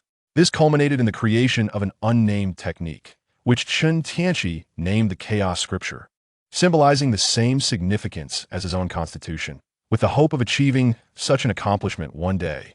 Simultaneously, he upgraded the mechanical puppets at his disposal, utilizing several essence souls and bodies of Yuan Ing stage beasts, along with various materials, successfully enhancing their strength to that of Yuan Ing stage mechanical puppets. He also incorporated portions of the benevolent Lai Kong beast body into the swift thunder wings, as it contained a substantial amount of wind attribute energy, thus refining them into wind thunder wings. The wings hold little purpose for the current Chen Tianqi. Thus he has chosen to reserve them as a gift for Chen Xiaoqian. Presently, she still requires this means of escape. Once all is accomplished, he brings Su Xiaoli out for a rendezvous on Red Moon Island. This time, Su Xiaoli is quite exhilarated. This is precisely the otherworldly experience she had envisioned. Everywhere, there are individuals soaring through the air, spells whizzing about in a riot of colors, creating an exhilarating spectacle. This illusion is fostered by Su Xiaoli's incessant enthusiasm, dragging Chen Tianqi to observe the daily battles of cultivators, leaving him rather speechless. Fortunately, he accompanies her. Had she ventured alone, she would have long been devoured by the merciless realm of cultivation, leaving not a bone to be found. Initially, the Red Moon Master was perplexed, pondering the sudden arrival of a vixen. Moreover, she had aligned herself with a deity of transformation, which stirred a twinge of envy within him, wishing he could transform into a woman. However, upon witnessing their close bond, he approached with a beaming smile, referring to Su Xiaoli as mistress, which delighted her immensely. In return, she bestowed upon him several spirit stones, further invigorating their playful escapades. Throughout the day, Su Xiaoli leads Chen Tianqi on wild adventures around the surrounding seas of Red Moon Island, reveling in their spirited play. By night, Chen Tianqi guides Su Xiaoli through the realms of Qinkuan Peak, indulging in their exuberance. As time passes, Chen Tianqi, basking in the fortune of riding the fox, finds himself still yearning for more, just as the grand multiplayer dungeon opens. Name: Chen Tianqi. Gender: male. Age: 656,666. Spiritual roots: metal, wood, water, fire. Earth. Bloodline: Kryptonian. Physique: chaos body, self-named. Techniques: chaos scripture, self-named. Heaven and earth melting furnace. Skills: Kryptonian abilities, 5-element spells, artifact master, artifact level, puppet master, array master. Alchemist, netherfire divine arts, 5 elements divine arts, enhancement, bestowal, seizure, phoenix power, incomplete. Realm: full transformation, lottery attempts, transmigration attempts. 1. Items: Kryptonian technology encyclopedia, array compendium. Xian armor shield artifact, N self-destructing flying swords, 72 Qingzhu B cloud sword artifacts, 18 mecha puppets, spirit treasure cave, Qinkuan Peak, 1 million ghost flags, 3 divine bone banners. Wind and thunder wings, 3 evil banners, Dan Yangzi S alchemy manual, N spirit stones, N bottles of elixirs, N talismans. Chapter 104, Endless Encounters. The day the dungeon opens, Chen Tianqi is nestled on Qinkuan Peak, embracing the slumbering Su Xiaoli while perusing the alchemy manual. Suddenly, a golden page from the bookshelf radiates with brilliant light, revealing an object that resembles a compass, frantically oscillating to indicate a direction. Chen Tianqi is taken aback, realizing that the Void Sky Palace has been activated. He gently releases Su Xiaoli, retrieves the golden page, examines it closely, and leaves a message for her before returning to the outside world. In the external realm, the map ceases its wild gyrations, and, as the pointer aligns, it ultimately directs toward a specific location. Without hesitation, Chen Tianqi transforms into a streak of light, following the pointer's guidance towards the destination. As Chen Tianqi raced forward, he finally arrived at a vast expanse of ocean. The map's pointer suddenly directed upwards, and upon looking up, a grand, resplendent palace, magnificently suspended amidst the clouds, quietly materialized before him. Chen Tianqi surveyed his surroundings, finding himself alone. Could it be that his speed had been too swift, arriving prematurely? Without further contemplation, he soared into the ethereal palace. Gazing at the golden gates, he furrowed his brow slightly, marveling at the opulence of the materials. However, the restrictions of this secluded realm were intriguing, capable of inhibiting divine senses below the transformation stage. After traversing the palace area, Chen Tianqi entered a dimly lit pathway. Upon arrival, he discovered the place utterly deserted, with numerous stone pillars standing tall. Apart from him, no other cultivators had yet arrived. It seemed he had indeed come too early. Choosing wisely, he flew towards the largest stone pillar at the center and settled into a meditative position. Approximately half an hour later, two Yuan-Ing stage cultivators clad in Star Palace attire, accompanied by several others, arrived at this location. As they traversed the path, they soon spotted Chen Tianqi at the center of the stone pillars.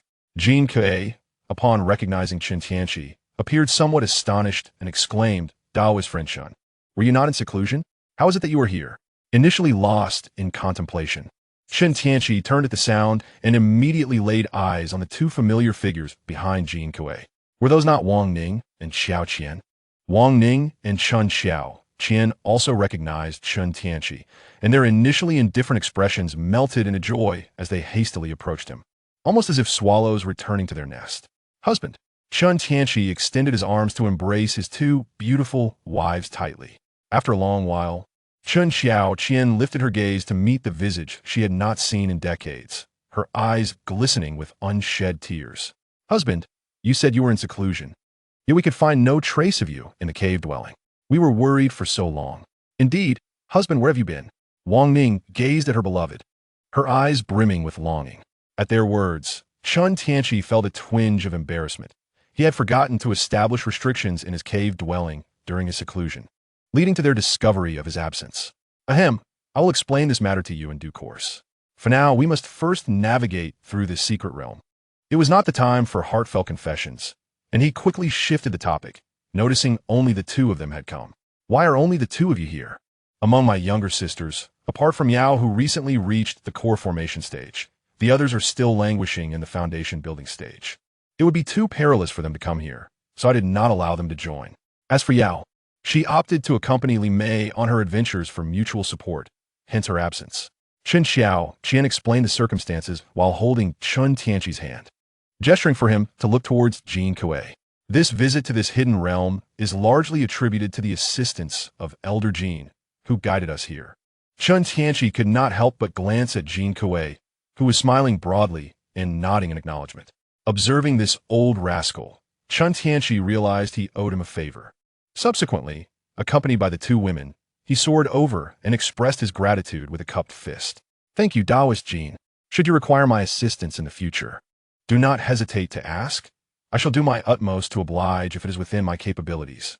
A slight smile graced Jin Kuei's lips, for he had awaited this very affirmation. His decision to defy the majority and bring them here was thus vindicated. Previously, the women had mentioned that Chen Tianqi was in seclusion, which struck them as peculiar.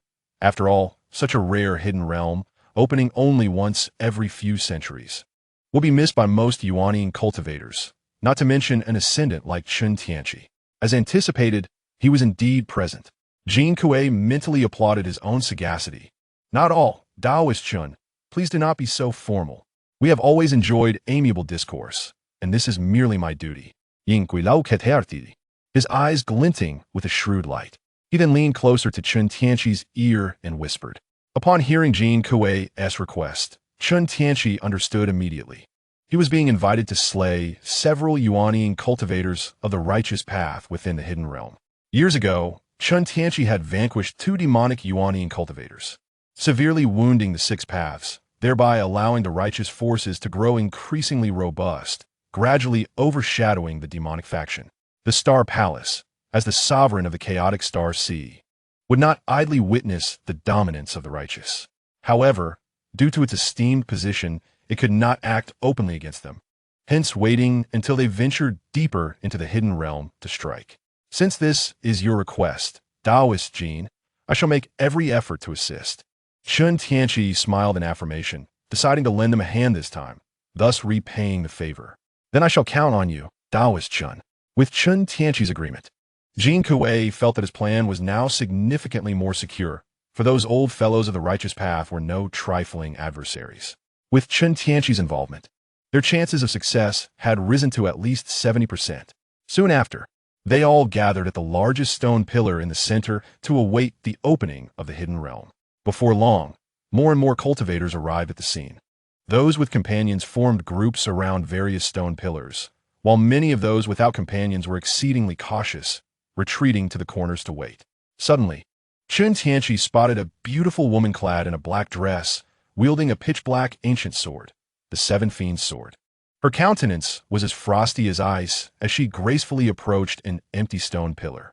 Chen Tianqi stroked his chin, recognizing her as Lady One, the partner of 6 paths. Truly, she exuded an alluring charm. Should he confront her about the whereabouts of that little rascal from 6 paths? He still recalled how that young man had schemed against him. However, judging by her demeanor, it seemed she had already severed ties with 6 paths. Lost in thought, he then noticed a cultivator strikingly reminiscent of Ding Zhan, surveying the surroundings before selecting a corner platform as his landing spot. Could this be Xuangu? He gazed upon the visage, the resemblance to Ding Zhan growing more pronounced with each passing moment, evoking memories of countless images from a past life that nearly prompted a chuckle. Confronted by the curious glances of the 2 women beside him, Chen Tianqi cleared his throat, hastily adjusting his demeanor and exerting control over his expressions. Soon after, he spotted Lizzie, still cautious and maintaining a low profile.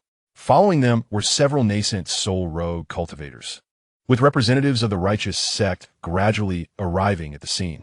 Suddenly, the chimes resonated within the secret realm. The stone pillar upon which Chen Tianqi stood began to rise slowly. As the leader of the chaotic Star Sea and the spokesperson of the Star Palace, Jean Kuei naturally had to deliver an opening address. Subsequently, a portal reminiscent of a blue sea of stars quietly materialized. Chen Tianqi produced the wind and thunder wings and the white jade orbs generated from the river clam essence, distributing them to Qin Xiaoqian and Wang Ning, instructing them to hold onto these items as a precaution, for they would be randomly teleported upon entry. Next, he retrieved several Thunderfire orbs crafted during his idle moments, and shared them with the 2 women. Should they encounter formidable adversaries, they could hurl the orbs, which, if they struck true, could severely wound a nascent soul cultivator. These Thunderfire orbs were forged by Chen Tianqi, combining the exorcising Divine Thunder and the Netherfire Divine technique, possessing tremendous power capable of inflicting significant damage even to a nascent soul's physical form. The 2 women received the items, nodding repeatedly while expressing their concern for Chen Tianqi's safety. "Be careful, my husband," they urged. Chen Tianqi nodded, a gentle smile gracing his lips, invincible in the human realm. He felt liberated to pursue his desires, even abstaining from beef if he so chose. The group then stepped through the portal. The sensation conveyed by this portal was markedly different from that of the system S. Its might was significantly diminished, allowing Chen Tianqi to observe the surrounding spatial fluctuations with great detail. After a brief interval, Chen Tianqi manifested in the first trial, the Ghost Abyss. He surveyed his surroundings, noting the pervasive Yin energy and the rampant ghostly entities, with a thick fog obscuring the distance, making it challenging for ordinary cultivators to extend their consciousness. However, for Chen Tianqi, this was merely a trifling matter. The environment was conducive, teeming with spirits, perfectly suitable for further expanding the grievances within the million ghost flags. With a surge of inspiration, he soared into the sky, a small black banner appearing beside him. As he executed the incantation, the million ghost flags generated a formidable suction. eagerly absorbing surrounding Yin's spirits and ghosts. Chen Tianqi's figure flitted through various corners of the ghost abyss, gathering numerous ghostly beings into the small banner, almost managing to encompass the entirety of the abyss's Yin's spirits. At that moment, many cultivators present in the ghost abyss noticed that the once dreadful locale had transformed into a much brighter place, and despite their prolonged wandering, they encountered few formidable ghostly adversaries. Confused and at a loss, they began to question the veracity of the external information regarding this place. Chen Tianqi, observing that the million ghost flags were nearing their capacity, finally ceased his efforts. After traversing the abyss of spirits, Chen Tianqi arrived at a charming pavilion, surrounded by an abundance of rare spiritual herbs and exotic fruits seldom seen in the outside world. However, the number of cultivators in the vicinity was considerable, leading to a fierce competition for territory. Jin Kuei and another elder from the Star Palace had been waiting for some time. Upon Chen Tianqi's arrival, they nodded in acknowledgement, their meaning clear. Jin Kuei found it somewhat peculiar that the number of cultivators who had passed the first trial this time was nearly 1.5 times greater than before. However, he did not dwell on it, and instead began to caution the assembled cultivators about the dangers that lay ahead. He and the other elder then stepped into the teleportation array, departing first. Shortly thereafter, Chen Tianqi followed suit, arriving at the next trial. As he emerged from the array, he immediately sensed the distinct difference in this realm. The spiritual energy here was significantly denser than that of the outside world. While it may not rival the richness found in the upper realms, it was close enough, explaining the abundance of rare materials that could not be found elsewhere. Chen Tianqi surveyed his surroundings, gauged his direction, and transformed into a streak of golden light, vanishing into the distance. Along the way, he unabashedly gathered various spiritual herbs and a few seeds to plant within the Tianqi Peak. With such an abundance of medicinal flora, it was not unreasonable to seek out some seeds to expand the herbal garden on Tianqi Peak. As he collected herbs, he also dispatched any ferocious beasts he encountered along the way, unknowingly arriving at a secluded valley. Within the valley, a noxious fog began to spread, accompanied by the faint sounds of sword clashes and the croaking of toads.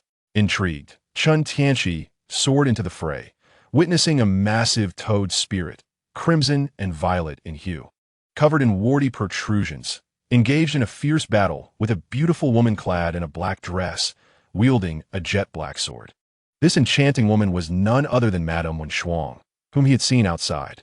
Upon closer inspection, Chen Tianqi noted that the toad spirit possessed mid-stage nascent soul cultivation, while Shuang was merely at the initial stage. Clearly, she was in a predicament. After a moment of contemplation, he resolved to lend his assistance. With a gentle wave of his hand, a tempest arose, dispersing the poisonous mist. Upon noticing Chen Tianqi's presence, the toad spirit let out an enraged roar, unleashing a jet of black venom toward him. With a pointed finger, Chen Tianqi redirected the toxic liquid back onto the toad spirit, and with a surge of golden divine light, he penetrated the core of the toad spirit's nascent soul, resulting in its demise with a thunderous crash. "Friend, are you attempting to steal my prey?" Wen Shuang leveled her dark sword at Chen Tianqi, stepping back cautiously. She had completely missed how the toad had perished, and this person's strength was undoubtedly superior to her own. "Madam, do not misinterpret my intentions. I observed that you were struggling against this toad, and thus intervened to assist," he replied. "How presumptuous! I would have slain it shortly, needing no assistance from you. I see your true intentions are nefarious." When Shuang huffed coldly, her wariness heightened from previous encounters as she viewed him with suspicion. Chen Tianqi found himself in a perplexing situation, weary of engaging in trivial conversation. In an instant, he appeared before her, raising his hand to immobilize her. The lady was truly lacking in amiability. Yet, I must admit, her beauty possesses an undeniable allure. Chen Tianqi lifted her delicate face, a wicked smile gracing his lips as his fingers glided slowly. When Shuang furrowed her brows, a flicker of anger igniting within her. What sorcery was this that could bind a cultivator in the early stages of the nascent soul? Sensing Chen Tianqi's movements, she felt a pang of anxiety. Her gaze fierce, her tongue sharp as she hurled threats. "Rogue, release me. If you have the ability, let us settle this with our own hands." Chen Tianqi smirked, leaning close to her ear and whispering, My dear lady, do not be hasty. I shall set you free. He then shifted his tone, a glint of coldness flashing in his eyes. But first, you must inform me of your esteemed husband, Lu Dao. Where might he be? Upon hearing this, Wen Shuang realized it was the enemy of that scoundrel seeking her out, and her heart brimmed with curses for Lu Dao, wishing to flay him alive for his transgressions. How could he be so reckless as to make so many foes while dragging her down with him? With this thought, her eyes filled with frost as she coldly replied, I know not. His whereabouts are of no concern to me. However, I am aware of what he is seeking. Chapter 106. The 3 trials passed, yet I demand you release me now and reveal the whereabouts of that vile creature. Otherwise, I would rather self-detonate my nascent soul than allow you to succeed. Wen Shuang, fully aware of her precarious position, maintained a wild gaze, fixated on Chen Tianqi. Chen Tianqi regarded her with a strange expression. This woman seemed to be suffering from PTSD, driven to madness, perhaps recalling the old scoundrel Liu Dao's misdeeds against her. Nevertheless, he was disinclined to dwell on her plight, casually waving his hand to lift her restraints. In an instant, Wen Shuang surged away, increasing the distance between them.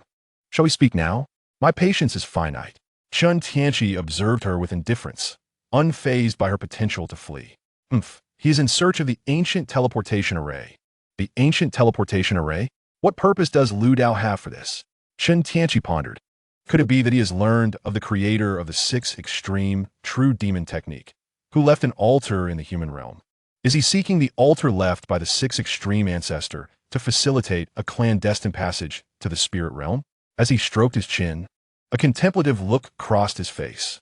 If he were to find it, there was a high probability that he would be forcibly elevated to the god transformation stage by the 6th extreme ancestor's demonic energy, thus enabling him to utilize the altar's pull to successfully cross into the spirit realm.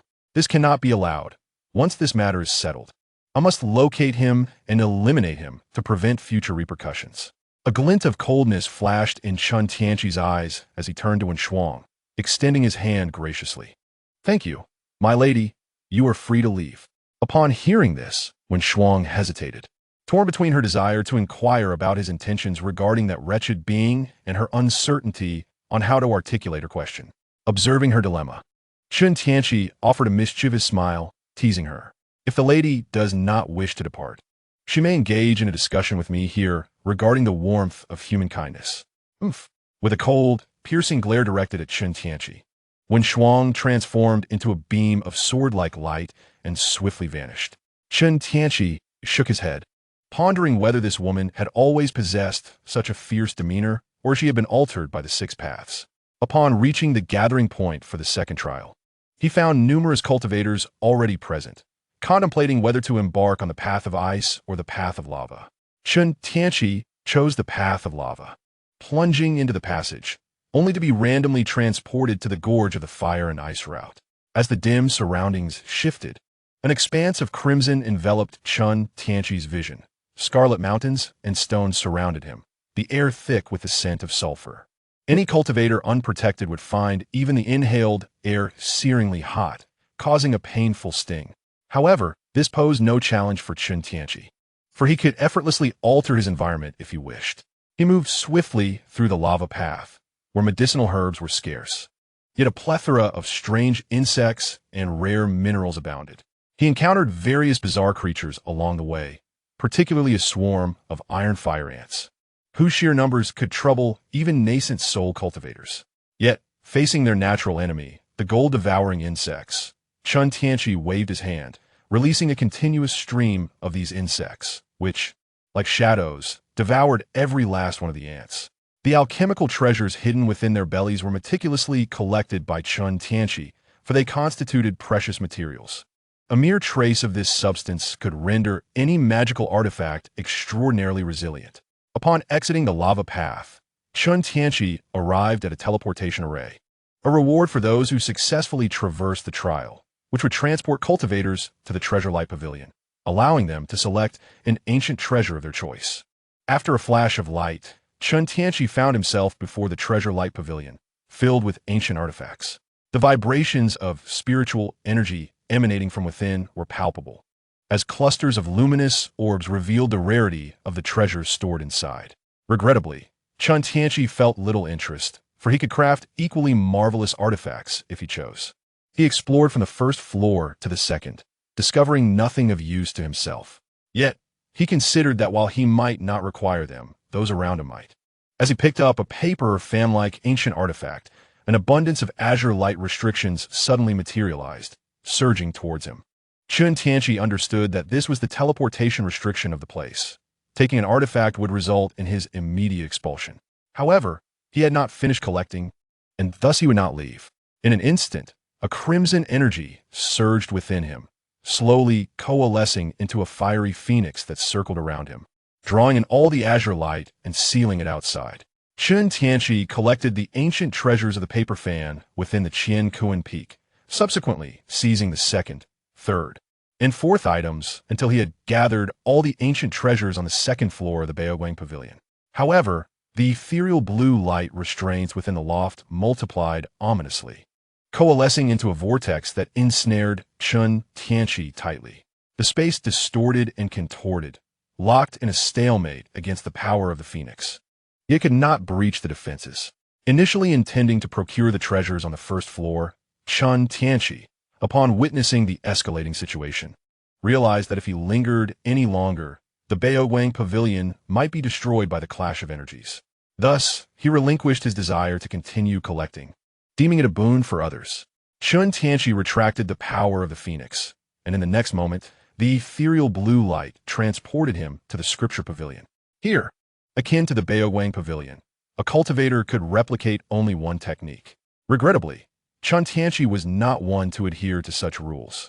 He replicated all the techniques in the Scripture Pavilion, seamlessly integrating them into the Chaos Scripture. This act enabled the ethereal blue light restraints to convey him to the entrance of the third trial. The third trial was the illusion of the extreme temple, designed to tempt the cultivator's inner demons, ensnaring those with wavering resolve. Confronted by the illusions, Chen Tianqi raised his hand and shattered them effortlessly, unimpeded in his advance. At this juncture, Jean Kuei had already traversed 3 trials and awaited Chen Tianqi outside the inner hall. As soon as he spotted Chen's figure materializing from the teleportation array, he greeted him with a broad smile. "Taoist Jean, I apologize for the delay." Chen Tianqi noted the jovial expression of this old fellow and surmised that he had not scavenged anything but had rushed directly to the inner hall. It was evident that these nascent soul cultivators were well aware that the treasures within the inner hall far surpassed those in the outer hall. "Over there, Taoist Chen, we too have just arrived. Since you are here, let's proceed inside." Jean Kuei smiled slightly, clasping his hands in greeting, his eyes glinting with excitement. With all teammates gathered, it was time to prepare for the impending confrontation. Chen Tianqi nodded slightly, and the group entered the inner hall together. Upon entering, they observed 2 factions warily poised against each other in the distance. The other scattered nascent soul cultivators concealed themselves around the inner hall, seemingly monitoring the unfolding situation. At that moment, the righteous faction S1 Tianming was atop the Hanli Terrace, cautiously utilizing several golden silkworms to slowly drag something from a crevice. The demonic faction, witnessing this, found themselves helpless as they were confronted by several other righteous cultivators, who steadfastly kept their gaze fixed upon them, thwarting any attempts to advance. Chapter 107. The Sacred Fire of Shura. Observing the scene, Chen Tianqi surveyed his surroundings for a moment, noting the absence of Li Zi, indicating he had likely not arrived. Without further contemplation, Jean Kuei took the initiative, launching a surprise attack towards Wan Tianming, prompting the members of the Star Palace to unleash their techniques in unison. The stalemate between the righteous and demonic factions shattered instantaneously, as the assaults from Jean Kuei and his companions fell indiscriminately, compelling their opponents to evade. Wan Tianming, too, was forced to withdraw temporarily, resulting in the swift annihilation of his golden silkworms. The golden thread that tethered the small cauldron snapped in twain, and the cauldron naturally returned to its original position. The actions of Jean Kuei and his companions incited the wrath of Wan Tianming, who was in the midst of collecting treasures. In a fit of fury, he charged forth, leading the righteous cultivators into battle. The demonic faction, possessing a keen awareness of their limitations, understood that the Shutian cauldron was no longer within their reach. After casting a few lingering glances, They reluctantly withdrew from the fray. The righteous forces engaged in fierce combat with Jin Kuei and his allies, the formidable aura of the nascent soul erupting within the inner sanctum, as various spells unfolded in rapid succession. Observing the chaotic clash, Chen Tianqi dispatched several mechanical puppets to the fray while he himself approached the altar, intent on deciphering the restrictive techniques inscribed upon it. Ultimately, he encountered both a piece of good news and a piece of bad news. The good news was that, after extensive study, he discerned that the restrictions represented the control mechanism of the entire Xuetian Hall. The bad news, however, was that this restriction had been locked in place and could not be altered. Any attempt to modify it would lead to the collapse of the Xuetian Hall.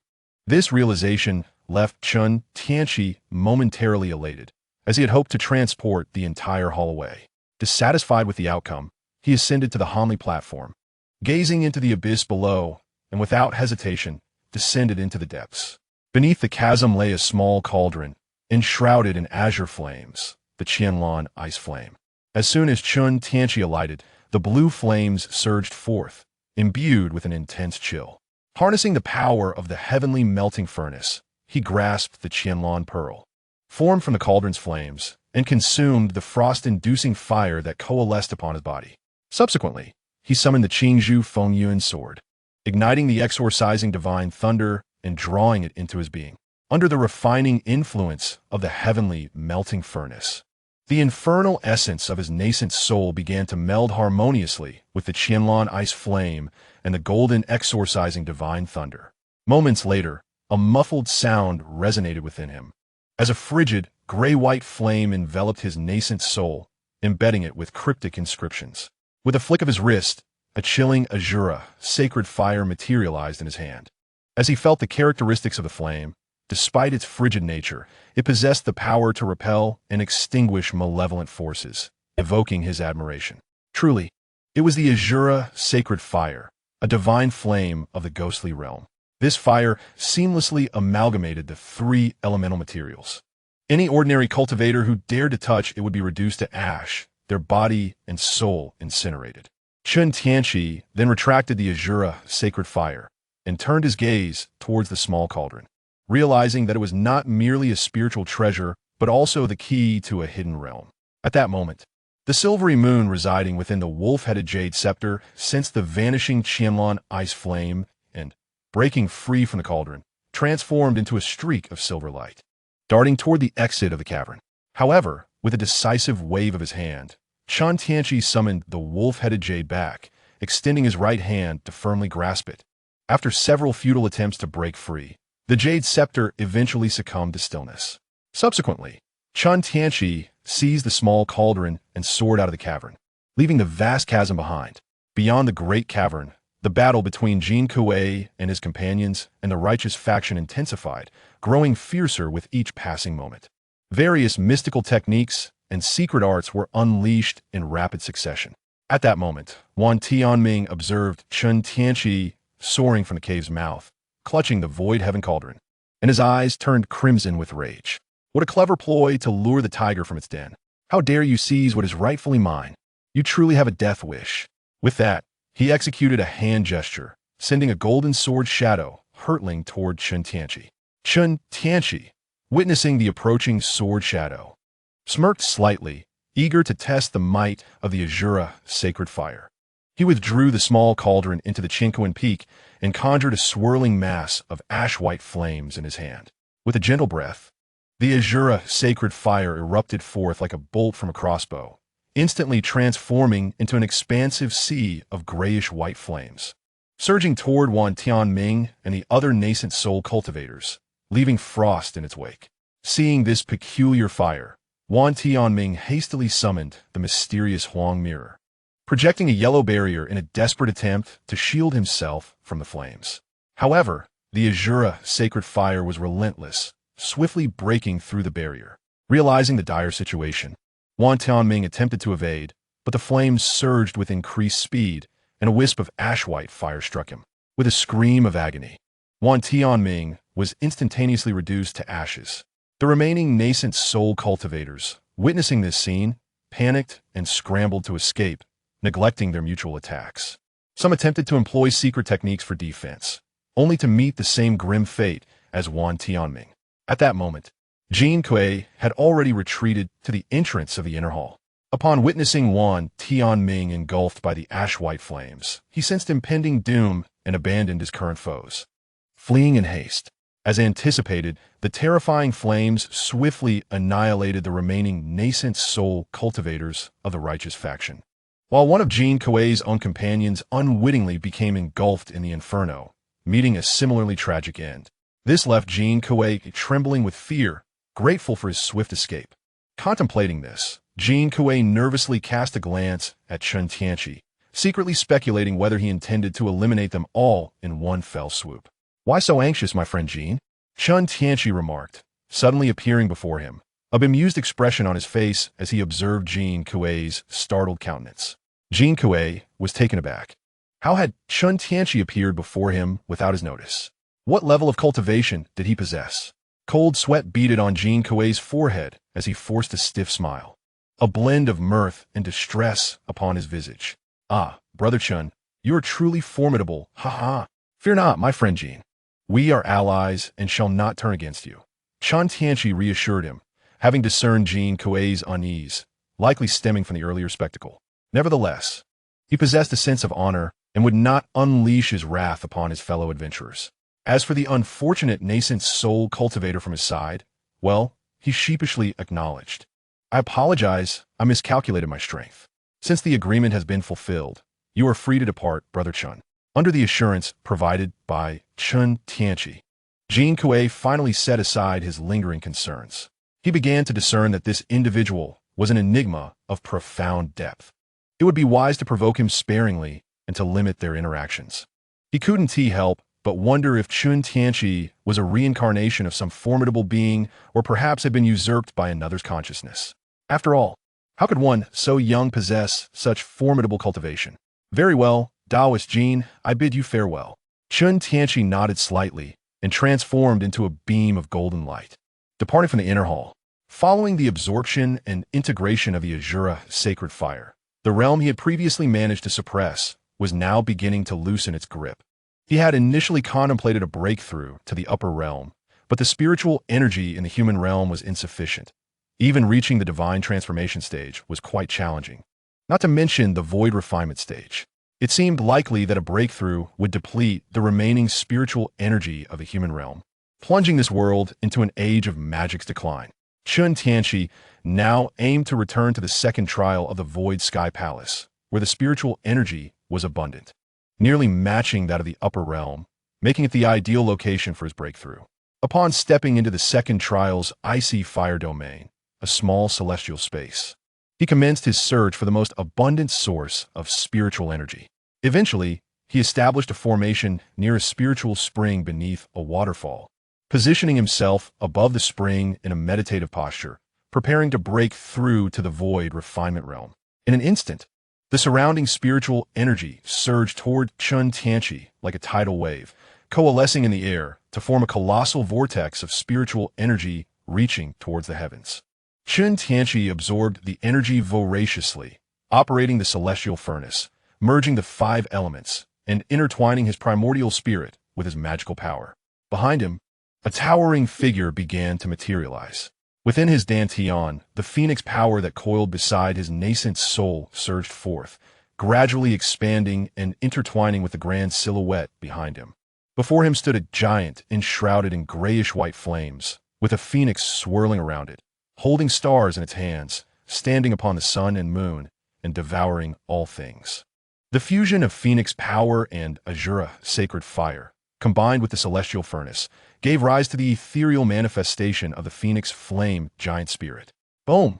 In an instant, a spatial rift appeared above the small celestial realm, and a massive purple thundercloud emerged, spreading ominously over Chen Tianqi. A thunderous purple serpent, as thick as a barrel, flickered in and out of visibility within the storm, accompanied by a deafening roar of thunder. Boom! A bolt of lightning powerful enough to reduce a nascent soul cultivator to ash crashed down directly upon Chen Tianqi. The phoenix flame giant spirit opened its vast maw, drawing the thunderbolt into its being with an immense gravitational pull. In the blink of an eye, Chen Tianqi opened his eyes and soared skyward, plunging into the heart of the thundercloud. Boom! The thunderstorm seemed to sense Chen Tianqi's defiance, perceiving it as a provocation. Countless purple serpents of lightning rained down upon him like a tempest. The phoenix flame giant spirit expanded infinitely, and the surrounding spiritual energy was continuously siphoned away.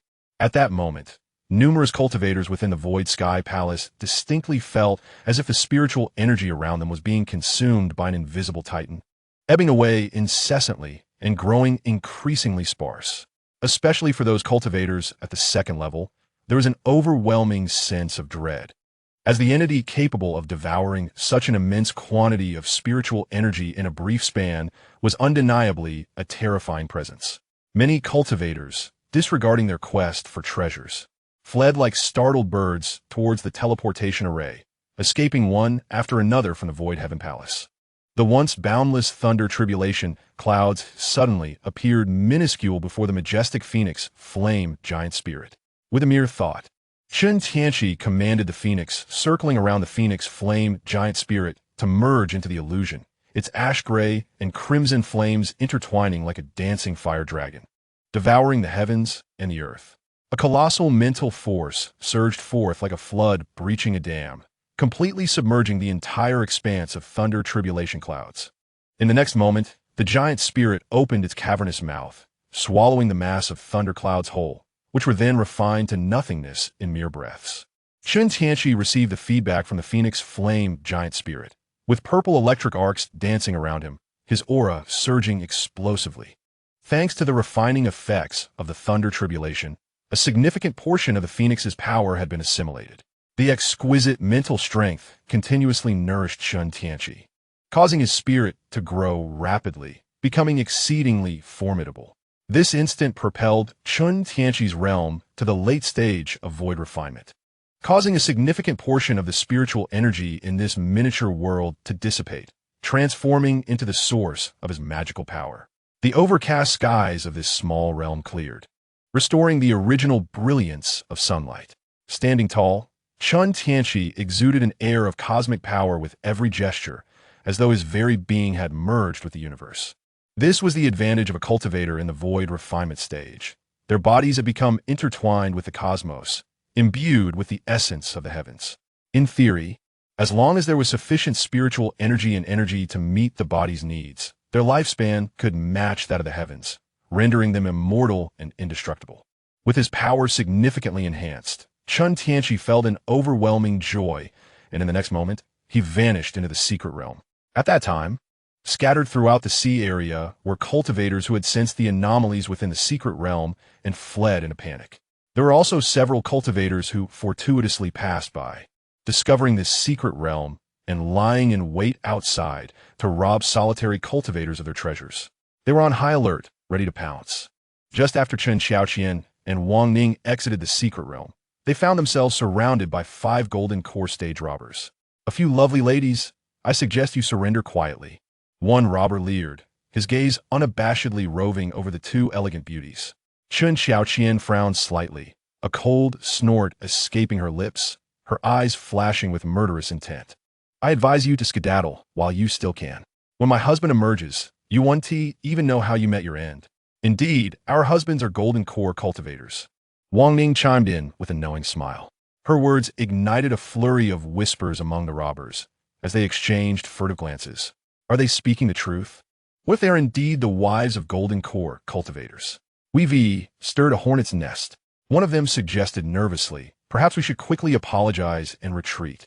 The leading bandit furrowed his brow, yet he was unwilling to let go of the 2 plump targets before him. The glimmering treasures adorning their forms suggested they had undoubtedly acquired a wealth of riches from the secret realm. Doubting their claims, he pondered for a moment, and with a steely gaze, he made his decision. Fortune favors the bold. Life is fleeting, so he resolved to act. He immediately communicated with his comrades, asserting, "Their words are false. If they were true, why are they not by the side of a nascent soul, true monarch? Come on, brothers." Their radiant treasures indicate they must possess significant spoils. Although the surrounding bandits harbored doubts, seeing their leader engage compelled them to follow suit. Chen Xiaoqian and Wang Ning soon found themselves embroiled in battle with them. Chen Xiaoqian unleashed her thunder wings, preparing to flee with Wang Ning at the first sign of peril. Wang Ning summoned a white jade orb that encircled her, activating its powers to weave an illusion around them. However, due to her limited strength, she could not fully harness the orb's capabilities. At that moment, Chen Tianqi's figure appeared above the sea, his divine awareness enveloping the entire area. Suddenly, Chen Xiaoqian and the other cultivators engaged in combat throughout the vicinity found themselves frozen in place, their magical energies abruptly ceasing, and the spells they had been conjuring dissipated, leaving them in a state of alarm. Chen Tianqi quickly spotted Chen Xiaoqian and Wang Ning, and upon witnessing their plight, he appeared before the bandits with an impassive expression. The leading bandit, confronted by this unexpected figure, sensed an aura beyond comprehension, as if he were one with the heavens, causing a cold sweat to cascade down his back. Realizing the truth of the women's claims, he understood that their companion was indeed of great significance. "Teach the senior," the bandit stammered, but before he could finish, Chen Tianqi's gaze sharpened, and he, along with several accomplices, exploded into a mist of blood, departing for the underworld. Turning, Chen Tianqi embraced the two women, a hint of concern gracing his features as he inquired, "Are you both unharmed?" "My lord, we are fine," they replied obediently as they nestled in his embrace. Wang Ning, her curiosity piqued, looked up and asked, "My lord, what level of cultivation do you possess now?" It was not surprising that Wang Ning's curiosity was piqued. After all, a nascent soul cultivator could not instantaneously obliterate a core formation practitioner into a mist of blood. Thus, it was evident that Chen Tianqi's cultivation level far surpassed that of the nascent soul realm. "I am currently a void refinement cultivator." Chen Tianqi hesitated for a moment before revealing his true cultivation level to them. "Void refinement?" Chen Xiaoqian and Wang Ning exclaimed in astonishment. "What realm is that? Is it above the god transformation stage?" Seeing their confusion, Chen Tianqi understood that their knowledge of cultivation realms in the mortal world extended only to the god transformation stage, with little comprehension beyond that. Thus, he took the time to explain, void refinement is a realm above god transformation. Subsequent stages include integration and great ascension, and upon reaching great ascension, one may transcend and become an immortal. Chen Xiaoqian and Wang Ning were profoundly shaken, realizing that the journey ahead was still so extensive. "My husband, it appears that your ascension to immortality is not far off." Chen Xiaoqian gazed at Chen Tianqi with eager anticipation. However, her expression soon shifted to one of worry and self-doubt. "Yet, I fear we may not be able to keep pace with you." Chen Tianqi chuckled softly, gently ruffling her hair as he reassured her, "The path of cultivation is long and arduous. Attaining immortality is not so easily achieved. Moreover, you need not fret, for I shall assist you. Once we conclude our affairs here, I will guide you to the spirit realm, where the spiritual energy is far more abundant, enabling you to traverse even further." Wang Ning interjected, "Then we must strive even harder, lest we be a burden to our husband." Chen Tianqi nodded, thinking to himself how these two young ladies truly possessed a commendable ambition. Noticing the time, he remarked, "It is getting late. We should return. I also have some matters to share with you." Thus, Chen Tianqi took the hands of both women, transforming into a streak of light as they sped toward the direction of Red Moon Island. Along the way, Chen Tianqi recounted his experiences of traversing worlds, explaining that the time he had vanished was spent exploring other realms, sharing with them the wondrous tales of those worlds. This left them in awe. Without delving into the specifics of how he had crossed into other dimensions, Chen Xiaoqian and Wang Ning resolved to double their efforts, aspiring to catch up to his strides. Upon reaching Red Moon Island, the Red Moon True Lord caught sight of Chen Tianqi returning with two enchanting female cultivators, and a sycophantic smile spread across his face as he hurriedly approached, bowing and scraping in greeting. The obsequiousness displayed by the nascent soul cultivator astonished both Chen Xiaoqian and Wang Ning. It was their first encounter witnessing such humility from one of such stature. Although they found it somewhat amusing, they quickly realized that Chen Tianqi was now a void refinement cultivator, a being of unparalleled power in this realm, which put everything into perspective. Surely, this individual recognized Chen Tianqi's true capabilities, hence his deference. Chen Tianqi dismissed the Red Moon True Lord, instructing him to continue his research on the teleportation array. He then took the small hands of Chen Xiaoqian and Wang Ning, whispering softly, "Do not be afraid." Although Chen Xiaoqian and Wang Ning did not fully comprehend his intent, they obediently allowed him to hold their hands, casting him curious glances. Chen Tianqi tightened his grip, activating his enhancement ability. In an instant, two brilliant golden rays erupted from his hands, enveloping Chen Xiaoqian and Wang Ning in a warm torrent of energy. They felt as if they were submerged in a hot spring, surrounded by a gentle power that was immensely comforting. Before long, they sensed their cultivation levels rising steadily. The once formidable barriers of their bottlenecks now felt as fragile as paper, easily surmountable. The realms of the two individuals swiftly ascended, reaching the pinnacle of the Golden Core stage. Astonishment graced their faces, as if they were beholding the most wondrous phenomena of the world. Not only that, their spiritual roots and innate qualities were immensely enhanced, with merely a slight application of their cultivation techniques. They could distinctly perceive that the absorption rate of spiritual energy exceeded even that of heavenly spiritual roots. "My dear husband, what kind of secret technique is this? How have you bestowed upon us such extraordinary benefits?" Chen Xiaoqian couldn't help but display a look of disbelief. Raising her hand to cast a spell, and sensing the fluctuations of her own magical power. Indeed, she had reached the Golden Core pinnacle. It felt surreal, akin to a dream. Wang Ning experienced a similar sensation, having leaped from the early stages of the Golden Core to its zenith. Her advancement was unparalleled, filling her with wonder. This was a technique known as enhancement, capable of permanently augmenting an individual. However, it could only be applied once, given the opportunity. "I shall refine it to see if it can be activated multiple times."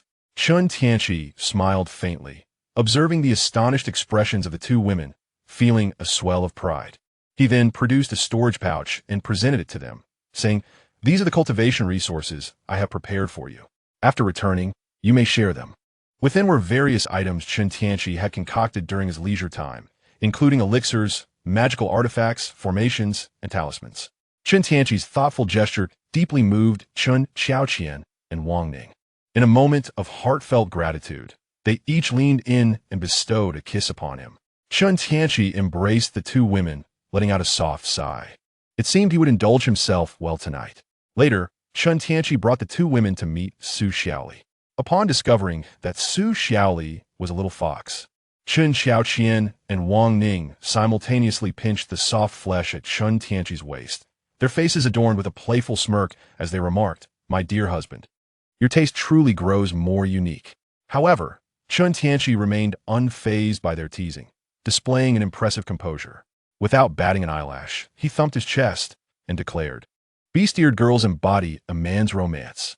This proclamation left Su Xiaoli blushing profusely, rendering her momentarily flustered.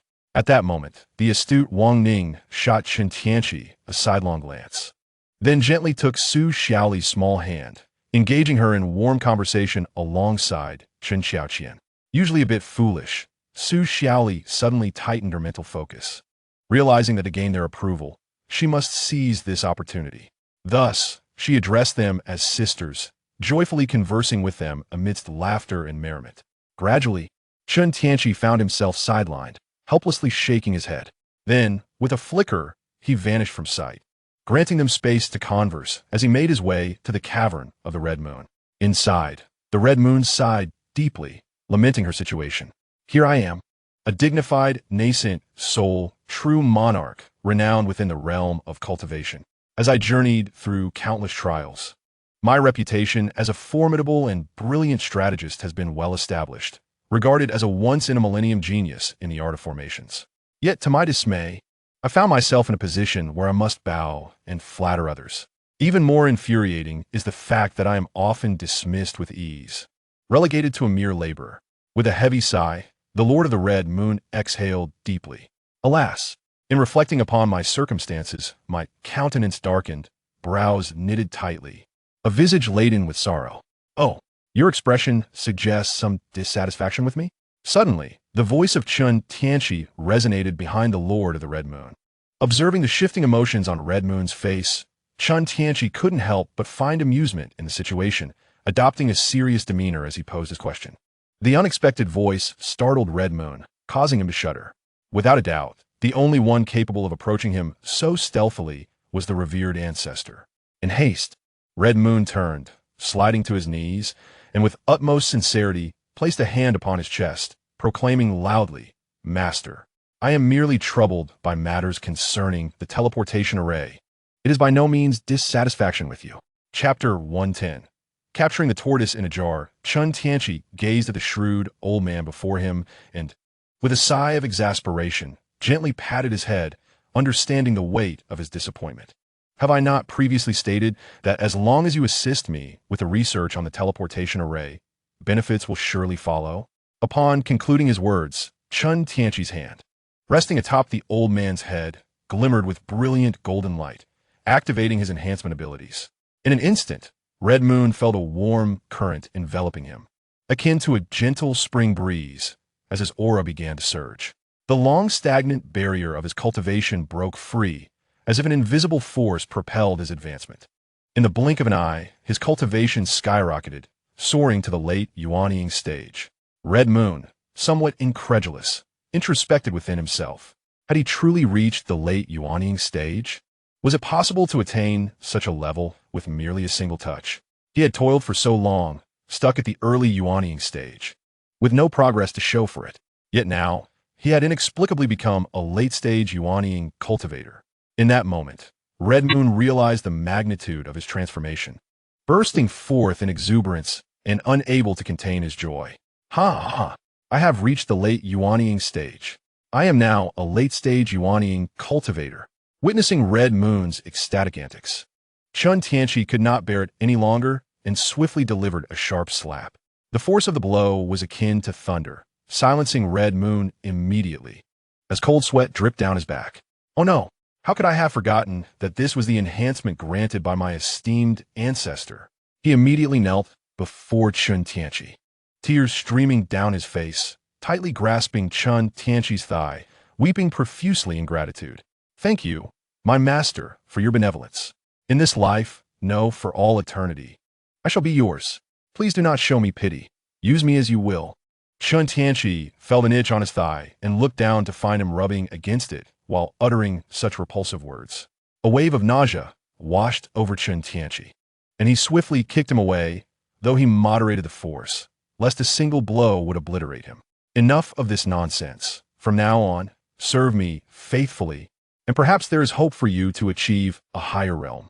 After speaking, Chen Tianqi tossed a few longevity fruits before him as a reward. "Seeing that you have 200 or 300 years left to live, consider these fruits my investment in you." Upon hearing this, Hongyue eagerly snatched the fruits, for no one would ever despise an extension of their lifespan. He then fervently bowed deeply to the ground, his expression brimming with excitement. "Thank you, master. I shall devote myself entirely to your service, until my last breath." "Excellent. There is indeed a task I require you to undertake." A glimmer of insight flashed in Chen Tianqi's eyes. He had elevated this old fellow's cultivation to the late nascent soul stage, and with the formation, he should be able to eliminate the 6 paths, or at the very least, contain them until Chen Tianqi arrived. "Please, master, instruct me."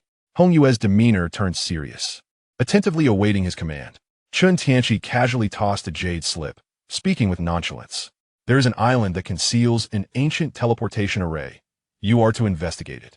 Furthermore, disseminate the news of the ancient teleportation array ruins. You will remain there in ambush, with the target being the 6 paths extreme saint." Upon hearing this, Hongyue was taken aback, his heart racing at the mention of the leader of the demonic path, the 6 paths extreme saint. His expression instantly soured. Chen Tianqi observed Hongyue's changing countenance, maintaining his impassive demeanor. "Do you mean to tell me that with your current late nascent soul cultivation, you cannot subdue that mere 6 paths?" "Of course not, master." Hongyue hastily waved his hands, eager to clarify, his face contorted with righteous indignation. "I was merely contemplating the most insidious methods to deal with this villain. How dare he provoke us? Truly a heinous crime." He then adopted a furious countenance, as if he bore a deep-seated grudge against the 6 paths, vowing to rend him into pieces. Yet, deep within, Han Yue silently mourned for the six paths. Despite having no personal enmity, the saying goes, when a friend dies, the Taoist does not. Moreover, the fact that his master possessed unfathomable power emboldened Han Yue, granting him the audacity to act without a shred of hesitation or concern. Chen Tianqi, pleased by his perceptiveness, nodded in satisfaction. Having elevated him to the late stage of the nascent soul to provide an opportunity to eliminate the six paths months later, Han Yue, adhering to Chen Tianqi's instructions, disseminated the information about the ancient teleportation array located on the island throughout the chaotic star sea. Given that Han Yue was a renowned formation master in the chaotic star sea, the news was met with unwavering belief by the populace. However, several seasoned individuals sensed something amiss. The typically low-key Han Yue had suddenly made such a grand display. What could be the reason? Consequently, they dispatched their disciples to investigate. Yet, these disciples were intercepted by Han Yue, who solemnly declared that the area was now his domain, where he would conduct research on formations. Any intruder would be dealt with mercilessly. The disciples and cultivators exchanged glances, and with no other recourse, they returned empty-handed. This action further solidified the belief among the old-timers of the chaotic star sea regarding the authenticity of the information. For Han Yue had no other passion but for the study of formations. Observing his earnest demeanor, it seemed the news was indeed credible. In a moment, many high-ranking cultivators became intrigued and sought to establish contact with Han Yue. Should the ancient teleportation array still be operational, a new world would await them, significantly increasing their chances for advancement. At this moment, Han Yue sat cross-legged in the cave he had carved out on the island. His expression troubled as he gazed at the projection of the ancient teleportation array's jade slip. Curse it, I had thought this was a complete ancient teleportation array. Who could be so malevolent as to destroy it so thoroughly, making the restoration exceedingly troublesome? If I discover who it is, they shall experience the torment of being torn apart. As Han Yue fumed, he diligently immersed himself in repairing the ancient teleportation array. Meanwhile, far away, Lizzie suddenly sneezed, scratching his head in confusion. Just as Han Yue was consumed by the challenges of the ancient teleportation array, the nearby array disk began to tremble unexpectedly. Startled, he hurriedly picked up the array disk, only to see a small, elderly figure with white beard and hair sneak into the cave of the ancient teleportation array. At last, I have awaited this moment. A flicker of joy crossed Han Yue's eyes. It had been over a year since he had anticipated this. He silently rejoiced at his cleverness in ensuring that the master left a fragment of his soul attached to the formation he created, significantly enhancing its perceptive abilities. Otherwise, the six paths deity might have slipped in unnoticed. In the next moment, Han Yue grasped over a dozen array discs, a triumphant smile illuminating his face, appearing rather mischievous.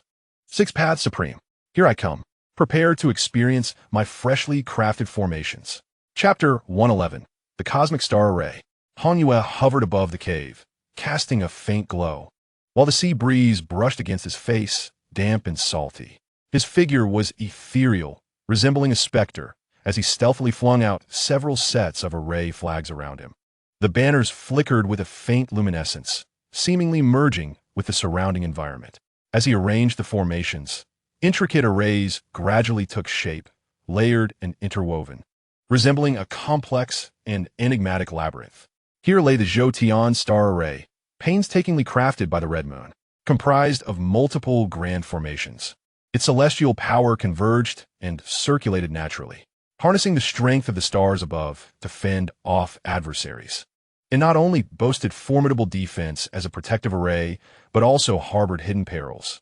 Any intruder would find themselves consumed by the celestial force, leading to inevitable demise.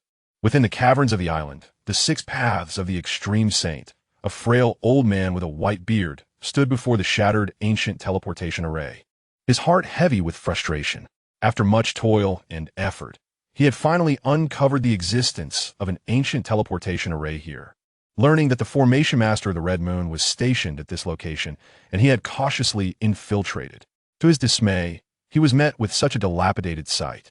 He sighed, recalling the plan from decades past, filled with regret. Had it not been for that failure, how could he have fallen into such dire straits? After the unsuccessful operation, the 6 paths of the extreme, Saint abandoned his physical form. Fortunately, he encountered an old man who had achieved the perfect golden core.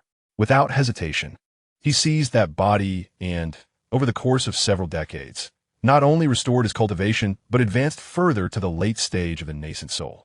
Later, from the remnants of disciples from the extreme Island, he learned of the ancient teleportation array. This reminded him of the altar recorded in the ancient texts of the 6 extreme true demon art. He had searched far and wide in the chaotic star sea for that altar, but to no avail. Thus, he concluded that the altar was not within the chaotic star sea.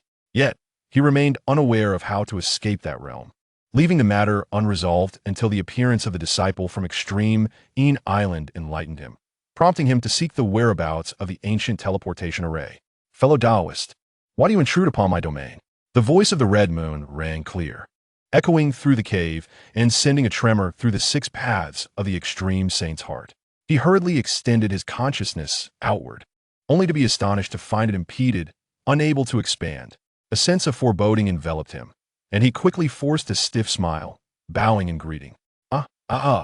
Fellow Taoist, forgive my intrusion.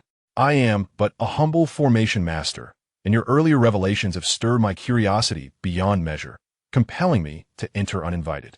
I sincerely apologize for trespassing on your territory. With that, he deeply bowed, offering a grand gesture of respect to the Red Moon.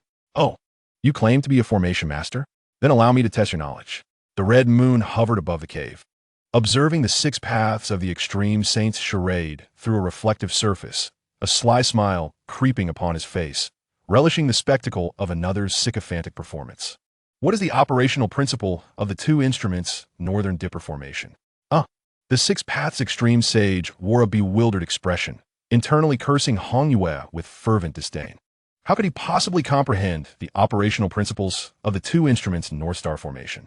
By the heavens, do I now need to prepare relevant knowledge simply to reveal my identity? You conniving scoundrel, you are hardly worthy of the title of formation master. With a cold huff, Hong Yue's hand shifted through intricate gestures, activating the formation. The celestial energy cascaded from the heavens like a torrent, coalescing into a resplendent river of stars upon the island. The 6 paths extreme sage felt a jolt of shock within, his figure darting away like lightning, transforming into a streak of crimson light as he fled. Yet, barely having escaped the cave, a mysterious formation suddenly loomed ahead, standing like an impenetrable barrier, leaving him with no avenue for escape. Furiously, the 6 paths extreme sage turned, his gaze glinting with malevolence as he fixed his eyes on the figure of true monarch Hong Yue high above, a chilling intent flickering deep within his eyes. With a decisive flourish of his sleeve, he spoke with righteous indignation. Friend, why must you pursue such ruthless annihilation? A subtle smile graced Hong Yue's lips, seemingly unfazed by the sage's inquiry. He replied softly, 6 paths extreme sage, there is no need for pretense. Since you dare to intrude upon the formation I have set, do not expect to escape unscathed. Even if I do not send you to the underworld, I will ensure you suffer greatly. As he spoke, his brow arched slightly, his tone laced with unabashed contempt. Upon hearing these words, the 6 paths extreme sage narrowed his eyes, astonishment flooding his heart. He had meticulously concealed his true identity. Yet for some inexplicable reason, his adversary appeared to possess profound knowledge of it. No, it must be that wretched Wen Shuang who betrayed him. In an instant, realization struck the 6 paths extreme sage. His teeth clenched, a raging inferno ignited within him, fury reaching its zenith. He understood now that it was Wen Shuang who had leaked information, leading to his entrapment in this meticulously laid snare, awaiting his unwitting plunge into the web. With this thought, the 6 paths extreme sage trembled with rage, wanting nothing more than to confront Wen Shuang at once. That despicable woman! How dare she betray him and thrust him into such dire straits? Hong Yue observed the shifting expressions of the figure below, a surge of indescribable pleasure welling within him. Akin to donning freshly laundered garments on the first day of the Lunar New Year, enveloped in comfort and delight. He recalled the days when this individual had wielded immense power and influence, an almost unassailable presence. His own strength had once far surpassed that of Hong Yue. Yet, time had transformed circumstances. Now, Their powers were comparable, and the Six Paths Extreme Sage had unwittingly fallen into the trap Hong Yue had meticulously orchestrated. At this moment, the Six Paths Extreme Sage had become a lamb awaiting slaughter, utterly defenseless. His expression darkened further, and with a sudden, forceful sweep of his arm, he hurled forth a mysterious talisman, infusing it with a torrent of formidable mana.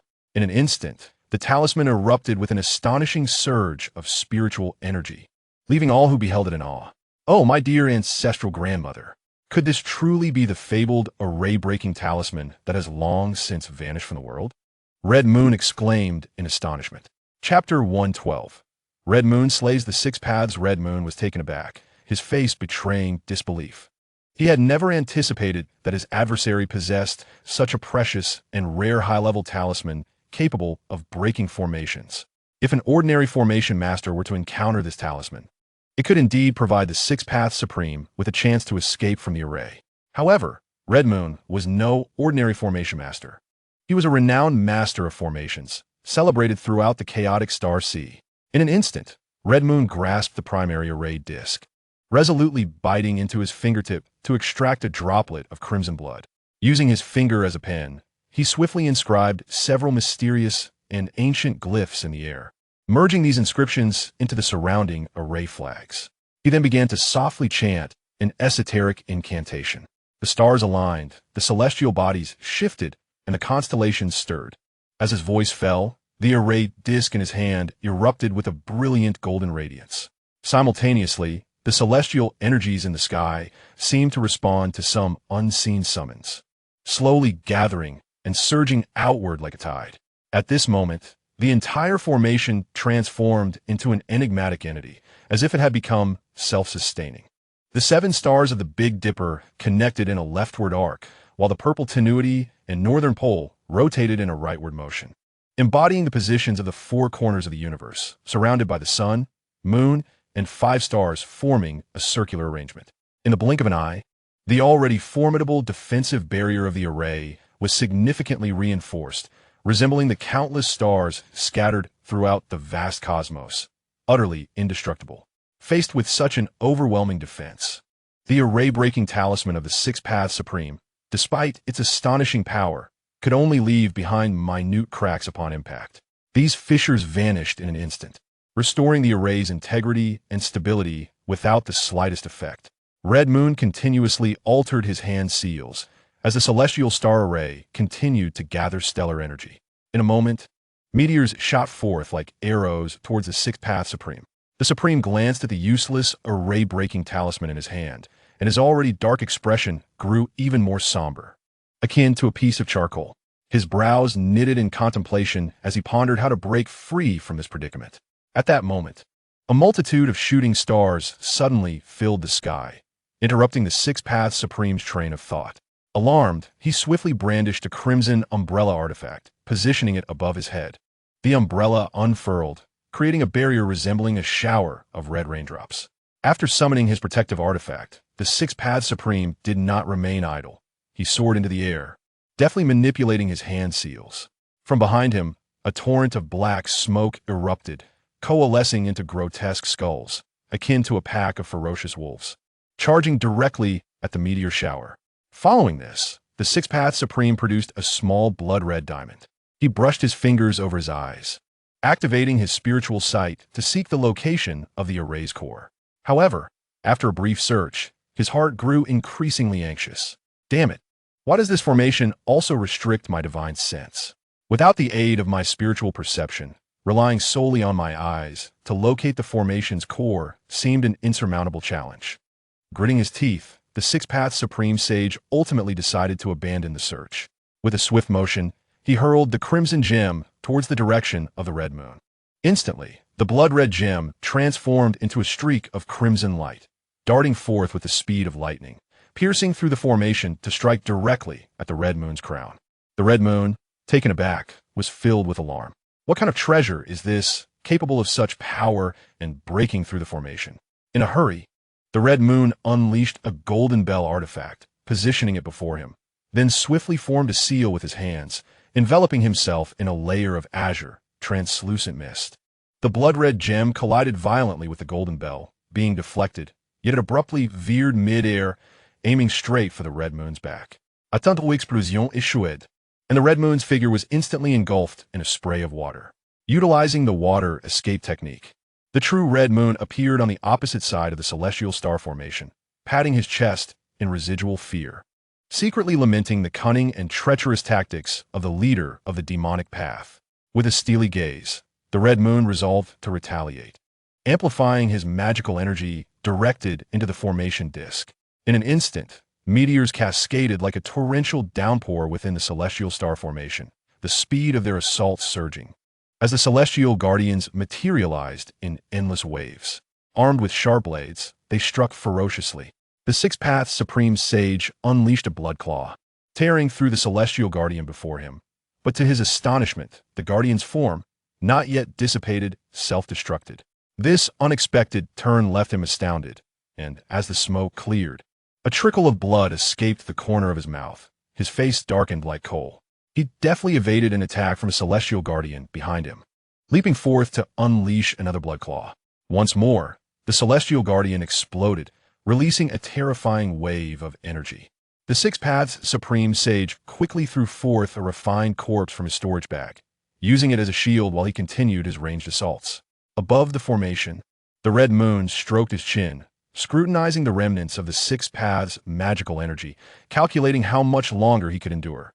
Subsequently, he pressed a protruding button at the center of the formation disk, and instantly, the array erupted in dazzling starlight, voraciously absorbing the surrounding spiritual energy.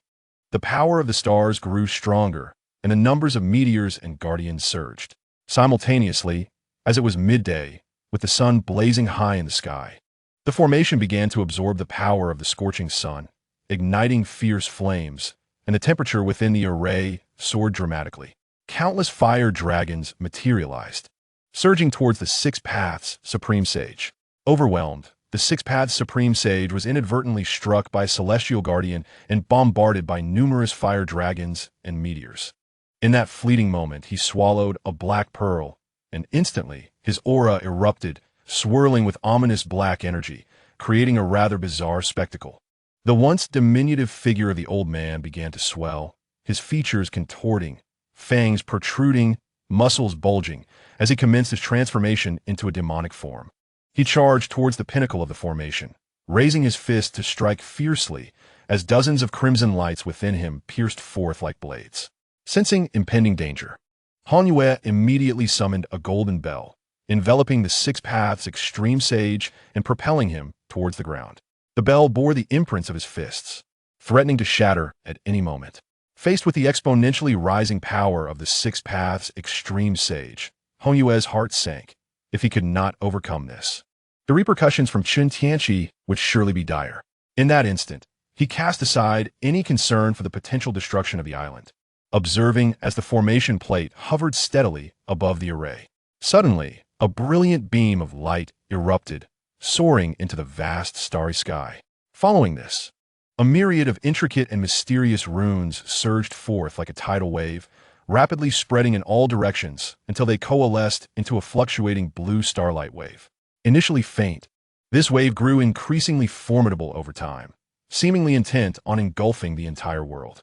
With a thunderous crack, the Six Paths Extreme Sage forcefully shattered the golden bell, and upon raising his gaze, he beheld the terrifying energy brewing above the formation. Confronted with such a formidable assault, the Six Paths Extreme Sage, trapped within the formation, found himself with no avenue for retreat. Desperation etched across his face. He summoned a red umbrella that rained crimson droplets, forming a protective shield. He then cast several powerful defensive spells upon himself, while frantically hurling various talismans in an effort to withstand the ferocious starlight. Yet, these endeavors proved futile. The blue starlight surged forth with overwhelming force, gradually consuming the Six Paths Extreme Sage entirely. In an instant, the celestial star array erupted in a dazzling display of brilliance, illuminating the entire realm. After a brief yet exhilarating moment, the half of the island enveloped by the array was utterly annihilated as torrents of seawater surged in, swiftly filling the once deep, dark cavern. At that moment, the body of the Six Paths Extreme Sage resembled a charred piece of blackened charcoal, adrift upon the tumultuous sea. Chapter 113. A near catastrophe, the true monarch Hong hovered above the island.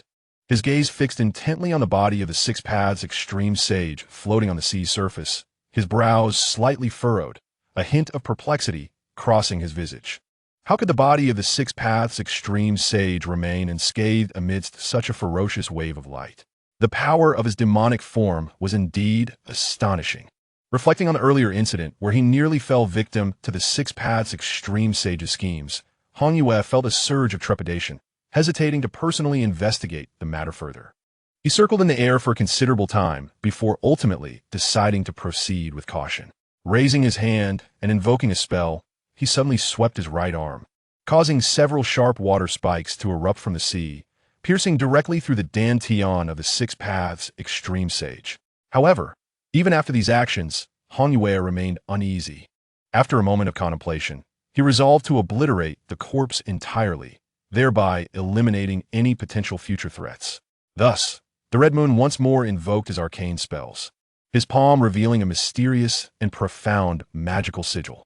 As the incantation evolved, a colossal crimson beast, resembling a voracious monster, gradually materialized.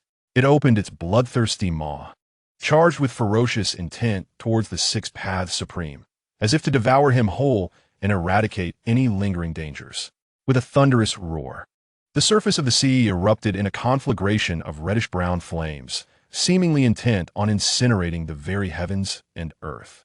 The flames surged with increasing ferocity, ultimately coalescing into a massive fireball that ensnared the Six Paths Supreme within its fiery embrace. Under the searing heat, the body of the Six Paths Supreme gradually became translucent, until it vanished entirely, leaving not even a trace behind. Witnessing this spectacle, the Red Moon could not help but stroke his beard and laugh heartily. A glimmer of satisfaction flickered in his eyes. He was evidently pleased with his formidable technique of the voracious blaze. To his astonishment, he had indeed slain the Six Paths Supreme. How magnificent I truly am! The Red Moon mused inwardly, a smug expression betraying his delight.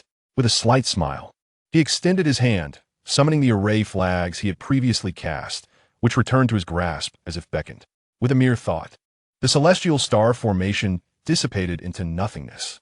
Having accomplished this, the Red Moon turned his gaze towards the cave where the ancient teleportation array lay submerged beneath the sea, his brow involuntarily furrowing in concern. This could pose a dilemma, he murmured to himself, for if not handled properly, he would undoubtedly face the wrath of his own master. After a brief moment of deliberation, he retrieved another set of formations from his storage pouch, a water-repelling barrier array. This array was specifically designed to thwart the encroachment of seawater, capable of creating a relatively independent space beneath the waves. Without hesitation, the Red Moon cast it into the depths of the cave and swiftly executed the necessary gestures to activate the array. The flags soared like birds towards the cave entrance, plunging into the water, vanishing from sight in an instant. Subsequently, the Red Moon's hands danced in intricate patterns as he infused the array with a series of incantations. Moments later, the previously tumultuous seawater flooding the cave seemed to encounter an unseen force, beginning to recede. Simultaneously, a shimmering blue barrier materialized, spanning the cave's entrance and securely isolating the seawater outside. Just then, the formerly tranquil surface of the ocean began to ripple, followed by a small bubble slowly swelling and bursting. A shadow, swift as a specter, shot forth from the water with astonishing speed, heading directly for the Red Moon. The Red Moon's gaze flickered, as if sensing an impending danger, and he abruptly turned around. In an instant, the shadow was upon him, leaving him utterly astounded. He instinctively raised his arm in an attempt to ward off the impending danger, but it was too late. The shadow surged into his mouth and nose like a swirling black tempest, seeking to invade his very being. The Red Moon True Lord was struck with profound terror. Hastily pressing his fingers against several critical acupoints on his body to seal them, channeling all of his spiritual energy in a desperate bid for resistance. Instantly, a formidable wave of energy erupted around him, radiating brilliant beams of red light, resembling a blazing red moon that was too dazzling to behold. Yet, the shadow did not relent. It swiftly transformed into tendrils of pitch-black smoke, tightly ensnaring the Red Moon True Lord's form. One of the wisps morphed into a grotesque, twisted visage, roaring menacingly at the Red Moon True Lord. If you wish for my demise, I shall take you with me to the grave. Ha ha! The Sixth Path Supreme, now in a state of utter despair, was beyond the possibility of seizing another's body or reincarnating. Faced with inevitable death, he resolved to embrace madness, pouring every last ounce of demonic energy into dragging the Red Moon into the abyss alongside him. The Red Moon, seething with a deep-seated hatred for the Six Paths, cursed inwardly, damn it, at least die with some semblance of dignity. The malevolent energy constricted around him like a venomous serpent, gradually eroding his flesh, even sealing his meridians, making the flow of his spiritual force exceedingly arduous. In that moment, the situation reached a stalemate. Should it persist, the Red Moon might become the first Yuanian cultivator in history to perish from being overwhelmed by demonic energy. However, the Red Moon would not resign himself to such a fate. A glimmer of determination flickered in his eyes as he swiftly formed hand seals, summoning intricate runes before him to unleash the Tautai Crimson Flame. Accompanied by low growls, a colossal beast resembling a Tautai began to materialize, albeit at a painfully slow pace. As if each inch gained required monumental effort, the Red Moon understood the urgency. He needed to unleash the Tautai Crimson Flame to counter the demonic energy left by the Sixth Path Supreme. Just then, a sudden turn of events occurred. From the storage bag hanging at his waist, a jade slip emitted a dazzling white light. Following this, a fragment of Chen Tianqi's soul appeared beside the Red Moon. Upon witnessing the tangle before him, Chen Tianqi couldn't help but twitch his lips, inwardly lamenting.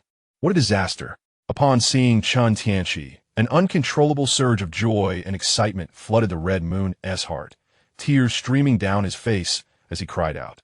His eyes shone with boundless hope and longing. Chen Tianqi's soul suddenly pointed towards the sky, instantly unleashing an overwhelming force. The once arrogant and imperious manifestation of the Sixth Path's demon, Qi, let out agonizing wails under the overwhelming pressure, ultimately succumbing and dissipating into wisps of gray particles in the air. Cough, cough, cough. Freed from its restraints, the Red Moon couldn't help but cough violently. However, at that moment, he was too preoccupied with the discomfort surging within his body to pay heed. He hurriedly knelt on both knees, sliding swiftly towards Chen Tianqi, to express his gratitude for saving his life. Thank you for your life-saving grace, my master. Red Moon bowed his head in utmost sincerity. He understood that, had it not been for Chen Tianqi's timely intervention, he would have faced death or grievous injury. Chen Tianqi shook his head, inspecting his own body and discovering lingering traces of demonic energy. With a swift motion of his hand, he eliminated the hidden danger. Red Moon, take this as a stern warning. Do not let me down next time. With that, a fragment of Chen Tianqi's soul vanished into the ether.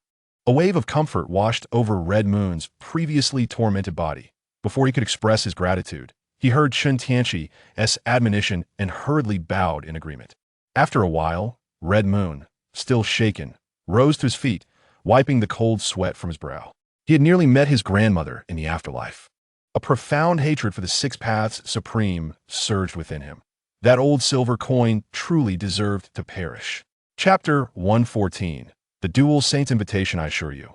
The matter concerning the Void Heaven Palace is entirely true. The Dual Saints of the Star Palace sat solemnly within the hall, with Jean Kuei kneeling on one knee, respectfully reporting the events that transpired within the Void Heaven Palace. Ling Xiaofeng stood with his hands clasped behind his back, gazing towards the horizon. After listening to Jean Kuei's account, his eyes deepened with contemplation, muttering to himself, could he have reached that legendary realm?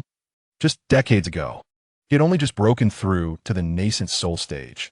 This shouldn't be possible. With his brow furrowed, he found Chen Tianqi's strength increasingly unfathomable. Better to believe it than to dismiss it. Ling Xiaofeng sighed, lost in thought. Wen Qing pondered momentarily and concurred with Jean Kuei's assertions. The couple had diligently cultivated for many years, yet had never touched upon that level of existence. Hearing that someone might have already reached the divine transformation stage left them feeling somewhat bewildered. Regardless, this individual must be courted. Wen Qing stated resolutely. Ling Xiaofeng nodded in agreement, but wore a troubled expression. But if he truly is a divine transformation sage, how do we win him over? Jin Kuei's brow also furrowed in concern. By enticing him with benefits, Ling Xiaofeng suddenly proposed. Whatever he desires, whether we possess it or not, we can offer it to him. When Xing pressed on, but what if he desires nothing at all? Then we can only be sincere in our dealings. Ling Xiaofeng took a deep breath. After all, such a formidable figure is a rare find. If we could gain even a fraction of his guidance, perhaps we could take that crucial step forward. Jin Kui nodded slightly, already understanding the intentions of the dual saints, and then inquired about another matter. Recently, the formidable Wan Sangu has repeatedly sought trouble with the Xing Palace, eager to uncover the truth behind her nephew's demise. Should we take action against her? Upon hearing this, Ling Xiaofeng remained utterly unperturbed, as if the matter held no significance for him. Nor did he care whether it would escalate into a confrontation between the righteous path and the Xing Palace. He mused himself. Is it truly necessary for this old woman to create such a commotion over the death of a mid-stage nascent soul nephew? Although Wan Sangu's strength matched his own, Ling Xiaofeng felt no fear. With an air of nonchalance, he instructed Jin Kui to simply dismiss her, asserting that there was no need for a direct confrontation. Should that old woman prove obstinate, convey to her that my wife and I shall personally visit her for a discussion. As he spoke, his gaze drifted towards the distance, as if something of great importance lay beyond. He emphasized, after all, the most critical issue at present is him. Jin Kui nodded promptly in agreement, indicating his understanding. Time flowed swiftly, and months passed. However, a shocking piece of news spread like wildfire. The incident of the Red Moon slaying an unidentified nascent soul cultivator had unexpectedly leaked.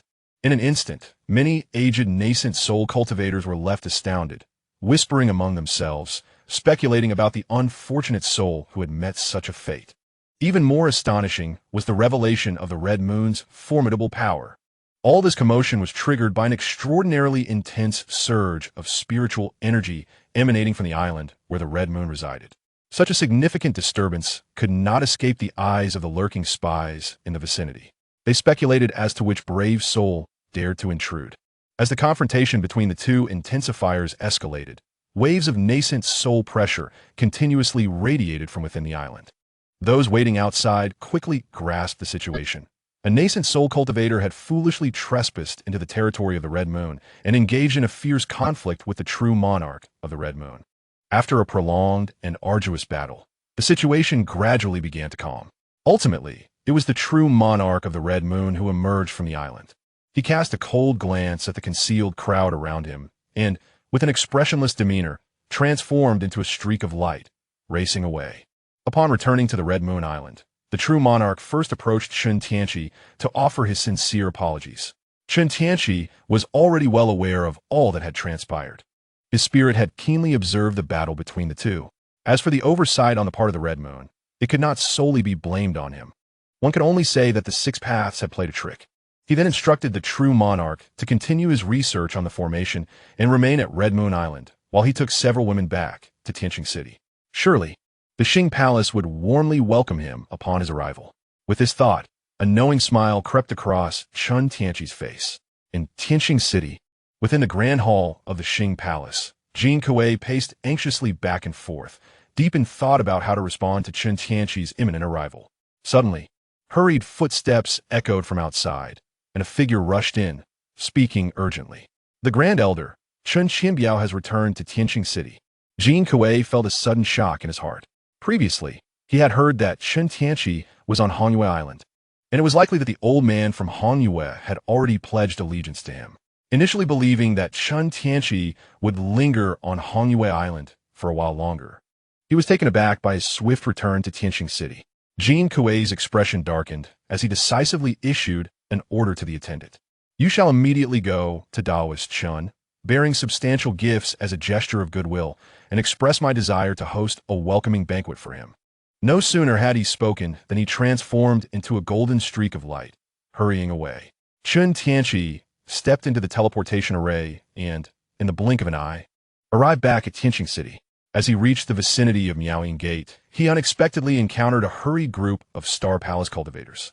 The middle-aged cultivator at the forefront. Upon seeing Chen Tianqi, immediately displayed a look of delight and hastily jogged forward. Senior Chen, I am Jin Yu, sent by Elder Jin to invite you to a banquet. To welcome you back. The excitement in Jin Yu's voice was palpable. Beside them, Chen Xiao noticed that Chen Tianqi seemed to have pressing matters at hand and spoke up. Husband, Elder Jin has requested your presence. It will be wise for you to attend. I shall take Xiao Li to introduce her to my sisters.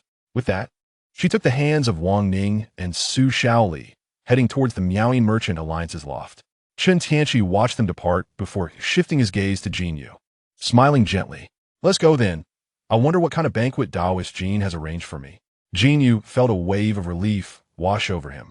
He dared not say much, quickly bowing his head and gesturing for Chen Tianqi to proceed, trailing behind him to lead the way.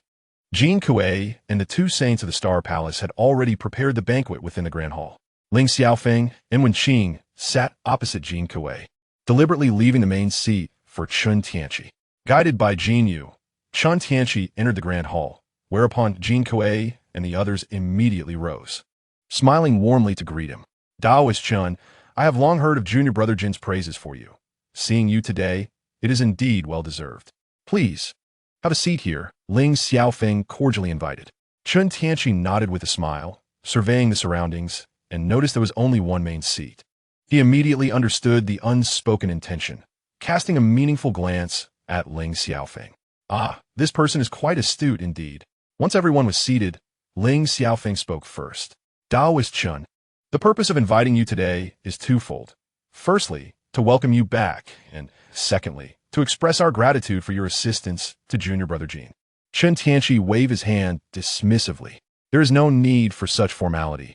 It was previously agreed upon. Not at all. Taoist Chen, your strength is unfathomable, and I hope to receive your guidance in the future. Wen Qing chimed in, echoing the sentiment. As the wine flowed and the dishes were served, Ling Xiaofeng shifted the conversation. Taoist Chen, I have heard that you have slain Wan Tianming and others with a thunderous might. Have you perhaps attained that legendary realm? As he spoke, Ling Xiaofeng's gaze held a hint of apprehension, filled with anticipation yet tinged with nervousness as he looked toward Chen Tianqi. His heart was in turmoil. If Chen Tianqi had not reached this realm, there would be no hope for him and his wife to advance. And today's lavish attempts to curry favor would be in vain.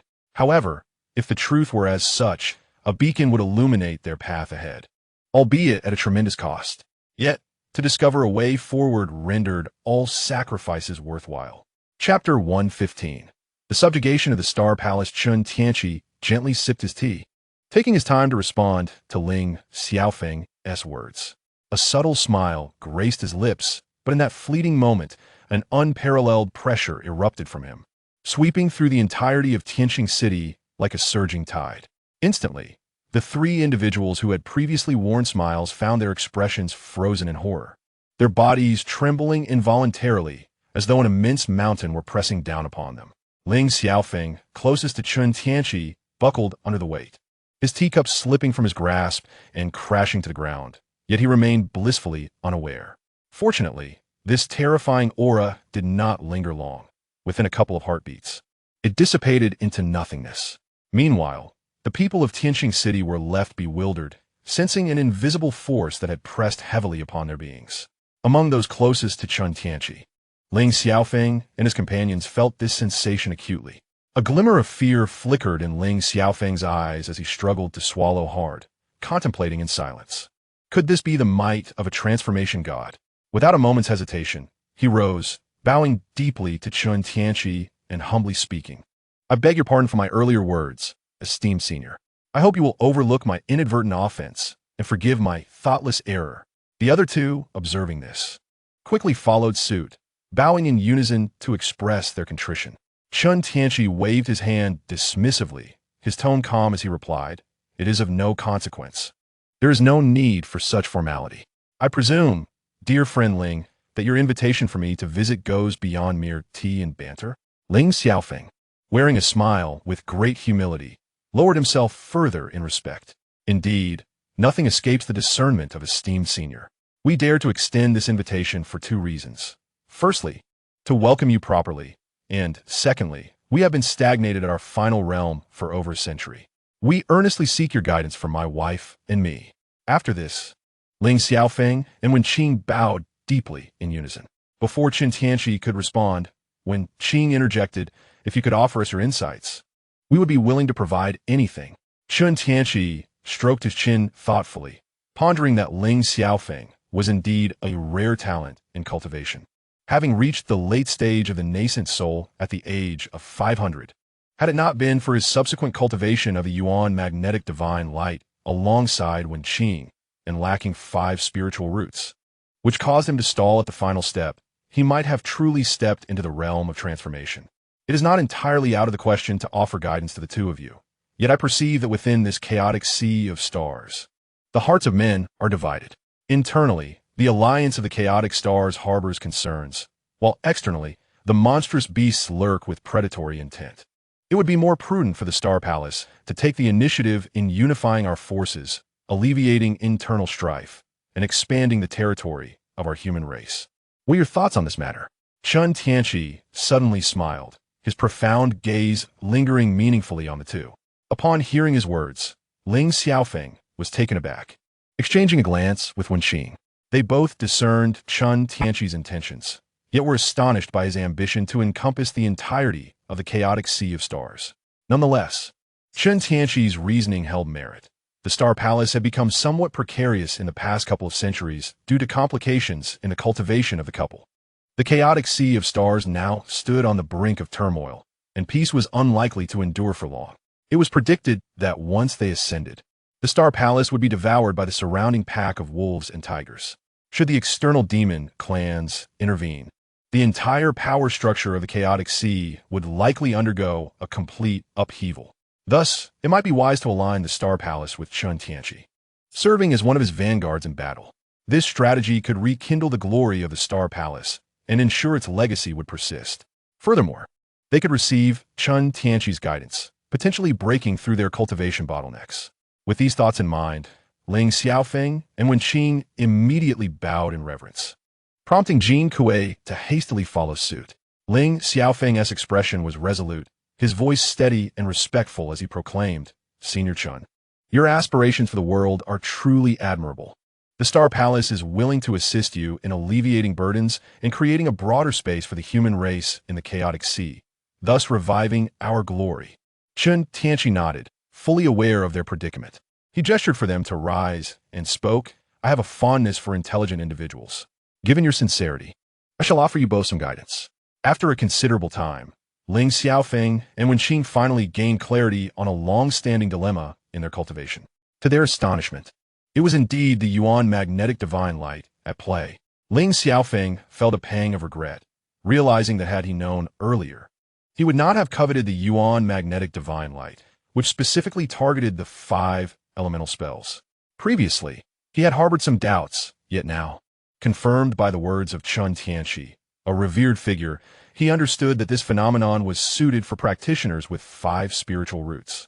Those without such roots would find themselves trapped in the late stages of cultivation and restricted within the confines of the Yuan magnetic divine mountain.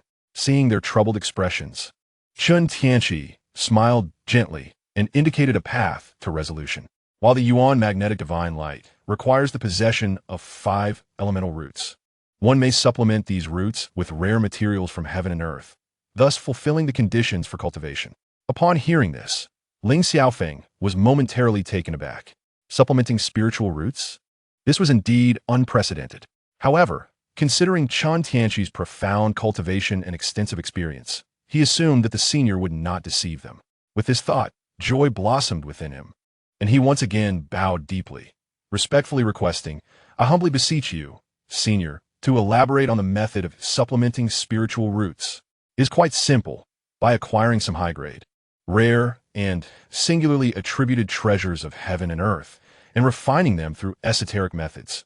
One can assimilate them into their body to form spiritual roots, thereby compensating for any deficiencies in their own." Upon hearing this, a look of delight blossomed on Ling Xiaofeng's face, for the Star Palace, being a force of profound heritage, possesses a considerable collection of such precious artifacts. However, as Chen Tianqi continued with his discourse, the flicker of hope igniting within him was abruptly extinguished. Yet in this realm, Treasures of such caliber are likely exceedingly scarce, making it difficult to sufficiently meet your needs, Chen Tianqi articulated slowly. Ling Xiaofeng's previously joyous expression froze instantaneously, as if doused with a bucket of cold water. Was he truly destined to stagnate? A wave of despair and helplessness washed over him. Yet, Chen Tianqi appeared oblivious to Ling Xiaofeng's emotional shift, leisurely sipping his tea before continuing. Moreover, the inner cores of high-tier demonic beasts can also fulfill this requirement. At these words, the corners of Ling Xiaofeng's eyes twitched involuntarily, internally lamenting the elder's inability to complete his thoughts in one go, leaving him in a state of anxious trepidation. However, he eventually exhaled in relief.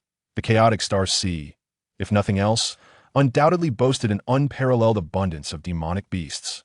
Thus, it seemed that the inner cores of those few Yuaning tier beasts should adequately satisfy the needs of both himself and Wenqing. Contemplating this, a smile of joy involuntarily graced Ling Xiaofeng's face, and he, alongside Wenqing, deeply bowed to Chen Tianqi. Thank you, esteemed elder, for your guidance. The younger generation is profoundly grateful. Henceforth, the Star Palace will serve diligently, unwaveringly following your esteemed lead, ready to face any trials ahead. Chapter 116. A unified front. Years had elapsed since the dual saints invited Chen Tianqi to a banquet and subsequently expressed their submission. During this time, Ling Xiaofeng and Wenqing, empowered by Chen Tianqi's elemental divine abilities, managed to negate the constraints of the Yuan magnetic divine light, temporarily liberating themselves from the Yuan magnetic divine mountain. Unbound by limitations, they, alongside Chen Tianqi, became the unequivocal invincible entities within the entirety of the chaotic star sea. They promptly led a multitude of elders from the Star Palace to the outer seas to vanquish demonic beasts. This grand display incited trepidation among both righteous and demonic sects, leading them to believe that the dual saints of the Star Palace had achieved a breakthrough in cultivation, poised to wage war and unify the chaotic star sea. However, upon discovering that their expedition was merely to hunt demonic beasts in the outer seas, many were left bewildered, questioning whether such an elaborate display was truly warranted for that purpose. The hidden agents of the Reversal Star Alliance were swiftly activated, and through several unnamed insiders, the truth became clear. It was revealed that the dual saints of the Star Palace ventured into the outer seas to accomplish their breakthroughs. With this revelation, the currents of the chaotic star sea surged tumultuously, plunging the entire realm into genuine chaos. The righteous and the wicked, unwilling to witness the dual saints of the Star Palace grow ever more powerful, have cast aside their previous prejudices to unite. Coupled with the numerous factions eager to partake in the spoils, they too are disinclined to see such an outcome. Thus, they collectively formed the Reverse Star Alliance's army of cultivators, laying ambush along the necessary route to the inner sea, eagerly awaiting the return of the dual saints to catch them off guard. However, they did not anticipate that, like a mantis stalking a cicada, a group of demon beasts led by a malevolent monkey would launch a surprise attack upon them. This band of demon creatures appeared to be infected by the malevolent aura of the monkey, displaying an unprecedented ferocity, unafraid of death. One demon beast could contend with several cultivators of the same realm, leading to significant casualties among the Reverse Star Alliance's forces in a short span of time. Even the few nascent soul cultivators leading the charge fell prey to the monkey's brutal assault, causing the remaining nascent soul cultivators of the Wicked Path to flee in disarray, abandoning their comrades to escape. The other groups of cultivators, witnessing the tide turn against them, had no choice but to retreat. Far away in Starry Sky City, Chen Tianqi, upon hearing this news, grinned like a sly fox. The nameless traitors among them were precisely arranged by the Star Palace.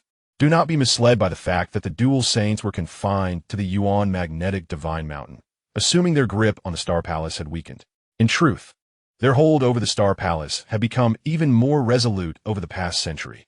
They were acutely aware of the internal traitors, and, to avoid alarming the enemy, had let them be. However, at a critical juncture, one must first secure the internal before expelling the external, and the first step was to sacrifice them. Furthermore, with Chen Tianqi's connection to the distant sun Wukong, this led to a splendid turn of events akin to the mantis catching the cicada while the yellow bird lurked behind. The grand army assembled by the Reverse Star Alliance was vanquished by the demon beast before even encountering the dual saints of the Star Palace, suffering a drastic reduction in combat effectiveness. Subsequently, the great battle between the Reverse Star Alliance and the Star Palace erupted in earnest. On a secluded and enigmatic island, where houses stood tall, a banner of unknown origin fluttered in the wind. Numerous teams of cultivators, of varying levels of prowess, patrolled the island vigilantly. Deep within the island, in a lofty pavilion, emanated a powerful aura of over 20 nascent soul cultivators. It was evident that this was the headquarters of the Reverse Star Alliance. Each nascent soul cultivator sat in their respective places, their gazes fixed upon a middle-aged woman at the forefront. "Dear friends," she began, "the army of cultivators we previously assembled has suffered a grievous blow from an unidentified demon race. Subsequently, that couple has come knocking one by one, resulting in the fall of several among us. I am certain some of you present are contemplating withdrawing from the Reverse Star Alliance. However, do you think that couple is unaware of your identities?" The middle-aged woman's gaze was sharp as a blade, piercing through the multitude of nascent soul cultivators, her eyes radiating a fierce light. "She is none other than Wan Sangu, the leader of the righteous path. Therefore, we have but one path forward. That is to clash relentlessly with the Star Palace until the very end. The number of us in the nascent soul stage far surpasses that of Wan Sangu." Before she could finish her words, the entire island reverberated with the scornful voice of Ling Xiaofeng, echoing as if it had detonated in everyone's ears. "Old woman, do you really believe that sheer numbers can overpower us?" Instantly, the faces of all the nascent soul cultivators changed dramatically. Some smirked, others were flustered, while a few felt a surge of terror and wished to flee, with many more left utterly shocked. They could not help but ponder how their adversaries had located this place. In that fleeting moment, Wan Sangu regained her composure first, her sharp gaze sweeping across the multitude of nascent soul cultivators before her, a flicker of fury evident in her eyes. Clearly, there was a traitor among them. The numerous nascent soul cultivators felt a chill run down their spines under her piercing stare, their discomfort palpable as they were about to speak. She let out a cold snort and transformed into a streak of sword light, appearing outside the pavilion. Wan Sangu understood that this was not the time for internal strife. The pressing matter at hand was how to deal with the uninvited guests outside. Inside, the nascent soul cultivators exchanged bewildered glances, some utterly confused, questioning whether the old woman was experiencing another bout of her temper. Yet, faced with the impending danger, they refrained from further discourse and followed her into the fray. Outside, the cultivators under the banner of the Reverse Star Alliance trembled in fear beneath the oppressive presence of Ling Xiaofeng and Wenqing, rendered immobile. Wan Sangu's apparition materialized above the island, gazing down at Ling Xiaofeng and his companion, her being emanating an immense force that countered their oppressive aura. "Old woman, you are truly formidable. Why do we not see you rushing to protect your tragically fallen nephew?" Ling Xiaofeng mocked, a clear disdain glimmering in his eyes as he laughed derisively. "Wan Sangu, you two scoundrels are quite the performers, deceiving us all." Wan Sangu, incensed by his mockery, felt her blood boil. Her thoughts turned to her nephew's demise, which was undoubtedly linked to them. "Today, we shall settle this matter." In an instant, her rage surged, and she unsheathed her sword, striking with fierce intent. She deliberately refrained from using the 5-element spells, opting instead for her sword techniques. Knowing that Ling Xiaofeng and Wenqing had cultivated the primordial magnetic divine light, making the use of elemental spells tantamount to inviting demise, Ling Xiaofeng formed hand seals and with a swift motion, unleashed a radiant beam reminiscent of brilliant auroras that collided with her sword light. The two forces erupted with intense fluctuations, fierce winds swirling around them. At this juncture, do you still wish to remain spectators?" Wan Sangu glared at the multitude of nascent soul cultivators lingering behind, admonishing them, "You fools, do you believe that by refraining from action, others will spare you?" The nascent soul cultivators exchanged glances and nodded, preparing to advance and assault the dual saints of the Star Palace. Suddenly, a blood-curdling scream erupted from the rear of their ranks. The old monster Qingyang. In Chapter 117, Winning Hearts with Virtue, a middle-aged Yuanian cultivator found himself pierced through the dantian by an elder with white hair and beard from behind. The elder's hand ignited with a fierce bluish-brown flame, firmly grasping the cultivator's yuaning. Old Li, I truly apologize. The Qingyang sect cannot do without me. The Qingyang old monster shook his head, feigning sorrow and letting out a sigh. He had long since allied himself with the Star Palace 2 or 3 years prior, willingly becoming an insider to atone for his past sins. He was also aware that the current master of the Star Palace was no longer Ling Xiaofeng and his companion, but the once-renowned artifact master, Chen Tianqi. As this thought crossed his mind, a flicker of terror flashed in the eyes of the Qingyang old monster. After becoming an insider for the Anti-Star Alliance, he had met Chen Tianqi, whose unfathomable cultivation and the overwhelming sense of authority he exuded made it clear that this person was undoubtedly a legendary transformation god. The reason for their meeting was straightforward. He was to present the Qingyang Devil Fire and the Soul Cry Beast. Naturally, the Qingyang old monster was eager to align himself with such a powerful figure and generously handed over the treasures without a hint of reluctance. Now, as an insider, he felt the need to showcase his loyalty. With this thought, a fierce glint flashed in his eyes as he abruptly crushed old Li's yuaning. This sudden turn of events triggered alarm bells among the nearby yuaning cultivators, who swiftly dodged aside. However, anguished cries echoed as several yuaning cultivators fell victim to ambushes from the newly emerged traitorous cultivators. In an instant, over 20 yuaning cultivators split into 2 factions. One faction, led by Wan Sangu, held the numerical and strength advantage, forming a united front, yet they dared not turn their backs to their comrades, fearful of another betrayal akin to that of Lao Lu. The other faction was comprised of 7 or 8 traitorous cultivators, led by the Qingyang old monster, primarily at the early yuaning stage. Haha, old woman, it seems your so-called Anti-Star Alliance is merely a collection of misfits. Ling Xiaofeng nearly doubled over with laughter at this sight. I suggest you hurry home and study the art of war by Sun Tzu to sharpen your wits. Wenqing, standing nearby, could not resist joining in the mockery. You 2 wretches.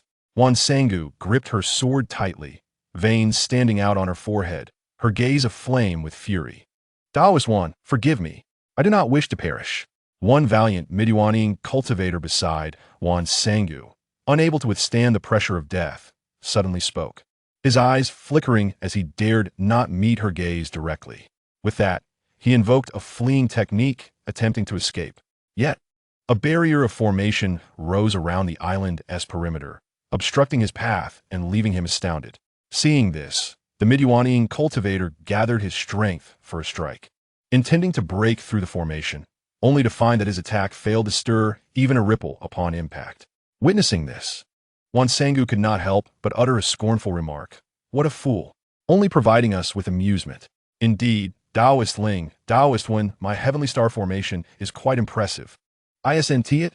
A voice echoed from afar, and a crimson light suddenly appeared beside Ling Xiaofeng, as the figure of Hong Yue gradually emerged, stroking his beard with a chuckle. Indeed, my friend Hong Yue is worthy of the title of a master of formations. Truly impressive. Ling Xiaofeng and Wenqing exchanged respectful gestures, showing great deference to Hong Yue, while secretly marveling within. It was peculiar. According to prior reports, Hong Yue should have been at the early stage of the nascent soul realm. Yet upon their meeting, it became apparent he had reached the late stage. This was indeed intriguing, yet delving into another's secrets felt inappropriate. So it was best assumed he had concealed his true cultivation level. Hong Yue, with a proud expression, pinched his beard, increasingly convinced that aligning with Chen Tianqi was an exceptionally wise choice. Otherwise, these two would not have treated him with such respect. At that moment, the old monster Qingyang, accompanied by several rebellious nascent soul cultivators, approached them, wearing a sycophantic smile while gesturing towards the formation barrier. Holding the array disc, Hong Yue waved it gently, opening a breach to allow them passage. Qingyang and the other cultivators swiftly exited the formation, bowing submissively and flattering Hong Yue and his companions. Thank you, friend Hong Yue. Thank you. Dual Saints. Hong Yue nodded in acknowledgement, clearly pleased by their flattery. Ling Xiaofeng cast a sidelong glance at him, ignoring his presence, and addressed Wan Sangu with a calm demeanor. Old woman and esteemed friends, I offer you an opportunity. If you surrender honestly, we may yet let bygones be bygones and grant you a path to survival. Upon hearing these words, Many nascent soul cultivators, already sensing the decline of the Reverse Star Alliance and the impossibility of toppling the Star Palace, began to waver. After hundreds of years of cultivation, was it not their ultimate aim to prolong their existence? Do you truly believe these two scoundrels? Don't say I didn't warn you when the time comes. Wan Sangu, seeing so many faltering, felt a surge of anger, disappointed by their lack of resolve. At this juncture, did they truly think they could escape unscathed? If they left without any measure of sacrifice, she would deem the dual saints of the Star Palace as utter fools. Her words awakened many to a harsh realization. Indeed, what if they had to relinquish a portion of their souls or bear mark? A few even contemplated seizing the opportunity to flee amidst the ensuing chaos. Ling Xiaofeng gazed at this indecisive crowd, swayed by the winds, and felt a surge of disdain within, his lips twitching slightly as he murmured, "Truly a bunch of ineffectual fools." Clearing his throat, he spoke loudly, "Esteemed friends, please do not worry. This amnesty is a special decree granted by the venerable transformation god." As soon as he finished speaking, it was as if a colossal stone had been cast into a lake, stirring up tumultuous waves, inciting an uproar among the gathered crowd. What? The transformation god? That is a supreme realm spoken of only in legends. Impossible. How could anyone achieve such a state? Is it possible that Ling Xiaofeng has already broken through to the transformation realm? Fool! Did you not hear clearly? It refers to another person. Who then? Could this enigmatic master of transformation be? And what compels him to grant us clemency? In my estimation, the truth of this matter is likely a blend of 7 parts falsehood and 3 parts reality. In an instant, an array of speculations and discussions erupted, filling the air. The crowd exchanged uncertain glances, their faces reflecting a mixture of astonishment and confusion at this unexpected revelation. "Silence," Wan Sangu commanded, casting a stern look at the raucous assembly behind her. "Let us not lose our composure. His words may not hold truth. Achieving transformation is no simple feat." In her view, the spiritual essence of this realm pales in comparison to that of the ancient era. Attaining transformation has become exceedingly arduous. With each newly emerged master transformation, the world's spiritual energy wanes. However, the spiritual energy within the chaotic star sea has shown little significant change since the past. Therefore, the master of transformation he speaks of could not possibly exist. Ling Xiaofeng, upon hearing her words, silently nodded in agreement, recognizing the soundness of her reasoning. Yet, he too felt a sense of perplexity and frustration. Logically, Chen Tianqi's breakthrough to transformation should have caused a considerable stir. Yet, the entire process had transpired without a whisper. Concealed high above, Chen Tianqi surveyed the crowd, allowing a faint smile to grace his lips as he listened to Wan Sangu's remarks. "Apologies, but I did not break through in the human realm. Since you harbor disbelief, let our actions reveal the truth." Ling Xiaofeng sighed in resignation. He was weary of the endless conflict that had persisted for centuries. Having finally grasped the method of restoration, he yearned only to seize the moment to cultivate in peace and achieve transformation. In that fleeting moment, Ling Xiaofeng and Wenqing exchanged a knowing glance, nodding in unison to signal their readiness. They swiftly moved their hands, crafting intricate and mysterious seals. At that instant, a complex and unfathomable pattern of law materialized before them. United in purpose, they unleashed a powerful combined attack, summoning an overwhelming force of primordial magnetic light. A radiant beam of aurora erupted like a bolt of lightning, surging forth with the intent to annihilate, aimed directly at Wan Sangu and her companions ensnared within the formation. This dazzling light, vibrant and mesmerizing, seemed to harbor boundless might. Faced with such a formidable assault, Wan Sangu dared not hesitate, immediately employing the sword shadow splitting technique. With a flourish of her sword, she wove a net of fierce sword energy, resolutely countering the onslaught. Simultaneously, the other cultivators unleashed their ultimate techniques, whether invoking treasured artifacts or casting spells, creating a spectacular display of radiant colors that illuminated the heavens with immense grandeur. Just then, Chen Tianqi's figure appeared above the island, flicking his fingers to harness his accumulated energy and summon the forces of nature. In an instant, the myriad attacks from both sides vanished into the ether. In the next moment, A formidable pressure akin to a 1,000-pound force erupted from Chen Tianqi, descending heavily upon the cultivators below. In an instant, the multitude of cultivators plummeted to the ground, rendered immobile, their faces flushed with suffocation. I do not wish for the demon race to flourish while the human race withers. This is why I have granted you clemency. Yet, I did not anticipate your utter lack of discernment.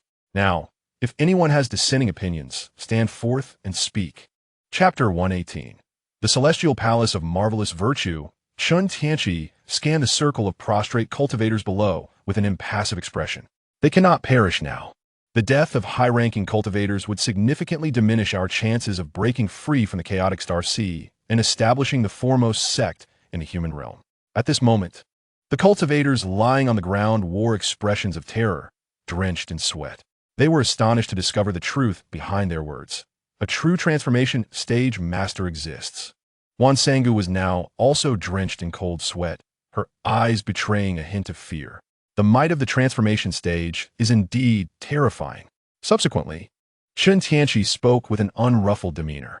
I desire to unify the entire chaotic star sea for the benefit of the human race and to expand our territory. Who among you supports this, and who opposes? Han Yue swiftly appeared at Chen Tianqi's side, nodding and bowing, sycophantically affirming, Master, I am in favor. The chaotic star sea must be thoroughly unified for optimal development. This display from Han Yue left Ling Xiaofeng and Wen Qing astounded. Just moments ago, she had exuded an air of arrogance, yet now she appeared so subservient before Chen Tianqi. I too support this. So do I. The old monster Qingyang quickly moved to join in, and the few traitorous cultivators behind him regained their composure, echoing the sentiment. Ling Xiaofeng silently cursed his misfortune and hastily pulled Wen Qing along, bowing in respect. The Star Palace also supports this and is willing to alleviate the burdens of the esteemed master. A faint smile graced Chen Tianqi's lips as he disregarded their flattery, gently waving his hand to lift the oppressive weight from the cultivators below. With a bemused expression, he inquired, And you? The crowd staggered to their feet, still trembling, and upon hearing Chen Tianqi's words, they nodded fervently, eager to respond. We support this. We too are in favor. Chen Tianqi regarded Wan Sangu, her face still pale and marked by lingering fear, raising an eyebrow. Is there still defiance in you? What say you? Wan Sangu, feeling the intensity of his gaze, hastily bowed in deference before her internal energy could stabilize. Naturally, I support this. All shall be at the discretion of the esteemed master. However, she swiftly changed her tone, expressing a measure of indignation. But I beseech the esteemed master to allow me to settle matters with these two individuals. It would serve as retribution for my unfortunate nephew. Wan Sangu lifted her gaze towards Ling Xiaofeng and his companion, her eyes filled with a fierce intensity as she fixed her gaze upon them. Upon hearing the news, Chen Tianqi felt a surge of amusement, and a radiant smile spread across his face as he slowly revealed the truth. You need not trouble yourselves with them. It was I who killed your nephew. Wan Sangu was immediately taken aback, utterly unprepared for this revelation. Her gaze gradually shifted to Chen Tianqi, where she was met with a countenance brimming with joy, as bright as the warm sun on a spring day. Yet, for reasons unknown, an inexplicable chill surged from the depths of her heart, causing her to involuntarily shudder. Wan Sangu sighed inwardly, contemplating, Dear nephew, may you rest in peace.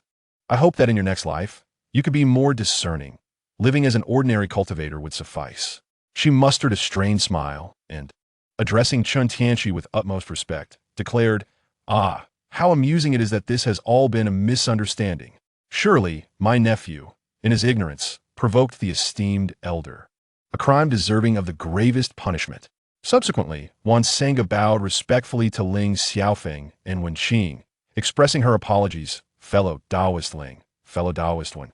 I beg your forgiveness for my earlier indiscretions. Her tone was sincere and humble, as if genuinely remorseful for the prior events. Ling Xiaofeng and Wen Qing suppressed their laughter, gently waving their hands to indicate that they bore no malice. Chen Tianqi surveyed the room, a smile akin to spring's gentle embrace gracing his features, and proclaimed, Since there are no objections from my esteemed friends, I hereby announce the official establishment of Miao Tiangong. In an instant, regardless of their true sentiments. The assembly erupted in cheers and praises. Chen Tianqi then revealed a sly grin, producing dozens of jade tokens. As you are the inaugural elders, I kindly ask each of you to submit a portion of your soul. At that moment, the expressions of the gathered cultivators shifted dramatically, their faces pale with fear. Isn't this akin to surrendering one's life to another's control? Chen Tianqi, perceiving their trepidation, continued, "Fear not. The effectiveness of these tokens lasts for a century. Serve me for 100 years, and those who wish to remain may do so. For those who do not, your portion of the soul shall return to you, allowing for your departure." After a brief silence, noticing their lingering hesitation, Chen Tianqi furrowed his brow and waved his sleeve, letting out a cold scoff. "What? Do you doubt my integrity? Certainly not. The esteemed elder is benevolent, willing to secure greater living space for the human race in the chaotic star sea. Such magnanimity is not something we could refuse." Wan Sangu was the first to resolve her doubts, promptly accepting a jade token. Frowning slightly, she severed a fragment of her soul and placed it within, subsequently returning it respectfully to Chen Tianqi. After all, refusing would mean certain death. Agreeing might at least grant us a semblance of security. The remaining cultivators gradually regained their composure upon hearing Chen Tianqi's slight irritation. They hastily accepted the jade tokens and, following suit, submitted a portion of their divine souls. From that moment onward, all nascent soul cultivators of the Reverse Star Alliance were obliged to dutifully serve Chen Tianqi for the ensuing century. Months passed, and the years of turmoil in the chaotic star sea came to a definitive halt. However, the intelligence network across the chaotic star sea erupted with activity. Numerous rumors circulated, much to the delight of onlookers who indulged in the unfolding spectacle. For instance, the twin saints of the Star Palace stormed the headquarters of the Reverse Star Alliance, leaving the righteous leader, Wan Sangu, in utter disarray. Initially, the reports seemed reasonable, but as time went on, they grew increasingly bizarre and abstract. Astounding revelations emerged. The tumultuous love-hate saga between Wan Sangu and Ling Xiaofeng unfolded, a fierce contest between the rightful partner and the mistress. Shocking news spread about the betrayal of the ancient monster, Qingyang, allegedly seduced by the beauty of the twin saints of the Star Palace, who seemed to captivate all. The enigmatic Lord Honyue was even said to have taken a male lover. Further intriguing tales spoke of the undisclosed three-person secret between Lord Honyue and the twin saints. Such a cacophony of absurdities left Chen Tianqi both amused and exasperated, marveling at the talent that sustained the various intelligence agencies of the chaotic star sea. The most astonishing news for the onlookers was that the dominion of the chaotic star sea had changed hands. The new leader was none other than the legendary transformation cultivator. The entity was officially renamed the Miao de Tiangong, and while other major factions showed little reaction, they scrambled to join in, fearing they might miss the opportunity for high-ranking positions. Consequently, fierce conflicts erupted among numerous nascent soul cultivators. Chen Tianqi intervened, advising them not to brawl at the entrance, as it would tarnish the city's appearance. Instead, he suggested they settle their differences in the arena. In a matter of months, various factions within the human territories of the chaotic star sea were consolidated under the banner of the Miao de Tiangong, achieving complete unification. To retain their sect names, they were required to pay tribute annually. The hierarchy was established, with Chen Tianqi's associates occupying the foremost positions, followed by the faction of Ling Xiaofeng and his spouse, and then the righteous sections. The remaining factions showcased their unique capabilities, each vying for recognition. The most delighted among them was Lord Honyue, who reveled in the adulation of cultivators who once surpassed him, grinning from ear to ear. As one of the earliest supporters of Chen Tianqi and a master of formations, his expertise was invaluable for forging pathways to Tiannan and to Jin, elevating his status in the Miao de Tiangong even above that of Ling Xiaofeng. Chapter 119, Journey to DC Master. I am honored to report that I have not failed in my duties. After years of diligent research, I have made some progress in constructing the teleportation array. I estimate that it will take a few more years to complete the preliminary framework. Honyue stood within the magnificent hall of the Miao de Tiangong, his posture slightly bowed, beads of perspiration forming on his forehead as he felt a surge of anxiety. Just moments ago, Chen Tianqi had summoned him to inquire about the advancements in the study of the ancient teleportation array. Faced with the increasingly inscrutable master, Han Yue could not help but feel a surge of reverence. He was acutely aware of Chen Tianqi's high expectations regarding the ancient teleportation array. Should he fail to provide a satisfactory answer, the consequences would undoubtedly be dire. Contemplating this, Han Yue's heart raced, and he swallowed hard, a sense of unease enveloping him. Chen Tianqi glanced at him with a hint of amusement, feeling a touch of mirth at his evident discomfort. Enough, he said. I understand that the ancient teleportation array is quite challenging. Do not worry about my leniency. However, since you have made a commitment, I hope you can complete it promptly. With a wave of his hand, he signaled for Han Yue to take his leave. Han Yue quickly bowed in gratitude, repeatedly affirming his compliance, and stepped back slowly before turning to depart, a sigh of relief escaping him. After Han Yue's exit, Chen Tianqi retrieved a wolf-head scepter, acutely sensing the remnant soul residing within. He had hoped it would emerge willingly, yet remained obstinately dormant. You have lingered by my side for years. Why do you not show yourself? Chen Tianqi's voice resonated, his formidable primordial spirit surging forth, causing the wolf-head scepter to tremble violently. The remnant soul, unable to withstand the pressure of Chen Tianqi's overwhelming spirit, was compelled to reveal itself. Please, do not be angry, esteemed friend. I am Silver Moon, a member of the Silver Moon Wolf Clan, and for reasons unknown, I have taken refuge within this scepter. A graceful young woman clad in a flowing silver gown appeared before Chen Tianqi, offering a respectful apology. Oh, are you suggesting that you suffer from amnesia? He inquired. Indeed, I find myself unable to recall past events, only aware that I belong to the Silver Moon Wolf Clan.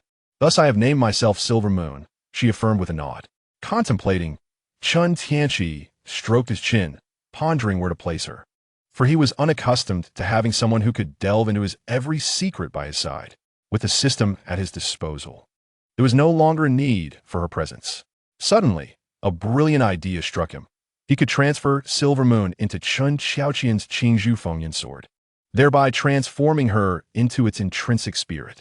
I can overlook the past, but you must remain at 1's side, he stated, his gaze narrowing as a glimmer of mischief flickered in his eyes. As time passed, the Chaos Scriptures once again assimilated various martial arts manuals from the vast and chaotic Star Sea, achieving a new level of refinement. On the day Chen Tianqi extracted Silver Moon from the wolf-head scepter, he established her as the spirit of Chen Xiaoqian's Qingzhu Fengyan sword. Subsequently, he updated and iterated numerous martial arts for the women, crafting several magical artifacts, while reminding Chen Xiaoqian to ensure that Su Xiaoli did not neglect her cultivation. After sharing tender moments with them and enjoying a period of close companionship, Chen Tianqi recalled that he still had 2 lottery chances and a chance to traverse realms yet to be utilized. This is what allowed the long-dormant system to make its presence felt. Little one, come and draw a prize. Let us see how fortune favors you today. As soon as the words left his lips, Chen Tianqi rose from amidst a throng of captivating beauties. With a gentle wave of his hand, his garments seemed to animate with a life of their own, adorning him effortlessly. After completing this ritual, Chen Tianqi stood invigorated, ready to embrace the dawn of a new day. In an instant, the roulette before him began to whirl at an exhilarating pace, an array of dazzling treasures flashing by in rapid succession. Congratulations, master. You have drawn a Wanfeng egg. What? A Wanfeng egg? Why not a phoenix egg? Chen Tianqi could not help but feel a tinge of regret, soon followed by a sense of resignation, especially since the dragon egg he possessed had yet to hatch successfully. And now he found himself with an additional Wanfeng egg. Suddenly, a thought crossed his mind, prompting him to inquire aloud, Little one, do you not possess a phoenix egg? Is that why you awarded me a Wanfeng egg? Indeed, the system, Little one, responded after a brief silence. Upon hearing this answer, a look of expected disappointment crossed Chen Tianqi's face. He had suspected that the plethora of extraordinary treasures flashing before him was merely a facade, lacking genuine opportunities for acquisition. Though in many novels of his previous life, the phoenix was a commonplace entity, it remained a true ancient divine beast. Moreover, once it hatched, it would instantly possess the power of an immortal. Such a precious and rare phoenix egg could not possibly be obtained so easily. Nevertheless, the Wanfeng, being a true spirit-level divine bird, would eventually wield the power of a great ascendant. Let us draw one last chance, Chen Tianqi thought, taking a deep breath as he stood in the courtyard at the highest peak of the holy mountain, overlooking the entirety of Qianxing City. Congratulations, Master. You have obtained a Godzilla egg. Godzilla, the one that devours nuclear energy. Are you certain this isn't a mistake? Chen Tianqi was momentarily taken aback, his skepticism rising as he questioned, is it the Godzilla I envision? And do you truly regard this as an egg party? Why are there only eggs? The system fell silent, feigning ignorance. This led Chen Tianqi to harbor doubts. Could it be that this entity had run out of worthwhile items? With a resigned sigh, he placed the 2 eggs within the Qiankuan peak for incubation. It seemed he would need to rely on his own efforts. It was time to venture to the next world in search of better treasures. With a wave of his hand, countless worlds appeared before him. Chen Tianqi's gaze sharpened, locking onto his reincarnated homeland, the DC universe. This is it, little one. Let us commence the traversal. In an instant, a vibrant portal opened beneath his feet, and he vanished without a trace. Chapter 120. The Grand Stage of DC. Come if you dare. DC Universe, Earth. In an utterly frigid Arctic expanse, fierce winds howled. Yet, amidst such a harsh environment, a figure clad in eccentric attire emerged, with blue skin and red undergarments, adorned in a skin-tight suit emblazoned with a large. He was akin to a madman, exuberantly leaping between icebergs, each bound creating a colossal crater upon the frozen surface. Suddenly, he knelt on one knee, fists striking the ground as he inhaled deeply, seemingly gathering a mysterious force within him. With a thunderous sonic boom, the man surged skyward like a rocket, his velocity astonishing, vanishing into the profound heights in the blink of an eye. Simultaneously, thousands of meters above a dense North American jungle, a resplendent portal, ablaze with vibrant colors and shimmering with enigmatic light, began to slowly open. At that moment, a figure raced from afar, hurtling towards Chen Tianqi, who had just emerged from the portal with astonishing speed. A deafening collision resonated through the air, the sheer force generating a tremendous shockwave. Caught off guard, Chen Tianqi was instantly propelled backward, his body crashing through a towering mountain peak. Lying expressionless in the vast crater, he gazed skyward, seemingly pondering the complexities of life. The first time the system transported him, it landed him on a planet about to explode. The second, it discarded his infant self into the wilderness. The third, it thrust him directly into a crowd. And the fourth, it deposited him in a concentration camp. Now, he faced yet another perilous encounter. Had an ordinary traveler been in his place, they would have been obliterated by that tremendous speed. Truly, it was a grand stage of chaos. And if you had the will, you could come forth. Chen Tianqi meticulously noted all of this. Though he emerged unscathed, he internally vowed that, given the chance, he would certainly extract the system and deliver a thorough beating, for the landing sites of his travels were consistently unreliable. The system, sensing his ominous thoughts, shivered slightly and quickly assured him, I promise to be more careful next time. Apologies, Master. Upon hearing this, Chen Tianqi's expression remained unchanged as he silently made a gesture of international goodwill towards the system. Oh, sir, are you all right? I sincerely apologize for colliding with you. A gentle voice reached Chen Tianqi's ears. He looked up to see the blue-skinned figure in red undergarments. Indeed, such a classic appearance could only belong to Superman, Clark Kent. At that moment, Clark, wincing while clutching his swollen forehead with a trickle of blood seeping out, wore an expression of deep embarrassment. He had just learned of his true heritage and encountered the image of his biological father, an artificial intelligence, which had stirred a certain excitement within him. However, in his elation, he had unwittingly collided with another person in midair. Wait, how could anyone be present in the sky at that altitude?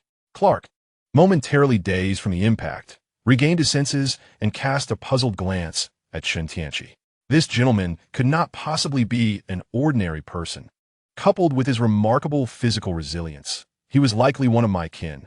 With this realization, a flicker of joy illuminated Clark's eyes as he fixed his gaze intently upon Chen Tianqi. In his excitement, he activated his X-ray vision, eager to discern whether their bodily structures were alike. Noticing Clark's actions, Chen Tianqi furrowed his brow, a subtle, invisible force field emanating from him to thwart the intrusion. As Clark concentrated, Striving to utilize his X-ray vision, he was met only with a hazy shadow, rendering his efforts futile. He quickly deactivated his ability, only to observe the shift in Chen Tianqi's expression. Realizing he had overstepped a boundary, an immediate wave of remorse washed over him. "I apologize, sir. I had no intention to offend. I merely wish to discern what sets you apart." With a deep breath, Clark's eyes sparkled with anticipation as he continued. "May I inquire if you're a Kryptonian? It should still be the case, I presume?" Chen Tianqi stood, recalling the numerous items he had consumed earlier, his expression uncertain. "That's wonderful. I knew I wasn't the only one," Clark exclaimed, exuberantly embracing Chen Tianqi, his delight manifesting in animated gestures. With a bemused expression, Chen Tianqi patted Clark's back, pulling him away with a hint of exasperation, brushing off his clothes. "Man, such familiarity between men isn't appropriate. And I'm not gay. That is simply not my inclination. Forgive me, sir. I am not gay either." "You misinterpret me," Clark replied, his embarrassment prompting him to scratch his head. Subsequently, a radiant smile graced Clark's face as a torrent of questions surged within him, an insatiable curiosity compelling him to uncover everything at once. "Hello, sir. I am Clark Kent. Are you also a human? Are you another Kryptonian on Earth besides me? Have you been living here all along? How did I fail to notice you before?" A barrage of inquiries left Chen Tianqi speechless, causing a twitch at the corner of his eye. Is this child truly so impatient? It appears he is overjoyed to have encountered a fellow kin. "Take your time. I want to be disappearing," he reassured. "First, allow me to introduce myself. I am Chen Tianqi, and this is my first visit here. I assure you, I am a good person." Chen Tianqi cast a sidelong glance at Clark to preempt any misconceptions. Moreover, there are indeed other Kryptonians scattered throughout the universe. Upon hearing this, Clark's countenance brightened even further, realizing that his kin still existed. Observing his naivety, Chen Tianqi felt compelled to temper his enthusiasm with a dose of reality. "Allow me to remind you that the majority of those Kryptonians are criminals trapped in the Phantom Zone. If they discover Earth, an invasion is inevitable." Clark's expression momentarily faltered. His smile, freezing as the joy within him, was abruptly extinguished. However, he quickly regained his customary optimism, turning to Chen Tianqi with a grin. "Mr. Chen, there are still a few kind-hearted Kryptonians like yourself. Moreover, I have faith in my ability to protect this planet." As soon as he finished speaking, a brilliant smile illuminated Clark's face once more, radiating under the sunlight, instilling an inexplicable sense of comfort and reassurance. He then extended his hand toward Chen Tianqi, inviting him. "Mr. Chen, what do you think? Would you like to witness the beauty of this planet? I can also assist you in adapting to life here." Chen Tianqi felt a touch of reluctance. He had already seen the scenery of Earth numerous times, and it was all rather similar. Nevertheless, he did not decline Superman's invitation, wishing to cultivate a good relationship with Clark, as he might later have an opportunity to morally compel him to extract the life code within him. Chapter 121. The training partner, "Do you require a set of battle attire from us Kryptonians?" Clark asked, his joy evident as Chen Tianqi nodded in agreement. With hands on his hips and chest puffed out, he flexed his impressive muscles, proudly displaying his blue skin and red briefs. His expression was one of smug satisfaction, clearly pleased with his attire. "No, I have my own armor," Chen Tianqi replied, a slight twitch at the corner of his mouth as he hastily waved his hand in refusal. "I think I'll pass on the skin-tight briefs over the armor." In the next moment, a layer of darkness enveloped Chen Tianqi, shifting and coiling around him until, in just a second or two, his sleek black armor fully covered his body. Observing the black armor adorning Chen Tianqi, Clark suddenly found his own blue skin and red briefs less appealing. Gazing at him with a hint of longing. "Let us go, Clark," Chen Tianqi chuckled at the desire gleaming in his eyes, giving his shoulder a reassuring pat. Clark, reluctant to part with the sight, stole a few more glances but felt too shy to request a set for himself. He then turned and soared into the sky, ready to take Chen Tianqi home and share the news of having found his kin with his mother. Clark led Chen Tianqi into Smallville, and shortly thereafter, they arrived at a quaint farmhouse nestled amidst the fields. After changing into casual attire, Clark gently knocked on the door, and a faint sound emanated from within. After a brief moment, the slightly antiquated door creaked open, revealing an elderly woman. This was Superman's adoptive mother, Martha. Upon recognizing Clark, Her face first displayed astonishment, quickly followed by overwhelming joy, and without hesitation, she opened her arms to embrace her son tightly. At that moment, she gazed at Clark with immense affection, speaking softly. "Oh, my child, what brings you back to me so suddenly?" Clark gently patted his mother's back and replied in a soft tone, "Mother, I have missed you dearly." His expression then transformed into one of excitement as he eagerly prepared to share momentous news with her. "By the way, Mother, there is something else I must tell you. During my return, I discovered my kin." With that, Clark could hardly contain his exhilaration, his eyes shimmering with fervor. Upon hearing this delightful news, Martha was momentarily taken aback. Yet as she beheld the joyful Clark, her expression gradually softened. She clasped Clark's hand tightly, her gaze revealing a hint of tenderness, and smiled as she said, "Is that truly so? That is simply wonderful, my child. May God bless you all." Martha then turned her attention to the man standing behind Clark, releasing her embrace. Seeing the tall and robust young man, she nervously approached him and extended her hand. "You must be a member of my son's kin, correct? May I inquire if you intend to take my son away?" Chen Tianqi politely shook her hand, observing the anxiety in her eyes, and smiled knowingly. He understood her fears of losing Clark, worried that these newly emerged kin would whisk him away, never to be seen again. "Good day, madam. Clark is free and will not be taken from you, nor do I have any interest in doing so. Please rest assured." With Chen Tianqi's assurance, Martha felt a weight lift from her heart and joyfully took his and Clark's hands, leading them into the house. "Gentlemen, I just baked some cookies for you. Allow me to prepare a delightful lunch." After sharing a meal at Clark's home, Chen Tianqi wiped his mouth and, noticing Martha tidying up his room upstairs, suddenly turned serious as he addressed Clark. "Clark, your time is limited. A group of Kryptonian criminals is en route to Earth." Clark, poised to eat a small tomato with his fork, was startled by Chen Tianqi's warning. Instantly, alarm bells rang in his mind. He set down his food, straightened his posture, and replied gravely, "What is happening?" Clark contemplated his extraordinary powers, his expression growing increasingly somber. Since they were all Kryptonians, it implied they possessed abilities identical to his own. Should they arrive on Earth, it would undoubtedly spell catastrophe. Chen Tianqi stroked his chin, calculating the timeline. "You activated the signal from that Kryptonian spacecraft, which was intercepted by that group of Kryptonians, prompting their swift journey here. They should arrive in a few months, I reckon. Moreover, most of them are combat-oriented Kryptonians, with terrifying adaptability." Upon hearing this, Clark furrowed his brow, a look of distress crossing his face, as he had never anticipated that activating the Kryptonian spacecraft would bring such calamity to Earth. However, at this juncture, all that can be done is to make an earnest effort to avert the impending crisis. Clark gazed sincerely at Chen Tianqi, realizing that he was not alone. He too was a Kryptonian like himself. Without hesitation, he extended a request to join forces. "Mr. Chen, perhaps what I am about to say may seem a touch morally coercive. Nevertheless, I must express my desire for you to join me in safeguarding this planet for its safety." Upon uttering these words, Clark's eyes shone with fervor, filled with righteous expectation as he looked at Chen Tianqi. Chen Tianqi smiled slightly. He was not particularly concerned about safety, but incurring a favor from Superman was certainly agreeable. This could potentially lead to a more proactive approach in extracting the code of life later on. Of course. However, Clark, you must undergo training. Chen Tianqi suddenly revealed a mischievous grin. He was curious to experience what it felt like to use Superman as a sparring partner. Months later, under a radiant sun and a clear sky, Superman's adoptive mother, Martha, hummed a tune while leisurely brewing coffee. Just as she dropped a sugar cube into her cup, the entire house trembled unexpectedly, startling her and causing scalding coffee to spill across the table.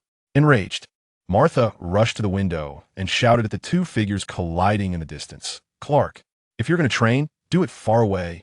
My house is about to collapse." "Understood, Mom." Bang! Clark, in midair, hurriedly caught Chen Tianqi's punch, turning to respond to his mother's warning when he was suddenly knocked down by Chen Tianqi's unexpected strike, crashing to the ground. "Clark, focus on the battle." Chen Tianqi feigned exasperation, slowly descending. Yet within, he felt a wave of exhilaration. How delightful it was to use Superman as a punching bag for several months. Clark, clutching his bruised and swollen right cheek, spat out a few teeth and mumbled, "I understand, Mr. Chen." After a while, as his teeth miraculously regrew and he regained his composure, Clark's gaze sharpened, and he lunged forward once more, engaging Chen Tianqi in a fierce struggle. Chen Tianqi effortlessly parried each of Clark's attacks while occasionally landing painful blows to his kidneys and liver, causing Clark to double over in agony. In Chen Tianqi's eyes, Clark's current strength was rather mediocre, but his resilience was remarkable, and his recovery ability was extraordinary. Moreover, under the relentless pressure of combat, Clark's strength surged dramatically, revealing his potential. It was akin to a scion benefiting from a gravity chamber, with his combat prowess escalating rapidly. Due to the continual bruising he endured, his need for recovery accelerated the absorption of solar energy, further enhancing his physical strength. Chen Tianqi couldn't help but marvel at the fact that he was indeed the favored child of the DC universe. Chapter 122. The arrival of Zod months prior. Amidst the vast cosmos, a spacecraft abruptly altered its course, hurtling towards Earth. Inside the spacecraft, a tall, robust, middle-aged man with short black hair and a scar across his face stood imposingly at the command platform. His gaze flickered with intensity as he observed the coordinates shimmering on the star map. "Joel, you coward! Your son cannot evade his fate. The Codex of Life will surely be mine. General, the coordinates have been confirmed. The Codex of Life lies on that distant planet." He turned, casting a profound gaze upon his subordinates, a squadron clad in sleek black sci-fi battle armor, both men and women, standing tall and orderly. They awaited the command from General Zod to venture forth to that remote world, to conquer it, and to forge a new Krypton. "Excellent, my soldiers, advance." Instantly, the spacecraft ignited its warp engine under the operator's control, accelerating rapidly, soon transforming into a streak of light. Clark had concluded a day of training, soaring high into the sky to bask in the sun's rejuvenating rays, healing his wounds. He then hastily returned to the metropolis. Now, he was an intern at a news agency within the city, and he could not afford to neglect his duties. Donning his hypnotic glasses to conceal his identity, Clark clutched a briefcase as he entered the office. He immediately collided with the portly supervisor blocking the doorway. The supervisor glanced at his watch and, without a hint of expression, addressed Clark. "You are late. This is the 17th time this month." My apologies, sir. I had some matters at home that delayed me," Clark replied, scratching his head awkwardly and attempting to apologize with humility. "Hey, Clark, if you have matters at home, take a leave. That cannot be the reason for your tardiness. This isn't the first time. Last month, you were late 10 times, the month prior, 6 times. Each month, the number of times you're late increases. Are you certain you wish to continue?" The supervisor's incessant lecturing was abruptly interrupted when the entire building plunged into darkness. The lights extinguished, diverting his attention. "How unfortunate, a power outage," the supervisor muttered, frowning as he pulled out his phone to contact an electrician. Suddenly, he noticed an unfamiliar middle-aged man's face appearing on the entire screen, repeating a chilling message. "Inform Earth, surrender Kal-El. Otherwise, in 24 hours, we shall launch an assault on the entire planet. Inform Earth." The supervisor's mouth fell agape in astonishment, exclaiming incredulously, "Oh my God, are there really aliens? And they plan to invade Earth?" He frantically raised his head, only to discover that Clark had vanished without a trace. Zod's global warning struck the people of the planet like a thunderous bombshell, igniting a colossal wave of public discourse. As countless individuals fervently debated the veracity of this startling revelation. Who is this Kal-El? Is he your father? Is today April Fool's Day? This prank is truly remarkable. Identifying the individual above as foolish. Can your antics truly disrupt the entire world's network? You are the one lacking sense. When the most exceptional hackers unite, they possess the capability to bring down the entire network. Goodness, it truly feels as if extraterrestrial beings are invading. My father, I have yet to experience enough of life. Haha, what a welcome occurrence. Hasten to obliterate this world.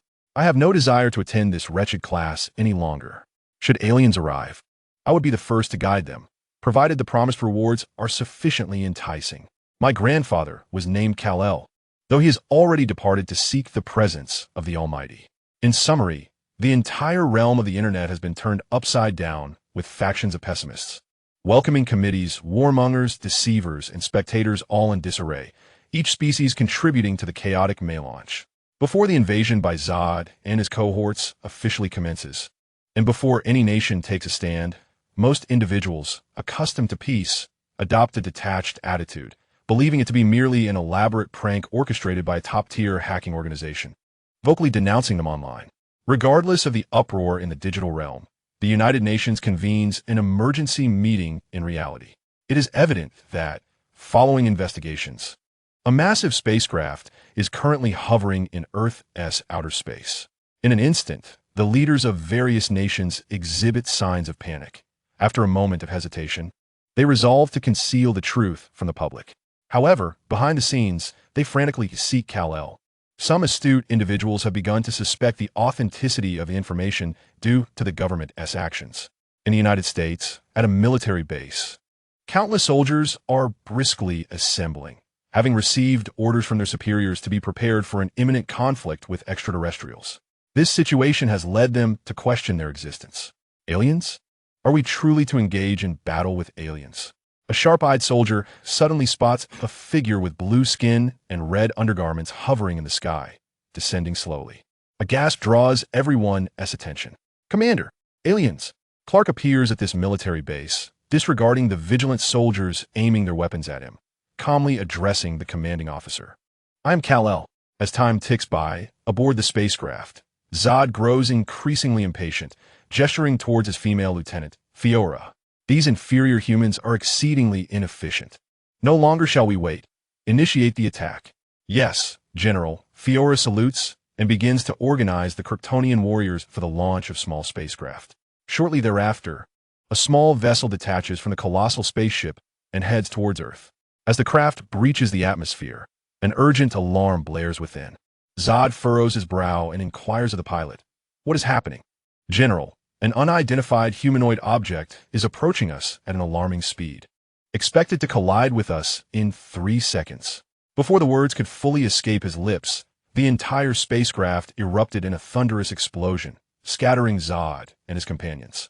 They quickly activated the flight capabilities of their armor, their faces encased in protective shields, stabilizing themselves mid-air.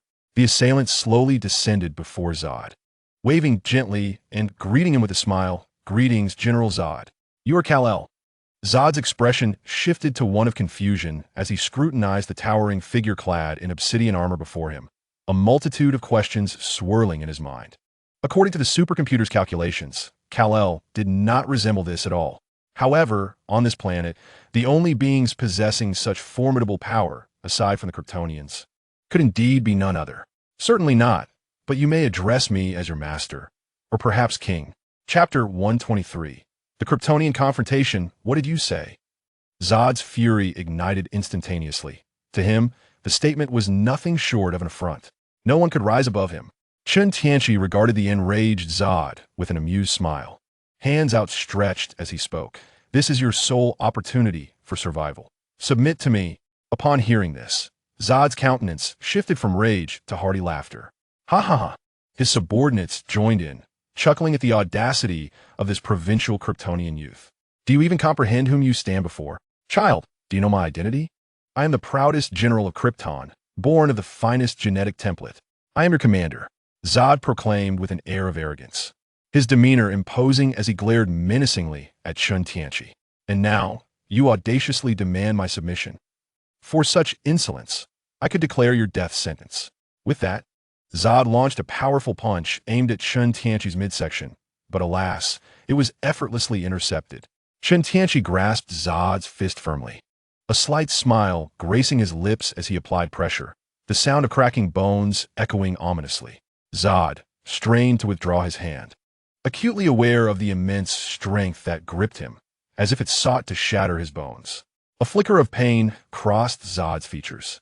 Yet he summoned his formidable willpower to stifle any cries of anguish, veins bulging on his forehead as he struggled with all his might. Chen Tianqi could not help but feel a measure of respect. Kryptonians, for all their faults, possessed remarkable fortitude. Clark had endured brutal training in silence. And now Zod mirrored that resilience. To alleviate Zod's suffering, Chen Tianqi, in a gesture of benevolence, smiled gently before delivering a punch to Zod's abdomen. With a thunderous roar, The terrifying might of Chen Tianqi shattered the battle armor of Zod, fracturing his spine and causing him to arch backward and soar through the air like a meteor, leaving a white streak as he plummeted toward the ground. The remaining Kryptonian warriors gazed in disbelief at this spectacle. Their invincible general had been felled by a single blow. Remember to express your gratitude later. Noticing their stunned expressions, Chen Tianqi revealed a mischievous grin and delivered a punch to each one of them. In an instant, their armor disintegrated, transforming into meteoric fragments that crashed to the earth, creating deep craters, devoid of their protective gear and exposed to the yellow sun. The Kryptonians felt their genes unraveling. It was as if an atomic bomb had detonated within them, triggering violent transformations. One by one, the Kryptonians collapsed to the ground, gasping for breath and contorted in agony. Countless voices reverberated in their minds, leaving them dizzy and compelled to clutch their heads. After a considerable time, they gradually acclimated, sensing an overwhelming power coursing through their bodies, feeling utterly incredulous. We have been empowered by the sun. Fiora, among the first Kryptonians to regain control of her body, keenly discerned that the changes were linked to the sun. Zod, too, recognized this. As the pinnacle of genetic templates, he quickly began to heal under the sun's rays. Staggering to his feet, his supervision instantly locating Chen Tianqi. You have made a grave mistake by exposing us to the sun. His gaze turned vicious as he prepared to summon his subordinates to besiege Chen Tianqi. Chen Tianqi, noticing Zod was back on his feet, couldn't help but marvel at the Kryptonian's resilience. Suddenly, he appeared before Zod and delivered another punch, sending him flying once more. The Kryptonian warriors, alerted by the commotion, quickly regrouped, leaping and sprinting toward Chen Tianqi. He cast a glance their way and, within less than a second, treated each of them to another punch before gracefully soaring toward Zod. Zod's body involuntarily rolled as he dug his hands into the ground, scraping a long trench before finally coming to a halt. Ah! Zod roared in fury, unleashing a searing beam from his eyes that hurtled toward Chen Tianqi. With a swift motion, Chen Tianqi summoned the forces of the universe, opening a portal that connected to Zod's rear. The laser struck Zod himself, sending him tumbling forward in a disarrayed manner. Chen Tianqi swiftly positioned himself before Zod, seizing his head and delivering a brutal knee strike to his face, causing it to cave in. With a resounding impact, he then targeted Zod's abdomen, delivering a punch that pierced through, sending Zod crashing to the ground and creating a massive impact crater. General Fiora, upon witnessing Zod's dire state, gasped in horror. Driven by her protective instincts, she soared into the air, charging towards Chen Tianqi. However, a resounding explosion echoed from afar as a robust figure collided forcefully with Fiora, interrupting her advance and sending both of them flying. Clark arrived on the battlefield, quickly noticing Fiora's stealthy attack, and rushed to assist Chen Tianqi. As Zod's lieutenant and an exceptionally skilled Kryptonian warrior, Fiora swiftly devised a counter-strategy. She engaged Clark in aerial combat, suddenly locking her hands around his neck and shoulder, then forcefully flinging him backwards, freeing herself from his grasp. In a swift motion, Fiora delivered a powerful kick, sending him crashing to the ground. Clark landed in a deep crater, grimacing in pain as he clutched his abdomen. Fiora descended rapidly, raising her high-heeled boot to strike down upon Clark's head. With remarkable reflexes, Clark turned his head just in time, creating a sudden impact in the ground that made him break into a cold sweat. Yet, he quickly regained his composure, seizing her foot and tossing her aside. He leapt into the air, re-engaging Fiora in combat. Meanwhile, Chen Tianqi approached Zod at a leisurely pace, who was clutching a gaping wound in his abdomen, which was slowly mending, his expression weary and blood pouring forth as Zod stuffed his intestines back inside. You are a Kryptonian. Why do you seek to protect this planet? Do you aspire to be their hero? Do you desire their adoration? Zod glared at Chen Tianqi, veins bulging on his forehead, his voice laced with fury. Chen Tianqi remained unperturbed, his countenance revealing no trace of emotion, opting not to respond to Zod's provocations. He slowly placed his foot upon Zod's chest, coldly stating, Zod, I understand your purpose for being here. Before Chen Tianqi could elaborate, Zod, filled with rage, grasped his foot and shouted, If you know, why do you hinder me? This is our only chance to rebuild our home. Chapter 124. The death of Zod. Chen Tianqi applied slight pressure with his foot, crushing Zod's chest, causing him to grimace in agony and spit out blood. I have told you, submission to me is your only path to survival. Only Krypton can be rebuilt. Upon hearing this, Zod glared fiercely at Chen Tianqi, his grip tightening around Chen Tianqi's leg, his veins bulging as he bellowed. I, Zod, shall never submit to anyone. A man of honor born in this world cannot forever remain beneath others. As his words echoed, Zod unleashed a furious roar, summoning all his strength to finally escape the confinement of Chen Tianqi's foot. Immediately, he unleashed a sonic boom, soaring into the heavens like a rocket, seemingly intent on venturing into outer space to draw energy from the sun. Chen Tianqi's eyes twitched, having uttered such defiant words. It was evident that Zod could not be allowed to remain. Without hesitation, he launched himself in pursuit. As he drew nearer to the sun, an unmistakable joy illuminated Zod's face. He could feel a warm current coursing through his body, and he instinctively spread his arms wide, as if yearning to embrace the sun's searing heat. Yet, at that moment, an excruciating pain suddenly pierced through him from behind, akin to 1,000 venomous insects gnawing at his flesh, threatening to shatter him entirely. It turned out that Chen Tianqi had silently approached from behind, penetrating Zod's back and firmly grasping the vertebrae that supported his frame. With a surge of strength, Chen Tianqi brutally snapped the spine, then yanked upwards, sending Zod's head and spine soaring into the sky. In an instant, crimson blood gushed forth like a fountain, causing Zod's body to lose all support and plummet through the air. Chen Tianqi held the severed spine in one hand while gripping Zod's lifeless, headless corpse in the other, channeling the energy of the celestial furnace to consume it entirely, reducing it to mere ashes that dispersed into the void. Meanwhile, Clark had traversed from the plains to the sprawling metropolis, wreaking havoc and destruction upon the city. Towering skyscrapers crumbled, and countless souls wailed in despair. The remnants of the military's might surrounded him: aircraft, tanks, and the dismembered limbs of soldiers, evidence of a futile assault against them. For the Kryptonians, these were mere toys, easily dismantled. Clark, bruised and battered, could scarcely consider the plight of the city's inhabitants. Fists rained down upon him from every direction, leaving him in agony. Thanks to months of training, he initially held his own against Fiora, gradually gaining the upper hand. However, he soon found himself besieged by a dozen other Kryptonian warriors who had adapted to their powers and joined the fray, unleashing a relentless barrage of blows. Overwhelmed, Clark was unable to withstand their onslaught. It was a miracle he had not perished on the spot. Now he was treated like a ball, being kicked about in the air, suffering an unending beating. Chen Tianqi arrived at the scene, intrigued, and snapped a few photographs of Clark's battered visage. Clearing his throat, he raised Zod's severed spine and proclaimed loudly, "Zod is dead. Now, I am your commander." His voice resonated with a powerful magical aura, echoing through the air and reaching every Kryptonian's ears. Instantly, all present felt their minds shatter, blanking out as they involuntarily ceased their movements, frozen in place. Clark was hurled far away, collapsing amidst the ruins, gasping for breath. After a moment, they began to regain their senses, looking incredulously at Chen Tianqi and the severed spine he wielded. Clearly, it was the head of General Zod. The Kryptonian warriors exchanged glances, a silence enveloping them. The invincible General Zod had been slain by an even mightier Kryptonian. Did this imply that he was more capable of leading them than Zod? In that fleeting moment, many Kryptonian warriors were engulfed in tumultuous thoughts, evidently unable to arrive at a swift conclusion. Should they yield to Chen Tianqi? "Commander, we are willing to submit."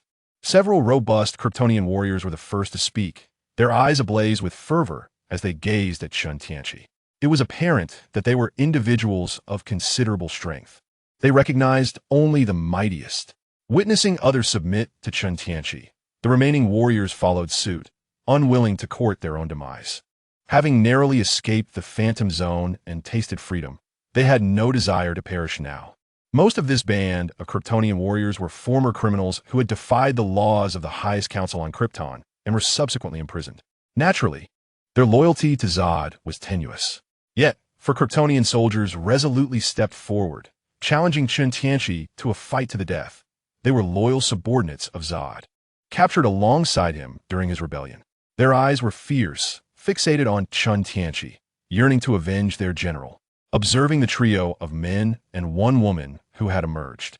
Chen Tianqi shook his head, a hint of regret in his demeanor. You have made the gravest error. Serving under me holds far greater promise than under Zod. The revival of Krypton is within our grasp.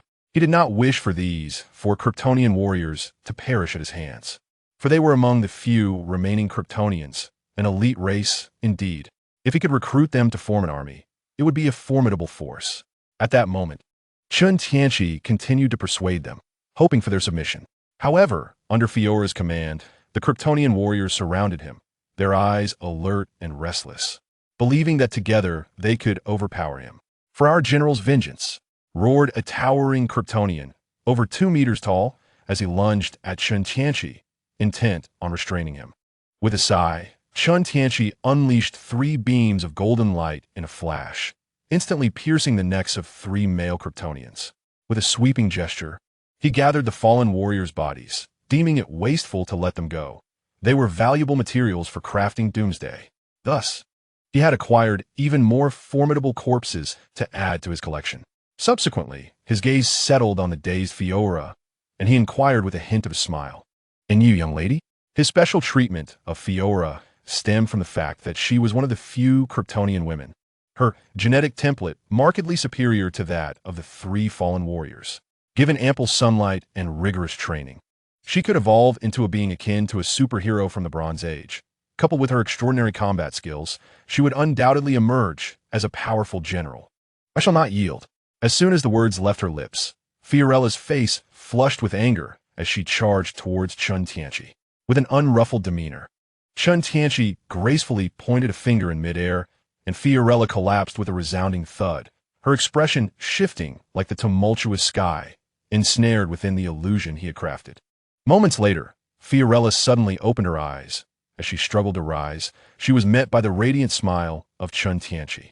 She instinctively recoiled, her eyes wide with terror, evidently having endured unspeakable torment within the illusion. Once more I ask you, will you submit or face death? Chen Tianqi crouched down, gazing intently at the fright-stricken Fiorella, his smile as warm as sunshine. It appeared that his illusion had proven to be quite effective. I yield. I submit.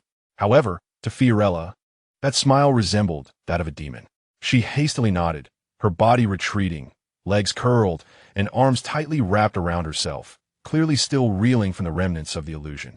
Chapter 125. The sudden appearance of the Wonder Woman in response to Fiorella's capitulation. Chen Tianqi nodded with satisfaction and turned to the Kryptonian warriors, proclaiming loudly, "My warriors, I assure you, Krypton shall be rebuilt, and civilization shall endure once more."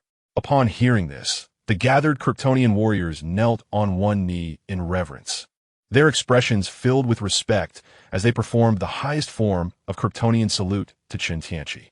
Fiorella took a deep breath, her eyes reflecting a complex array of emotions, and unsteadily rose to join their ranks, hoping he could fulfill the general's wish, to make Krypton great again.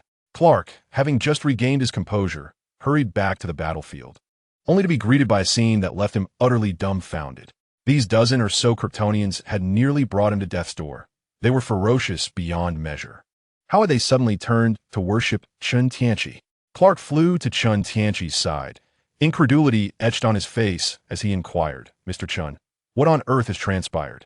Have they truly surrendered?" With a gentle pat on Clark's shoulder and a slight smile, Chen Tianqi began to speak with utmost seriousness. "Clark, you must understand. I have always been one to win hearts through virtue. They were moved by my character and thus chose to surrender to me. Of course, I cannot let them down. I must carefully consider their future." Noticing a hint of skepticism in Clark's expression, Chen Tianqi pointed towards the group of Kryptonians. "If you doubt my words, you may inquire of them." The Kryptonian warriors, slightly at a loss for words, exchanged glances. Was it really through virtue that they had submitted? Yet, having already capitulated to Chen Tianqi, they were keen not to undermine their new leader's authority and promptly affirmed, "Indeed, we have all been captivated by the commander's charisma and willingly choose to follow him." Clark, scratching his head in bewilderment, felt an inexplicable sense that Chen Tianqi was weaving a tale. Chen Tianqi, stifling a chuckle at the incredulity of the superhero, continued with an air of righteous dignity. Clark, do you wish for our race to endure? With these words, Chen Tianqi fixed a resolute gaze upon Clark. Confused, Clark pondered. Of course he wished for it.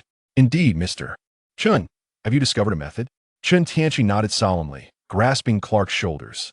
Within Kryptonian technology lies a remarkable process known as planet terraforming, capable of transforming a celestial body into a habitable environment. Upon hearing this, Clark's heart raced with anxiety. Could it be that Mr. Chen intended to collaborate with these Kryptonians to alter Earth? Such an endeavor would be unbearable for him. Yet, he soon exhaled a sigh of relief.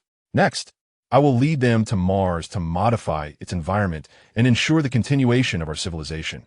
Chen Tianqi elaborated, then turned his gaze skyward, feigning profound sorrow as he sighed. However, we lack the most crucial element, the Codex of Life.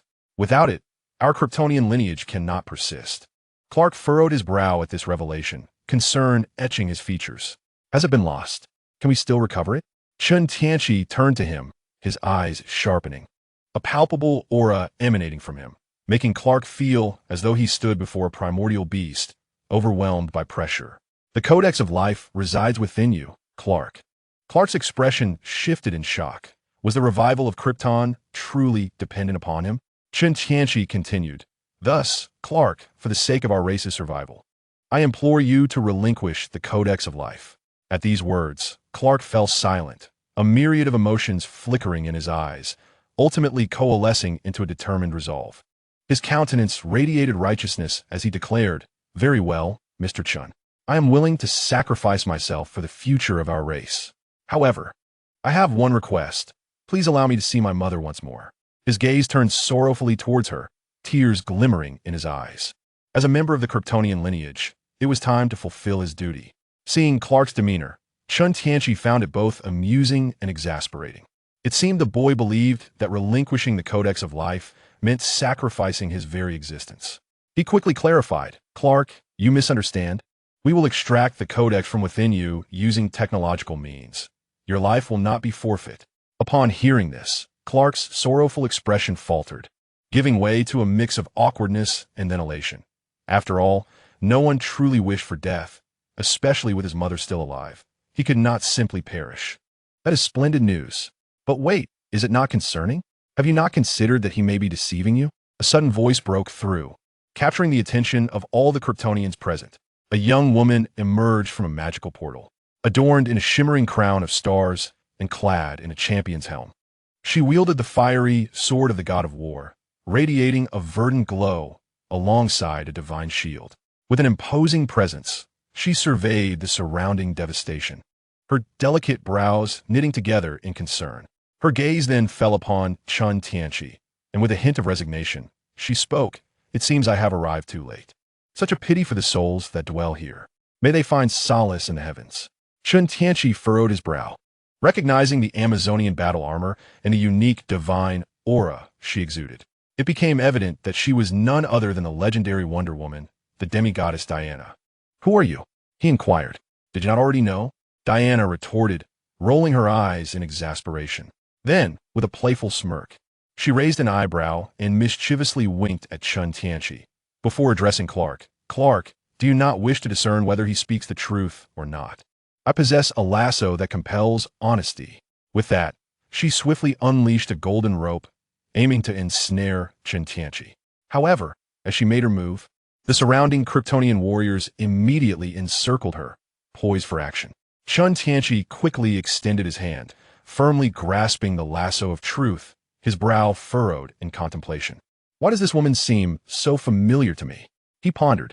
Madam, if you persist, I may have to retaliate in self-defense. Diana sensed a peculiar energy emanating from the lasso, attempting to infiltrate Chen Tianqi's mind and compel him to speak the truth. Unfortunately for her, it bore no effect on him. After encountering formidable mental fortitude, the vast power of his spirit shattered the attempt as if it were fragile glass. Not surprised by the ineffectiveness of the lasso, Diana displayed a knowing expression. Very well, I concede. She glanced at the encircling Kryptonians, her demeanor unyielding. Yet she retracted the lasso, shrugged her shoulders, and planted her sword and shield into the ground, raising her hands in surrender. She was all too aware of the man's prowess before her, and had no desire to invite needless suffering. Clark suddenly felt a diminishment of strength coursing through him, attributing it to the aftermath of his injuries. Bewildered, he oscillated his gaze between Chen Tianqi and Diana, questioning, "Are you two flirting? Mr. Chen, do you know her? He does not recognize me now, but he soon shall," Diana interjected, her gaze fixed on Chen Tianqi with an enticing intensity, her eyes sparkling with a magnetic allure, seemingly aiming to captivate him. Chen Tianqi's attention was drawn to the sword glowing with an emerald light at his feet, musing inwardly. Is this forged from kryptonite? No wonder she dares to venture here alone. With this blade, she could fell a Kryptonian with a single strike. As he processed Diana's words, he raised his eyes only to be met by her alluring gaze, a sensation of chill coursing through him involuntarily. The sense of danger did not emanate from Diana, but rather seemed to be an intangible warning from the cosmos, as if foretelling events that would unfold in Chen Tianqi's future.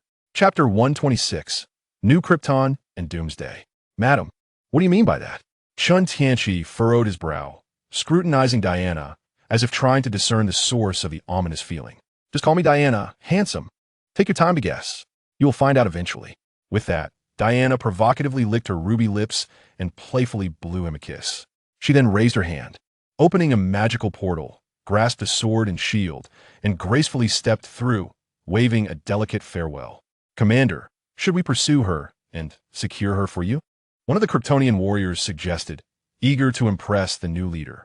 Chen Tianqi waved his hand dismissively, the implication clear. Observing this, the other Kryptonian warriors also relaxed, reverting from combat readiness.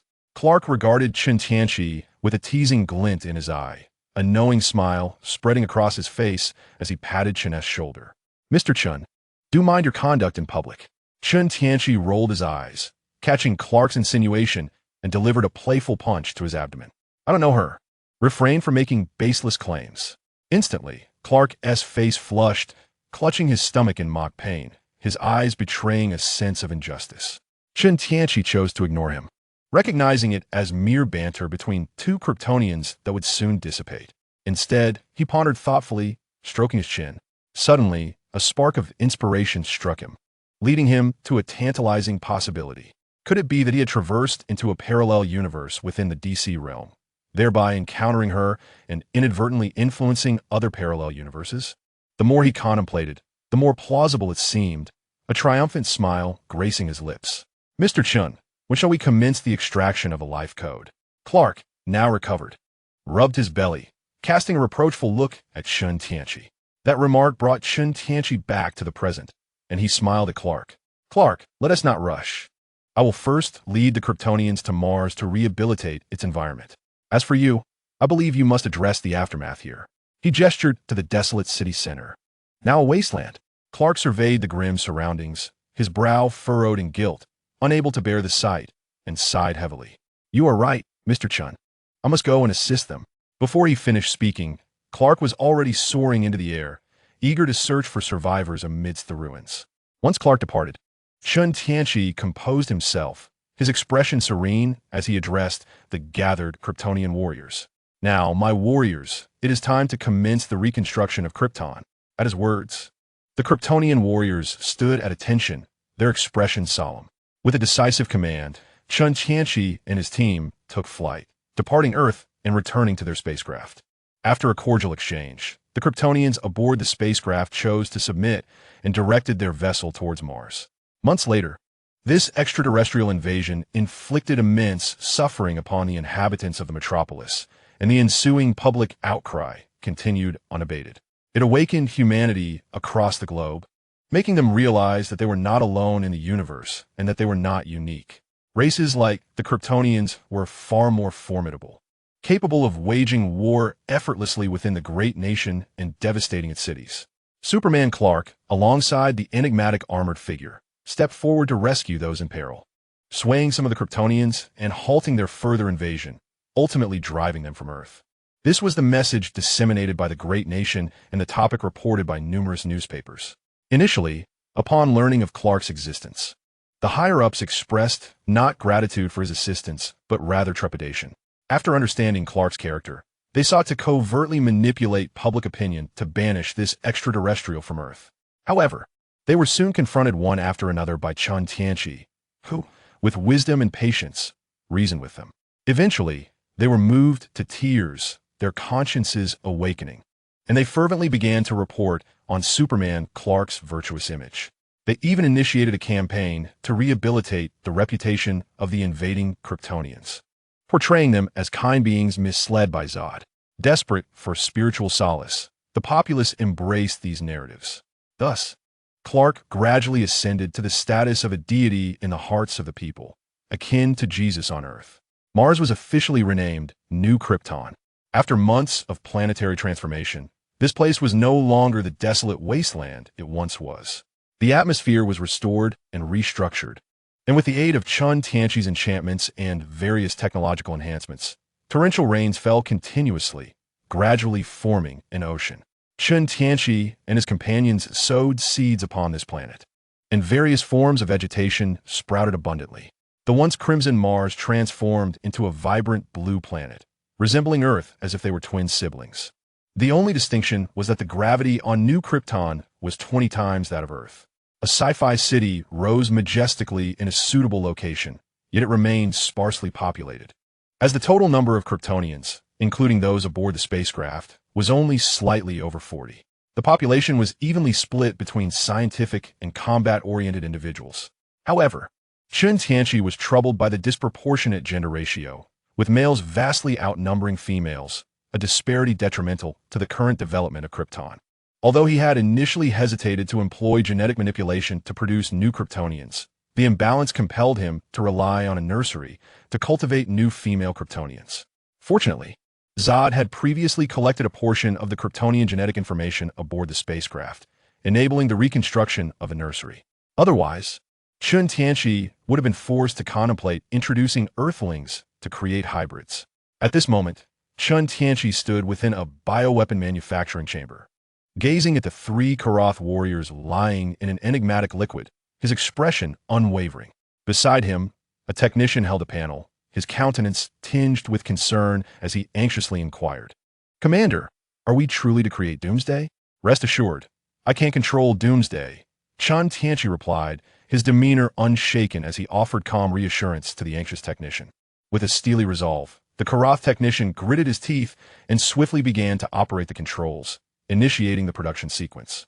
In an instant, the bioweapon chamber was illuminated by a dazzling display of electricity, siphoning power from the entire city.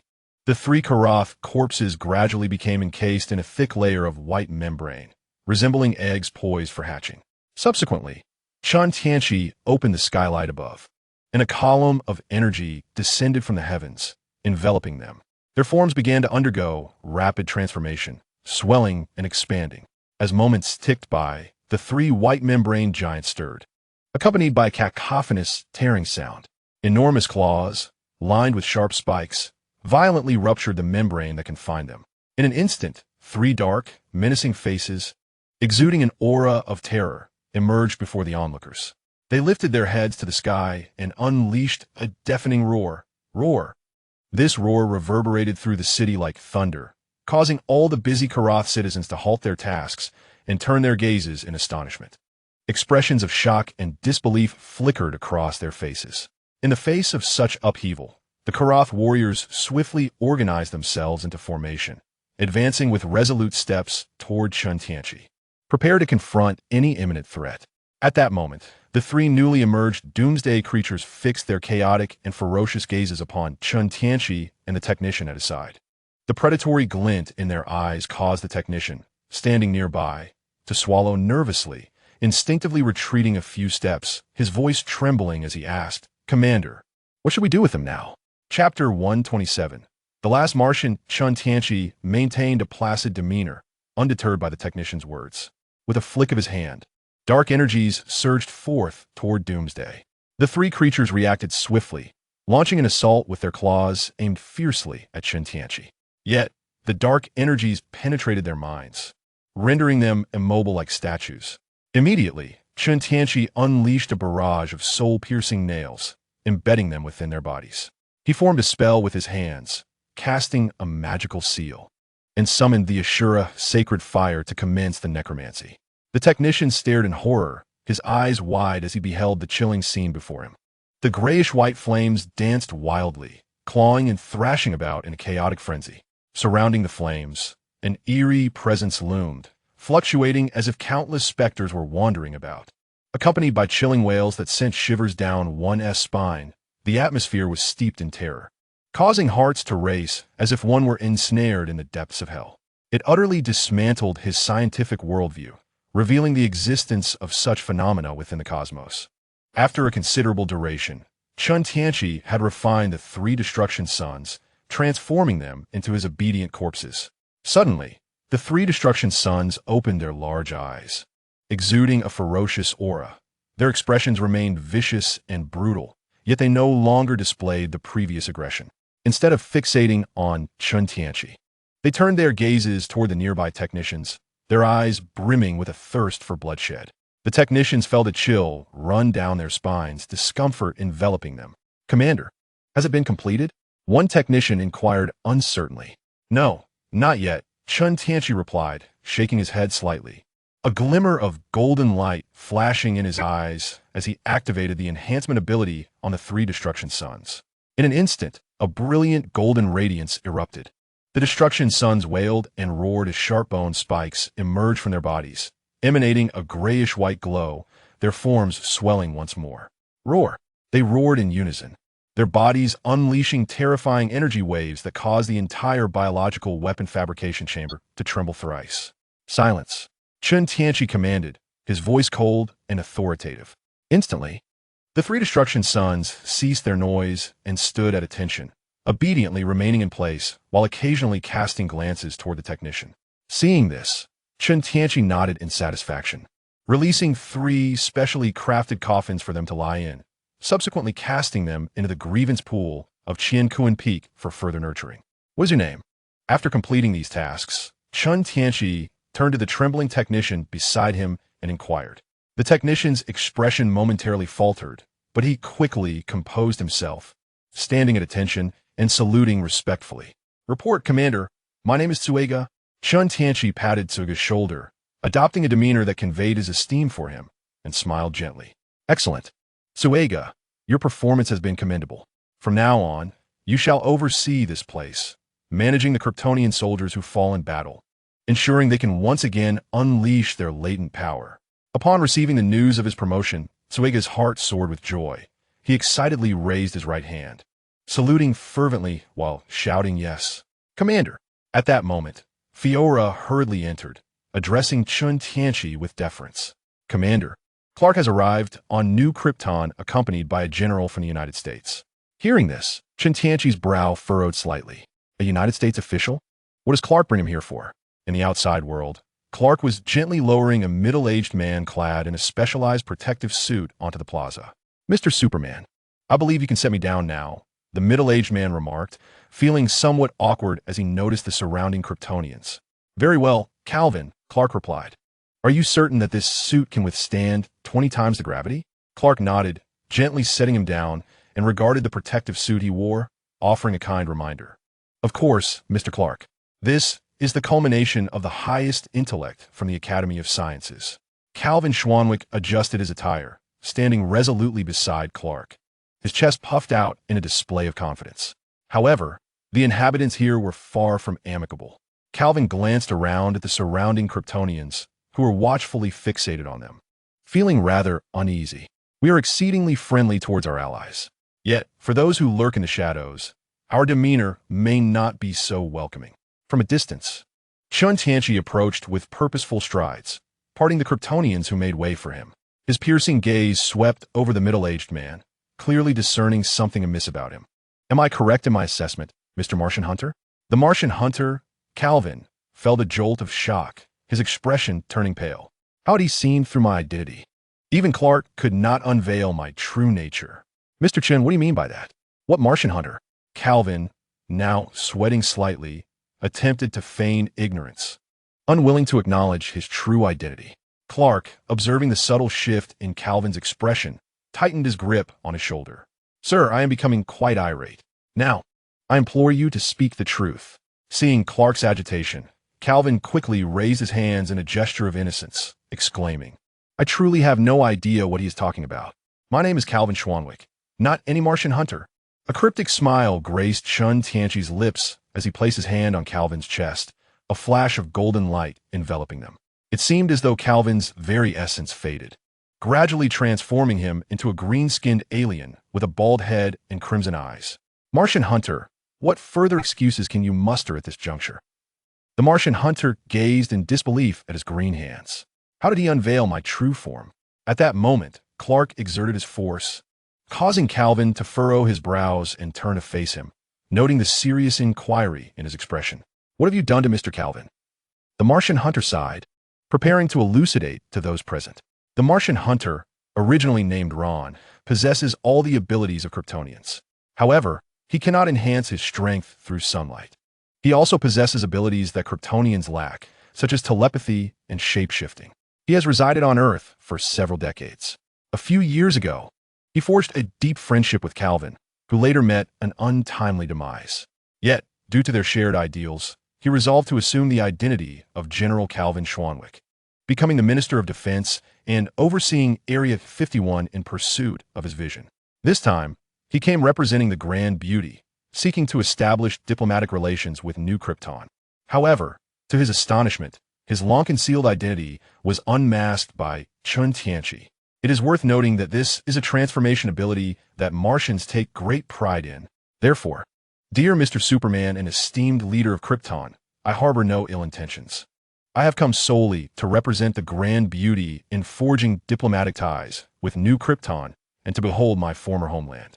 The Martian hunter gazed with a complex expression at the scenery beyond the city, which had transformed beyond recognition. A vibrant, rejuvenated landscape flourished across this planet. Yet, his homeland had changed ownership, leaving him solitary, adrift on Earth. Chapter 128. The Codex of Life. Chen Tianqi scrutinized the Martian hunter, his gaze appraising him from head to toe, confirming the insights he had gleaned from his previous life.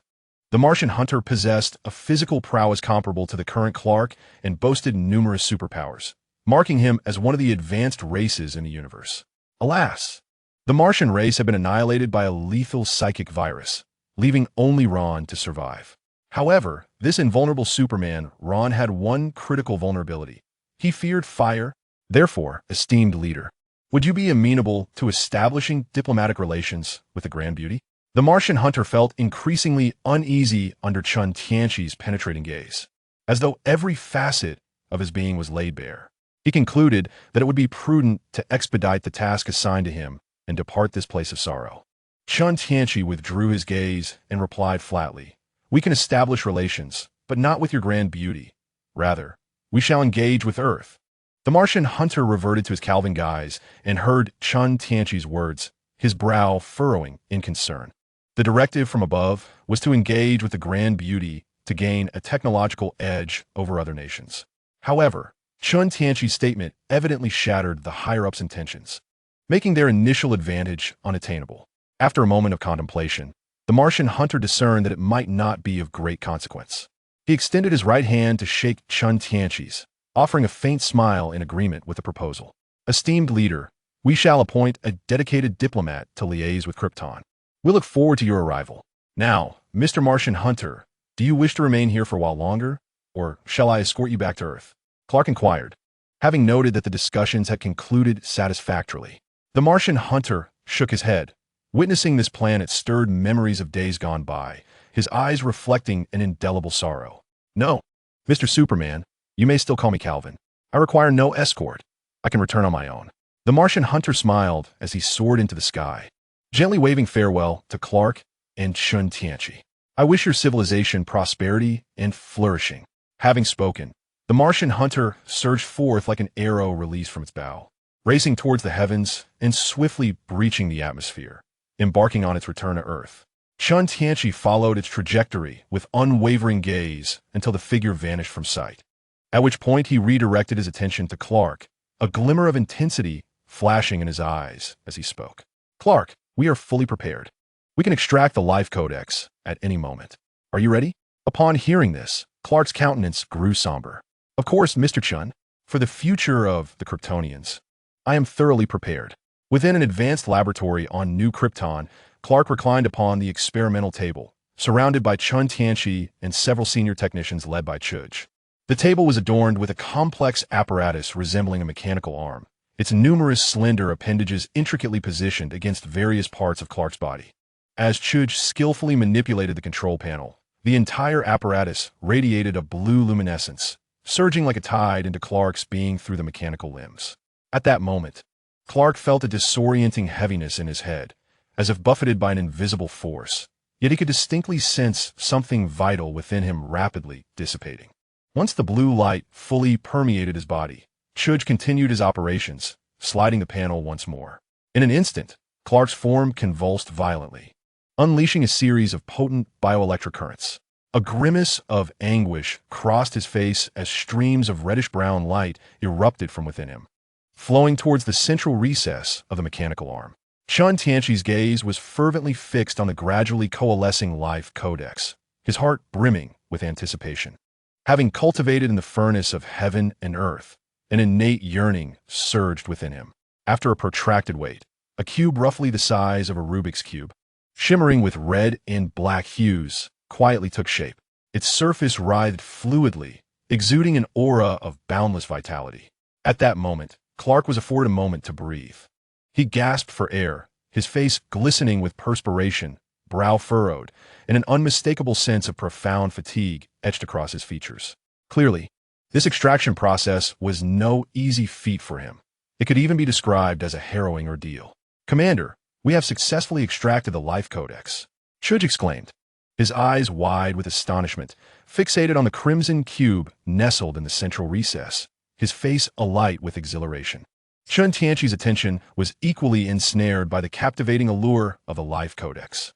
Unable to restrain himself, he reached out, grasping it in his hand for a closer examination. Upon closer inspection, the cube revealed its surface undulating with what appeared to be orderly spirals of genetic sequences, intermittently radiating a searing red glow. Chen Tianqi's genetic instincts clamored fervently, yearning for him to consume the life codex. However, as a cultivator, Chen Tianqi felt an inexplicable sense of foreboding, a celestial warning resonating within him, urging him to refrain from such actions. He sensed a whiff of danger from the codex of life, akin to the chilling aura he had detected from Diana. It seemed that should he dare to consume it, he would confront an unspeakable terror. This agonizing dilemma left Chen Tianqi in deep distress. The exquisite delicacies lay tantalizingly close, yet he was uncertain if they could be safely partaken. At that moment, the weakened Clark spoke up. "Mr. Chen, how is it? Is the Codex of Life complete?" "Clark, I am immensely grateful for your efforts. The Codex of Life is flawless." Chen Tianqi turned his gaze to Clark and performed a respectful Kryptonian salute. "On behalf of all Kryptonians, I salute you, Clark. There is no need for such formality, Mr. Chen. Although I was raised on Earth, I am still a Kryptonian. It is my duty." Clark responded with a joyful smile, feeling a wave of relief wash over him. The crisis of his kin had been averted, and he felt genuine happiness for them.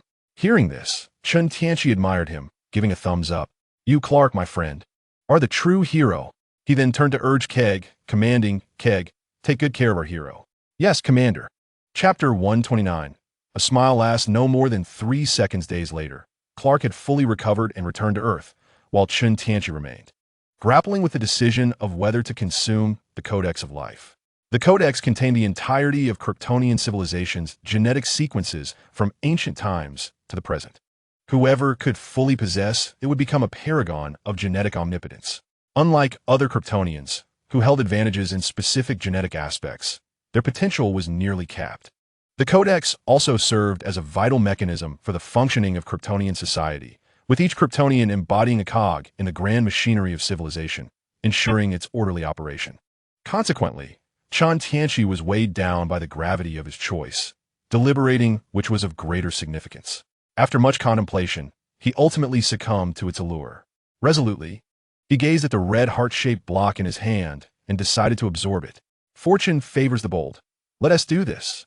He left a message for Fiorella, entrusting her with the temporary governance of New Krypton. Subsequently, his figure vanished from the palace, arriving at the peak of Tianqi. In the cave of Tianqi, Chen Tianqi sat cross-legged, clutching the codex of life tightly. Taking a deep breath, he began to activate the heavenly furnace. In an instant, the codex of life underwent a miraculous transformation.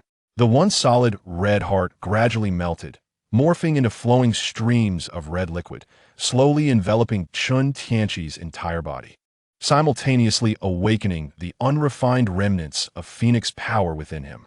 In an instant, a small phoenix emerged, swirling around him incessantly. Chen Tianqi took a deep breath, absorbing the strands of crimson energy emanating from the phoenix into his body, completing the refinement of the last remnants of the phoenix's power. As time passed, the reddish-brown radiance enveloping him gradually faded, fully integrating into his being. The small phoenix quietly vanished, transforming into the essence of his spiritual strength, nourishing his life and simultaneously enhancing both his spirit and physique. Chen Tianqi was overwhelmed by an indescribable sense of comfort surging within him. It felt as if his genes had undergone a profound leap, his body continually transforming, emitting waves of energy reminiscent of celestial might. His cultivation sword, reaching perfection in the void refinement realm, requiring only a comprehension of the laws to merge the phoenix flame giant spirit with his self, transmuting the ethereal into the tangible, achieving the state of unity. In that moment, he could distinctly sense his power amplifying steadily, as if boundless potential awaited his discovery. Rising to his feet, Chen Tianqi gazed at his hands. Suddenly, he clenched them with force, producing a distortion in the air, a clear indication that his physical form had been reinforced once more. Ha ha ha! He laughed heartily. Now, even if he did nothing, merely connecting with the stars outside and continuously absorbing energy would enable him to grow stronger, with an immensely elevated potential. Perhaps, given sufficient sunbathing, he might even reach the pinnacle of Golden Superman. In the original text, it required tens of thousands of years under the sun to attain Golden Superman status. Suddenly, the spiritual mist within Tianqi Peak seemed to be suspended by a mysterious force. People outside became as statues, their movements abruptly halted, as if time itself had been suddenly paused. Chen Tianqi felt an invisible hand, akin to an iron chain, tightly pulling at him, causing his laughter to abruptly choke in his throat. He struggled desperately, yet the force felt like a great power from the heavens. Before it, he was as insignificant as an ant, instantly suppressed to the point of immobility. Helplessly, he watched himself being dragged away by this force, exiting Tianqi Peak. During the ordeal, the scenes before Chen Tianqi transformed like a kaleidoscope. He glimpsed the vibrant life of New Krypton, witnessed Clark saving lives on Earth, beheld the vastness of the solar system, and marveled at the grandeur of the entire universe. He also observed countless universes ceaselessly perishing and being reborn, an endless cycle. These magnificent spectacles stirred his spirit, and his consciousness began to blur, sinking into a deep slumber. After an indeterminate period, Chen Tianqi gradually opened his bewildered eyes. His entire body was accompanied by intense aches, as if he had been thoroughly battered. What on earth was that force? He exclaimed, clutching his throbbing head. His brows furrowed, surveying the surrounding expanse of white, beginning to curse under his breath. Subsequently, he contemplated something and hastily examined himself. He discovered that his body was largely unscathed, and the Tianqi Peak was quietly residing within his dantian, which allowed him to breathe a sigh of relief.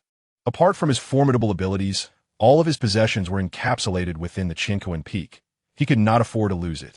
After completing his inspection, Chen Tianqi raised his gaze to ascertain his surroundings. To his surprise, as soon as he lifted his head, an elderly man clad in white robes with a white beard appeared before him, smiling benignly. This startled Chen Tianqi, causing him to jump back instinctively, his hands conjuring the Shura, sacred fire, his expression filled with vigilance. Within, he fervently called upon the system, wishing to open a portal for a swift escape. The old man with the white beard revealed a hint of an inscrutable smile and gently waved his hand, accompanied by a soft, elegant voice that followed. "Child, one must be polite. Moreover, there is no need to summon your little pet. It has already fallen asleep." Before he could finish his sentence, the Shura's sacred fire in Chen Tianqi's hands vanished without a trace in the blink of an eye. Simultaneously, the magical power within him was sealed, rendering him incapable of utilizing even the slightest bit of strength, leaving him with only his physical prowess. This sudden turn of events sent a wave of terror coursing through Chen Tianqi, gradually giving rise to a sense of dread. Damn it! Could that ominous warning have stemmed from this old man? Child, I have told you to be polite. The old man raised an eyebrow slightly, his expression turning somewhat displeased as he waved his hand once more. With a resounding smack, Chen Tianqi received a firm slap on his backside. The pain surged like a tidal wave, and even with his robust physique, he found himself shedding tears. He clutched his rear while stifling his tears, his countenance transforming into one of utmost obedience. He stood quietly to the side, resembling a child receiving a lesson from their parents. At this moment, he finally comprehended that in this realm, every thought and feeling within him would be perceptible to the old man. Gradually, he began to speculate about the old man's identity. Perhaps he was the creator of the entire DC universe, the immensely respected figure, the beloved Heavenly Father, the Supreme God. The Supreme God. Observing that Chen Tianqi had become more compliant and courteous, nodded gently and smiled faintly. You have guessed correctly. I am indeed the God you speak of. Upon hearing this, Chen Tianqi promptly bowed respectfully, his demeanor innocent as he inquired, God, may I ask why you have summoned me here? Is there something you require of me? The Supreme God smiled benevolently, gently shaking his head, and spoke in a kind tone. Child, there is no need for you to do anything. His gaze conveyed a sense of transcendence as he slowly continued, as long as it is conceived in my heart, all can be realized. Upon hearing this, a significant weight lifted from Chen Tianqi's heart. Yet, the next statement left him in suspense once more. Child, do you understand the price one must pay to seize the Codex of Life? This question thundered in Chen Tianqi's ears, sending a shiver down his spine. Chapter 130. The divine essence of the Sun God. The countenance of the Supreme Deity grew solemn, fixating his gaze upon Chen Tianqi as if to interrogate him. Chen Tianqi's heart tightened. He stood at attention and hastily began to explain, My lord, the Codex of Life was willingly bestowed upon me by Clark. I did not forcibly take it. Unmoved by his words, the Supreme Deity merely waved his hand, and a small orb radiating a brilliant red and yellow light materialized in his grasp. This orb emanated an intense heat, resembling a miniature sun, compelling one to avert their gaze. Child, you have usurped Clark's Codex of Life, reconstructed Krypton, and disrupted the natural progression of that universe. The deity's voice was calm, yet authoritative. Chen Tianqi stared at the radiant orb in the deity's hand, acutely aware of the terrifying power it harbored, and a flicker of doubt arose within him. What precisely does this ancient being require of me? A faint smile graced the lips of the Supreme Deity as he gently placed the radiant orb before Chen Tianqi. The fate of Krypton is destined for ruin. Yet, since you yearn to recreate Krypton, you must ascend as the next god of Krypton. Embrace this responsibility. Chen Tianqi's expression transformed into one of astonishment, his eyes widening in disbelief. He appeared lost and confused, as if struck by the suddenness of such words. Become a deity? He silently exclaimed, incredulous as he pointed to himself. Are you truly suggesting that I, an outsider, should become the legendary god of Krypton? Have I misheard? Child, why do you consider yourself an outsider? The Supreme Deity's brow furrowed slightly, his tone imbued with disagreement. Though you have traversed other worlds for an extended period, you were born here. You are my child. The deity's gaze was steadfast and warm, seemingly penetrating Chen Tianqi's very soul to reveal his true belonging. In terms of both identity and potential, you are without question. The previous god of Krypton, the sun god Rao, has fallen. Since you are determined to reverse Krypton's fate, then rise as the new sun god. Despite the Supreme Deity's words, Chen Tianqi remained plagued by doubt. He suspected the deity's intentions were nefarious and questioned whether he had tampered with the small sun. The Supreme Deity, with a hint of amusement in his eyes, shook his head, acknowledging the child's caution. Do not presume that acquiring the essence of the sun god will grant you instant divinity. You must engage in prolonged absorption and transformation, grasping the life and destruction laws embedded within and gradually mastering them. Wait, the laws of life and destruction? The essence contained within this divine realm is astonishing. In that moment, Chen Tianqi gazed longingly at the small sun floating before him. If he were to acquire this object and meditate upon it, he could swiftly attain the realm of integration. To clarify, integration necessitates an initial comprehension of the laws of heaven and earth, regardless of the nature of those laws. The Great Ascension allows for the preliminary utilization of these laws. Observing his fervent desire, the Supreme Deity's eyes glimmered with cunning as he turned away, vanishing into the vast expanse of white space. He left behind a resonating phrase, "Child, the choice lies solely with you." Chen Tianqi scrutinized the small sun, pacing back and forth, deep in contemplation. Should he take it? If he did, he would effectively owe a karmic debt to the Supreme Deity. Moreover, what if the deity had tampered with it? After all, if he could induce slumber in the system, it would be nearly impossible to detect. Conversely, choosing not to take it felt like a significant loss. Such a complete manifestation of the laws is a rare treasure, and to possess two superior laws at that. With a troubled expression, Chen Tianqi vacillated, but after considerable reflection, a firm resolve emerged. The Supreme Deity is the origin of the entire DC universe.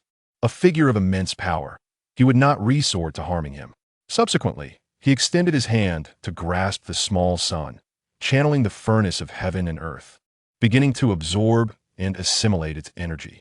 In an instant, a radiant gold light erupted like a volcanic explosion. The dazzling small sun transformed into a blazing inferno, surging into his body like a torrent of floodwaters. The searing flames coursed through his meridians, wreaking havoc and inflicting waves of excruciating pain.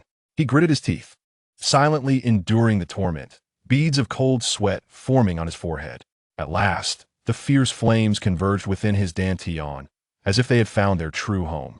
Within the dantian, a fiery sun quietly took shape, exuding an aura of life and destruction. It radiated brilliant light, akin to the center of the universe, illuminating the nascent soul seated upon the lotus platform. The nascent soul's eyes were tightly shut, hands forming seals, and its expression was solemn and dignified, seemingly comprehending the power of the laws contained within. Chen Tianqi opened his eyes, a beam of golden light shooting forth, illuminating the surroundings. His gaze emitted a subtle golden glow as he examined his own body. His meridians had grown stronger and more robust, his bones powerful, adorned with radiant solar runes.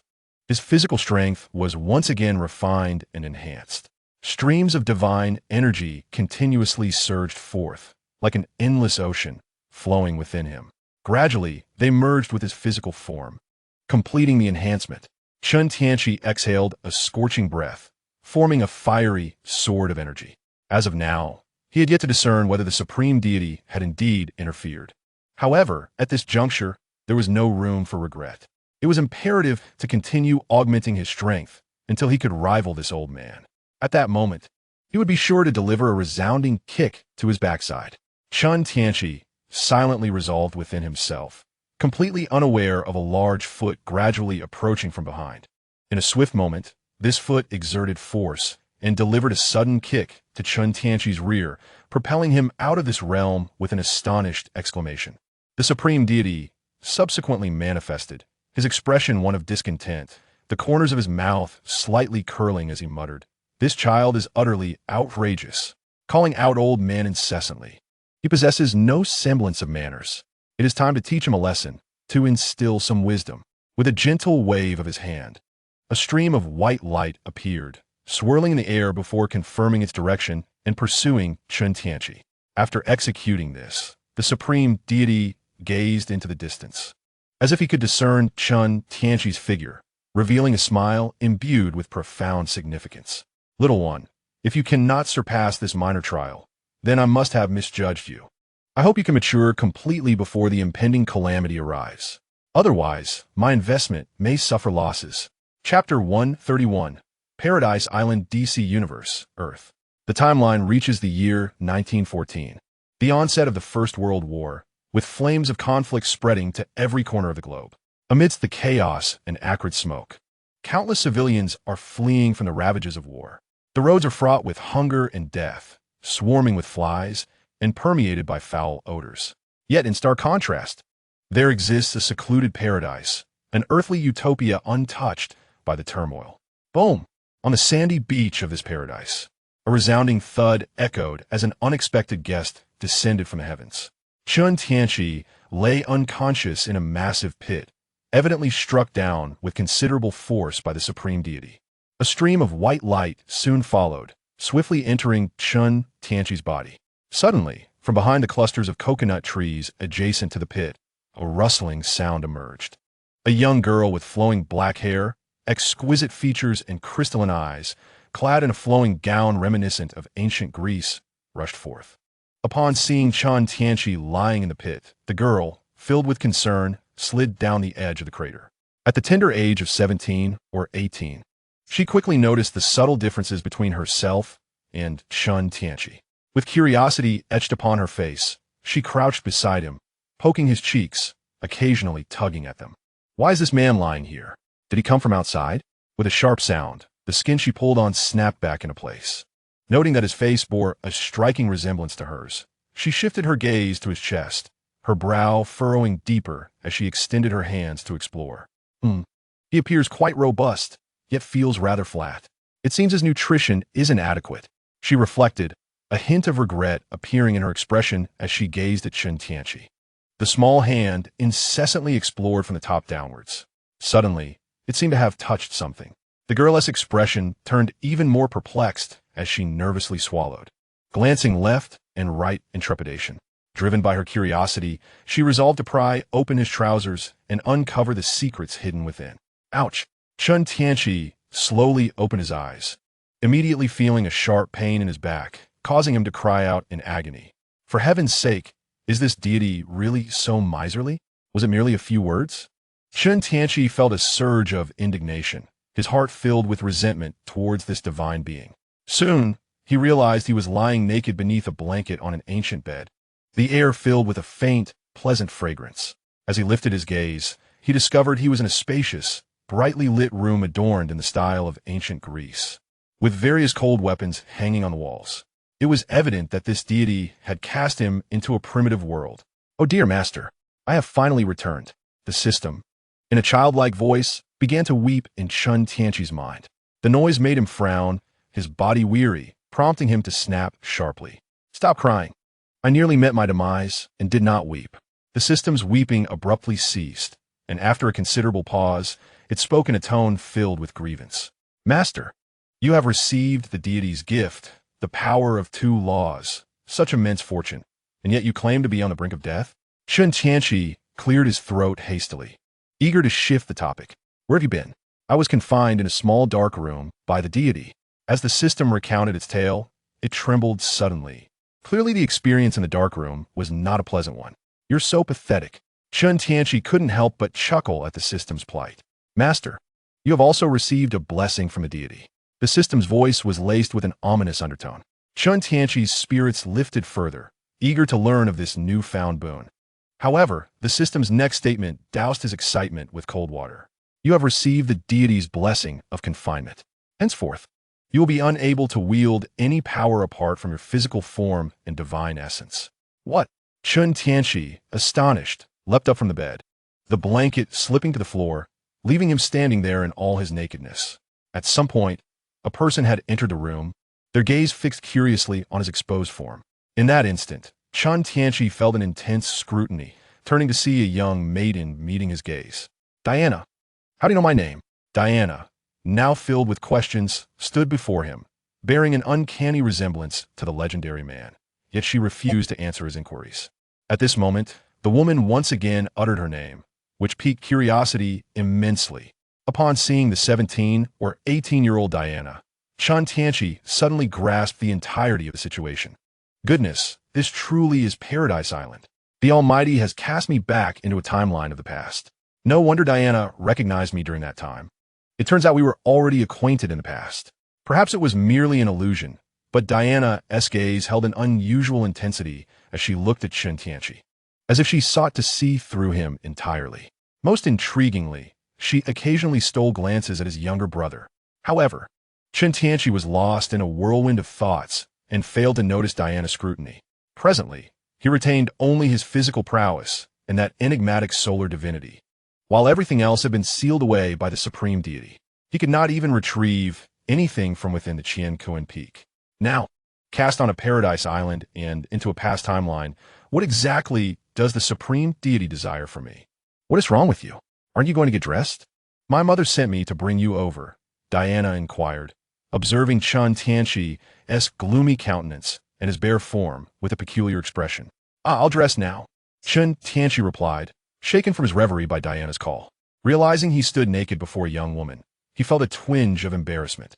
He hastily donned his clothing and followed Diana out of the house. Upon exiting, he was greeted by the splendor of ancient Greek architecture, surrounded by the sweet sounds of birds and fragrant flowers, with the greenery meticulously maintained. In the distance, magical runes adorned the city walls, and from a bird's eye view, it was evident that this place was a fortress of war. It seemed the Amazons of Paradise Island possessed a modicum of magical knowledge. It made sense, after all, for the current queen had once been a lover of Zeus. Diana led Chen Tianqi to a square where a group of women wielding weapons were engaged in rigorous training. As they noticed the arrival of this extraordinary individual, they turned to observe him with curiosity. A shiver ran down Chen Tianqi's spine as he beheld these robust, yet not overly muscular women, silently critiquing. Why are they all staring at me like a pack of wolves? At 30, they're like wolves. At 40, like tigers. Surely they can't all be so desperate? Well, considering the Amazons are a long-lived race, there's a great possibility of such. Realizing this, Chen Tianqi's expression grew serious. It was likely that there were many Amazons who had not encountered a man in centuries. Perhaps in the future, he could attempt to bring some Kryptonians from his new Krypton to procreate with them. After all, they're a demigod race. However, given the age of these women, even Kryptonians might find it challenging to cope. After all, there are far more females than males. Chapter 132.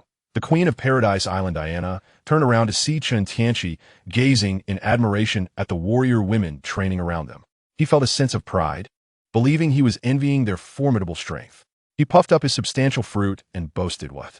Are you envious upon seeing the powerful Amazon warriors? Fear not, for I too possess great prowess. Given the chance, I shall teach you well." Diana lifted her chin slightly, flexed her arm to showcase her biceps, and patted the muscles, exuding confidence radiantly. Upon witnessing her adorable demeanor, akin to a proud feline, Chen Tianqi exclaimed, "Impressive, truly remarkable. Might I then rely on Miss Diana for guidance?" Hearing Chen Tianqi's flattery, Diana's delicate face broke into an uncontainable smile. With her refined nose tilted upwards in pride, she resembled a cat whose tail was held high. Throughout their journey, laughter and joy filled the air as Chen Tianqi shared tales from beyond, leading them to a raised platform. Upon the platform stood several women, one of whom donned a regal battle dress and a crown, exuding an air of majesty as she gazed down at the training female warriors. Noticing Diana's cheerful approach, she couldn't help but smile. "Diana, is this the woman you encountered on the beach?" Chen Tianqi inquired, captivated by the striking woman before him, with golden white hair and a voluptuous figure embodying grace. It was no wonder Diana was such a beauty. Her mother possessed an alluring charm as well. Chen Tianqi couldn't help but commend Zeus internally, recognizing his discerning eye. "Allow me to clarify," he declared. "I am a man, not a woman." Diana, upon hearing Chen Tianqi's words, erupted with excitement, addressing her mother. "Mother, I told you he is a man. He possesses a stick that we do not." As she spoke, Diana gestured animatedly, her eyes sparkling with innocence and naivety. The beautiful woman cast a resigned glance at Diana, knowing all too well it was merely her desire to protect her pure daughter from corruption. With this thought, the elegant lady scrutinized Chen Tianqi with a sharp gaze before speaking coolly. "I'm not concerned with whether you are a man or a woman. I am Hippolyta, Queen of Paradise Island. Please explain how you arrived here, as I am aware that there exists a barrier preventing outsiders from entering." Hippolyta paused, noticing Diana still eagerly illustrating the stick to the other warriors. Her lips twitched at the realization that her innocent daughter had been tainted. A flicker of anger crossed her eyes as she addressed Chen Tianqi coldly. "Paradise Island does not welcome outsiders. If you cannot clarify how you arrived here and your intentions, do not be surprised if I transform you from man to woman." Upon hearing this, Diana swiftly dashed to the front of Chen Tianqi. With her bright, clear eyes wide open, she fixated curiously on his lower body, exclaiming in wonder, "A man can transform into a woman. How astonishing!" Chen Tianqi's lips twitched as he cast a direct glance at Hippolyta, silently questioning the peculiar thought process of this child. "Has she been overly sheltered under your protection?" Hippolyta's face momentarily flushed with embarrassment as she pulled Diana back, reprimanding her. "Diana, what happened to the etiquette I taught you? Have you forgotten it all?" At the sound of her mother's stern voice, Diana promptly behaved, standing obediently to the side. Yet, she discreetly winked at Chen Tianqi, as if to convey, "Show me how you became a woman when we return." "This queen, I claim to have been sent by the Almighty. Do you believe that?"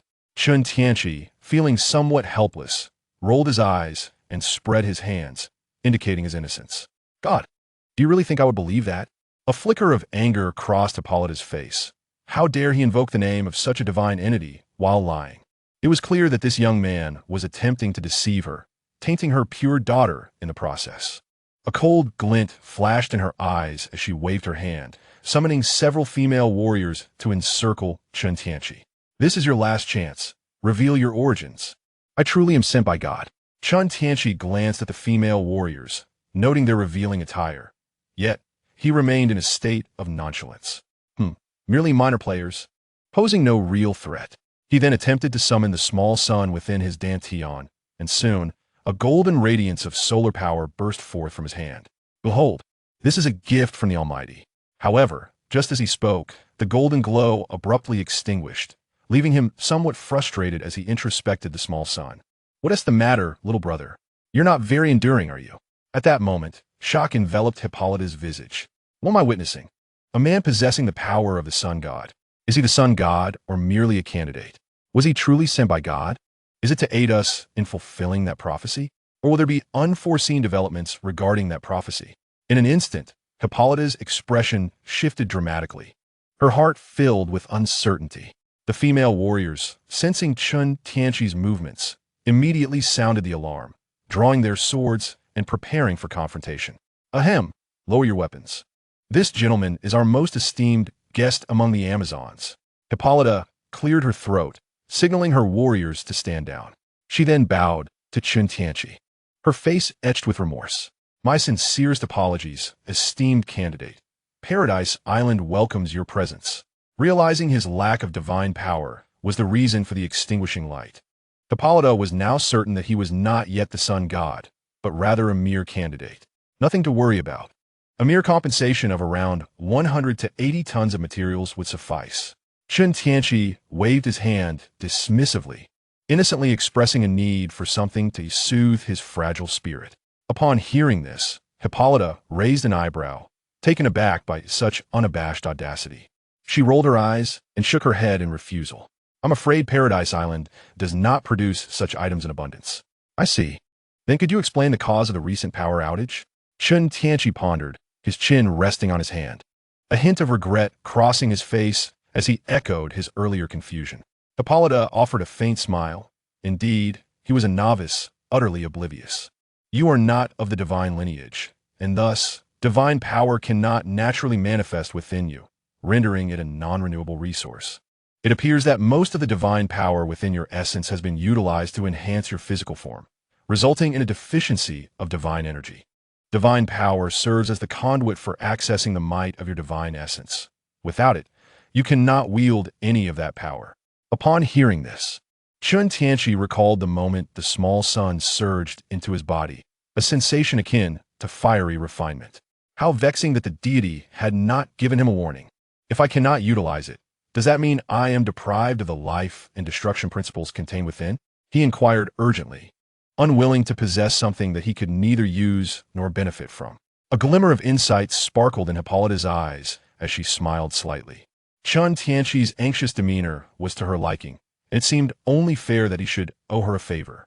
First, for those not of divine lineage who possess divine essence, faith can replenish divine power, even allowing one to ascend to divinity. Second, divine power can be gradually restored over time. This is the choice of most divine beings. Third, by slaying other deities, one can become a god-slayer, seizing their authority and devouring their divine energy. As she spoke, A sudden realization dawned upon Hippolyta regarding the true purpose of the deity sending him here. Perhaps it was linked to the assembly of the Olympian gods. Chapter 133. Diana's challenge: faith, gradual restoration, and slaying deities. Three apparent options, yet for some reason, Chen Tianqi could perceive only one. Faith, without doubt, would require a monumental amount. Furthermore, the faith of the current populace had already been divided among the gods. To pry into another's followers would inevitably lead to conflict, wouldn't it? Gradual restoration was easily dismissed. Slaying deities, seizing authority, and consuming divine power. Wasn't this akin to the first option? It still implied a confrontation with the gods. Thus, for Chen Tianqi, there existed but a single choice: god-slaying. With this thought, a spark ignited in Chen Tianqi's eyes as he gazed at the still innocent young girl, Diana. To seek the assembly of the gods. Her assistance would be indispensable. It seemed the decision had been made. Hippolyta observed Chen Tianqi, sensing his resolute determination, and with a gaze imbued with profound significance, expressed her gratitude. "Thank you, Queen. If there is anything you require of me, I am at your service." Chen Tianqi, regaining his composure, smiled and bowed respectfully to Hippolyta. "Excellent, sir. There is indeed a task that requires your attention, to safeguard my daughter." Upon hearing this, Diana became animated, interpreting her mother's words as a lack of faith in her abilities. In disbelief, she shouted at Hippolyta, "Mother, I do not need anyone's protection. If you think that, then do not expect me to fulfill my mission and defeat Ares." Hippolyta shot her a fierce glare, delivering a merciless warning. At this, Diana felt a surge of frustration, unsure how to counter her mother's assertion. In a moment of inspiration, she turned to Chen Tianqi, pointing at him and boldly declaring, "Then I shall challenge him. If he cannot even defeat me, it proves he is unworthy of protecting me. Hence, I need no protection and can confront Ares alone." With that, Diana swiftly donned her starry diadem, champion's helm, and winged sandals, wrapping her waist with a lasso of truth. Armed with the sword of Hephaestus and a divine shield, she transformed into a striking warrior maiden, her eyes ablaze with combat fervor as she fixed her intense gaze upon Chen Tianqi. She silently commended her own cleverness, convinced that the man before her was not particularly formidable. Otherwise, he would not have collapsed upon the beach. Chen Tianqi, bemused, responded, "Child, you certainly know how to pick your opponents." Diana, brandishing the sword of Hephaestus towards him, shouted, "Come on, pick up a weapon and face me, you coward." Chen Tianqi winced, exclaiming, "I'm a man, for heaven's sake. What do you mean by coward?" He then glanced around helplessly, spreading his hands in silent protest. "Sister, if you want me to arm myself, at least provide me with a weapon." With a resigned sigh, Hippolyta cast a glance at a nearby subordinate. The female warrior understood immediately, retrieving an enchanted long sword and tossing it to Chen Tianqi. He caught the sword and curiously flicked his fingers against it, producing a resonant hum from the blade. The hardness appeared commendable, adorned with intricate magical engravings. Diana took a deep breath, assumed a combat stance, and launched an immediate attack. In an instant, she stood before Chen Tianqi, swinging the sword of Hephaestus down with great force. Chen Tianqi, slightly taken aback by her speed, acknowledged that Diana was indeed formidable, a woman blessed by the gods. Although he had been restricted by the supreme deity, retaining only the essence of a minor solar god in his physical form, his reflexes remained sharp and remarkably swift. With a swift motion, she raised her sword to parry. A resounding clang echoed as Diana's blade clashed with Chen Tianqi's. The tremendous force of the impact shattered the high platform, sending it trembling like a spider's web on the brink of collapse. Observing this, Hippolyta led her subordinates away from the precarious structure. Diana, brimming with excitement, was taken aback by the man's formidable strength. He was undoubtedly her equal. Her eyes gleamed with fervor as she brandished her divine shield, its brilliance illuminating the air. With a deafening rush, she brought it crashing down toward Chen Tianqi's head. Chen Tianqi's eyes widened slightly. "Sister, it's merely a spar. There is no need to be so ruthless." He quickly executed a side kick just before the shield could strike, sending Diana hurtling away to crash against the ground. Leaping into action, Chen Tianqi brought his sword down with terrifying force upon Diana's shield. A thunderous boom resonated as the shield, crafted by the gods, absorbed much of his might. Nevertheless, Diana's body was forcefully driven into the earth, leaving cracks in the ground around her. The female warriors in the training ground gathered, their eyes gleaming with intrigue as they regarded Diana, who resembled a large carrot, and began to murmur amongst themselves. Is this the legendary man? How impressive! Are all men this formidable? It seems likely. To have subdued Diana like this is no small feat. They chuckled. Look, Diana appears just like a carrot. Ha ha ha. A hint of embarrassment crossed Diana's face as she felt their gaze upon her, her cheeks burning with heat and her earlobes flushed crimson. Being planted into the ground like a carrot and subjected to the scrutiny of so many warriors irked her. Clenching her fists, she struck the ground with great force, sending shards of stone flying. Utilizing the reaction force, Diana launched herself back into the air, landing firmly on her feet. Her eyes narrowed with fierce determination as she glared at Chen Tianqi and resumed her battle stance, lunging toward him once more. In an instant, the training ground became a blur of motion, with the female warriors only able to perceive fleeting shadows. The two engaged in a rapid exchange, their conflict escalating to hundreds of encounters in mere moments. Of course, most of these were Chen Tianqi intentionally allowing her to gain ground. After all, he could not let her suffer an embarrassing defeat on her own turf, especially if they were to seek out the gods together later. Chen Tianqi wielded his sword as if it were a massive blade, launching a sudden and powerful strike. Diana could only raise her divine shield with both hands to withstand the overwhelming force. Frustration began to mount within her as the reality of the situation became clear. She might truly be unable to best this man. Clenching her teeth, her lips pressed firmly together, she exuded a sense of defiance, her eyes brimming with determination. Gripping the sword of the god of fire tightly, she bit down hard, her gaze bloodshot with resolve. Summoning every ounce of strength, she unleashed a horizontal strike that transcended her limits.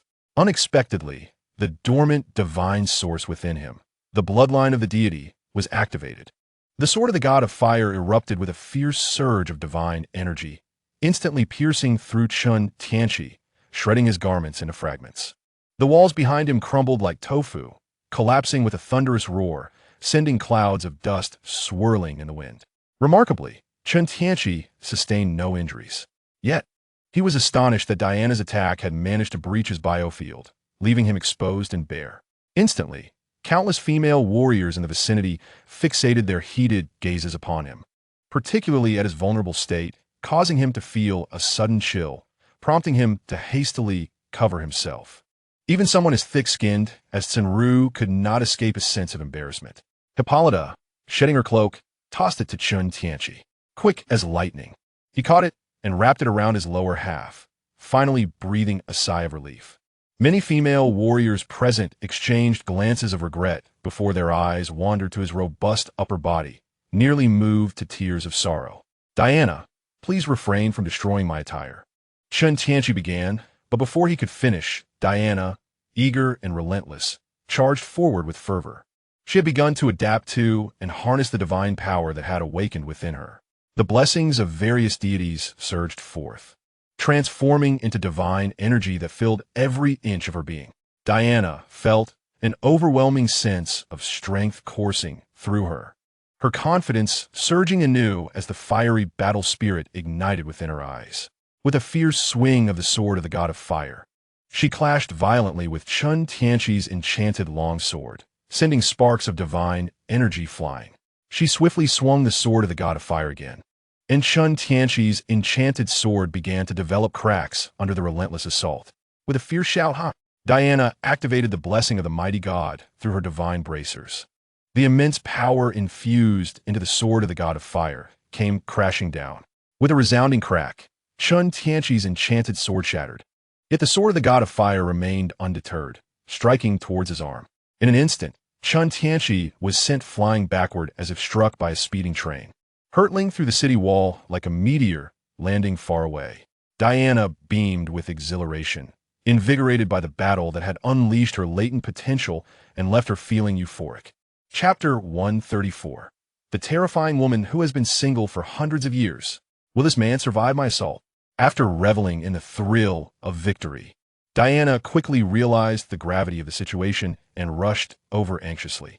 Chen Tianqi lay among a thicket of trees, the surrounding foliage crushed by the powerful shockwave. Many trees toppled over. Bare and sprawled in a pit, he stared blankly into the void, contemplating the meaning of life. It was dark, truly dark. If only I could find an enchanted firewood to strike against a divine artifact. This group of women is truly infuriating. Why do they derive such pleasure from destroying others' garments? How many times have I been exposed today? My lifelong reputation has been tarnished. Hey, are you all right? Diana rushed over and found Chen Tianqi lying in the pit, his eyes vacant. She quickly cradled his head in her lap and began to examine him meticulously.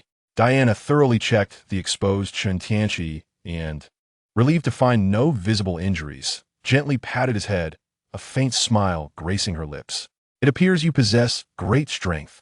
With a playful twinkle in her glamorous eyes, she looked at Chen Tianqi and proudly declared, "You are the first to draw out my potential. I acknowledge you as my teammate." "Thank you so much," Chen Tianqi replied, somewhat speechless. Yet, feeling the softness of her legs and inhaling her delicate fragrance stirred something within him, prompting him to give a thumbs up in affirmation. Hippolyta approached with her subordinates from a distance, holding a set of clothing in her hands. Upon seeing Diana cozily embracing a naked man and engaging in flirtatious banter, her expression darkened instantly. She threw the clothes towards them and coldly remarked, "Aren't you going to put on some clothes? No one wants to see your nakedness." At her words, Chen Tianqi looked up and noticed a gathering of female warriors observing. His face flushed with embarrassment as he hurriedly stood and donned the garments. However, to his dismay, he discovered that he was wearing a set of women's light battle armor. Chen Tianqi's lips twitched in disbelief as he cast a questioning glance at Hippolyta. Seemingly seeking an explanation, she shot him a sidelong glance. "No wonder you are the chosen one of the sun god," and scathed. Such prowess suggests that Diana's safety is assured. This battle attire is unisex. Do not use your limited understanding to judge others' fashion choices. I think you look quite good in it. Diana assessed Chen Tianqi in the battle skirt, her eyes sparkling with delight, feeling he appeared much more attractive than before. Hearing this, Chen Tianqi felt a semblance of comfort. Anything but women's clothing would suffice. "Come, my divine powers have awakened. I still wish to spar with you," Diana said, taking Chen Tianqi's hand excitedly as they headed towards the training ground to continue their practice. "Wait, Diana, you must balance work and rest. Only then can your strength reach new heights." Chen Tianqi quickly interjected, not wanting to experience another embarrassing moment. "Is that so? You seem to make a valid point. Of course, having just surpassed your limits, your body needs some time to adapt. Therefore, you should rest well. Perhaps you could show me the beautiful scenery of Paradise Island?" "Absolutely. I happen to have a secret base that no one knows about. Let me show you." The two continued their journey, laughter echoing as they ventured further away. The innocent maiden gradually fell into the clutches of the cunning hunter. Hippolyta's expression darkened, her eyes flashing with indignation. The cherished girl she had nurtured for over a decade was to be usurped by an outsider, and that very girl had willingly rushed into the trap. A month later, Chen Tianqi and Diana roamed the idyllic Paradise Island, often assisting Diana in honing her awakened divine powers. Their bond deepened, and a tender affection blossomed within Diana's heart, her gaze upon Chen Tianqi growing increasingly gentle. Their interactions became ever more intimate, prompting a knowing smile from Chen Tianqi. How easy it was to grasp the heart of such a naive girl. Yet, each time Hippolyta beheld the pair strolling hand in hand, her hands trembled involuntarily, her teeth clenched in frustration as she glared at Chen Tianqi, wishing fervently to draw her sword and sever his ties with her cherished ward. Chen Tianqi had thoroughly integrated himself with the Amazon warriors, becoming a training partner for the centuries-old young female fighters. "Jim, apply a bit more force from this angle. Lillian, your strength is sufficient, but increase your speed. Vidal, do not touch my lower body. And you, maintain appropriate boundaries." Diana watched as Chen Tianqi was surrounded by a throng of female warriors who occasionally leaned in too closely, their intentions becoming increasingly brazen. A frown creased her lips, jealousy bubbling within her like a toppled jar of vinegar. As the number of warriors encircling Chen Tianqi grew, so did their audacious hands, their eyes glinting with desire as they explored his form. Diana found herself pushed aside, her fists clenched as she fixed a steely gaze on Chen Tianqi. Suddenly, Chen Tianqi sensed a wave of murderous intent. Turning his head, he met Diana's piercing stare, his heart tightening. I have yet to complete my quest. Must you all cause such chaos? He hurriedly raised his hands to fend off their advances. But his two fists were no match for their collective curiosity and centuries of pent-up hormones. The thought struck him. Women who had been single for centuries were indeed formidable. As the situation threatened to escalate into a chaotic scene from a wild narrative, Diana could no longer contain herself. She swiftly pulled Chen Tianqi from the throng of women, positioning herself protectively in front of him, her chest thrust forward as her ample assets shook defiantly. This is my man. You may not touch him. He is only for me. At her declaration, the female warriors erupted in protest. Jim stepped forward, indignant, shouting, "By what right do you claim this man for yourself? Even if you're the Queen's daughter, it matters not. Yes, we shall let strength dictate our claims." The remaining female warriors responded with fervor, their voices rising in a cacophony. Diana raised an eyebrow upon hearing them, and a formidable surge of divine power emanated from her, causing the warriors to recoil in astonishment. "Who else dares to speak?" she declared, hands on her hips, surveying the crowd with a triumphant expression. Not a single soul dared to step forward, and her pride swelled further. She then wrapped her arms around the waist of Chen Tianqi, boldly proclaiming to the assembly, "Only the strong deserve to possess handsome men." Chen Tianqi's eyes widened in disbelief as he gazed at Diana, perplexed by the unexpected turn of events. How had he become the coveted beauty in this scenario? Shouldn't that declaration have originated from him? Just as he was lost in contemplation about his life, Jim summoned his courage and raised his hand, exclaiming, "I refuse to accept this. You have awakened your divine power, while we have not. If you possess the ability, then fight us without your divine strength or artifacts." Jim's words ignited a spark of hope among the female warriors, who began to rally one after another, echoing his sentiment. "Yes, Jim is right. A duel it shall be." Diana, upon hearing this, scoffed dismissively. She strode over to the armory and drew a long sword, stepping onto a stone pedestal to amplify her presence. "Gulme, let all of you come at me together." The female warriors, incensed by Diana's blatant disregard for their abilities, raised their swords in unison, forming an organized assault against her. After an exhilarating bout of combat, dusk descended, leaving Diana standing alone amidst a sea of exhausted warriors sprawled on the ground, gasping for breath. Chen Tianqi offered them a thumbs up in admiration. Truly, they were a testament to the demigod lineage crafted by Zeus and his kin. For the sake of a man, they fought with unparalleled ferocity. Their explosive strength, endurance, and determination had persevered until the sun dipped below the horizon. To conquer this group of fervent women, one could surmise that only a superior race, akin to the Kryptonians, could suffice. It seemed prudent to prioritize matchmaking for the new Krypton, assigning several Amazonian women to each young Kryptonian. Yet, one could only wonder if these men could withstand the ardor of women who had remained single for centuries. Chapter 135. Arrival at the British Isles since that near catastrophe in the training arena, where Diana had nearly been compelled to rally the crowd. She had vanquished numerous female warriors, yet still sensed their lingering discontent. This realization rendered her increasingly clingy, as she vigilantly kept her gaze fixed upon Chen Tianqi. Wary of every approaching female warrior, particularly those youthful ones who had lived for centuries, she feared he might be snatched away by them. She even wished to sleep beside him, but was ultimately pulled away by Hippolyta, who tugged at her ear. This even led Chen Tianqi to feel that the female warriors were providing him with assistance, which deeply moved him. "Without you, there would be no present blessings." "Chen, what are you pondering?" Diana approached the lost in thought Chen Tianqi and waved her hand before his eyes. "Mother has called for us. It must pertain to Ares." With that, Diana excitedly clenched her small fist and raised it triumphantly.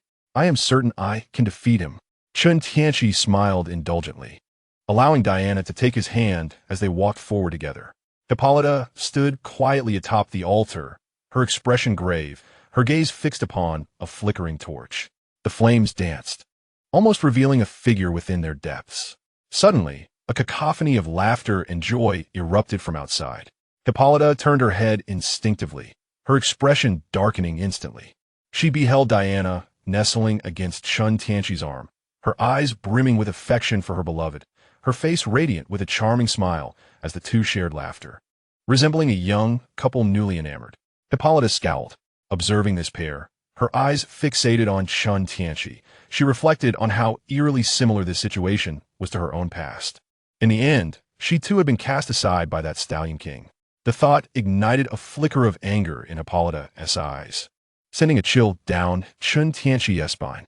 Confused, he looked at Hippolyta, scratching his head. What has this mother-in-law up to now? Why does her gaze seem even more intimidating today? Hippolyta took a deep breath, steadying her emotions. Diana, Ares has already manifested in the mortal realm. Are you prepared to face your destiny? Diana withdrew her laughter, released Chen Tianqi's hand, stepped forward, and knelt on one knee, addressing Hippolyta with solemnity. Mother, I am ready. I will undoubtedly defeat Ares and end the war. Chen Tianqi shook his head in resignation at her words. The root of war is not Ares, but rather the greed of humanity. Hippolyta bent down, gently caressing Diana's head, speaking softly. Since you have made your decision, go forth and realize it. She then turned her piercing gaze towards Chen Tianqi, suppressing the urge to strike him, and said meaningfully, Mr. Chen, I hope you, as a man, will protect Diana well. Under her intense scrutiny, Chen Tianqi resolutely assured her, rest assured, mother-in-law. A few days later, on the beach, Chen Tianqi stood before a transparent barrier, holding Diana's luggage. Turning to face her, he looked bewildered and asked, Diana, didn't your mother provide you with any means of transportation? What is a means of transportation? Diana tilted her head, her expression a blend of confusion, her eyes reflecting both clarity and naivety. Chen Tianqi's lips twitched. What I mean is how we get out. At this moment, Diana finally comprehended, her face lighting up with realization. Mother said you have a way to take me out. Chen Tianqi covered his face, utterly speechless. I don't even know how to open this barrier, and my spells are restricted. How am I supposed to get you out? After a moment's contemplation, he slung his backpack over his shoulder, extended his hands towards Diana, and said, Come on, Diana. Let's try to fly up and see if we can escape. Fly? You can fly. Upon hearing this, Diana's expression transformed into one of astonishment. She then excitedly circled around Chen Tianqi a few times, her brow furrowed in confusion. But how can you fly without wings? In a swift motion, Chen Tianqi scooped her up in a princess carry, flashing her a mischievous grin, reminiscent of a dragon king or a war god. Buckle up, my lady. With that, he soared into the sky. What is safety?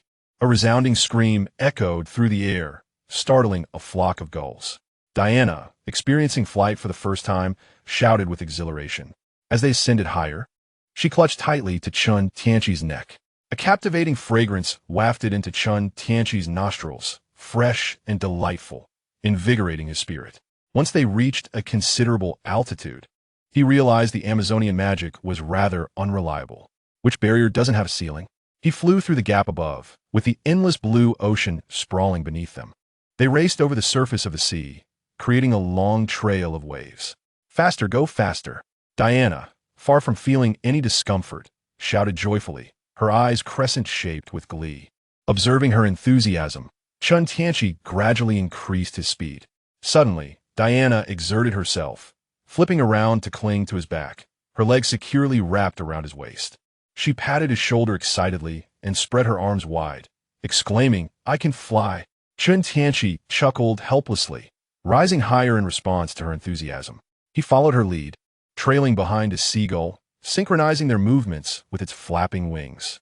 The seagull squawked in alarm, seemingly scolding the two upright beings. What is wrong with these bipedal creatures? Truly absurd. Diana, perched on Chen Tianqi's back, laughed heartily, waving farewell to the seagull. Soon, she spotted an island in the distance and shouted excitedly, Look, there's an island ahead. Chen Tianqi had already noticed it from afar, scrutinizing it closely. It appeared to be the British Isles. Diana, hold on tight. With a sonic boom, Chen Tianqi accelerated instantly. In no time, they found themselves hovering above an island. Chen Tianqi and his companions swiftly located a city and executed a landing in a secluded corner. Chapter 136. The search for Ares as they traversed a street. A cart rumbled by, leaving a considerable deposit upon the ground. The passers-by, seemingly accustomed to such occurrences, paid little heed to the unsightly mess and hurried along their way. How revolting! Is the hygiene of the outside world truly so deplorable? Diana gazed at the pile of manure, shuddering in disgust, and hastily covered her nose. The stench of excrement pervaded the streets of the city, making her stomach churn. Chen Tianqi erupted into laughter, relieved that he had familiarized himself with the historical sanitary conditions of the West and had preemptively muted his sense of smell. Otherwise, he would have been subjected to such an unpleasant experience. Hearing his laughter, Diana pouted and playfully twisted his waist, casting him a fierce glare. Chen Tianqi quickly raised his hands in surrender, closing his mouth and blinking innocently. Ultimately, unable to endure the foul odor any longer, Diana seized Chen Tianqi and urged him to flee this olfactory hell. For a being of her kind, every scent was acutely perceptible, truly a torment. Relying on her keen sense of smell, she jogged towards a relatively clean area. Chen Tianqi glanced at a street sign and noted that they had entered an affluent district, explaining the marked improvement in cleanliness compared to the prior locations. Turning around, he spotted Diana already at the front of shop, pressing her face against the display glass, her eyes gleaming with desire as she fixated on a stunning outfit. "Wow, Chen, the clothes outside are so beautiful," she exclaimed. "Want it? Then buy it." Chen Tianqi waved his hand grandly, indicating that he would cover the cost. Upon entering the shop, they were greeted warmly by the staff. For patrons here were predominantly wealthy individuals, each sale equating to months of wages for the employees. The saleswoman attentively catered to Diana, introducing her to the latest fashionable lingerie, claiming it would surely captivate her partner. Unfamiliar with the concept of such undergarments, Diana, having never worn them on Paradise Island, was intrigued by the notion of enchanting her other half. With a wave of her hand, she made the purchase. After some contemplation, she awkwardly attempted to don the bra over her clothing, only to discover that it was far too small and uncomfortable. With a pleading gaze, she turned to Chen Tianqi, seemingly inquiring what she should do next. Witnessing this peculiar scene, Chen Tianqi's eyes widened in disbelief. "A bra worn externally? Please do not look at me. Have you not noticed the saleswoman's strange expression? She gazes at me as if I were a nefarious trafficker." After much trial and error, Diana finally mastered a new skill, wearing lingerie. She hummed a delightful tune, filled with newfound confidence. Dressed in a mesmerizing deep blue gown, she resembled an elegant azure butterfly. She intertwined her arm with the dashing Chen Tianqi, who was clad in a suit, as they exited the shop together. They appeared to be a match made in heaven, akin to a nobleman and a lady, radiating grace and extraordinary beauty.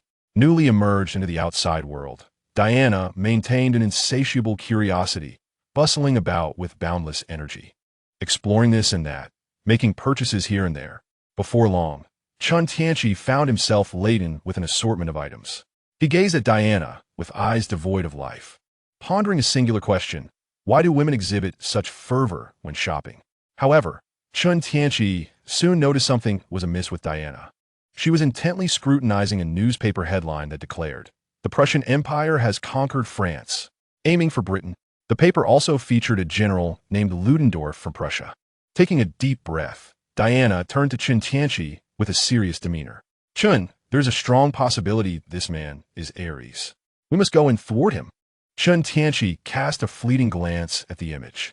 This individual was likely a pawn released by Ares to sow confusion. "Diana, do not be hasty. Perhaps this man is not Ares. The true mastermind typically does not present themselves in public." Chen Tianqi was aware that the real Ares was likely in Britain, posing as a British officer. Diana, her face set in determination, contemplated this for a moment and found some merit in his words. Yet, she could not bear the thought of innocent civilians suffering from the ravages of war. She believed that regardless of the individual's true identity, verification was essential. Reluctantly, Chen Tianqi acquiesced to her request. They would depart for Europe at dawn the following day. As they deliberated their plans for tomorrow, a nobleman approached them, a middle-aged gentleman with a small mustache. He politely removed his hat and bowed, smiling at the pair. "Excuse me, esteemed sir and lady. I overheard that you're seeking Ludendorff. Is that correct?" Upon seeing the mustached man, Chen Tianqi's expression morphed into one of shock. Wasn't this the god of war, Ares? How had he come forth so brazenly, standing before Diana? Shouldn't they have encountered him on the battlefield, only for Diana to vanquish him in a moment of valor? Diana, appearing rather naive, confirmed, "Indeed, I suspect this man is Ares in disguise, deliberately inciting a grand conflict among humanity. Therefore, I must eliminate him." With that, she raised her fist, adopting a righteous stance. Chen Tianqi stared at Diana, bewildered. Surely, this child's reasoning was somewhat askew. Was it wise to divulge such matters to a stranger? Ares seemed to have sensed the change in Chen Tianqi. With a smile, he began his self-introduction. "I am Sir Patrick Morgan, and perhaps I can assist you in vanquishing Ludendorff. What assistance can you provide?" Diana surveyed Ares with a skeptical expression, her entire demeanor radiating an air of weakness. "I can help you infiltrate Ludendorff's inner circle," Ares proclaimed, puffing out his chest with an air of arrogance. "Infiltrate? But you appear so feeble." Ares' lips twitched slightly. "If it weren't for the necessity of maintaining this facade, I would show you what a god of war truly is. My foolish sister, I do not need to engage in combat. My aim is to facilitate your silent and perfect infiltration into his proximity. How can you assist us in infiltrating without taking action?" Diana's brow furrowed with confusion. Ares, at this moment, was becoming increasingly exasperated. What had happened to his sister? Her intellect seemed to be lacking. "I will arrange for you to be positioned near Ludendorff." Ares, already temperamental, gritted his teeth and spoke each word with deliberation. "That is not infiltration," Chen Tianqi interjected. "Infiltration means eliminating all enemies who can see us. That is the essence of perfect infiltration." Diana cast a disdainful glance at Ares, instantly suspecting that he was deceiving her and might indeed be a spy for Ares himself. In an instant, vigilance filled Diana's gaze as she scrutinized him intently. Upon hearing this, Ares realized that it was this young man who had led Diana astray. With a hint of anger, he directed a glare at Chen Tianqi. Chen Tianqi innocently blinked at him, turning his head away as if to say, "I know nothing. Then I can provide you with Ludendorff's location. Surely that suffices?" Ares tightly grasped his hat, his patience wearing thin. "That is acceptable, but I'm beginning to doubt that you are not a spy for Ares." With that, Diana took a few cautious steps back, adopting a defensive stance. "Fuck!" Ares, in a fit of rage, flung his hat aside, tossing a crumpled piece of paper from his pocket before storming off without looking back. He feared that remaining any longer would compel him to engage in a duel with Diana on the spot. Chapter 137. Diana's Astonishment. Why is he so angry? Diana was left with a large question mark hovering over her head, gazing in bewilderment at Ares' hurried retreat, unable to comprehend his abrupt change in demeanor. Perhaps he was reminded of something sorrowful, Chen Tianqi mused as he picked up the discarded paper. His lips curled in a wry smile. For a tempestuous god of war to restrain his anger around you is a significant testament to his character. It seems I must take Diana out more often to broaden her horizons. Otherwise, she will be left in ignorance on Paradise Island. Diana, he has left us the location of Ludendorff. Shall we proceed? Chen Tianqi pointed at a string of text on the crumpled paper, glancing at Diana, who was still deep in thought. Diana slightly furrowed her brows, striving to engage her mind. Her instincts hinted that the feeble individual they had encountered earlier was somewhat peculiar. Furthermore, he seemed alarmingly familiar, despite her never having met him before. With a decisive tap of her small hand, she resolved, "Chen, let us first investigate Ludendorff to ascertain whether he is Ares. If Ludendorff proves otherwise, then we shall track down that weakling and interrogate him fiercely. I suspect he might very well be affiliated with Ares." The more Diana pondered, the clearer her thoughts became, her mind opening up like a blossoming flower. With her hands proudly on her hips and her chest held high, she swiftly devised a plan. Chen Tianqi shrugged, indicating his willingness to follow Diana's lead. She was drawing closer to the answer, and he deemed it best not to interfere, for this was her trial of growth, one he should not disrupt. Otherwise, if Zeus and Ares did not enter the fray, it would be quite troublesome. He also hoped to seize this opportunity to discover the realm of the gods in this universe. 2 days later, under a moonless night with a brisk wind, in the Prussian Empire, an undisclosed military base, Diana and Chen Tianqi crouched in a patch of grass. She keenly observed the soldiers stationed nearby, scrutinizing their movements while quietly inquiring of Chen Tianqi. "Chen, what are those things they have in their mouths? Why are they emitting smoke? Is it magic? But aren't outsiders incapable of magic?" Chen Tianqi with a blank expression and lifeless eyes, replied, "It's a cigarette." The smoke has a fragrant aroma. Over the past few days, he had come to fully understand the frustrations of Sun Wukong in A Chinese Odyssey. Why was he so irked by Tang Sung? Diana, being new to this world, was curious about everything, incessantly peppering Chen Tianqi with questions, causing her mouth to never cease its chatter. Consequently, the most frequently heard word in Chen Tianqi's ears over the past few days had been why. He felt as if he were becoming a personal encyclopedia for Diana, dedicated to answering her myriad inquiries. Suddenly, Chen Tianqi spotted a car approaching in the distance. Noticing Diana's incessant chatter, he swiftly covered her mouth, adopting a serious demeanor as he pointed towards the vehicle, whispering, "Diana, look, they're coming." Following his finger, Diana squinted into the distance. Though far away, she instantly recognized Ludendorff seated in the back. Her face lit up with joy as she patted Chen Tianqi's large hand, signaling her understanding. Chen Tianqi then released his hand, freeing her mouth, but the next moment, Diana's barrage of questions resumed. "All right, Chen, you have yet to elaborate on how the internal combustion engine propels automobiles." After speaking, Diana smacked her lips, feeling a bit parched. When she heard no response from Chen Tianqi for an extended moment, her brows furrowed as she turned her head. To her surprise, she found herself alone. Chen Tianqi had vanished without a trace. "Chen," Diana called out softly, cautiously scanning her surroundings. She discovered a note. "I went ahead to scout the path." How infuriating.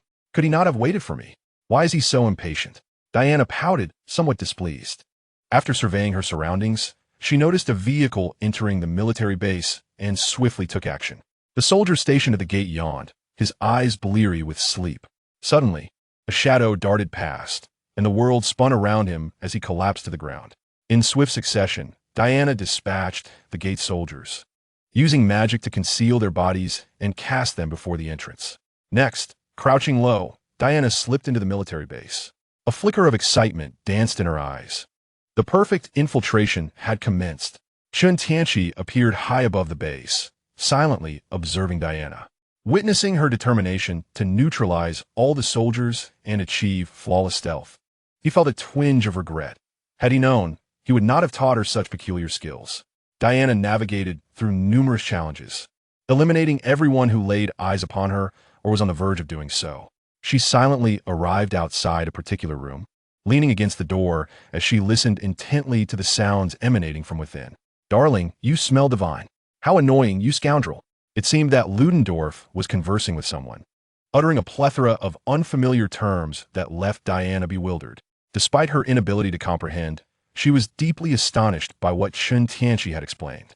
She had not anticipated that Ares engaged in such thrilling activities. Suddenly, she contemplated that the other individual might be coerced by the ruthless Ares.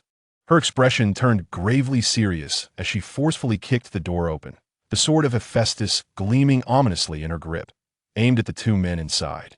"Ares, release that woman." Diana's voice dwindled into a whisper as she stood agape at the peculiar posture of the two men, their eyes glazed and occasionally emitting strange sounds.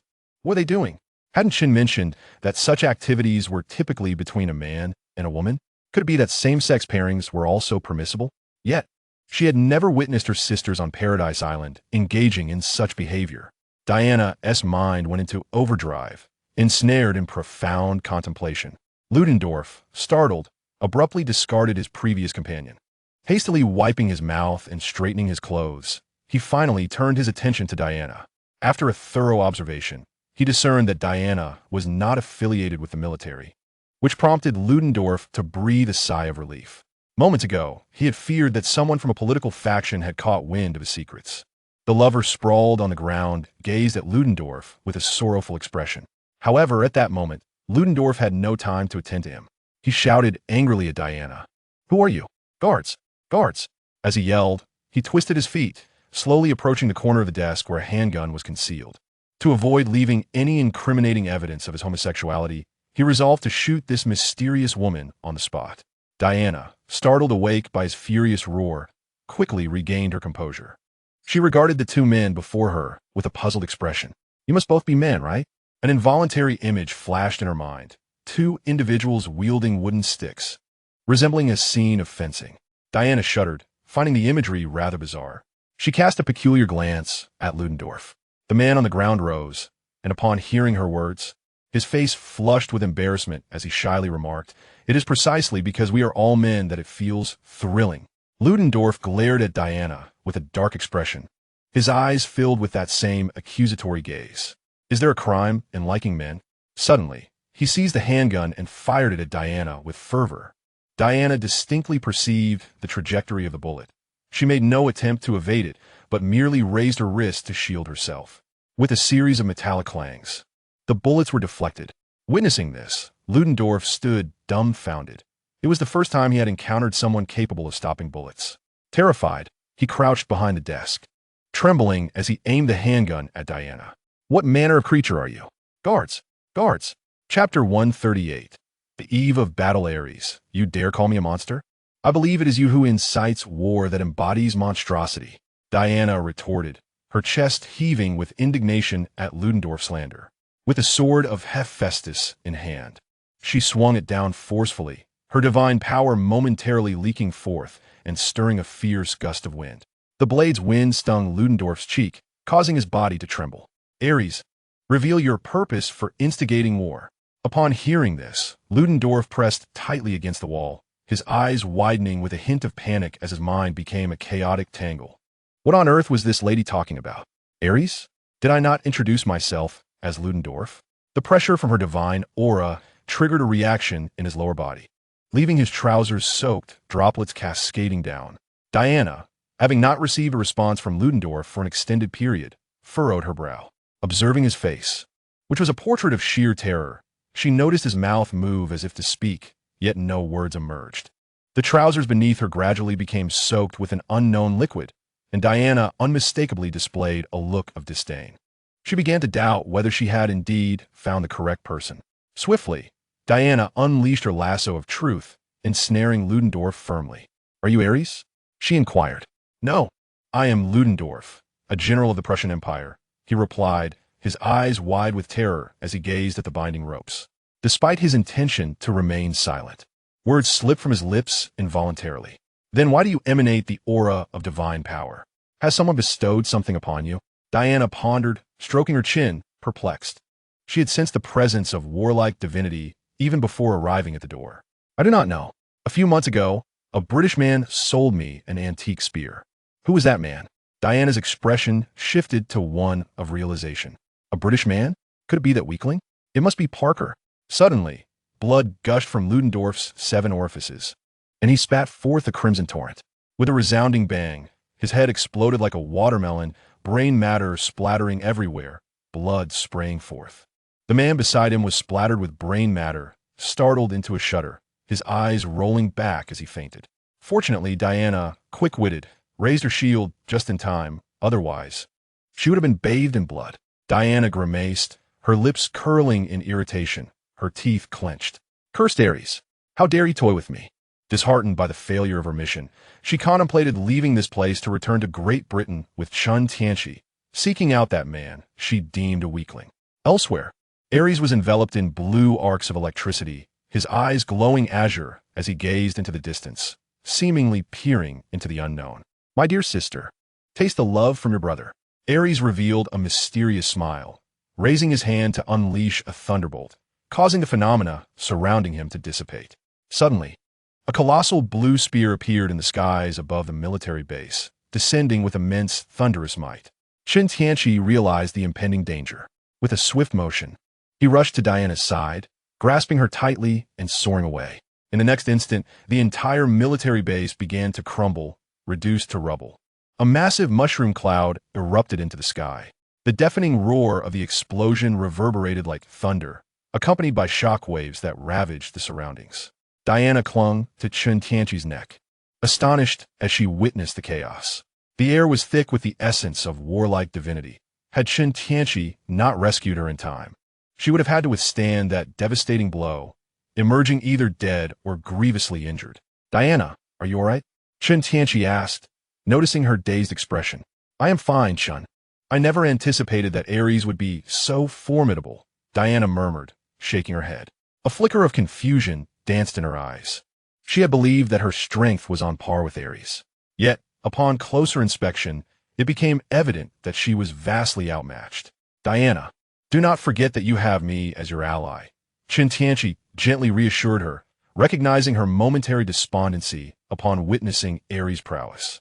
However, even without Chen Tianqi's support, Diana would have been fine, for this was merely a trial orchestrated by Zeus to test her. It was unlikely that Ares would employ lethal force. Rather, he would strive to awaken her latent potential, seeking to fully unleash the divine power of Zeus that resided within her. "Indeed, I still have you." Diana suddenly regained her composure, inhaling deeply and gazing resolutely at Chen Tianqi's profile, her eyes concealing a hint of tenderness. "Chen, let's return to Britain. I suspect that the feeble individual from that day may be connected to Ares." Chen Tianqi nodded, and a sudden white sonic boom enveloped them as they accelerated forward.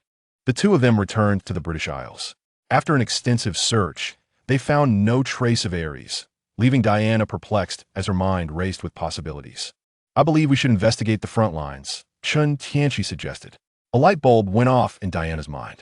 Of course, the god of war, Ares, must favor the battlefield. Those associated with him are likely to be there as well. With this thought, Diana leaped onto Chen Tianqi's back, wrapping her legs tightly around his waist, her small hand pointing forward with a fierce determination. "Onward! I will surely kick Ares like a ball." The Marne River, located in the northern region of France, was the site of fierce conflict between two military factions. One side was the Allied forces led by Britain and France, while the opposing side comprised the army of the Prussian Empire. The Allies launched a surprise attack to thwart the Prussian Empire's complete occupation of France and protect the British Isles. In a camp behind the Allied lines, Ares reveled in the intangible essence of war, absorbing its energy. With each passing moment, he felt his divine power swell. To him, the greater the warfare in the world, the more strength he could absorb. Suddenly, Diana descended from the heavens, her sword of the god of war gleaming with intensity as it aimed for Ares' head. Ares opened his eyes and, with a swift motion, pushed upwards. A tempest erupted, striking Diana and sending her hurtling away. In an instant, she adjusted her position mid-air, and upon landing, she plunged her sword into the ground, skidding several meters before halting the force of the impact. Chapter 139, Ares, the God of War. Diana fixed her solemn gaze upon Ares. From the very first moment she witnessed him absorbing the power of war, she realized the truth. This feeble figure was indeed Ares.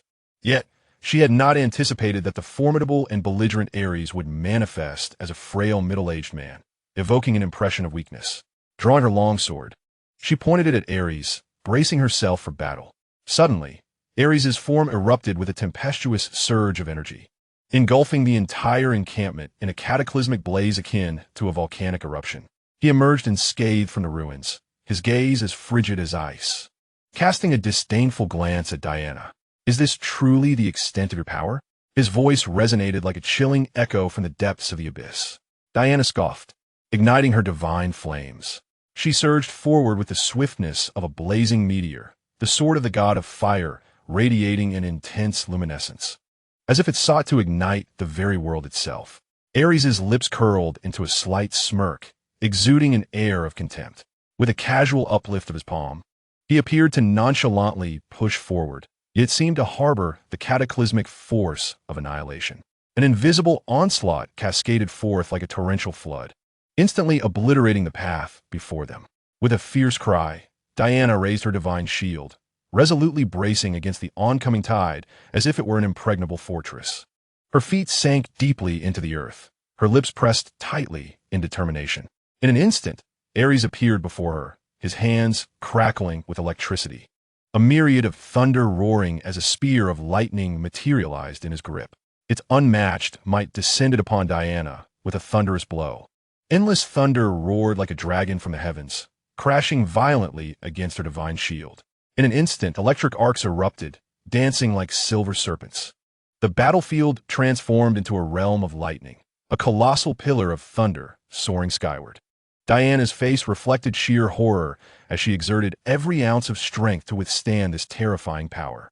Under the impact of the thunderous column, her body was mercilessly devoured, akin to a leaf caught in a tempest. As the thunderous pillar diminished, Diana, battered and bruised, knelt upon one knee, struggling to rise. gasping for breath. She gazed at the icy Ares before her divine gauntlets clashing together with fervor. In an instant, a powerful force erupted, reminiscent of the celestial storm's wrath.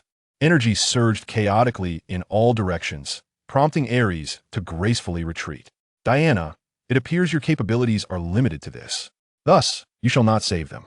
With that, Ares brandished a long axe in his hand, and the surroundings erupted with crackling lightning, turbulent winds, and the earth itself began to fracture.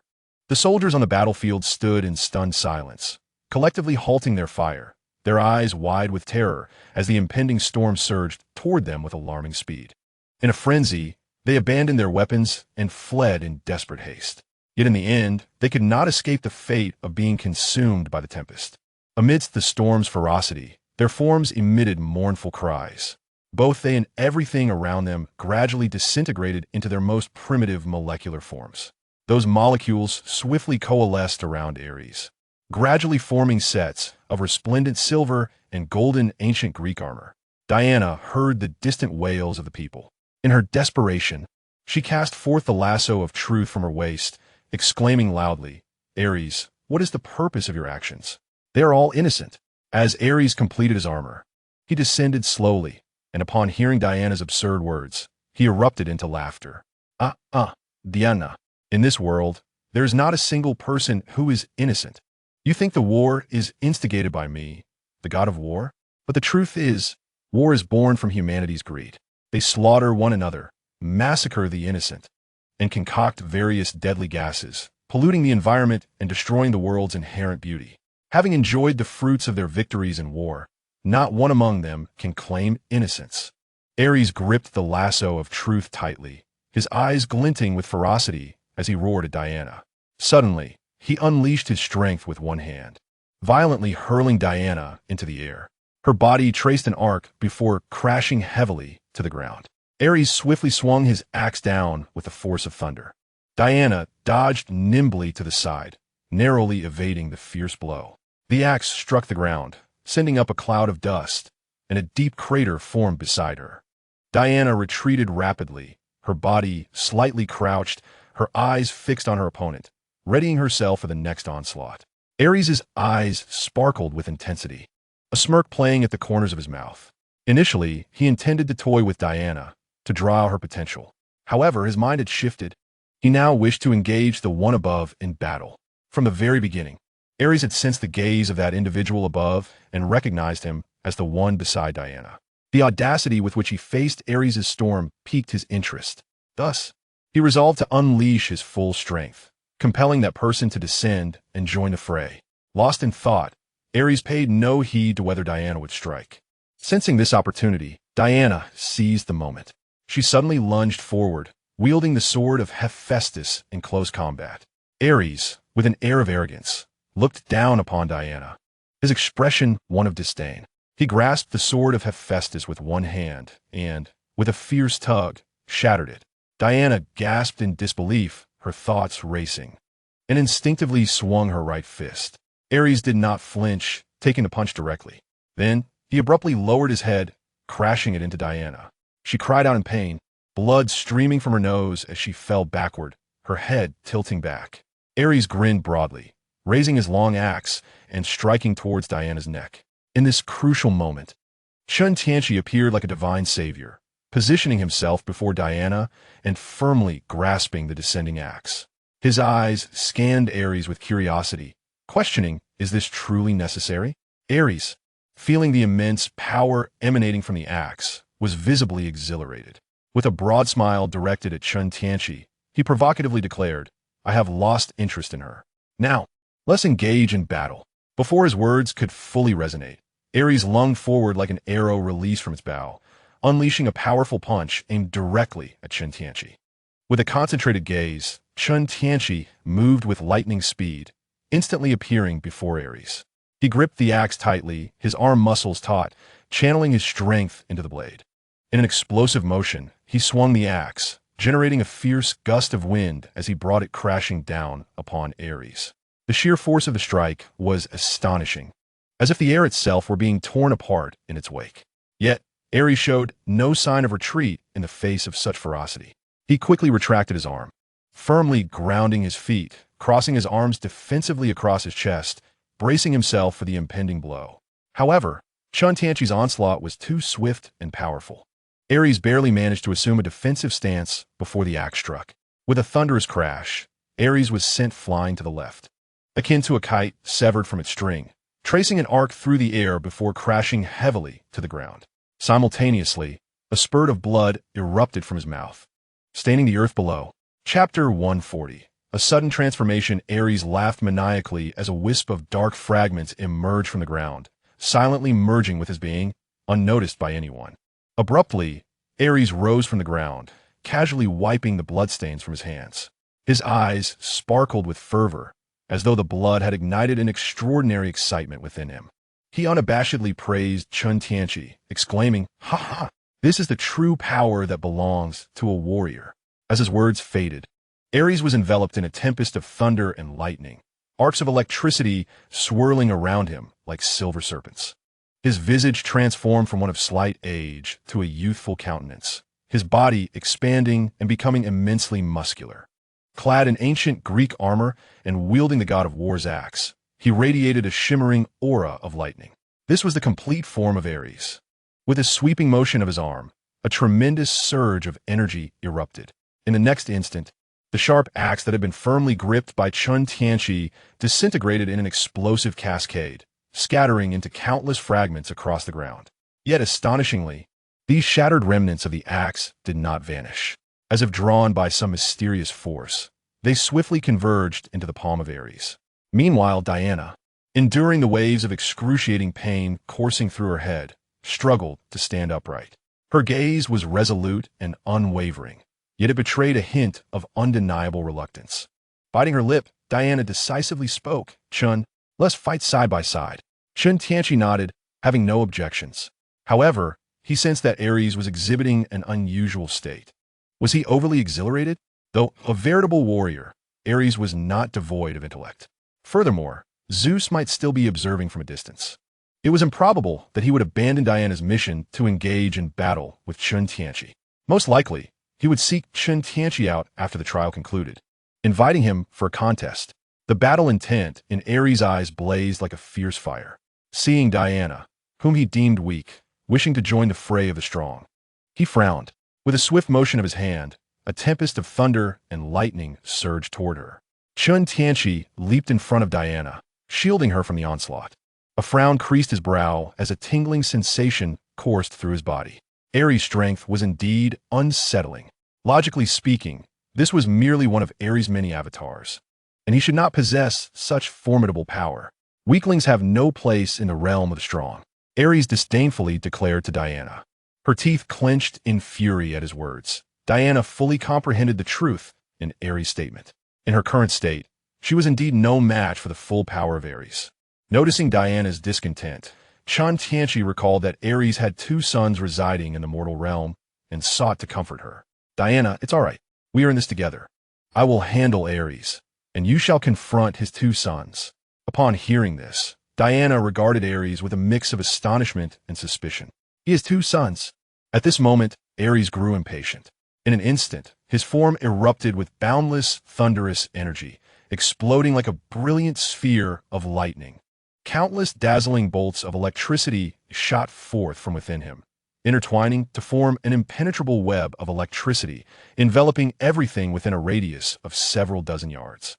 Accompanied by earth-shattering roars, the ground began to tremble violently, as if unable to withstand the onslaught of this terrifying energy, it fractured and shattered. Enormous fissures rapidly spread. Billowing clouds of dust obscured the sky. Those once impregnable rocks, soil, and structures now crumbled like paper, succumbing to the relentless erosion of that invisible force. Transformed into countless minute particles, they dispersed throughout the air. The entire space succumbed to chaos, shrouded in a veil of grayness. It felt as if one were immersed in a scene heralding the apocalypse. The howling wind swept through with fierce intensity, nearly unbalancing anyone caught in its grasp. The swirling dust danced like a tempest, rendering vision nearly impossible and making respiration a laborious task. "Fight me!" Ares roared, his crimson eyes ablaze, as he leapt into action. Clutching the godly axe with a force akin to thunder, he struck fiercely toward Chen Tianqi. Sensing an unusual aura infiltrating Ares, an ominous thought crossed Chen Tianqi's mind. He quickly turned to Diana, urging her, "Diana, hasten to the Rhine. Ares' two sons are there.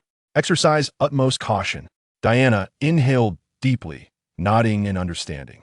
With a lingering word of concern, she swiftly departed the battlefield. Chen Tianqi pivoted, his hands clenched tightly. Suddenly, he unleashed a swift chop, colliding with the godly axe. Ares was propelled backward by Chen Tianqi's overwhelming strength.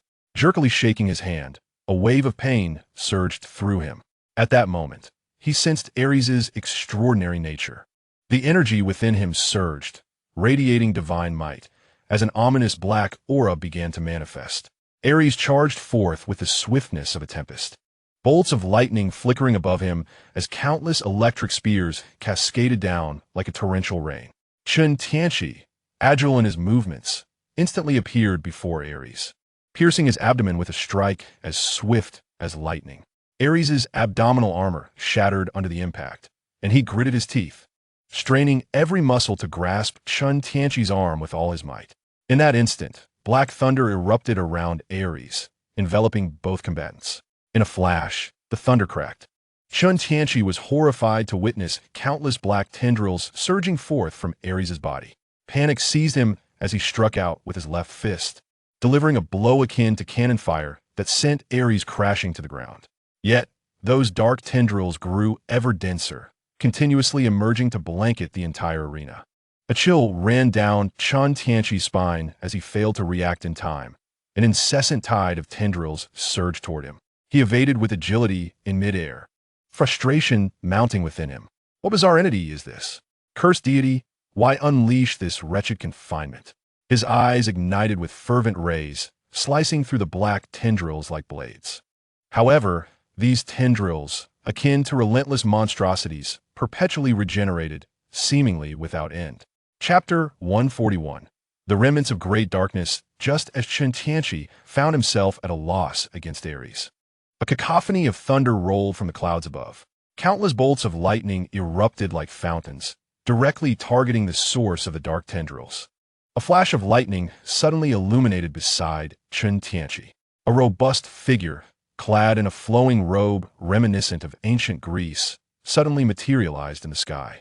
Surrounding him were tumultuous clouds and crackling thunder. His identity was unmistakable. He was Zeus, the king of the gods of ancient Greece. Gazing intently at the scene below, his expression grave, he addressed Chen Tianqi with seriousness. "My boy, you must exercise utmost caution. That is the remnant of the great darkness. Any life tainted by it will be reduced to its minions." Upon hearing this, Chen Tianqi looked up at Zeus with a mixture of confusion and curiosity. The great darkness? Could it be the antithesis of the supreme god? Zeus patted Chen Tianqi's arm with an understanding smile. His demeanor relaxed as he replied, "Indeed. What you surmise is correct. However, there is no need for excessive worry. This is merely an insignificant remnant, not the core itself." His gaze then fell in astonishment upon Chen Tianqi's abdomen. "You possess the essence of the sun god," he exclaimed, yet soon his expression turned to one of regret. "Alas, your divine power has been depleted. You are not of the divine lineage, merely a Kryptonian, unable to replenish such power." Yet he continued, shifting his tone to a jovial one.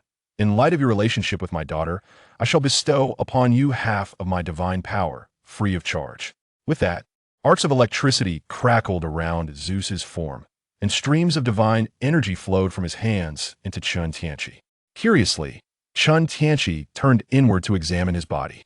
He observed torrents of energy surging towards the small sun within his dantian, which instantly appeared to radiate with even greater brilliance. Below, the wound on Ares, pierced by Chen Tianqi, suddenly erupted with countless dark tendrils. These tendrils sprouted gaping mouths lined with sharp teeth, resembling a horde of ravenous demons surging towards Zeus and Chen Tianqi. With a swift motion, Zeus vanished in a flash of lightning, and Chen Tianqi adeptly evaded the onslaught. Both men remained tense, their eyes fixated warily on the writhing black tendrils. Ares' gaze turned crimson, ablaze with fury.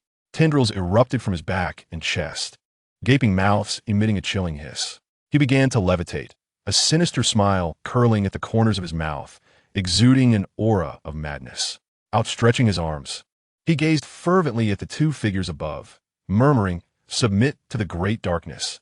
Before his words could fully dissipate, Ares erupted into maniacal laughter, his voice echoing through the air, tinged with insanity and disdain. His eyes blazed with intense fervor as he charged toward Zeus, as though intent on tearing him apart. Zeus furrowed his brow, inwardly cursing. This little rascal is truly audacious. A flicker of anger danced in his eyes. How dare he underestimate me? Yet, the movements of his hands remained unimpeded. The furious thunder surged forth from his grasp, as if it were a manifestation of the wrath that burned within his heart.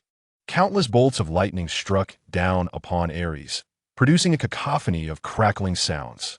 Ares' body was seared, etched with countless wounds that emitted wisps of black smoke. However, Ares remained utterly indifferent. His skin, as unyielding as steel, withstood the tempest of thunder, and in the blink of an eye, the scars healed as if they had never existed.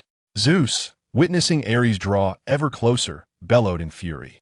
His voice thundered through the heavens, resounding like a tempest. "You have chosen the wrong opponent, young one." In an instant, a weapon of thunder and the shield of Zeus materialized in his hands, the patterns on the shield glimmering with an enigmatic light. Grasping the thunderbolt, Zeus lunged fiercely towards Ares. The clash between the blade's tip and Ares' gaping maw erupted in a deafening roar. A potent surge of energy emanated from their collision, shaking the very fabric of the world. The radiance of the thunder intermingled with the dark aura enveloping Ares, rendering the outcome uncertain for the moment. Zeus channeled divine power relentlessly, akin to a torrential flood. Yet, the darkness emanating from Ares intensified like an inferno, seeming poised to engulf Zeus entirely. At that critical juncture, a searing beam of light swept through like lightning, its brilliance blinding and fierce. This beam, imbued with unmatched might, cleaved Ares' form in twain. In Chen Tianqi's eyes sparkled a dazzling golden light, successfully harnessing the power of divine law contained within the solar deity's essence. This strike effortlessly severed Ares. Chen Tianqi couldn't help but marvel inwardly, realizing that the gifts bestowed by the supreme deity were indeed extraordinary. Zeus, appearing beside Chen Tianqi in a flash of lightning, bore a scowl as he addressed him with indignation. "You little rascal, watching the spectacle for so long without lending a hand. Do you think my divine power comes without cost? Do you still desire my daughter?" Chen Tianqi rolled his eyes, disregarding his words, and pointed at the dismembered fragments of Ares strewn across the ground. "Old man, perhaps you should focus on your beloved son."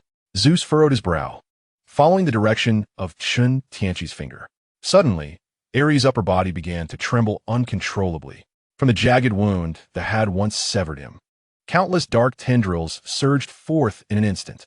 These tendrils, as if imbued with life, intertwined at an astonishing speed, coiling around one another until they swiftly reformed into a brand new body. In that moment, Ares appeared exceedingly grotesque and terrifying. His eyes were filled with madness and murderous intent, his mouth agape to reveal a row of sharp teeth. Then, with a powerful thrust of his legs, he propelled himself forward. Once again, the figure surged forward like a tempest towards Chen Tianqi and Zeus. In an instant, three silhouettes intertwined rapidly in the sky, colliding with relentless force. The resounding echoes were deafening, as if they threatened to rend the very fabric of existence. The battleground expanded, dark clouds and lightning swiftly engulfing the surroundings.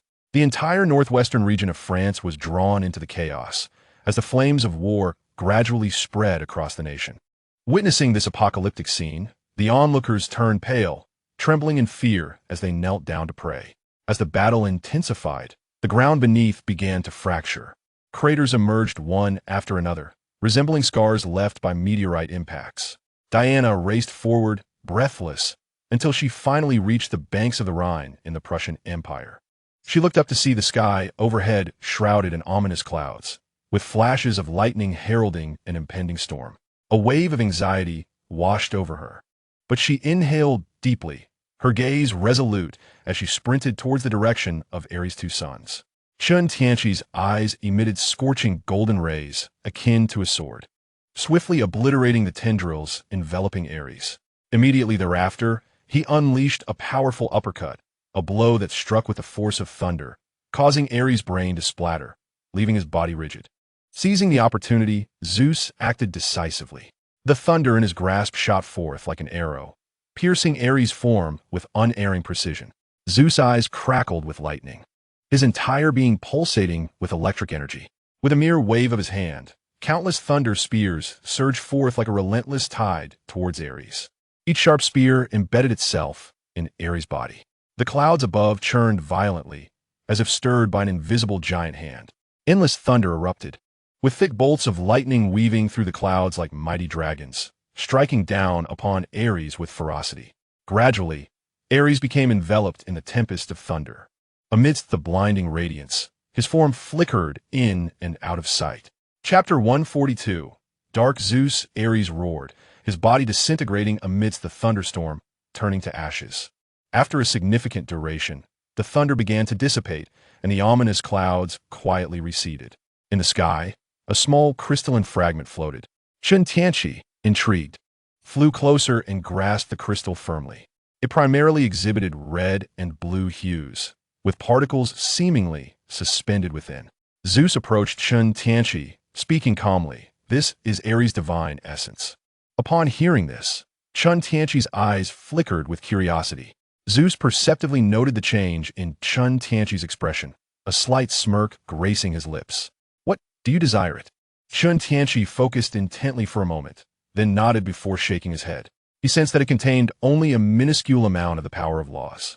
Ultimately, it was merely a fragment of the true Ares. It is impossible to embed the true essence of divinity within every avatar.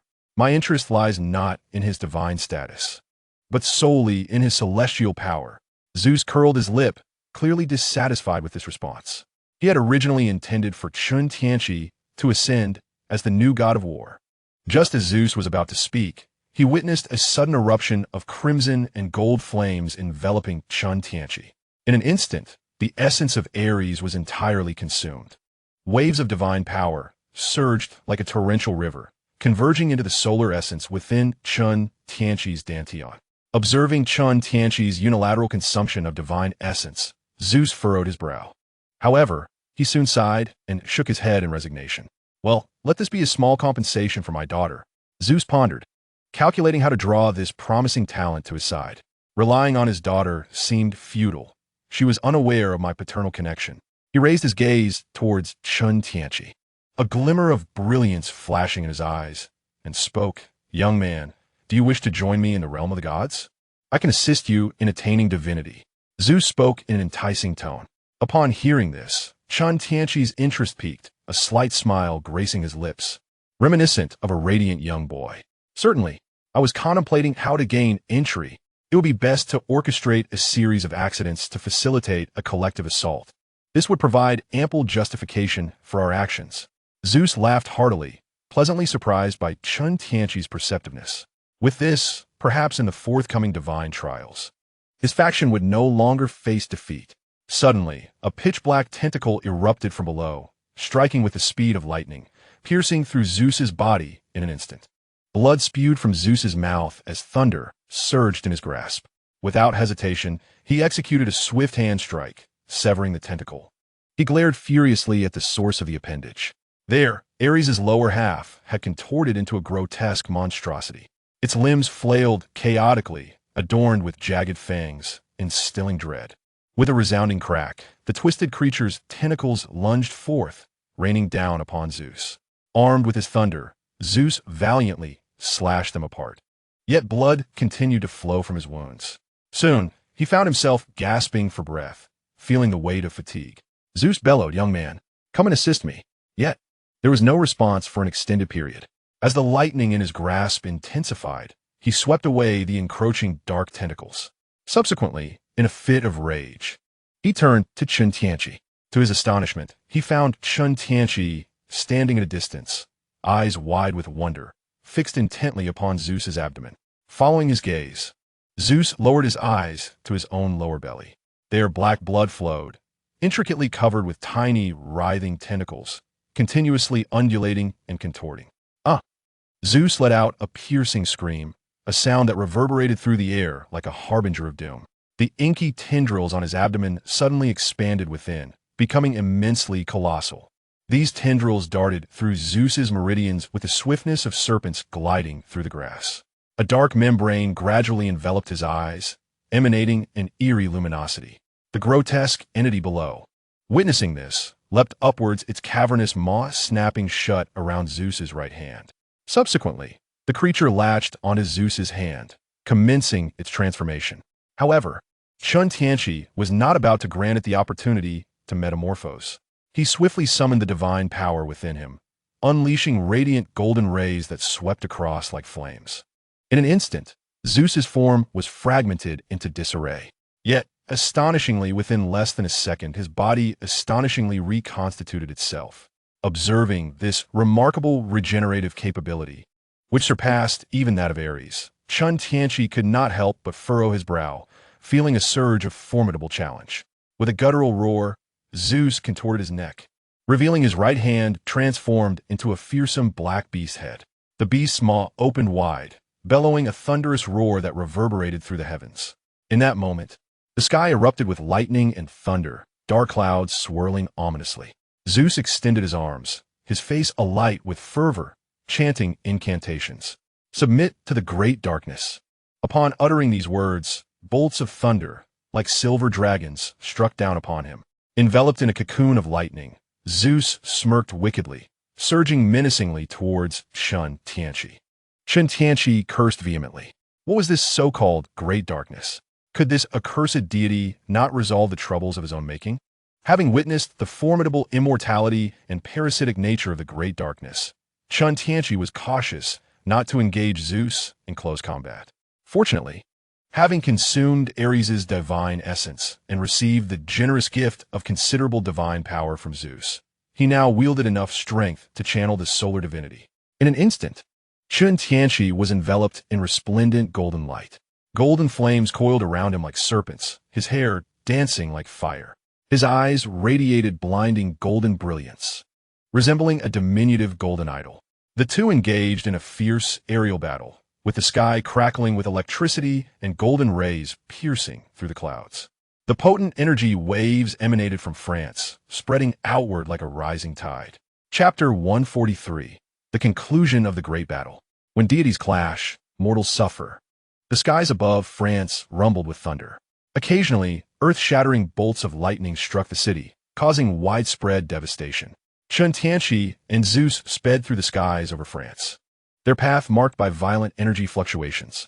Numerous structures crumbled, and countless people screamed in terror, fleeing in panic, creating an apocalyptic scene that sent shivers down the spine. Chen Tianqi gradually grew accustomed to wielding the solar divinity and discovered a means to counteract Zeus's terrifying regenerative abilities. Zeus raised his thunderbolt high. A streak of lightning, akin to a silver serpent, surged past, striking precisely upon Chen Tianqi's arm. In an instant, a wound was carved from top to bottom, and waves of searing pain crashed over him like a relentless tide, summoning the power of his divine essence. Flames akin to the sun ignited at the sight of the injury, initiating the healing process. Zeus's beastly right hand opened its cavernous maw, from which an array of tentacles and fangs erupted like a gushing fountain. The black thunder that spewed forth was viscous, resembling a dark liquid, exuding a disquieting aura. Frowning, Chen Tianqi recognized the peril of this strange entity and refrained from confronting it head-on. He swiftly retreated, his form flickering, while his eyes emitted piercing rays of heat directed at the black thunder. The rays collided with the thunder, producing a hissing sound, as if igniting the very air around them. Gradually, the black thunder began to disintegrate under the onslaught of the rays. Yet Zeus was not one to relent easily. His beastly right hand unleashed an even thicker bolt of black thunder, roaring like a mighty dragon. Chen Tianqi deftly evaded the attack. In the next moment, Zeus's figure vanished like a wraith, reappearing above Chen Tianqi, pouncing down like a famished tiger. Undeterred by Zeus's ferocious assault, Chen Tianqi enveloped his hand in a layer of red-golden flames, as searing as molten lava. With all his might, he delivered a powerful punch to Zeus's visage, shattering half of his skull with an immense force. Tentacles sprouted incessantly from Zeus's head, striving to mend the damaged area. However, the golden flames clung to his wounds like a relentless scourge, continuously searing them and successfully stifling his regenerative capabilities. A smile crept across Chen Tianqi's face. It appeared his theory was correct. Amplifying the power of destruction could indeed obliterate the great darkness's ability to recover. Nonetheless, the consumption of such power was staggeringly immense. He cast a pained glance at the solar essence within him. It truly had an insatiable appetite. Suddenly, Zeus's beastly right hand elongated, baring its fangs like a ravenous wolf, lunging fiercely at Chen Tianqi. With a steely gaze, Chen Tianqi unleashed scorching rays from his eyes, resembling flames intertwined with the essence of annihilation. In an instant, Zeus's entire arm was cleaved in two, the cut precise and blood gushing forth. To prevent any resurgence, Chen Tianqi swiftly gestured with his hand. An endless torrent of red-golden flames surged forth like a fiery dragon, engulfing Zeus's severed limb. The flames blazed vigorously, crackling with sound, incinerating the remnants entirely.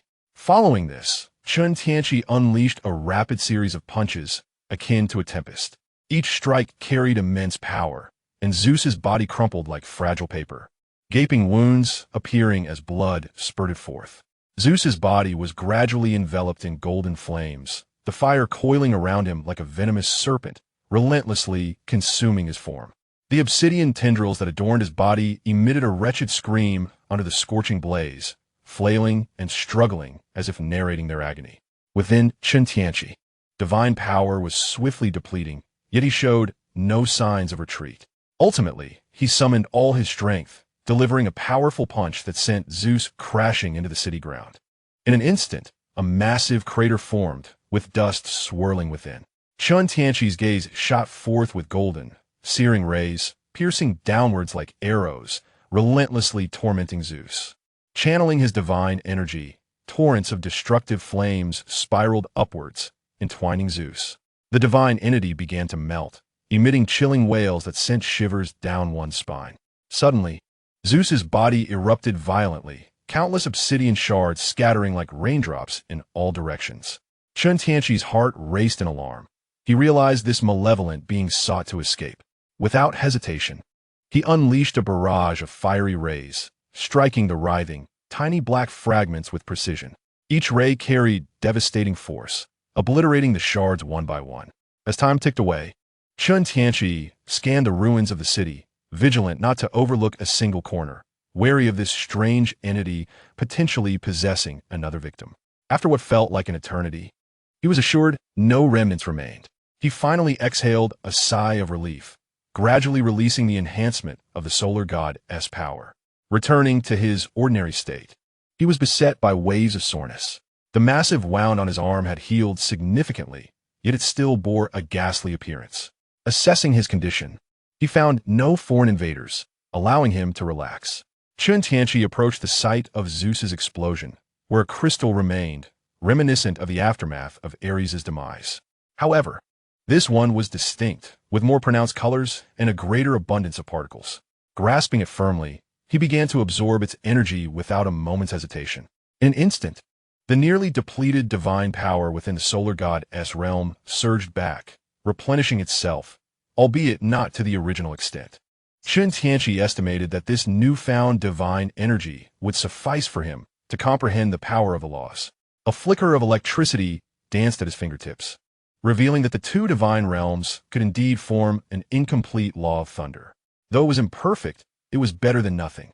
A smile graced Chen Tianqi's lips as he soared away from the city, now reduced to ruins. Meanwhile, in a high-altitude region near the Arctic in North America, a mysterious portal quietly opened. With a swift crackle, a bolt of lightning surged through. A figure clad in a red uniform emblazoned with a lightning emblem appeared at the entrance of the portal. This iconic attire unmistakably identified him as the fastest man alive. The Flash. However, those familiar with his visage would be struck with terror, for it bore the grotesque marks of decay, a maw filled with fangs, and eyes as dark as the abyss. Shortly after the monstrous Flash emerged, another figure stepped forth, a towering giant clad in armor. adorned with a horned helmet and possessing gray skin, his eyes equally shrouded in darkness. He bore in his grasp the lifeless body of one with blue skin and red undergarments, which he flung towards the Flash while issuing a command. In accordance with his master's orders, he was to be transformed into a biological weapon for Krypton. With a silent nod, the Flash transformed into a streak of lightning, carrying the cadaver towards the Arctic. Moments later, several figures emerged from the portal behind him. One of them opened a gaping maw, from which numerous tendrils unfurled, retrieving a vial containing many minute, pitch-black fragments. He carefully entrusted it to a grinning figure behind him, a man of the night clad in bat-like attire. Go forth and spread darkness across this world. Chapter 144. The incident on Paradise Island. Chen Tianqi stood aloft, gazing into the distance, where he spotted Diana racing towards the French border. A smile crept upon his lips as he leapt down. At that moment, Diana, her brow furrowed in concentration, had just concluded a fierce battle with Ares' two sons. She needed to find Chen Tianqi swiftly to convey a vital message. Suddenly, a figure materialized before her. Upon closer inspection, her heart soared with joy, and she embraced him tightly. Thank goodness. Chen, you're unharmed. Amidst her elation, Diana quickly noticed the substantial wound on Chen Tianqi's arm, and with a tender touch, she caressed it. Such a deep wound must hurt terribly, doesn't it? Observing her anxious demeanor, Chen Tianqi affectionately ruffled her hair and reassured her. It's nothing, the wound is nearly healed. But you, why the haste? A look of concern crossed Chen Tianqi's face as he pondered her urgency. Ares has been corrupted. He seeks to use this as a springboard to taint the gods. Chen Tianqi was taken aback by this revelation. How could Diana, so far away, possibly know of such events? Diana, how did you come by this information? It was Phobos who informed me, Diana replied, her brow furrowing as she recalled the scene. During our battle, he suddenly froze, then shared this news with me. Chen Tianqi stroked his chin thoughtfully, contemplating. Could it be that Ares transmitted this information to his son at the moment of his infestation? Or was there another informant? Where's Phobos now? Chen Tianqi's eyes gleamed with determination. He realized he must seek out the involved parties. Upon hearing these words, Diana's expression suddenly turned somewhat awkward. She scratched her head and said apologetically, Phobos and Deimos were seized by tentacles extending from a portal. I was so astonished that I failed to sever the tentacles in time to rescue them. There's no need for concern. Chen Tianqi waved his hand dismissively. Since we cannot locate them, we shall let it be. He then turned his gaze towards Diana, scanning her carefully. You weren't touched by those tentacles, were you? After probing, he found no signs of parasitism on Diana. To be prudent, he inquired further. No, they only took Phobos and Deimos and then vanished. Diana replied with a shake of her head. Curiosity crept into her voice as she asked, what is the matter? Is there something wrong with those creatures? Chen Tianqi nodded gravely. Indeed, Ares has likely been tainted by this malevolent force. They're also known as the Great Darkness. Suddenly, Diana exclaimed, the Great Darkness? That entity is the Great Darkness. My mother mentioned this before. The Great Darkness has existed since the dawn of the universe. A flicker of fear danced in her eyes. It once caused a horrific catastrophe in ancient times. Chen Tianqi's expression grew serious as he addressed Diana. We must urgently seek information from your mother. He now suspected that he had encountered a significant crisis in the DC universe. The Dark Crisis. Paradise Island, once a beautiful haven filled with the melodies of birds and fragrant blossoms, had transformed into a nightmarish hellscape. The entire island trembled and tilted ominously. The ground was littered with severed limbs, a gruesome spectacle of bloodshed. Amidst this carnage stood a towering figure, resembling a giant. His hands gripped a female warrior's neck with merciless force, as though she were a mere doll. With a sudden, brutal motion, he yanked her head along with her spine from her body. Blood erupted like a fountain, creating a ghastly scene. Before him, numerous female warriors mounted on winged horses fell, their necks slumping lifelessly. Hippolyta, astride her steed, furrowed her brow and murmured anxiously, Heracles, why is he here? What has happened to him? She lifted her gaze to meet the bloodshot, pitch-black eyes of Heracles, shivering with dread. Just days prior, Paradise Island had been eerily tranquil, no different from usual. However, the flames of Zeus atop the temple had suddenly extinguished, igniting a foreboding sense within Hippolyta. Soon after, the entire island began to tremble violently. Beneath Paradise Island lay Hercules, straining to uphold it, preventing its descent into the abyss. Zeus had banished Hercules to this isle under the pretense of duty, assigning him the guardianship and support of the land. Furthermore, Zeus had cast a barrier upon him, confining his movements. Unbeknownst to Hippolyta, after Zeus's demise, the barrier dissipated, granting Hercules his long-awaited freedom. Hippolyta could comprehend his fury and madness. After all, anyone imprisoned for such an eternity, burdened with the weight of responsibility, would harbor countless grievances. Yet, for what Hippolyta understood, Hercules was not a cruel and bloodthirsty being, but rather a valiant warrior who would never strike the weak. Now, however, he appeared transformed, ravaging all in his path with unprecedented brutality. This left Hippolyta bewildered and perplexed, particularly by the dark aura that emanated from him, reminiscent of something she could not quite place. Taking a deep breath, her gaze unwavering, she faced the extraordinary demigod, realizing they had no retreat left but to fight with all their might. She raised her sword and proclaimed, "Warriors, for our homeland, charge!" At her command, the war horses whinnied, and the battle cries echoed through the air. The female warriors surged forth like tigers unleashed, their fierce roars resonating with determination. This awe-inspiring scene plunged Hercules into an internal struggle. He had no desire to raise the scythe of slaughter against these brave women.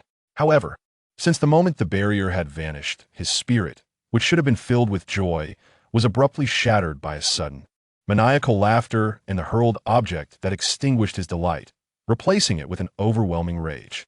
An uncontrollable thirst for blood surged within him, as though an invisible hand guided his actions. He found himself engaging in a bloody massacre against the denizens of Paradise Island. As the last vestiges of his self were consumed by darkness, he roared, an echoing cry of a feral beast, as he charged towards the female warriors with ferocious strides. Chapter 145. A timely arrival. Hercules' colossal hand struck down upon the foremost Pegasus with tremendous force. A resounding crack echoed as the creature's head burst apart like a ripe melon. Seizing the female warrior atop the steed, he bared his fangs and savagely bit down, severing half of her skull. Just as he did, a piercing sound sliced through the air, a spear thrust toward Hercules' eye. Yet this strike proved futile. His hardened eyelid thwarted the weapon effortlessly. He roared, clenching his massive fist, and began to swing wildly in a frenzy. In an instant, the surrounding warriors were sent flying by the overwhelming force of his wrath. Heracles surged forth like a tempest, his invulnerable physique rendering the warriors' attacks utterly futile. With unwavering determination, he charged directly at Hippolyta. Though a flicker of trepidation coursed through her, as the Amazon queen, she exhibited no inclination to retreat. With a sharp command, she tightened the reins, causing her steed to rear and neigh. She raised her longsword, advancing towards Heracles. His movements mirrored those from before. First, he struck the Pegasus with a mighty blow, shattering it. Then he extended his colossal hand, accompanied by a fierce gust of wind, reaching for Hippolyta. Suddenly, several ropes appeared, ensnaring Heracles' neck and arms tightly. The other end of the ropes was held by numerous warriors straining to pull him back. Seizing the opportunity, Hippolyta plunged her long sword into his mouth. The magical runes on the blade flickered instantaneously, igniting an explosion within Heracles' gaping maw. Other warriors swiftly brandished their swords, targeting his vulnerabilities. Meanwhile, Hippolyta grasped a spear tossed by her subordinate, infusing it with divine power, and thrust it forcefully into his eye. The strike found its mark, the spear embedding itself in his right eye. A roar of agony erupted from Heracles as he bellowed skyward, unleashing a torrent of wrathful power. He yanked forcefully forward, lifting the warriors behind him into the air with his immense strength. Heracles began to spin in place, generating a colossal whirlwind. Abruptly, he swung downwards towards the ground. The resounding crash reverberated like thunder, deafening in its intensity. The earth quaked as it shattered, debris flying like shrapnel, reminiscent of a breathtaking explosion. In that harrowing instant, several warriors, caught off guard, were obliterated by the sheer force, their bodies dissolving into a mist of crimson, saturating the air with a pungent scent of blood. Others, quick to react, managed to let go just in time, flung far away. They tumbled through the air, disheveled and chaotic. Some collided with hard rock, emitting pain groans, while others fortuitously landed in the underbrush, momentarily evading disaster. Hippolyta seized a long sword, channeling divine energy, and thrust it fiercely towards Heracles' left eye. However, anticipating her move, Heracles deftly sidestepped, effortlessly evading the strike. A glimmer of cold amusement flickered in his eyes before he lunged at Hippolyta like a famished tiger. Perceiving his approach, she swiftly wielded her sword in defense. Yet, Heracles' might was overwhelming, and her long sword was instantly sent flying. Seizing the moment, Heracles closed the distance and struck a devastating punch to Hippolyta's chest. She emitted a muffled gasp as she was propelled backward. Gritting her teeth against the excruciating pain, she staggered to her feet and summoned her divine power once more in an attempt to retaliate. However, Heracles offered her no respite. With a thunderous crack, his left fist soared toward her side. In an instant, Hippolyta was sent hurtling away like a cannonball. She spat blood, rolling on the ground in agony. In that fleeting moment of impact, she distinctly heard the sound of bones fracturing on one side of her body, as if her entire form were on the verge of disintegration. Hercules advanced relentlessly, a sinister grin etched upon his face. He effortlessly repelled several female warriors who sought to come to her aid. Approaching her, he clasped his fists together, preparing to bring them crashing down upon her head. Despair enveloped Hippolyta as she clutched her severed arm, closing her eyes and awaiting the inevitable embrace of death. In her heart, she silently prayed to Diana, beseeching her not to return at this critical juncture.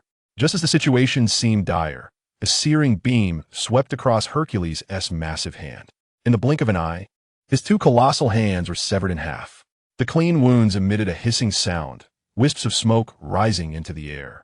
Hercules roared in agony, clutching his injured hands, turning his wrathful gaze towards the two figures in the sky. Mother, seeing Hippolyta in such disarray, Diana, in a fit of urgency, leapt down.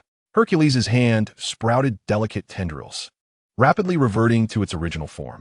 He fixed his gaze on Diana, leaping up with a clenched fist, intent on striking her, but was intercepted by a timely punch from Chen Tianqi that sent him sprawling away.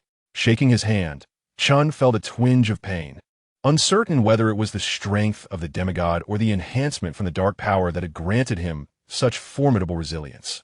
Mother, are you all right? Diana, her face etched with concern, helped Hippolyta to her feet. Coughing violently, Hippolyta covered her mouth with her hand, struggling to suppress the blood that stained her palm. Upon seeing the drooping side of her body, Diana's heart sank, realizing that bones might have punctured her lung. A flicker of worry crossed Diana's eyes as she extended her palm, a radiant light erupting forth. She invoked her magic, starry motes cascading gently over Hippolyta, tenderly mending her wounds. Having completed this, Diana finally addressed Hippolyta's question. We encountered Ares and faced unforeseen circumstances. She recounted to Hippolyta everything Chen Tianqi had shared, as well as her own experiences in locating Phobos and Deimos. Upon finishing her tale, Hippolyta's expression morphed into one of profound shock. She grasped at last the reason for Hercules' presence here. So that scoundrel Zeus is dead. A whirlwind of emotions surged within Hippolyta, her gaze a blend of astonishment and fear. She then glanced at Hercules, who was being toyed with by Chen Tianqi's swift maneuvers, a chill creeping into her heart. I never anticipated it would be that abomination, Hippolyta gasped, her voice tinged with an unmistakable terror. This arrival was swifter and more sudden than ever before. Hippolyta took a deep breath, striving to compose herself. With Diana's assistance, she struggled to rise. However, at that very moment, the entire island of Paradise began to tremble violently, causing many warriors to lose their balance. Hippolyta's complexion turned grim as she inwardly lamented the situation. She urgently called out to Diana, "Diana, quickly, come with me to the temple." Diana, taken aback by this unexpected turn of events, wasted no time in lifting Hippolyta into her arms and swiftly raced towards the temple. Hercules stared wide-eyed, unleashing a deafening roar. He summoned every ounce of his strength, clenching his fists, and charged towards Chen Tianqi like a shooting star. Undeterred, Chen Tianqi swiftly sidestepped and retaliated with a powerful punch, meeting Hercules' assault head-on. In an instant, their fists collided, producing a thunderous sound that reverberated across the battlefield. A formidable shock wave emanated from the two combatants, surging outward with tremendous force. A crimson glint flickered in Chen Tianqi's eyes, and suddenly, a searing beam shot forth from them, aimed directly at Hercules' visage. The ray slid menacingly from top to bottom, as if intending to cleave Hercules' head in two. Surprisingly, Hercules' body did not yield easily to this attack. His muscles tensed, and a layer of earthy light shimmered across his skin, resembling a hard shield. The scorching ray struck, hissing as it burned, yet it could not penetrate, only inflicting pain upon Hercules. Enduring the agony, Hercules tightened his left fist and, with the force of a thunderclap, hurled it towards Chen Tianqi's side. Chen Tianqi nimbly evaded the blow and simultaneously delivered a crushing punch to Hercules' face. The impact was tremendous, causing Hercules' eyes to roll back as his massive form crashed to the ground. However, within moments, he staggered to his feet once more, his wounds miraculously healing. Witnessing this, Chen Tianqi realized he must once again harness the power of the sun god. This immortality was indeed a formidable challenge. Hercules let out a wild roar, akin to a frenzied beast, and launched an onslaught against Chen Tianqi. His fist descended like a torrential storm, each strike accompanied by a terrifying sonic boom, unleashing powerful shockwaves. In response, Chen Tianqi countered with agility. In the blink of an eye, he entered the sun god state, his form radiating with golden-red flames. His fists ignited with searing fire, akin to burning meteors, as they crashed fiercely into Hercules' abdomen. The force of this punch was astounding, piercing directly through Heracles' abdomen, causing a torrent of black blood to surge forth. With the execution of this strike, Chen Tianqi's solar god state vanished into thin air. To conserve divine power, Chen Tianqi could only activate the solar god persona at the moment of attack, wary of excessive expenditure. Otherwise, the replenishment of divine energy would not keep pace with its consumption. In a flicker, Chen Tianqi's form erupted in a blaze of golden red light, dashing forth like a meteor, his fists raining down upon Heracles like a deluge. The divine power suppressed the regenerative abilities of the immortal body, each blow carrying the might to rend the heavens and shatter the earth. In a final strike, a thunderous fist crashed down upon Heracles' head. With a resounding roar, his colossal form lay in ruins, collapsing to the ground. Moments later, Chen Tianqi shook his hand, gazing at Heracles with confusion. Why had no divine essence emerged this time? In an instant, Heracles' massive body leapt up like a flash of lightning, standing before Chen Tianqi. Flames erupted around him, and in the blink of an eye, he was reborn. He swung his powerful arms, delivering a punch with the force of a mountain. Chen Tianqi reacted just in time, crossing his arms defensively before his chest. It was still sent hurtling backward by the tremendous force. The legends of Heracles flashed in Chen Tianqi's mind as he stared in shock at the resurrected figure. Was this the effect of the 12 labors? But was this something unique to Heracles and fate? Why did the Heracles of DC possess it as well? Meanwhile, Hippolyta and Diana arrived at the temple on Paradise Island. A massive stone platform emerged from an underground mechanism, standing tall before them. With a solemn expression, Hippolyta turned to Diana and said, "Diana, come. Place your hand upon it." Diana, perplexed, inquired, "Mother, what is this for?" "Child, you're the daughter of Zeus. This can awaken your divine power." Hippolyta replied gently. Upon hearing this, Diana felt even more bewildered. "I am Zeus' daughter. How was I unaware of this before? If this can awaken my divine power, why was it not used earlier?" Diana fell into deep contemplation. Hippolyta took hold of Diana's hand, inhaling deeply. "Diana, I know you have many questions, but now is not the ideal time. I will reveal everything once the crisis is past. For now, we must awaken your divine power to activate the final defense of Paradise Island. We must sustain the entire island, or else it shall sink." With that, Hippolyta firmly grasped Diana's hand, resolutely pressing the switch on the stone platform. In an instant, a brilliant blue beam of light surged upward like a dragon, soaring into the sky. Diana's body began to levitate slowly in response. Hippolyta released Diana's hand, locking eyes with her exquisite gaze, filled with concern and encouragement. A gentle nod signaled her to remain calm. Diana inhaled deeply, attempting to alleviate her inner tension. She relaxed her body, allowing the mysterious beam of energy to guide her, gradually becoming enveloped by its essence. In an instant, radiant, divine patterns began to manifest upon Diana's form, resembling mystical totems, shimmering with brilliance. The skies above Paradise Island roiled with tumultuous winds, thunder, and dark clouds. The apex of the light beam appeared to connect with an unknown dimension, a powerful, lightning-like energy cascading downwards, rushing into Diana's being without reservation.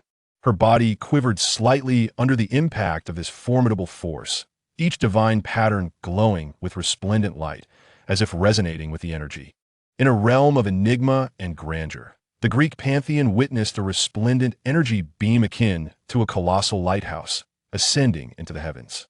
This beam incessantly absorbed a mysterious and potent energy, as if it were the very fountain of life in the cosmos, captivating the attention of the deities.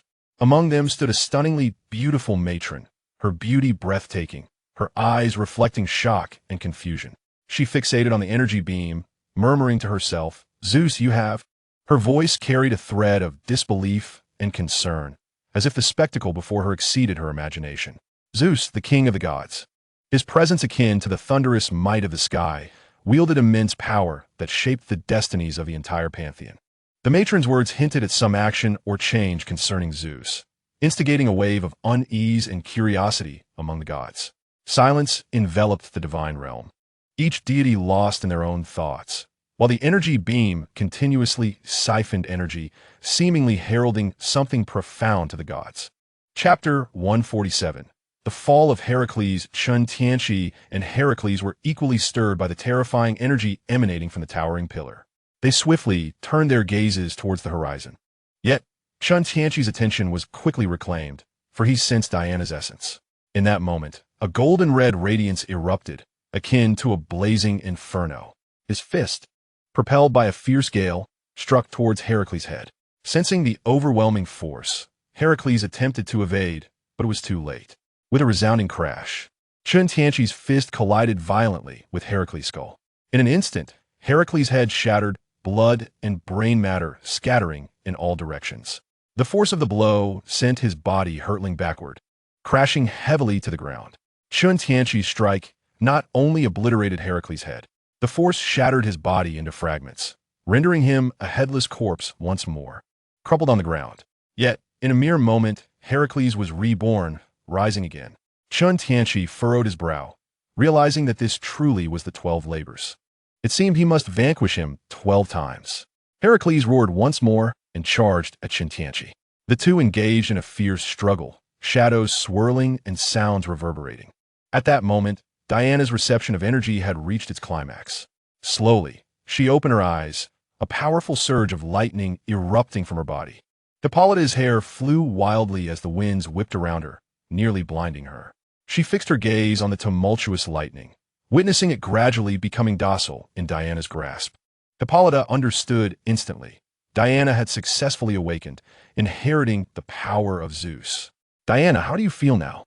Hippolyta asked anxiously. "I feel absolutely incredible," Diana replied, clenching her fists, reveling in the surging power coursing through her, her expression one of astonishment. "Excellent. Now, use your Zeus power to sense this island." As Hippolyta's voice faded, the entire island began to tremble violently once more. This time, the island started to tilt dramatically. Hippolyta felt a pang of panic, striving to maintain her balance. "Diana, hurry. This is the only way to save Paradise Island." Upon hearing this, Diana swiftly unleashed her Zeus power. Instantly, her consciousness seemed to delve deep into the island. A magnificent, radiant sphere materialized before her eyes.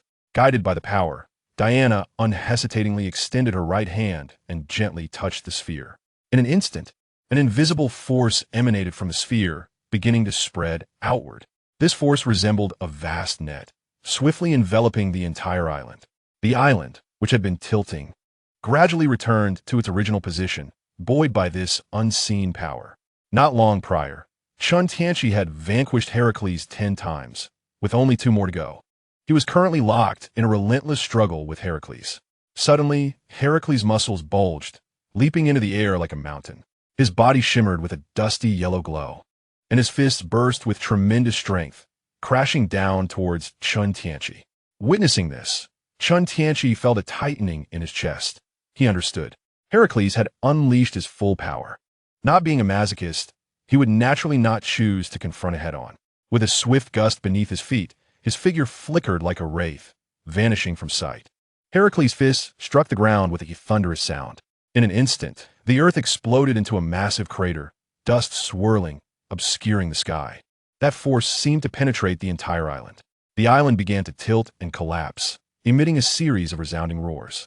Chen Tianqi silently cursed his misfortune as he soared into the air, preparing to right the tilted island. Yet, would Heracles allow him such ease? With each thunderous step, Heracles left deep imprints upon the ground, advancing like a ferocious beast, intent on pouncing upon Chen Tianqi. His eyes gleamed with lethal intent, fists swinging and generating fierce gales that surged toward Chen Tianqi like a tempest. Evading all assaults, Chen Tianqi executed a flying kick that sent Heracles hurtling away. He gazed at Paradise Island, now slanted and gradually succumbing to the encroaching sea, his heart filled with foreboding. Time was of the essence. He intended to descend and restore its position. A surge of power rapidly radiated outward, causing Paradise Island to tremble and gradually revert to its original stance. Chen Tianqi turned his attention toward the source of this energy. There, he beheld Diana, transformed with hair floating like blue luminescence and her body adorned with shimmering divine patterns. She appeared even more enchanting, reminiscent of a queen reigning above the thunderous skies. Inspired by Diana's formidable presence, Chen Tianqi resolved to act swiftly. He cast a glance at the hulking Heracles, his eyes flashing with a cold glint as he decided to exert a bit more divine power. Harnessing his speed, Chen Tianqi unleashed a terrifying wave of force, charging forth and delivering a devastating blow that shattered Heracles' skull as he rose. Perhaps Heracles was aware that he could only be reborn once more. The remnants of darkness no longer lurked in the shadows. From the hollow of his neck, thick, dark tendrils erupted, intertwining and beginning to twist grotesquely. Observing Heracles' impending transformation akin to Ares, Chen Tianqi would not afford him that opportunity. With the wisdom of 2 prior encounters, Chen Tianqi swiftly entered the state of the sun god. Flames ignited upon his form, piercing through Heracles' chest in an instant. With a fierce grip, the golden red flames erupted into a towering inferno, enveloping Heracles and producing a cacophony of crackling sounds until he was consumed entirely. Moments later, Chen Tianqi skillfully began to scatter the ashes, devouring the divine essence. Diana arrived to witness Chen Tianqi conducting a fiery cremation for Heracles. A flicker of confusion crossed her mind. Where had Heracles gone? Hearing Diana's voice, Chen Tianqi calmly gestured toward the swirling dust in the air. This is all that remains. A large question mark appeared over Diana's head, her expression one of bewilderment. Heracles had turned to ash. Chapter 148.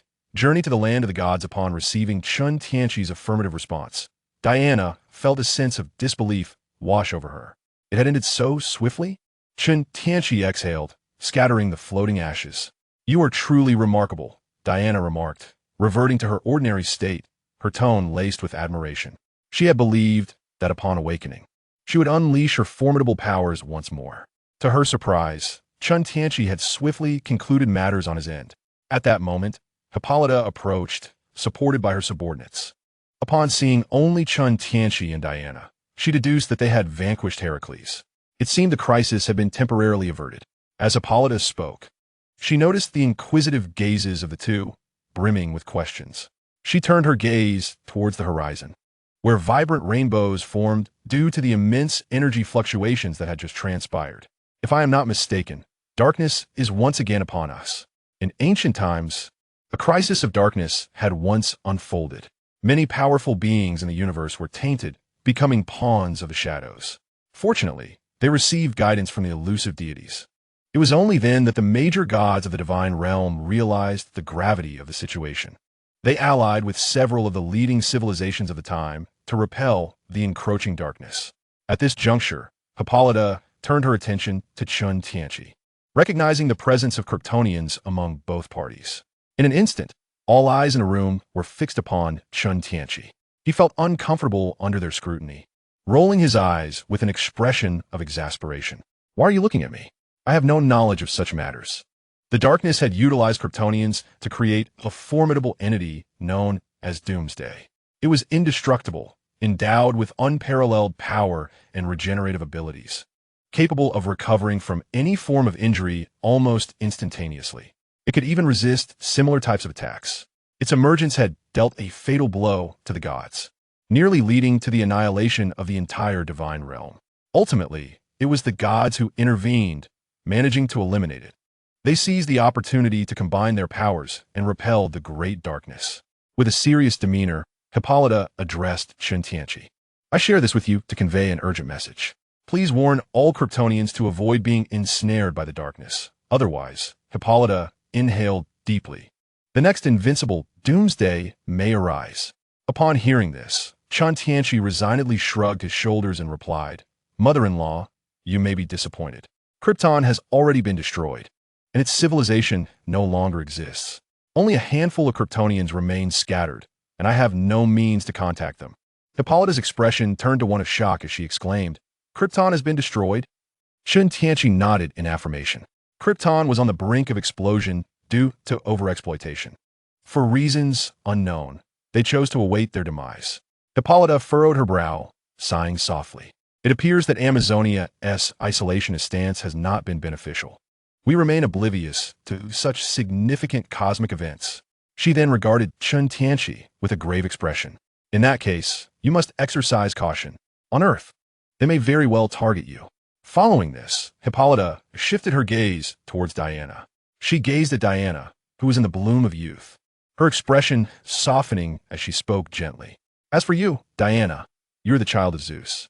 At the moment of your birth, Zeus foresaw your destiny and prophesied his own eventual downfall. Thus, he prepared this awakening ritual for you, which can only be successfully triggered after his fall.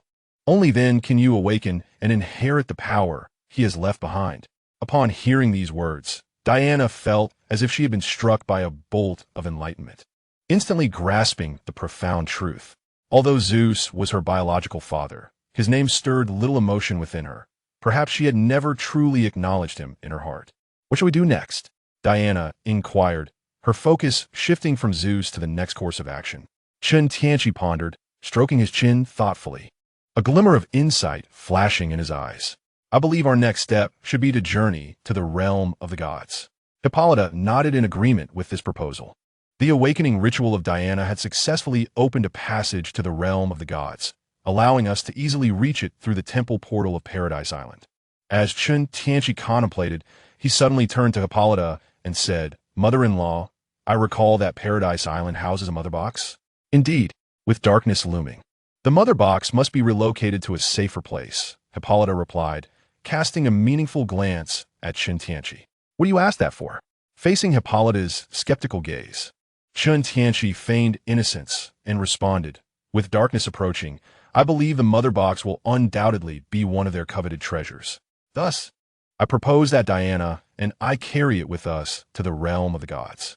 This way, even if they obtain the other two mother boxes, as long as ours remains intact, they cannot unite their powers into a trinity, and their strength will be scattered. This would greatly benefit the Earth as well. Chen Tianqi's assertion held merit. The unification of the three mother boxes could indeed create a formidable power capable of erasing all existence on Earth in an instant. Furthermore, they would possess a myriad of abilities, such as vast knowledge, granting access to the entirety of the new God's understanding. The mother box could share and project its comprehension of past, present, and alternate future events, allowing all to witness. It also possessed capabilities for energy transfer, gravity control, emotional regulation, telepathy, damage resistance, the opening and closing of boom tubes, machine control, life support, material manipulation, and the formidable ability to rearrange molecular structures. Even the explosive energy released by a single mother box could instantaneously disintegrate a being of Superman's caliber. Thus, Chen Tianqi held a profound appreciation for this artifact, but he was resolute that not all three mother boxes could fall into enemy hands. If all else fails, he will personally destroy the mother box. Hippolyta fell into deep contemplation. After a moment, she found merit in Chen Tianqi's words and lifted her gaze to meet his eyes. You are correct. I shall entrust the mother box to you, but it must be safeguarded. Fear not, my esteemed mother-in-law, Chen Tianqi assured, thumping his chest. As long as I am here, the mother box will remain unharmed. Diana nodded in agreement, indicating her trust. Subsequently, Hippolyta led the group to the temple on Paradise Island. At the center of the temple stood a portal radiating with mysterious light. Hippolyta first retrieved the mother box from a hidden chamber, then handed it to Chen Tianqi, cautioning, "Be careful on your journey." Chen Tianqi accepted the mother box and, alongside Diana, stepped into the portal. In an instant, they were enveloped in brilliance and vanished from sight. As the light faded, Chen Tianqi and Diana found themselves in an unfamiliar realm, surrounded by resplendent radiance and monumental grandeur. In the distance loomed a colossal golden, transparent tree that seemed to pierce the heavens and span the entirety of this world. Is this the realm of the gods? Diana surveyed her surroundings, her heart brimming with vigilance. Chen Tianqi, however, clutched the mother box tightly, sensing its immense power. Remarkable. I've heard that the mother box is, in fact, a sentient world-class computer. I wonder if that is true. He gazed at the seemingly inert mother box, his eyes shimmering with curiosity, as if probing its secrets. Suddenly, a melodious voice resonated from behind them. Greetings, esteemed guests from afar. Chapter 149, The Crisis on Earth. The unexpected voice startled Diana, prompting her to swiftly turn and eye the dazzlingly adorned woman with caution. In contrast, Chen Tianqi remained composed, casting a fleeting glance at her before resuming his examination of the mother box. The woman offered Diana a slight bow, smiling as she spoke. Do not be alarmed. Beautiful maiden, I am Hera, wife of Zeus. Upon hearing this, Diana recognized her as the queen of the gods. She scrutinized the woman from head to toe, her eyes still reflecting wariness. Greetings, Lady Hera. You must be aware of the turmoil unfolding on Earth. Chen Tianqi placed the mother box into his backpack, a smile gracing his features. Hera's eyes sparkled with intrigue as she fixed her gaze upon Chen Tianqi, seemingly perceiving something extraordinary. After a moment, she exclaimed, "The sun god?" Hera regarded Chen Tianqi with astonishment. The intensity of this solar power surpasses even that of Apollo. She bowed deeply to Chen Tianqi, expressing her reverence. On behalf of the gods, I extend my salutations to you. Chen Tianqi, recognizing Hera's misapprehension of his identity as the sun god, chose to remain silent.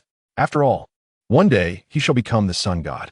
He raised an eyebrow and gazed at the alluring Hera, saying, "No need for pleasantries, Lady Hera. Let's speak of the current situation." Hera took a deep breath, her beautiful eyes shimmering as she gestured towards the horizon. "Then, please follow me this way." In a city in North America, a disheveled figure darted like a meteor through the skyscrapers. His skin bore an eerie green hue, his bald head shining, and his crimson eyes reflected sheer terror. Undoubtedly, this was the Martian hunter. Beads of cold sweat adorned his face, and his gaze was filled with dread as he soared through the air, frequently glancing back at the relentless yellow lightning pursuing him. "Damn it, what sort of monster is that?" the Martian hunter muttered under his breath. Not long ago, he had been unexpectedly transported from Mars to Earth by a human scientist named Urd, with the mindset of making the best of his circumstances. Coupled with the fact that his homeland had long been obliterated, the Martian hunter, with Urd's assistance, was ready to embark on a new life on Earth. However, fate played a cruel trick on him. A bolt of lightning suddenly streaked across the sky, and a creature clad in a red, skin-tight uniform appeared like a specter. The flash's arm pierced through Urd's chest, and in an instant, Dr. Urd fell into a pool of blood. The decayed and grotesque visage of the Flash sent chills down the Martian hunter's spine, and an ominous aura permeated the air. Indeed, the creature in the tight suit lunged at the Martian hunter. Its speed was astonishing, leaving the Martian hunter aghast. He barely managed to evade, narrowly escaping a devastating blow to his head. The Martian hunter was not defenseless. However, he unleashed a silver laser towards his assailant, but it was futile, striking only a building instead. His eyelids twitched as he instinctively veered aside. The flickering figure of the Flash reappeared in an instant. Realizing his attack had missed, the Flash let out a furious roar and charged again. As time passed, the Flash's speed only increased. The Martian hunter, overwhelmed, recognized that he could not continue like this. With a sudden burst of energy, he shot into the sky. Accelerating at full throttle, he began to flee. The Martian hunter soon realized that the relentless yellow lightning below had matched his speed. Gritting his teeth, he pushed off with his legs, elevating his velocity to a new level. Suddenly, a booming laugh echoed from ahead, growing nearer and clearer. The source of the laughter, standing upon a flying craft, blocked the Martian hunter's path, forcing him to halt and hover, warily observing the figure before him. The individual was clad in black battle armor, their eyes shielded by a metal visor adorned with spikes. With a pallid visage, yellowed teeth, and cracked lips, he scrutinized the Mars hunter with a mocking glint in his eyes. Opening his mouth wide, he erupted into laughter, exclaiming, "Ha ha ha, pickled cucumber! Greetings!" The Mars hunter abruptly halted. His senses heightened as he regarded the unexpected man with caution. "Who are you?" he inquired. "Me? Ha ha, am I a bat? Or perhaps a clown? Ha ha, I can scarcely discern." He extended his ghostly hands outward, laughing maniacally. His gaping maw revealed jagged, discolored teeth, emitting a series of bone-chilling guffaws. "Hey, but they all call me the Laughing Bat." Ha ha, unfamiliar with this moniker. The Mars hunter felt a wave of irritation wash over him as he listened to the cacophony of laughter. With foes in front and pursuers behind, they surely regarded the Mars hunter as an easy target. With a resounding thud, he propelled himself forward, unleashing a sonic punch aimed directly at the Laughing Bat's grinning face. Instantly, the bat's visage contorted, nearly shattering his skull, blood and brain matter oozing forth. Yet in mere moments, the divine intoxication within the Laughing Bat activated, facilitating a swift recovery. "Hey, pickled cucumber, you truly deliver. I have a fondness for brutish men." The Laughing Bat cackled as his craft accelerated towards the Mars hunter. The armor on his arm extended lethal blades, slashing towards the Mars hunter's neck. The chill of the impending strike sent shivers down the Mars hunter's spine, his instincts warning him of the blade's peril. He quickly ducked, evading the assault. In retaliation, he delivered another punch, obliterating the Laughing Bat's form and sending him flying into the distance. The Mars hunter's expression turned peculiar, tinged with frustration. This individual appeared to possess mediocre strength. How dare he attempt to obstruct me? The Laughing Bat soared through the air, his body and armor continuously mending. Suddenly, he snapped his fingers. In an instant, several specially designed nanobombs, stealthily affixed to the Mars hunter's body, detonated violently. Caught off guard, the Mars hunter was hurled to the ground by the explosive force. A fierce shockwave radiated outward, causing a towering building to collapse, unleashing a torrent of dust and debris, while screams echoed through the crowd, rising and falling in a dissonant chorus of despair. The Mars hunter rose, wiping the blood from the corner of his mouth, his demeanor shifting to one of somber gravity. This fiend is truly insidious. Just then, a bolt of lightning surged from behind him. In an instant, he was swept away by an overwhelming force. As the Mars hunter soared through the air, he attempted to absorb the impact and adjust his position. However, the flash offered him no such reprieve.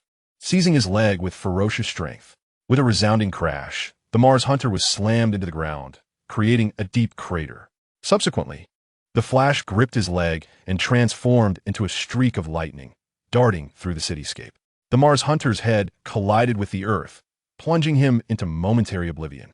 As the Martian hunter's visage began to intimately collide with the ground, it carved a long, deep furrow into the earth. Despite the Martian hunter's resilient skin, his face was a gruesome sight, marred and bloodied. The flash dragged the Martian hunter up the side of a towering edifice, and upon reaching the summit, he forcefully hurled the Martian hunter into the heavens. A mocking laugh resonated in the air. "Ha ha ha, splendidly done, little Flash." In Chapter 150, The Skirmish with the Slanty, the cackling bat let out a wide grin, standing atop his flying contraption, his arm blade aimed menacingly at the Martian hunter. A glint of cold steel flashed, and the Martian hunter's iron physique seemed as fragile as paper, his right arm thrusting skyward. The cackling bat seized his severed limb, opening his cavernous mouth wide, extending a long, crimson tongue to lick the severed arm, savoring the blood that dripped into his mouth. "Ha ha, pickled cucumber, your flavor is exquisite. It is my favorite cucumber taste." The cackling bat jested. Sweat beaded on the Martian hunter's forehead as he clutched his severed arm, stabilizing himself in midair. His eyes wide with terror at the sight of that deadly blade. What material is that made of? It cleaved my body with a single stroke. The Flash, standing atop the building, shouted furiously at the cackling bat, seemingly attempting to convey something. The cackling bat merely scoffed, digging into his ear with nonchalance. I know. It's not as if I can't sew his hand back on. He cackled madly. But for now, I shall enjoy my little cucumber. Before his words could fade, both the cackling bat and the Flash lunged towards the Martian hunter. Meanwhile, beneath the earth, in the depths of the colossal Aslanti world, an intense battle raged. Numerous Aslanti, Zebelians, and Ovakins rode seahorses, brandishing tridents to fend off a swarm of vile demons that swirled in the depths. The fishmen and the citizens of the Saltwater Kingdom also joined the fray. Standing atop a massive sea beast was Queen Atlanta of Aslanti, newly crowned and deeply troubled as she surveyed the brutal battlefield. The ranks of soldiers dwindled, blood gradually staining the once clear waters. From a distant portal, vile demons emerged in ever-increasing numbers, amplifying her unease. Turning to her fellow monarchs, including the king of Zebelia and the king of the fishmen, she spoke solemnly. This cannot continue. We must close that portal. Upon hearing this, King Nereus of Zebelia immediately stepped forward. Your Majesty, leave it to me, he declared, grasping the reins of his seahorse and brandishing his spear. For the glory of Aslanti, for the honor of Zebelia, guards assemble at the command of Nereus. The members of the Zebair guards lined up, poised for action. Suddenly, Atlanta interjected, halting Nereus, who was eager to launch an attack. There was a strong possibility that the foul demons were merely a precursor to a renewed assault by Darkseid. For the sake of caution, and as the leader of Atlantis, I must join you in this fight and contribute my strength. Observing that only Nereus had stepped forward while the other kings remained indifferent, Atlanta felt a pang of disappointment. The Atlantis of today was no longer the ancient Atlantis of yore. It had fragmented into several nations. Although the Atlantis kingdom ostensibly ruled the seas, the underwater kingdoms were merely compliant in word, not in deed. Until the king of Atlantis secured the golden trident, they would not genuinely heed the commands of the queen of Atlantis. Thus, Atlanta resolved to lead by example and stood alongside Nereus to confront the foe. Fortunately, this tactic proved effective as the kings exchanged glances and, through silent communication, voiced their agreement. Your Majesty, we too are willing to join the fray. Atlanta nodded, feeling a great weight lift from her heart. In her view, this invasion had come most unexpectedly, with no prior warning from the land. It seemed suspicious. Hence, having additional high-tier warriors when closing the portal would certainly provide more security. With the kings giving their orders, the guards from several nations assumed their formations and charged forward. Atlanta, alongside the kings, manipulated the currents, summoning a colossal water vortex that surged toward the horde of foul demons. Countless demons were swept into it, clearing the path for the soldiers' advance. With the involvement of these elite warriors from Atlantis, the tides of battle shifted dramatically. The demons were mercilessly torn apart by the swirling waters. As Atlanta and her companions drew nearer to the portal, their hands began to glow with magical luminescence, preparing to jointly seal the portal.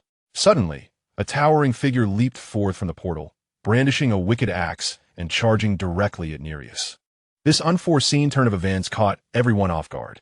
However, as a sovereign and military commander, Nereus swiftly dispelled his magic.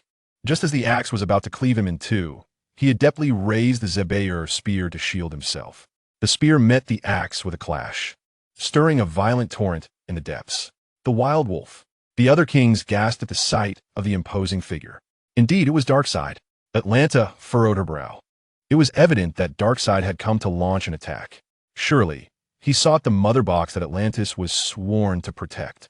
Sensing an unusual aura emanating from the wild wolf, Atlanta shouted decisively, "Everyone, let us unite and swiftly conclude this battle." With that, Atlanta surged forward like a water arrow, brandishing her trident. The others, roused by her commanding voice, rallied to confront the enemy. At this moment, the wild wolf's muscles tensed, a torrent of power coalescing within him, pressing toward Nereus like a relentless tide. Nereus found his resistance increasingly arduous, veins bulging on his forehead. Sensing the encroachment of the Aslantian warriors around him, The wild wolf's gaze sharpened. He delivered a powerful kick to Nereus, who flew like a severed kite, crashing heavily against a distant rock. The wild wolf propelled himself forward with great force, his figure a blur as he splashed through the water. In an instant, he stood before the Fish King. Observing the look of sheer terror on the monarch's face, a sinister grin spreading across his own as he bared his jagged teeth. He raised his mighty axe high and, in a flash, brought it down with devastating speed upon the Fish King's head. Before anyone could react, the Fish King's skull was cleaved in two, blood gushing forth and staining the surrounding waters crimson. The severed halves of the Fish King's body slowly toppled over, still twitching. The wild wolf turned, his eyes ablaze with black flames, fixating on the stunned onlookers, and launched a renewed assault. Chapter 151. The fall of Aslantia. Atlanta was the first to regain her composure. Gripping her shimmering blue trident tightly, with a swift motion, she unleashed a torrent of water that shot forth like an arrow.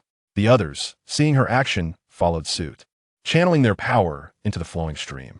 In an instant, the water spiraled rapidly, coalescing into a formidable water vortex. This vortex was not only astonishingly attractive but also exceptionally sharp, shredding the lesser demons caught within into mere fragments. The wild wolf let out a roar toward the vortex, waves of sound crashing toward it. The powerful sound wave instantly dispersed the water vortex, sending waves rippling across the surface. The wild wolf then leaped high into the air, lifting his axe above his head, and aimed a brutal strike down toward Atlanta. Alarmed, she hastily swung her trident to defend herself. However, the wild wolf's strength was overwhelming. She felt her arm nearly go numb from the impact. In an instant, Atlanta was sent flying like a severed kite, crashing heavily against a massive rock, blood erupting from her mouth. The intense pain coursing through her body nearly caused her to lose consciousness. The wild wolf, recognizing the opportunity, swiftly approached her. His axe gleamed ominously as it descended toward her neck. In the nick of time, Nereus, not far off, sprang into action, hurling his Zebul spear forcefully toward the side of the axe. With a resounding crack, the top of the colossal rock behind Atlantis split in two. As the attack fell short, the wild wolf swiftly adjusted the direction of his great axe and struck fiercely at Atlanta once more. At this moment, Nereus, positioned to the left, unleashed a powerful torrent of water.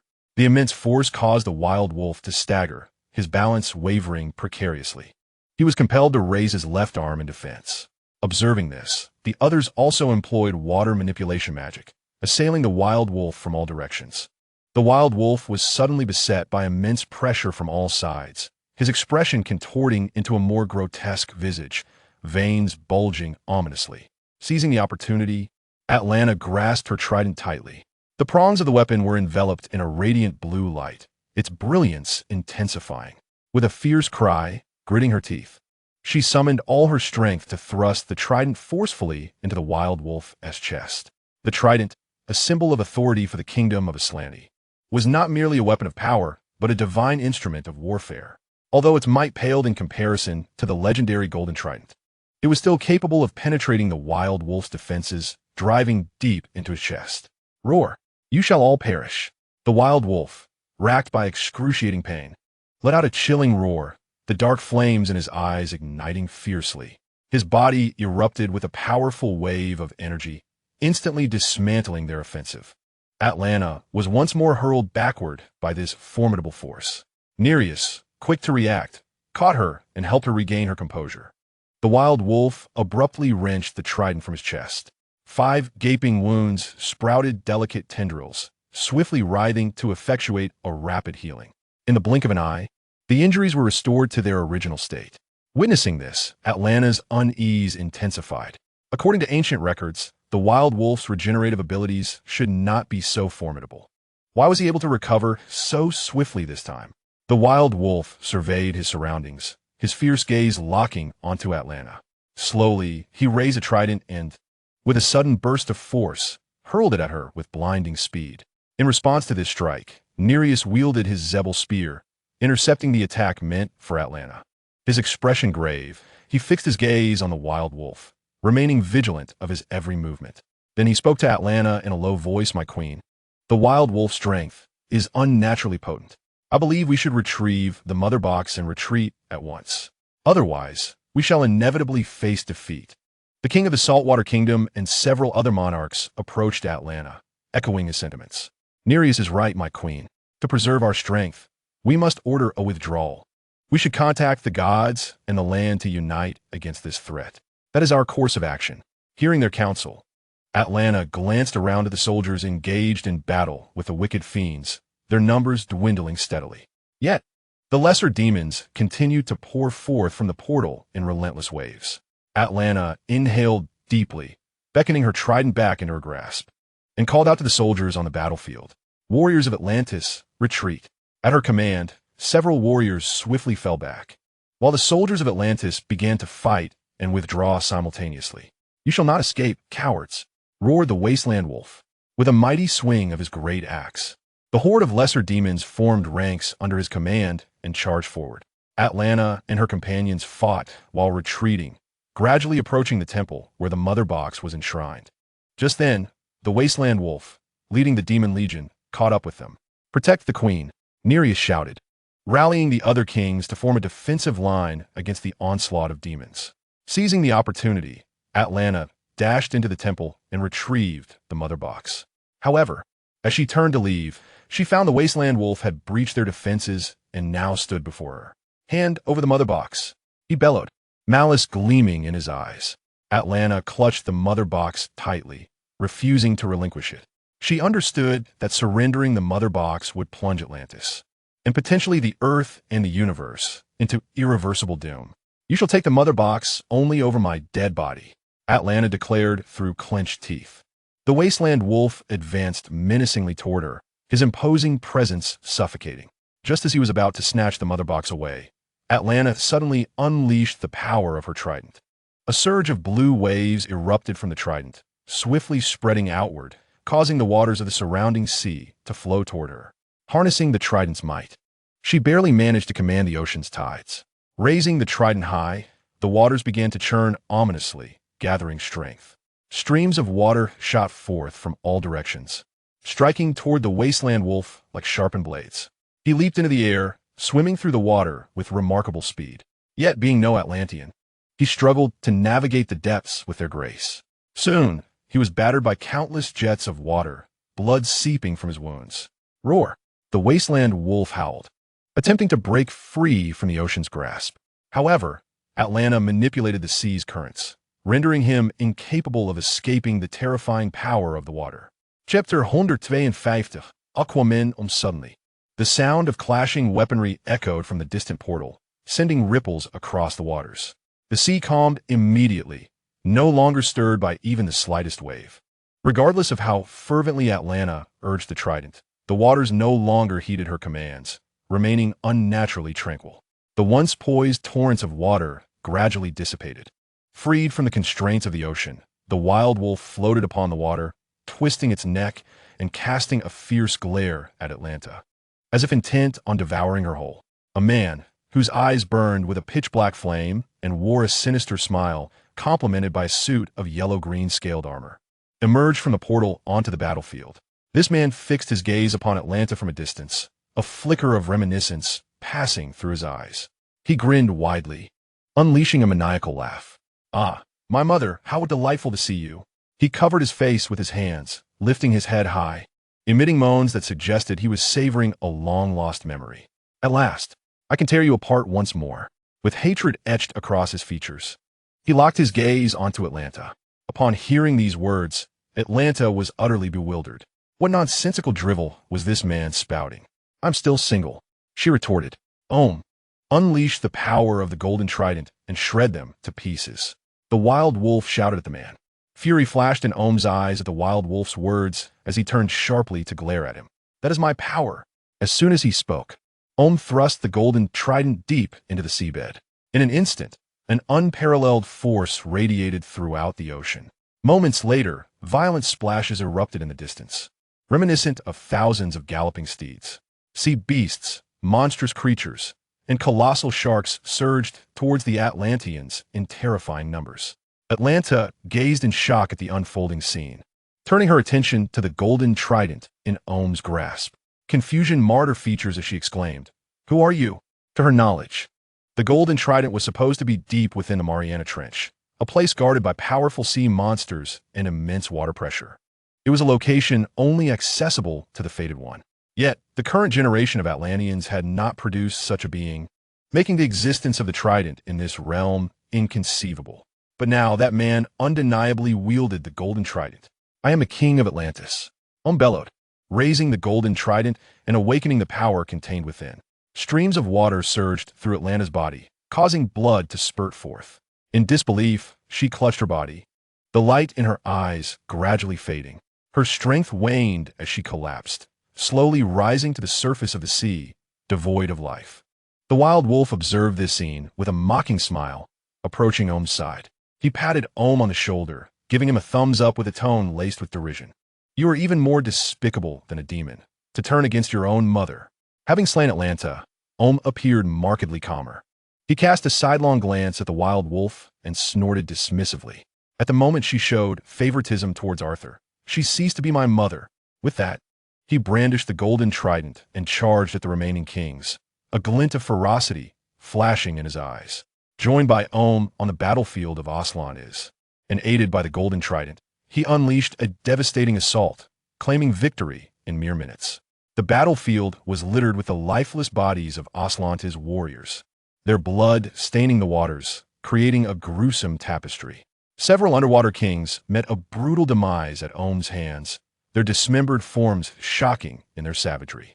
Spotting the wild wolf, who was foolishly grinning while clutching the mother box, Ohm snatched it from his grasp and scrutinized the object closely. Roar! Give it back! The wild wolf bellowed, his eyes narrowing menacingly at Ohm. Ohm cast a dismissive glance his way, mocking him. You can't even handle these feeble Aslan's warriors. I shall keep the mother box safe. Drawing closer to the wild wolf with a sardonic smile, he continued, As for you, perhaps you could run to your master and whine, little pup. With that, Ohm raised his head proudly and stepped through a portal, disappearing within. Ohm! The wild wolf roared in fury, slamming his axe into the ground with a resounding crash.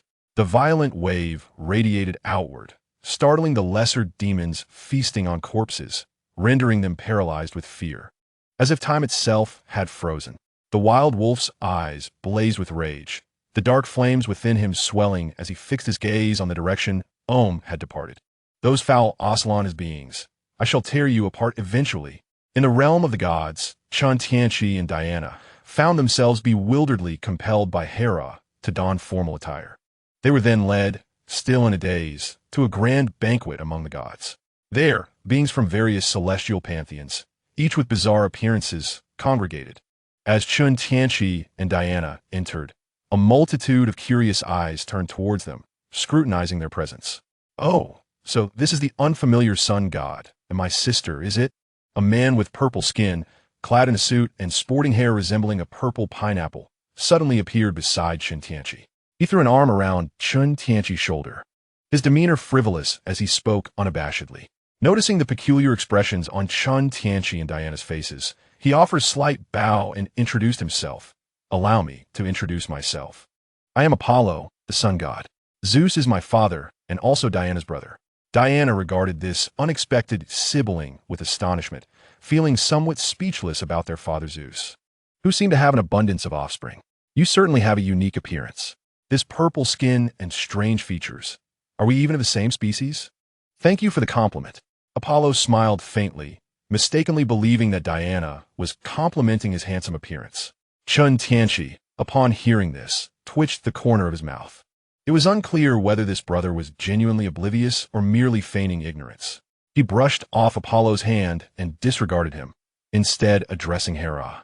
Lady Hera, perhaps you could enlighten us about our next course of action. Before Hera could respond, a formidable one-eyed man emerged from the assembly of gods. Fear not, lad. We possess a deeper understanding of darkness than you do. With that, he gestured towards the surrounding deities and continued, Behold, these are powerful gods, valiant in battle.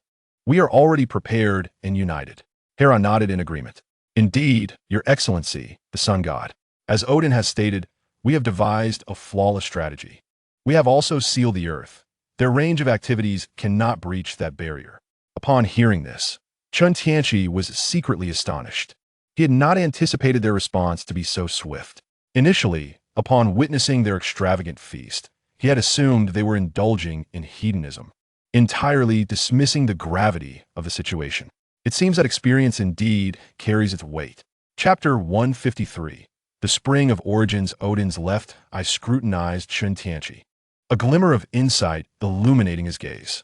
The wisdom he had acquired with his right eye instantly pierced through Chen Tianqi's current state. Pondering thoughtfully, Odin displayed a flicker of interest and meaningfully inquired, "Young man, what do you believe constitutes a god? Perhaps it is someone with extraordinary power?" Chen Tianqi responded, somewhat perplexed by Odin's question, failing to grasp its significance. To him, a god was merely a being of immense strength. Odin shook his head in response. "You are partially correct. A god is not only powerful and wielding the authority of the laws, but, more importantly, possesses formidable immortality. No one can completely annihilate a god. The demise of a god merely signifies a return to their origin." Diana, puzzled, asked, "Are you suggesting that Zeus is not truly dead?" Odin raised a goblet and savored its contents before replying, "Indeed, young lady. Zeus has merely returned to his origin. As long as the essence known as Zeus is not eradicated, he will not experience true death across the infinite multiverse." Diana's expression transformed into one of delightful realization, making her appear particularly charming. Chen Tianqi raised an eyebrow, pondering Odin's intentions behind this discourse. "Odin, if you have something to say, please speak plainly." Odin smiled softly, setting down his goblet, and looked toward Chen Tianqi with a glint of appreciation in his eyes. "Young man, I share this with you because I recognize your potential." Leaning closer to Chen Tianqi's ear, the surrounding air shimmered with a subtle ripple as he whispered, "I can help you ascend to divinity." Chen Tianqi was taken aback, gazing at Odin in astonishment. With an abundance of divine power, he was not merely a sun god, but surpassed even the sun god himself. Even Hera mistook him for the sun god. Yet, Odin, with a discerning gaze, immediately saw through Chen Tianqi's true state. A knowing smile curled at the corners of Odin's lips as he patted Chen Tianqi on the shoulder a few times before turning to Hera. One was a newly born deity, while the other had inherited the powers of Zeus. "I believe they must embark on a journey to the Spring of Origins." Upon hearing this, Hera pondered for a moment before nodding in agreement. Allowing them entry would indeed be beneficial. "What is that?" Diana, observing Odin whispering with Chen Tianqi, felt a surge of curiosity bubbling within her. She hastily inquired about the new term Odin had introduced. The Spring of Origins is the birthplace of the primordial gods, possessing an immense reservoir of divine energy. To put it simply, it is an energy pool located at the roots of the world tree. It serves as a vital site for the gods to recharge, reincarnate, or resurrect. It can also be utilized to nurture divine offspring, transforming demigods into true deities, Hera elucidated. Once you enter the Spring of Origins, you will be inundated with a vast influx of divine power, which will gradually modify your bloodlines, aligning them with the divine essence. In ancient times, there were those who harnessed the Spring of Origins to attain divinity. However, you must exercise moderation, otherwise, an excess of divine power may overwhelm your ability to assimilate it, resulting in your assimilation by the Spring of Origins. Odin cautioned from the side. Chen Tianqi and Diana exchanged glances. It seemed that the benefits of this spring were plentiful. A glimmer of brilliance shone in Chen Tianqi's eyes as he contemplated whether this remarkable water could help him break through the constraints of the supreme deity. After all, he had sensed the limitations of that restriction and found them not as formidable as he had imagined. With immense divine power, perhaps he could transcend it. As night fell, silence enveloped the world, with only the stars twinkling faintly in the night sky. Above the realm of the gods, the starry expanse sparkled, as if countless eyes were watching over this mysterious and ancient domain. Odin led Chen Tianqi and Diana through layers of mist to the base of the world tree. When they first beheld this legendary colossal tree, an indescribable shock surged within them. Diana's eyes widened as she stared in awe at the spectacle before her. It was an enormous, golden, translucent tree, soaring into the clouds and piercing the heavens. The trunk shimmered with luminescent specks, akin to brilliant gemstones, radiating an enchanting glow. The entire tree seemed to be woven from countless strands of light, evoking a dreamlike sensation. Chen Tianqi, captivated by the astonishing sight, could not help but exclaim, "Is this the world tree? Is truly magnificent." Odin smiled and nodded gently as he caressed the trunk of the world tree, as if engaging in a silent dialogue with it. He turned his gaze towards Chen Tianqi, conveying a profound message. "Young one, do not lose your way." Before Chen Tianqi could inquire further, Odin waved his hand. In an instant, the figures of Chen Tianqi and Diana vanished. The next moment, they found themselves hovering above a spring, their bodies plummeting downwards. A surge of vibrant life, energy, crashed upon them like a tidal wave, and they felt an intense vitality enveloping them. Chen Tianqi attempted to stabilize himself, floating in midair. However, unexpectedly, the spring erupted with a powerful suction, rendering his biological field ineffective for the first time. The two were helplessly drawn into the water. Their bodies were completely immersed in the spring. In that moment, the entire spring seemed to ignite, boiling fervently. Countless golden lights emerged like ephemeral beings, gradually enveloping them tightly. Chen Tianqi felt an intense heat coursing through him, as if burned by fierce flames, his blood boiling like molten lava. At this moment, the power of the sun god manifested. An unceasing flow of divine energy surged into the sun god's essence. Suddenly, Chen Tianqi's vision darkened, and his consciousness was abruptly drawn into the divine essence. His awareness drifted in a void of darkness, bewildered as he surveyed his surroundings, uncertain of his location.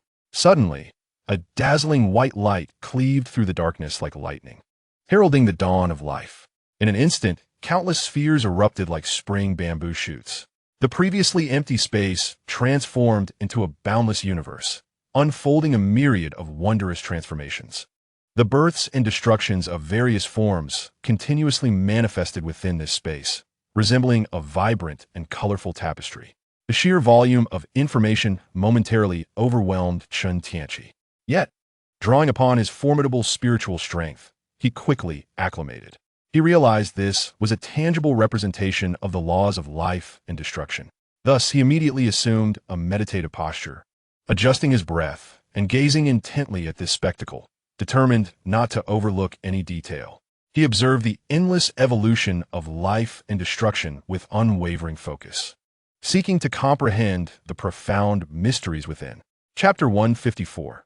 The sun god, Rao Chen Tianqi, sat quietly, seemingly merging with his space.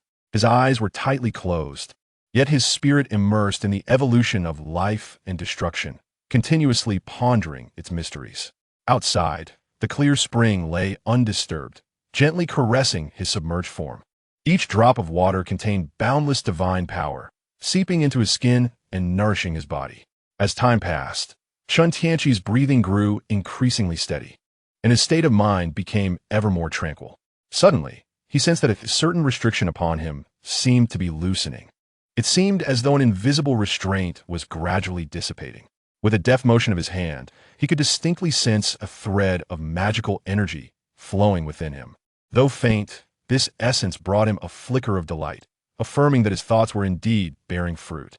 He immersed himself more deeply in contemplation, striving to absorb greater divine power and stimulate the flow of magic within.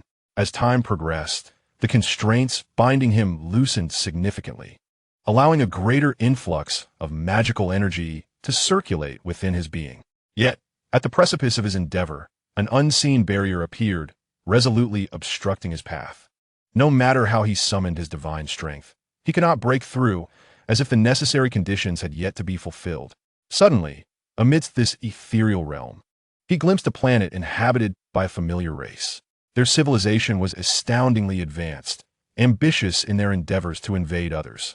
On the battlefield, they soared through the skies and traversed the earth with unparalleled prowess. They had vanquished the ancient pantheon, yet had also suffered devastating blows from the new deities. Upon closer inspection, he realized this was none other than the Kryptonian civilization. In this realm, Krypton oscillated between annihilation and rebirth, leaving him astonished. Abruptly, a radiant figure of golden light manifested before him, exuding a dazzling brilliance that illuminated the entire space, reminiscent of a deity emerging from the sun. Startled by this unexpected apparition, his eyes widened, mouth slightly agape, and his heart raced uncontrollably. He fixated on the golden figure, striving to discern its visage through the blinding luminescence. "Greetings, heir." A voice resonated like a thunderous bell, reverberating through his ears. Upon steadying his gaze, he saw the golden man, ablaze like the sun, scrutinizing him with a look of satisfaction in his eyes. Hearing these words, coupled with the divine essence emanating from this being, a flicker of suspicion crossed Chen Tianqi's brow. "Are you the sun god, Rao of Krypton?" "Indeed."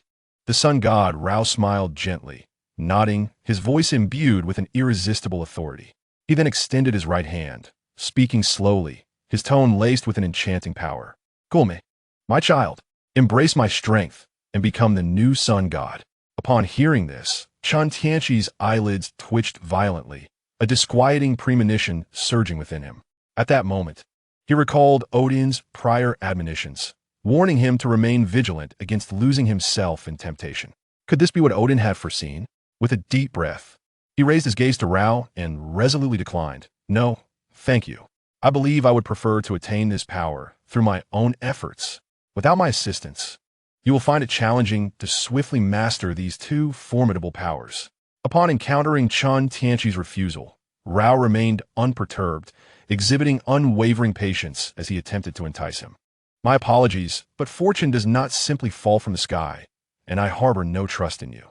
I possess the confidence to harness these two powers independently." Chen Tianqi stood resolute, once again firmly rejecting Rao's advances. "Child, eliminate him." A sudden voice reverberated throughout the space. Startled, Chen Tianqi glanced sideways. Upon hearing this command, Rao's previously charming smile froze in an instant. With an impassive expression, he waved his hand, causing the entire scene around them to begin to collapse. "In order to regain my freedom, I shall have to borrow your strength for a moment." With that, a glint of cold light flashed in Rao's eyes as he lunged towards Chen Tianqi. Alarmed, Chen Tianqi leaped back swiftly to create distance between them. He struck out with a powerful punch aimed at Rao. Although his fist penetrated Rao's form, it proved futile. Rao had no corporeal body. He transformed into a sun, charging directly into Chen Tianqi's being. Realization dawned upon Chen Tianqi. This is nothing short of possession. Indeed, this supreme deity has a hidden agenda. Without further contemplation, Chen Tianqi immediately summoned his scarce reserves of magical and divine energy. The two forces intertwined, collectively resisting Rao's intrusion.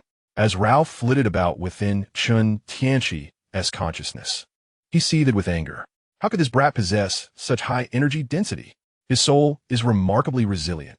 Rao sensed Chen Tianqi's power continuously obstructing his path, and a flicker of helplessness began to swell within him. Gritting his teeth, he shouted, "You should surrender. You have no idea what responsibilities await you upon inheriting the solar divinity. I am merely assisting you in shouldering the burden." With a cold chuckle, Chen Tianqi retorted, "Assistance requires the invasion of my consciousness." Taking a deep breath, he endeavored to operate the celestial forge. Indeed, the path proved extraordinarily arduous. Chen Tianqi pondered deeply on how to obliterate this former solar deity. Suddenly, he surveyed the surrounding space. Rao had not previously exhibited the capability to wield these two principles. Reflecting on Odin's earlier mention of the concept of dominion over the laws, Chen Tianqi deduced that these deities might possess only the right to use such powers, not the right to own them. Once the divine essence manifests in an heir, they are likely to be severed from their abilities, thus to extinguish an entity. There is no method more effective than the principle of annihilation. With this realization, Chen Tianqi swiftly redirected his divine energy, establishing a connection to the divine essence. Observing Chen Tianqi's actions, Rao instantly grew frantic. His resistance intensified, and he began to cry out, "I surrender. Release me at once." Chen Tianqi remained unresponsive, invoking the destructive power of the sun god's essence. A beam of black radiance erupted within the void, swiftly permeating his being. Rao, filled with dread at the sight of this familiar force, was struck head-on. A pained scream escaped him as his consciousness fragmented, dissipating into nothingness. After meticulously surveying the surroundings multiple times and finding no trace of Rao, Chen Tianqi exhaled in relief. He gazed at the black radiance in his hand, his face alight with yearning, marveling at its formidable nature. Truly, it was a superior law, terrifyingly potent. Chapter 155, Ascend to Divinity. Having successfully obliterated Rao's consciousness, Chen Tianqi was entirely engrossed in the vast and enigmatic divine space. He devoted himself to comprehending the two laws. As moments passed, he gradually began to grasp their essence. The law of life governed the birth, growth, and demise of all living beings. This vibrant and dynamic force not only healed wounds but also bestowed vitality, capable of even creating new life. In stark contrast, the law of destruction revealed an entirely different aspect, wielding the terrifying power to annihilate anything that existed. Regardless of its fortitude, nothing could withstand the onslaught of the law of destruction. Suddenly, Chen Tianqi opened his eyes, unleashing an overwhelming aura that engulfed the entire void. In the external realm, Diana had completed her transformation, evolving from demigod to divine being. She stood beside Odin, gazing curiously towards the well of origin. Her voice tinged with concern. Why is he taking so long? Odin's left eye gleamed with insight, and upon hearing Diana's words, he smiled reassuringly. Fear not. He has already passed through the most perilous phase. As he spoke, a dazzling golden light surged towards the heavens, its intense heat crashing forth like a tidal wave. Odin looked up in astonishment, sensing a hint of a higher energy within this force. With time, a figure cloaked in resplendent light gradually emerged from the golden pillar of energy. Chen Tianqi's hair flowed like golden flames in the wind, enveloped in the fire of the sun. Mystical and radiant divine patterns shimmered across his body like a constellation, exuding a powerful and awe-inspiring aura. Chen, Diana exclaimed joyfully, rushing forward to embrace him. A smile graced Chen Tianqi's face as he reciprocated her embrace, his spirits evidently high. He had harnessed the destructive power of the sun god's essence to dismantle the final barriers. Now his strength was fully restored, and due to the differing laws of the cosmos, no calamity awaited him here. Through the power of the laws and an abundance of divine energy, one has achieved the state of integration without undergoing the tribulation. The ethereal manifestation of the phoenix flame giant spirit has transformed from illusion to reality, merging with the self. Further advancement will lead to the attainment of the law of heaven and the phenomenon of earth. It appears that Krypton has once again birthed a new supreme deity. Odin, with a smile gracing his lips, gazes in admiration at the solar deity, Chen Tianqi.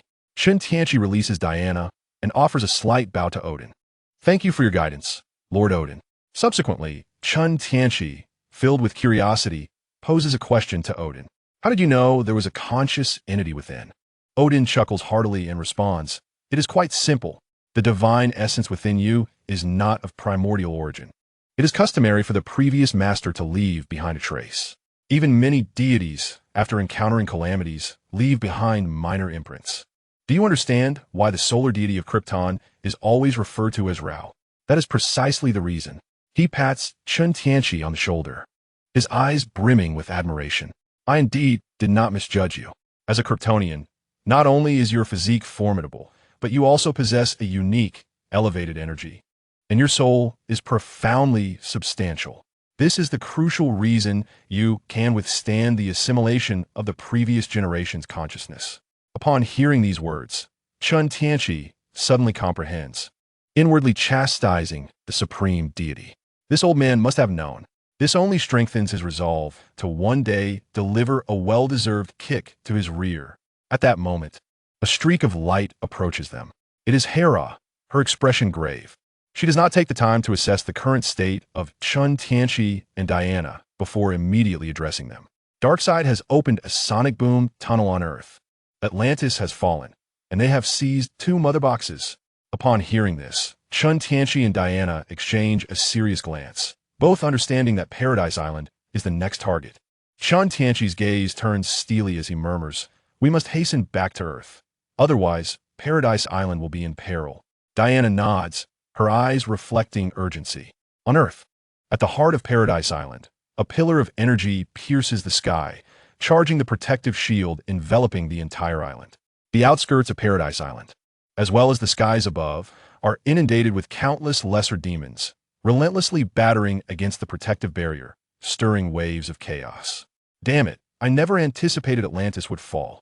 Hippolyta grits her teeth, watching the swarm of lesser demons above. Below, many Atlanteans, tainted by darkness, ceaselessly assault the protective shield of Paradise Island with fervor. Observing the scene, Hippolyta feels an overwhelming sense of relief. Fortunately, the mother box was entrusted to Chen Tianqi and Diana. Otherwise, it would surely have been seized. Suddenly, a thunderous crash jolted Hippolyta back to reality. She turned her gaze towards the source of the sound and was astounded to see a massive breach in the protective shield above.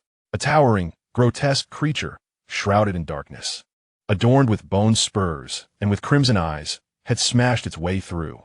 Alarmed, Hippolyta swiftly commanded her subordinates to amplify the energy output. Quick, repair the shield.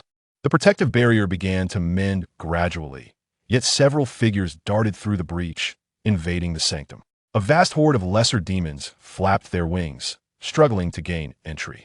As the shield sealed completely, those demons that failed to enter were cleaved in two, falling lifelessly to the ground. However, a considerable number of demons had already infiltrated Paradise Island. In contrast to the lesser demons, Hippolyta was far more concerned about the few individuals who stood apart from the rest. She regarded them with a grave expression, as the palpable aura of danger and murderous intent emanated from them, unmasked and overwhelming. Taking a deep breath, Hippolyta bellowed to all the Amazonian warriors, "Prepare for battle." At her command, each warrior unsheathed their gleaming swords, bracing themselves for the impending fight. "Ha ha! There are indeed many lovely ladies here," cackled the Joker-like figure, the Laughing Bat, as he observed the female warriors below, whistling and laughing frivolously. "Big guy, show some mercy." "Ha ha ha ha." The Laughing Bat mockingly patted the towering monster beside him. Yet, the creature paid him no heed and dove headlong into the fray, initiating a brutal melee. The Laughing Bat shook his head disapprovingly at the scene. Chapter 156, Day of Destruction, Superman. Quick and decisive. The Wild Wolf shot a sidelong glance at Aum before dashing out. Fine. The Laughing Bat noted the Wild Wolf's gaze and turned his attention to Aum, who wielded a golden trident, a smirk creeping across his face as a flicker of intrigue crossed his eyes. "Ha ha ha, little fishman. What? Have you struck some covert deal with this pup?" Aum's expression darkened instantly. He haughtily lifted his chin, casting a disdainful glance at the Laughing Bat. "Madman, do not converse with me." He struck the air with his golden trident, producing a crisp sound. With that sound, a colossal wave surged forth. Aum harnessed the force of the wave and plunged into the battlefield. The Laughing Bat, upon hearing Aum's words, erupted into even more frenzied laughter. His wide mouth revealed sharp teeth, as if he intended to rend everything before him. His menacing aura intensified, chilling the very air around him. Squinting, the Laughing Bat fixed his gaze on Aum for a moment before leaning closer to the Flash and the bewildered Martian manhunted nearby. Three individuals whispered softly among themselves, occasionally glancing towards Aum. The battlefield was in a constant state of flux, yet this turmoil seemed confined to the group of Amazons, confronted by formidable foes. They resembled flowers caught in a tempest, perilously close to being crushed by the onslaught. Countless female warriors lay lifeless across the ground, with the most towering and fearsome of the adversaries reveling in the slaughter. Fiery rays erupted incessantly from its enormous eyes, sweeping across the battlefield with lethal precision. In the blink of an eye, many unprepared warriors were cleaved in two, their blood staining the earth a deep crimson. Hippolyta gritted her teeth, observing the scene. The warrior's blades were utterly ineffectual against the creature's formidable form. Her gaze fixed upon the monster. A sense of eerie familiarity washed over her. The characteristics of its abilities unmistakably identified it as a bioweapon from the Kryptonian civilization. Doomsday. Damn it, this cannot continue. With her heart brimming with indignation, Hippolyta inhaled deeply. The reinforcements from the realm of the gods had yet to arrive. She resolved to step forward to impede the creature, even if only for a few fleeting seconds. She had to act, for she was the queen of Paradise Island. At that moment, several figures materialized from the temple's teleportation portal, each distinct in form. One was Apollo, with purple skin and a pineapple hairstyle. Another was a robust man wielding a hammer, Thor, the Norse god of thunder, accompanied by four valiant guardians. Upon seeing them, Hippolyta's spirits lifted and she hurried to greet them. "Welcome, esteemed gods. Paradise Island is in dire need of your assistance." Apollo waved his hand dismissively, a relaxed smile on his face. "No need for formality. Simply watch us as we vanquish our foes." He placed a hand on Thor's shoulder and turned to him with a grin. "Right, brother?" Thor nodded with a calm demeanor, his chest puffed out. "For the glory of the northern gods, dear queen, await our triumphant return." Hippolyta bowed deeply to them, though she sensed a hint of arrogance in these deities. She had no choice but to rely on their might. After observing them for a while, she could not help but inquire, "Is it just the three of you who have come to our aid?" "Of course not," Apollo replied. "We arrived first. The main force is gathering behind us. However, I believe we can handle this." His eyes gleamed as he surveyed the battlefield, noting the bizarre figures and a horde of lesser demons. With a dismissive sneer, he remarked, "This should be a piece of cake." Thor chuckled heartily, giving Apollo a hearty pat on the back. Apollo, underestimating the enemy is not a trait befitting a warrior. Though Thor said this, he did not seem overly concerned. With a swift motion of his hammer, he was propelled into the battlefield, closely followed by several valiant warriors from the celestial realm. Apollo, rubbing his aching back, wore an expression of deep discontent, lamenting the barbarity of the northern gods. He then addressed Hippolyta, assuring her, "Fear not, Amazon Queen, we shall resolve this swiftly." With that, he transformed into a beam of golden light and soared into the fray. Hippolyta sighed, recognizing that these were indeed the new generation of deities. She could only hope their confidence was well placed. On the battlefield, Thor and Apollo found themselves united in pursuit of the beast known as the Day of Destruction. "This one is mine, Apollo. Do not dare to claim it," Thor declared, his eyes ablaze with fervor as he stared at the towering, grotesque creature. Apollo shrugged nonchalantly and replied, "Very well. If you desire it, take it. I shall select." He turned his gaze across the battlefield, locking onto the figure of OM, who wielded a trident. "Then I shall choose this traitor." Apollo's eyes narrowed as he recognized OM's attire, realizing the betrayal of the Atlanteans. No wonder Atlantis fell so swiftly. Determined, Apollo resolved to teach this traitor a lesson. In an instant, he transformed into a blazing streak of golden fire and charged forward. OM sensed Apollo's intent and brandished his trident, engaging in a fierce battle. Meanwhile, the Day of Destruction noticed the commotion and glanced over, indifferent to Thor's assault. Thor's hammer, infused with the power of thunder, struck the Day of Destruction with tremendous force, resulting in a thunderous explosion and billowing clouds of smoke. According to the law of smoke without harm, the Day of Destruction emerged unscathed. With a disdainful gaze, he approached Thor, looking down upon him with an air of superiority, exhaling a cloud of white vapor that struck Thor's face, causing his veins to throb with indignation. Thor felt his dignity severely insulted. Gripping his hammer tightly, he unleashed a torrent of lightning, fueled by his boundless fury, and swung it fiercely at the Day of Destruction. The creature grinned, revealing its sharp teeth, and before the hammer could land a blow, it swung its right fist at Thor, accompanied by a fierce gust of wind that seemed to tear the very fabric of space. In an instant, Thor was blinded by a flash, followed by an indescribable agony. It felt as though a truck had crushed his face, contorting his features grotesquely. Blood erupted from his mouth, and his body was launched backward like a cannonball, creating a deafening sonic boom. In the distance, Apollo, engaged in battle with OM, was startled by the sudden sound. His face was a mask of disbelief as he turned to gaze at Doomsday, his heart heavy with dread. The celestial warriors brought by Thor, witnessing their leader being hurled backward, were immediately gripped by apprehension. They knew that if Thor were to perish, Odin would not spare them. Consequently, they hastily abandoned the fight and rushed toward Thor. Chapter 157. A tragic annihilation. Several imposing, muscular celestial warriors encircled Thor protectively. "My lord Thor, are you unharmed?" One of the warriors suddenly embraced Thor, tears cascading down like a torrential flood. He shook Thor fervently, as though attempting to wrest him from the clutches of death. Thor, now a distorted visage of the god of thunder, struggled to expel a mouthful of blood.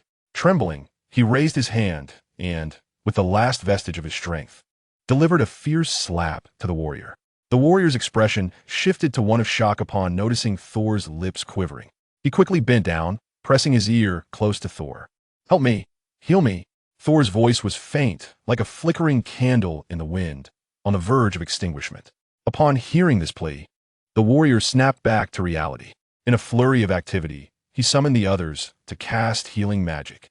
However, being warriors rather than mages, their magical efforts were less than effective, resulting in an agonizingly slow recovery.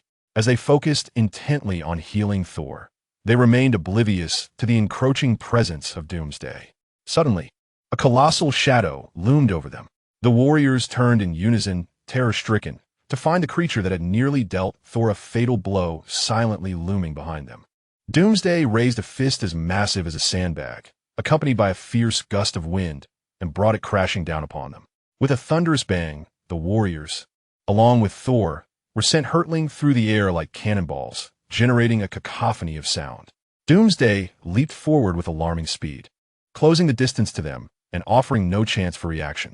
His fists descended like a violent tempest, each strike infused with unparalleled might, as if aiming to shatter the very fabric of the world. In an instant, deafening booms echoed, dust erupted, and debris flew, creating a blinding cloud that obscured all within. Inside this chaotic storm, they resembled a group of shattered dolls, utterly powerless to resist. Their bodies contorted and deformed under the relentless onslaught of Doomsday's fists, blood splattering with each blow. While Thor and his companions found themselves utterly defenseless against Doomsday's might, the opposite was true for Apollo, who found dealing with OM to be remarkably effortless. As the Greek sun god, he faced off against a mere sea king, a true dimensional suppression. Flames surged from his body, swiftly coalescing into a colossal ring of fire. He resembled the exalted sun, instantly evaporating OM's water manipulation attacks into oblivion. Apollo heard a thunderous roar from afar and turned his gaze. There stood the bloodthirsty and frenzied Destruction Day, wreaking havoc with wild abandon. And he felt a surge of relief that he had not chosen that brute. However, if Destruction Day continued on this rampage, Thor and the others would surely meet their demise. Realizing the gravity of the situation, Apollo's expression hardened, his eyes narrowing. He resolved to swiftly eliminate OM and rush to Thor's aid. In an instant, a yellow sphere materialized in Apollo's hand, and searing golden rays rained down upon OM like a barrage of arrows.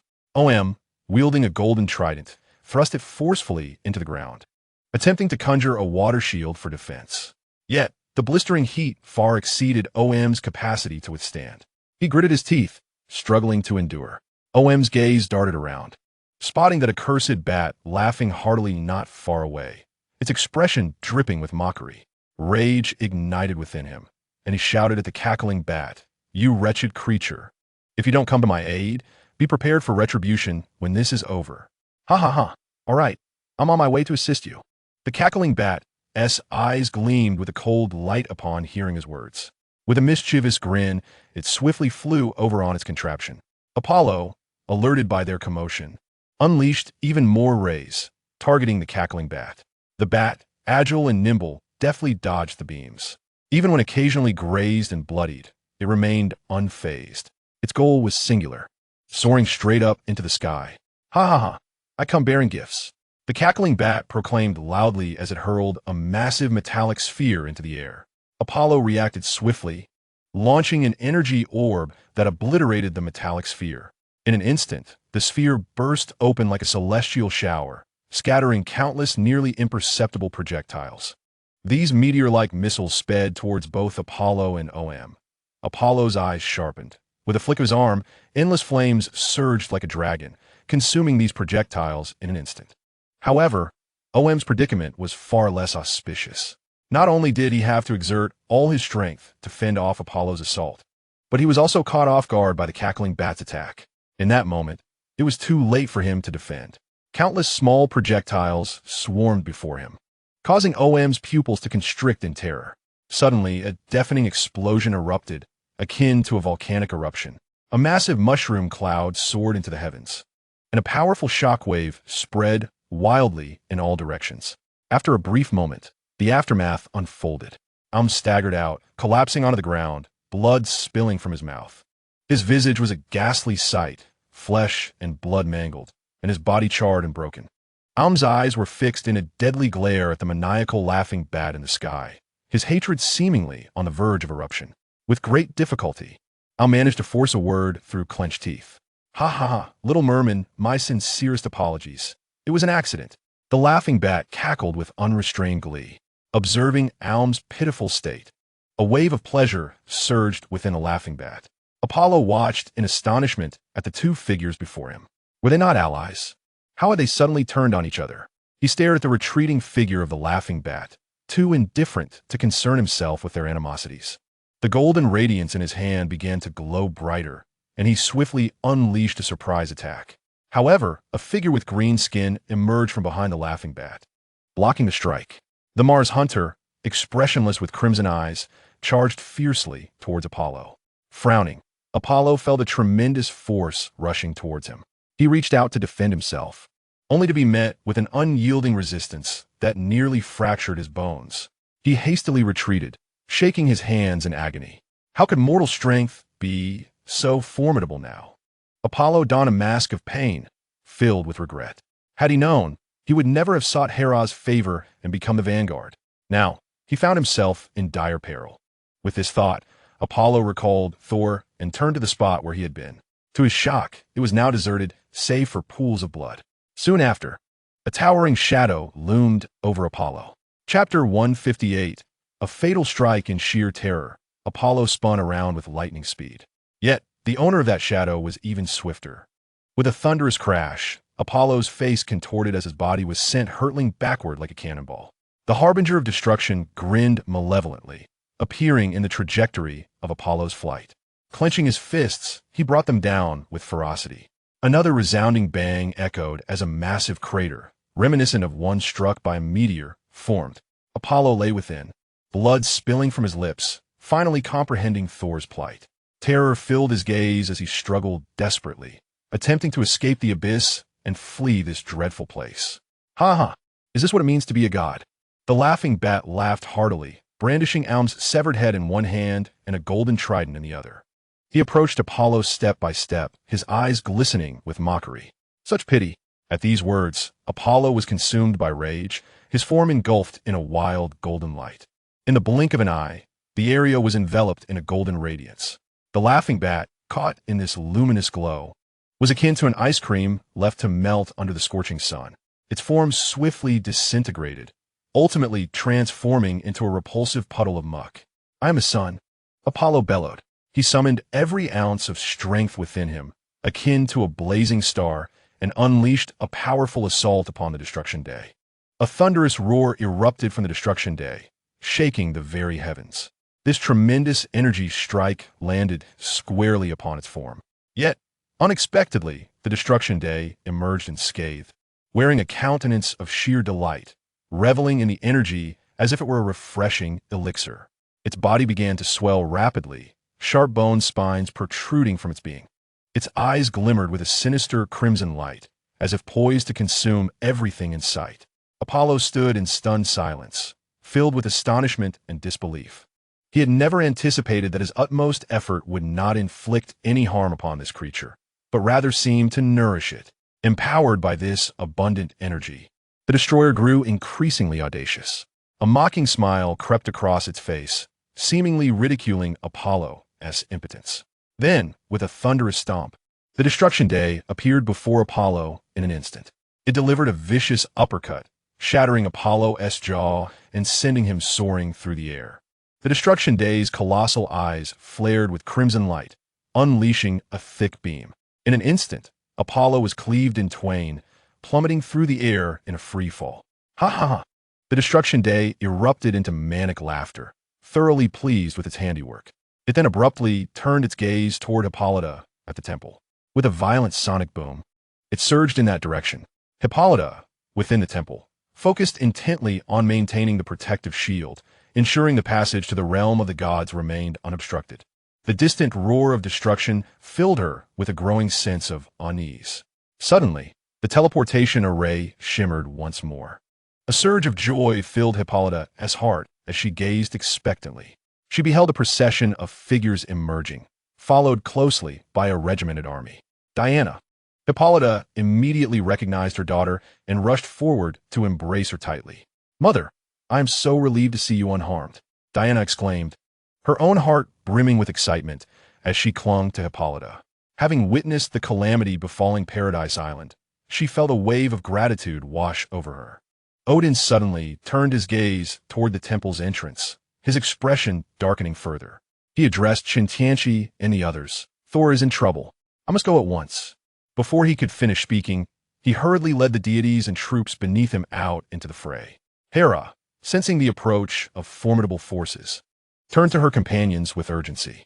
"We must cease our chatter. They are upon us." Reluctantly, Diana released Hippolyta, exchanging a resolute glance with Chen Tianqi before following Hera out of the temple. Upon their exit, they beheld the fierce clash between Doomsday and Odin in the sky, a terrifying aura emanating from their confrontation. "We must halt him," Diana declared, raising her shield in preparation for battle. The others, along with the regrouped Amazon warriors, stood ready for the impending conflict. Chen Tianqi surveyed the surroundings, astonished to discover several unexpected figures among the enemy ranks. His curiosity piqued as he scrutinized the Martian hunter and the seemingly zombie-like Flash, alongside a mass of mud beneath a crater that was gradually coalescing into a humanoid form, slowly mending itself. Lost in contemplation, he pondered the implications. Did they originate from a parallel universe? The Dark Justice League? Could that Superman truly be this entity?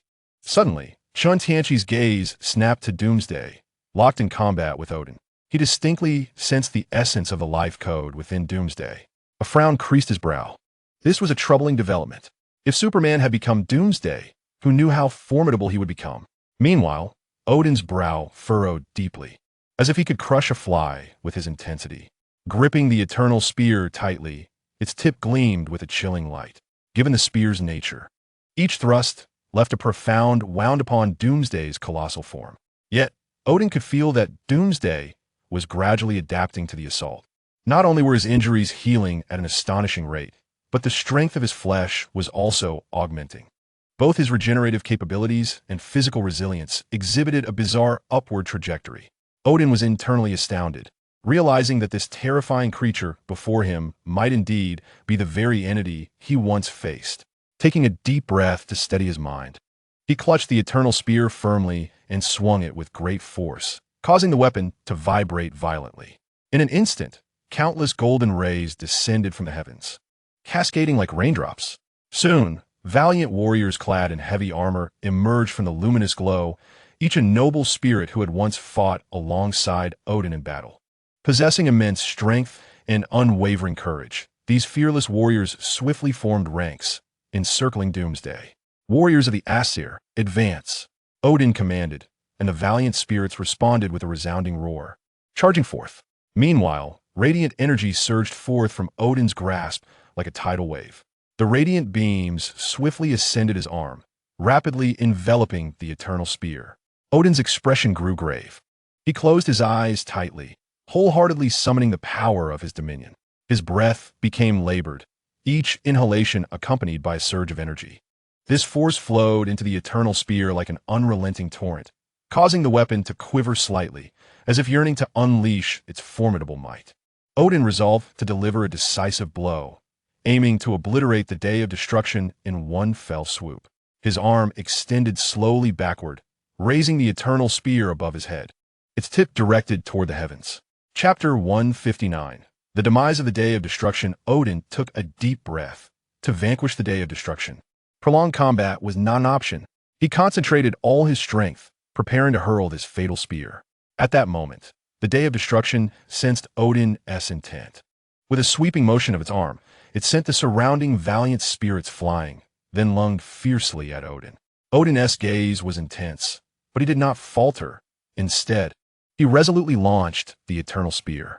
The spear streaked through the air like a brilliant meteor, hurtling directly toward the day of destruction. The day of destruction attempted to shield itself with its hands, but underestimated the power of this weapon. The eternal spear effortlessly penetrated its body, embedding itself deeply within. A roar erupted from the day of destruction, a sound born of sheer agony. It grasped the spear lodged in its abdomen with both hands. Muscles taut and bulging like hills, exerting every ounce of strength to withdraw it. Yet, the eternal spear remained steadfast, unmoving, as if it had become one with the essence of the Day of Destruction. Concurrently, the abdomen of the Day of Destruction began to disintegrate. The excruciating pain caused it to thrash wildly in the air, screaming in madness. In the blink of an eye, the interior of its body became horrifyingly visible. A mass of white bones, evoking dread. The potency of the eternal spear continuously radiated, corroding every inch of its flesh. Meanwhile, the Day of Destruction's inherent traits began to manifest. It adapted to the torment, teetering on the precipice of rebirth and demise, enduring the agony time and again. Witnessing this, Odin's eyes sparkled with resolve. He summoned the essence of death, ancient and mysterious runes materializing in his grasp. With a sweeping motion of his hand, streams of radiant light surged forth, carrying the chilling breath of death, racing directly toward the Day of Destruction. Countless streaks of light poured down like a torrential rain, striking mercilessly upon the Day of Destruction. Each impact triggered a tremor, hastening the disintegration of its form. However, the recovery speed of the Day of Destruction also began to escalate, as if engaged in a desperate race against mortality. At that moment, a dense aura of darkness erupted from within the Day of Destruction, engulfing its form like a swirling tempest. Its body began to mend at an astonishing pace. Odin was taken aback, as an inexhaustible stream of magic surged forth from his hands, unleashing powerful spells upon the embodiment of destruction. Yet, the dark aura of the entity only intensified, seemingly merging with it. The eternal spear also began to stir under its influence. Odin's eyes reflected an unprecedented astonishment as he realized the gravity of the situation was worsening. Just as the embodiment of destruction was on the verge of breaking free, a colossal sword imbued with a sense of annihilation cleaved through the air, piercing its chest. Chen Tianqi appeared like a phantom on the opposite side of Odin, swiftly channeling his energy to summon the azure bamboo beak cloud sword, executing the technique of the great sword. Simultaneously, he harnessed the power of his divine essence, infusing it with destructive force, rendering the blade sharper and more lethal. With all his might, Chen Tianqi drove the colossal sword deep into the entity's being, denying it any chance to recover. Caught off guard by this sudden onslaught, the embodiment of destruction staggered and fell to the ground. Its previously mended form succumbed once more to the dual onslaught of Odin's deathly power and Chen Tianqi's annihilating force, crumbling under their might.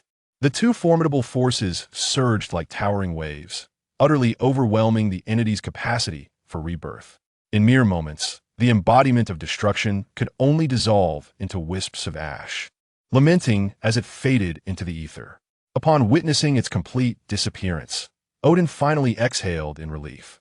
Observing Chen Tianqi's composed demeanor, he silently praised him for mastering his powers in such a brief span. Indeed, he possessed extraordinary potential. A hint of regret crossed Odin's face. How splendid it would be if my son were here. On the other side of the battlefield, in a flash of lightning, the flash transformed into a streak of yellow electricity, darting between the deities with astonishing speed, leaving them struggling to respond. The newly ascended Diana radiated with the brilliance of Hera's magic as she bravely confronted the wild wolf and the Martian hunter. With her lasso of truth, she struck like a serpent emerging from its lair, ensnaring the wild wolf's hands with precision. A firm tug caused him to be drawn irresistibly towards her. In the next instant, Diana delivered a powerful kick to his neck with her slender, yet formidable leg. A resounding crack echoed as his neck appeared to snap, his head tilting at an unnatural angle, eyes glazing over as he collapsed to the ground. At that moment, a searing ray shot down from the heavens. Diana swiftly seized her divine shield, positioning it before her. With a fierce turn, she hurled the shield with all her strength, igniting flames as it grazed through the air, soaring like a meteor straight towards the Martian hunter. The hunter grasped the shield tightly, exerting all his might in a futile attempt to withstand the overwhelming force.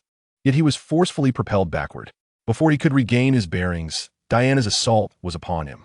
She leapt high into the air, wielding the sword of the god of fire, ablaze with fervor, and brought it down with fierce momentum. The Martian hunter was unable to evade in time, and his right hand was severed with a swift strike. Blood spattered as he emitted a muffled groan of agony. Diana reclaimed her shield and mercilessly swung a heavy blow towards his head. A resounding crash echoed as the Martian hunter's skull caved in slightly, and he plummeted to the ground like a meteor, creating a deep crater. Diana, wielding the sword of Ares, gracefully descended from the sky, poised to deliver the final blow, intending to cleave him in two. At that moment, the Martian hunter silently opened his mouth wide. A surge of formidable psychic energy erupted forth, awakening the Martian's latent powers. A mental shriek resounding. Instantly, the battlefield was filled with piercing cries that reverberated within each warrior's mind, as if their heads would shatter under the pressure. Countless soldiers fell to the ground, clutching their heads in torment, writhing and groaning. Diana staggered, struggling against the pain that assailed her head, collapsing to the ground as she fought to regain her composure. The Martian hunter's eyes blazed with a crimson glow as he began to rise slowly. Just as he sought to amplify his mental force, a sudden explosion rang out. His head burst apart, igniting into golden flames that swiftly reduced him to ash. Naturally, Chen Tianqi sensed the commotion and appeared nearby in a flash. With a flick of his fingers, a brilliant light imbued with destructive power detonated, obliterating the Martian hunter's head. Chen Tianqi approached Diana, waving his hand to envelop her in a radiant glow. Instantly, her pain dissipated, and she realized that the Martian hunter had been reduced to mere ashes. Chapter 160. Darkside. Suddenly, a massive portal erupted on Paradise Island, resembling a gaping maw leading into endless darkness. An overwhelming aura of gloom surged forth from the portal like a tidal wave, suffocating all within its reach, causing everyone to glance in alarm.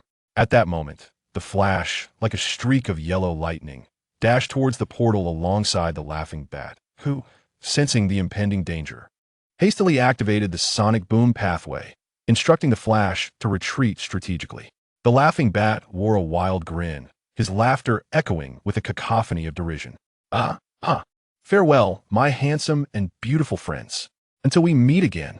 His laughter reverberated through the air, brimming with provocation and disdain. Just as they were about to plunge headlong into the portal, a dark hand emerged from the pitch-black door, seizing the Flash's head. In an instant, their bodies twisted grotesquely, and before they could even utter a cry, they were drawn into the depths of that great hand's master. A figure slowly stepped forth from the portal, a legion of dark armies materializing behind him. Darkseid, you have indeed arrived, Odin exclaimed, astonished by the overwhelming presence of Darkseid, now transformed beyond recognition. Darkseid's hands were ensnared by rusted chains, his eyes ablaze with an infernal darkness, with black veins coiling around his arms like a monstrous dragon. Odin, it's been an eternity. Yet where is Zeus? Has he perished? He bellowed, his laughter booming like thunder. As his maniacal mirth echoed through the heavens, the once clear sky darkened ominously. Countless ominous black meteors descended like rain, crashing towards Earth with cataclysmic force. In an instant, mountains crumbled, rivers ceased to flow, and the ground was sundered by unfathomable chasms. As if the apocalypse had arrived, a tremendous shockwave swept across the globe, toppling edifices and ravaging flora. Humanity's sanctuary was instantly transformed into a desolate wasteland. Odin, surrender to the great darkness.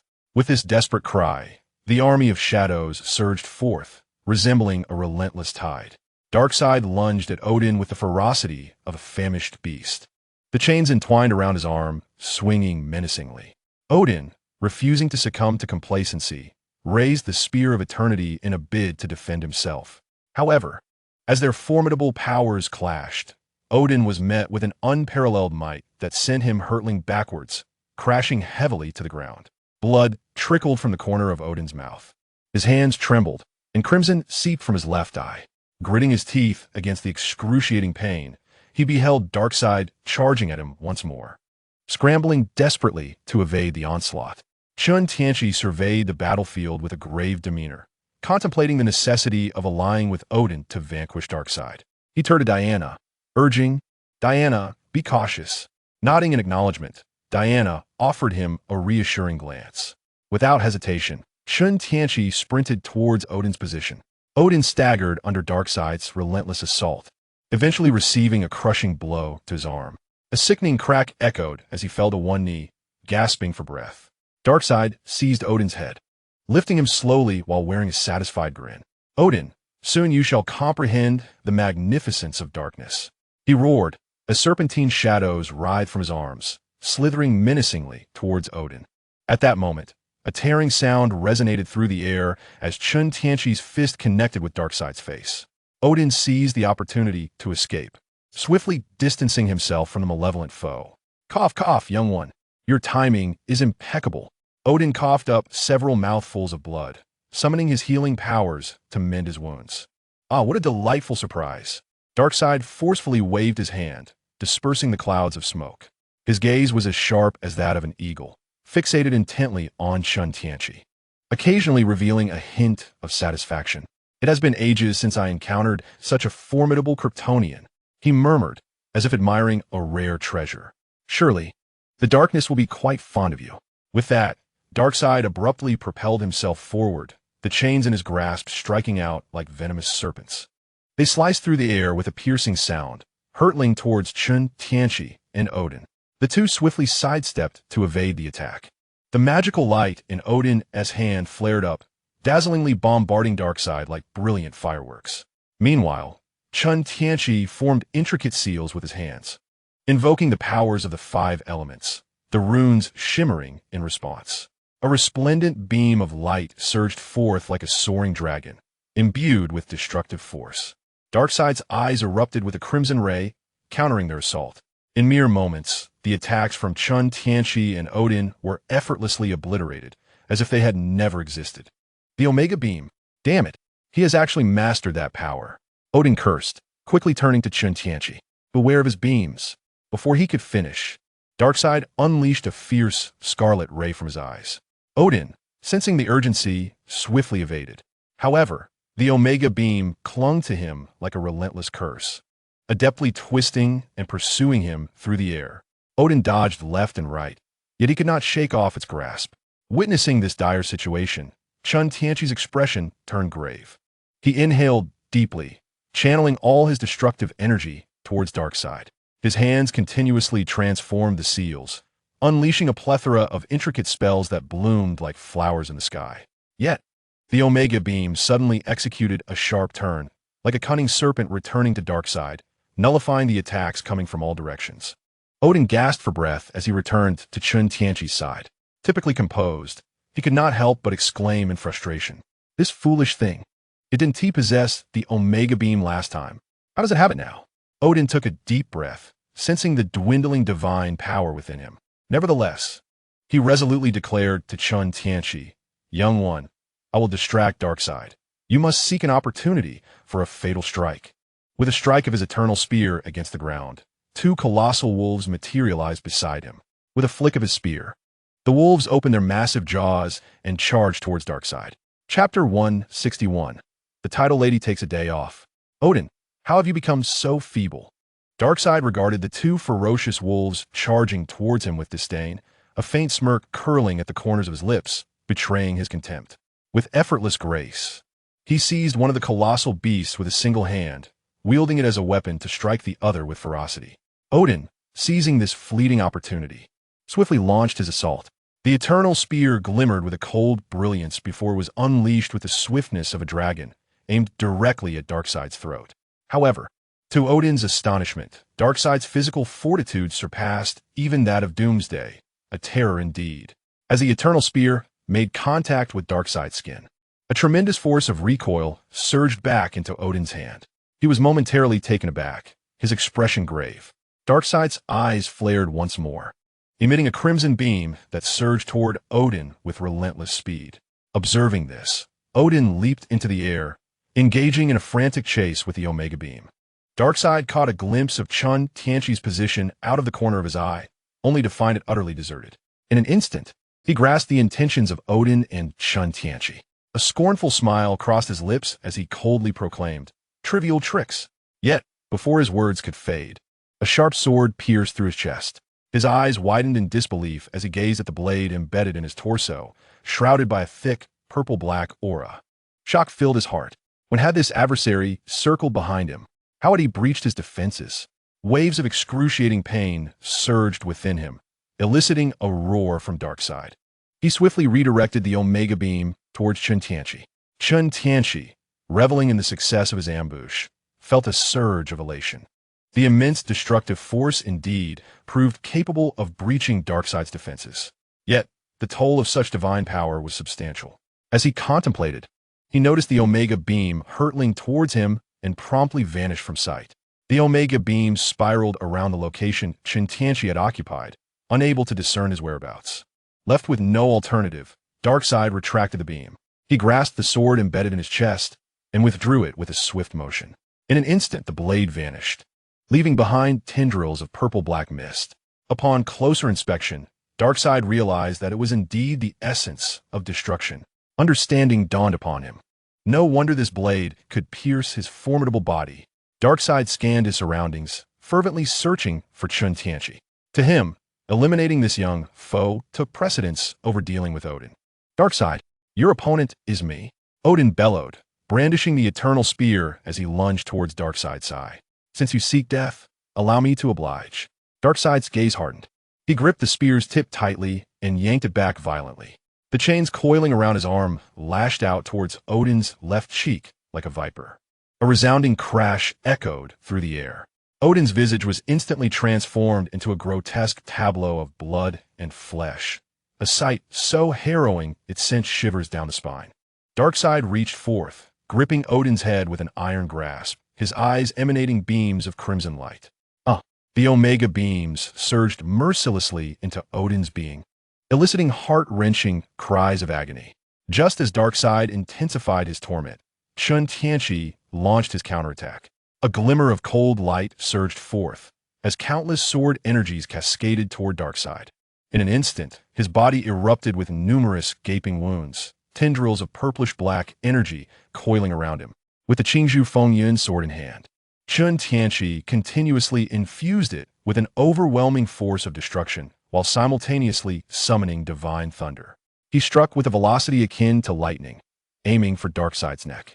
The razor-sharp blade, infused with destructive power, sliced effortlessly through the air. Darkseid roared in fury, abruptly pivoting and using Odin as a weapon to strike viciously at Chen Tianqi. Concurrently, his eyes unleashed a barrage of Omega Beams. In a blink, Chen Tianqi evaded with a deft sidestep, the Omega Beams racing past him.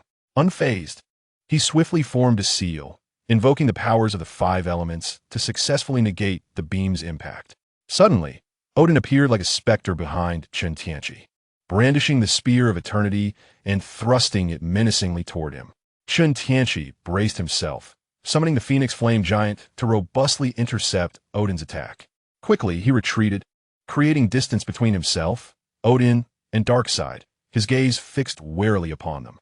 Odin's eyes now appeared vacant, a strange red glow flickering deep within his pupils, a clear indication that he had fallen under Darkseid's control through the Omega Beams. Darkseid, clutching his nearly severed neck, found his wounds healing at a frustratingly slow pace due to the lingering destructive energy. He gazed at the divine manifestation surrounding Chen Tianqi. An expression of profound interest etched across his face, his satisfaction palpable. I find myself increasingly fond of you, Darkseid roared, disregarding his injuries, as he charged fiercely toward Chen Tianqi. Odin, too, received Darkseid's command and lunged alongside him. Chen Tianqi ascended into the skies, moving at an unparalleled speed, swiftly exiting the bounds of Paradise Island. Darkseid and Odin pursued relentlessly, their determination unwavering. They raced through the air, the sheer force of their passage creating tremendous shockwaves. Upon reaching the vast expanse of the endless ocean, Chen Tianqi finally halted. Recognizing the abundant water resources, he decisively set up the azure sea tides formation around him, ensnaring Odin within the depths. Given Odin's prior assistance, Chen Tianqi felt compelled to spare him. In the following moment, the Phoenix Flame Giant surrounding Chen Tianqi surged to monumental heights, the phoenix entwined around the giant, emitting deafening cries that echoed across the landscape.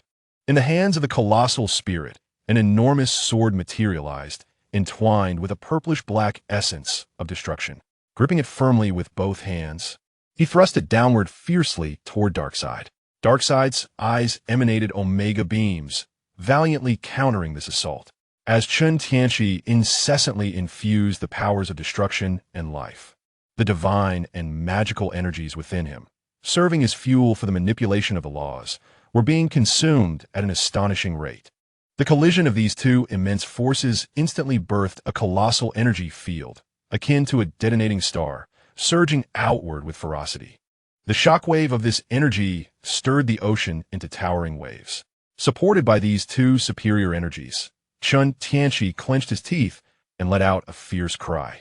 The magnificent sword in the hands of the Phoenix Flame colossal spirit radiated a brilliant light. With a surge of power, he pressed it downward. With each inch of descent, the ocean trembled and the surrounding air roiled. Darkseid could no longer withstand the pressure. The Omega beams were gradually overpowered. In an instant, he was engulfed by the immense blade's radiance, as if submerged in a flood, unable to breathe or escape. Wherever the blade passed, everything was obliterated, the void shattered, and chaos spread like a dark mist. After a while, the tumult began to subside. Chen Tianqi took several deep breaths, striving to calm the tumultuous and chaotic energy within him. Then, he focused his mind, employing his formidable divine sense to meticulously survey his surroundings. He beheld Darkseid's battered form slowly rising from the tumultuous sea. His body exhibited an eerie state of fracture, the essence of life nearly extinguished. Trembling, he managed to lift a hand, mumbling indistinctly, "Death is merely the beginning." Chen Tianqi had no time to ponder the profound implications of this phrase. Suddenly, Darkseid's body erupted with an unfathomable darkness, as if triggered by an unseen force. This dark essence surged forth like a tumultuous tide, immediately engulfing the area. Countless sinister, serpent-like tendrils erupted violently from Darkseid's being, writhing and rapidly expanding into a terrifying spectacle that blotted out the sky. Wherever these tendrils reached, everything was stained in inky black, as if the entire world had succumbed to boundless darkness. These obsidian tendrils morphed into dense sludge, spreading across the earth at an alarming pace. They ruthlessly consumed all in their path. Mountains, rivers, buildings, and vegetation were powerless against this calamity. Chen Tianqi was taken aback. Hastily enveloping himself in layer upon layer of protective shields, manifesting his divine form, he swiftly retreated to Paradise Island, intent on locating Diana to escape together. Yet, it once occurred to me that the encroachment of darkness was swifter than I had ever imagined. In the blink of an eye, the earth had been wholly engulfed. It resembled an immense, boundless black hole, swiftly extending its reach throughout the cosmos. At this very moment, Chen Tianqi found himself ensnared within, unable to extricate himself. He exerted every ounce of strength he possessed, employing all his resources to withstand the surging tide of darkness. Confronted by such a formidable onslaught of shadow, Chen Tianqi felt akin to a fragile vessel struggling against a tempest, perilously close to capsizing and sinking into oblivion. He perceived himself as if he had plunged into an infinite abyss of darkness, where nothingness reigned supreme, devoid of color or light. In this vast, dark expanse, Chen Tianqi drifted like a flickering ember, emitting faint glimmers of light, yet on the verge of extinguishment. His consciousness resembled a solitary boat, relentlessly battered by the unending waves of darkness, growing increasingly indistinct. Time slipped away, and Chen Tianqi felt as if he had lost all weight, floating in a void of shadowy obscurity. Suddenly, a few fingers emerged from the darkness, and a head lunged toward him. Chen Tianqi's body jolted violently, and he clutched his painfully throbbing head, struggling to rise. Bewildered and confused, he surveyed his surroundings, the ethereal environment inducing a wave of dizziness. He muttered in a daze, "What in the world is this? Am I still in the DC universe?"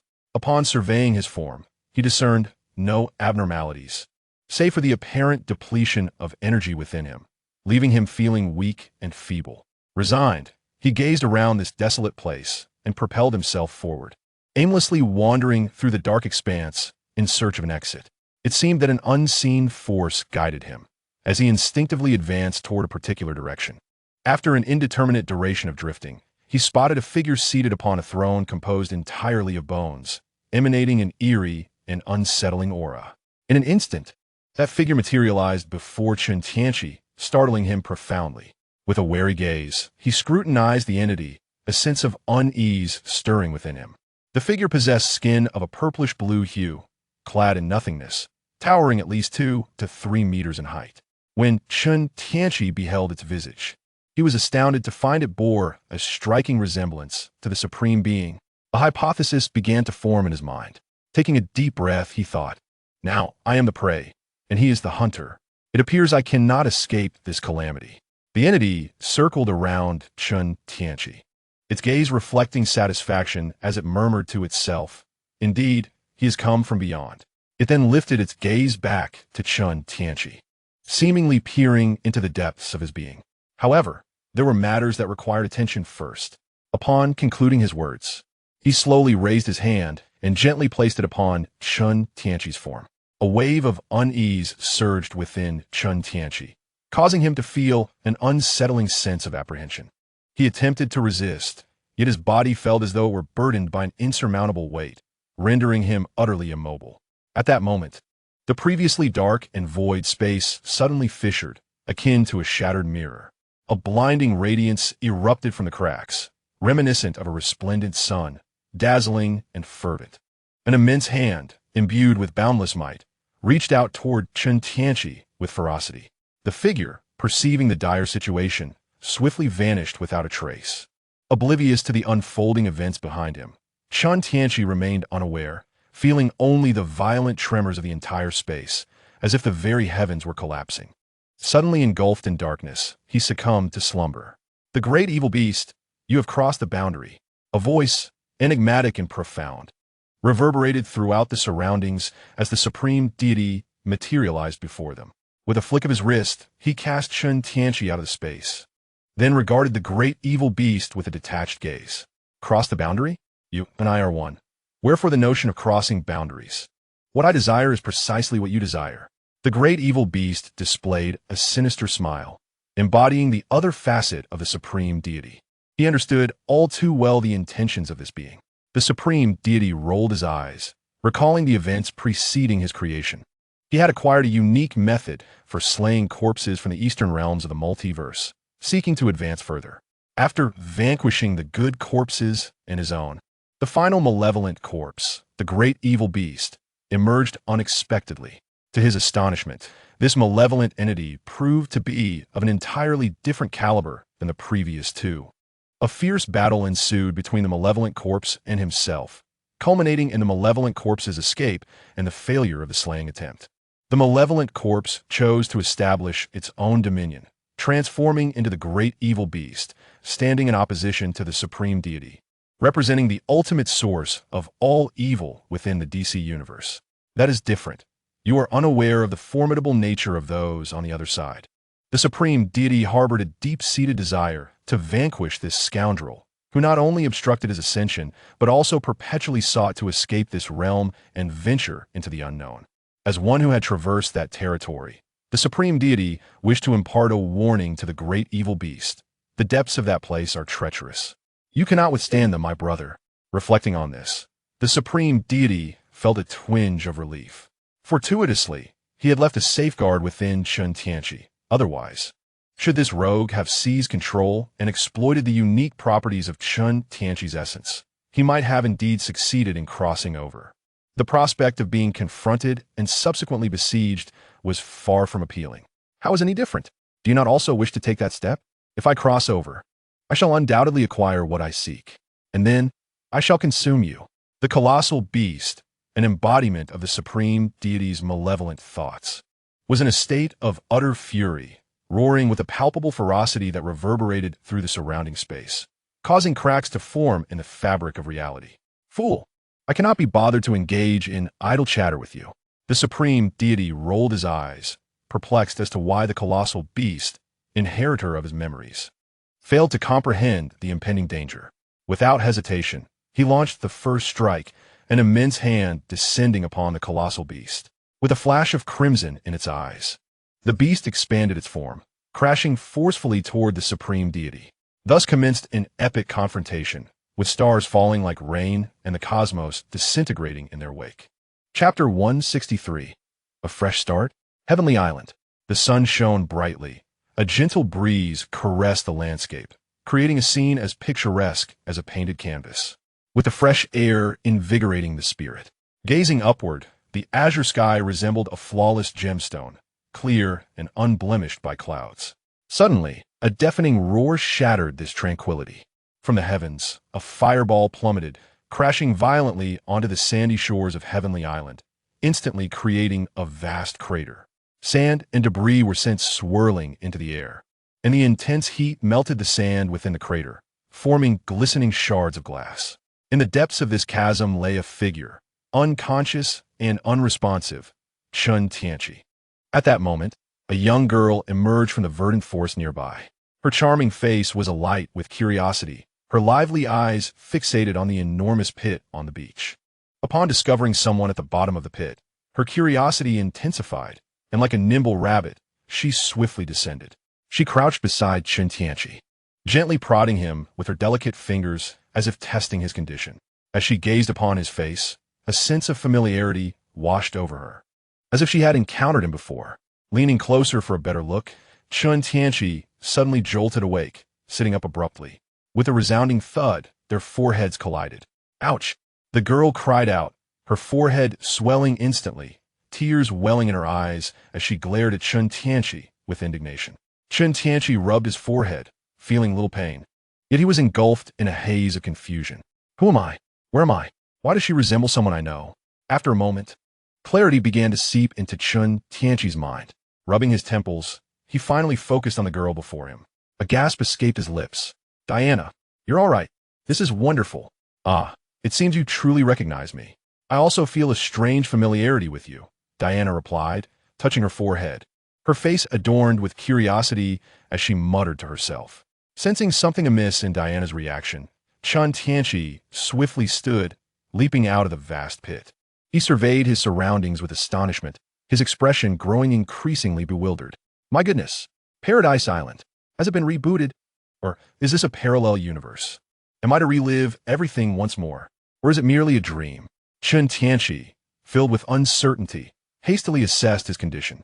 To his surprise, both his realm feedback and divine connection were identical to before, indicating that this was not a mere dream. Thus, it must be that the Supreme God has reset him. However, he retained no memory of the reboot process. All he recalled was that garish, purplish-blue figure touching his body, after which everything went blank. It seemed the Supreme God had saved him. Chen Tianqi pondered, stroking his chin in contemplation. Suddenly, a melodious voice broke the silence. Hey, so you can fly. Upon hearing the voice, Chen Tianqi looked down to see Diana standing below, her beautiful large eyes sparkling with excitement, gazing up at him with eager anticipation. Without hesitation, she exclaimed, "Can you take me for a flight?" Witnessing Diana's innocent and endearing demeanor stirred something within Chen Tianqi. A faint smile graced his lips. If he was to start anew, so be it. He gently nodded, signaling her to hop on. The moment Diana saw this, she erupted with joy, leaping without a second thought and landing securely behind Chen Tianqi. She clung tightly to his waist, her small hand waving assertively as she earnestly declared, "Let's go." Months passed, and Chen Tianqi and Diana grew close once more, traversing through her original trials again. This time, however, everything unfolded smoothly, devoid of any mishaps. They successfully completed the trials, unlocking Diana's potential, and their bond deepened significantly. Concurrently, the system, which had been dormant for quite some time, finally stirred to life. Upon awakening, it received a message from the Supreme God. Master, the God has instructed us to prepare to return to the original timeline. The God has granted me the authority to return at any moment. Upon hearing this news, Chen Tianqi was taken aback. A hint of resignation flickered in his eyes as he silently observed Diana, who was joyfully splashing about in the water. He knew it was time for a brief farewell. For him, it might only be a fleeting moment, but for Diana, it signified a lengthy wait of several decades. Taking a deep breath, he approached Diana, resolved to explain everything in detail.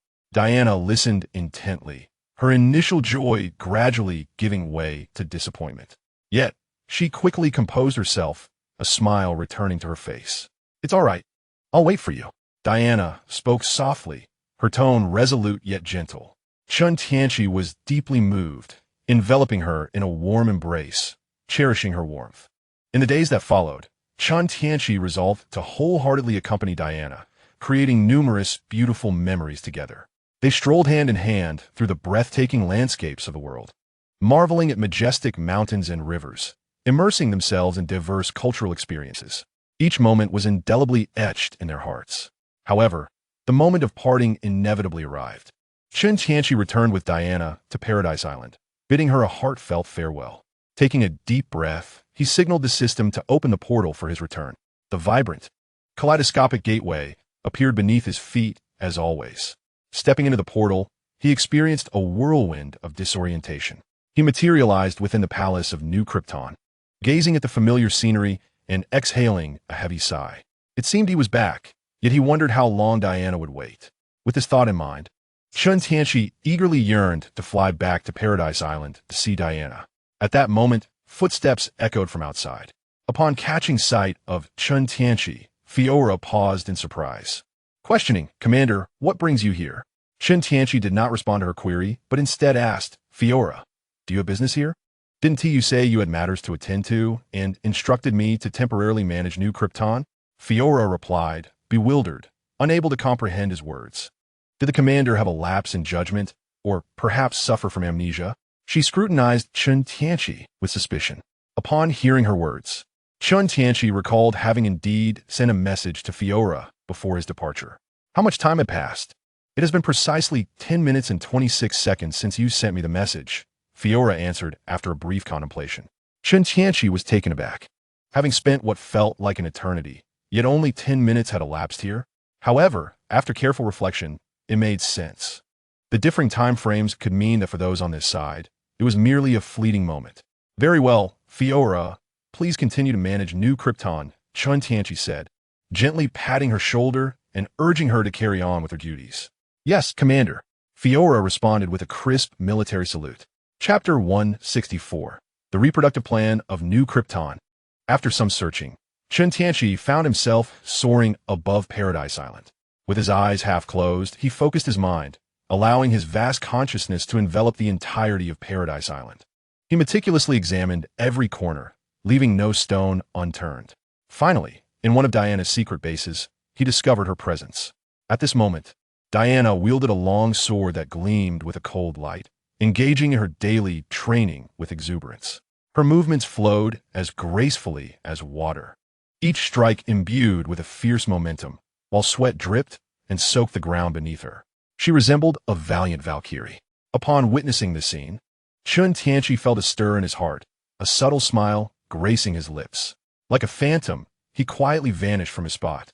As Diana brought her sword down with great force, she suddenly seemed to sense something. With a swift turn, she raised her sword high and swung it down. Chen Tianqi reached out, catching the blade and pulling Diana into his embrace, whispering gently, "Diana, I have returned." To his surprise, Diana swiftly locked her feet and swung her arms, pinning Chen Tianqi to the ground. Perched atop him, she let out a huff, crossing her arms and turning her head away, coldly remarking, "Who are you to act so familiar? It is all my fault. I am willing to let this beautiful lady do as she pleases." Upon hearing this, Chen Tianqi immediately understood she was pouting. He quickly raised his hands in a gesture of surrender, his eyes innocent and pure as they gazed at Diana. Diana raised an eyebrow, turning her gaze toward Chen Tianqi. As she beheld the face she had longed for, her resolve softened. With a hint of pride, she declared, "That was your words. Close your eyes." Obediently, Chen Tianqi complied, shutting his eyes. In the next moment, a soft, moist sensation graced his lips, warm and enticing. Chen Tianqi felt the fervent love emanating from Diana and reciprocated with equal ardor, their essences intertwining. After a protracted moment, they gradually parted, leaving a delicate silver thread between them.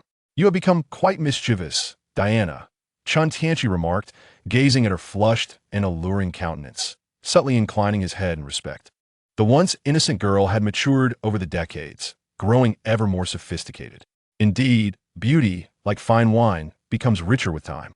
"There is even worse to come," Diana teased, licking her lips enticingly as she grasped Chen Tianqi's collar, pulling him closer once more.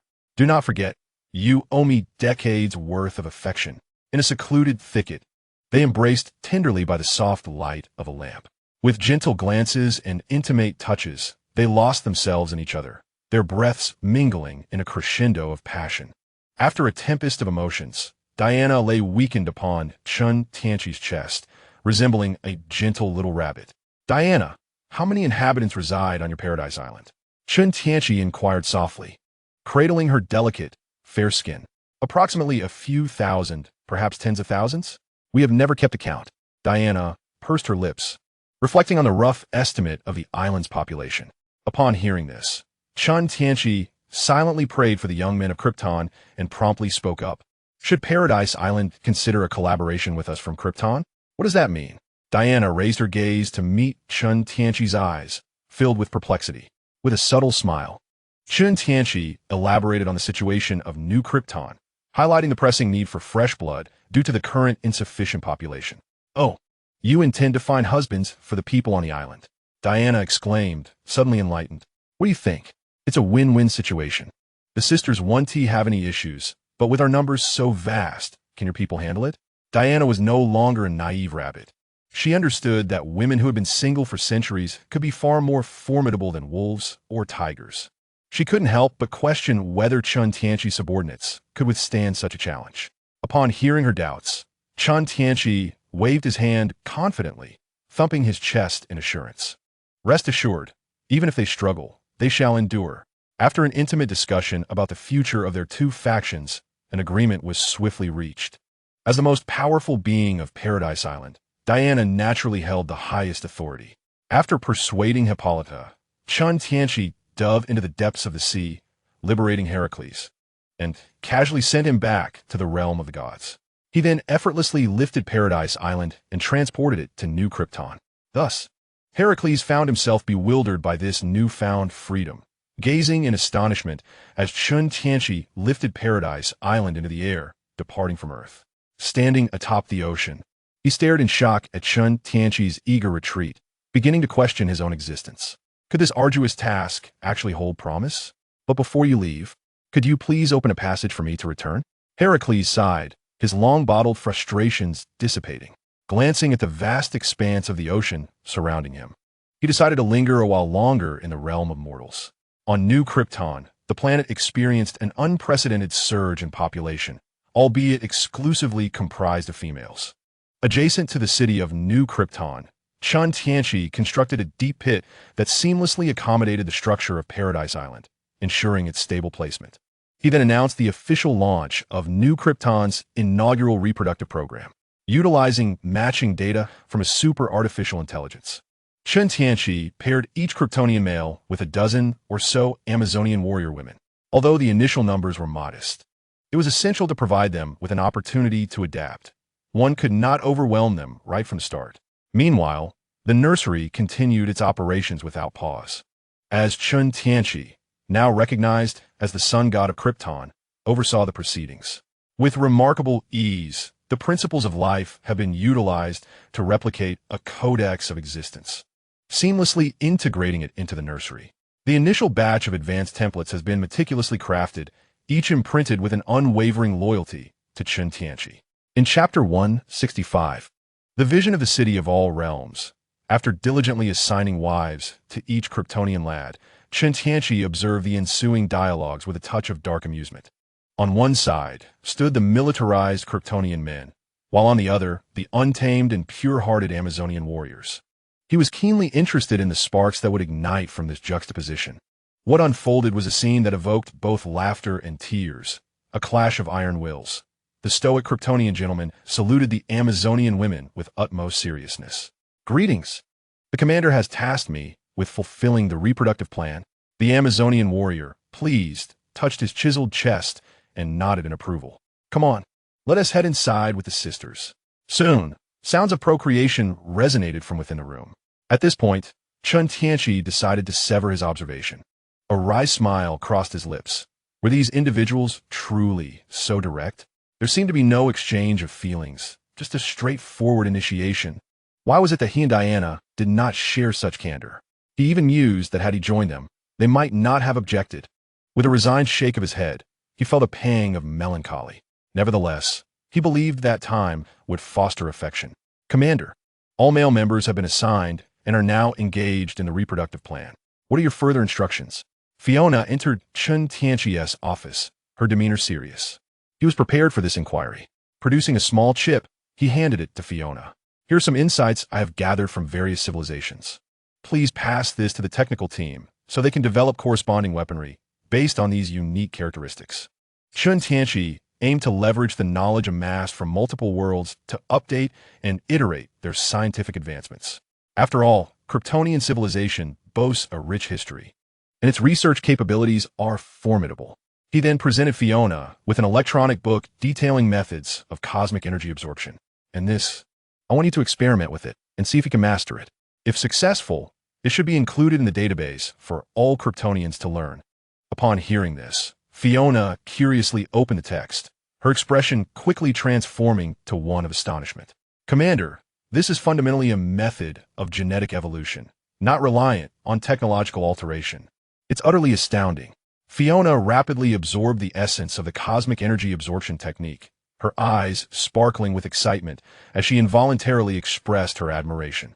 The more she comprehends, the more she realizes how profoundly beneficial this elegantly simple method could be for the Kryptonians.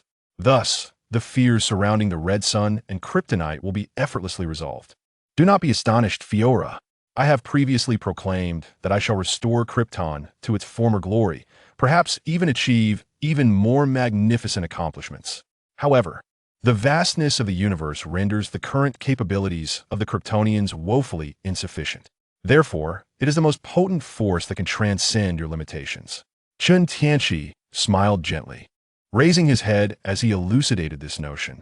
He then cast his gaze deeply towards the direction of Earth, observing Clark in the midst of his heroic endeavors, and murmured to himself, "After all, not every Kryptonian possesses the attributes of Superman." Chen Tianqi shook his head, pondering whether Clark's potential would diminish without the Codex of Life. He then continued to address Fiora. "As for you, Fiora, you are among the most promising and the one I trust the most. I look forward to witnessing your growth and strength."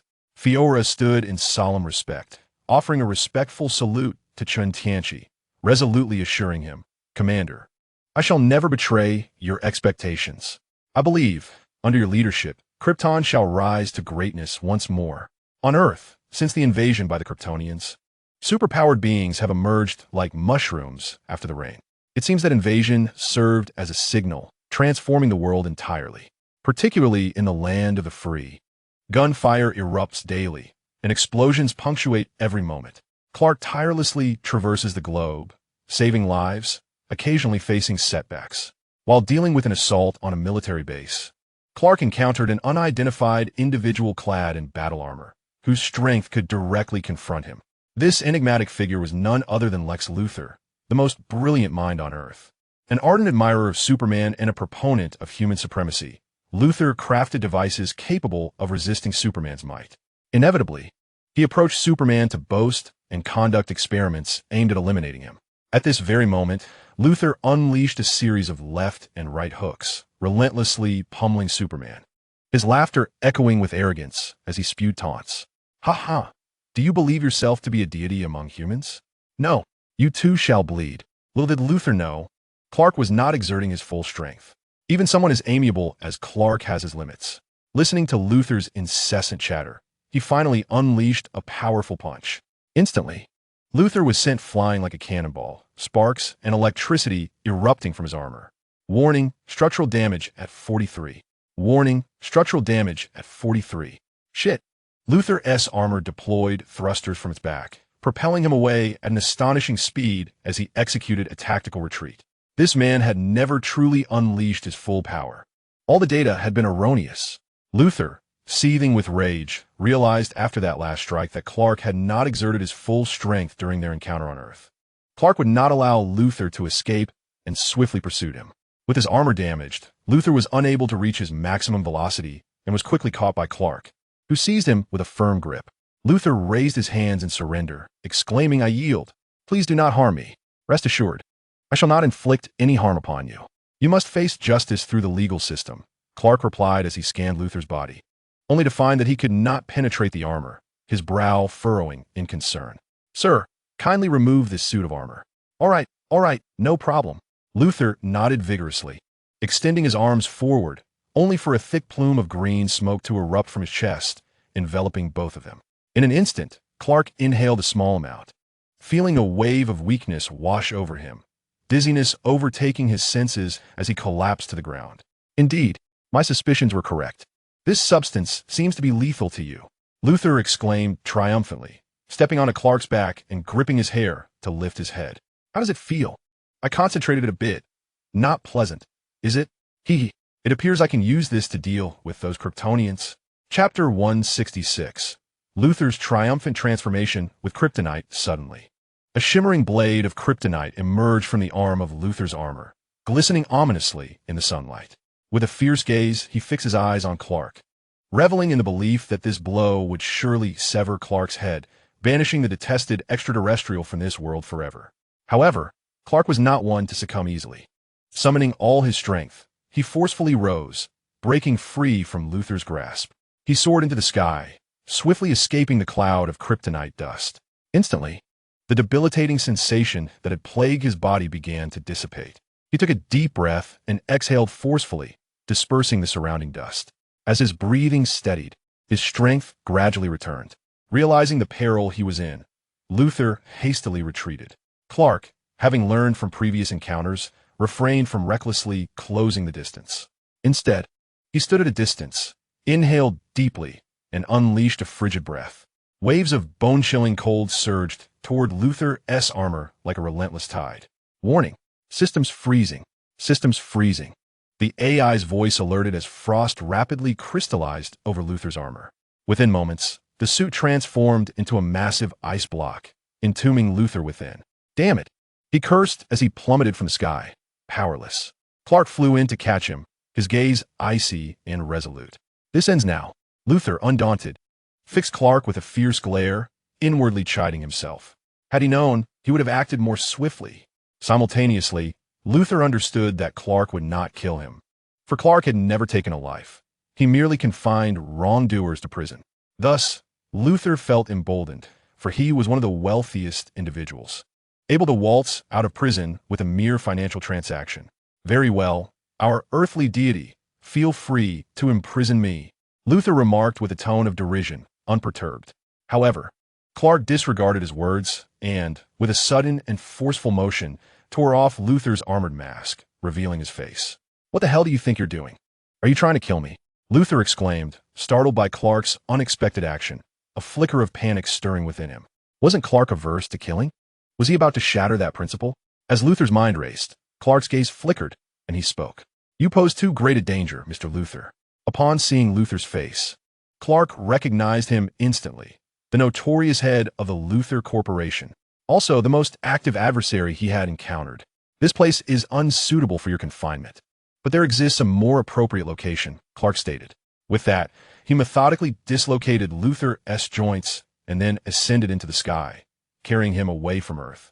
Clark realized that Luther wielded kryptonite and harbored malevolent intentions towards Kryptonians. He could not afford to let him roam free, for he would inevitably pose a threat to New Krypton. He might even instigate a conflict between Earth and New Krypton. In such a scenario, Clark, as the bridge between the two worlds, would find himself in a torturous predicament, regardless of whom he chose to aid. Therefore, Clark resolved to extinguish this nascent threat before it could escalate. On New Krypton, Chen Tianqi was engaged in flirtation with Diana, reveling in the scenery when an uninvited Clark approached. After a round of explanations, Chen Tianqi cast a resigned glance at Clark and then at the boneless chicken in his hands. So, you wish to confine this fellow here? Yes. I believe that should be feasible, Mr. Chen, Clark replied, his eyes sparkling with mirth as he observed Chen Tianqi and Diana, occasionally winking at Chen Tianqi. You previously claimed not to know her. Very well, you may imprison this boneless chicken here. I shall treat him well, Chen Tianqi remarked, moving beside Luther and meeting his iconic bald gaze with a smile. Such a person certainly deserved proper hospitality, though perhaps after a bit of mental persuasion. No, this cannot be. I am an Earthling, and you Kryptonians have no authority to confine me. I protest. Luther attempted to struggle, only to find himself utterly powerless.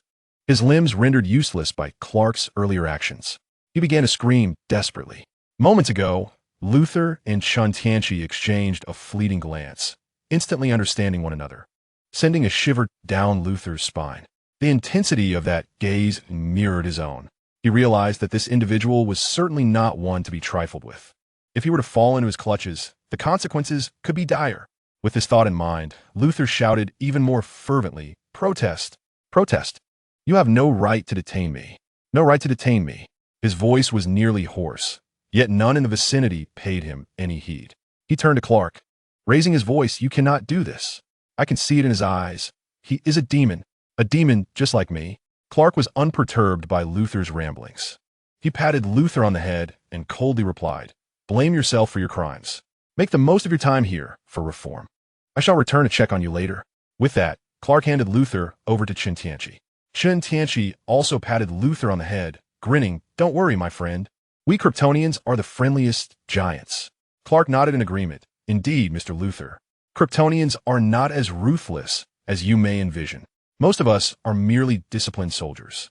Realizing the situation was set, Luther spat a mouthful of phlegm towards Clark, glaring fiercely. "Fuck you." Chen Tianqi, disgusted, swiftly knocked Luther unconscious, calling for guards to take him to Trig for some proper re-education on manners. Clark remained unfazed, as his biological force field effortlessly blocked the spit, leaving no trace on his attire. He gazed at the city, which was no longer desolate. It began to bustle with life, though it seemed that most of the inhabitants were women. "Mr. Chen, it appears that New Krypton has welcomed a plethora of new residents." "Indeed, they're Diana's kin, a tribe comprised entirely of women. Given New Krypton's significant population deficit, I facilitated their immigration here," Chen Tianqi explained, wrapping an arm around Diana's shoulders. "Hello, Clark. Allow me to reintroduce myself. I am Queen Diana of the Amazons." Diana introduced herself with graceful poise. "By the way, New Krypton is implementing a reproductive program, assigning wives to every Kryptonian male. Clark, would you like a wife?" Diana looked at the innocent Clark, a sly smile creeping onto her face. "Ha ha, indeed. Clark, would you like a wife?" Chen Tianqi chuckled, realizing he had overlooked Clark's potential. Upon hearing this, Clark's face flushed crimson. He cleared his throat and, after a brief moment of hesitation, fervently waved his hands. No, thank you. I have matters to attend to on Earth. I must take my leave." With that, Clark hastily took to the skies. Upon witnessing the scene, Chen Tianqi exchanged a knowing glance with Diana, both acutely aware of Clark's hesitation. Their silent understanding prompted a burst of hearty laughter. How amusing it was that Clark appeared bashful. Chapter 167, Journey to the New World. Enough. I can't go in there. Don't use that clamp."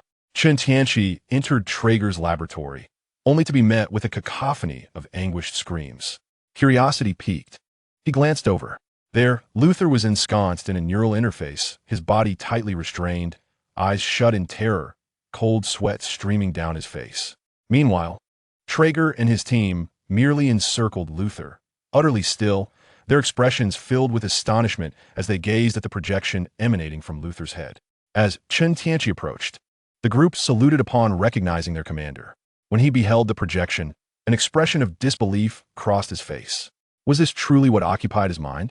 After pondering briefly, Traeger uncertainly ventured, perhaps, in his subconscious, being incarcerated is a rather normal occurrence for him, which is why he perceives our situation in a similar light. Chen Tianqi's lips twitched as he surveyed the projection. Even so, the unfolding narrative was becoming increasingly far-fetched. How could there be someone who bore such a resemblance to Clark? Never mind. Let us proceed with this storyline and modify it accordingly. He waved his hand, dismissing Luther's mental theatrics. "Very well. I assure you the task will be accomplished." Traeger's eyes lit up at this declaration. After observing for so long, he had concocted a plethora of plot lines. Eagerly, he began manipulating the neural interface, producing a flurry of outputs. Luther's internal narrative underwent a startling transformation.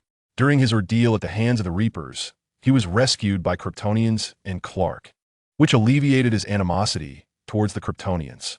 Subsequently, due to this experience, coupled with Luther's incessant and clandestine observations of Clark, he inevitably developed a profound affection for him, albeit in secret. The tenacity of a devoted admirer knows no bounds.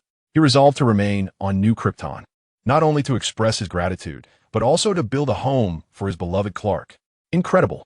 Both Chen Tianqi and the other technicians erupted into applause upon witnessing this melodramatic twist, their faces radiant with admiration for Traeger.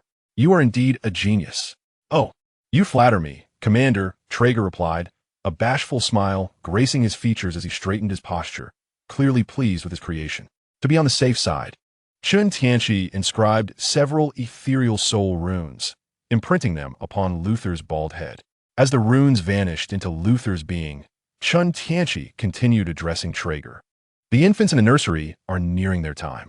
Remember to ensure they are well looked after. They are the Kryptonians of the elite templates, and there is no room for error. Yes, Commander. Upon hearing these words, Traeger immediately adopted a serious demeanor. After dealing with Luther, Chen Tianqi felt that he needed to summon a formidable race to realize his ambition. Thus, he donned his gear and addressed the system, instructing it to open the next world portal. He had already chosen the subsequent realm, one inhabited by a race reminiscent of the Kryptonians. Very well, Master, the system complied, and a magnificent, multicolored portal materialized at Chen Tianqi's feet. In the midst of a majestic range of snow-capped mountains, suddenly, an aircraft, soaring at supersonic speed, pierced through the clouds, racing past. It skillfully navigated around several towering peaks before vanishing into the entrance of a concealed cave. A figure resembling a bat-themed superhero descended from the plane, making his way toward a shadowy path. At the end of the path stood a group of men and women clad in eccentric attire, gathered together as if awaiting a momentous event. Darkwing, did you summon us for a reason? Inquired a rugged middle-aged man, casting a puzzled glance at the newly arrived Darkwing. The man known as Darkwing, resembling a black Batman, also exhibited a hint of confusion upon hearing the question. Me? It seems the alarm was not triggered by us. Upon Darkwing's words, an air of vigilance enveloped the gathering as they began to scan their surroundings. Be careful. Immortality. A young man in a tight, red uniform swiftly pushed aside the rugged middle-aged man. Boom! A powerful gust of wind accompanied a red fist. What? Omnipotent man. The group was taken aback, their expressions frozen in disbelief upon realizing that the assailant was the esteemed Omnipotent Man. The man known as Omnipotent Man paid them no heed, turning his gaze coldly over the assembly, assessing who posed the greatest threat. Before long, someone regained their composure and promptly launched an attack on Omnipotent Man. He effortlessly deflected multiple assaults, retaliating with a punch aimed at a fish-headed creature spewing water. However, the young man in red intervened just in time. Omnipotent Man's eyes narrowed as he allowed the young man's fist to strike him. Seizing that fleeting moment, he grasped the young man's head with both hands and began to apply pressure. The painful sensation of the crushing grip compelled the young man to unleash a flurry of punches at Omnipotent Man, each strike faster than the eye could follow. Despite sustaining some injuries, Omnipotent Man remained unfazed, exerting his strength. In an instant, the young man's eyes bulged and his head exploded like a watermelon. No! The remaining few watched in horror, their comrade perishing before their very eyes. Fueled by a seething fury, they charged towards the all-powerful man. Just then, a searing beam swept across their path, halting them in their tracks as they warily gazed towards its origin. Clap, clap, clap. Quite impressive, Nolan. As a Virtumite, it must be arduous to play along with this group. It would take mere seconds to crush them, yet you choose to engage in this epic struggle, feigning injury. I truly admire you, Nolan. Chen Tianqi emerged from the shadows, applauding. The usually silent, all-powerful man, Nolan, narrowed his pupils upon hearing these words. With a grave expression, he looked at Chen Tianqi and queried, Who are you? Who I am is inconsequential. What matters is. Chen Tianqi's figure flickered, and with a single punch, he shattered the fish-head man's skull. I can ensure your safe retreat. No, damn you, you two wretched bastards. The immortal man roared furiously as he charged at Chen Tianqi and Nolan. Undeterred, Chen Tianqi continued to smile at Nolan, inquiring, Do you agree? A myriad of thoughts flashed through Nolan's eyes. Being astute, he quickly grasped Chen Tianqi's intent. Taking a deep breath, with a resolute gaze, he replied, I agree. With that, Nolan lunged towards Chen Tianqi, attacking him with fervor, much like the Immortal Man Chapter 168. the invincible young hero after a gruesome slaughter. The once vast arena had transformed into a canvas stained with crimson. Limbs and severed body parts were strewn about indiscriminately. Nolan, battered and bruised, knelt on one knee, gasping for breath, staring in shock at the man clad in black armor before him. Swallowing hard, he asked, "Are you a Virtumite?" Nolan could scarcely fathom what other race in the cosmos possessed such might. It is known that fewer than 5 beings in the universe could rival him. "I am a Kryptonian. Soon, you shall comprehend my lineage," Chen Tianqi responded, methodically reducing the immortal man to a bloody pulp before casting a keen glance over the scene, ensuring not a trace of cellular matter remained. He was well aware of the immortal man's characteristics. Failing to obliterate him utterly could allow for resurrection through residual cells. Approaching Nolan, arms crossed, he gazed into his eyes and asked, "So are you prepared?" Noticing Nolan hesitating, Chen Tianqi gently patted his shoulder, offering reassurance. "Rest assured, I shall be quite gentle. It will be as if you've merely drifted into slumber. Later, I shall come to discuss matters with you."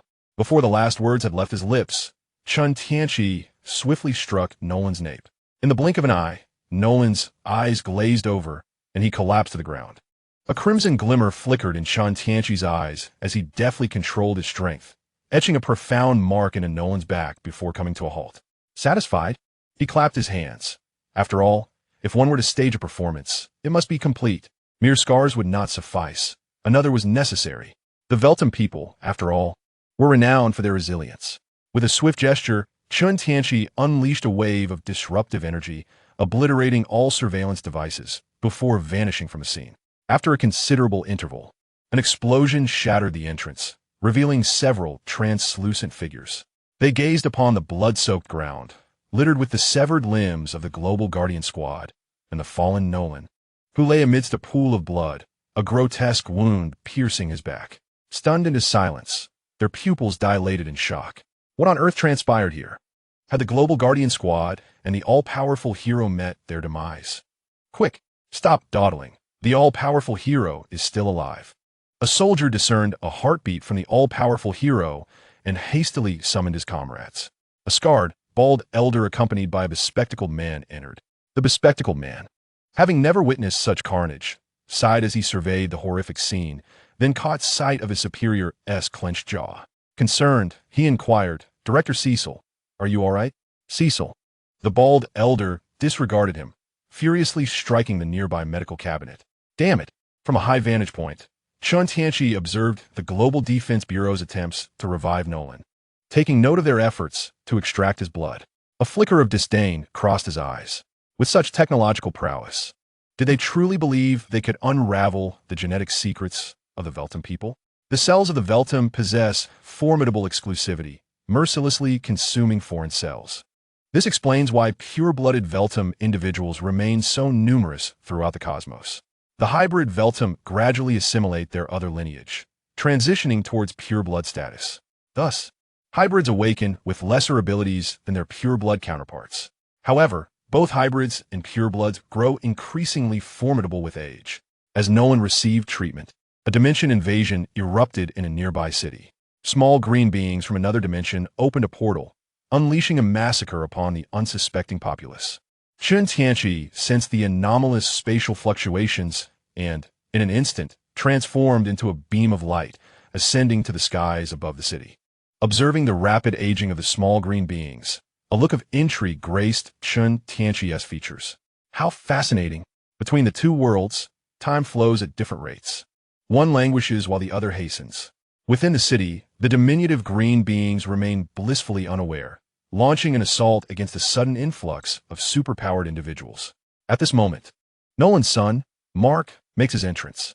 Chen Tianqi discerns at a glance that Mark has recently awakened his abilities, yet he has yet to fully master them.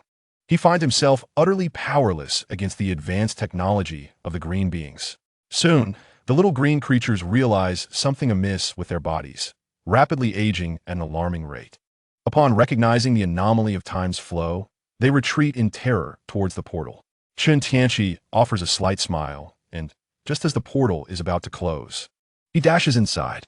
At the scene of the global defense team's demise, Cecil and his subordinate, Donald, observe a towering demon clad in a brown trench coat. rummaging about the vicinity. Do you know who the perpetrator is? Cecil inquires of the demon before him. The detective demon picks up a smear of blood and a small piece of flesh with his fingers. Numerous images flash through his mind, a shadow whose eyes emit red beams, severing everything in their path. How tragic, he muses, before collecting another piece of unidentified tissue. Memories flooding back once more.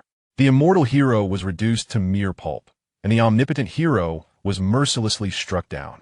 Now, I simply wish to know if you can discern any clues or identify the culprit. I have no desire to hear a recounting of their demise. Cecil interjects impatiently, urging the demon. The detective demon rises, sighing. There are no clues. I can only perceive a shadow.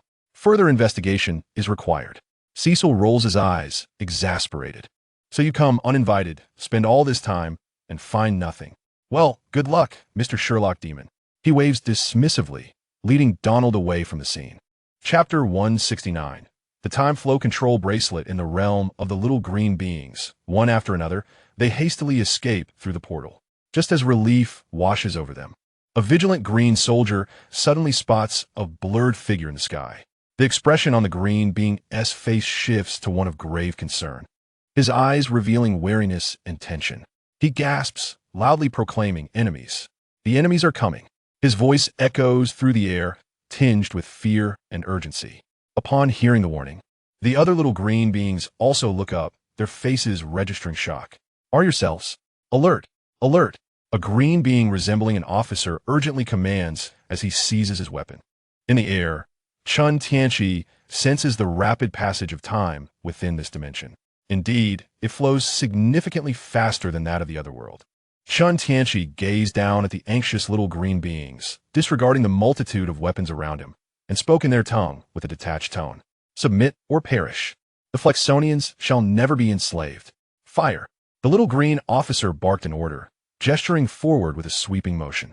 Countless green soldiers launched an assault on Chen Tianqi, their energy beams striking his body, merely causing a faint shimmer, utterly ineffective, leaving him unscathed. How feeble! Chen Tianqi, with an air of indifference, casually waved his hand, and in a flash of cold brilliance, all attacks vanished as if they had never existed. In the next instant, the heads of the soldiers at the forefront soared into the sky, thousands of cucumber-like heads flying upward, instantly shocking the remaining little green beings into a stupor. Run, run! He is a monster! As one green soldier frantically flailed his lower body, his mental resolve crumbled completely, and with a loud cry, he abandoned his weapon and fled without a backward glance.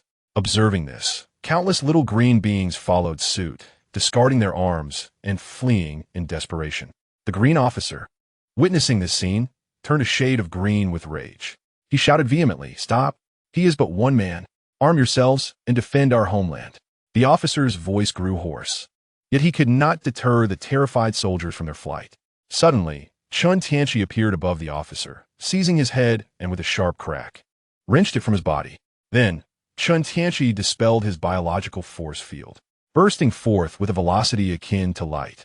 He instantly reached the opposite end of the little green city. The inhabitants of the city, unaware of the chaos, could only catch a fleeting glimpse of a brief, fiery glow before everything fell silent. In an instant, the tremendous shockwave and friction generated by his speed reduced the entire city to rubble.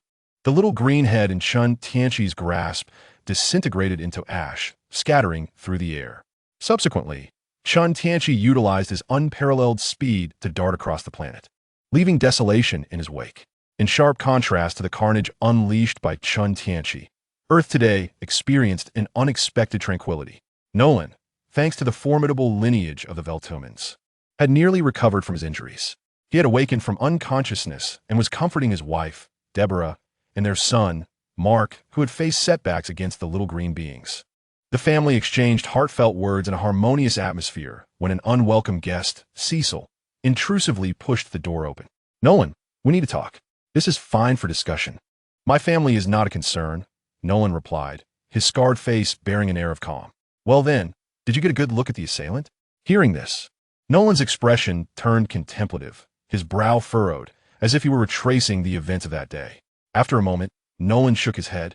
He donned his battle armor, concealing his face beneath, its formidable visage. Subsequently, Nolan, with a grave expression, addressed Cecil, asserting he is immensely powerful. Even I cannot stand against him. Nolan spoke truthfully. He could distinctly perceive the might of Chen Tianqi. Yet, he pondered the true intentions of such a person seeking him out. Lost in these thoughts, Nolan fell into a deep reverie. Enough. Cecil, Nolan is only just awakened. He requires rest. Deborah, Nolan's wife, observed her husband's furrowed brow with concern. She sternly rebuked Cecil. This is of utmost importance. If we fail to apprehend the perpetrator, Nolan, the city, and even our planet will face dire consequences. With fervor, Cecil implored, Nolan, I earnestly hope you can reflect upon any overlooked clues. As a suspicious and cautious individual, Cecil was understandably troubled by the sudden emergence of a being that surpassed all superheroes. Relinquishing the initiative to others was not to his liking.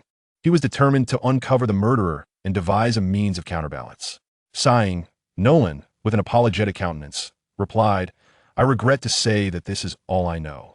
Nonetheless, he harbored a sense of disdain.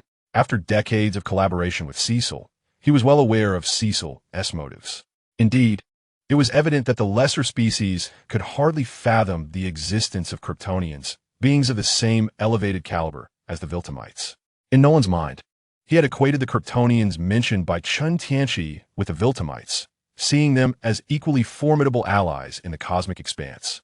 With a weary rub of his brow, Cecil, feeling exasperated, bid farewell.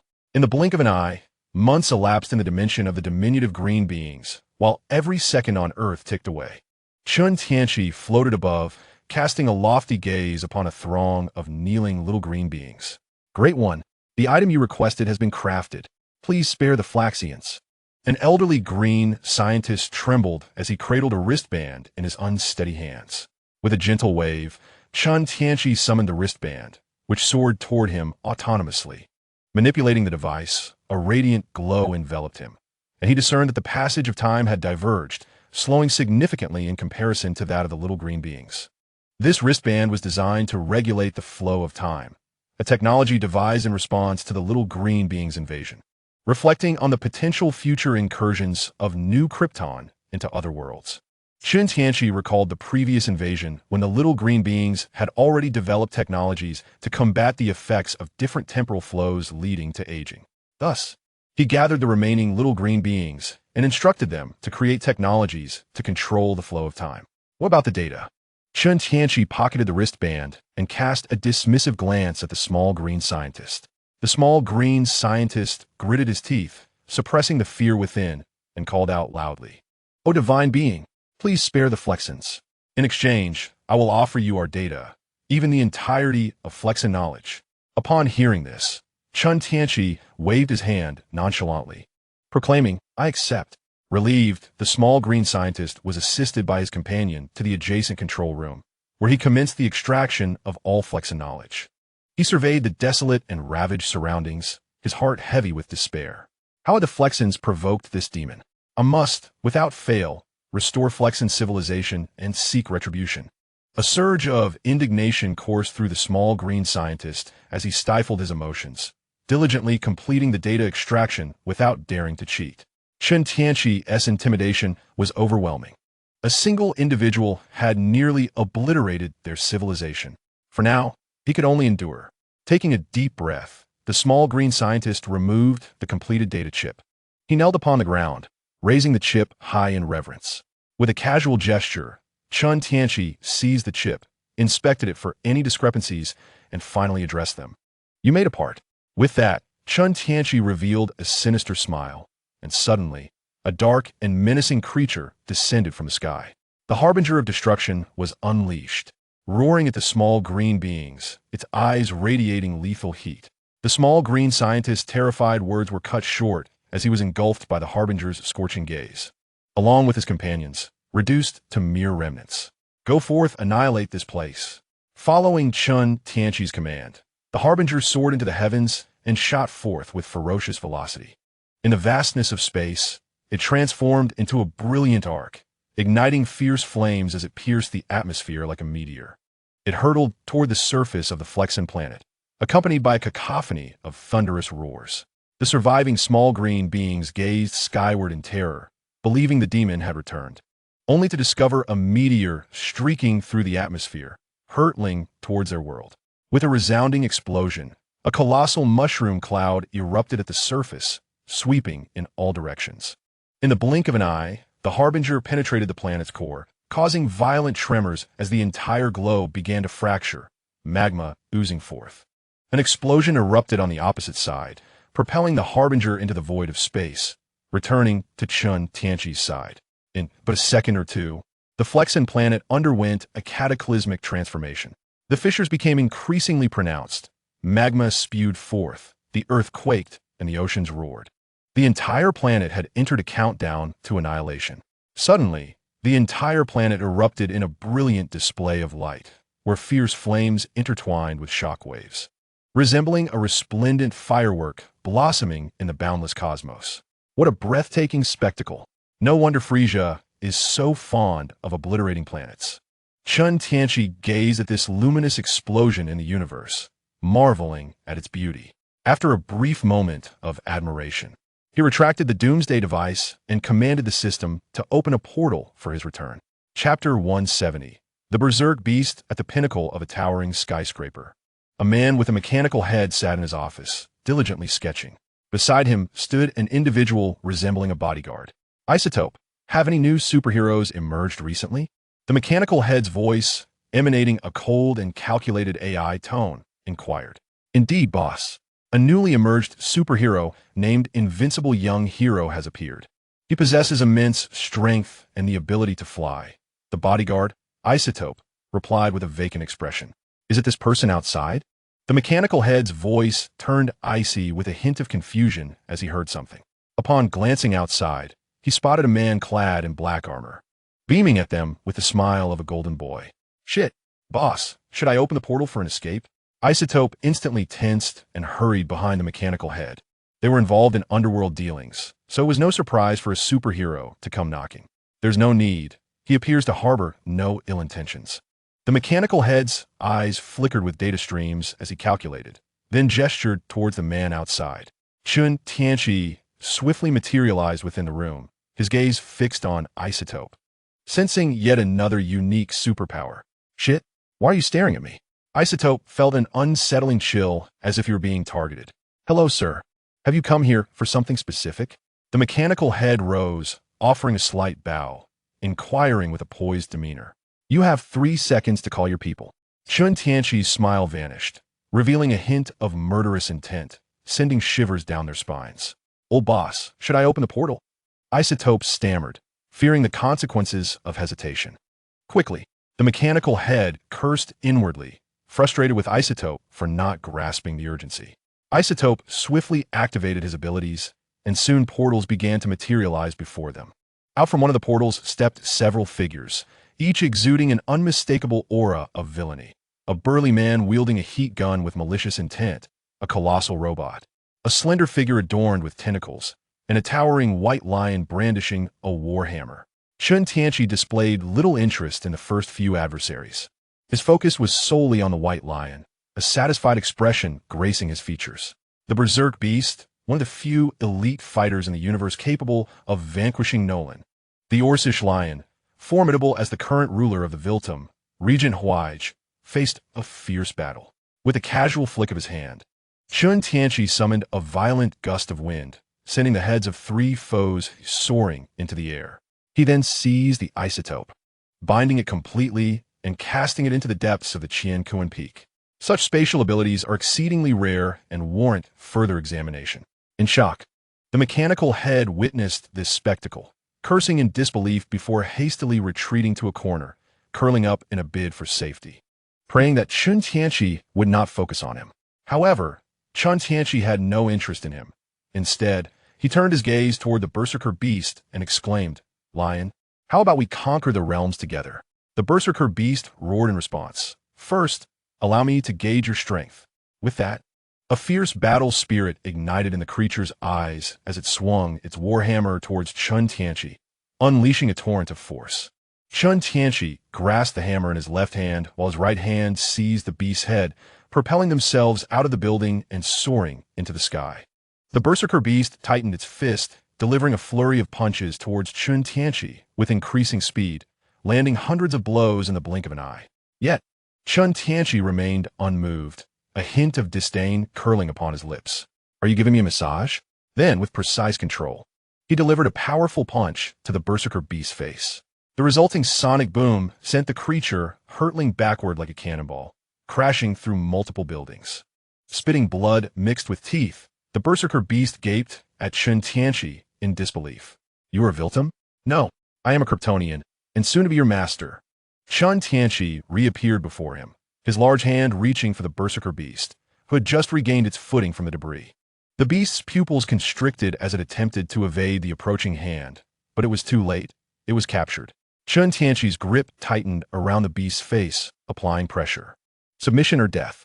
The berserker beast roared defiantly, suddenly launching its legs towards Chen Tianqi, tearing away its own skin to break free from the grasp. Seizing its leg, Chen Tianqi forcefully slammed it downwards. The sound of cracking bones echoed as he hurled the berserker beast into the sky like a ball. Chen Tianqi rained down punches upon the beast, propelling it further into outer space. During this tumultuous journey, the berserker beast attempted to resist. But Chen Tianqi's speed and strength were overwhelming, utterly dominating the encounter. Several satellites in the cosmos slowly altered their trajectories, seemingly to investigate the commotion. Yet, the velocity of the two combatants was akin to a flash of light, obliterating the satellites in an instant, reducing them to mere cosmic debris. "Stop!" The berserker beast opened its mouth, attempting to speak, but before any sound could escape, it was silenced by Chen Tianqi's fist. The sunken cheeks of the beast, as if it were plummeting towards the moon, created a vast crater upon impact. The frenzied war beast writhed in the depths of the pit, its visage a grotesque mash of flesh and blood, one eye nearly dislodged from its socket. Suddenly, its eyes widened in terror as it gazed upon a figure on the horizon. "Stop! I yield." The war beast silently opened its mouth, attempting to articulate its submission. Chen Tianqi executed a Leo kick, striking the lunar surface beside the war beast's head. In an instant, a significant portion of the moon vanished, transforming its once perfect sphere into a crescent form. "Damn!" The war beast cursed in fear, grateful for its quick words. Otherwise, its head would have surely exploded. What manner of race is this? Kryptonians? More formidable than the Veltumans. Rise and submit, little kitty. Chen Tianqi's voice resonated in the war beast's mind, startling it profoundly. Telepathy? With a mere wave of his hand, the war beast's injuries healed instantaneously. It stood, incredulity filling its gaze as it examined its own hands, shock evident in its expression. After a brief moment, the war beast regained its composure. The beastmen were a race that followed the principle of might makes right, and, at that moment, it was utterly captivated by this powerful and enigmatic figure. The war beast promptly knelt on one knee, honoring Chen Tianqi with the highest tribute of its kind, internally proclaiming, "As a member of the lion kin, I shall henceforth fight for you across the realms." Chapter 171. Veltum star Chen Tianqi wore a satisfied smile, gently ruffling the war beast's furry head. The beast lowered its gaze, offering no resistance, submitting willingly to Chen Tianqi's affectionate touch. "Little kitty, follow me, and you shall discover not only newfound strength, but also the opportunity to clash with the mightiest of other worlds." After relishing the joy of petting the beast, Chen Tianqi lightly tapped its forehead, activating his enhancement ability. In that moment, a surge of potent energy surged through the war beast's body like a tidal wave, coursing through its meridians and fortifying its physique. Its muscles swelled, its body expanding slightly, growing increasingly robust, exuding an overwhelming aura. The war beast, astonished, clenched its fists, feeling an immense boost in strength, capable of easily vanquishing its former self. "Thank you, master," the war beast exclaimed, overwhelmed with joy, unhesitatingly prostrating itself at Chen Tianqi's feet to demonstrate its submission. Had it been someone with merely slightly greater strength, the war beast would never have willingly yielded. Even if it did submit, it would surely rebel once its own power grew.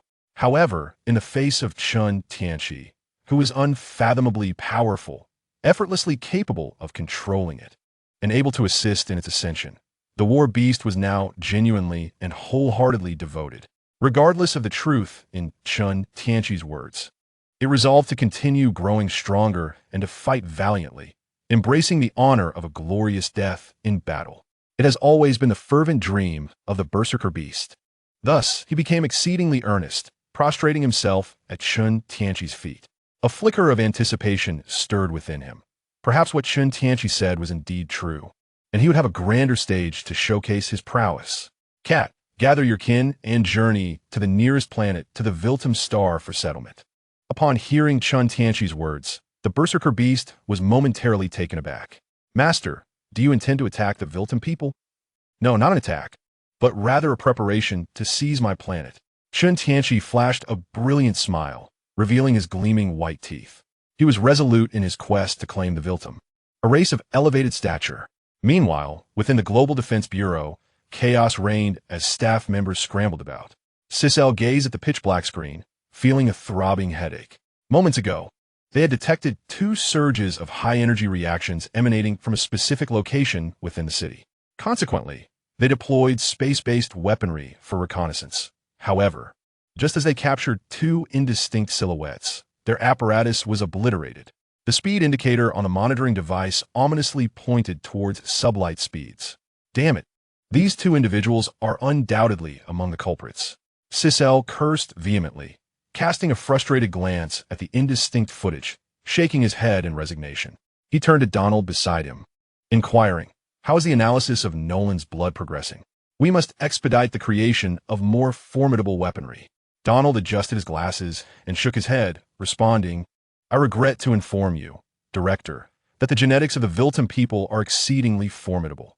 Our capacity for understanding is severely limited. They assimilate everything that penetrates their defenses. Moreover, their cells exhibit remarkable vitality, with an impenetrable exterior that allows them to endure for extended periods outside their host. Given our current technological constraints, we are unable to penetrate the genetic information of the Viltum. Therefore, it seems we cannot derive any significant results from Nolan's blood." Sissel furrowed his brow, contemplating. "Then let us alter our research focus." Yet before he could finish his thought, a sigh escaped him. He felt utterly powerless in this situation, yet he was unwilling to relinquish control of his fate to others. Sissel murmured to himself, "Should I seek out Nolan?" At that moment, Nolan, whom Sissel was contemplating, was engaged in a lively conversation with a young man. "Are you truly serious?" Nolan exclaimed, his excitement palpable as he addressed Chen Tianqi. "Nolan, Regent Traeg is not invincible. I could easily crush him," Chen Tianqi replied casually, crossing his legs. "It is worth mentioning that one of my subordinates is also named Traeg, a Kryptonian. You need only assist me in becoming the new regent of the Viltum, and you shall be able to remain on Earth with your wife and children for all eternity." Chen Tianqi was acutely aware that Nolan was the last royal member of the Viltum, who was destined to be the current regent. Alas, a civil strife had erupted among the Viltum, and Traeg emerged as the most powerful of them all at that time. Thus, with his position usurped, Nolan had no choice but to embark on a mission to a remote planet, akin to exile. With the support of this pure-blooded royal, Chen Tianqi was spared considerable effort. What if this group of Viltumites were to rebel? Nolan took a moment to compose himself. During his decades on Earth, his heart had transformed from its once icy indifference to a newfound softness. "Very well, I shall accompany you back to Viltum." Nolan inhaled deeply, resolved to follow Chen Tianqi to their mother planet. "Without further ado, let's depart at once." Chen Tianqi rose, gripping Nolan's shoulder. "Wait, I must speak with Dai." Before he could finish, the 2 vanished from their location. In the nearest star system to Veltum, the war beast was once again encamped with his kin. Massive cosmic warships, resembling titanic steel beasts, stood in orderly formation, poised for action in the vacuum of space. "My dear, are we preparing to assault the Veltumites?" A brown-furred lioness gazed lovingly at the side profile of the war beast, her eyes brimming with affection. "I do not know. We await our master's command," the war beast replied coolly, casting her sidelong glance. "Master?" The lioness was left utterly astonished. After all, the war beast had always been an invincible force in her eyes. How could there now be mention of a master? Was he unfaithful, engaging in other pursuits? The thought pierced her heart with sorrow as she grasped the war beast's arm. lamenting, "My beloved, no, I cannot bear to be without you." The war beast shot her an exasperated glare. "Foolish woman, what are you saying?" With that, he attempted to shake off her grasp. Just then, he seemed to sense something and turned his gaze aside. In the next moment, two figures materialized before him.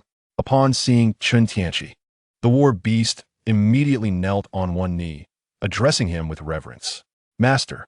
Noticing the lioness still in a stupor, he roughly pulled her down, warning, "He is now our lion tribe's master and leader. Do you understand?" Startled by the war beast's fierce tone, the lioness jolted back to reality and nodded vigorously. "By the stars, is that the war beast?" Nolan exclaimed in astonishment upon spotting the white lion, utterly incredulous. Chen Tianqi offered a slight smile, patting Nolan on the shoulder, signaling him to remain calm. He then addressed the war beast with indifference. "Let us set forth. Our destination is Veltum." Chapter 172, Regent Treger with Chen Tianqi's command.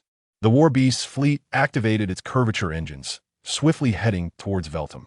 The guardians on Veltum soon detected the war beast's armada and promptly reported to the regent. Craig gazed at the report in his hands, a look of perplexity etched upon his face as he murmured to himself, "What is this lion plotting?" He then raised his head, his countenance infused with authority as his imposing figure rose to its full height. His gaze, sharp and piercing like that of a hawk, swept over the surrounding Viltamans.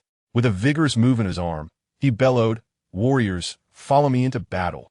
A throng of Viltamans surged forth alongside Craig, soaring into the vastness of space.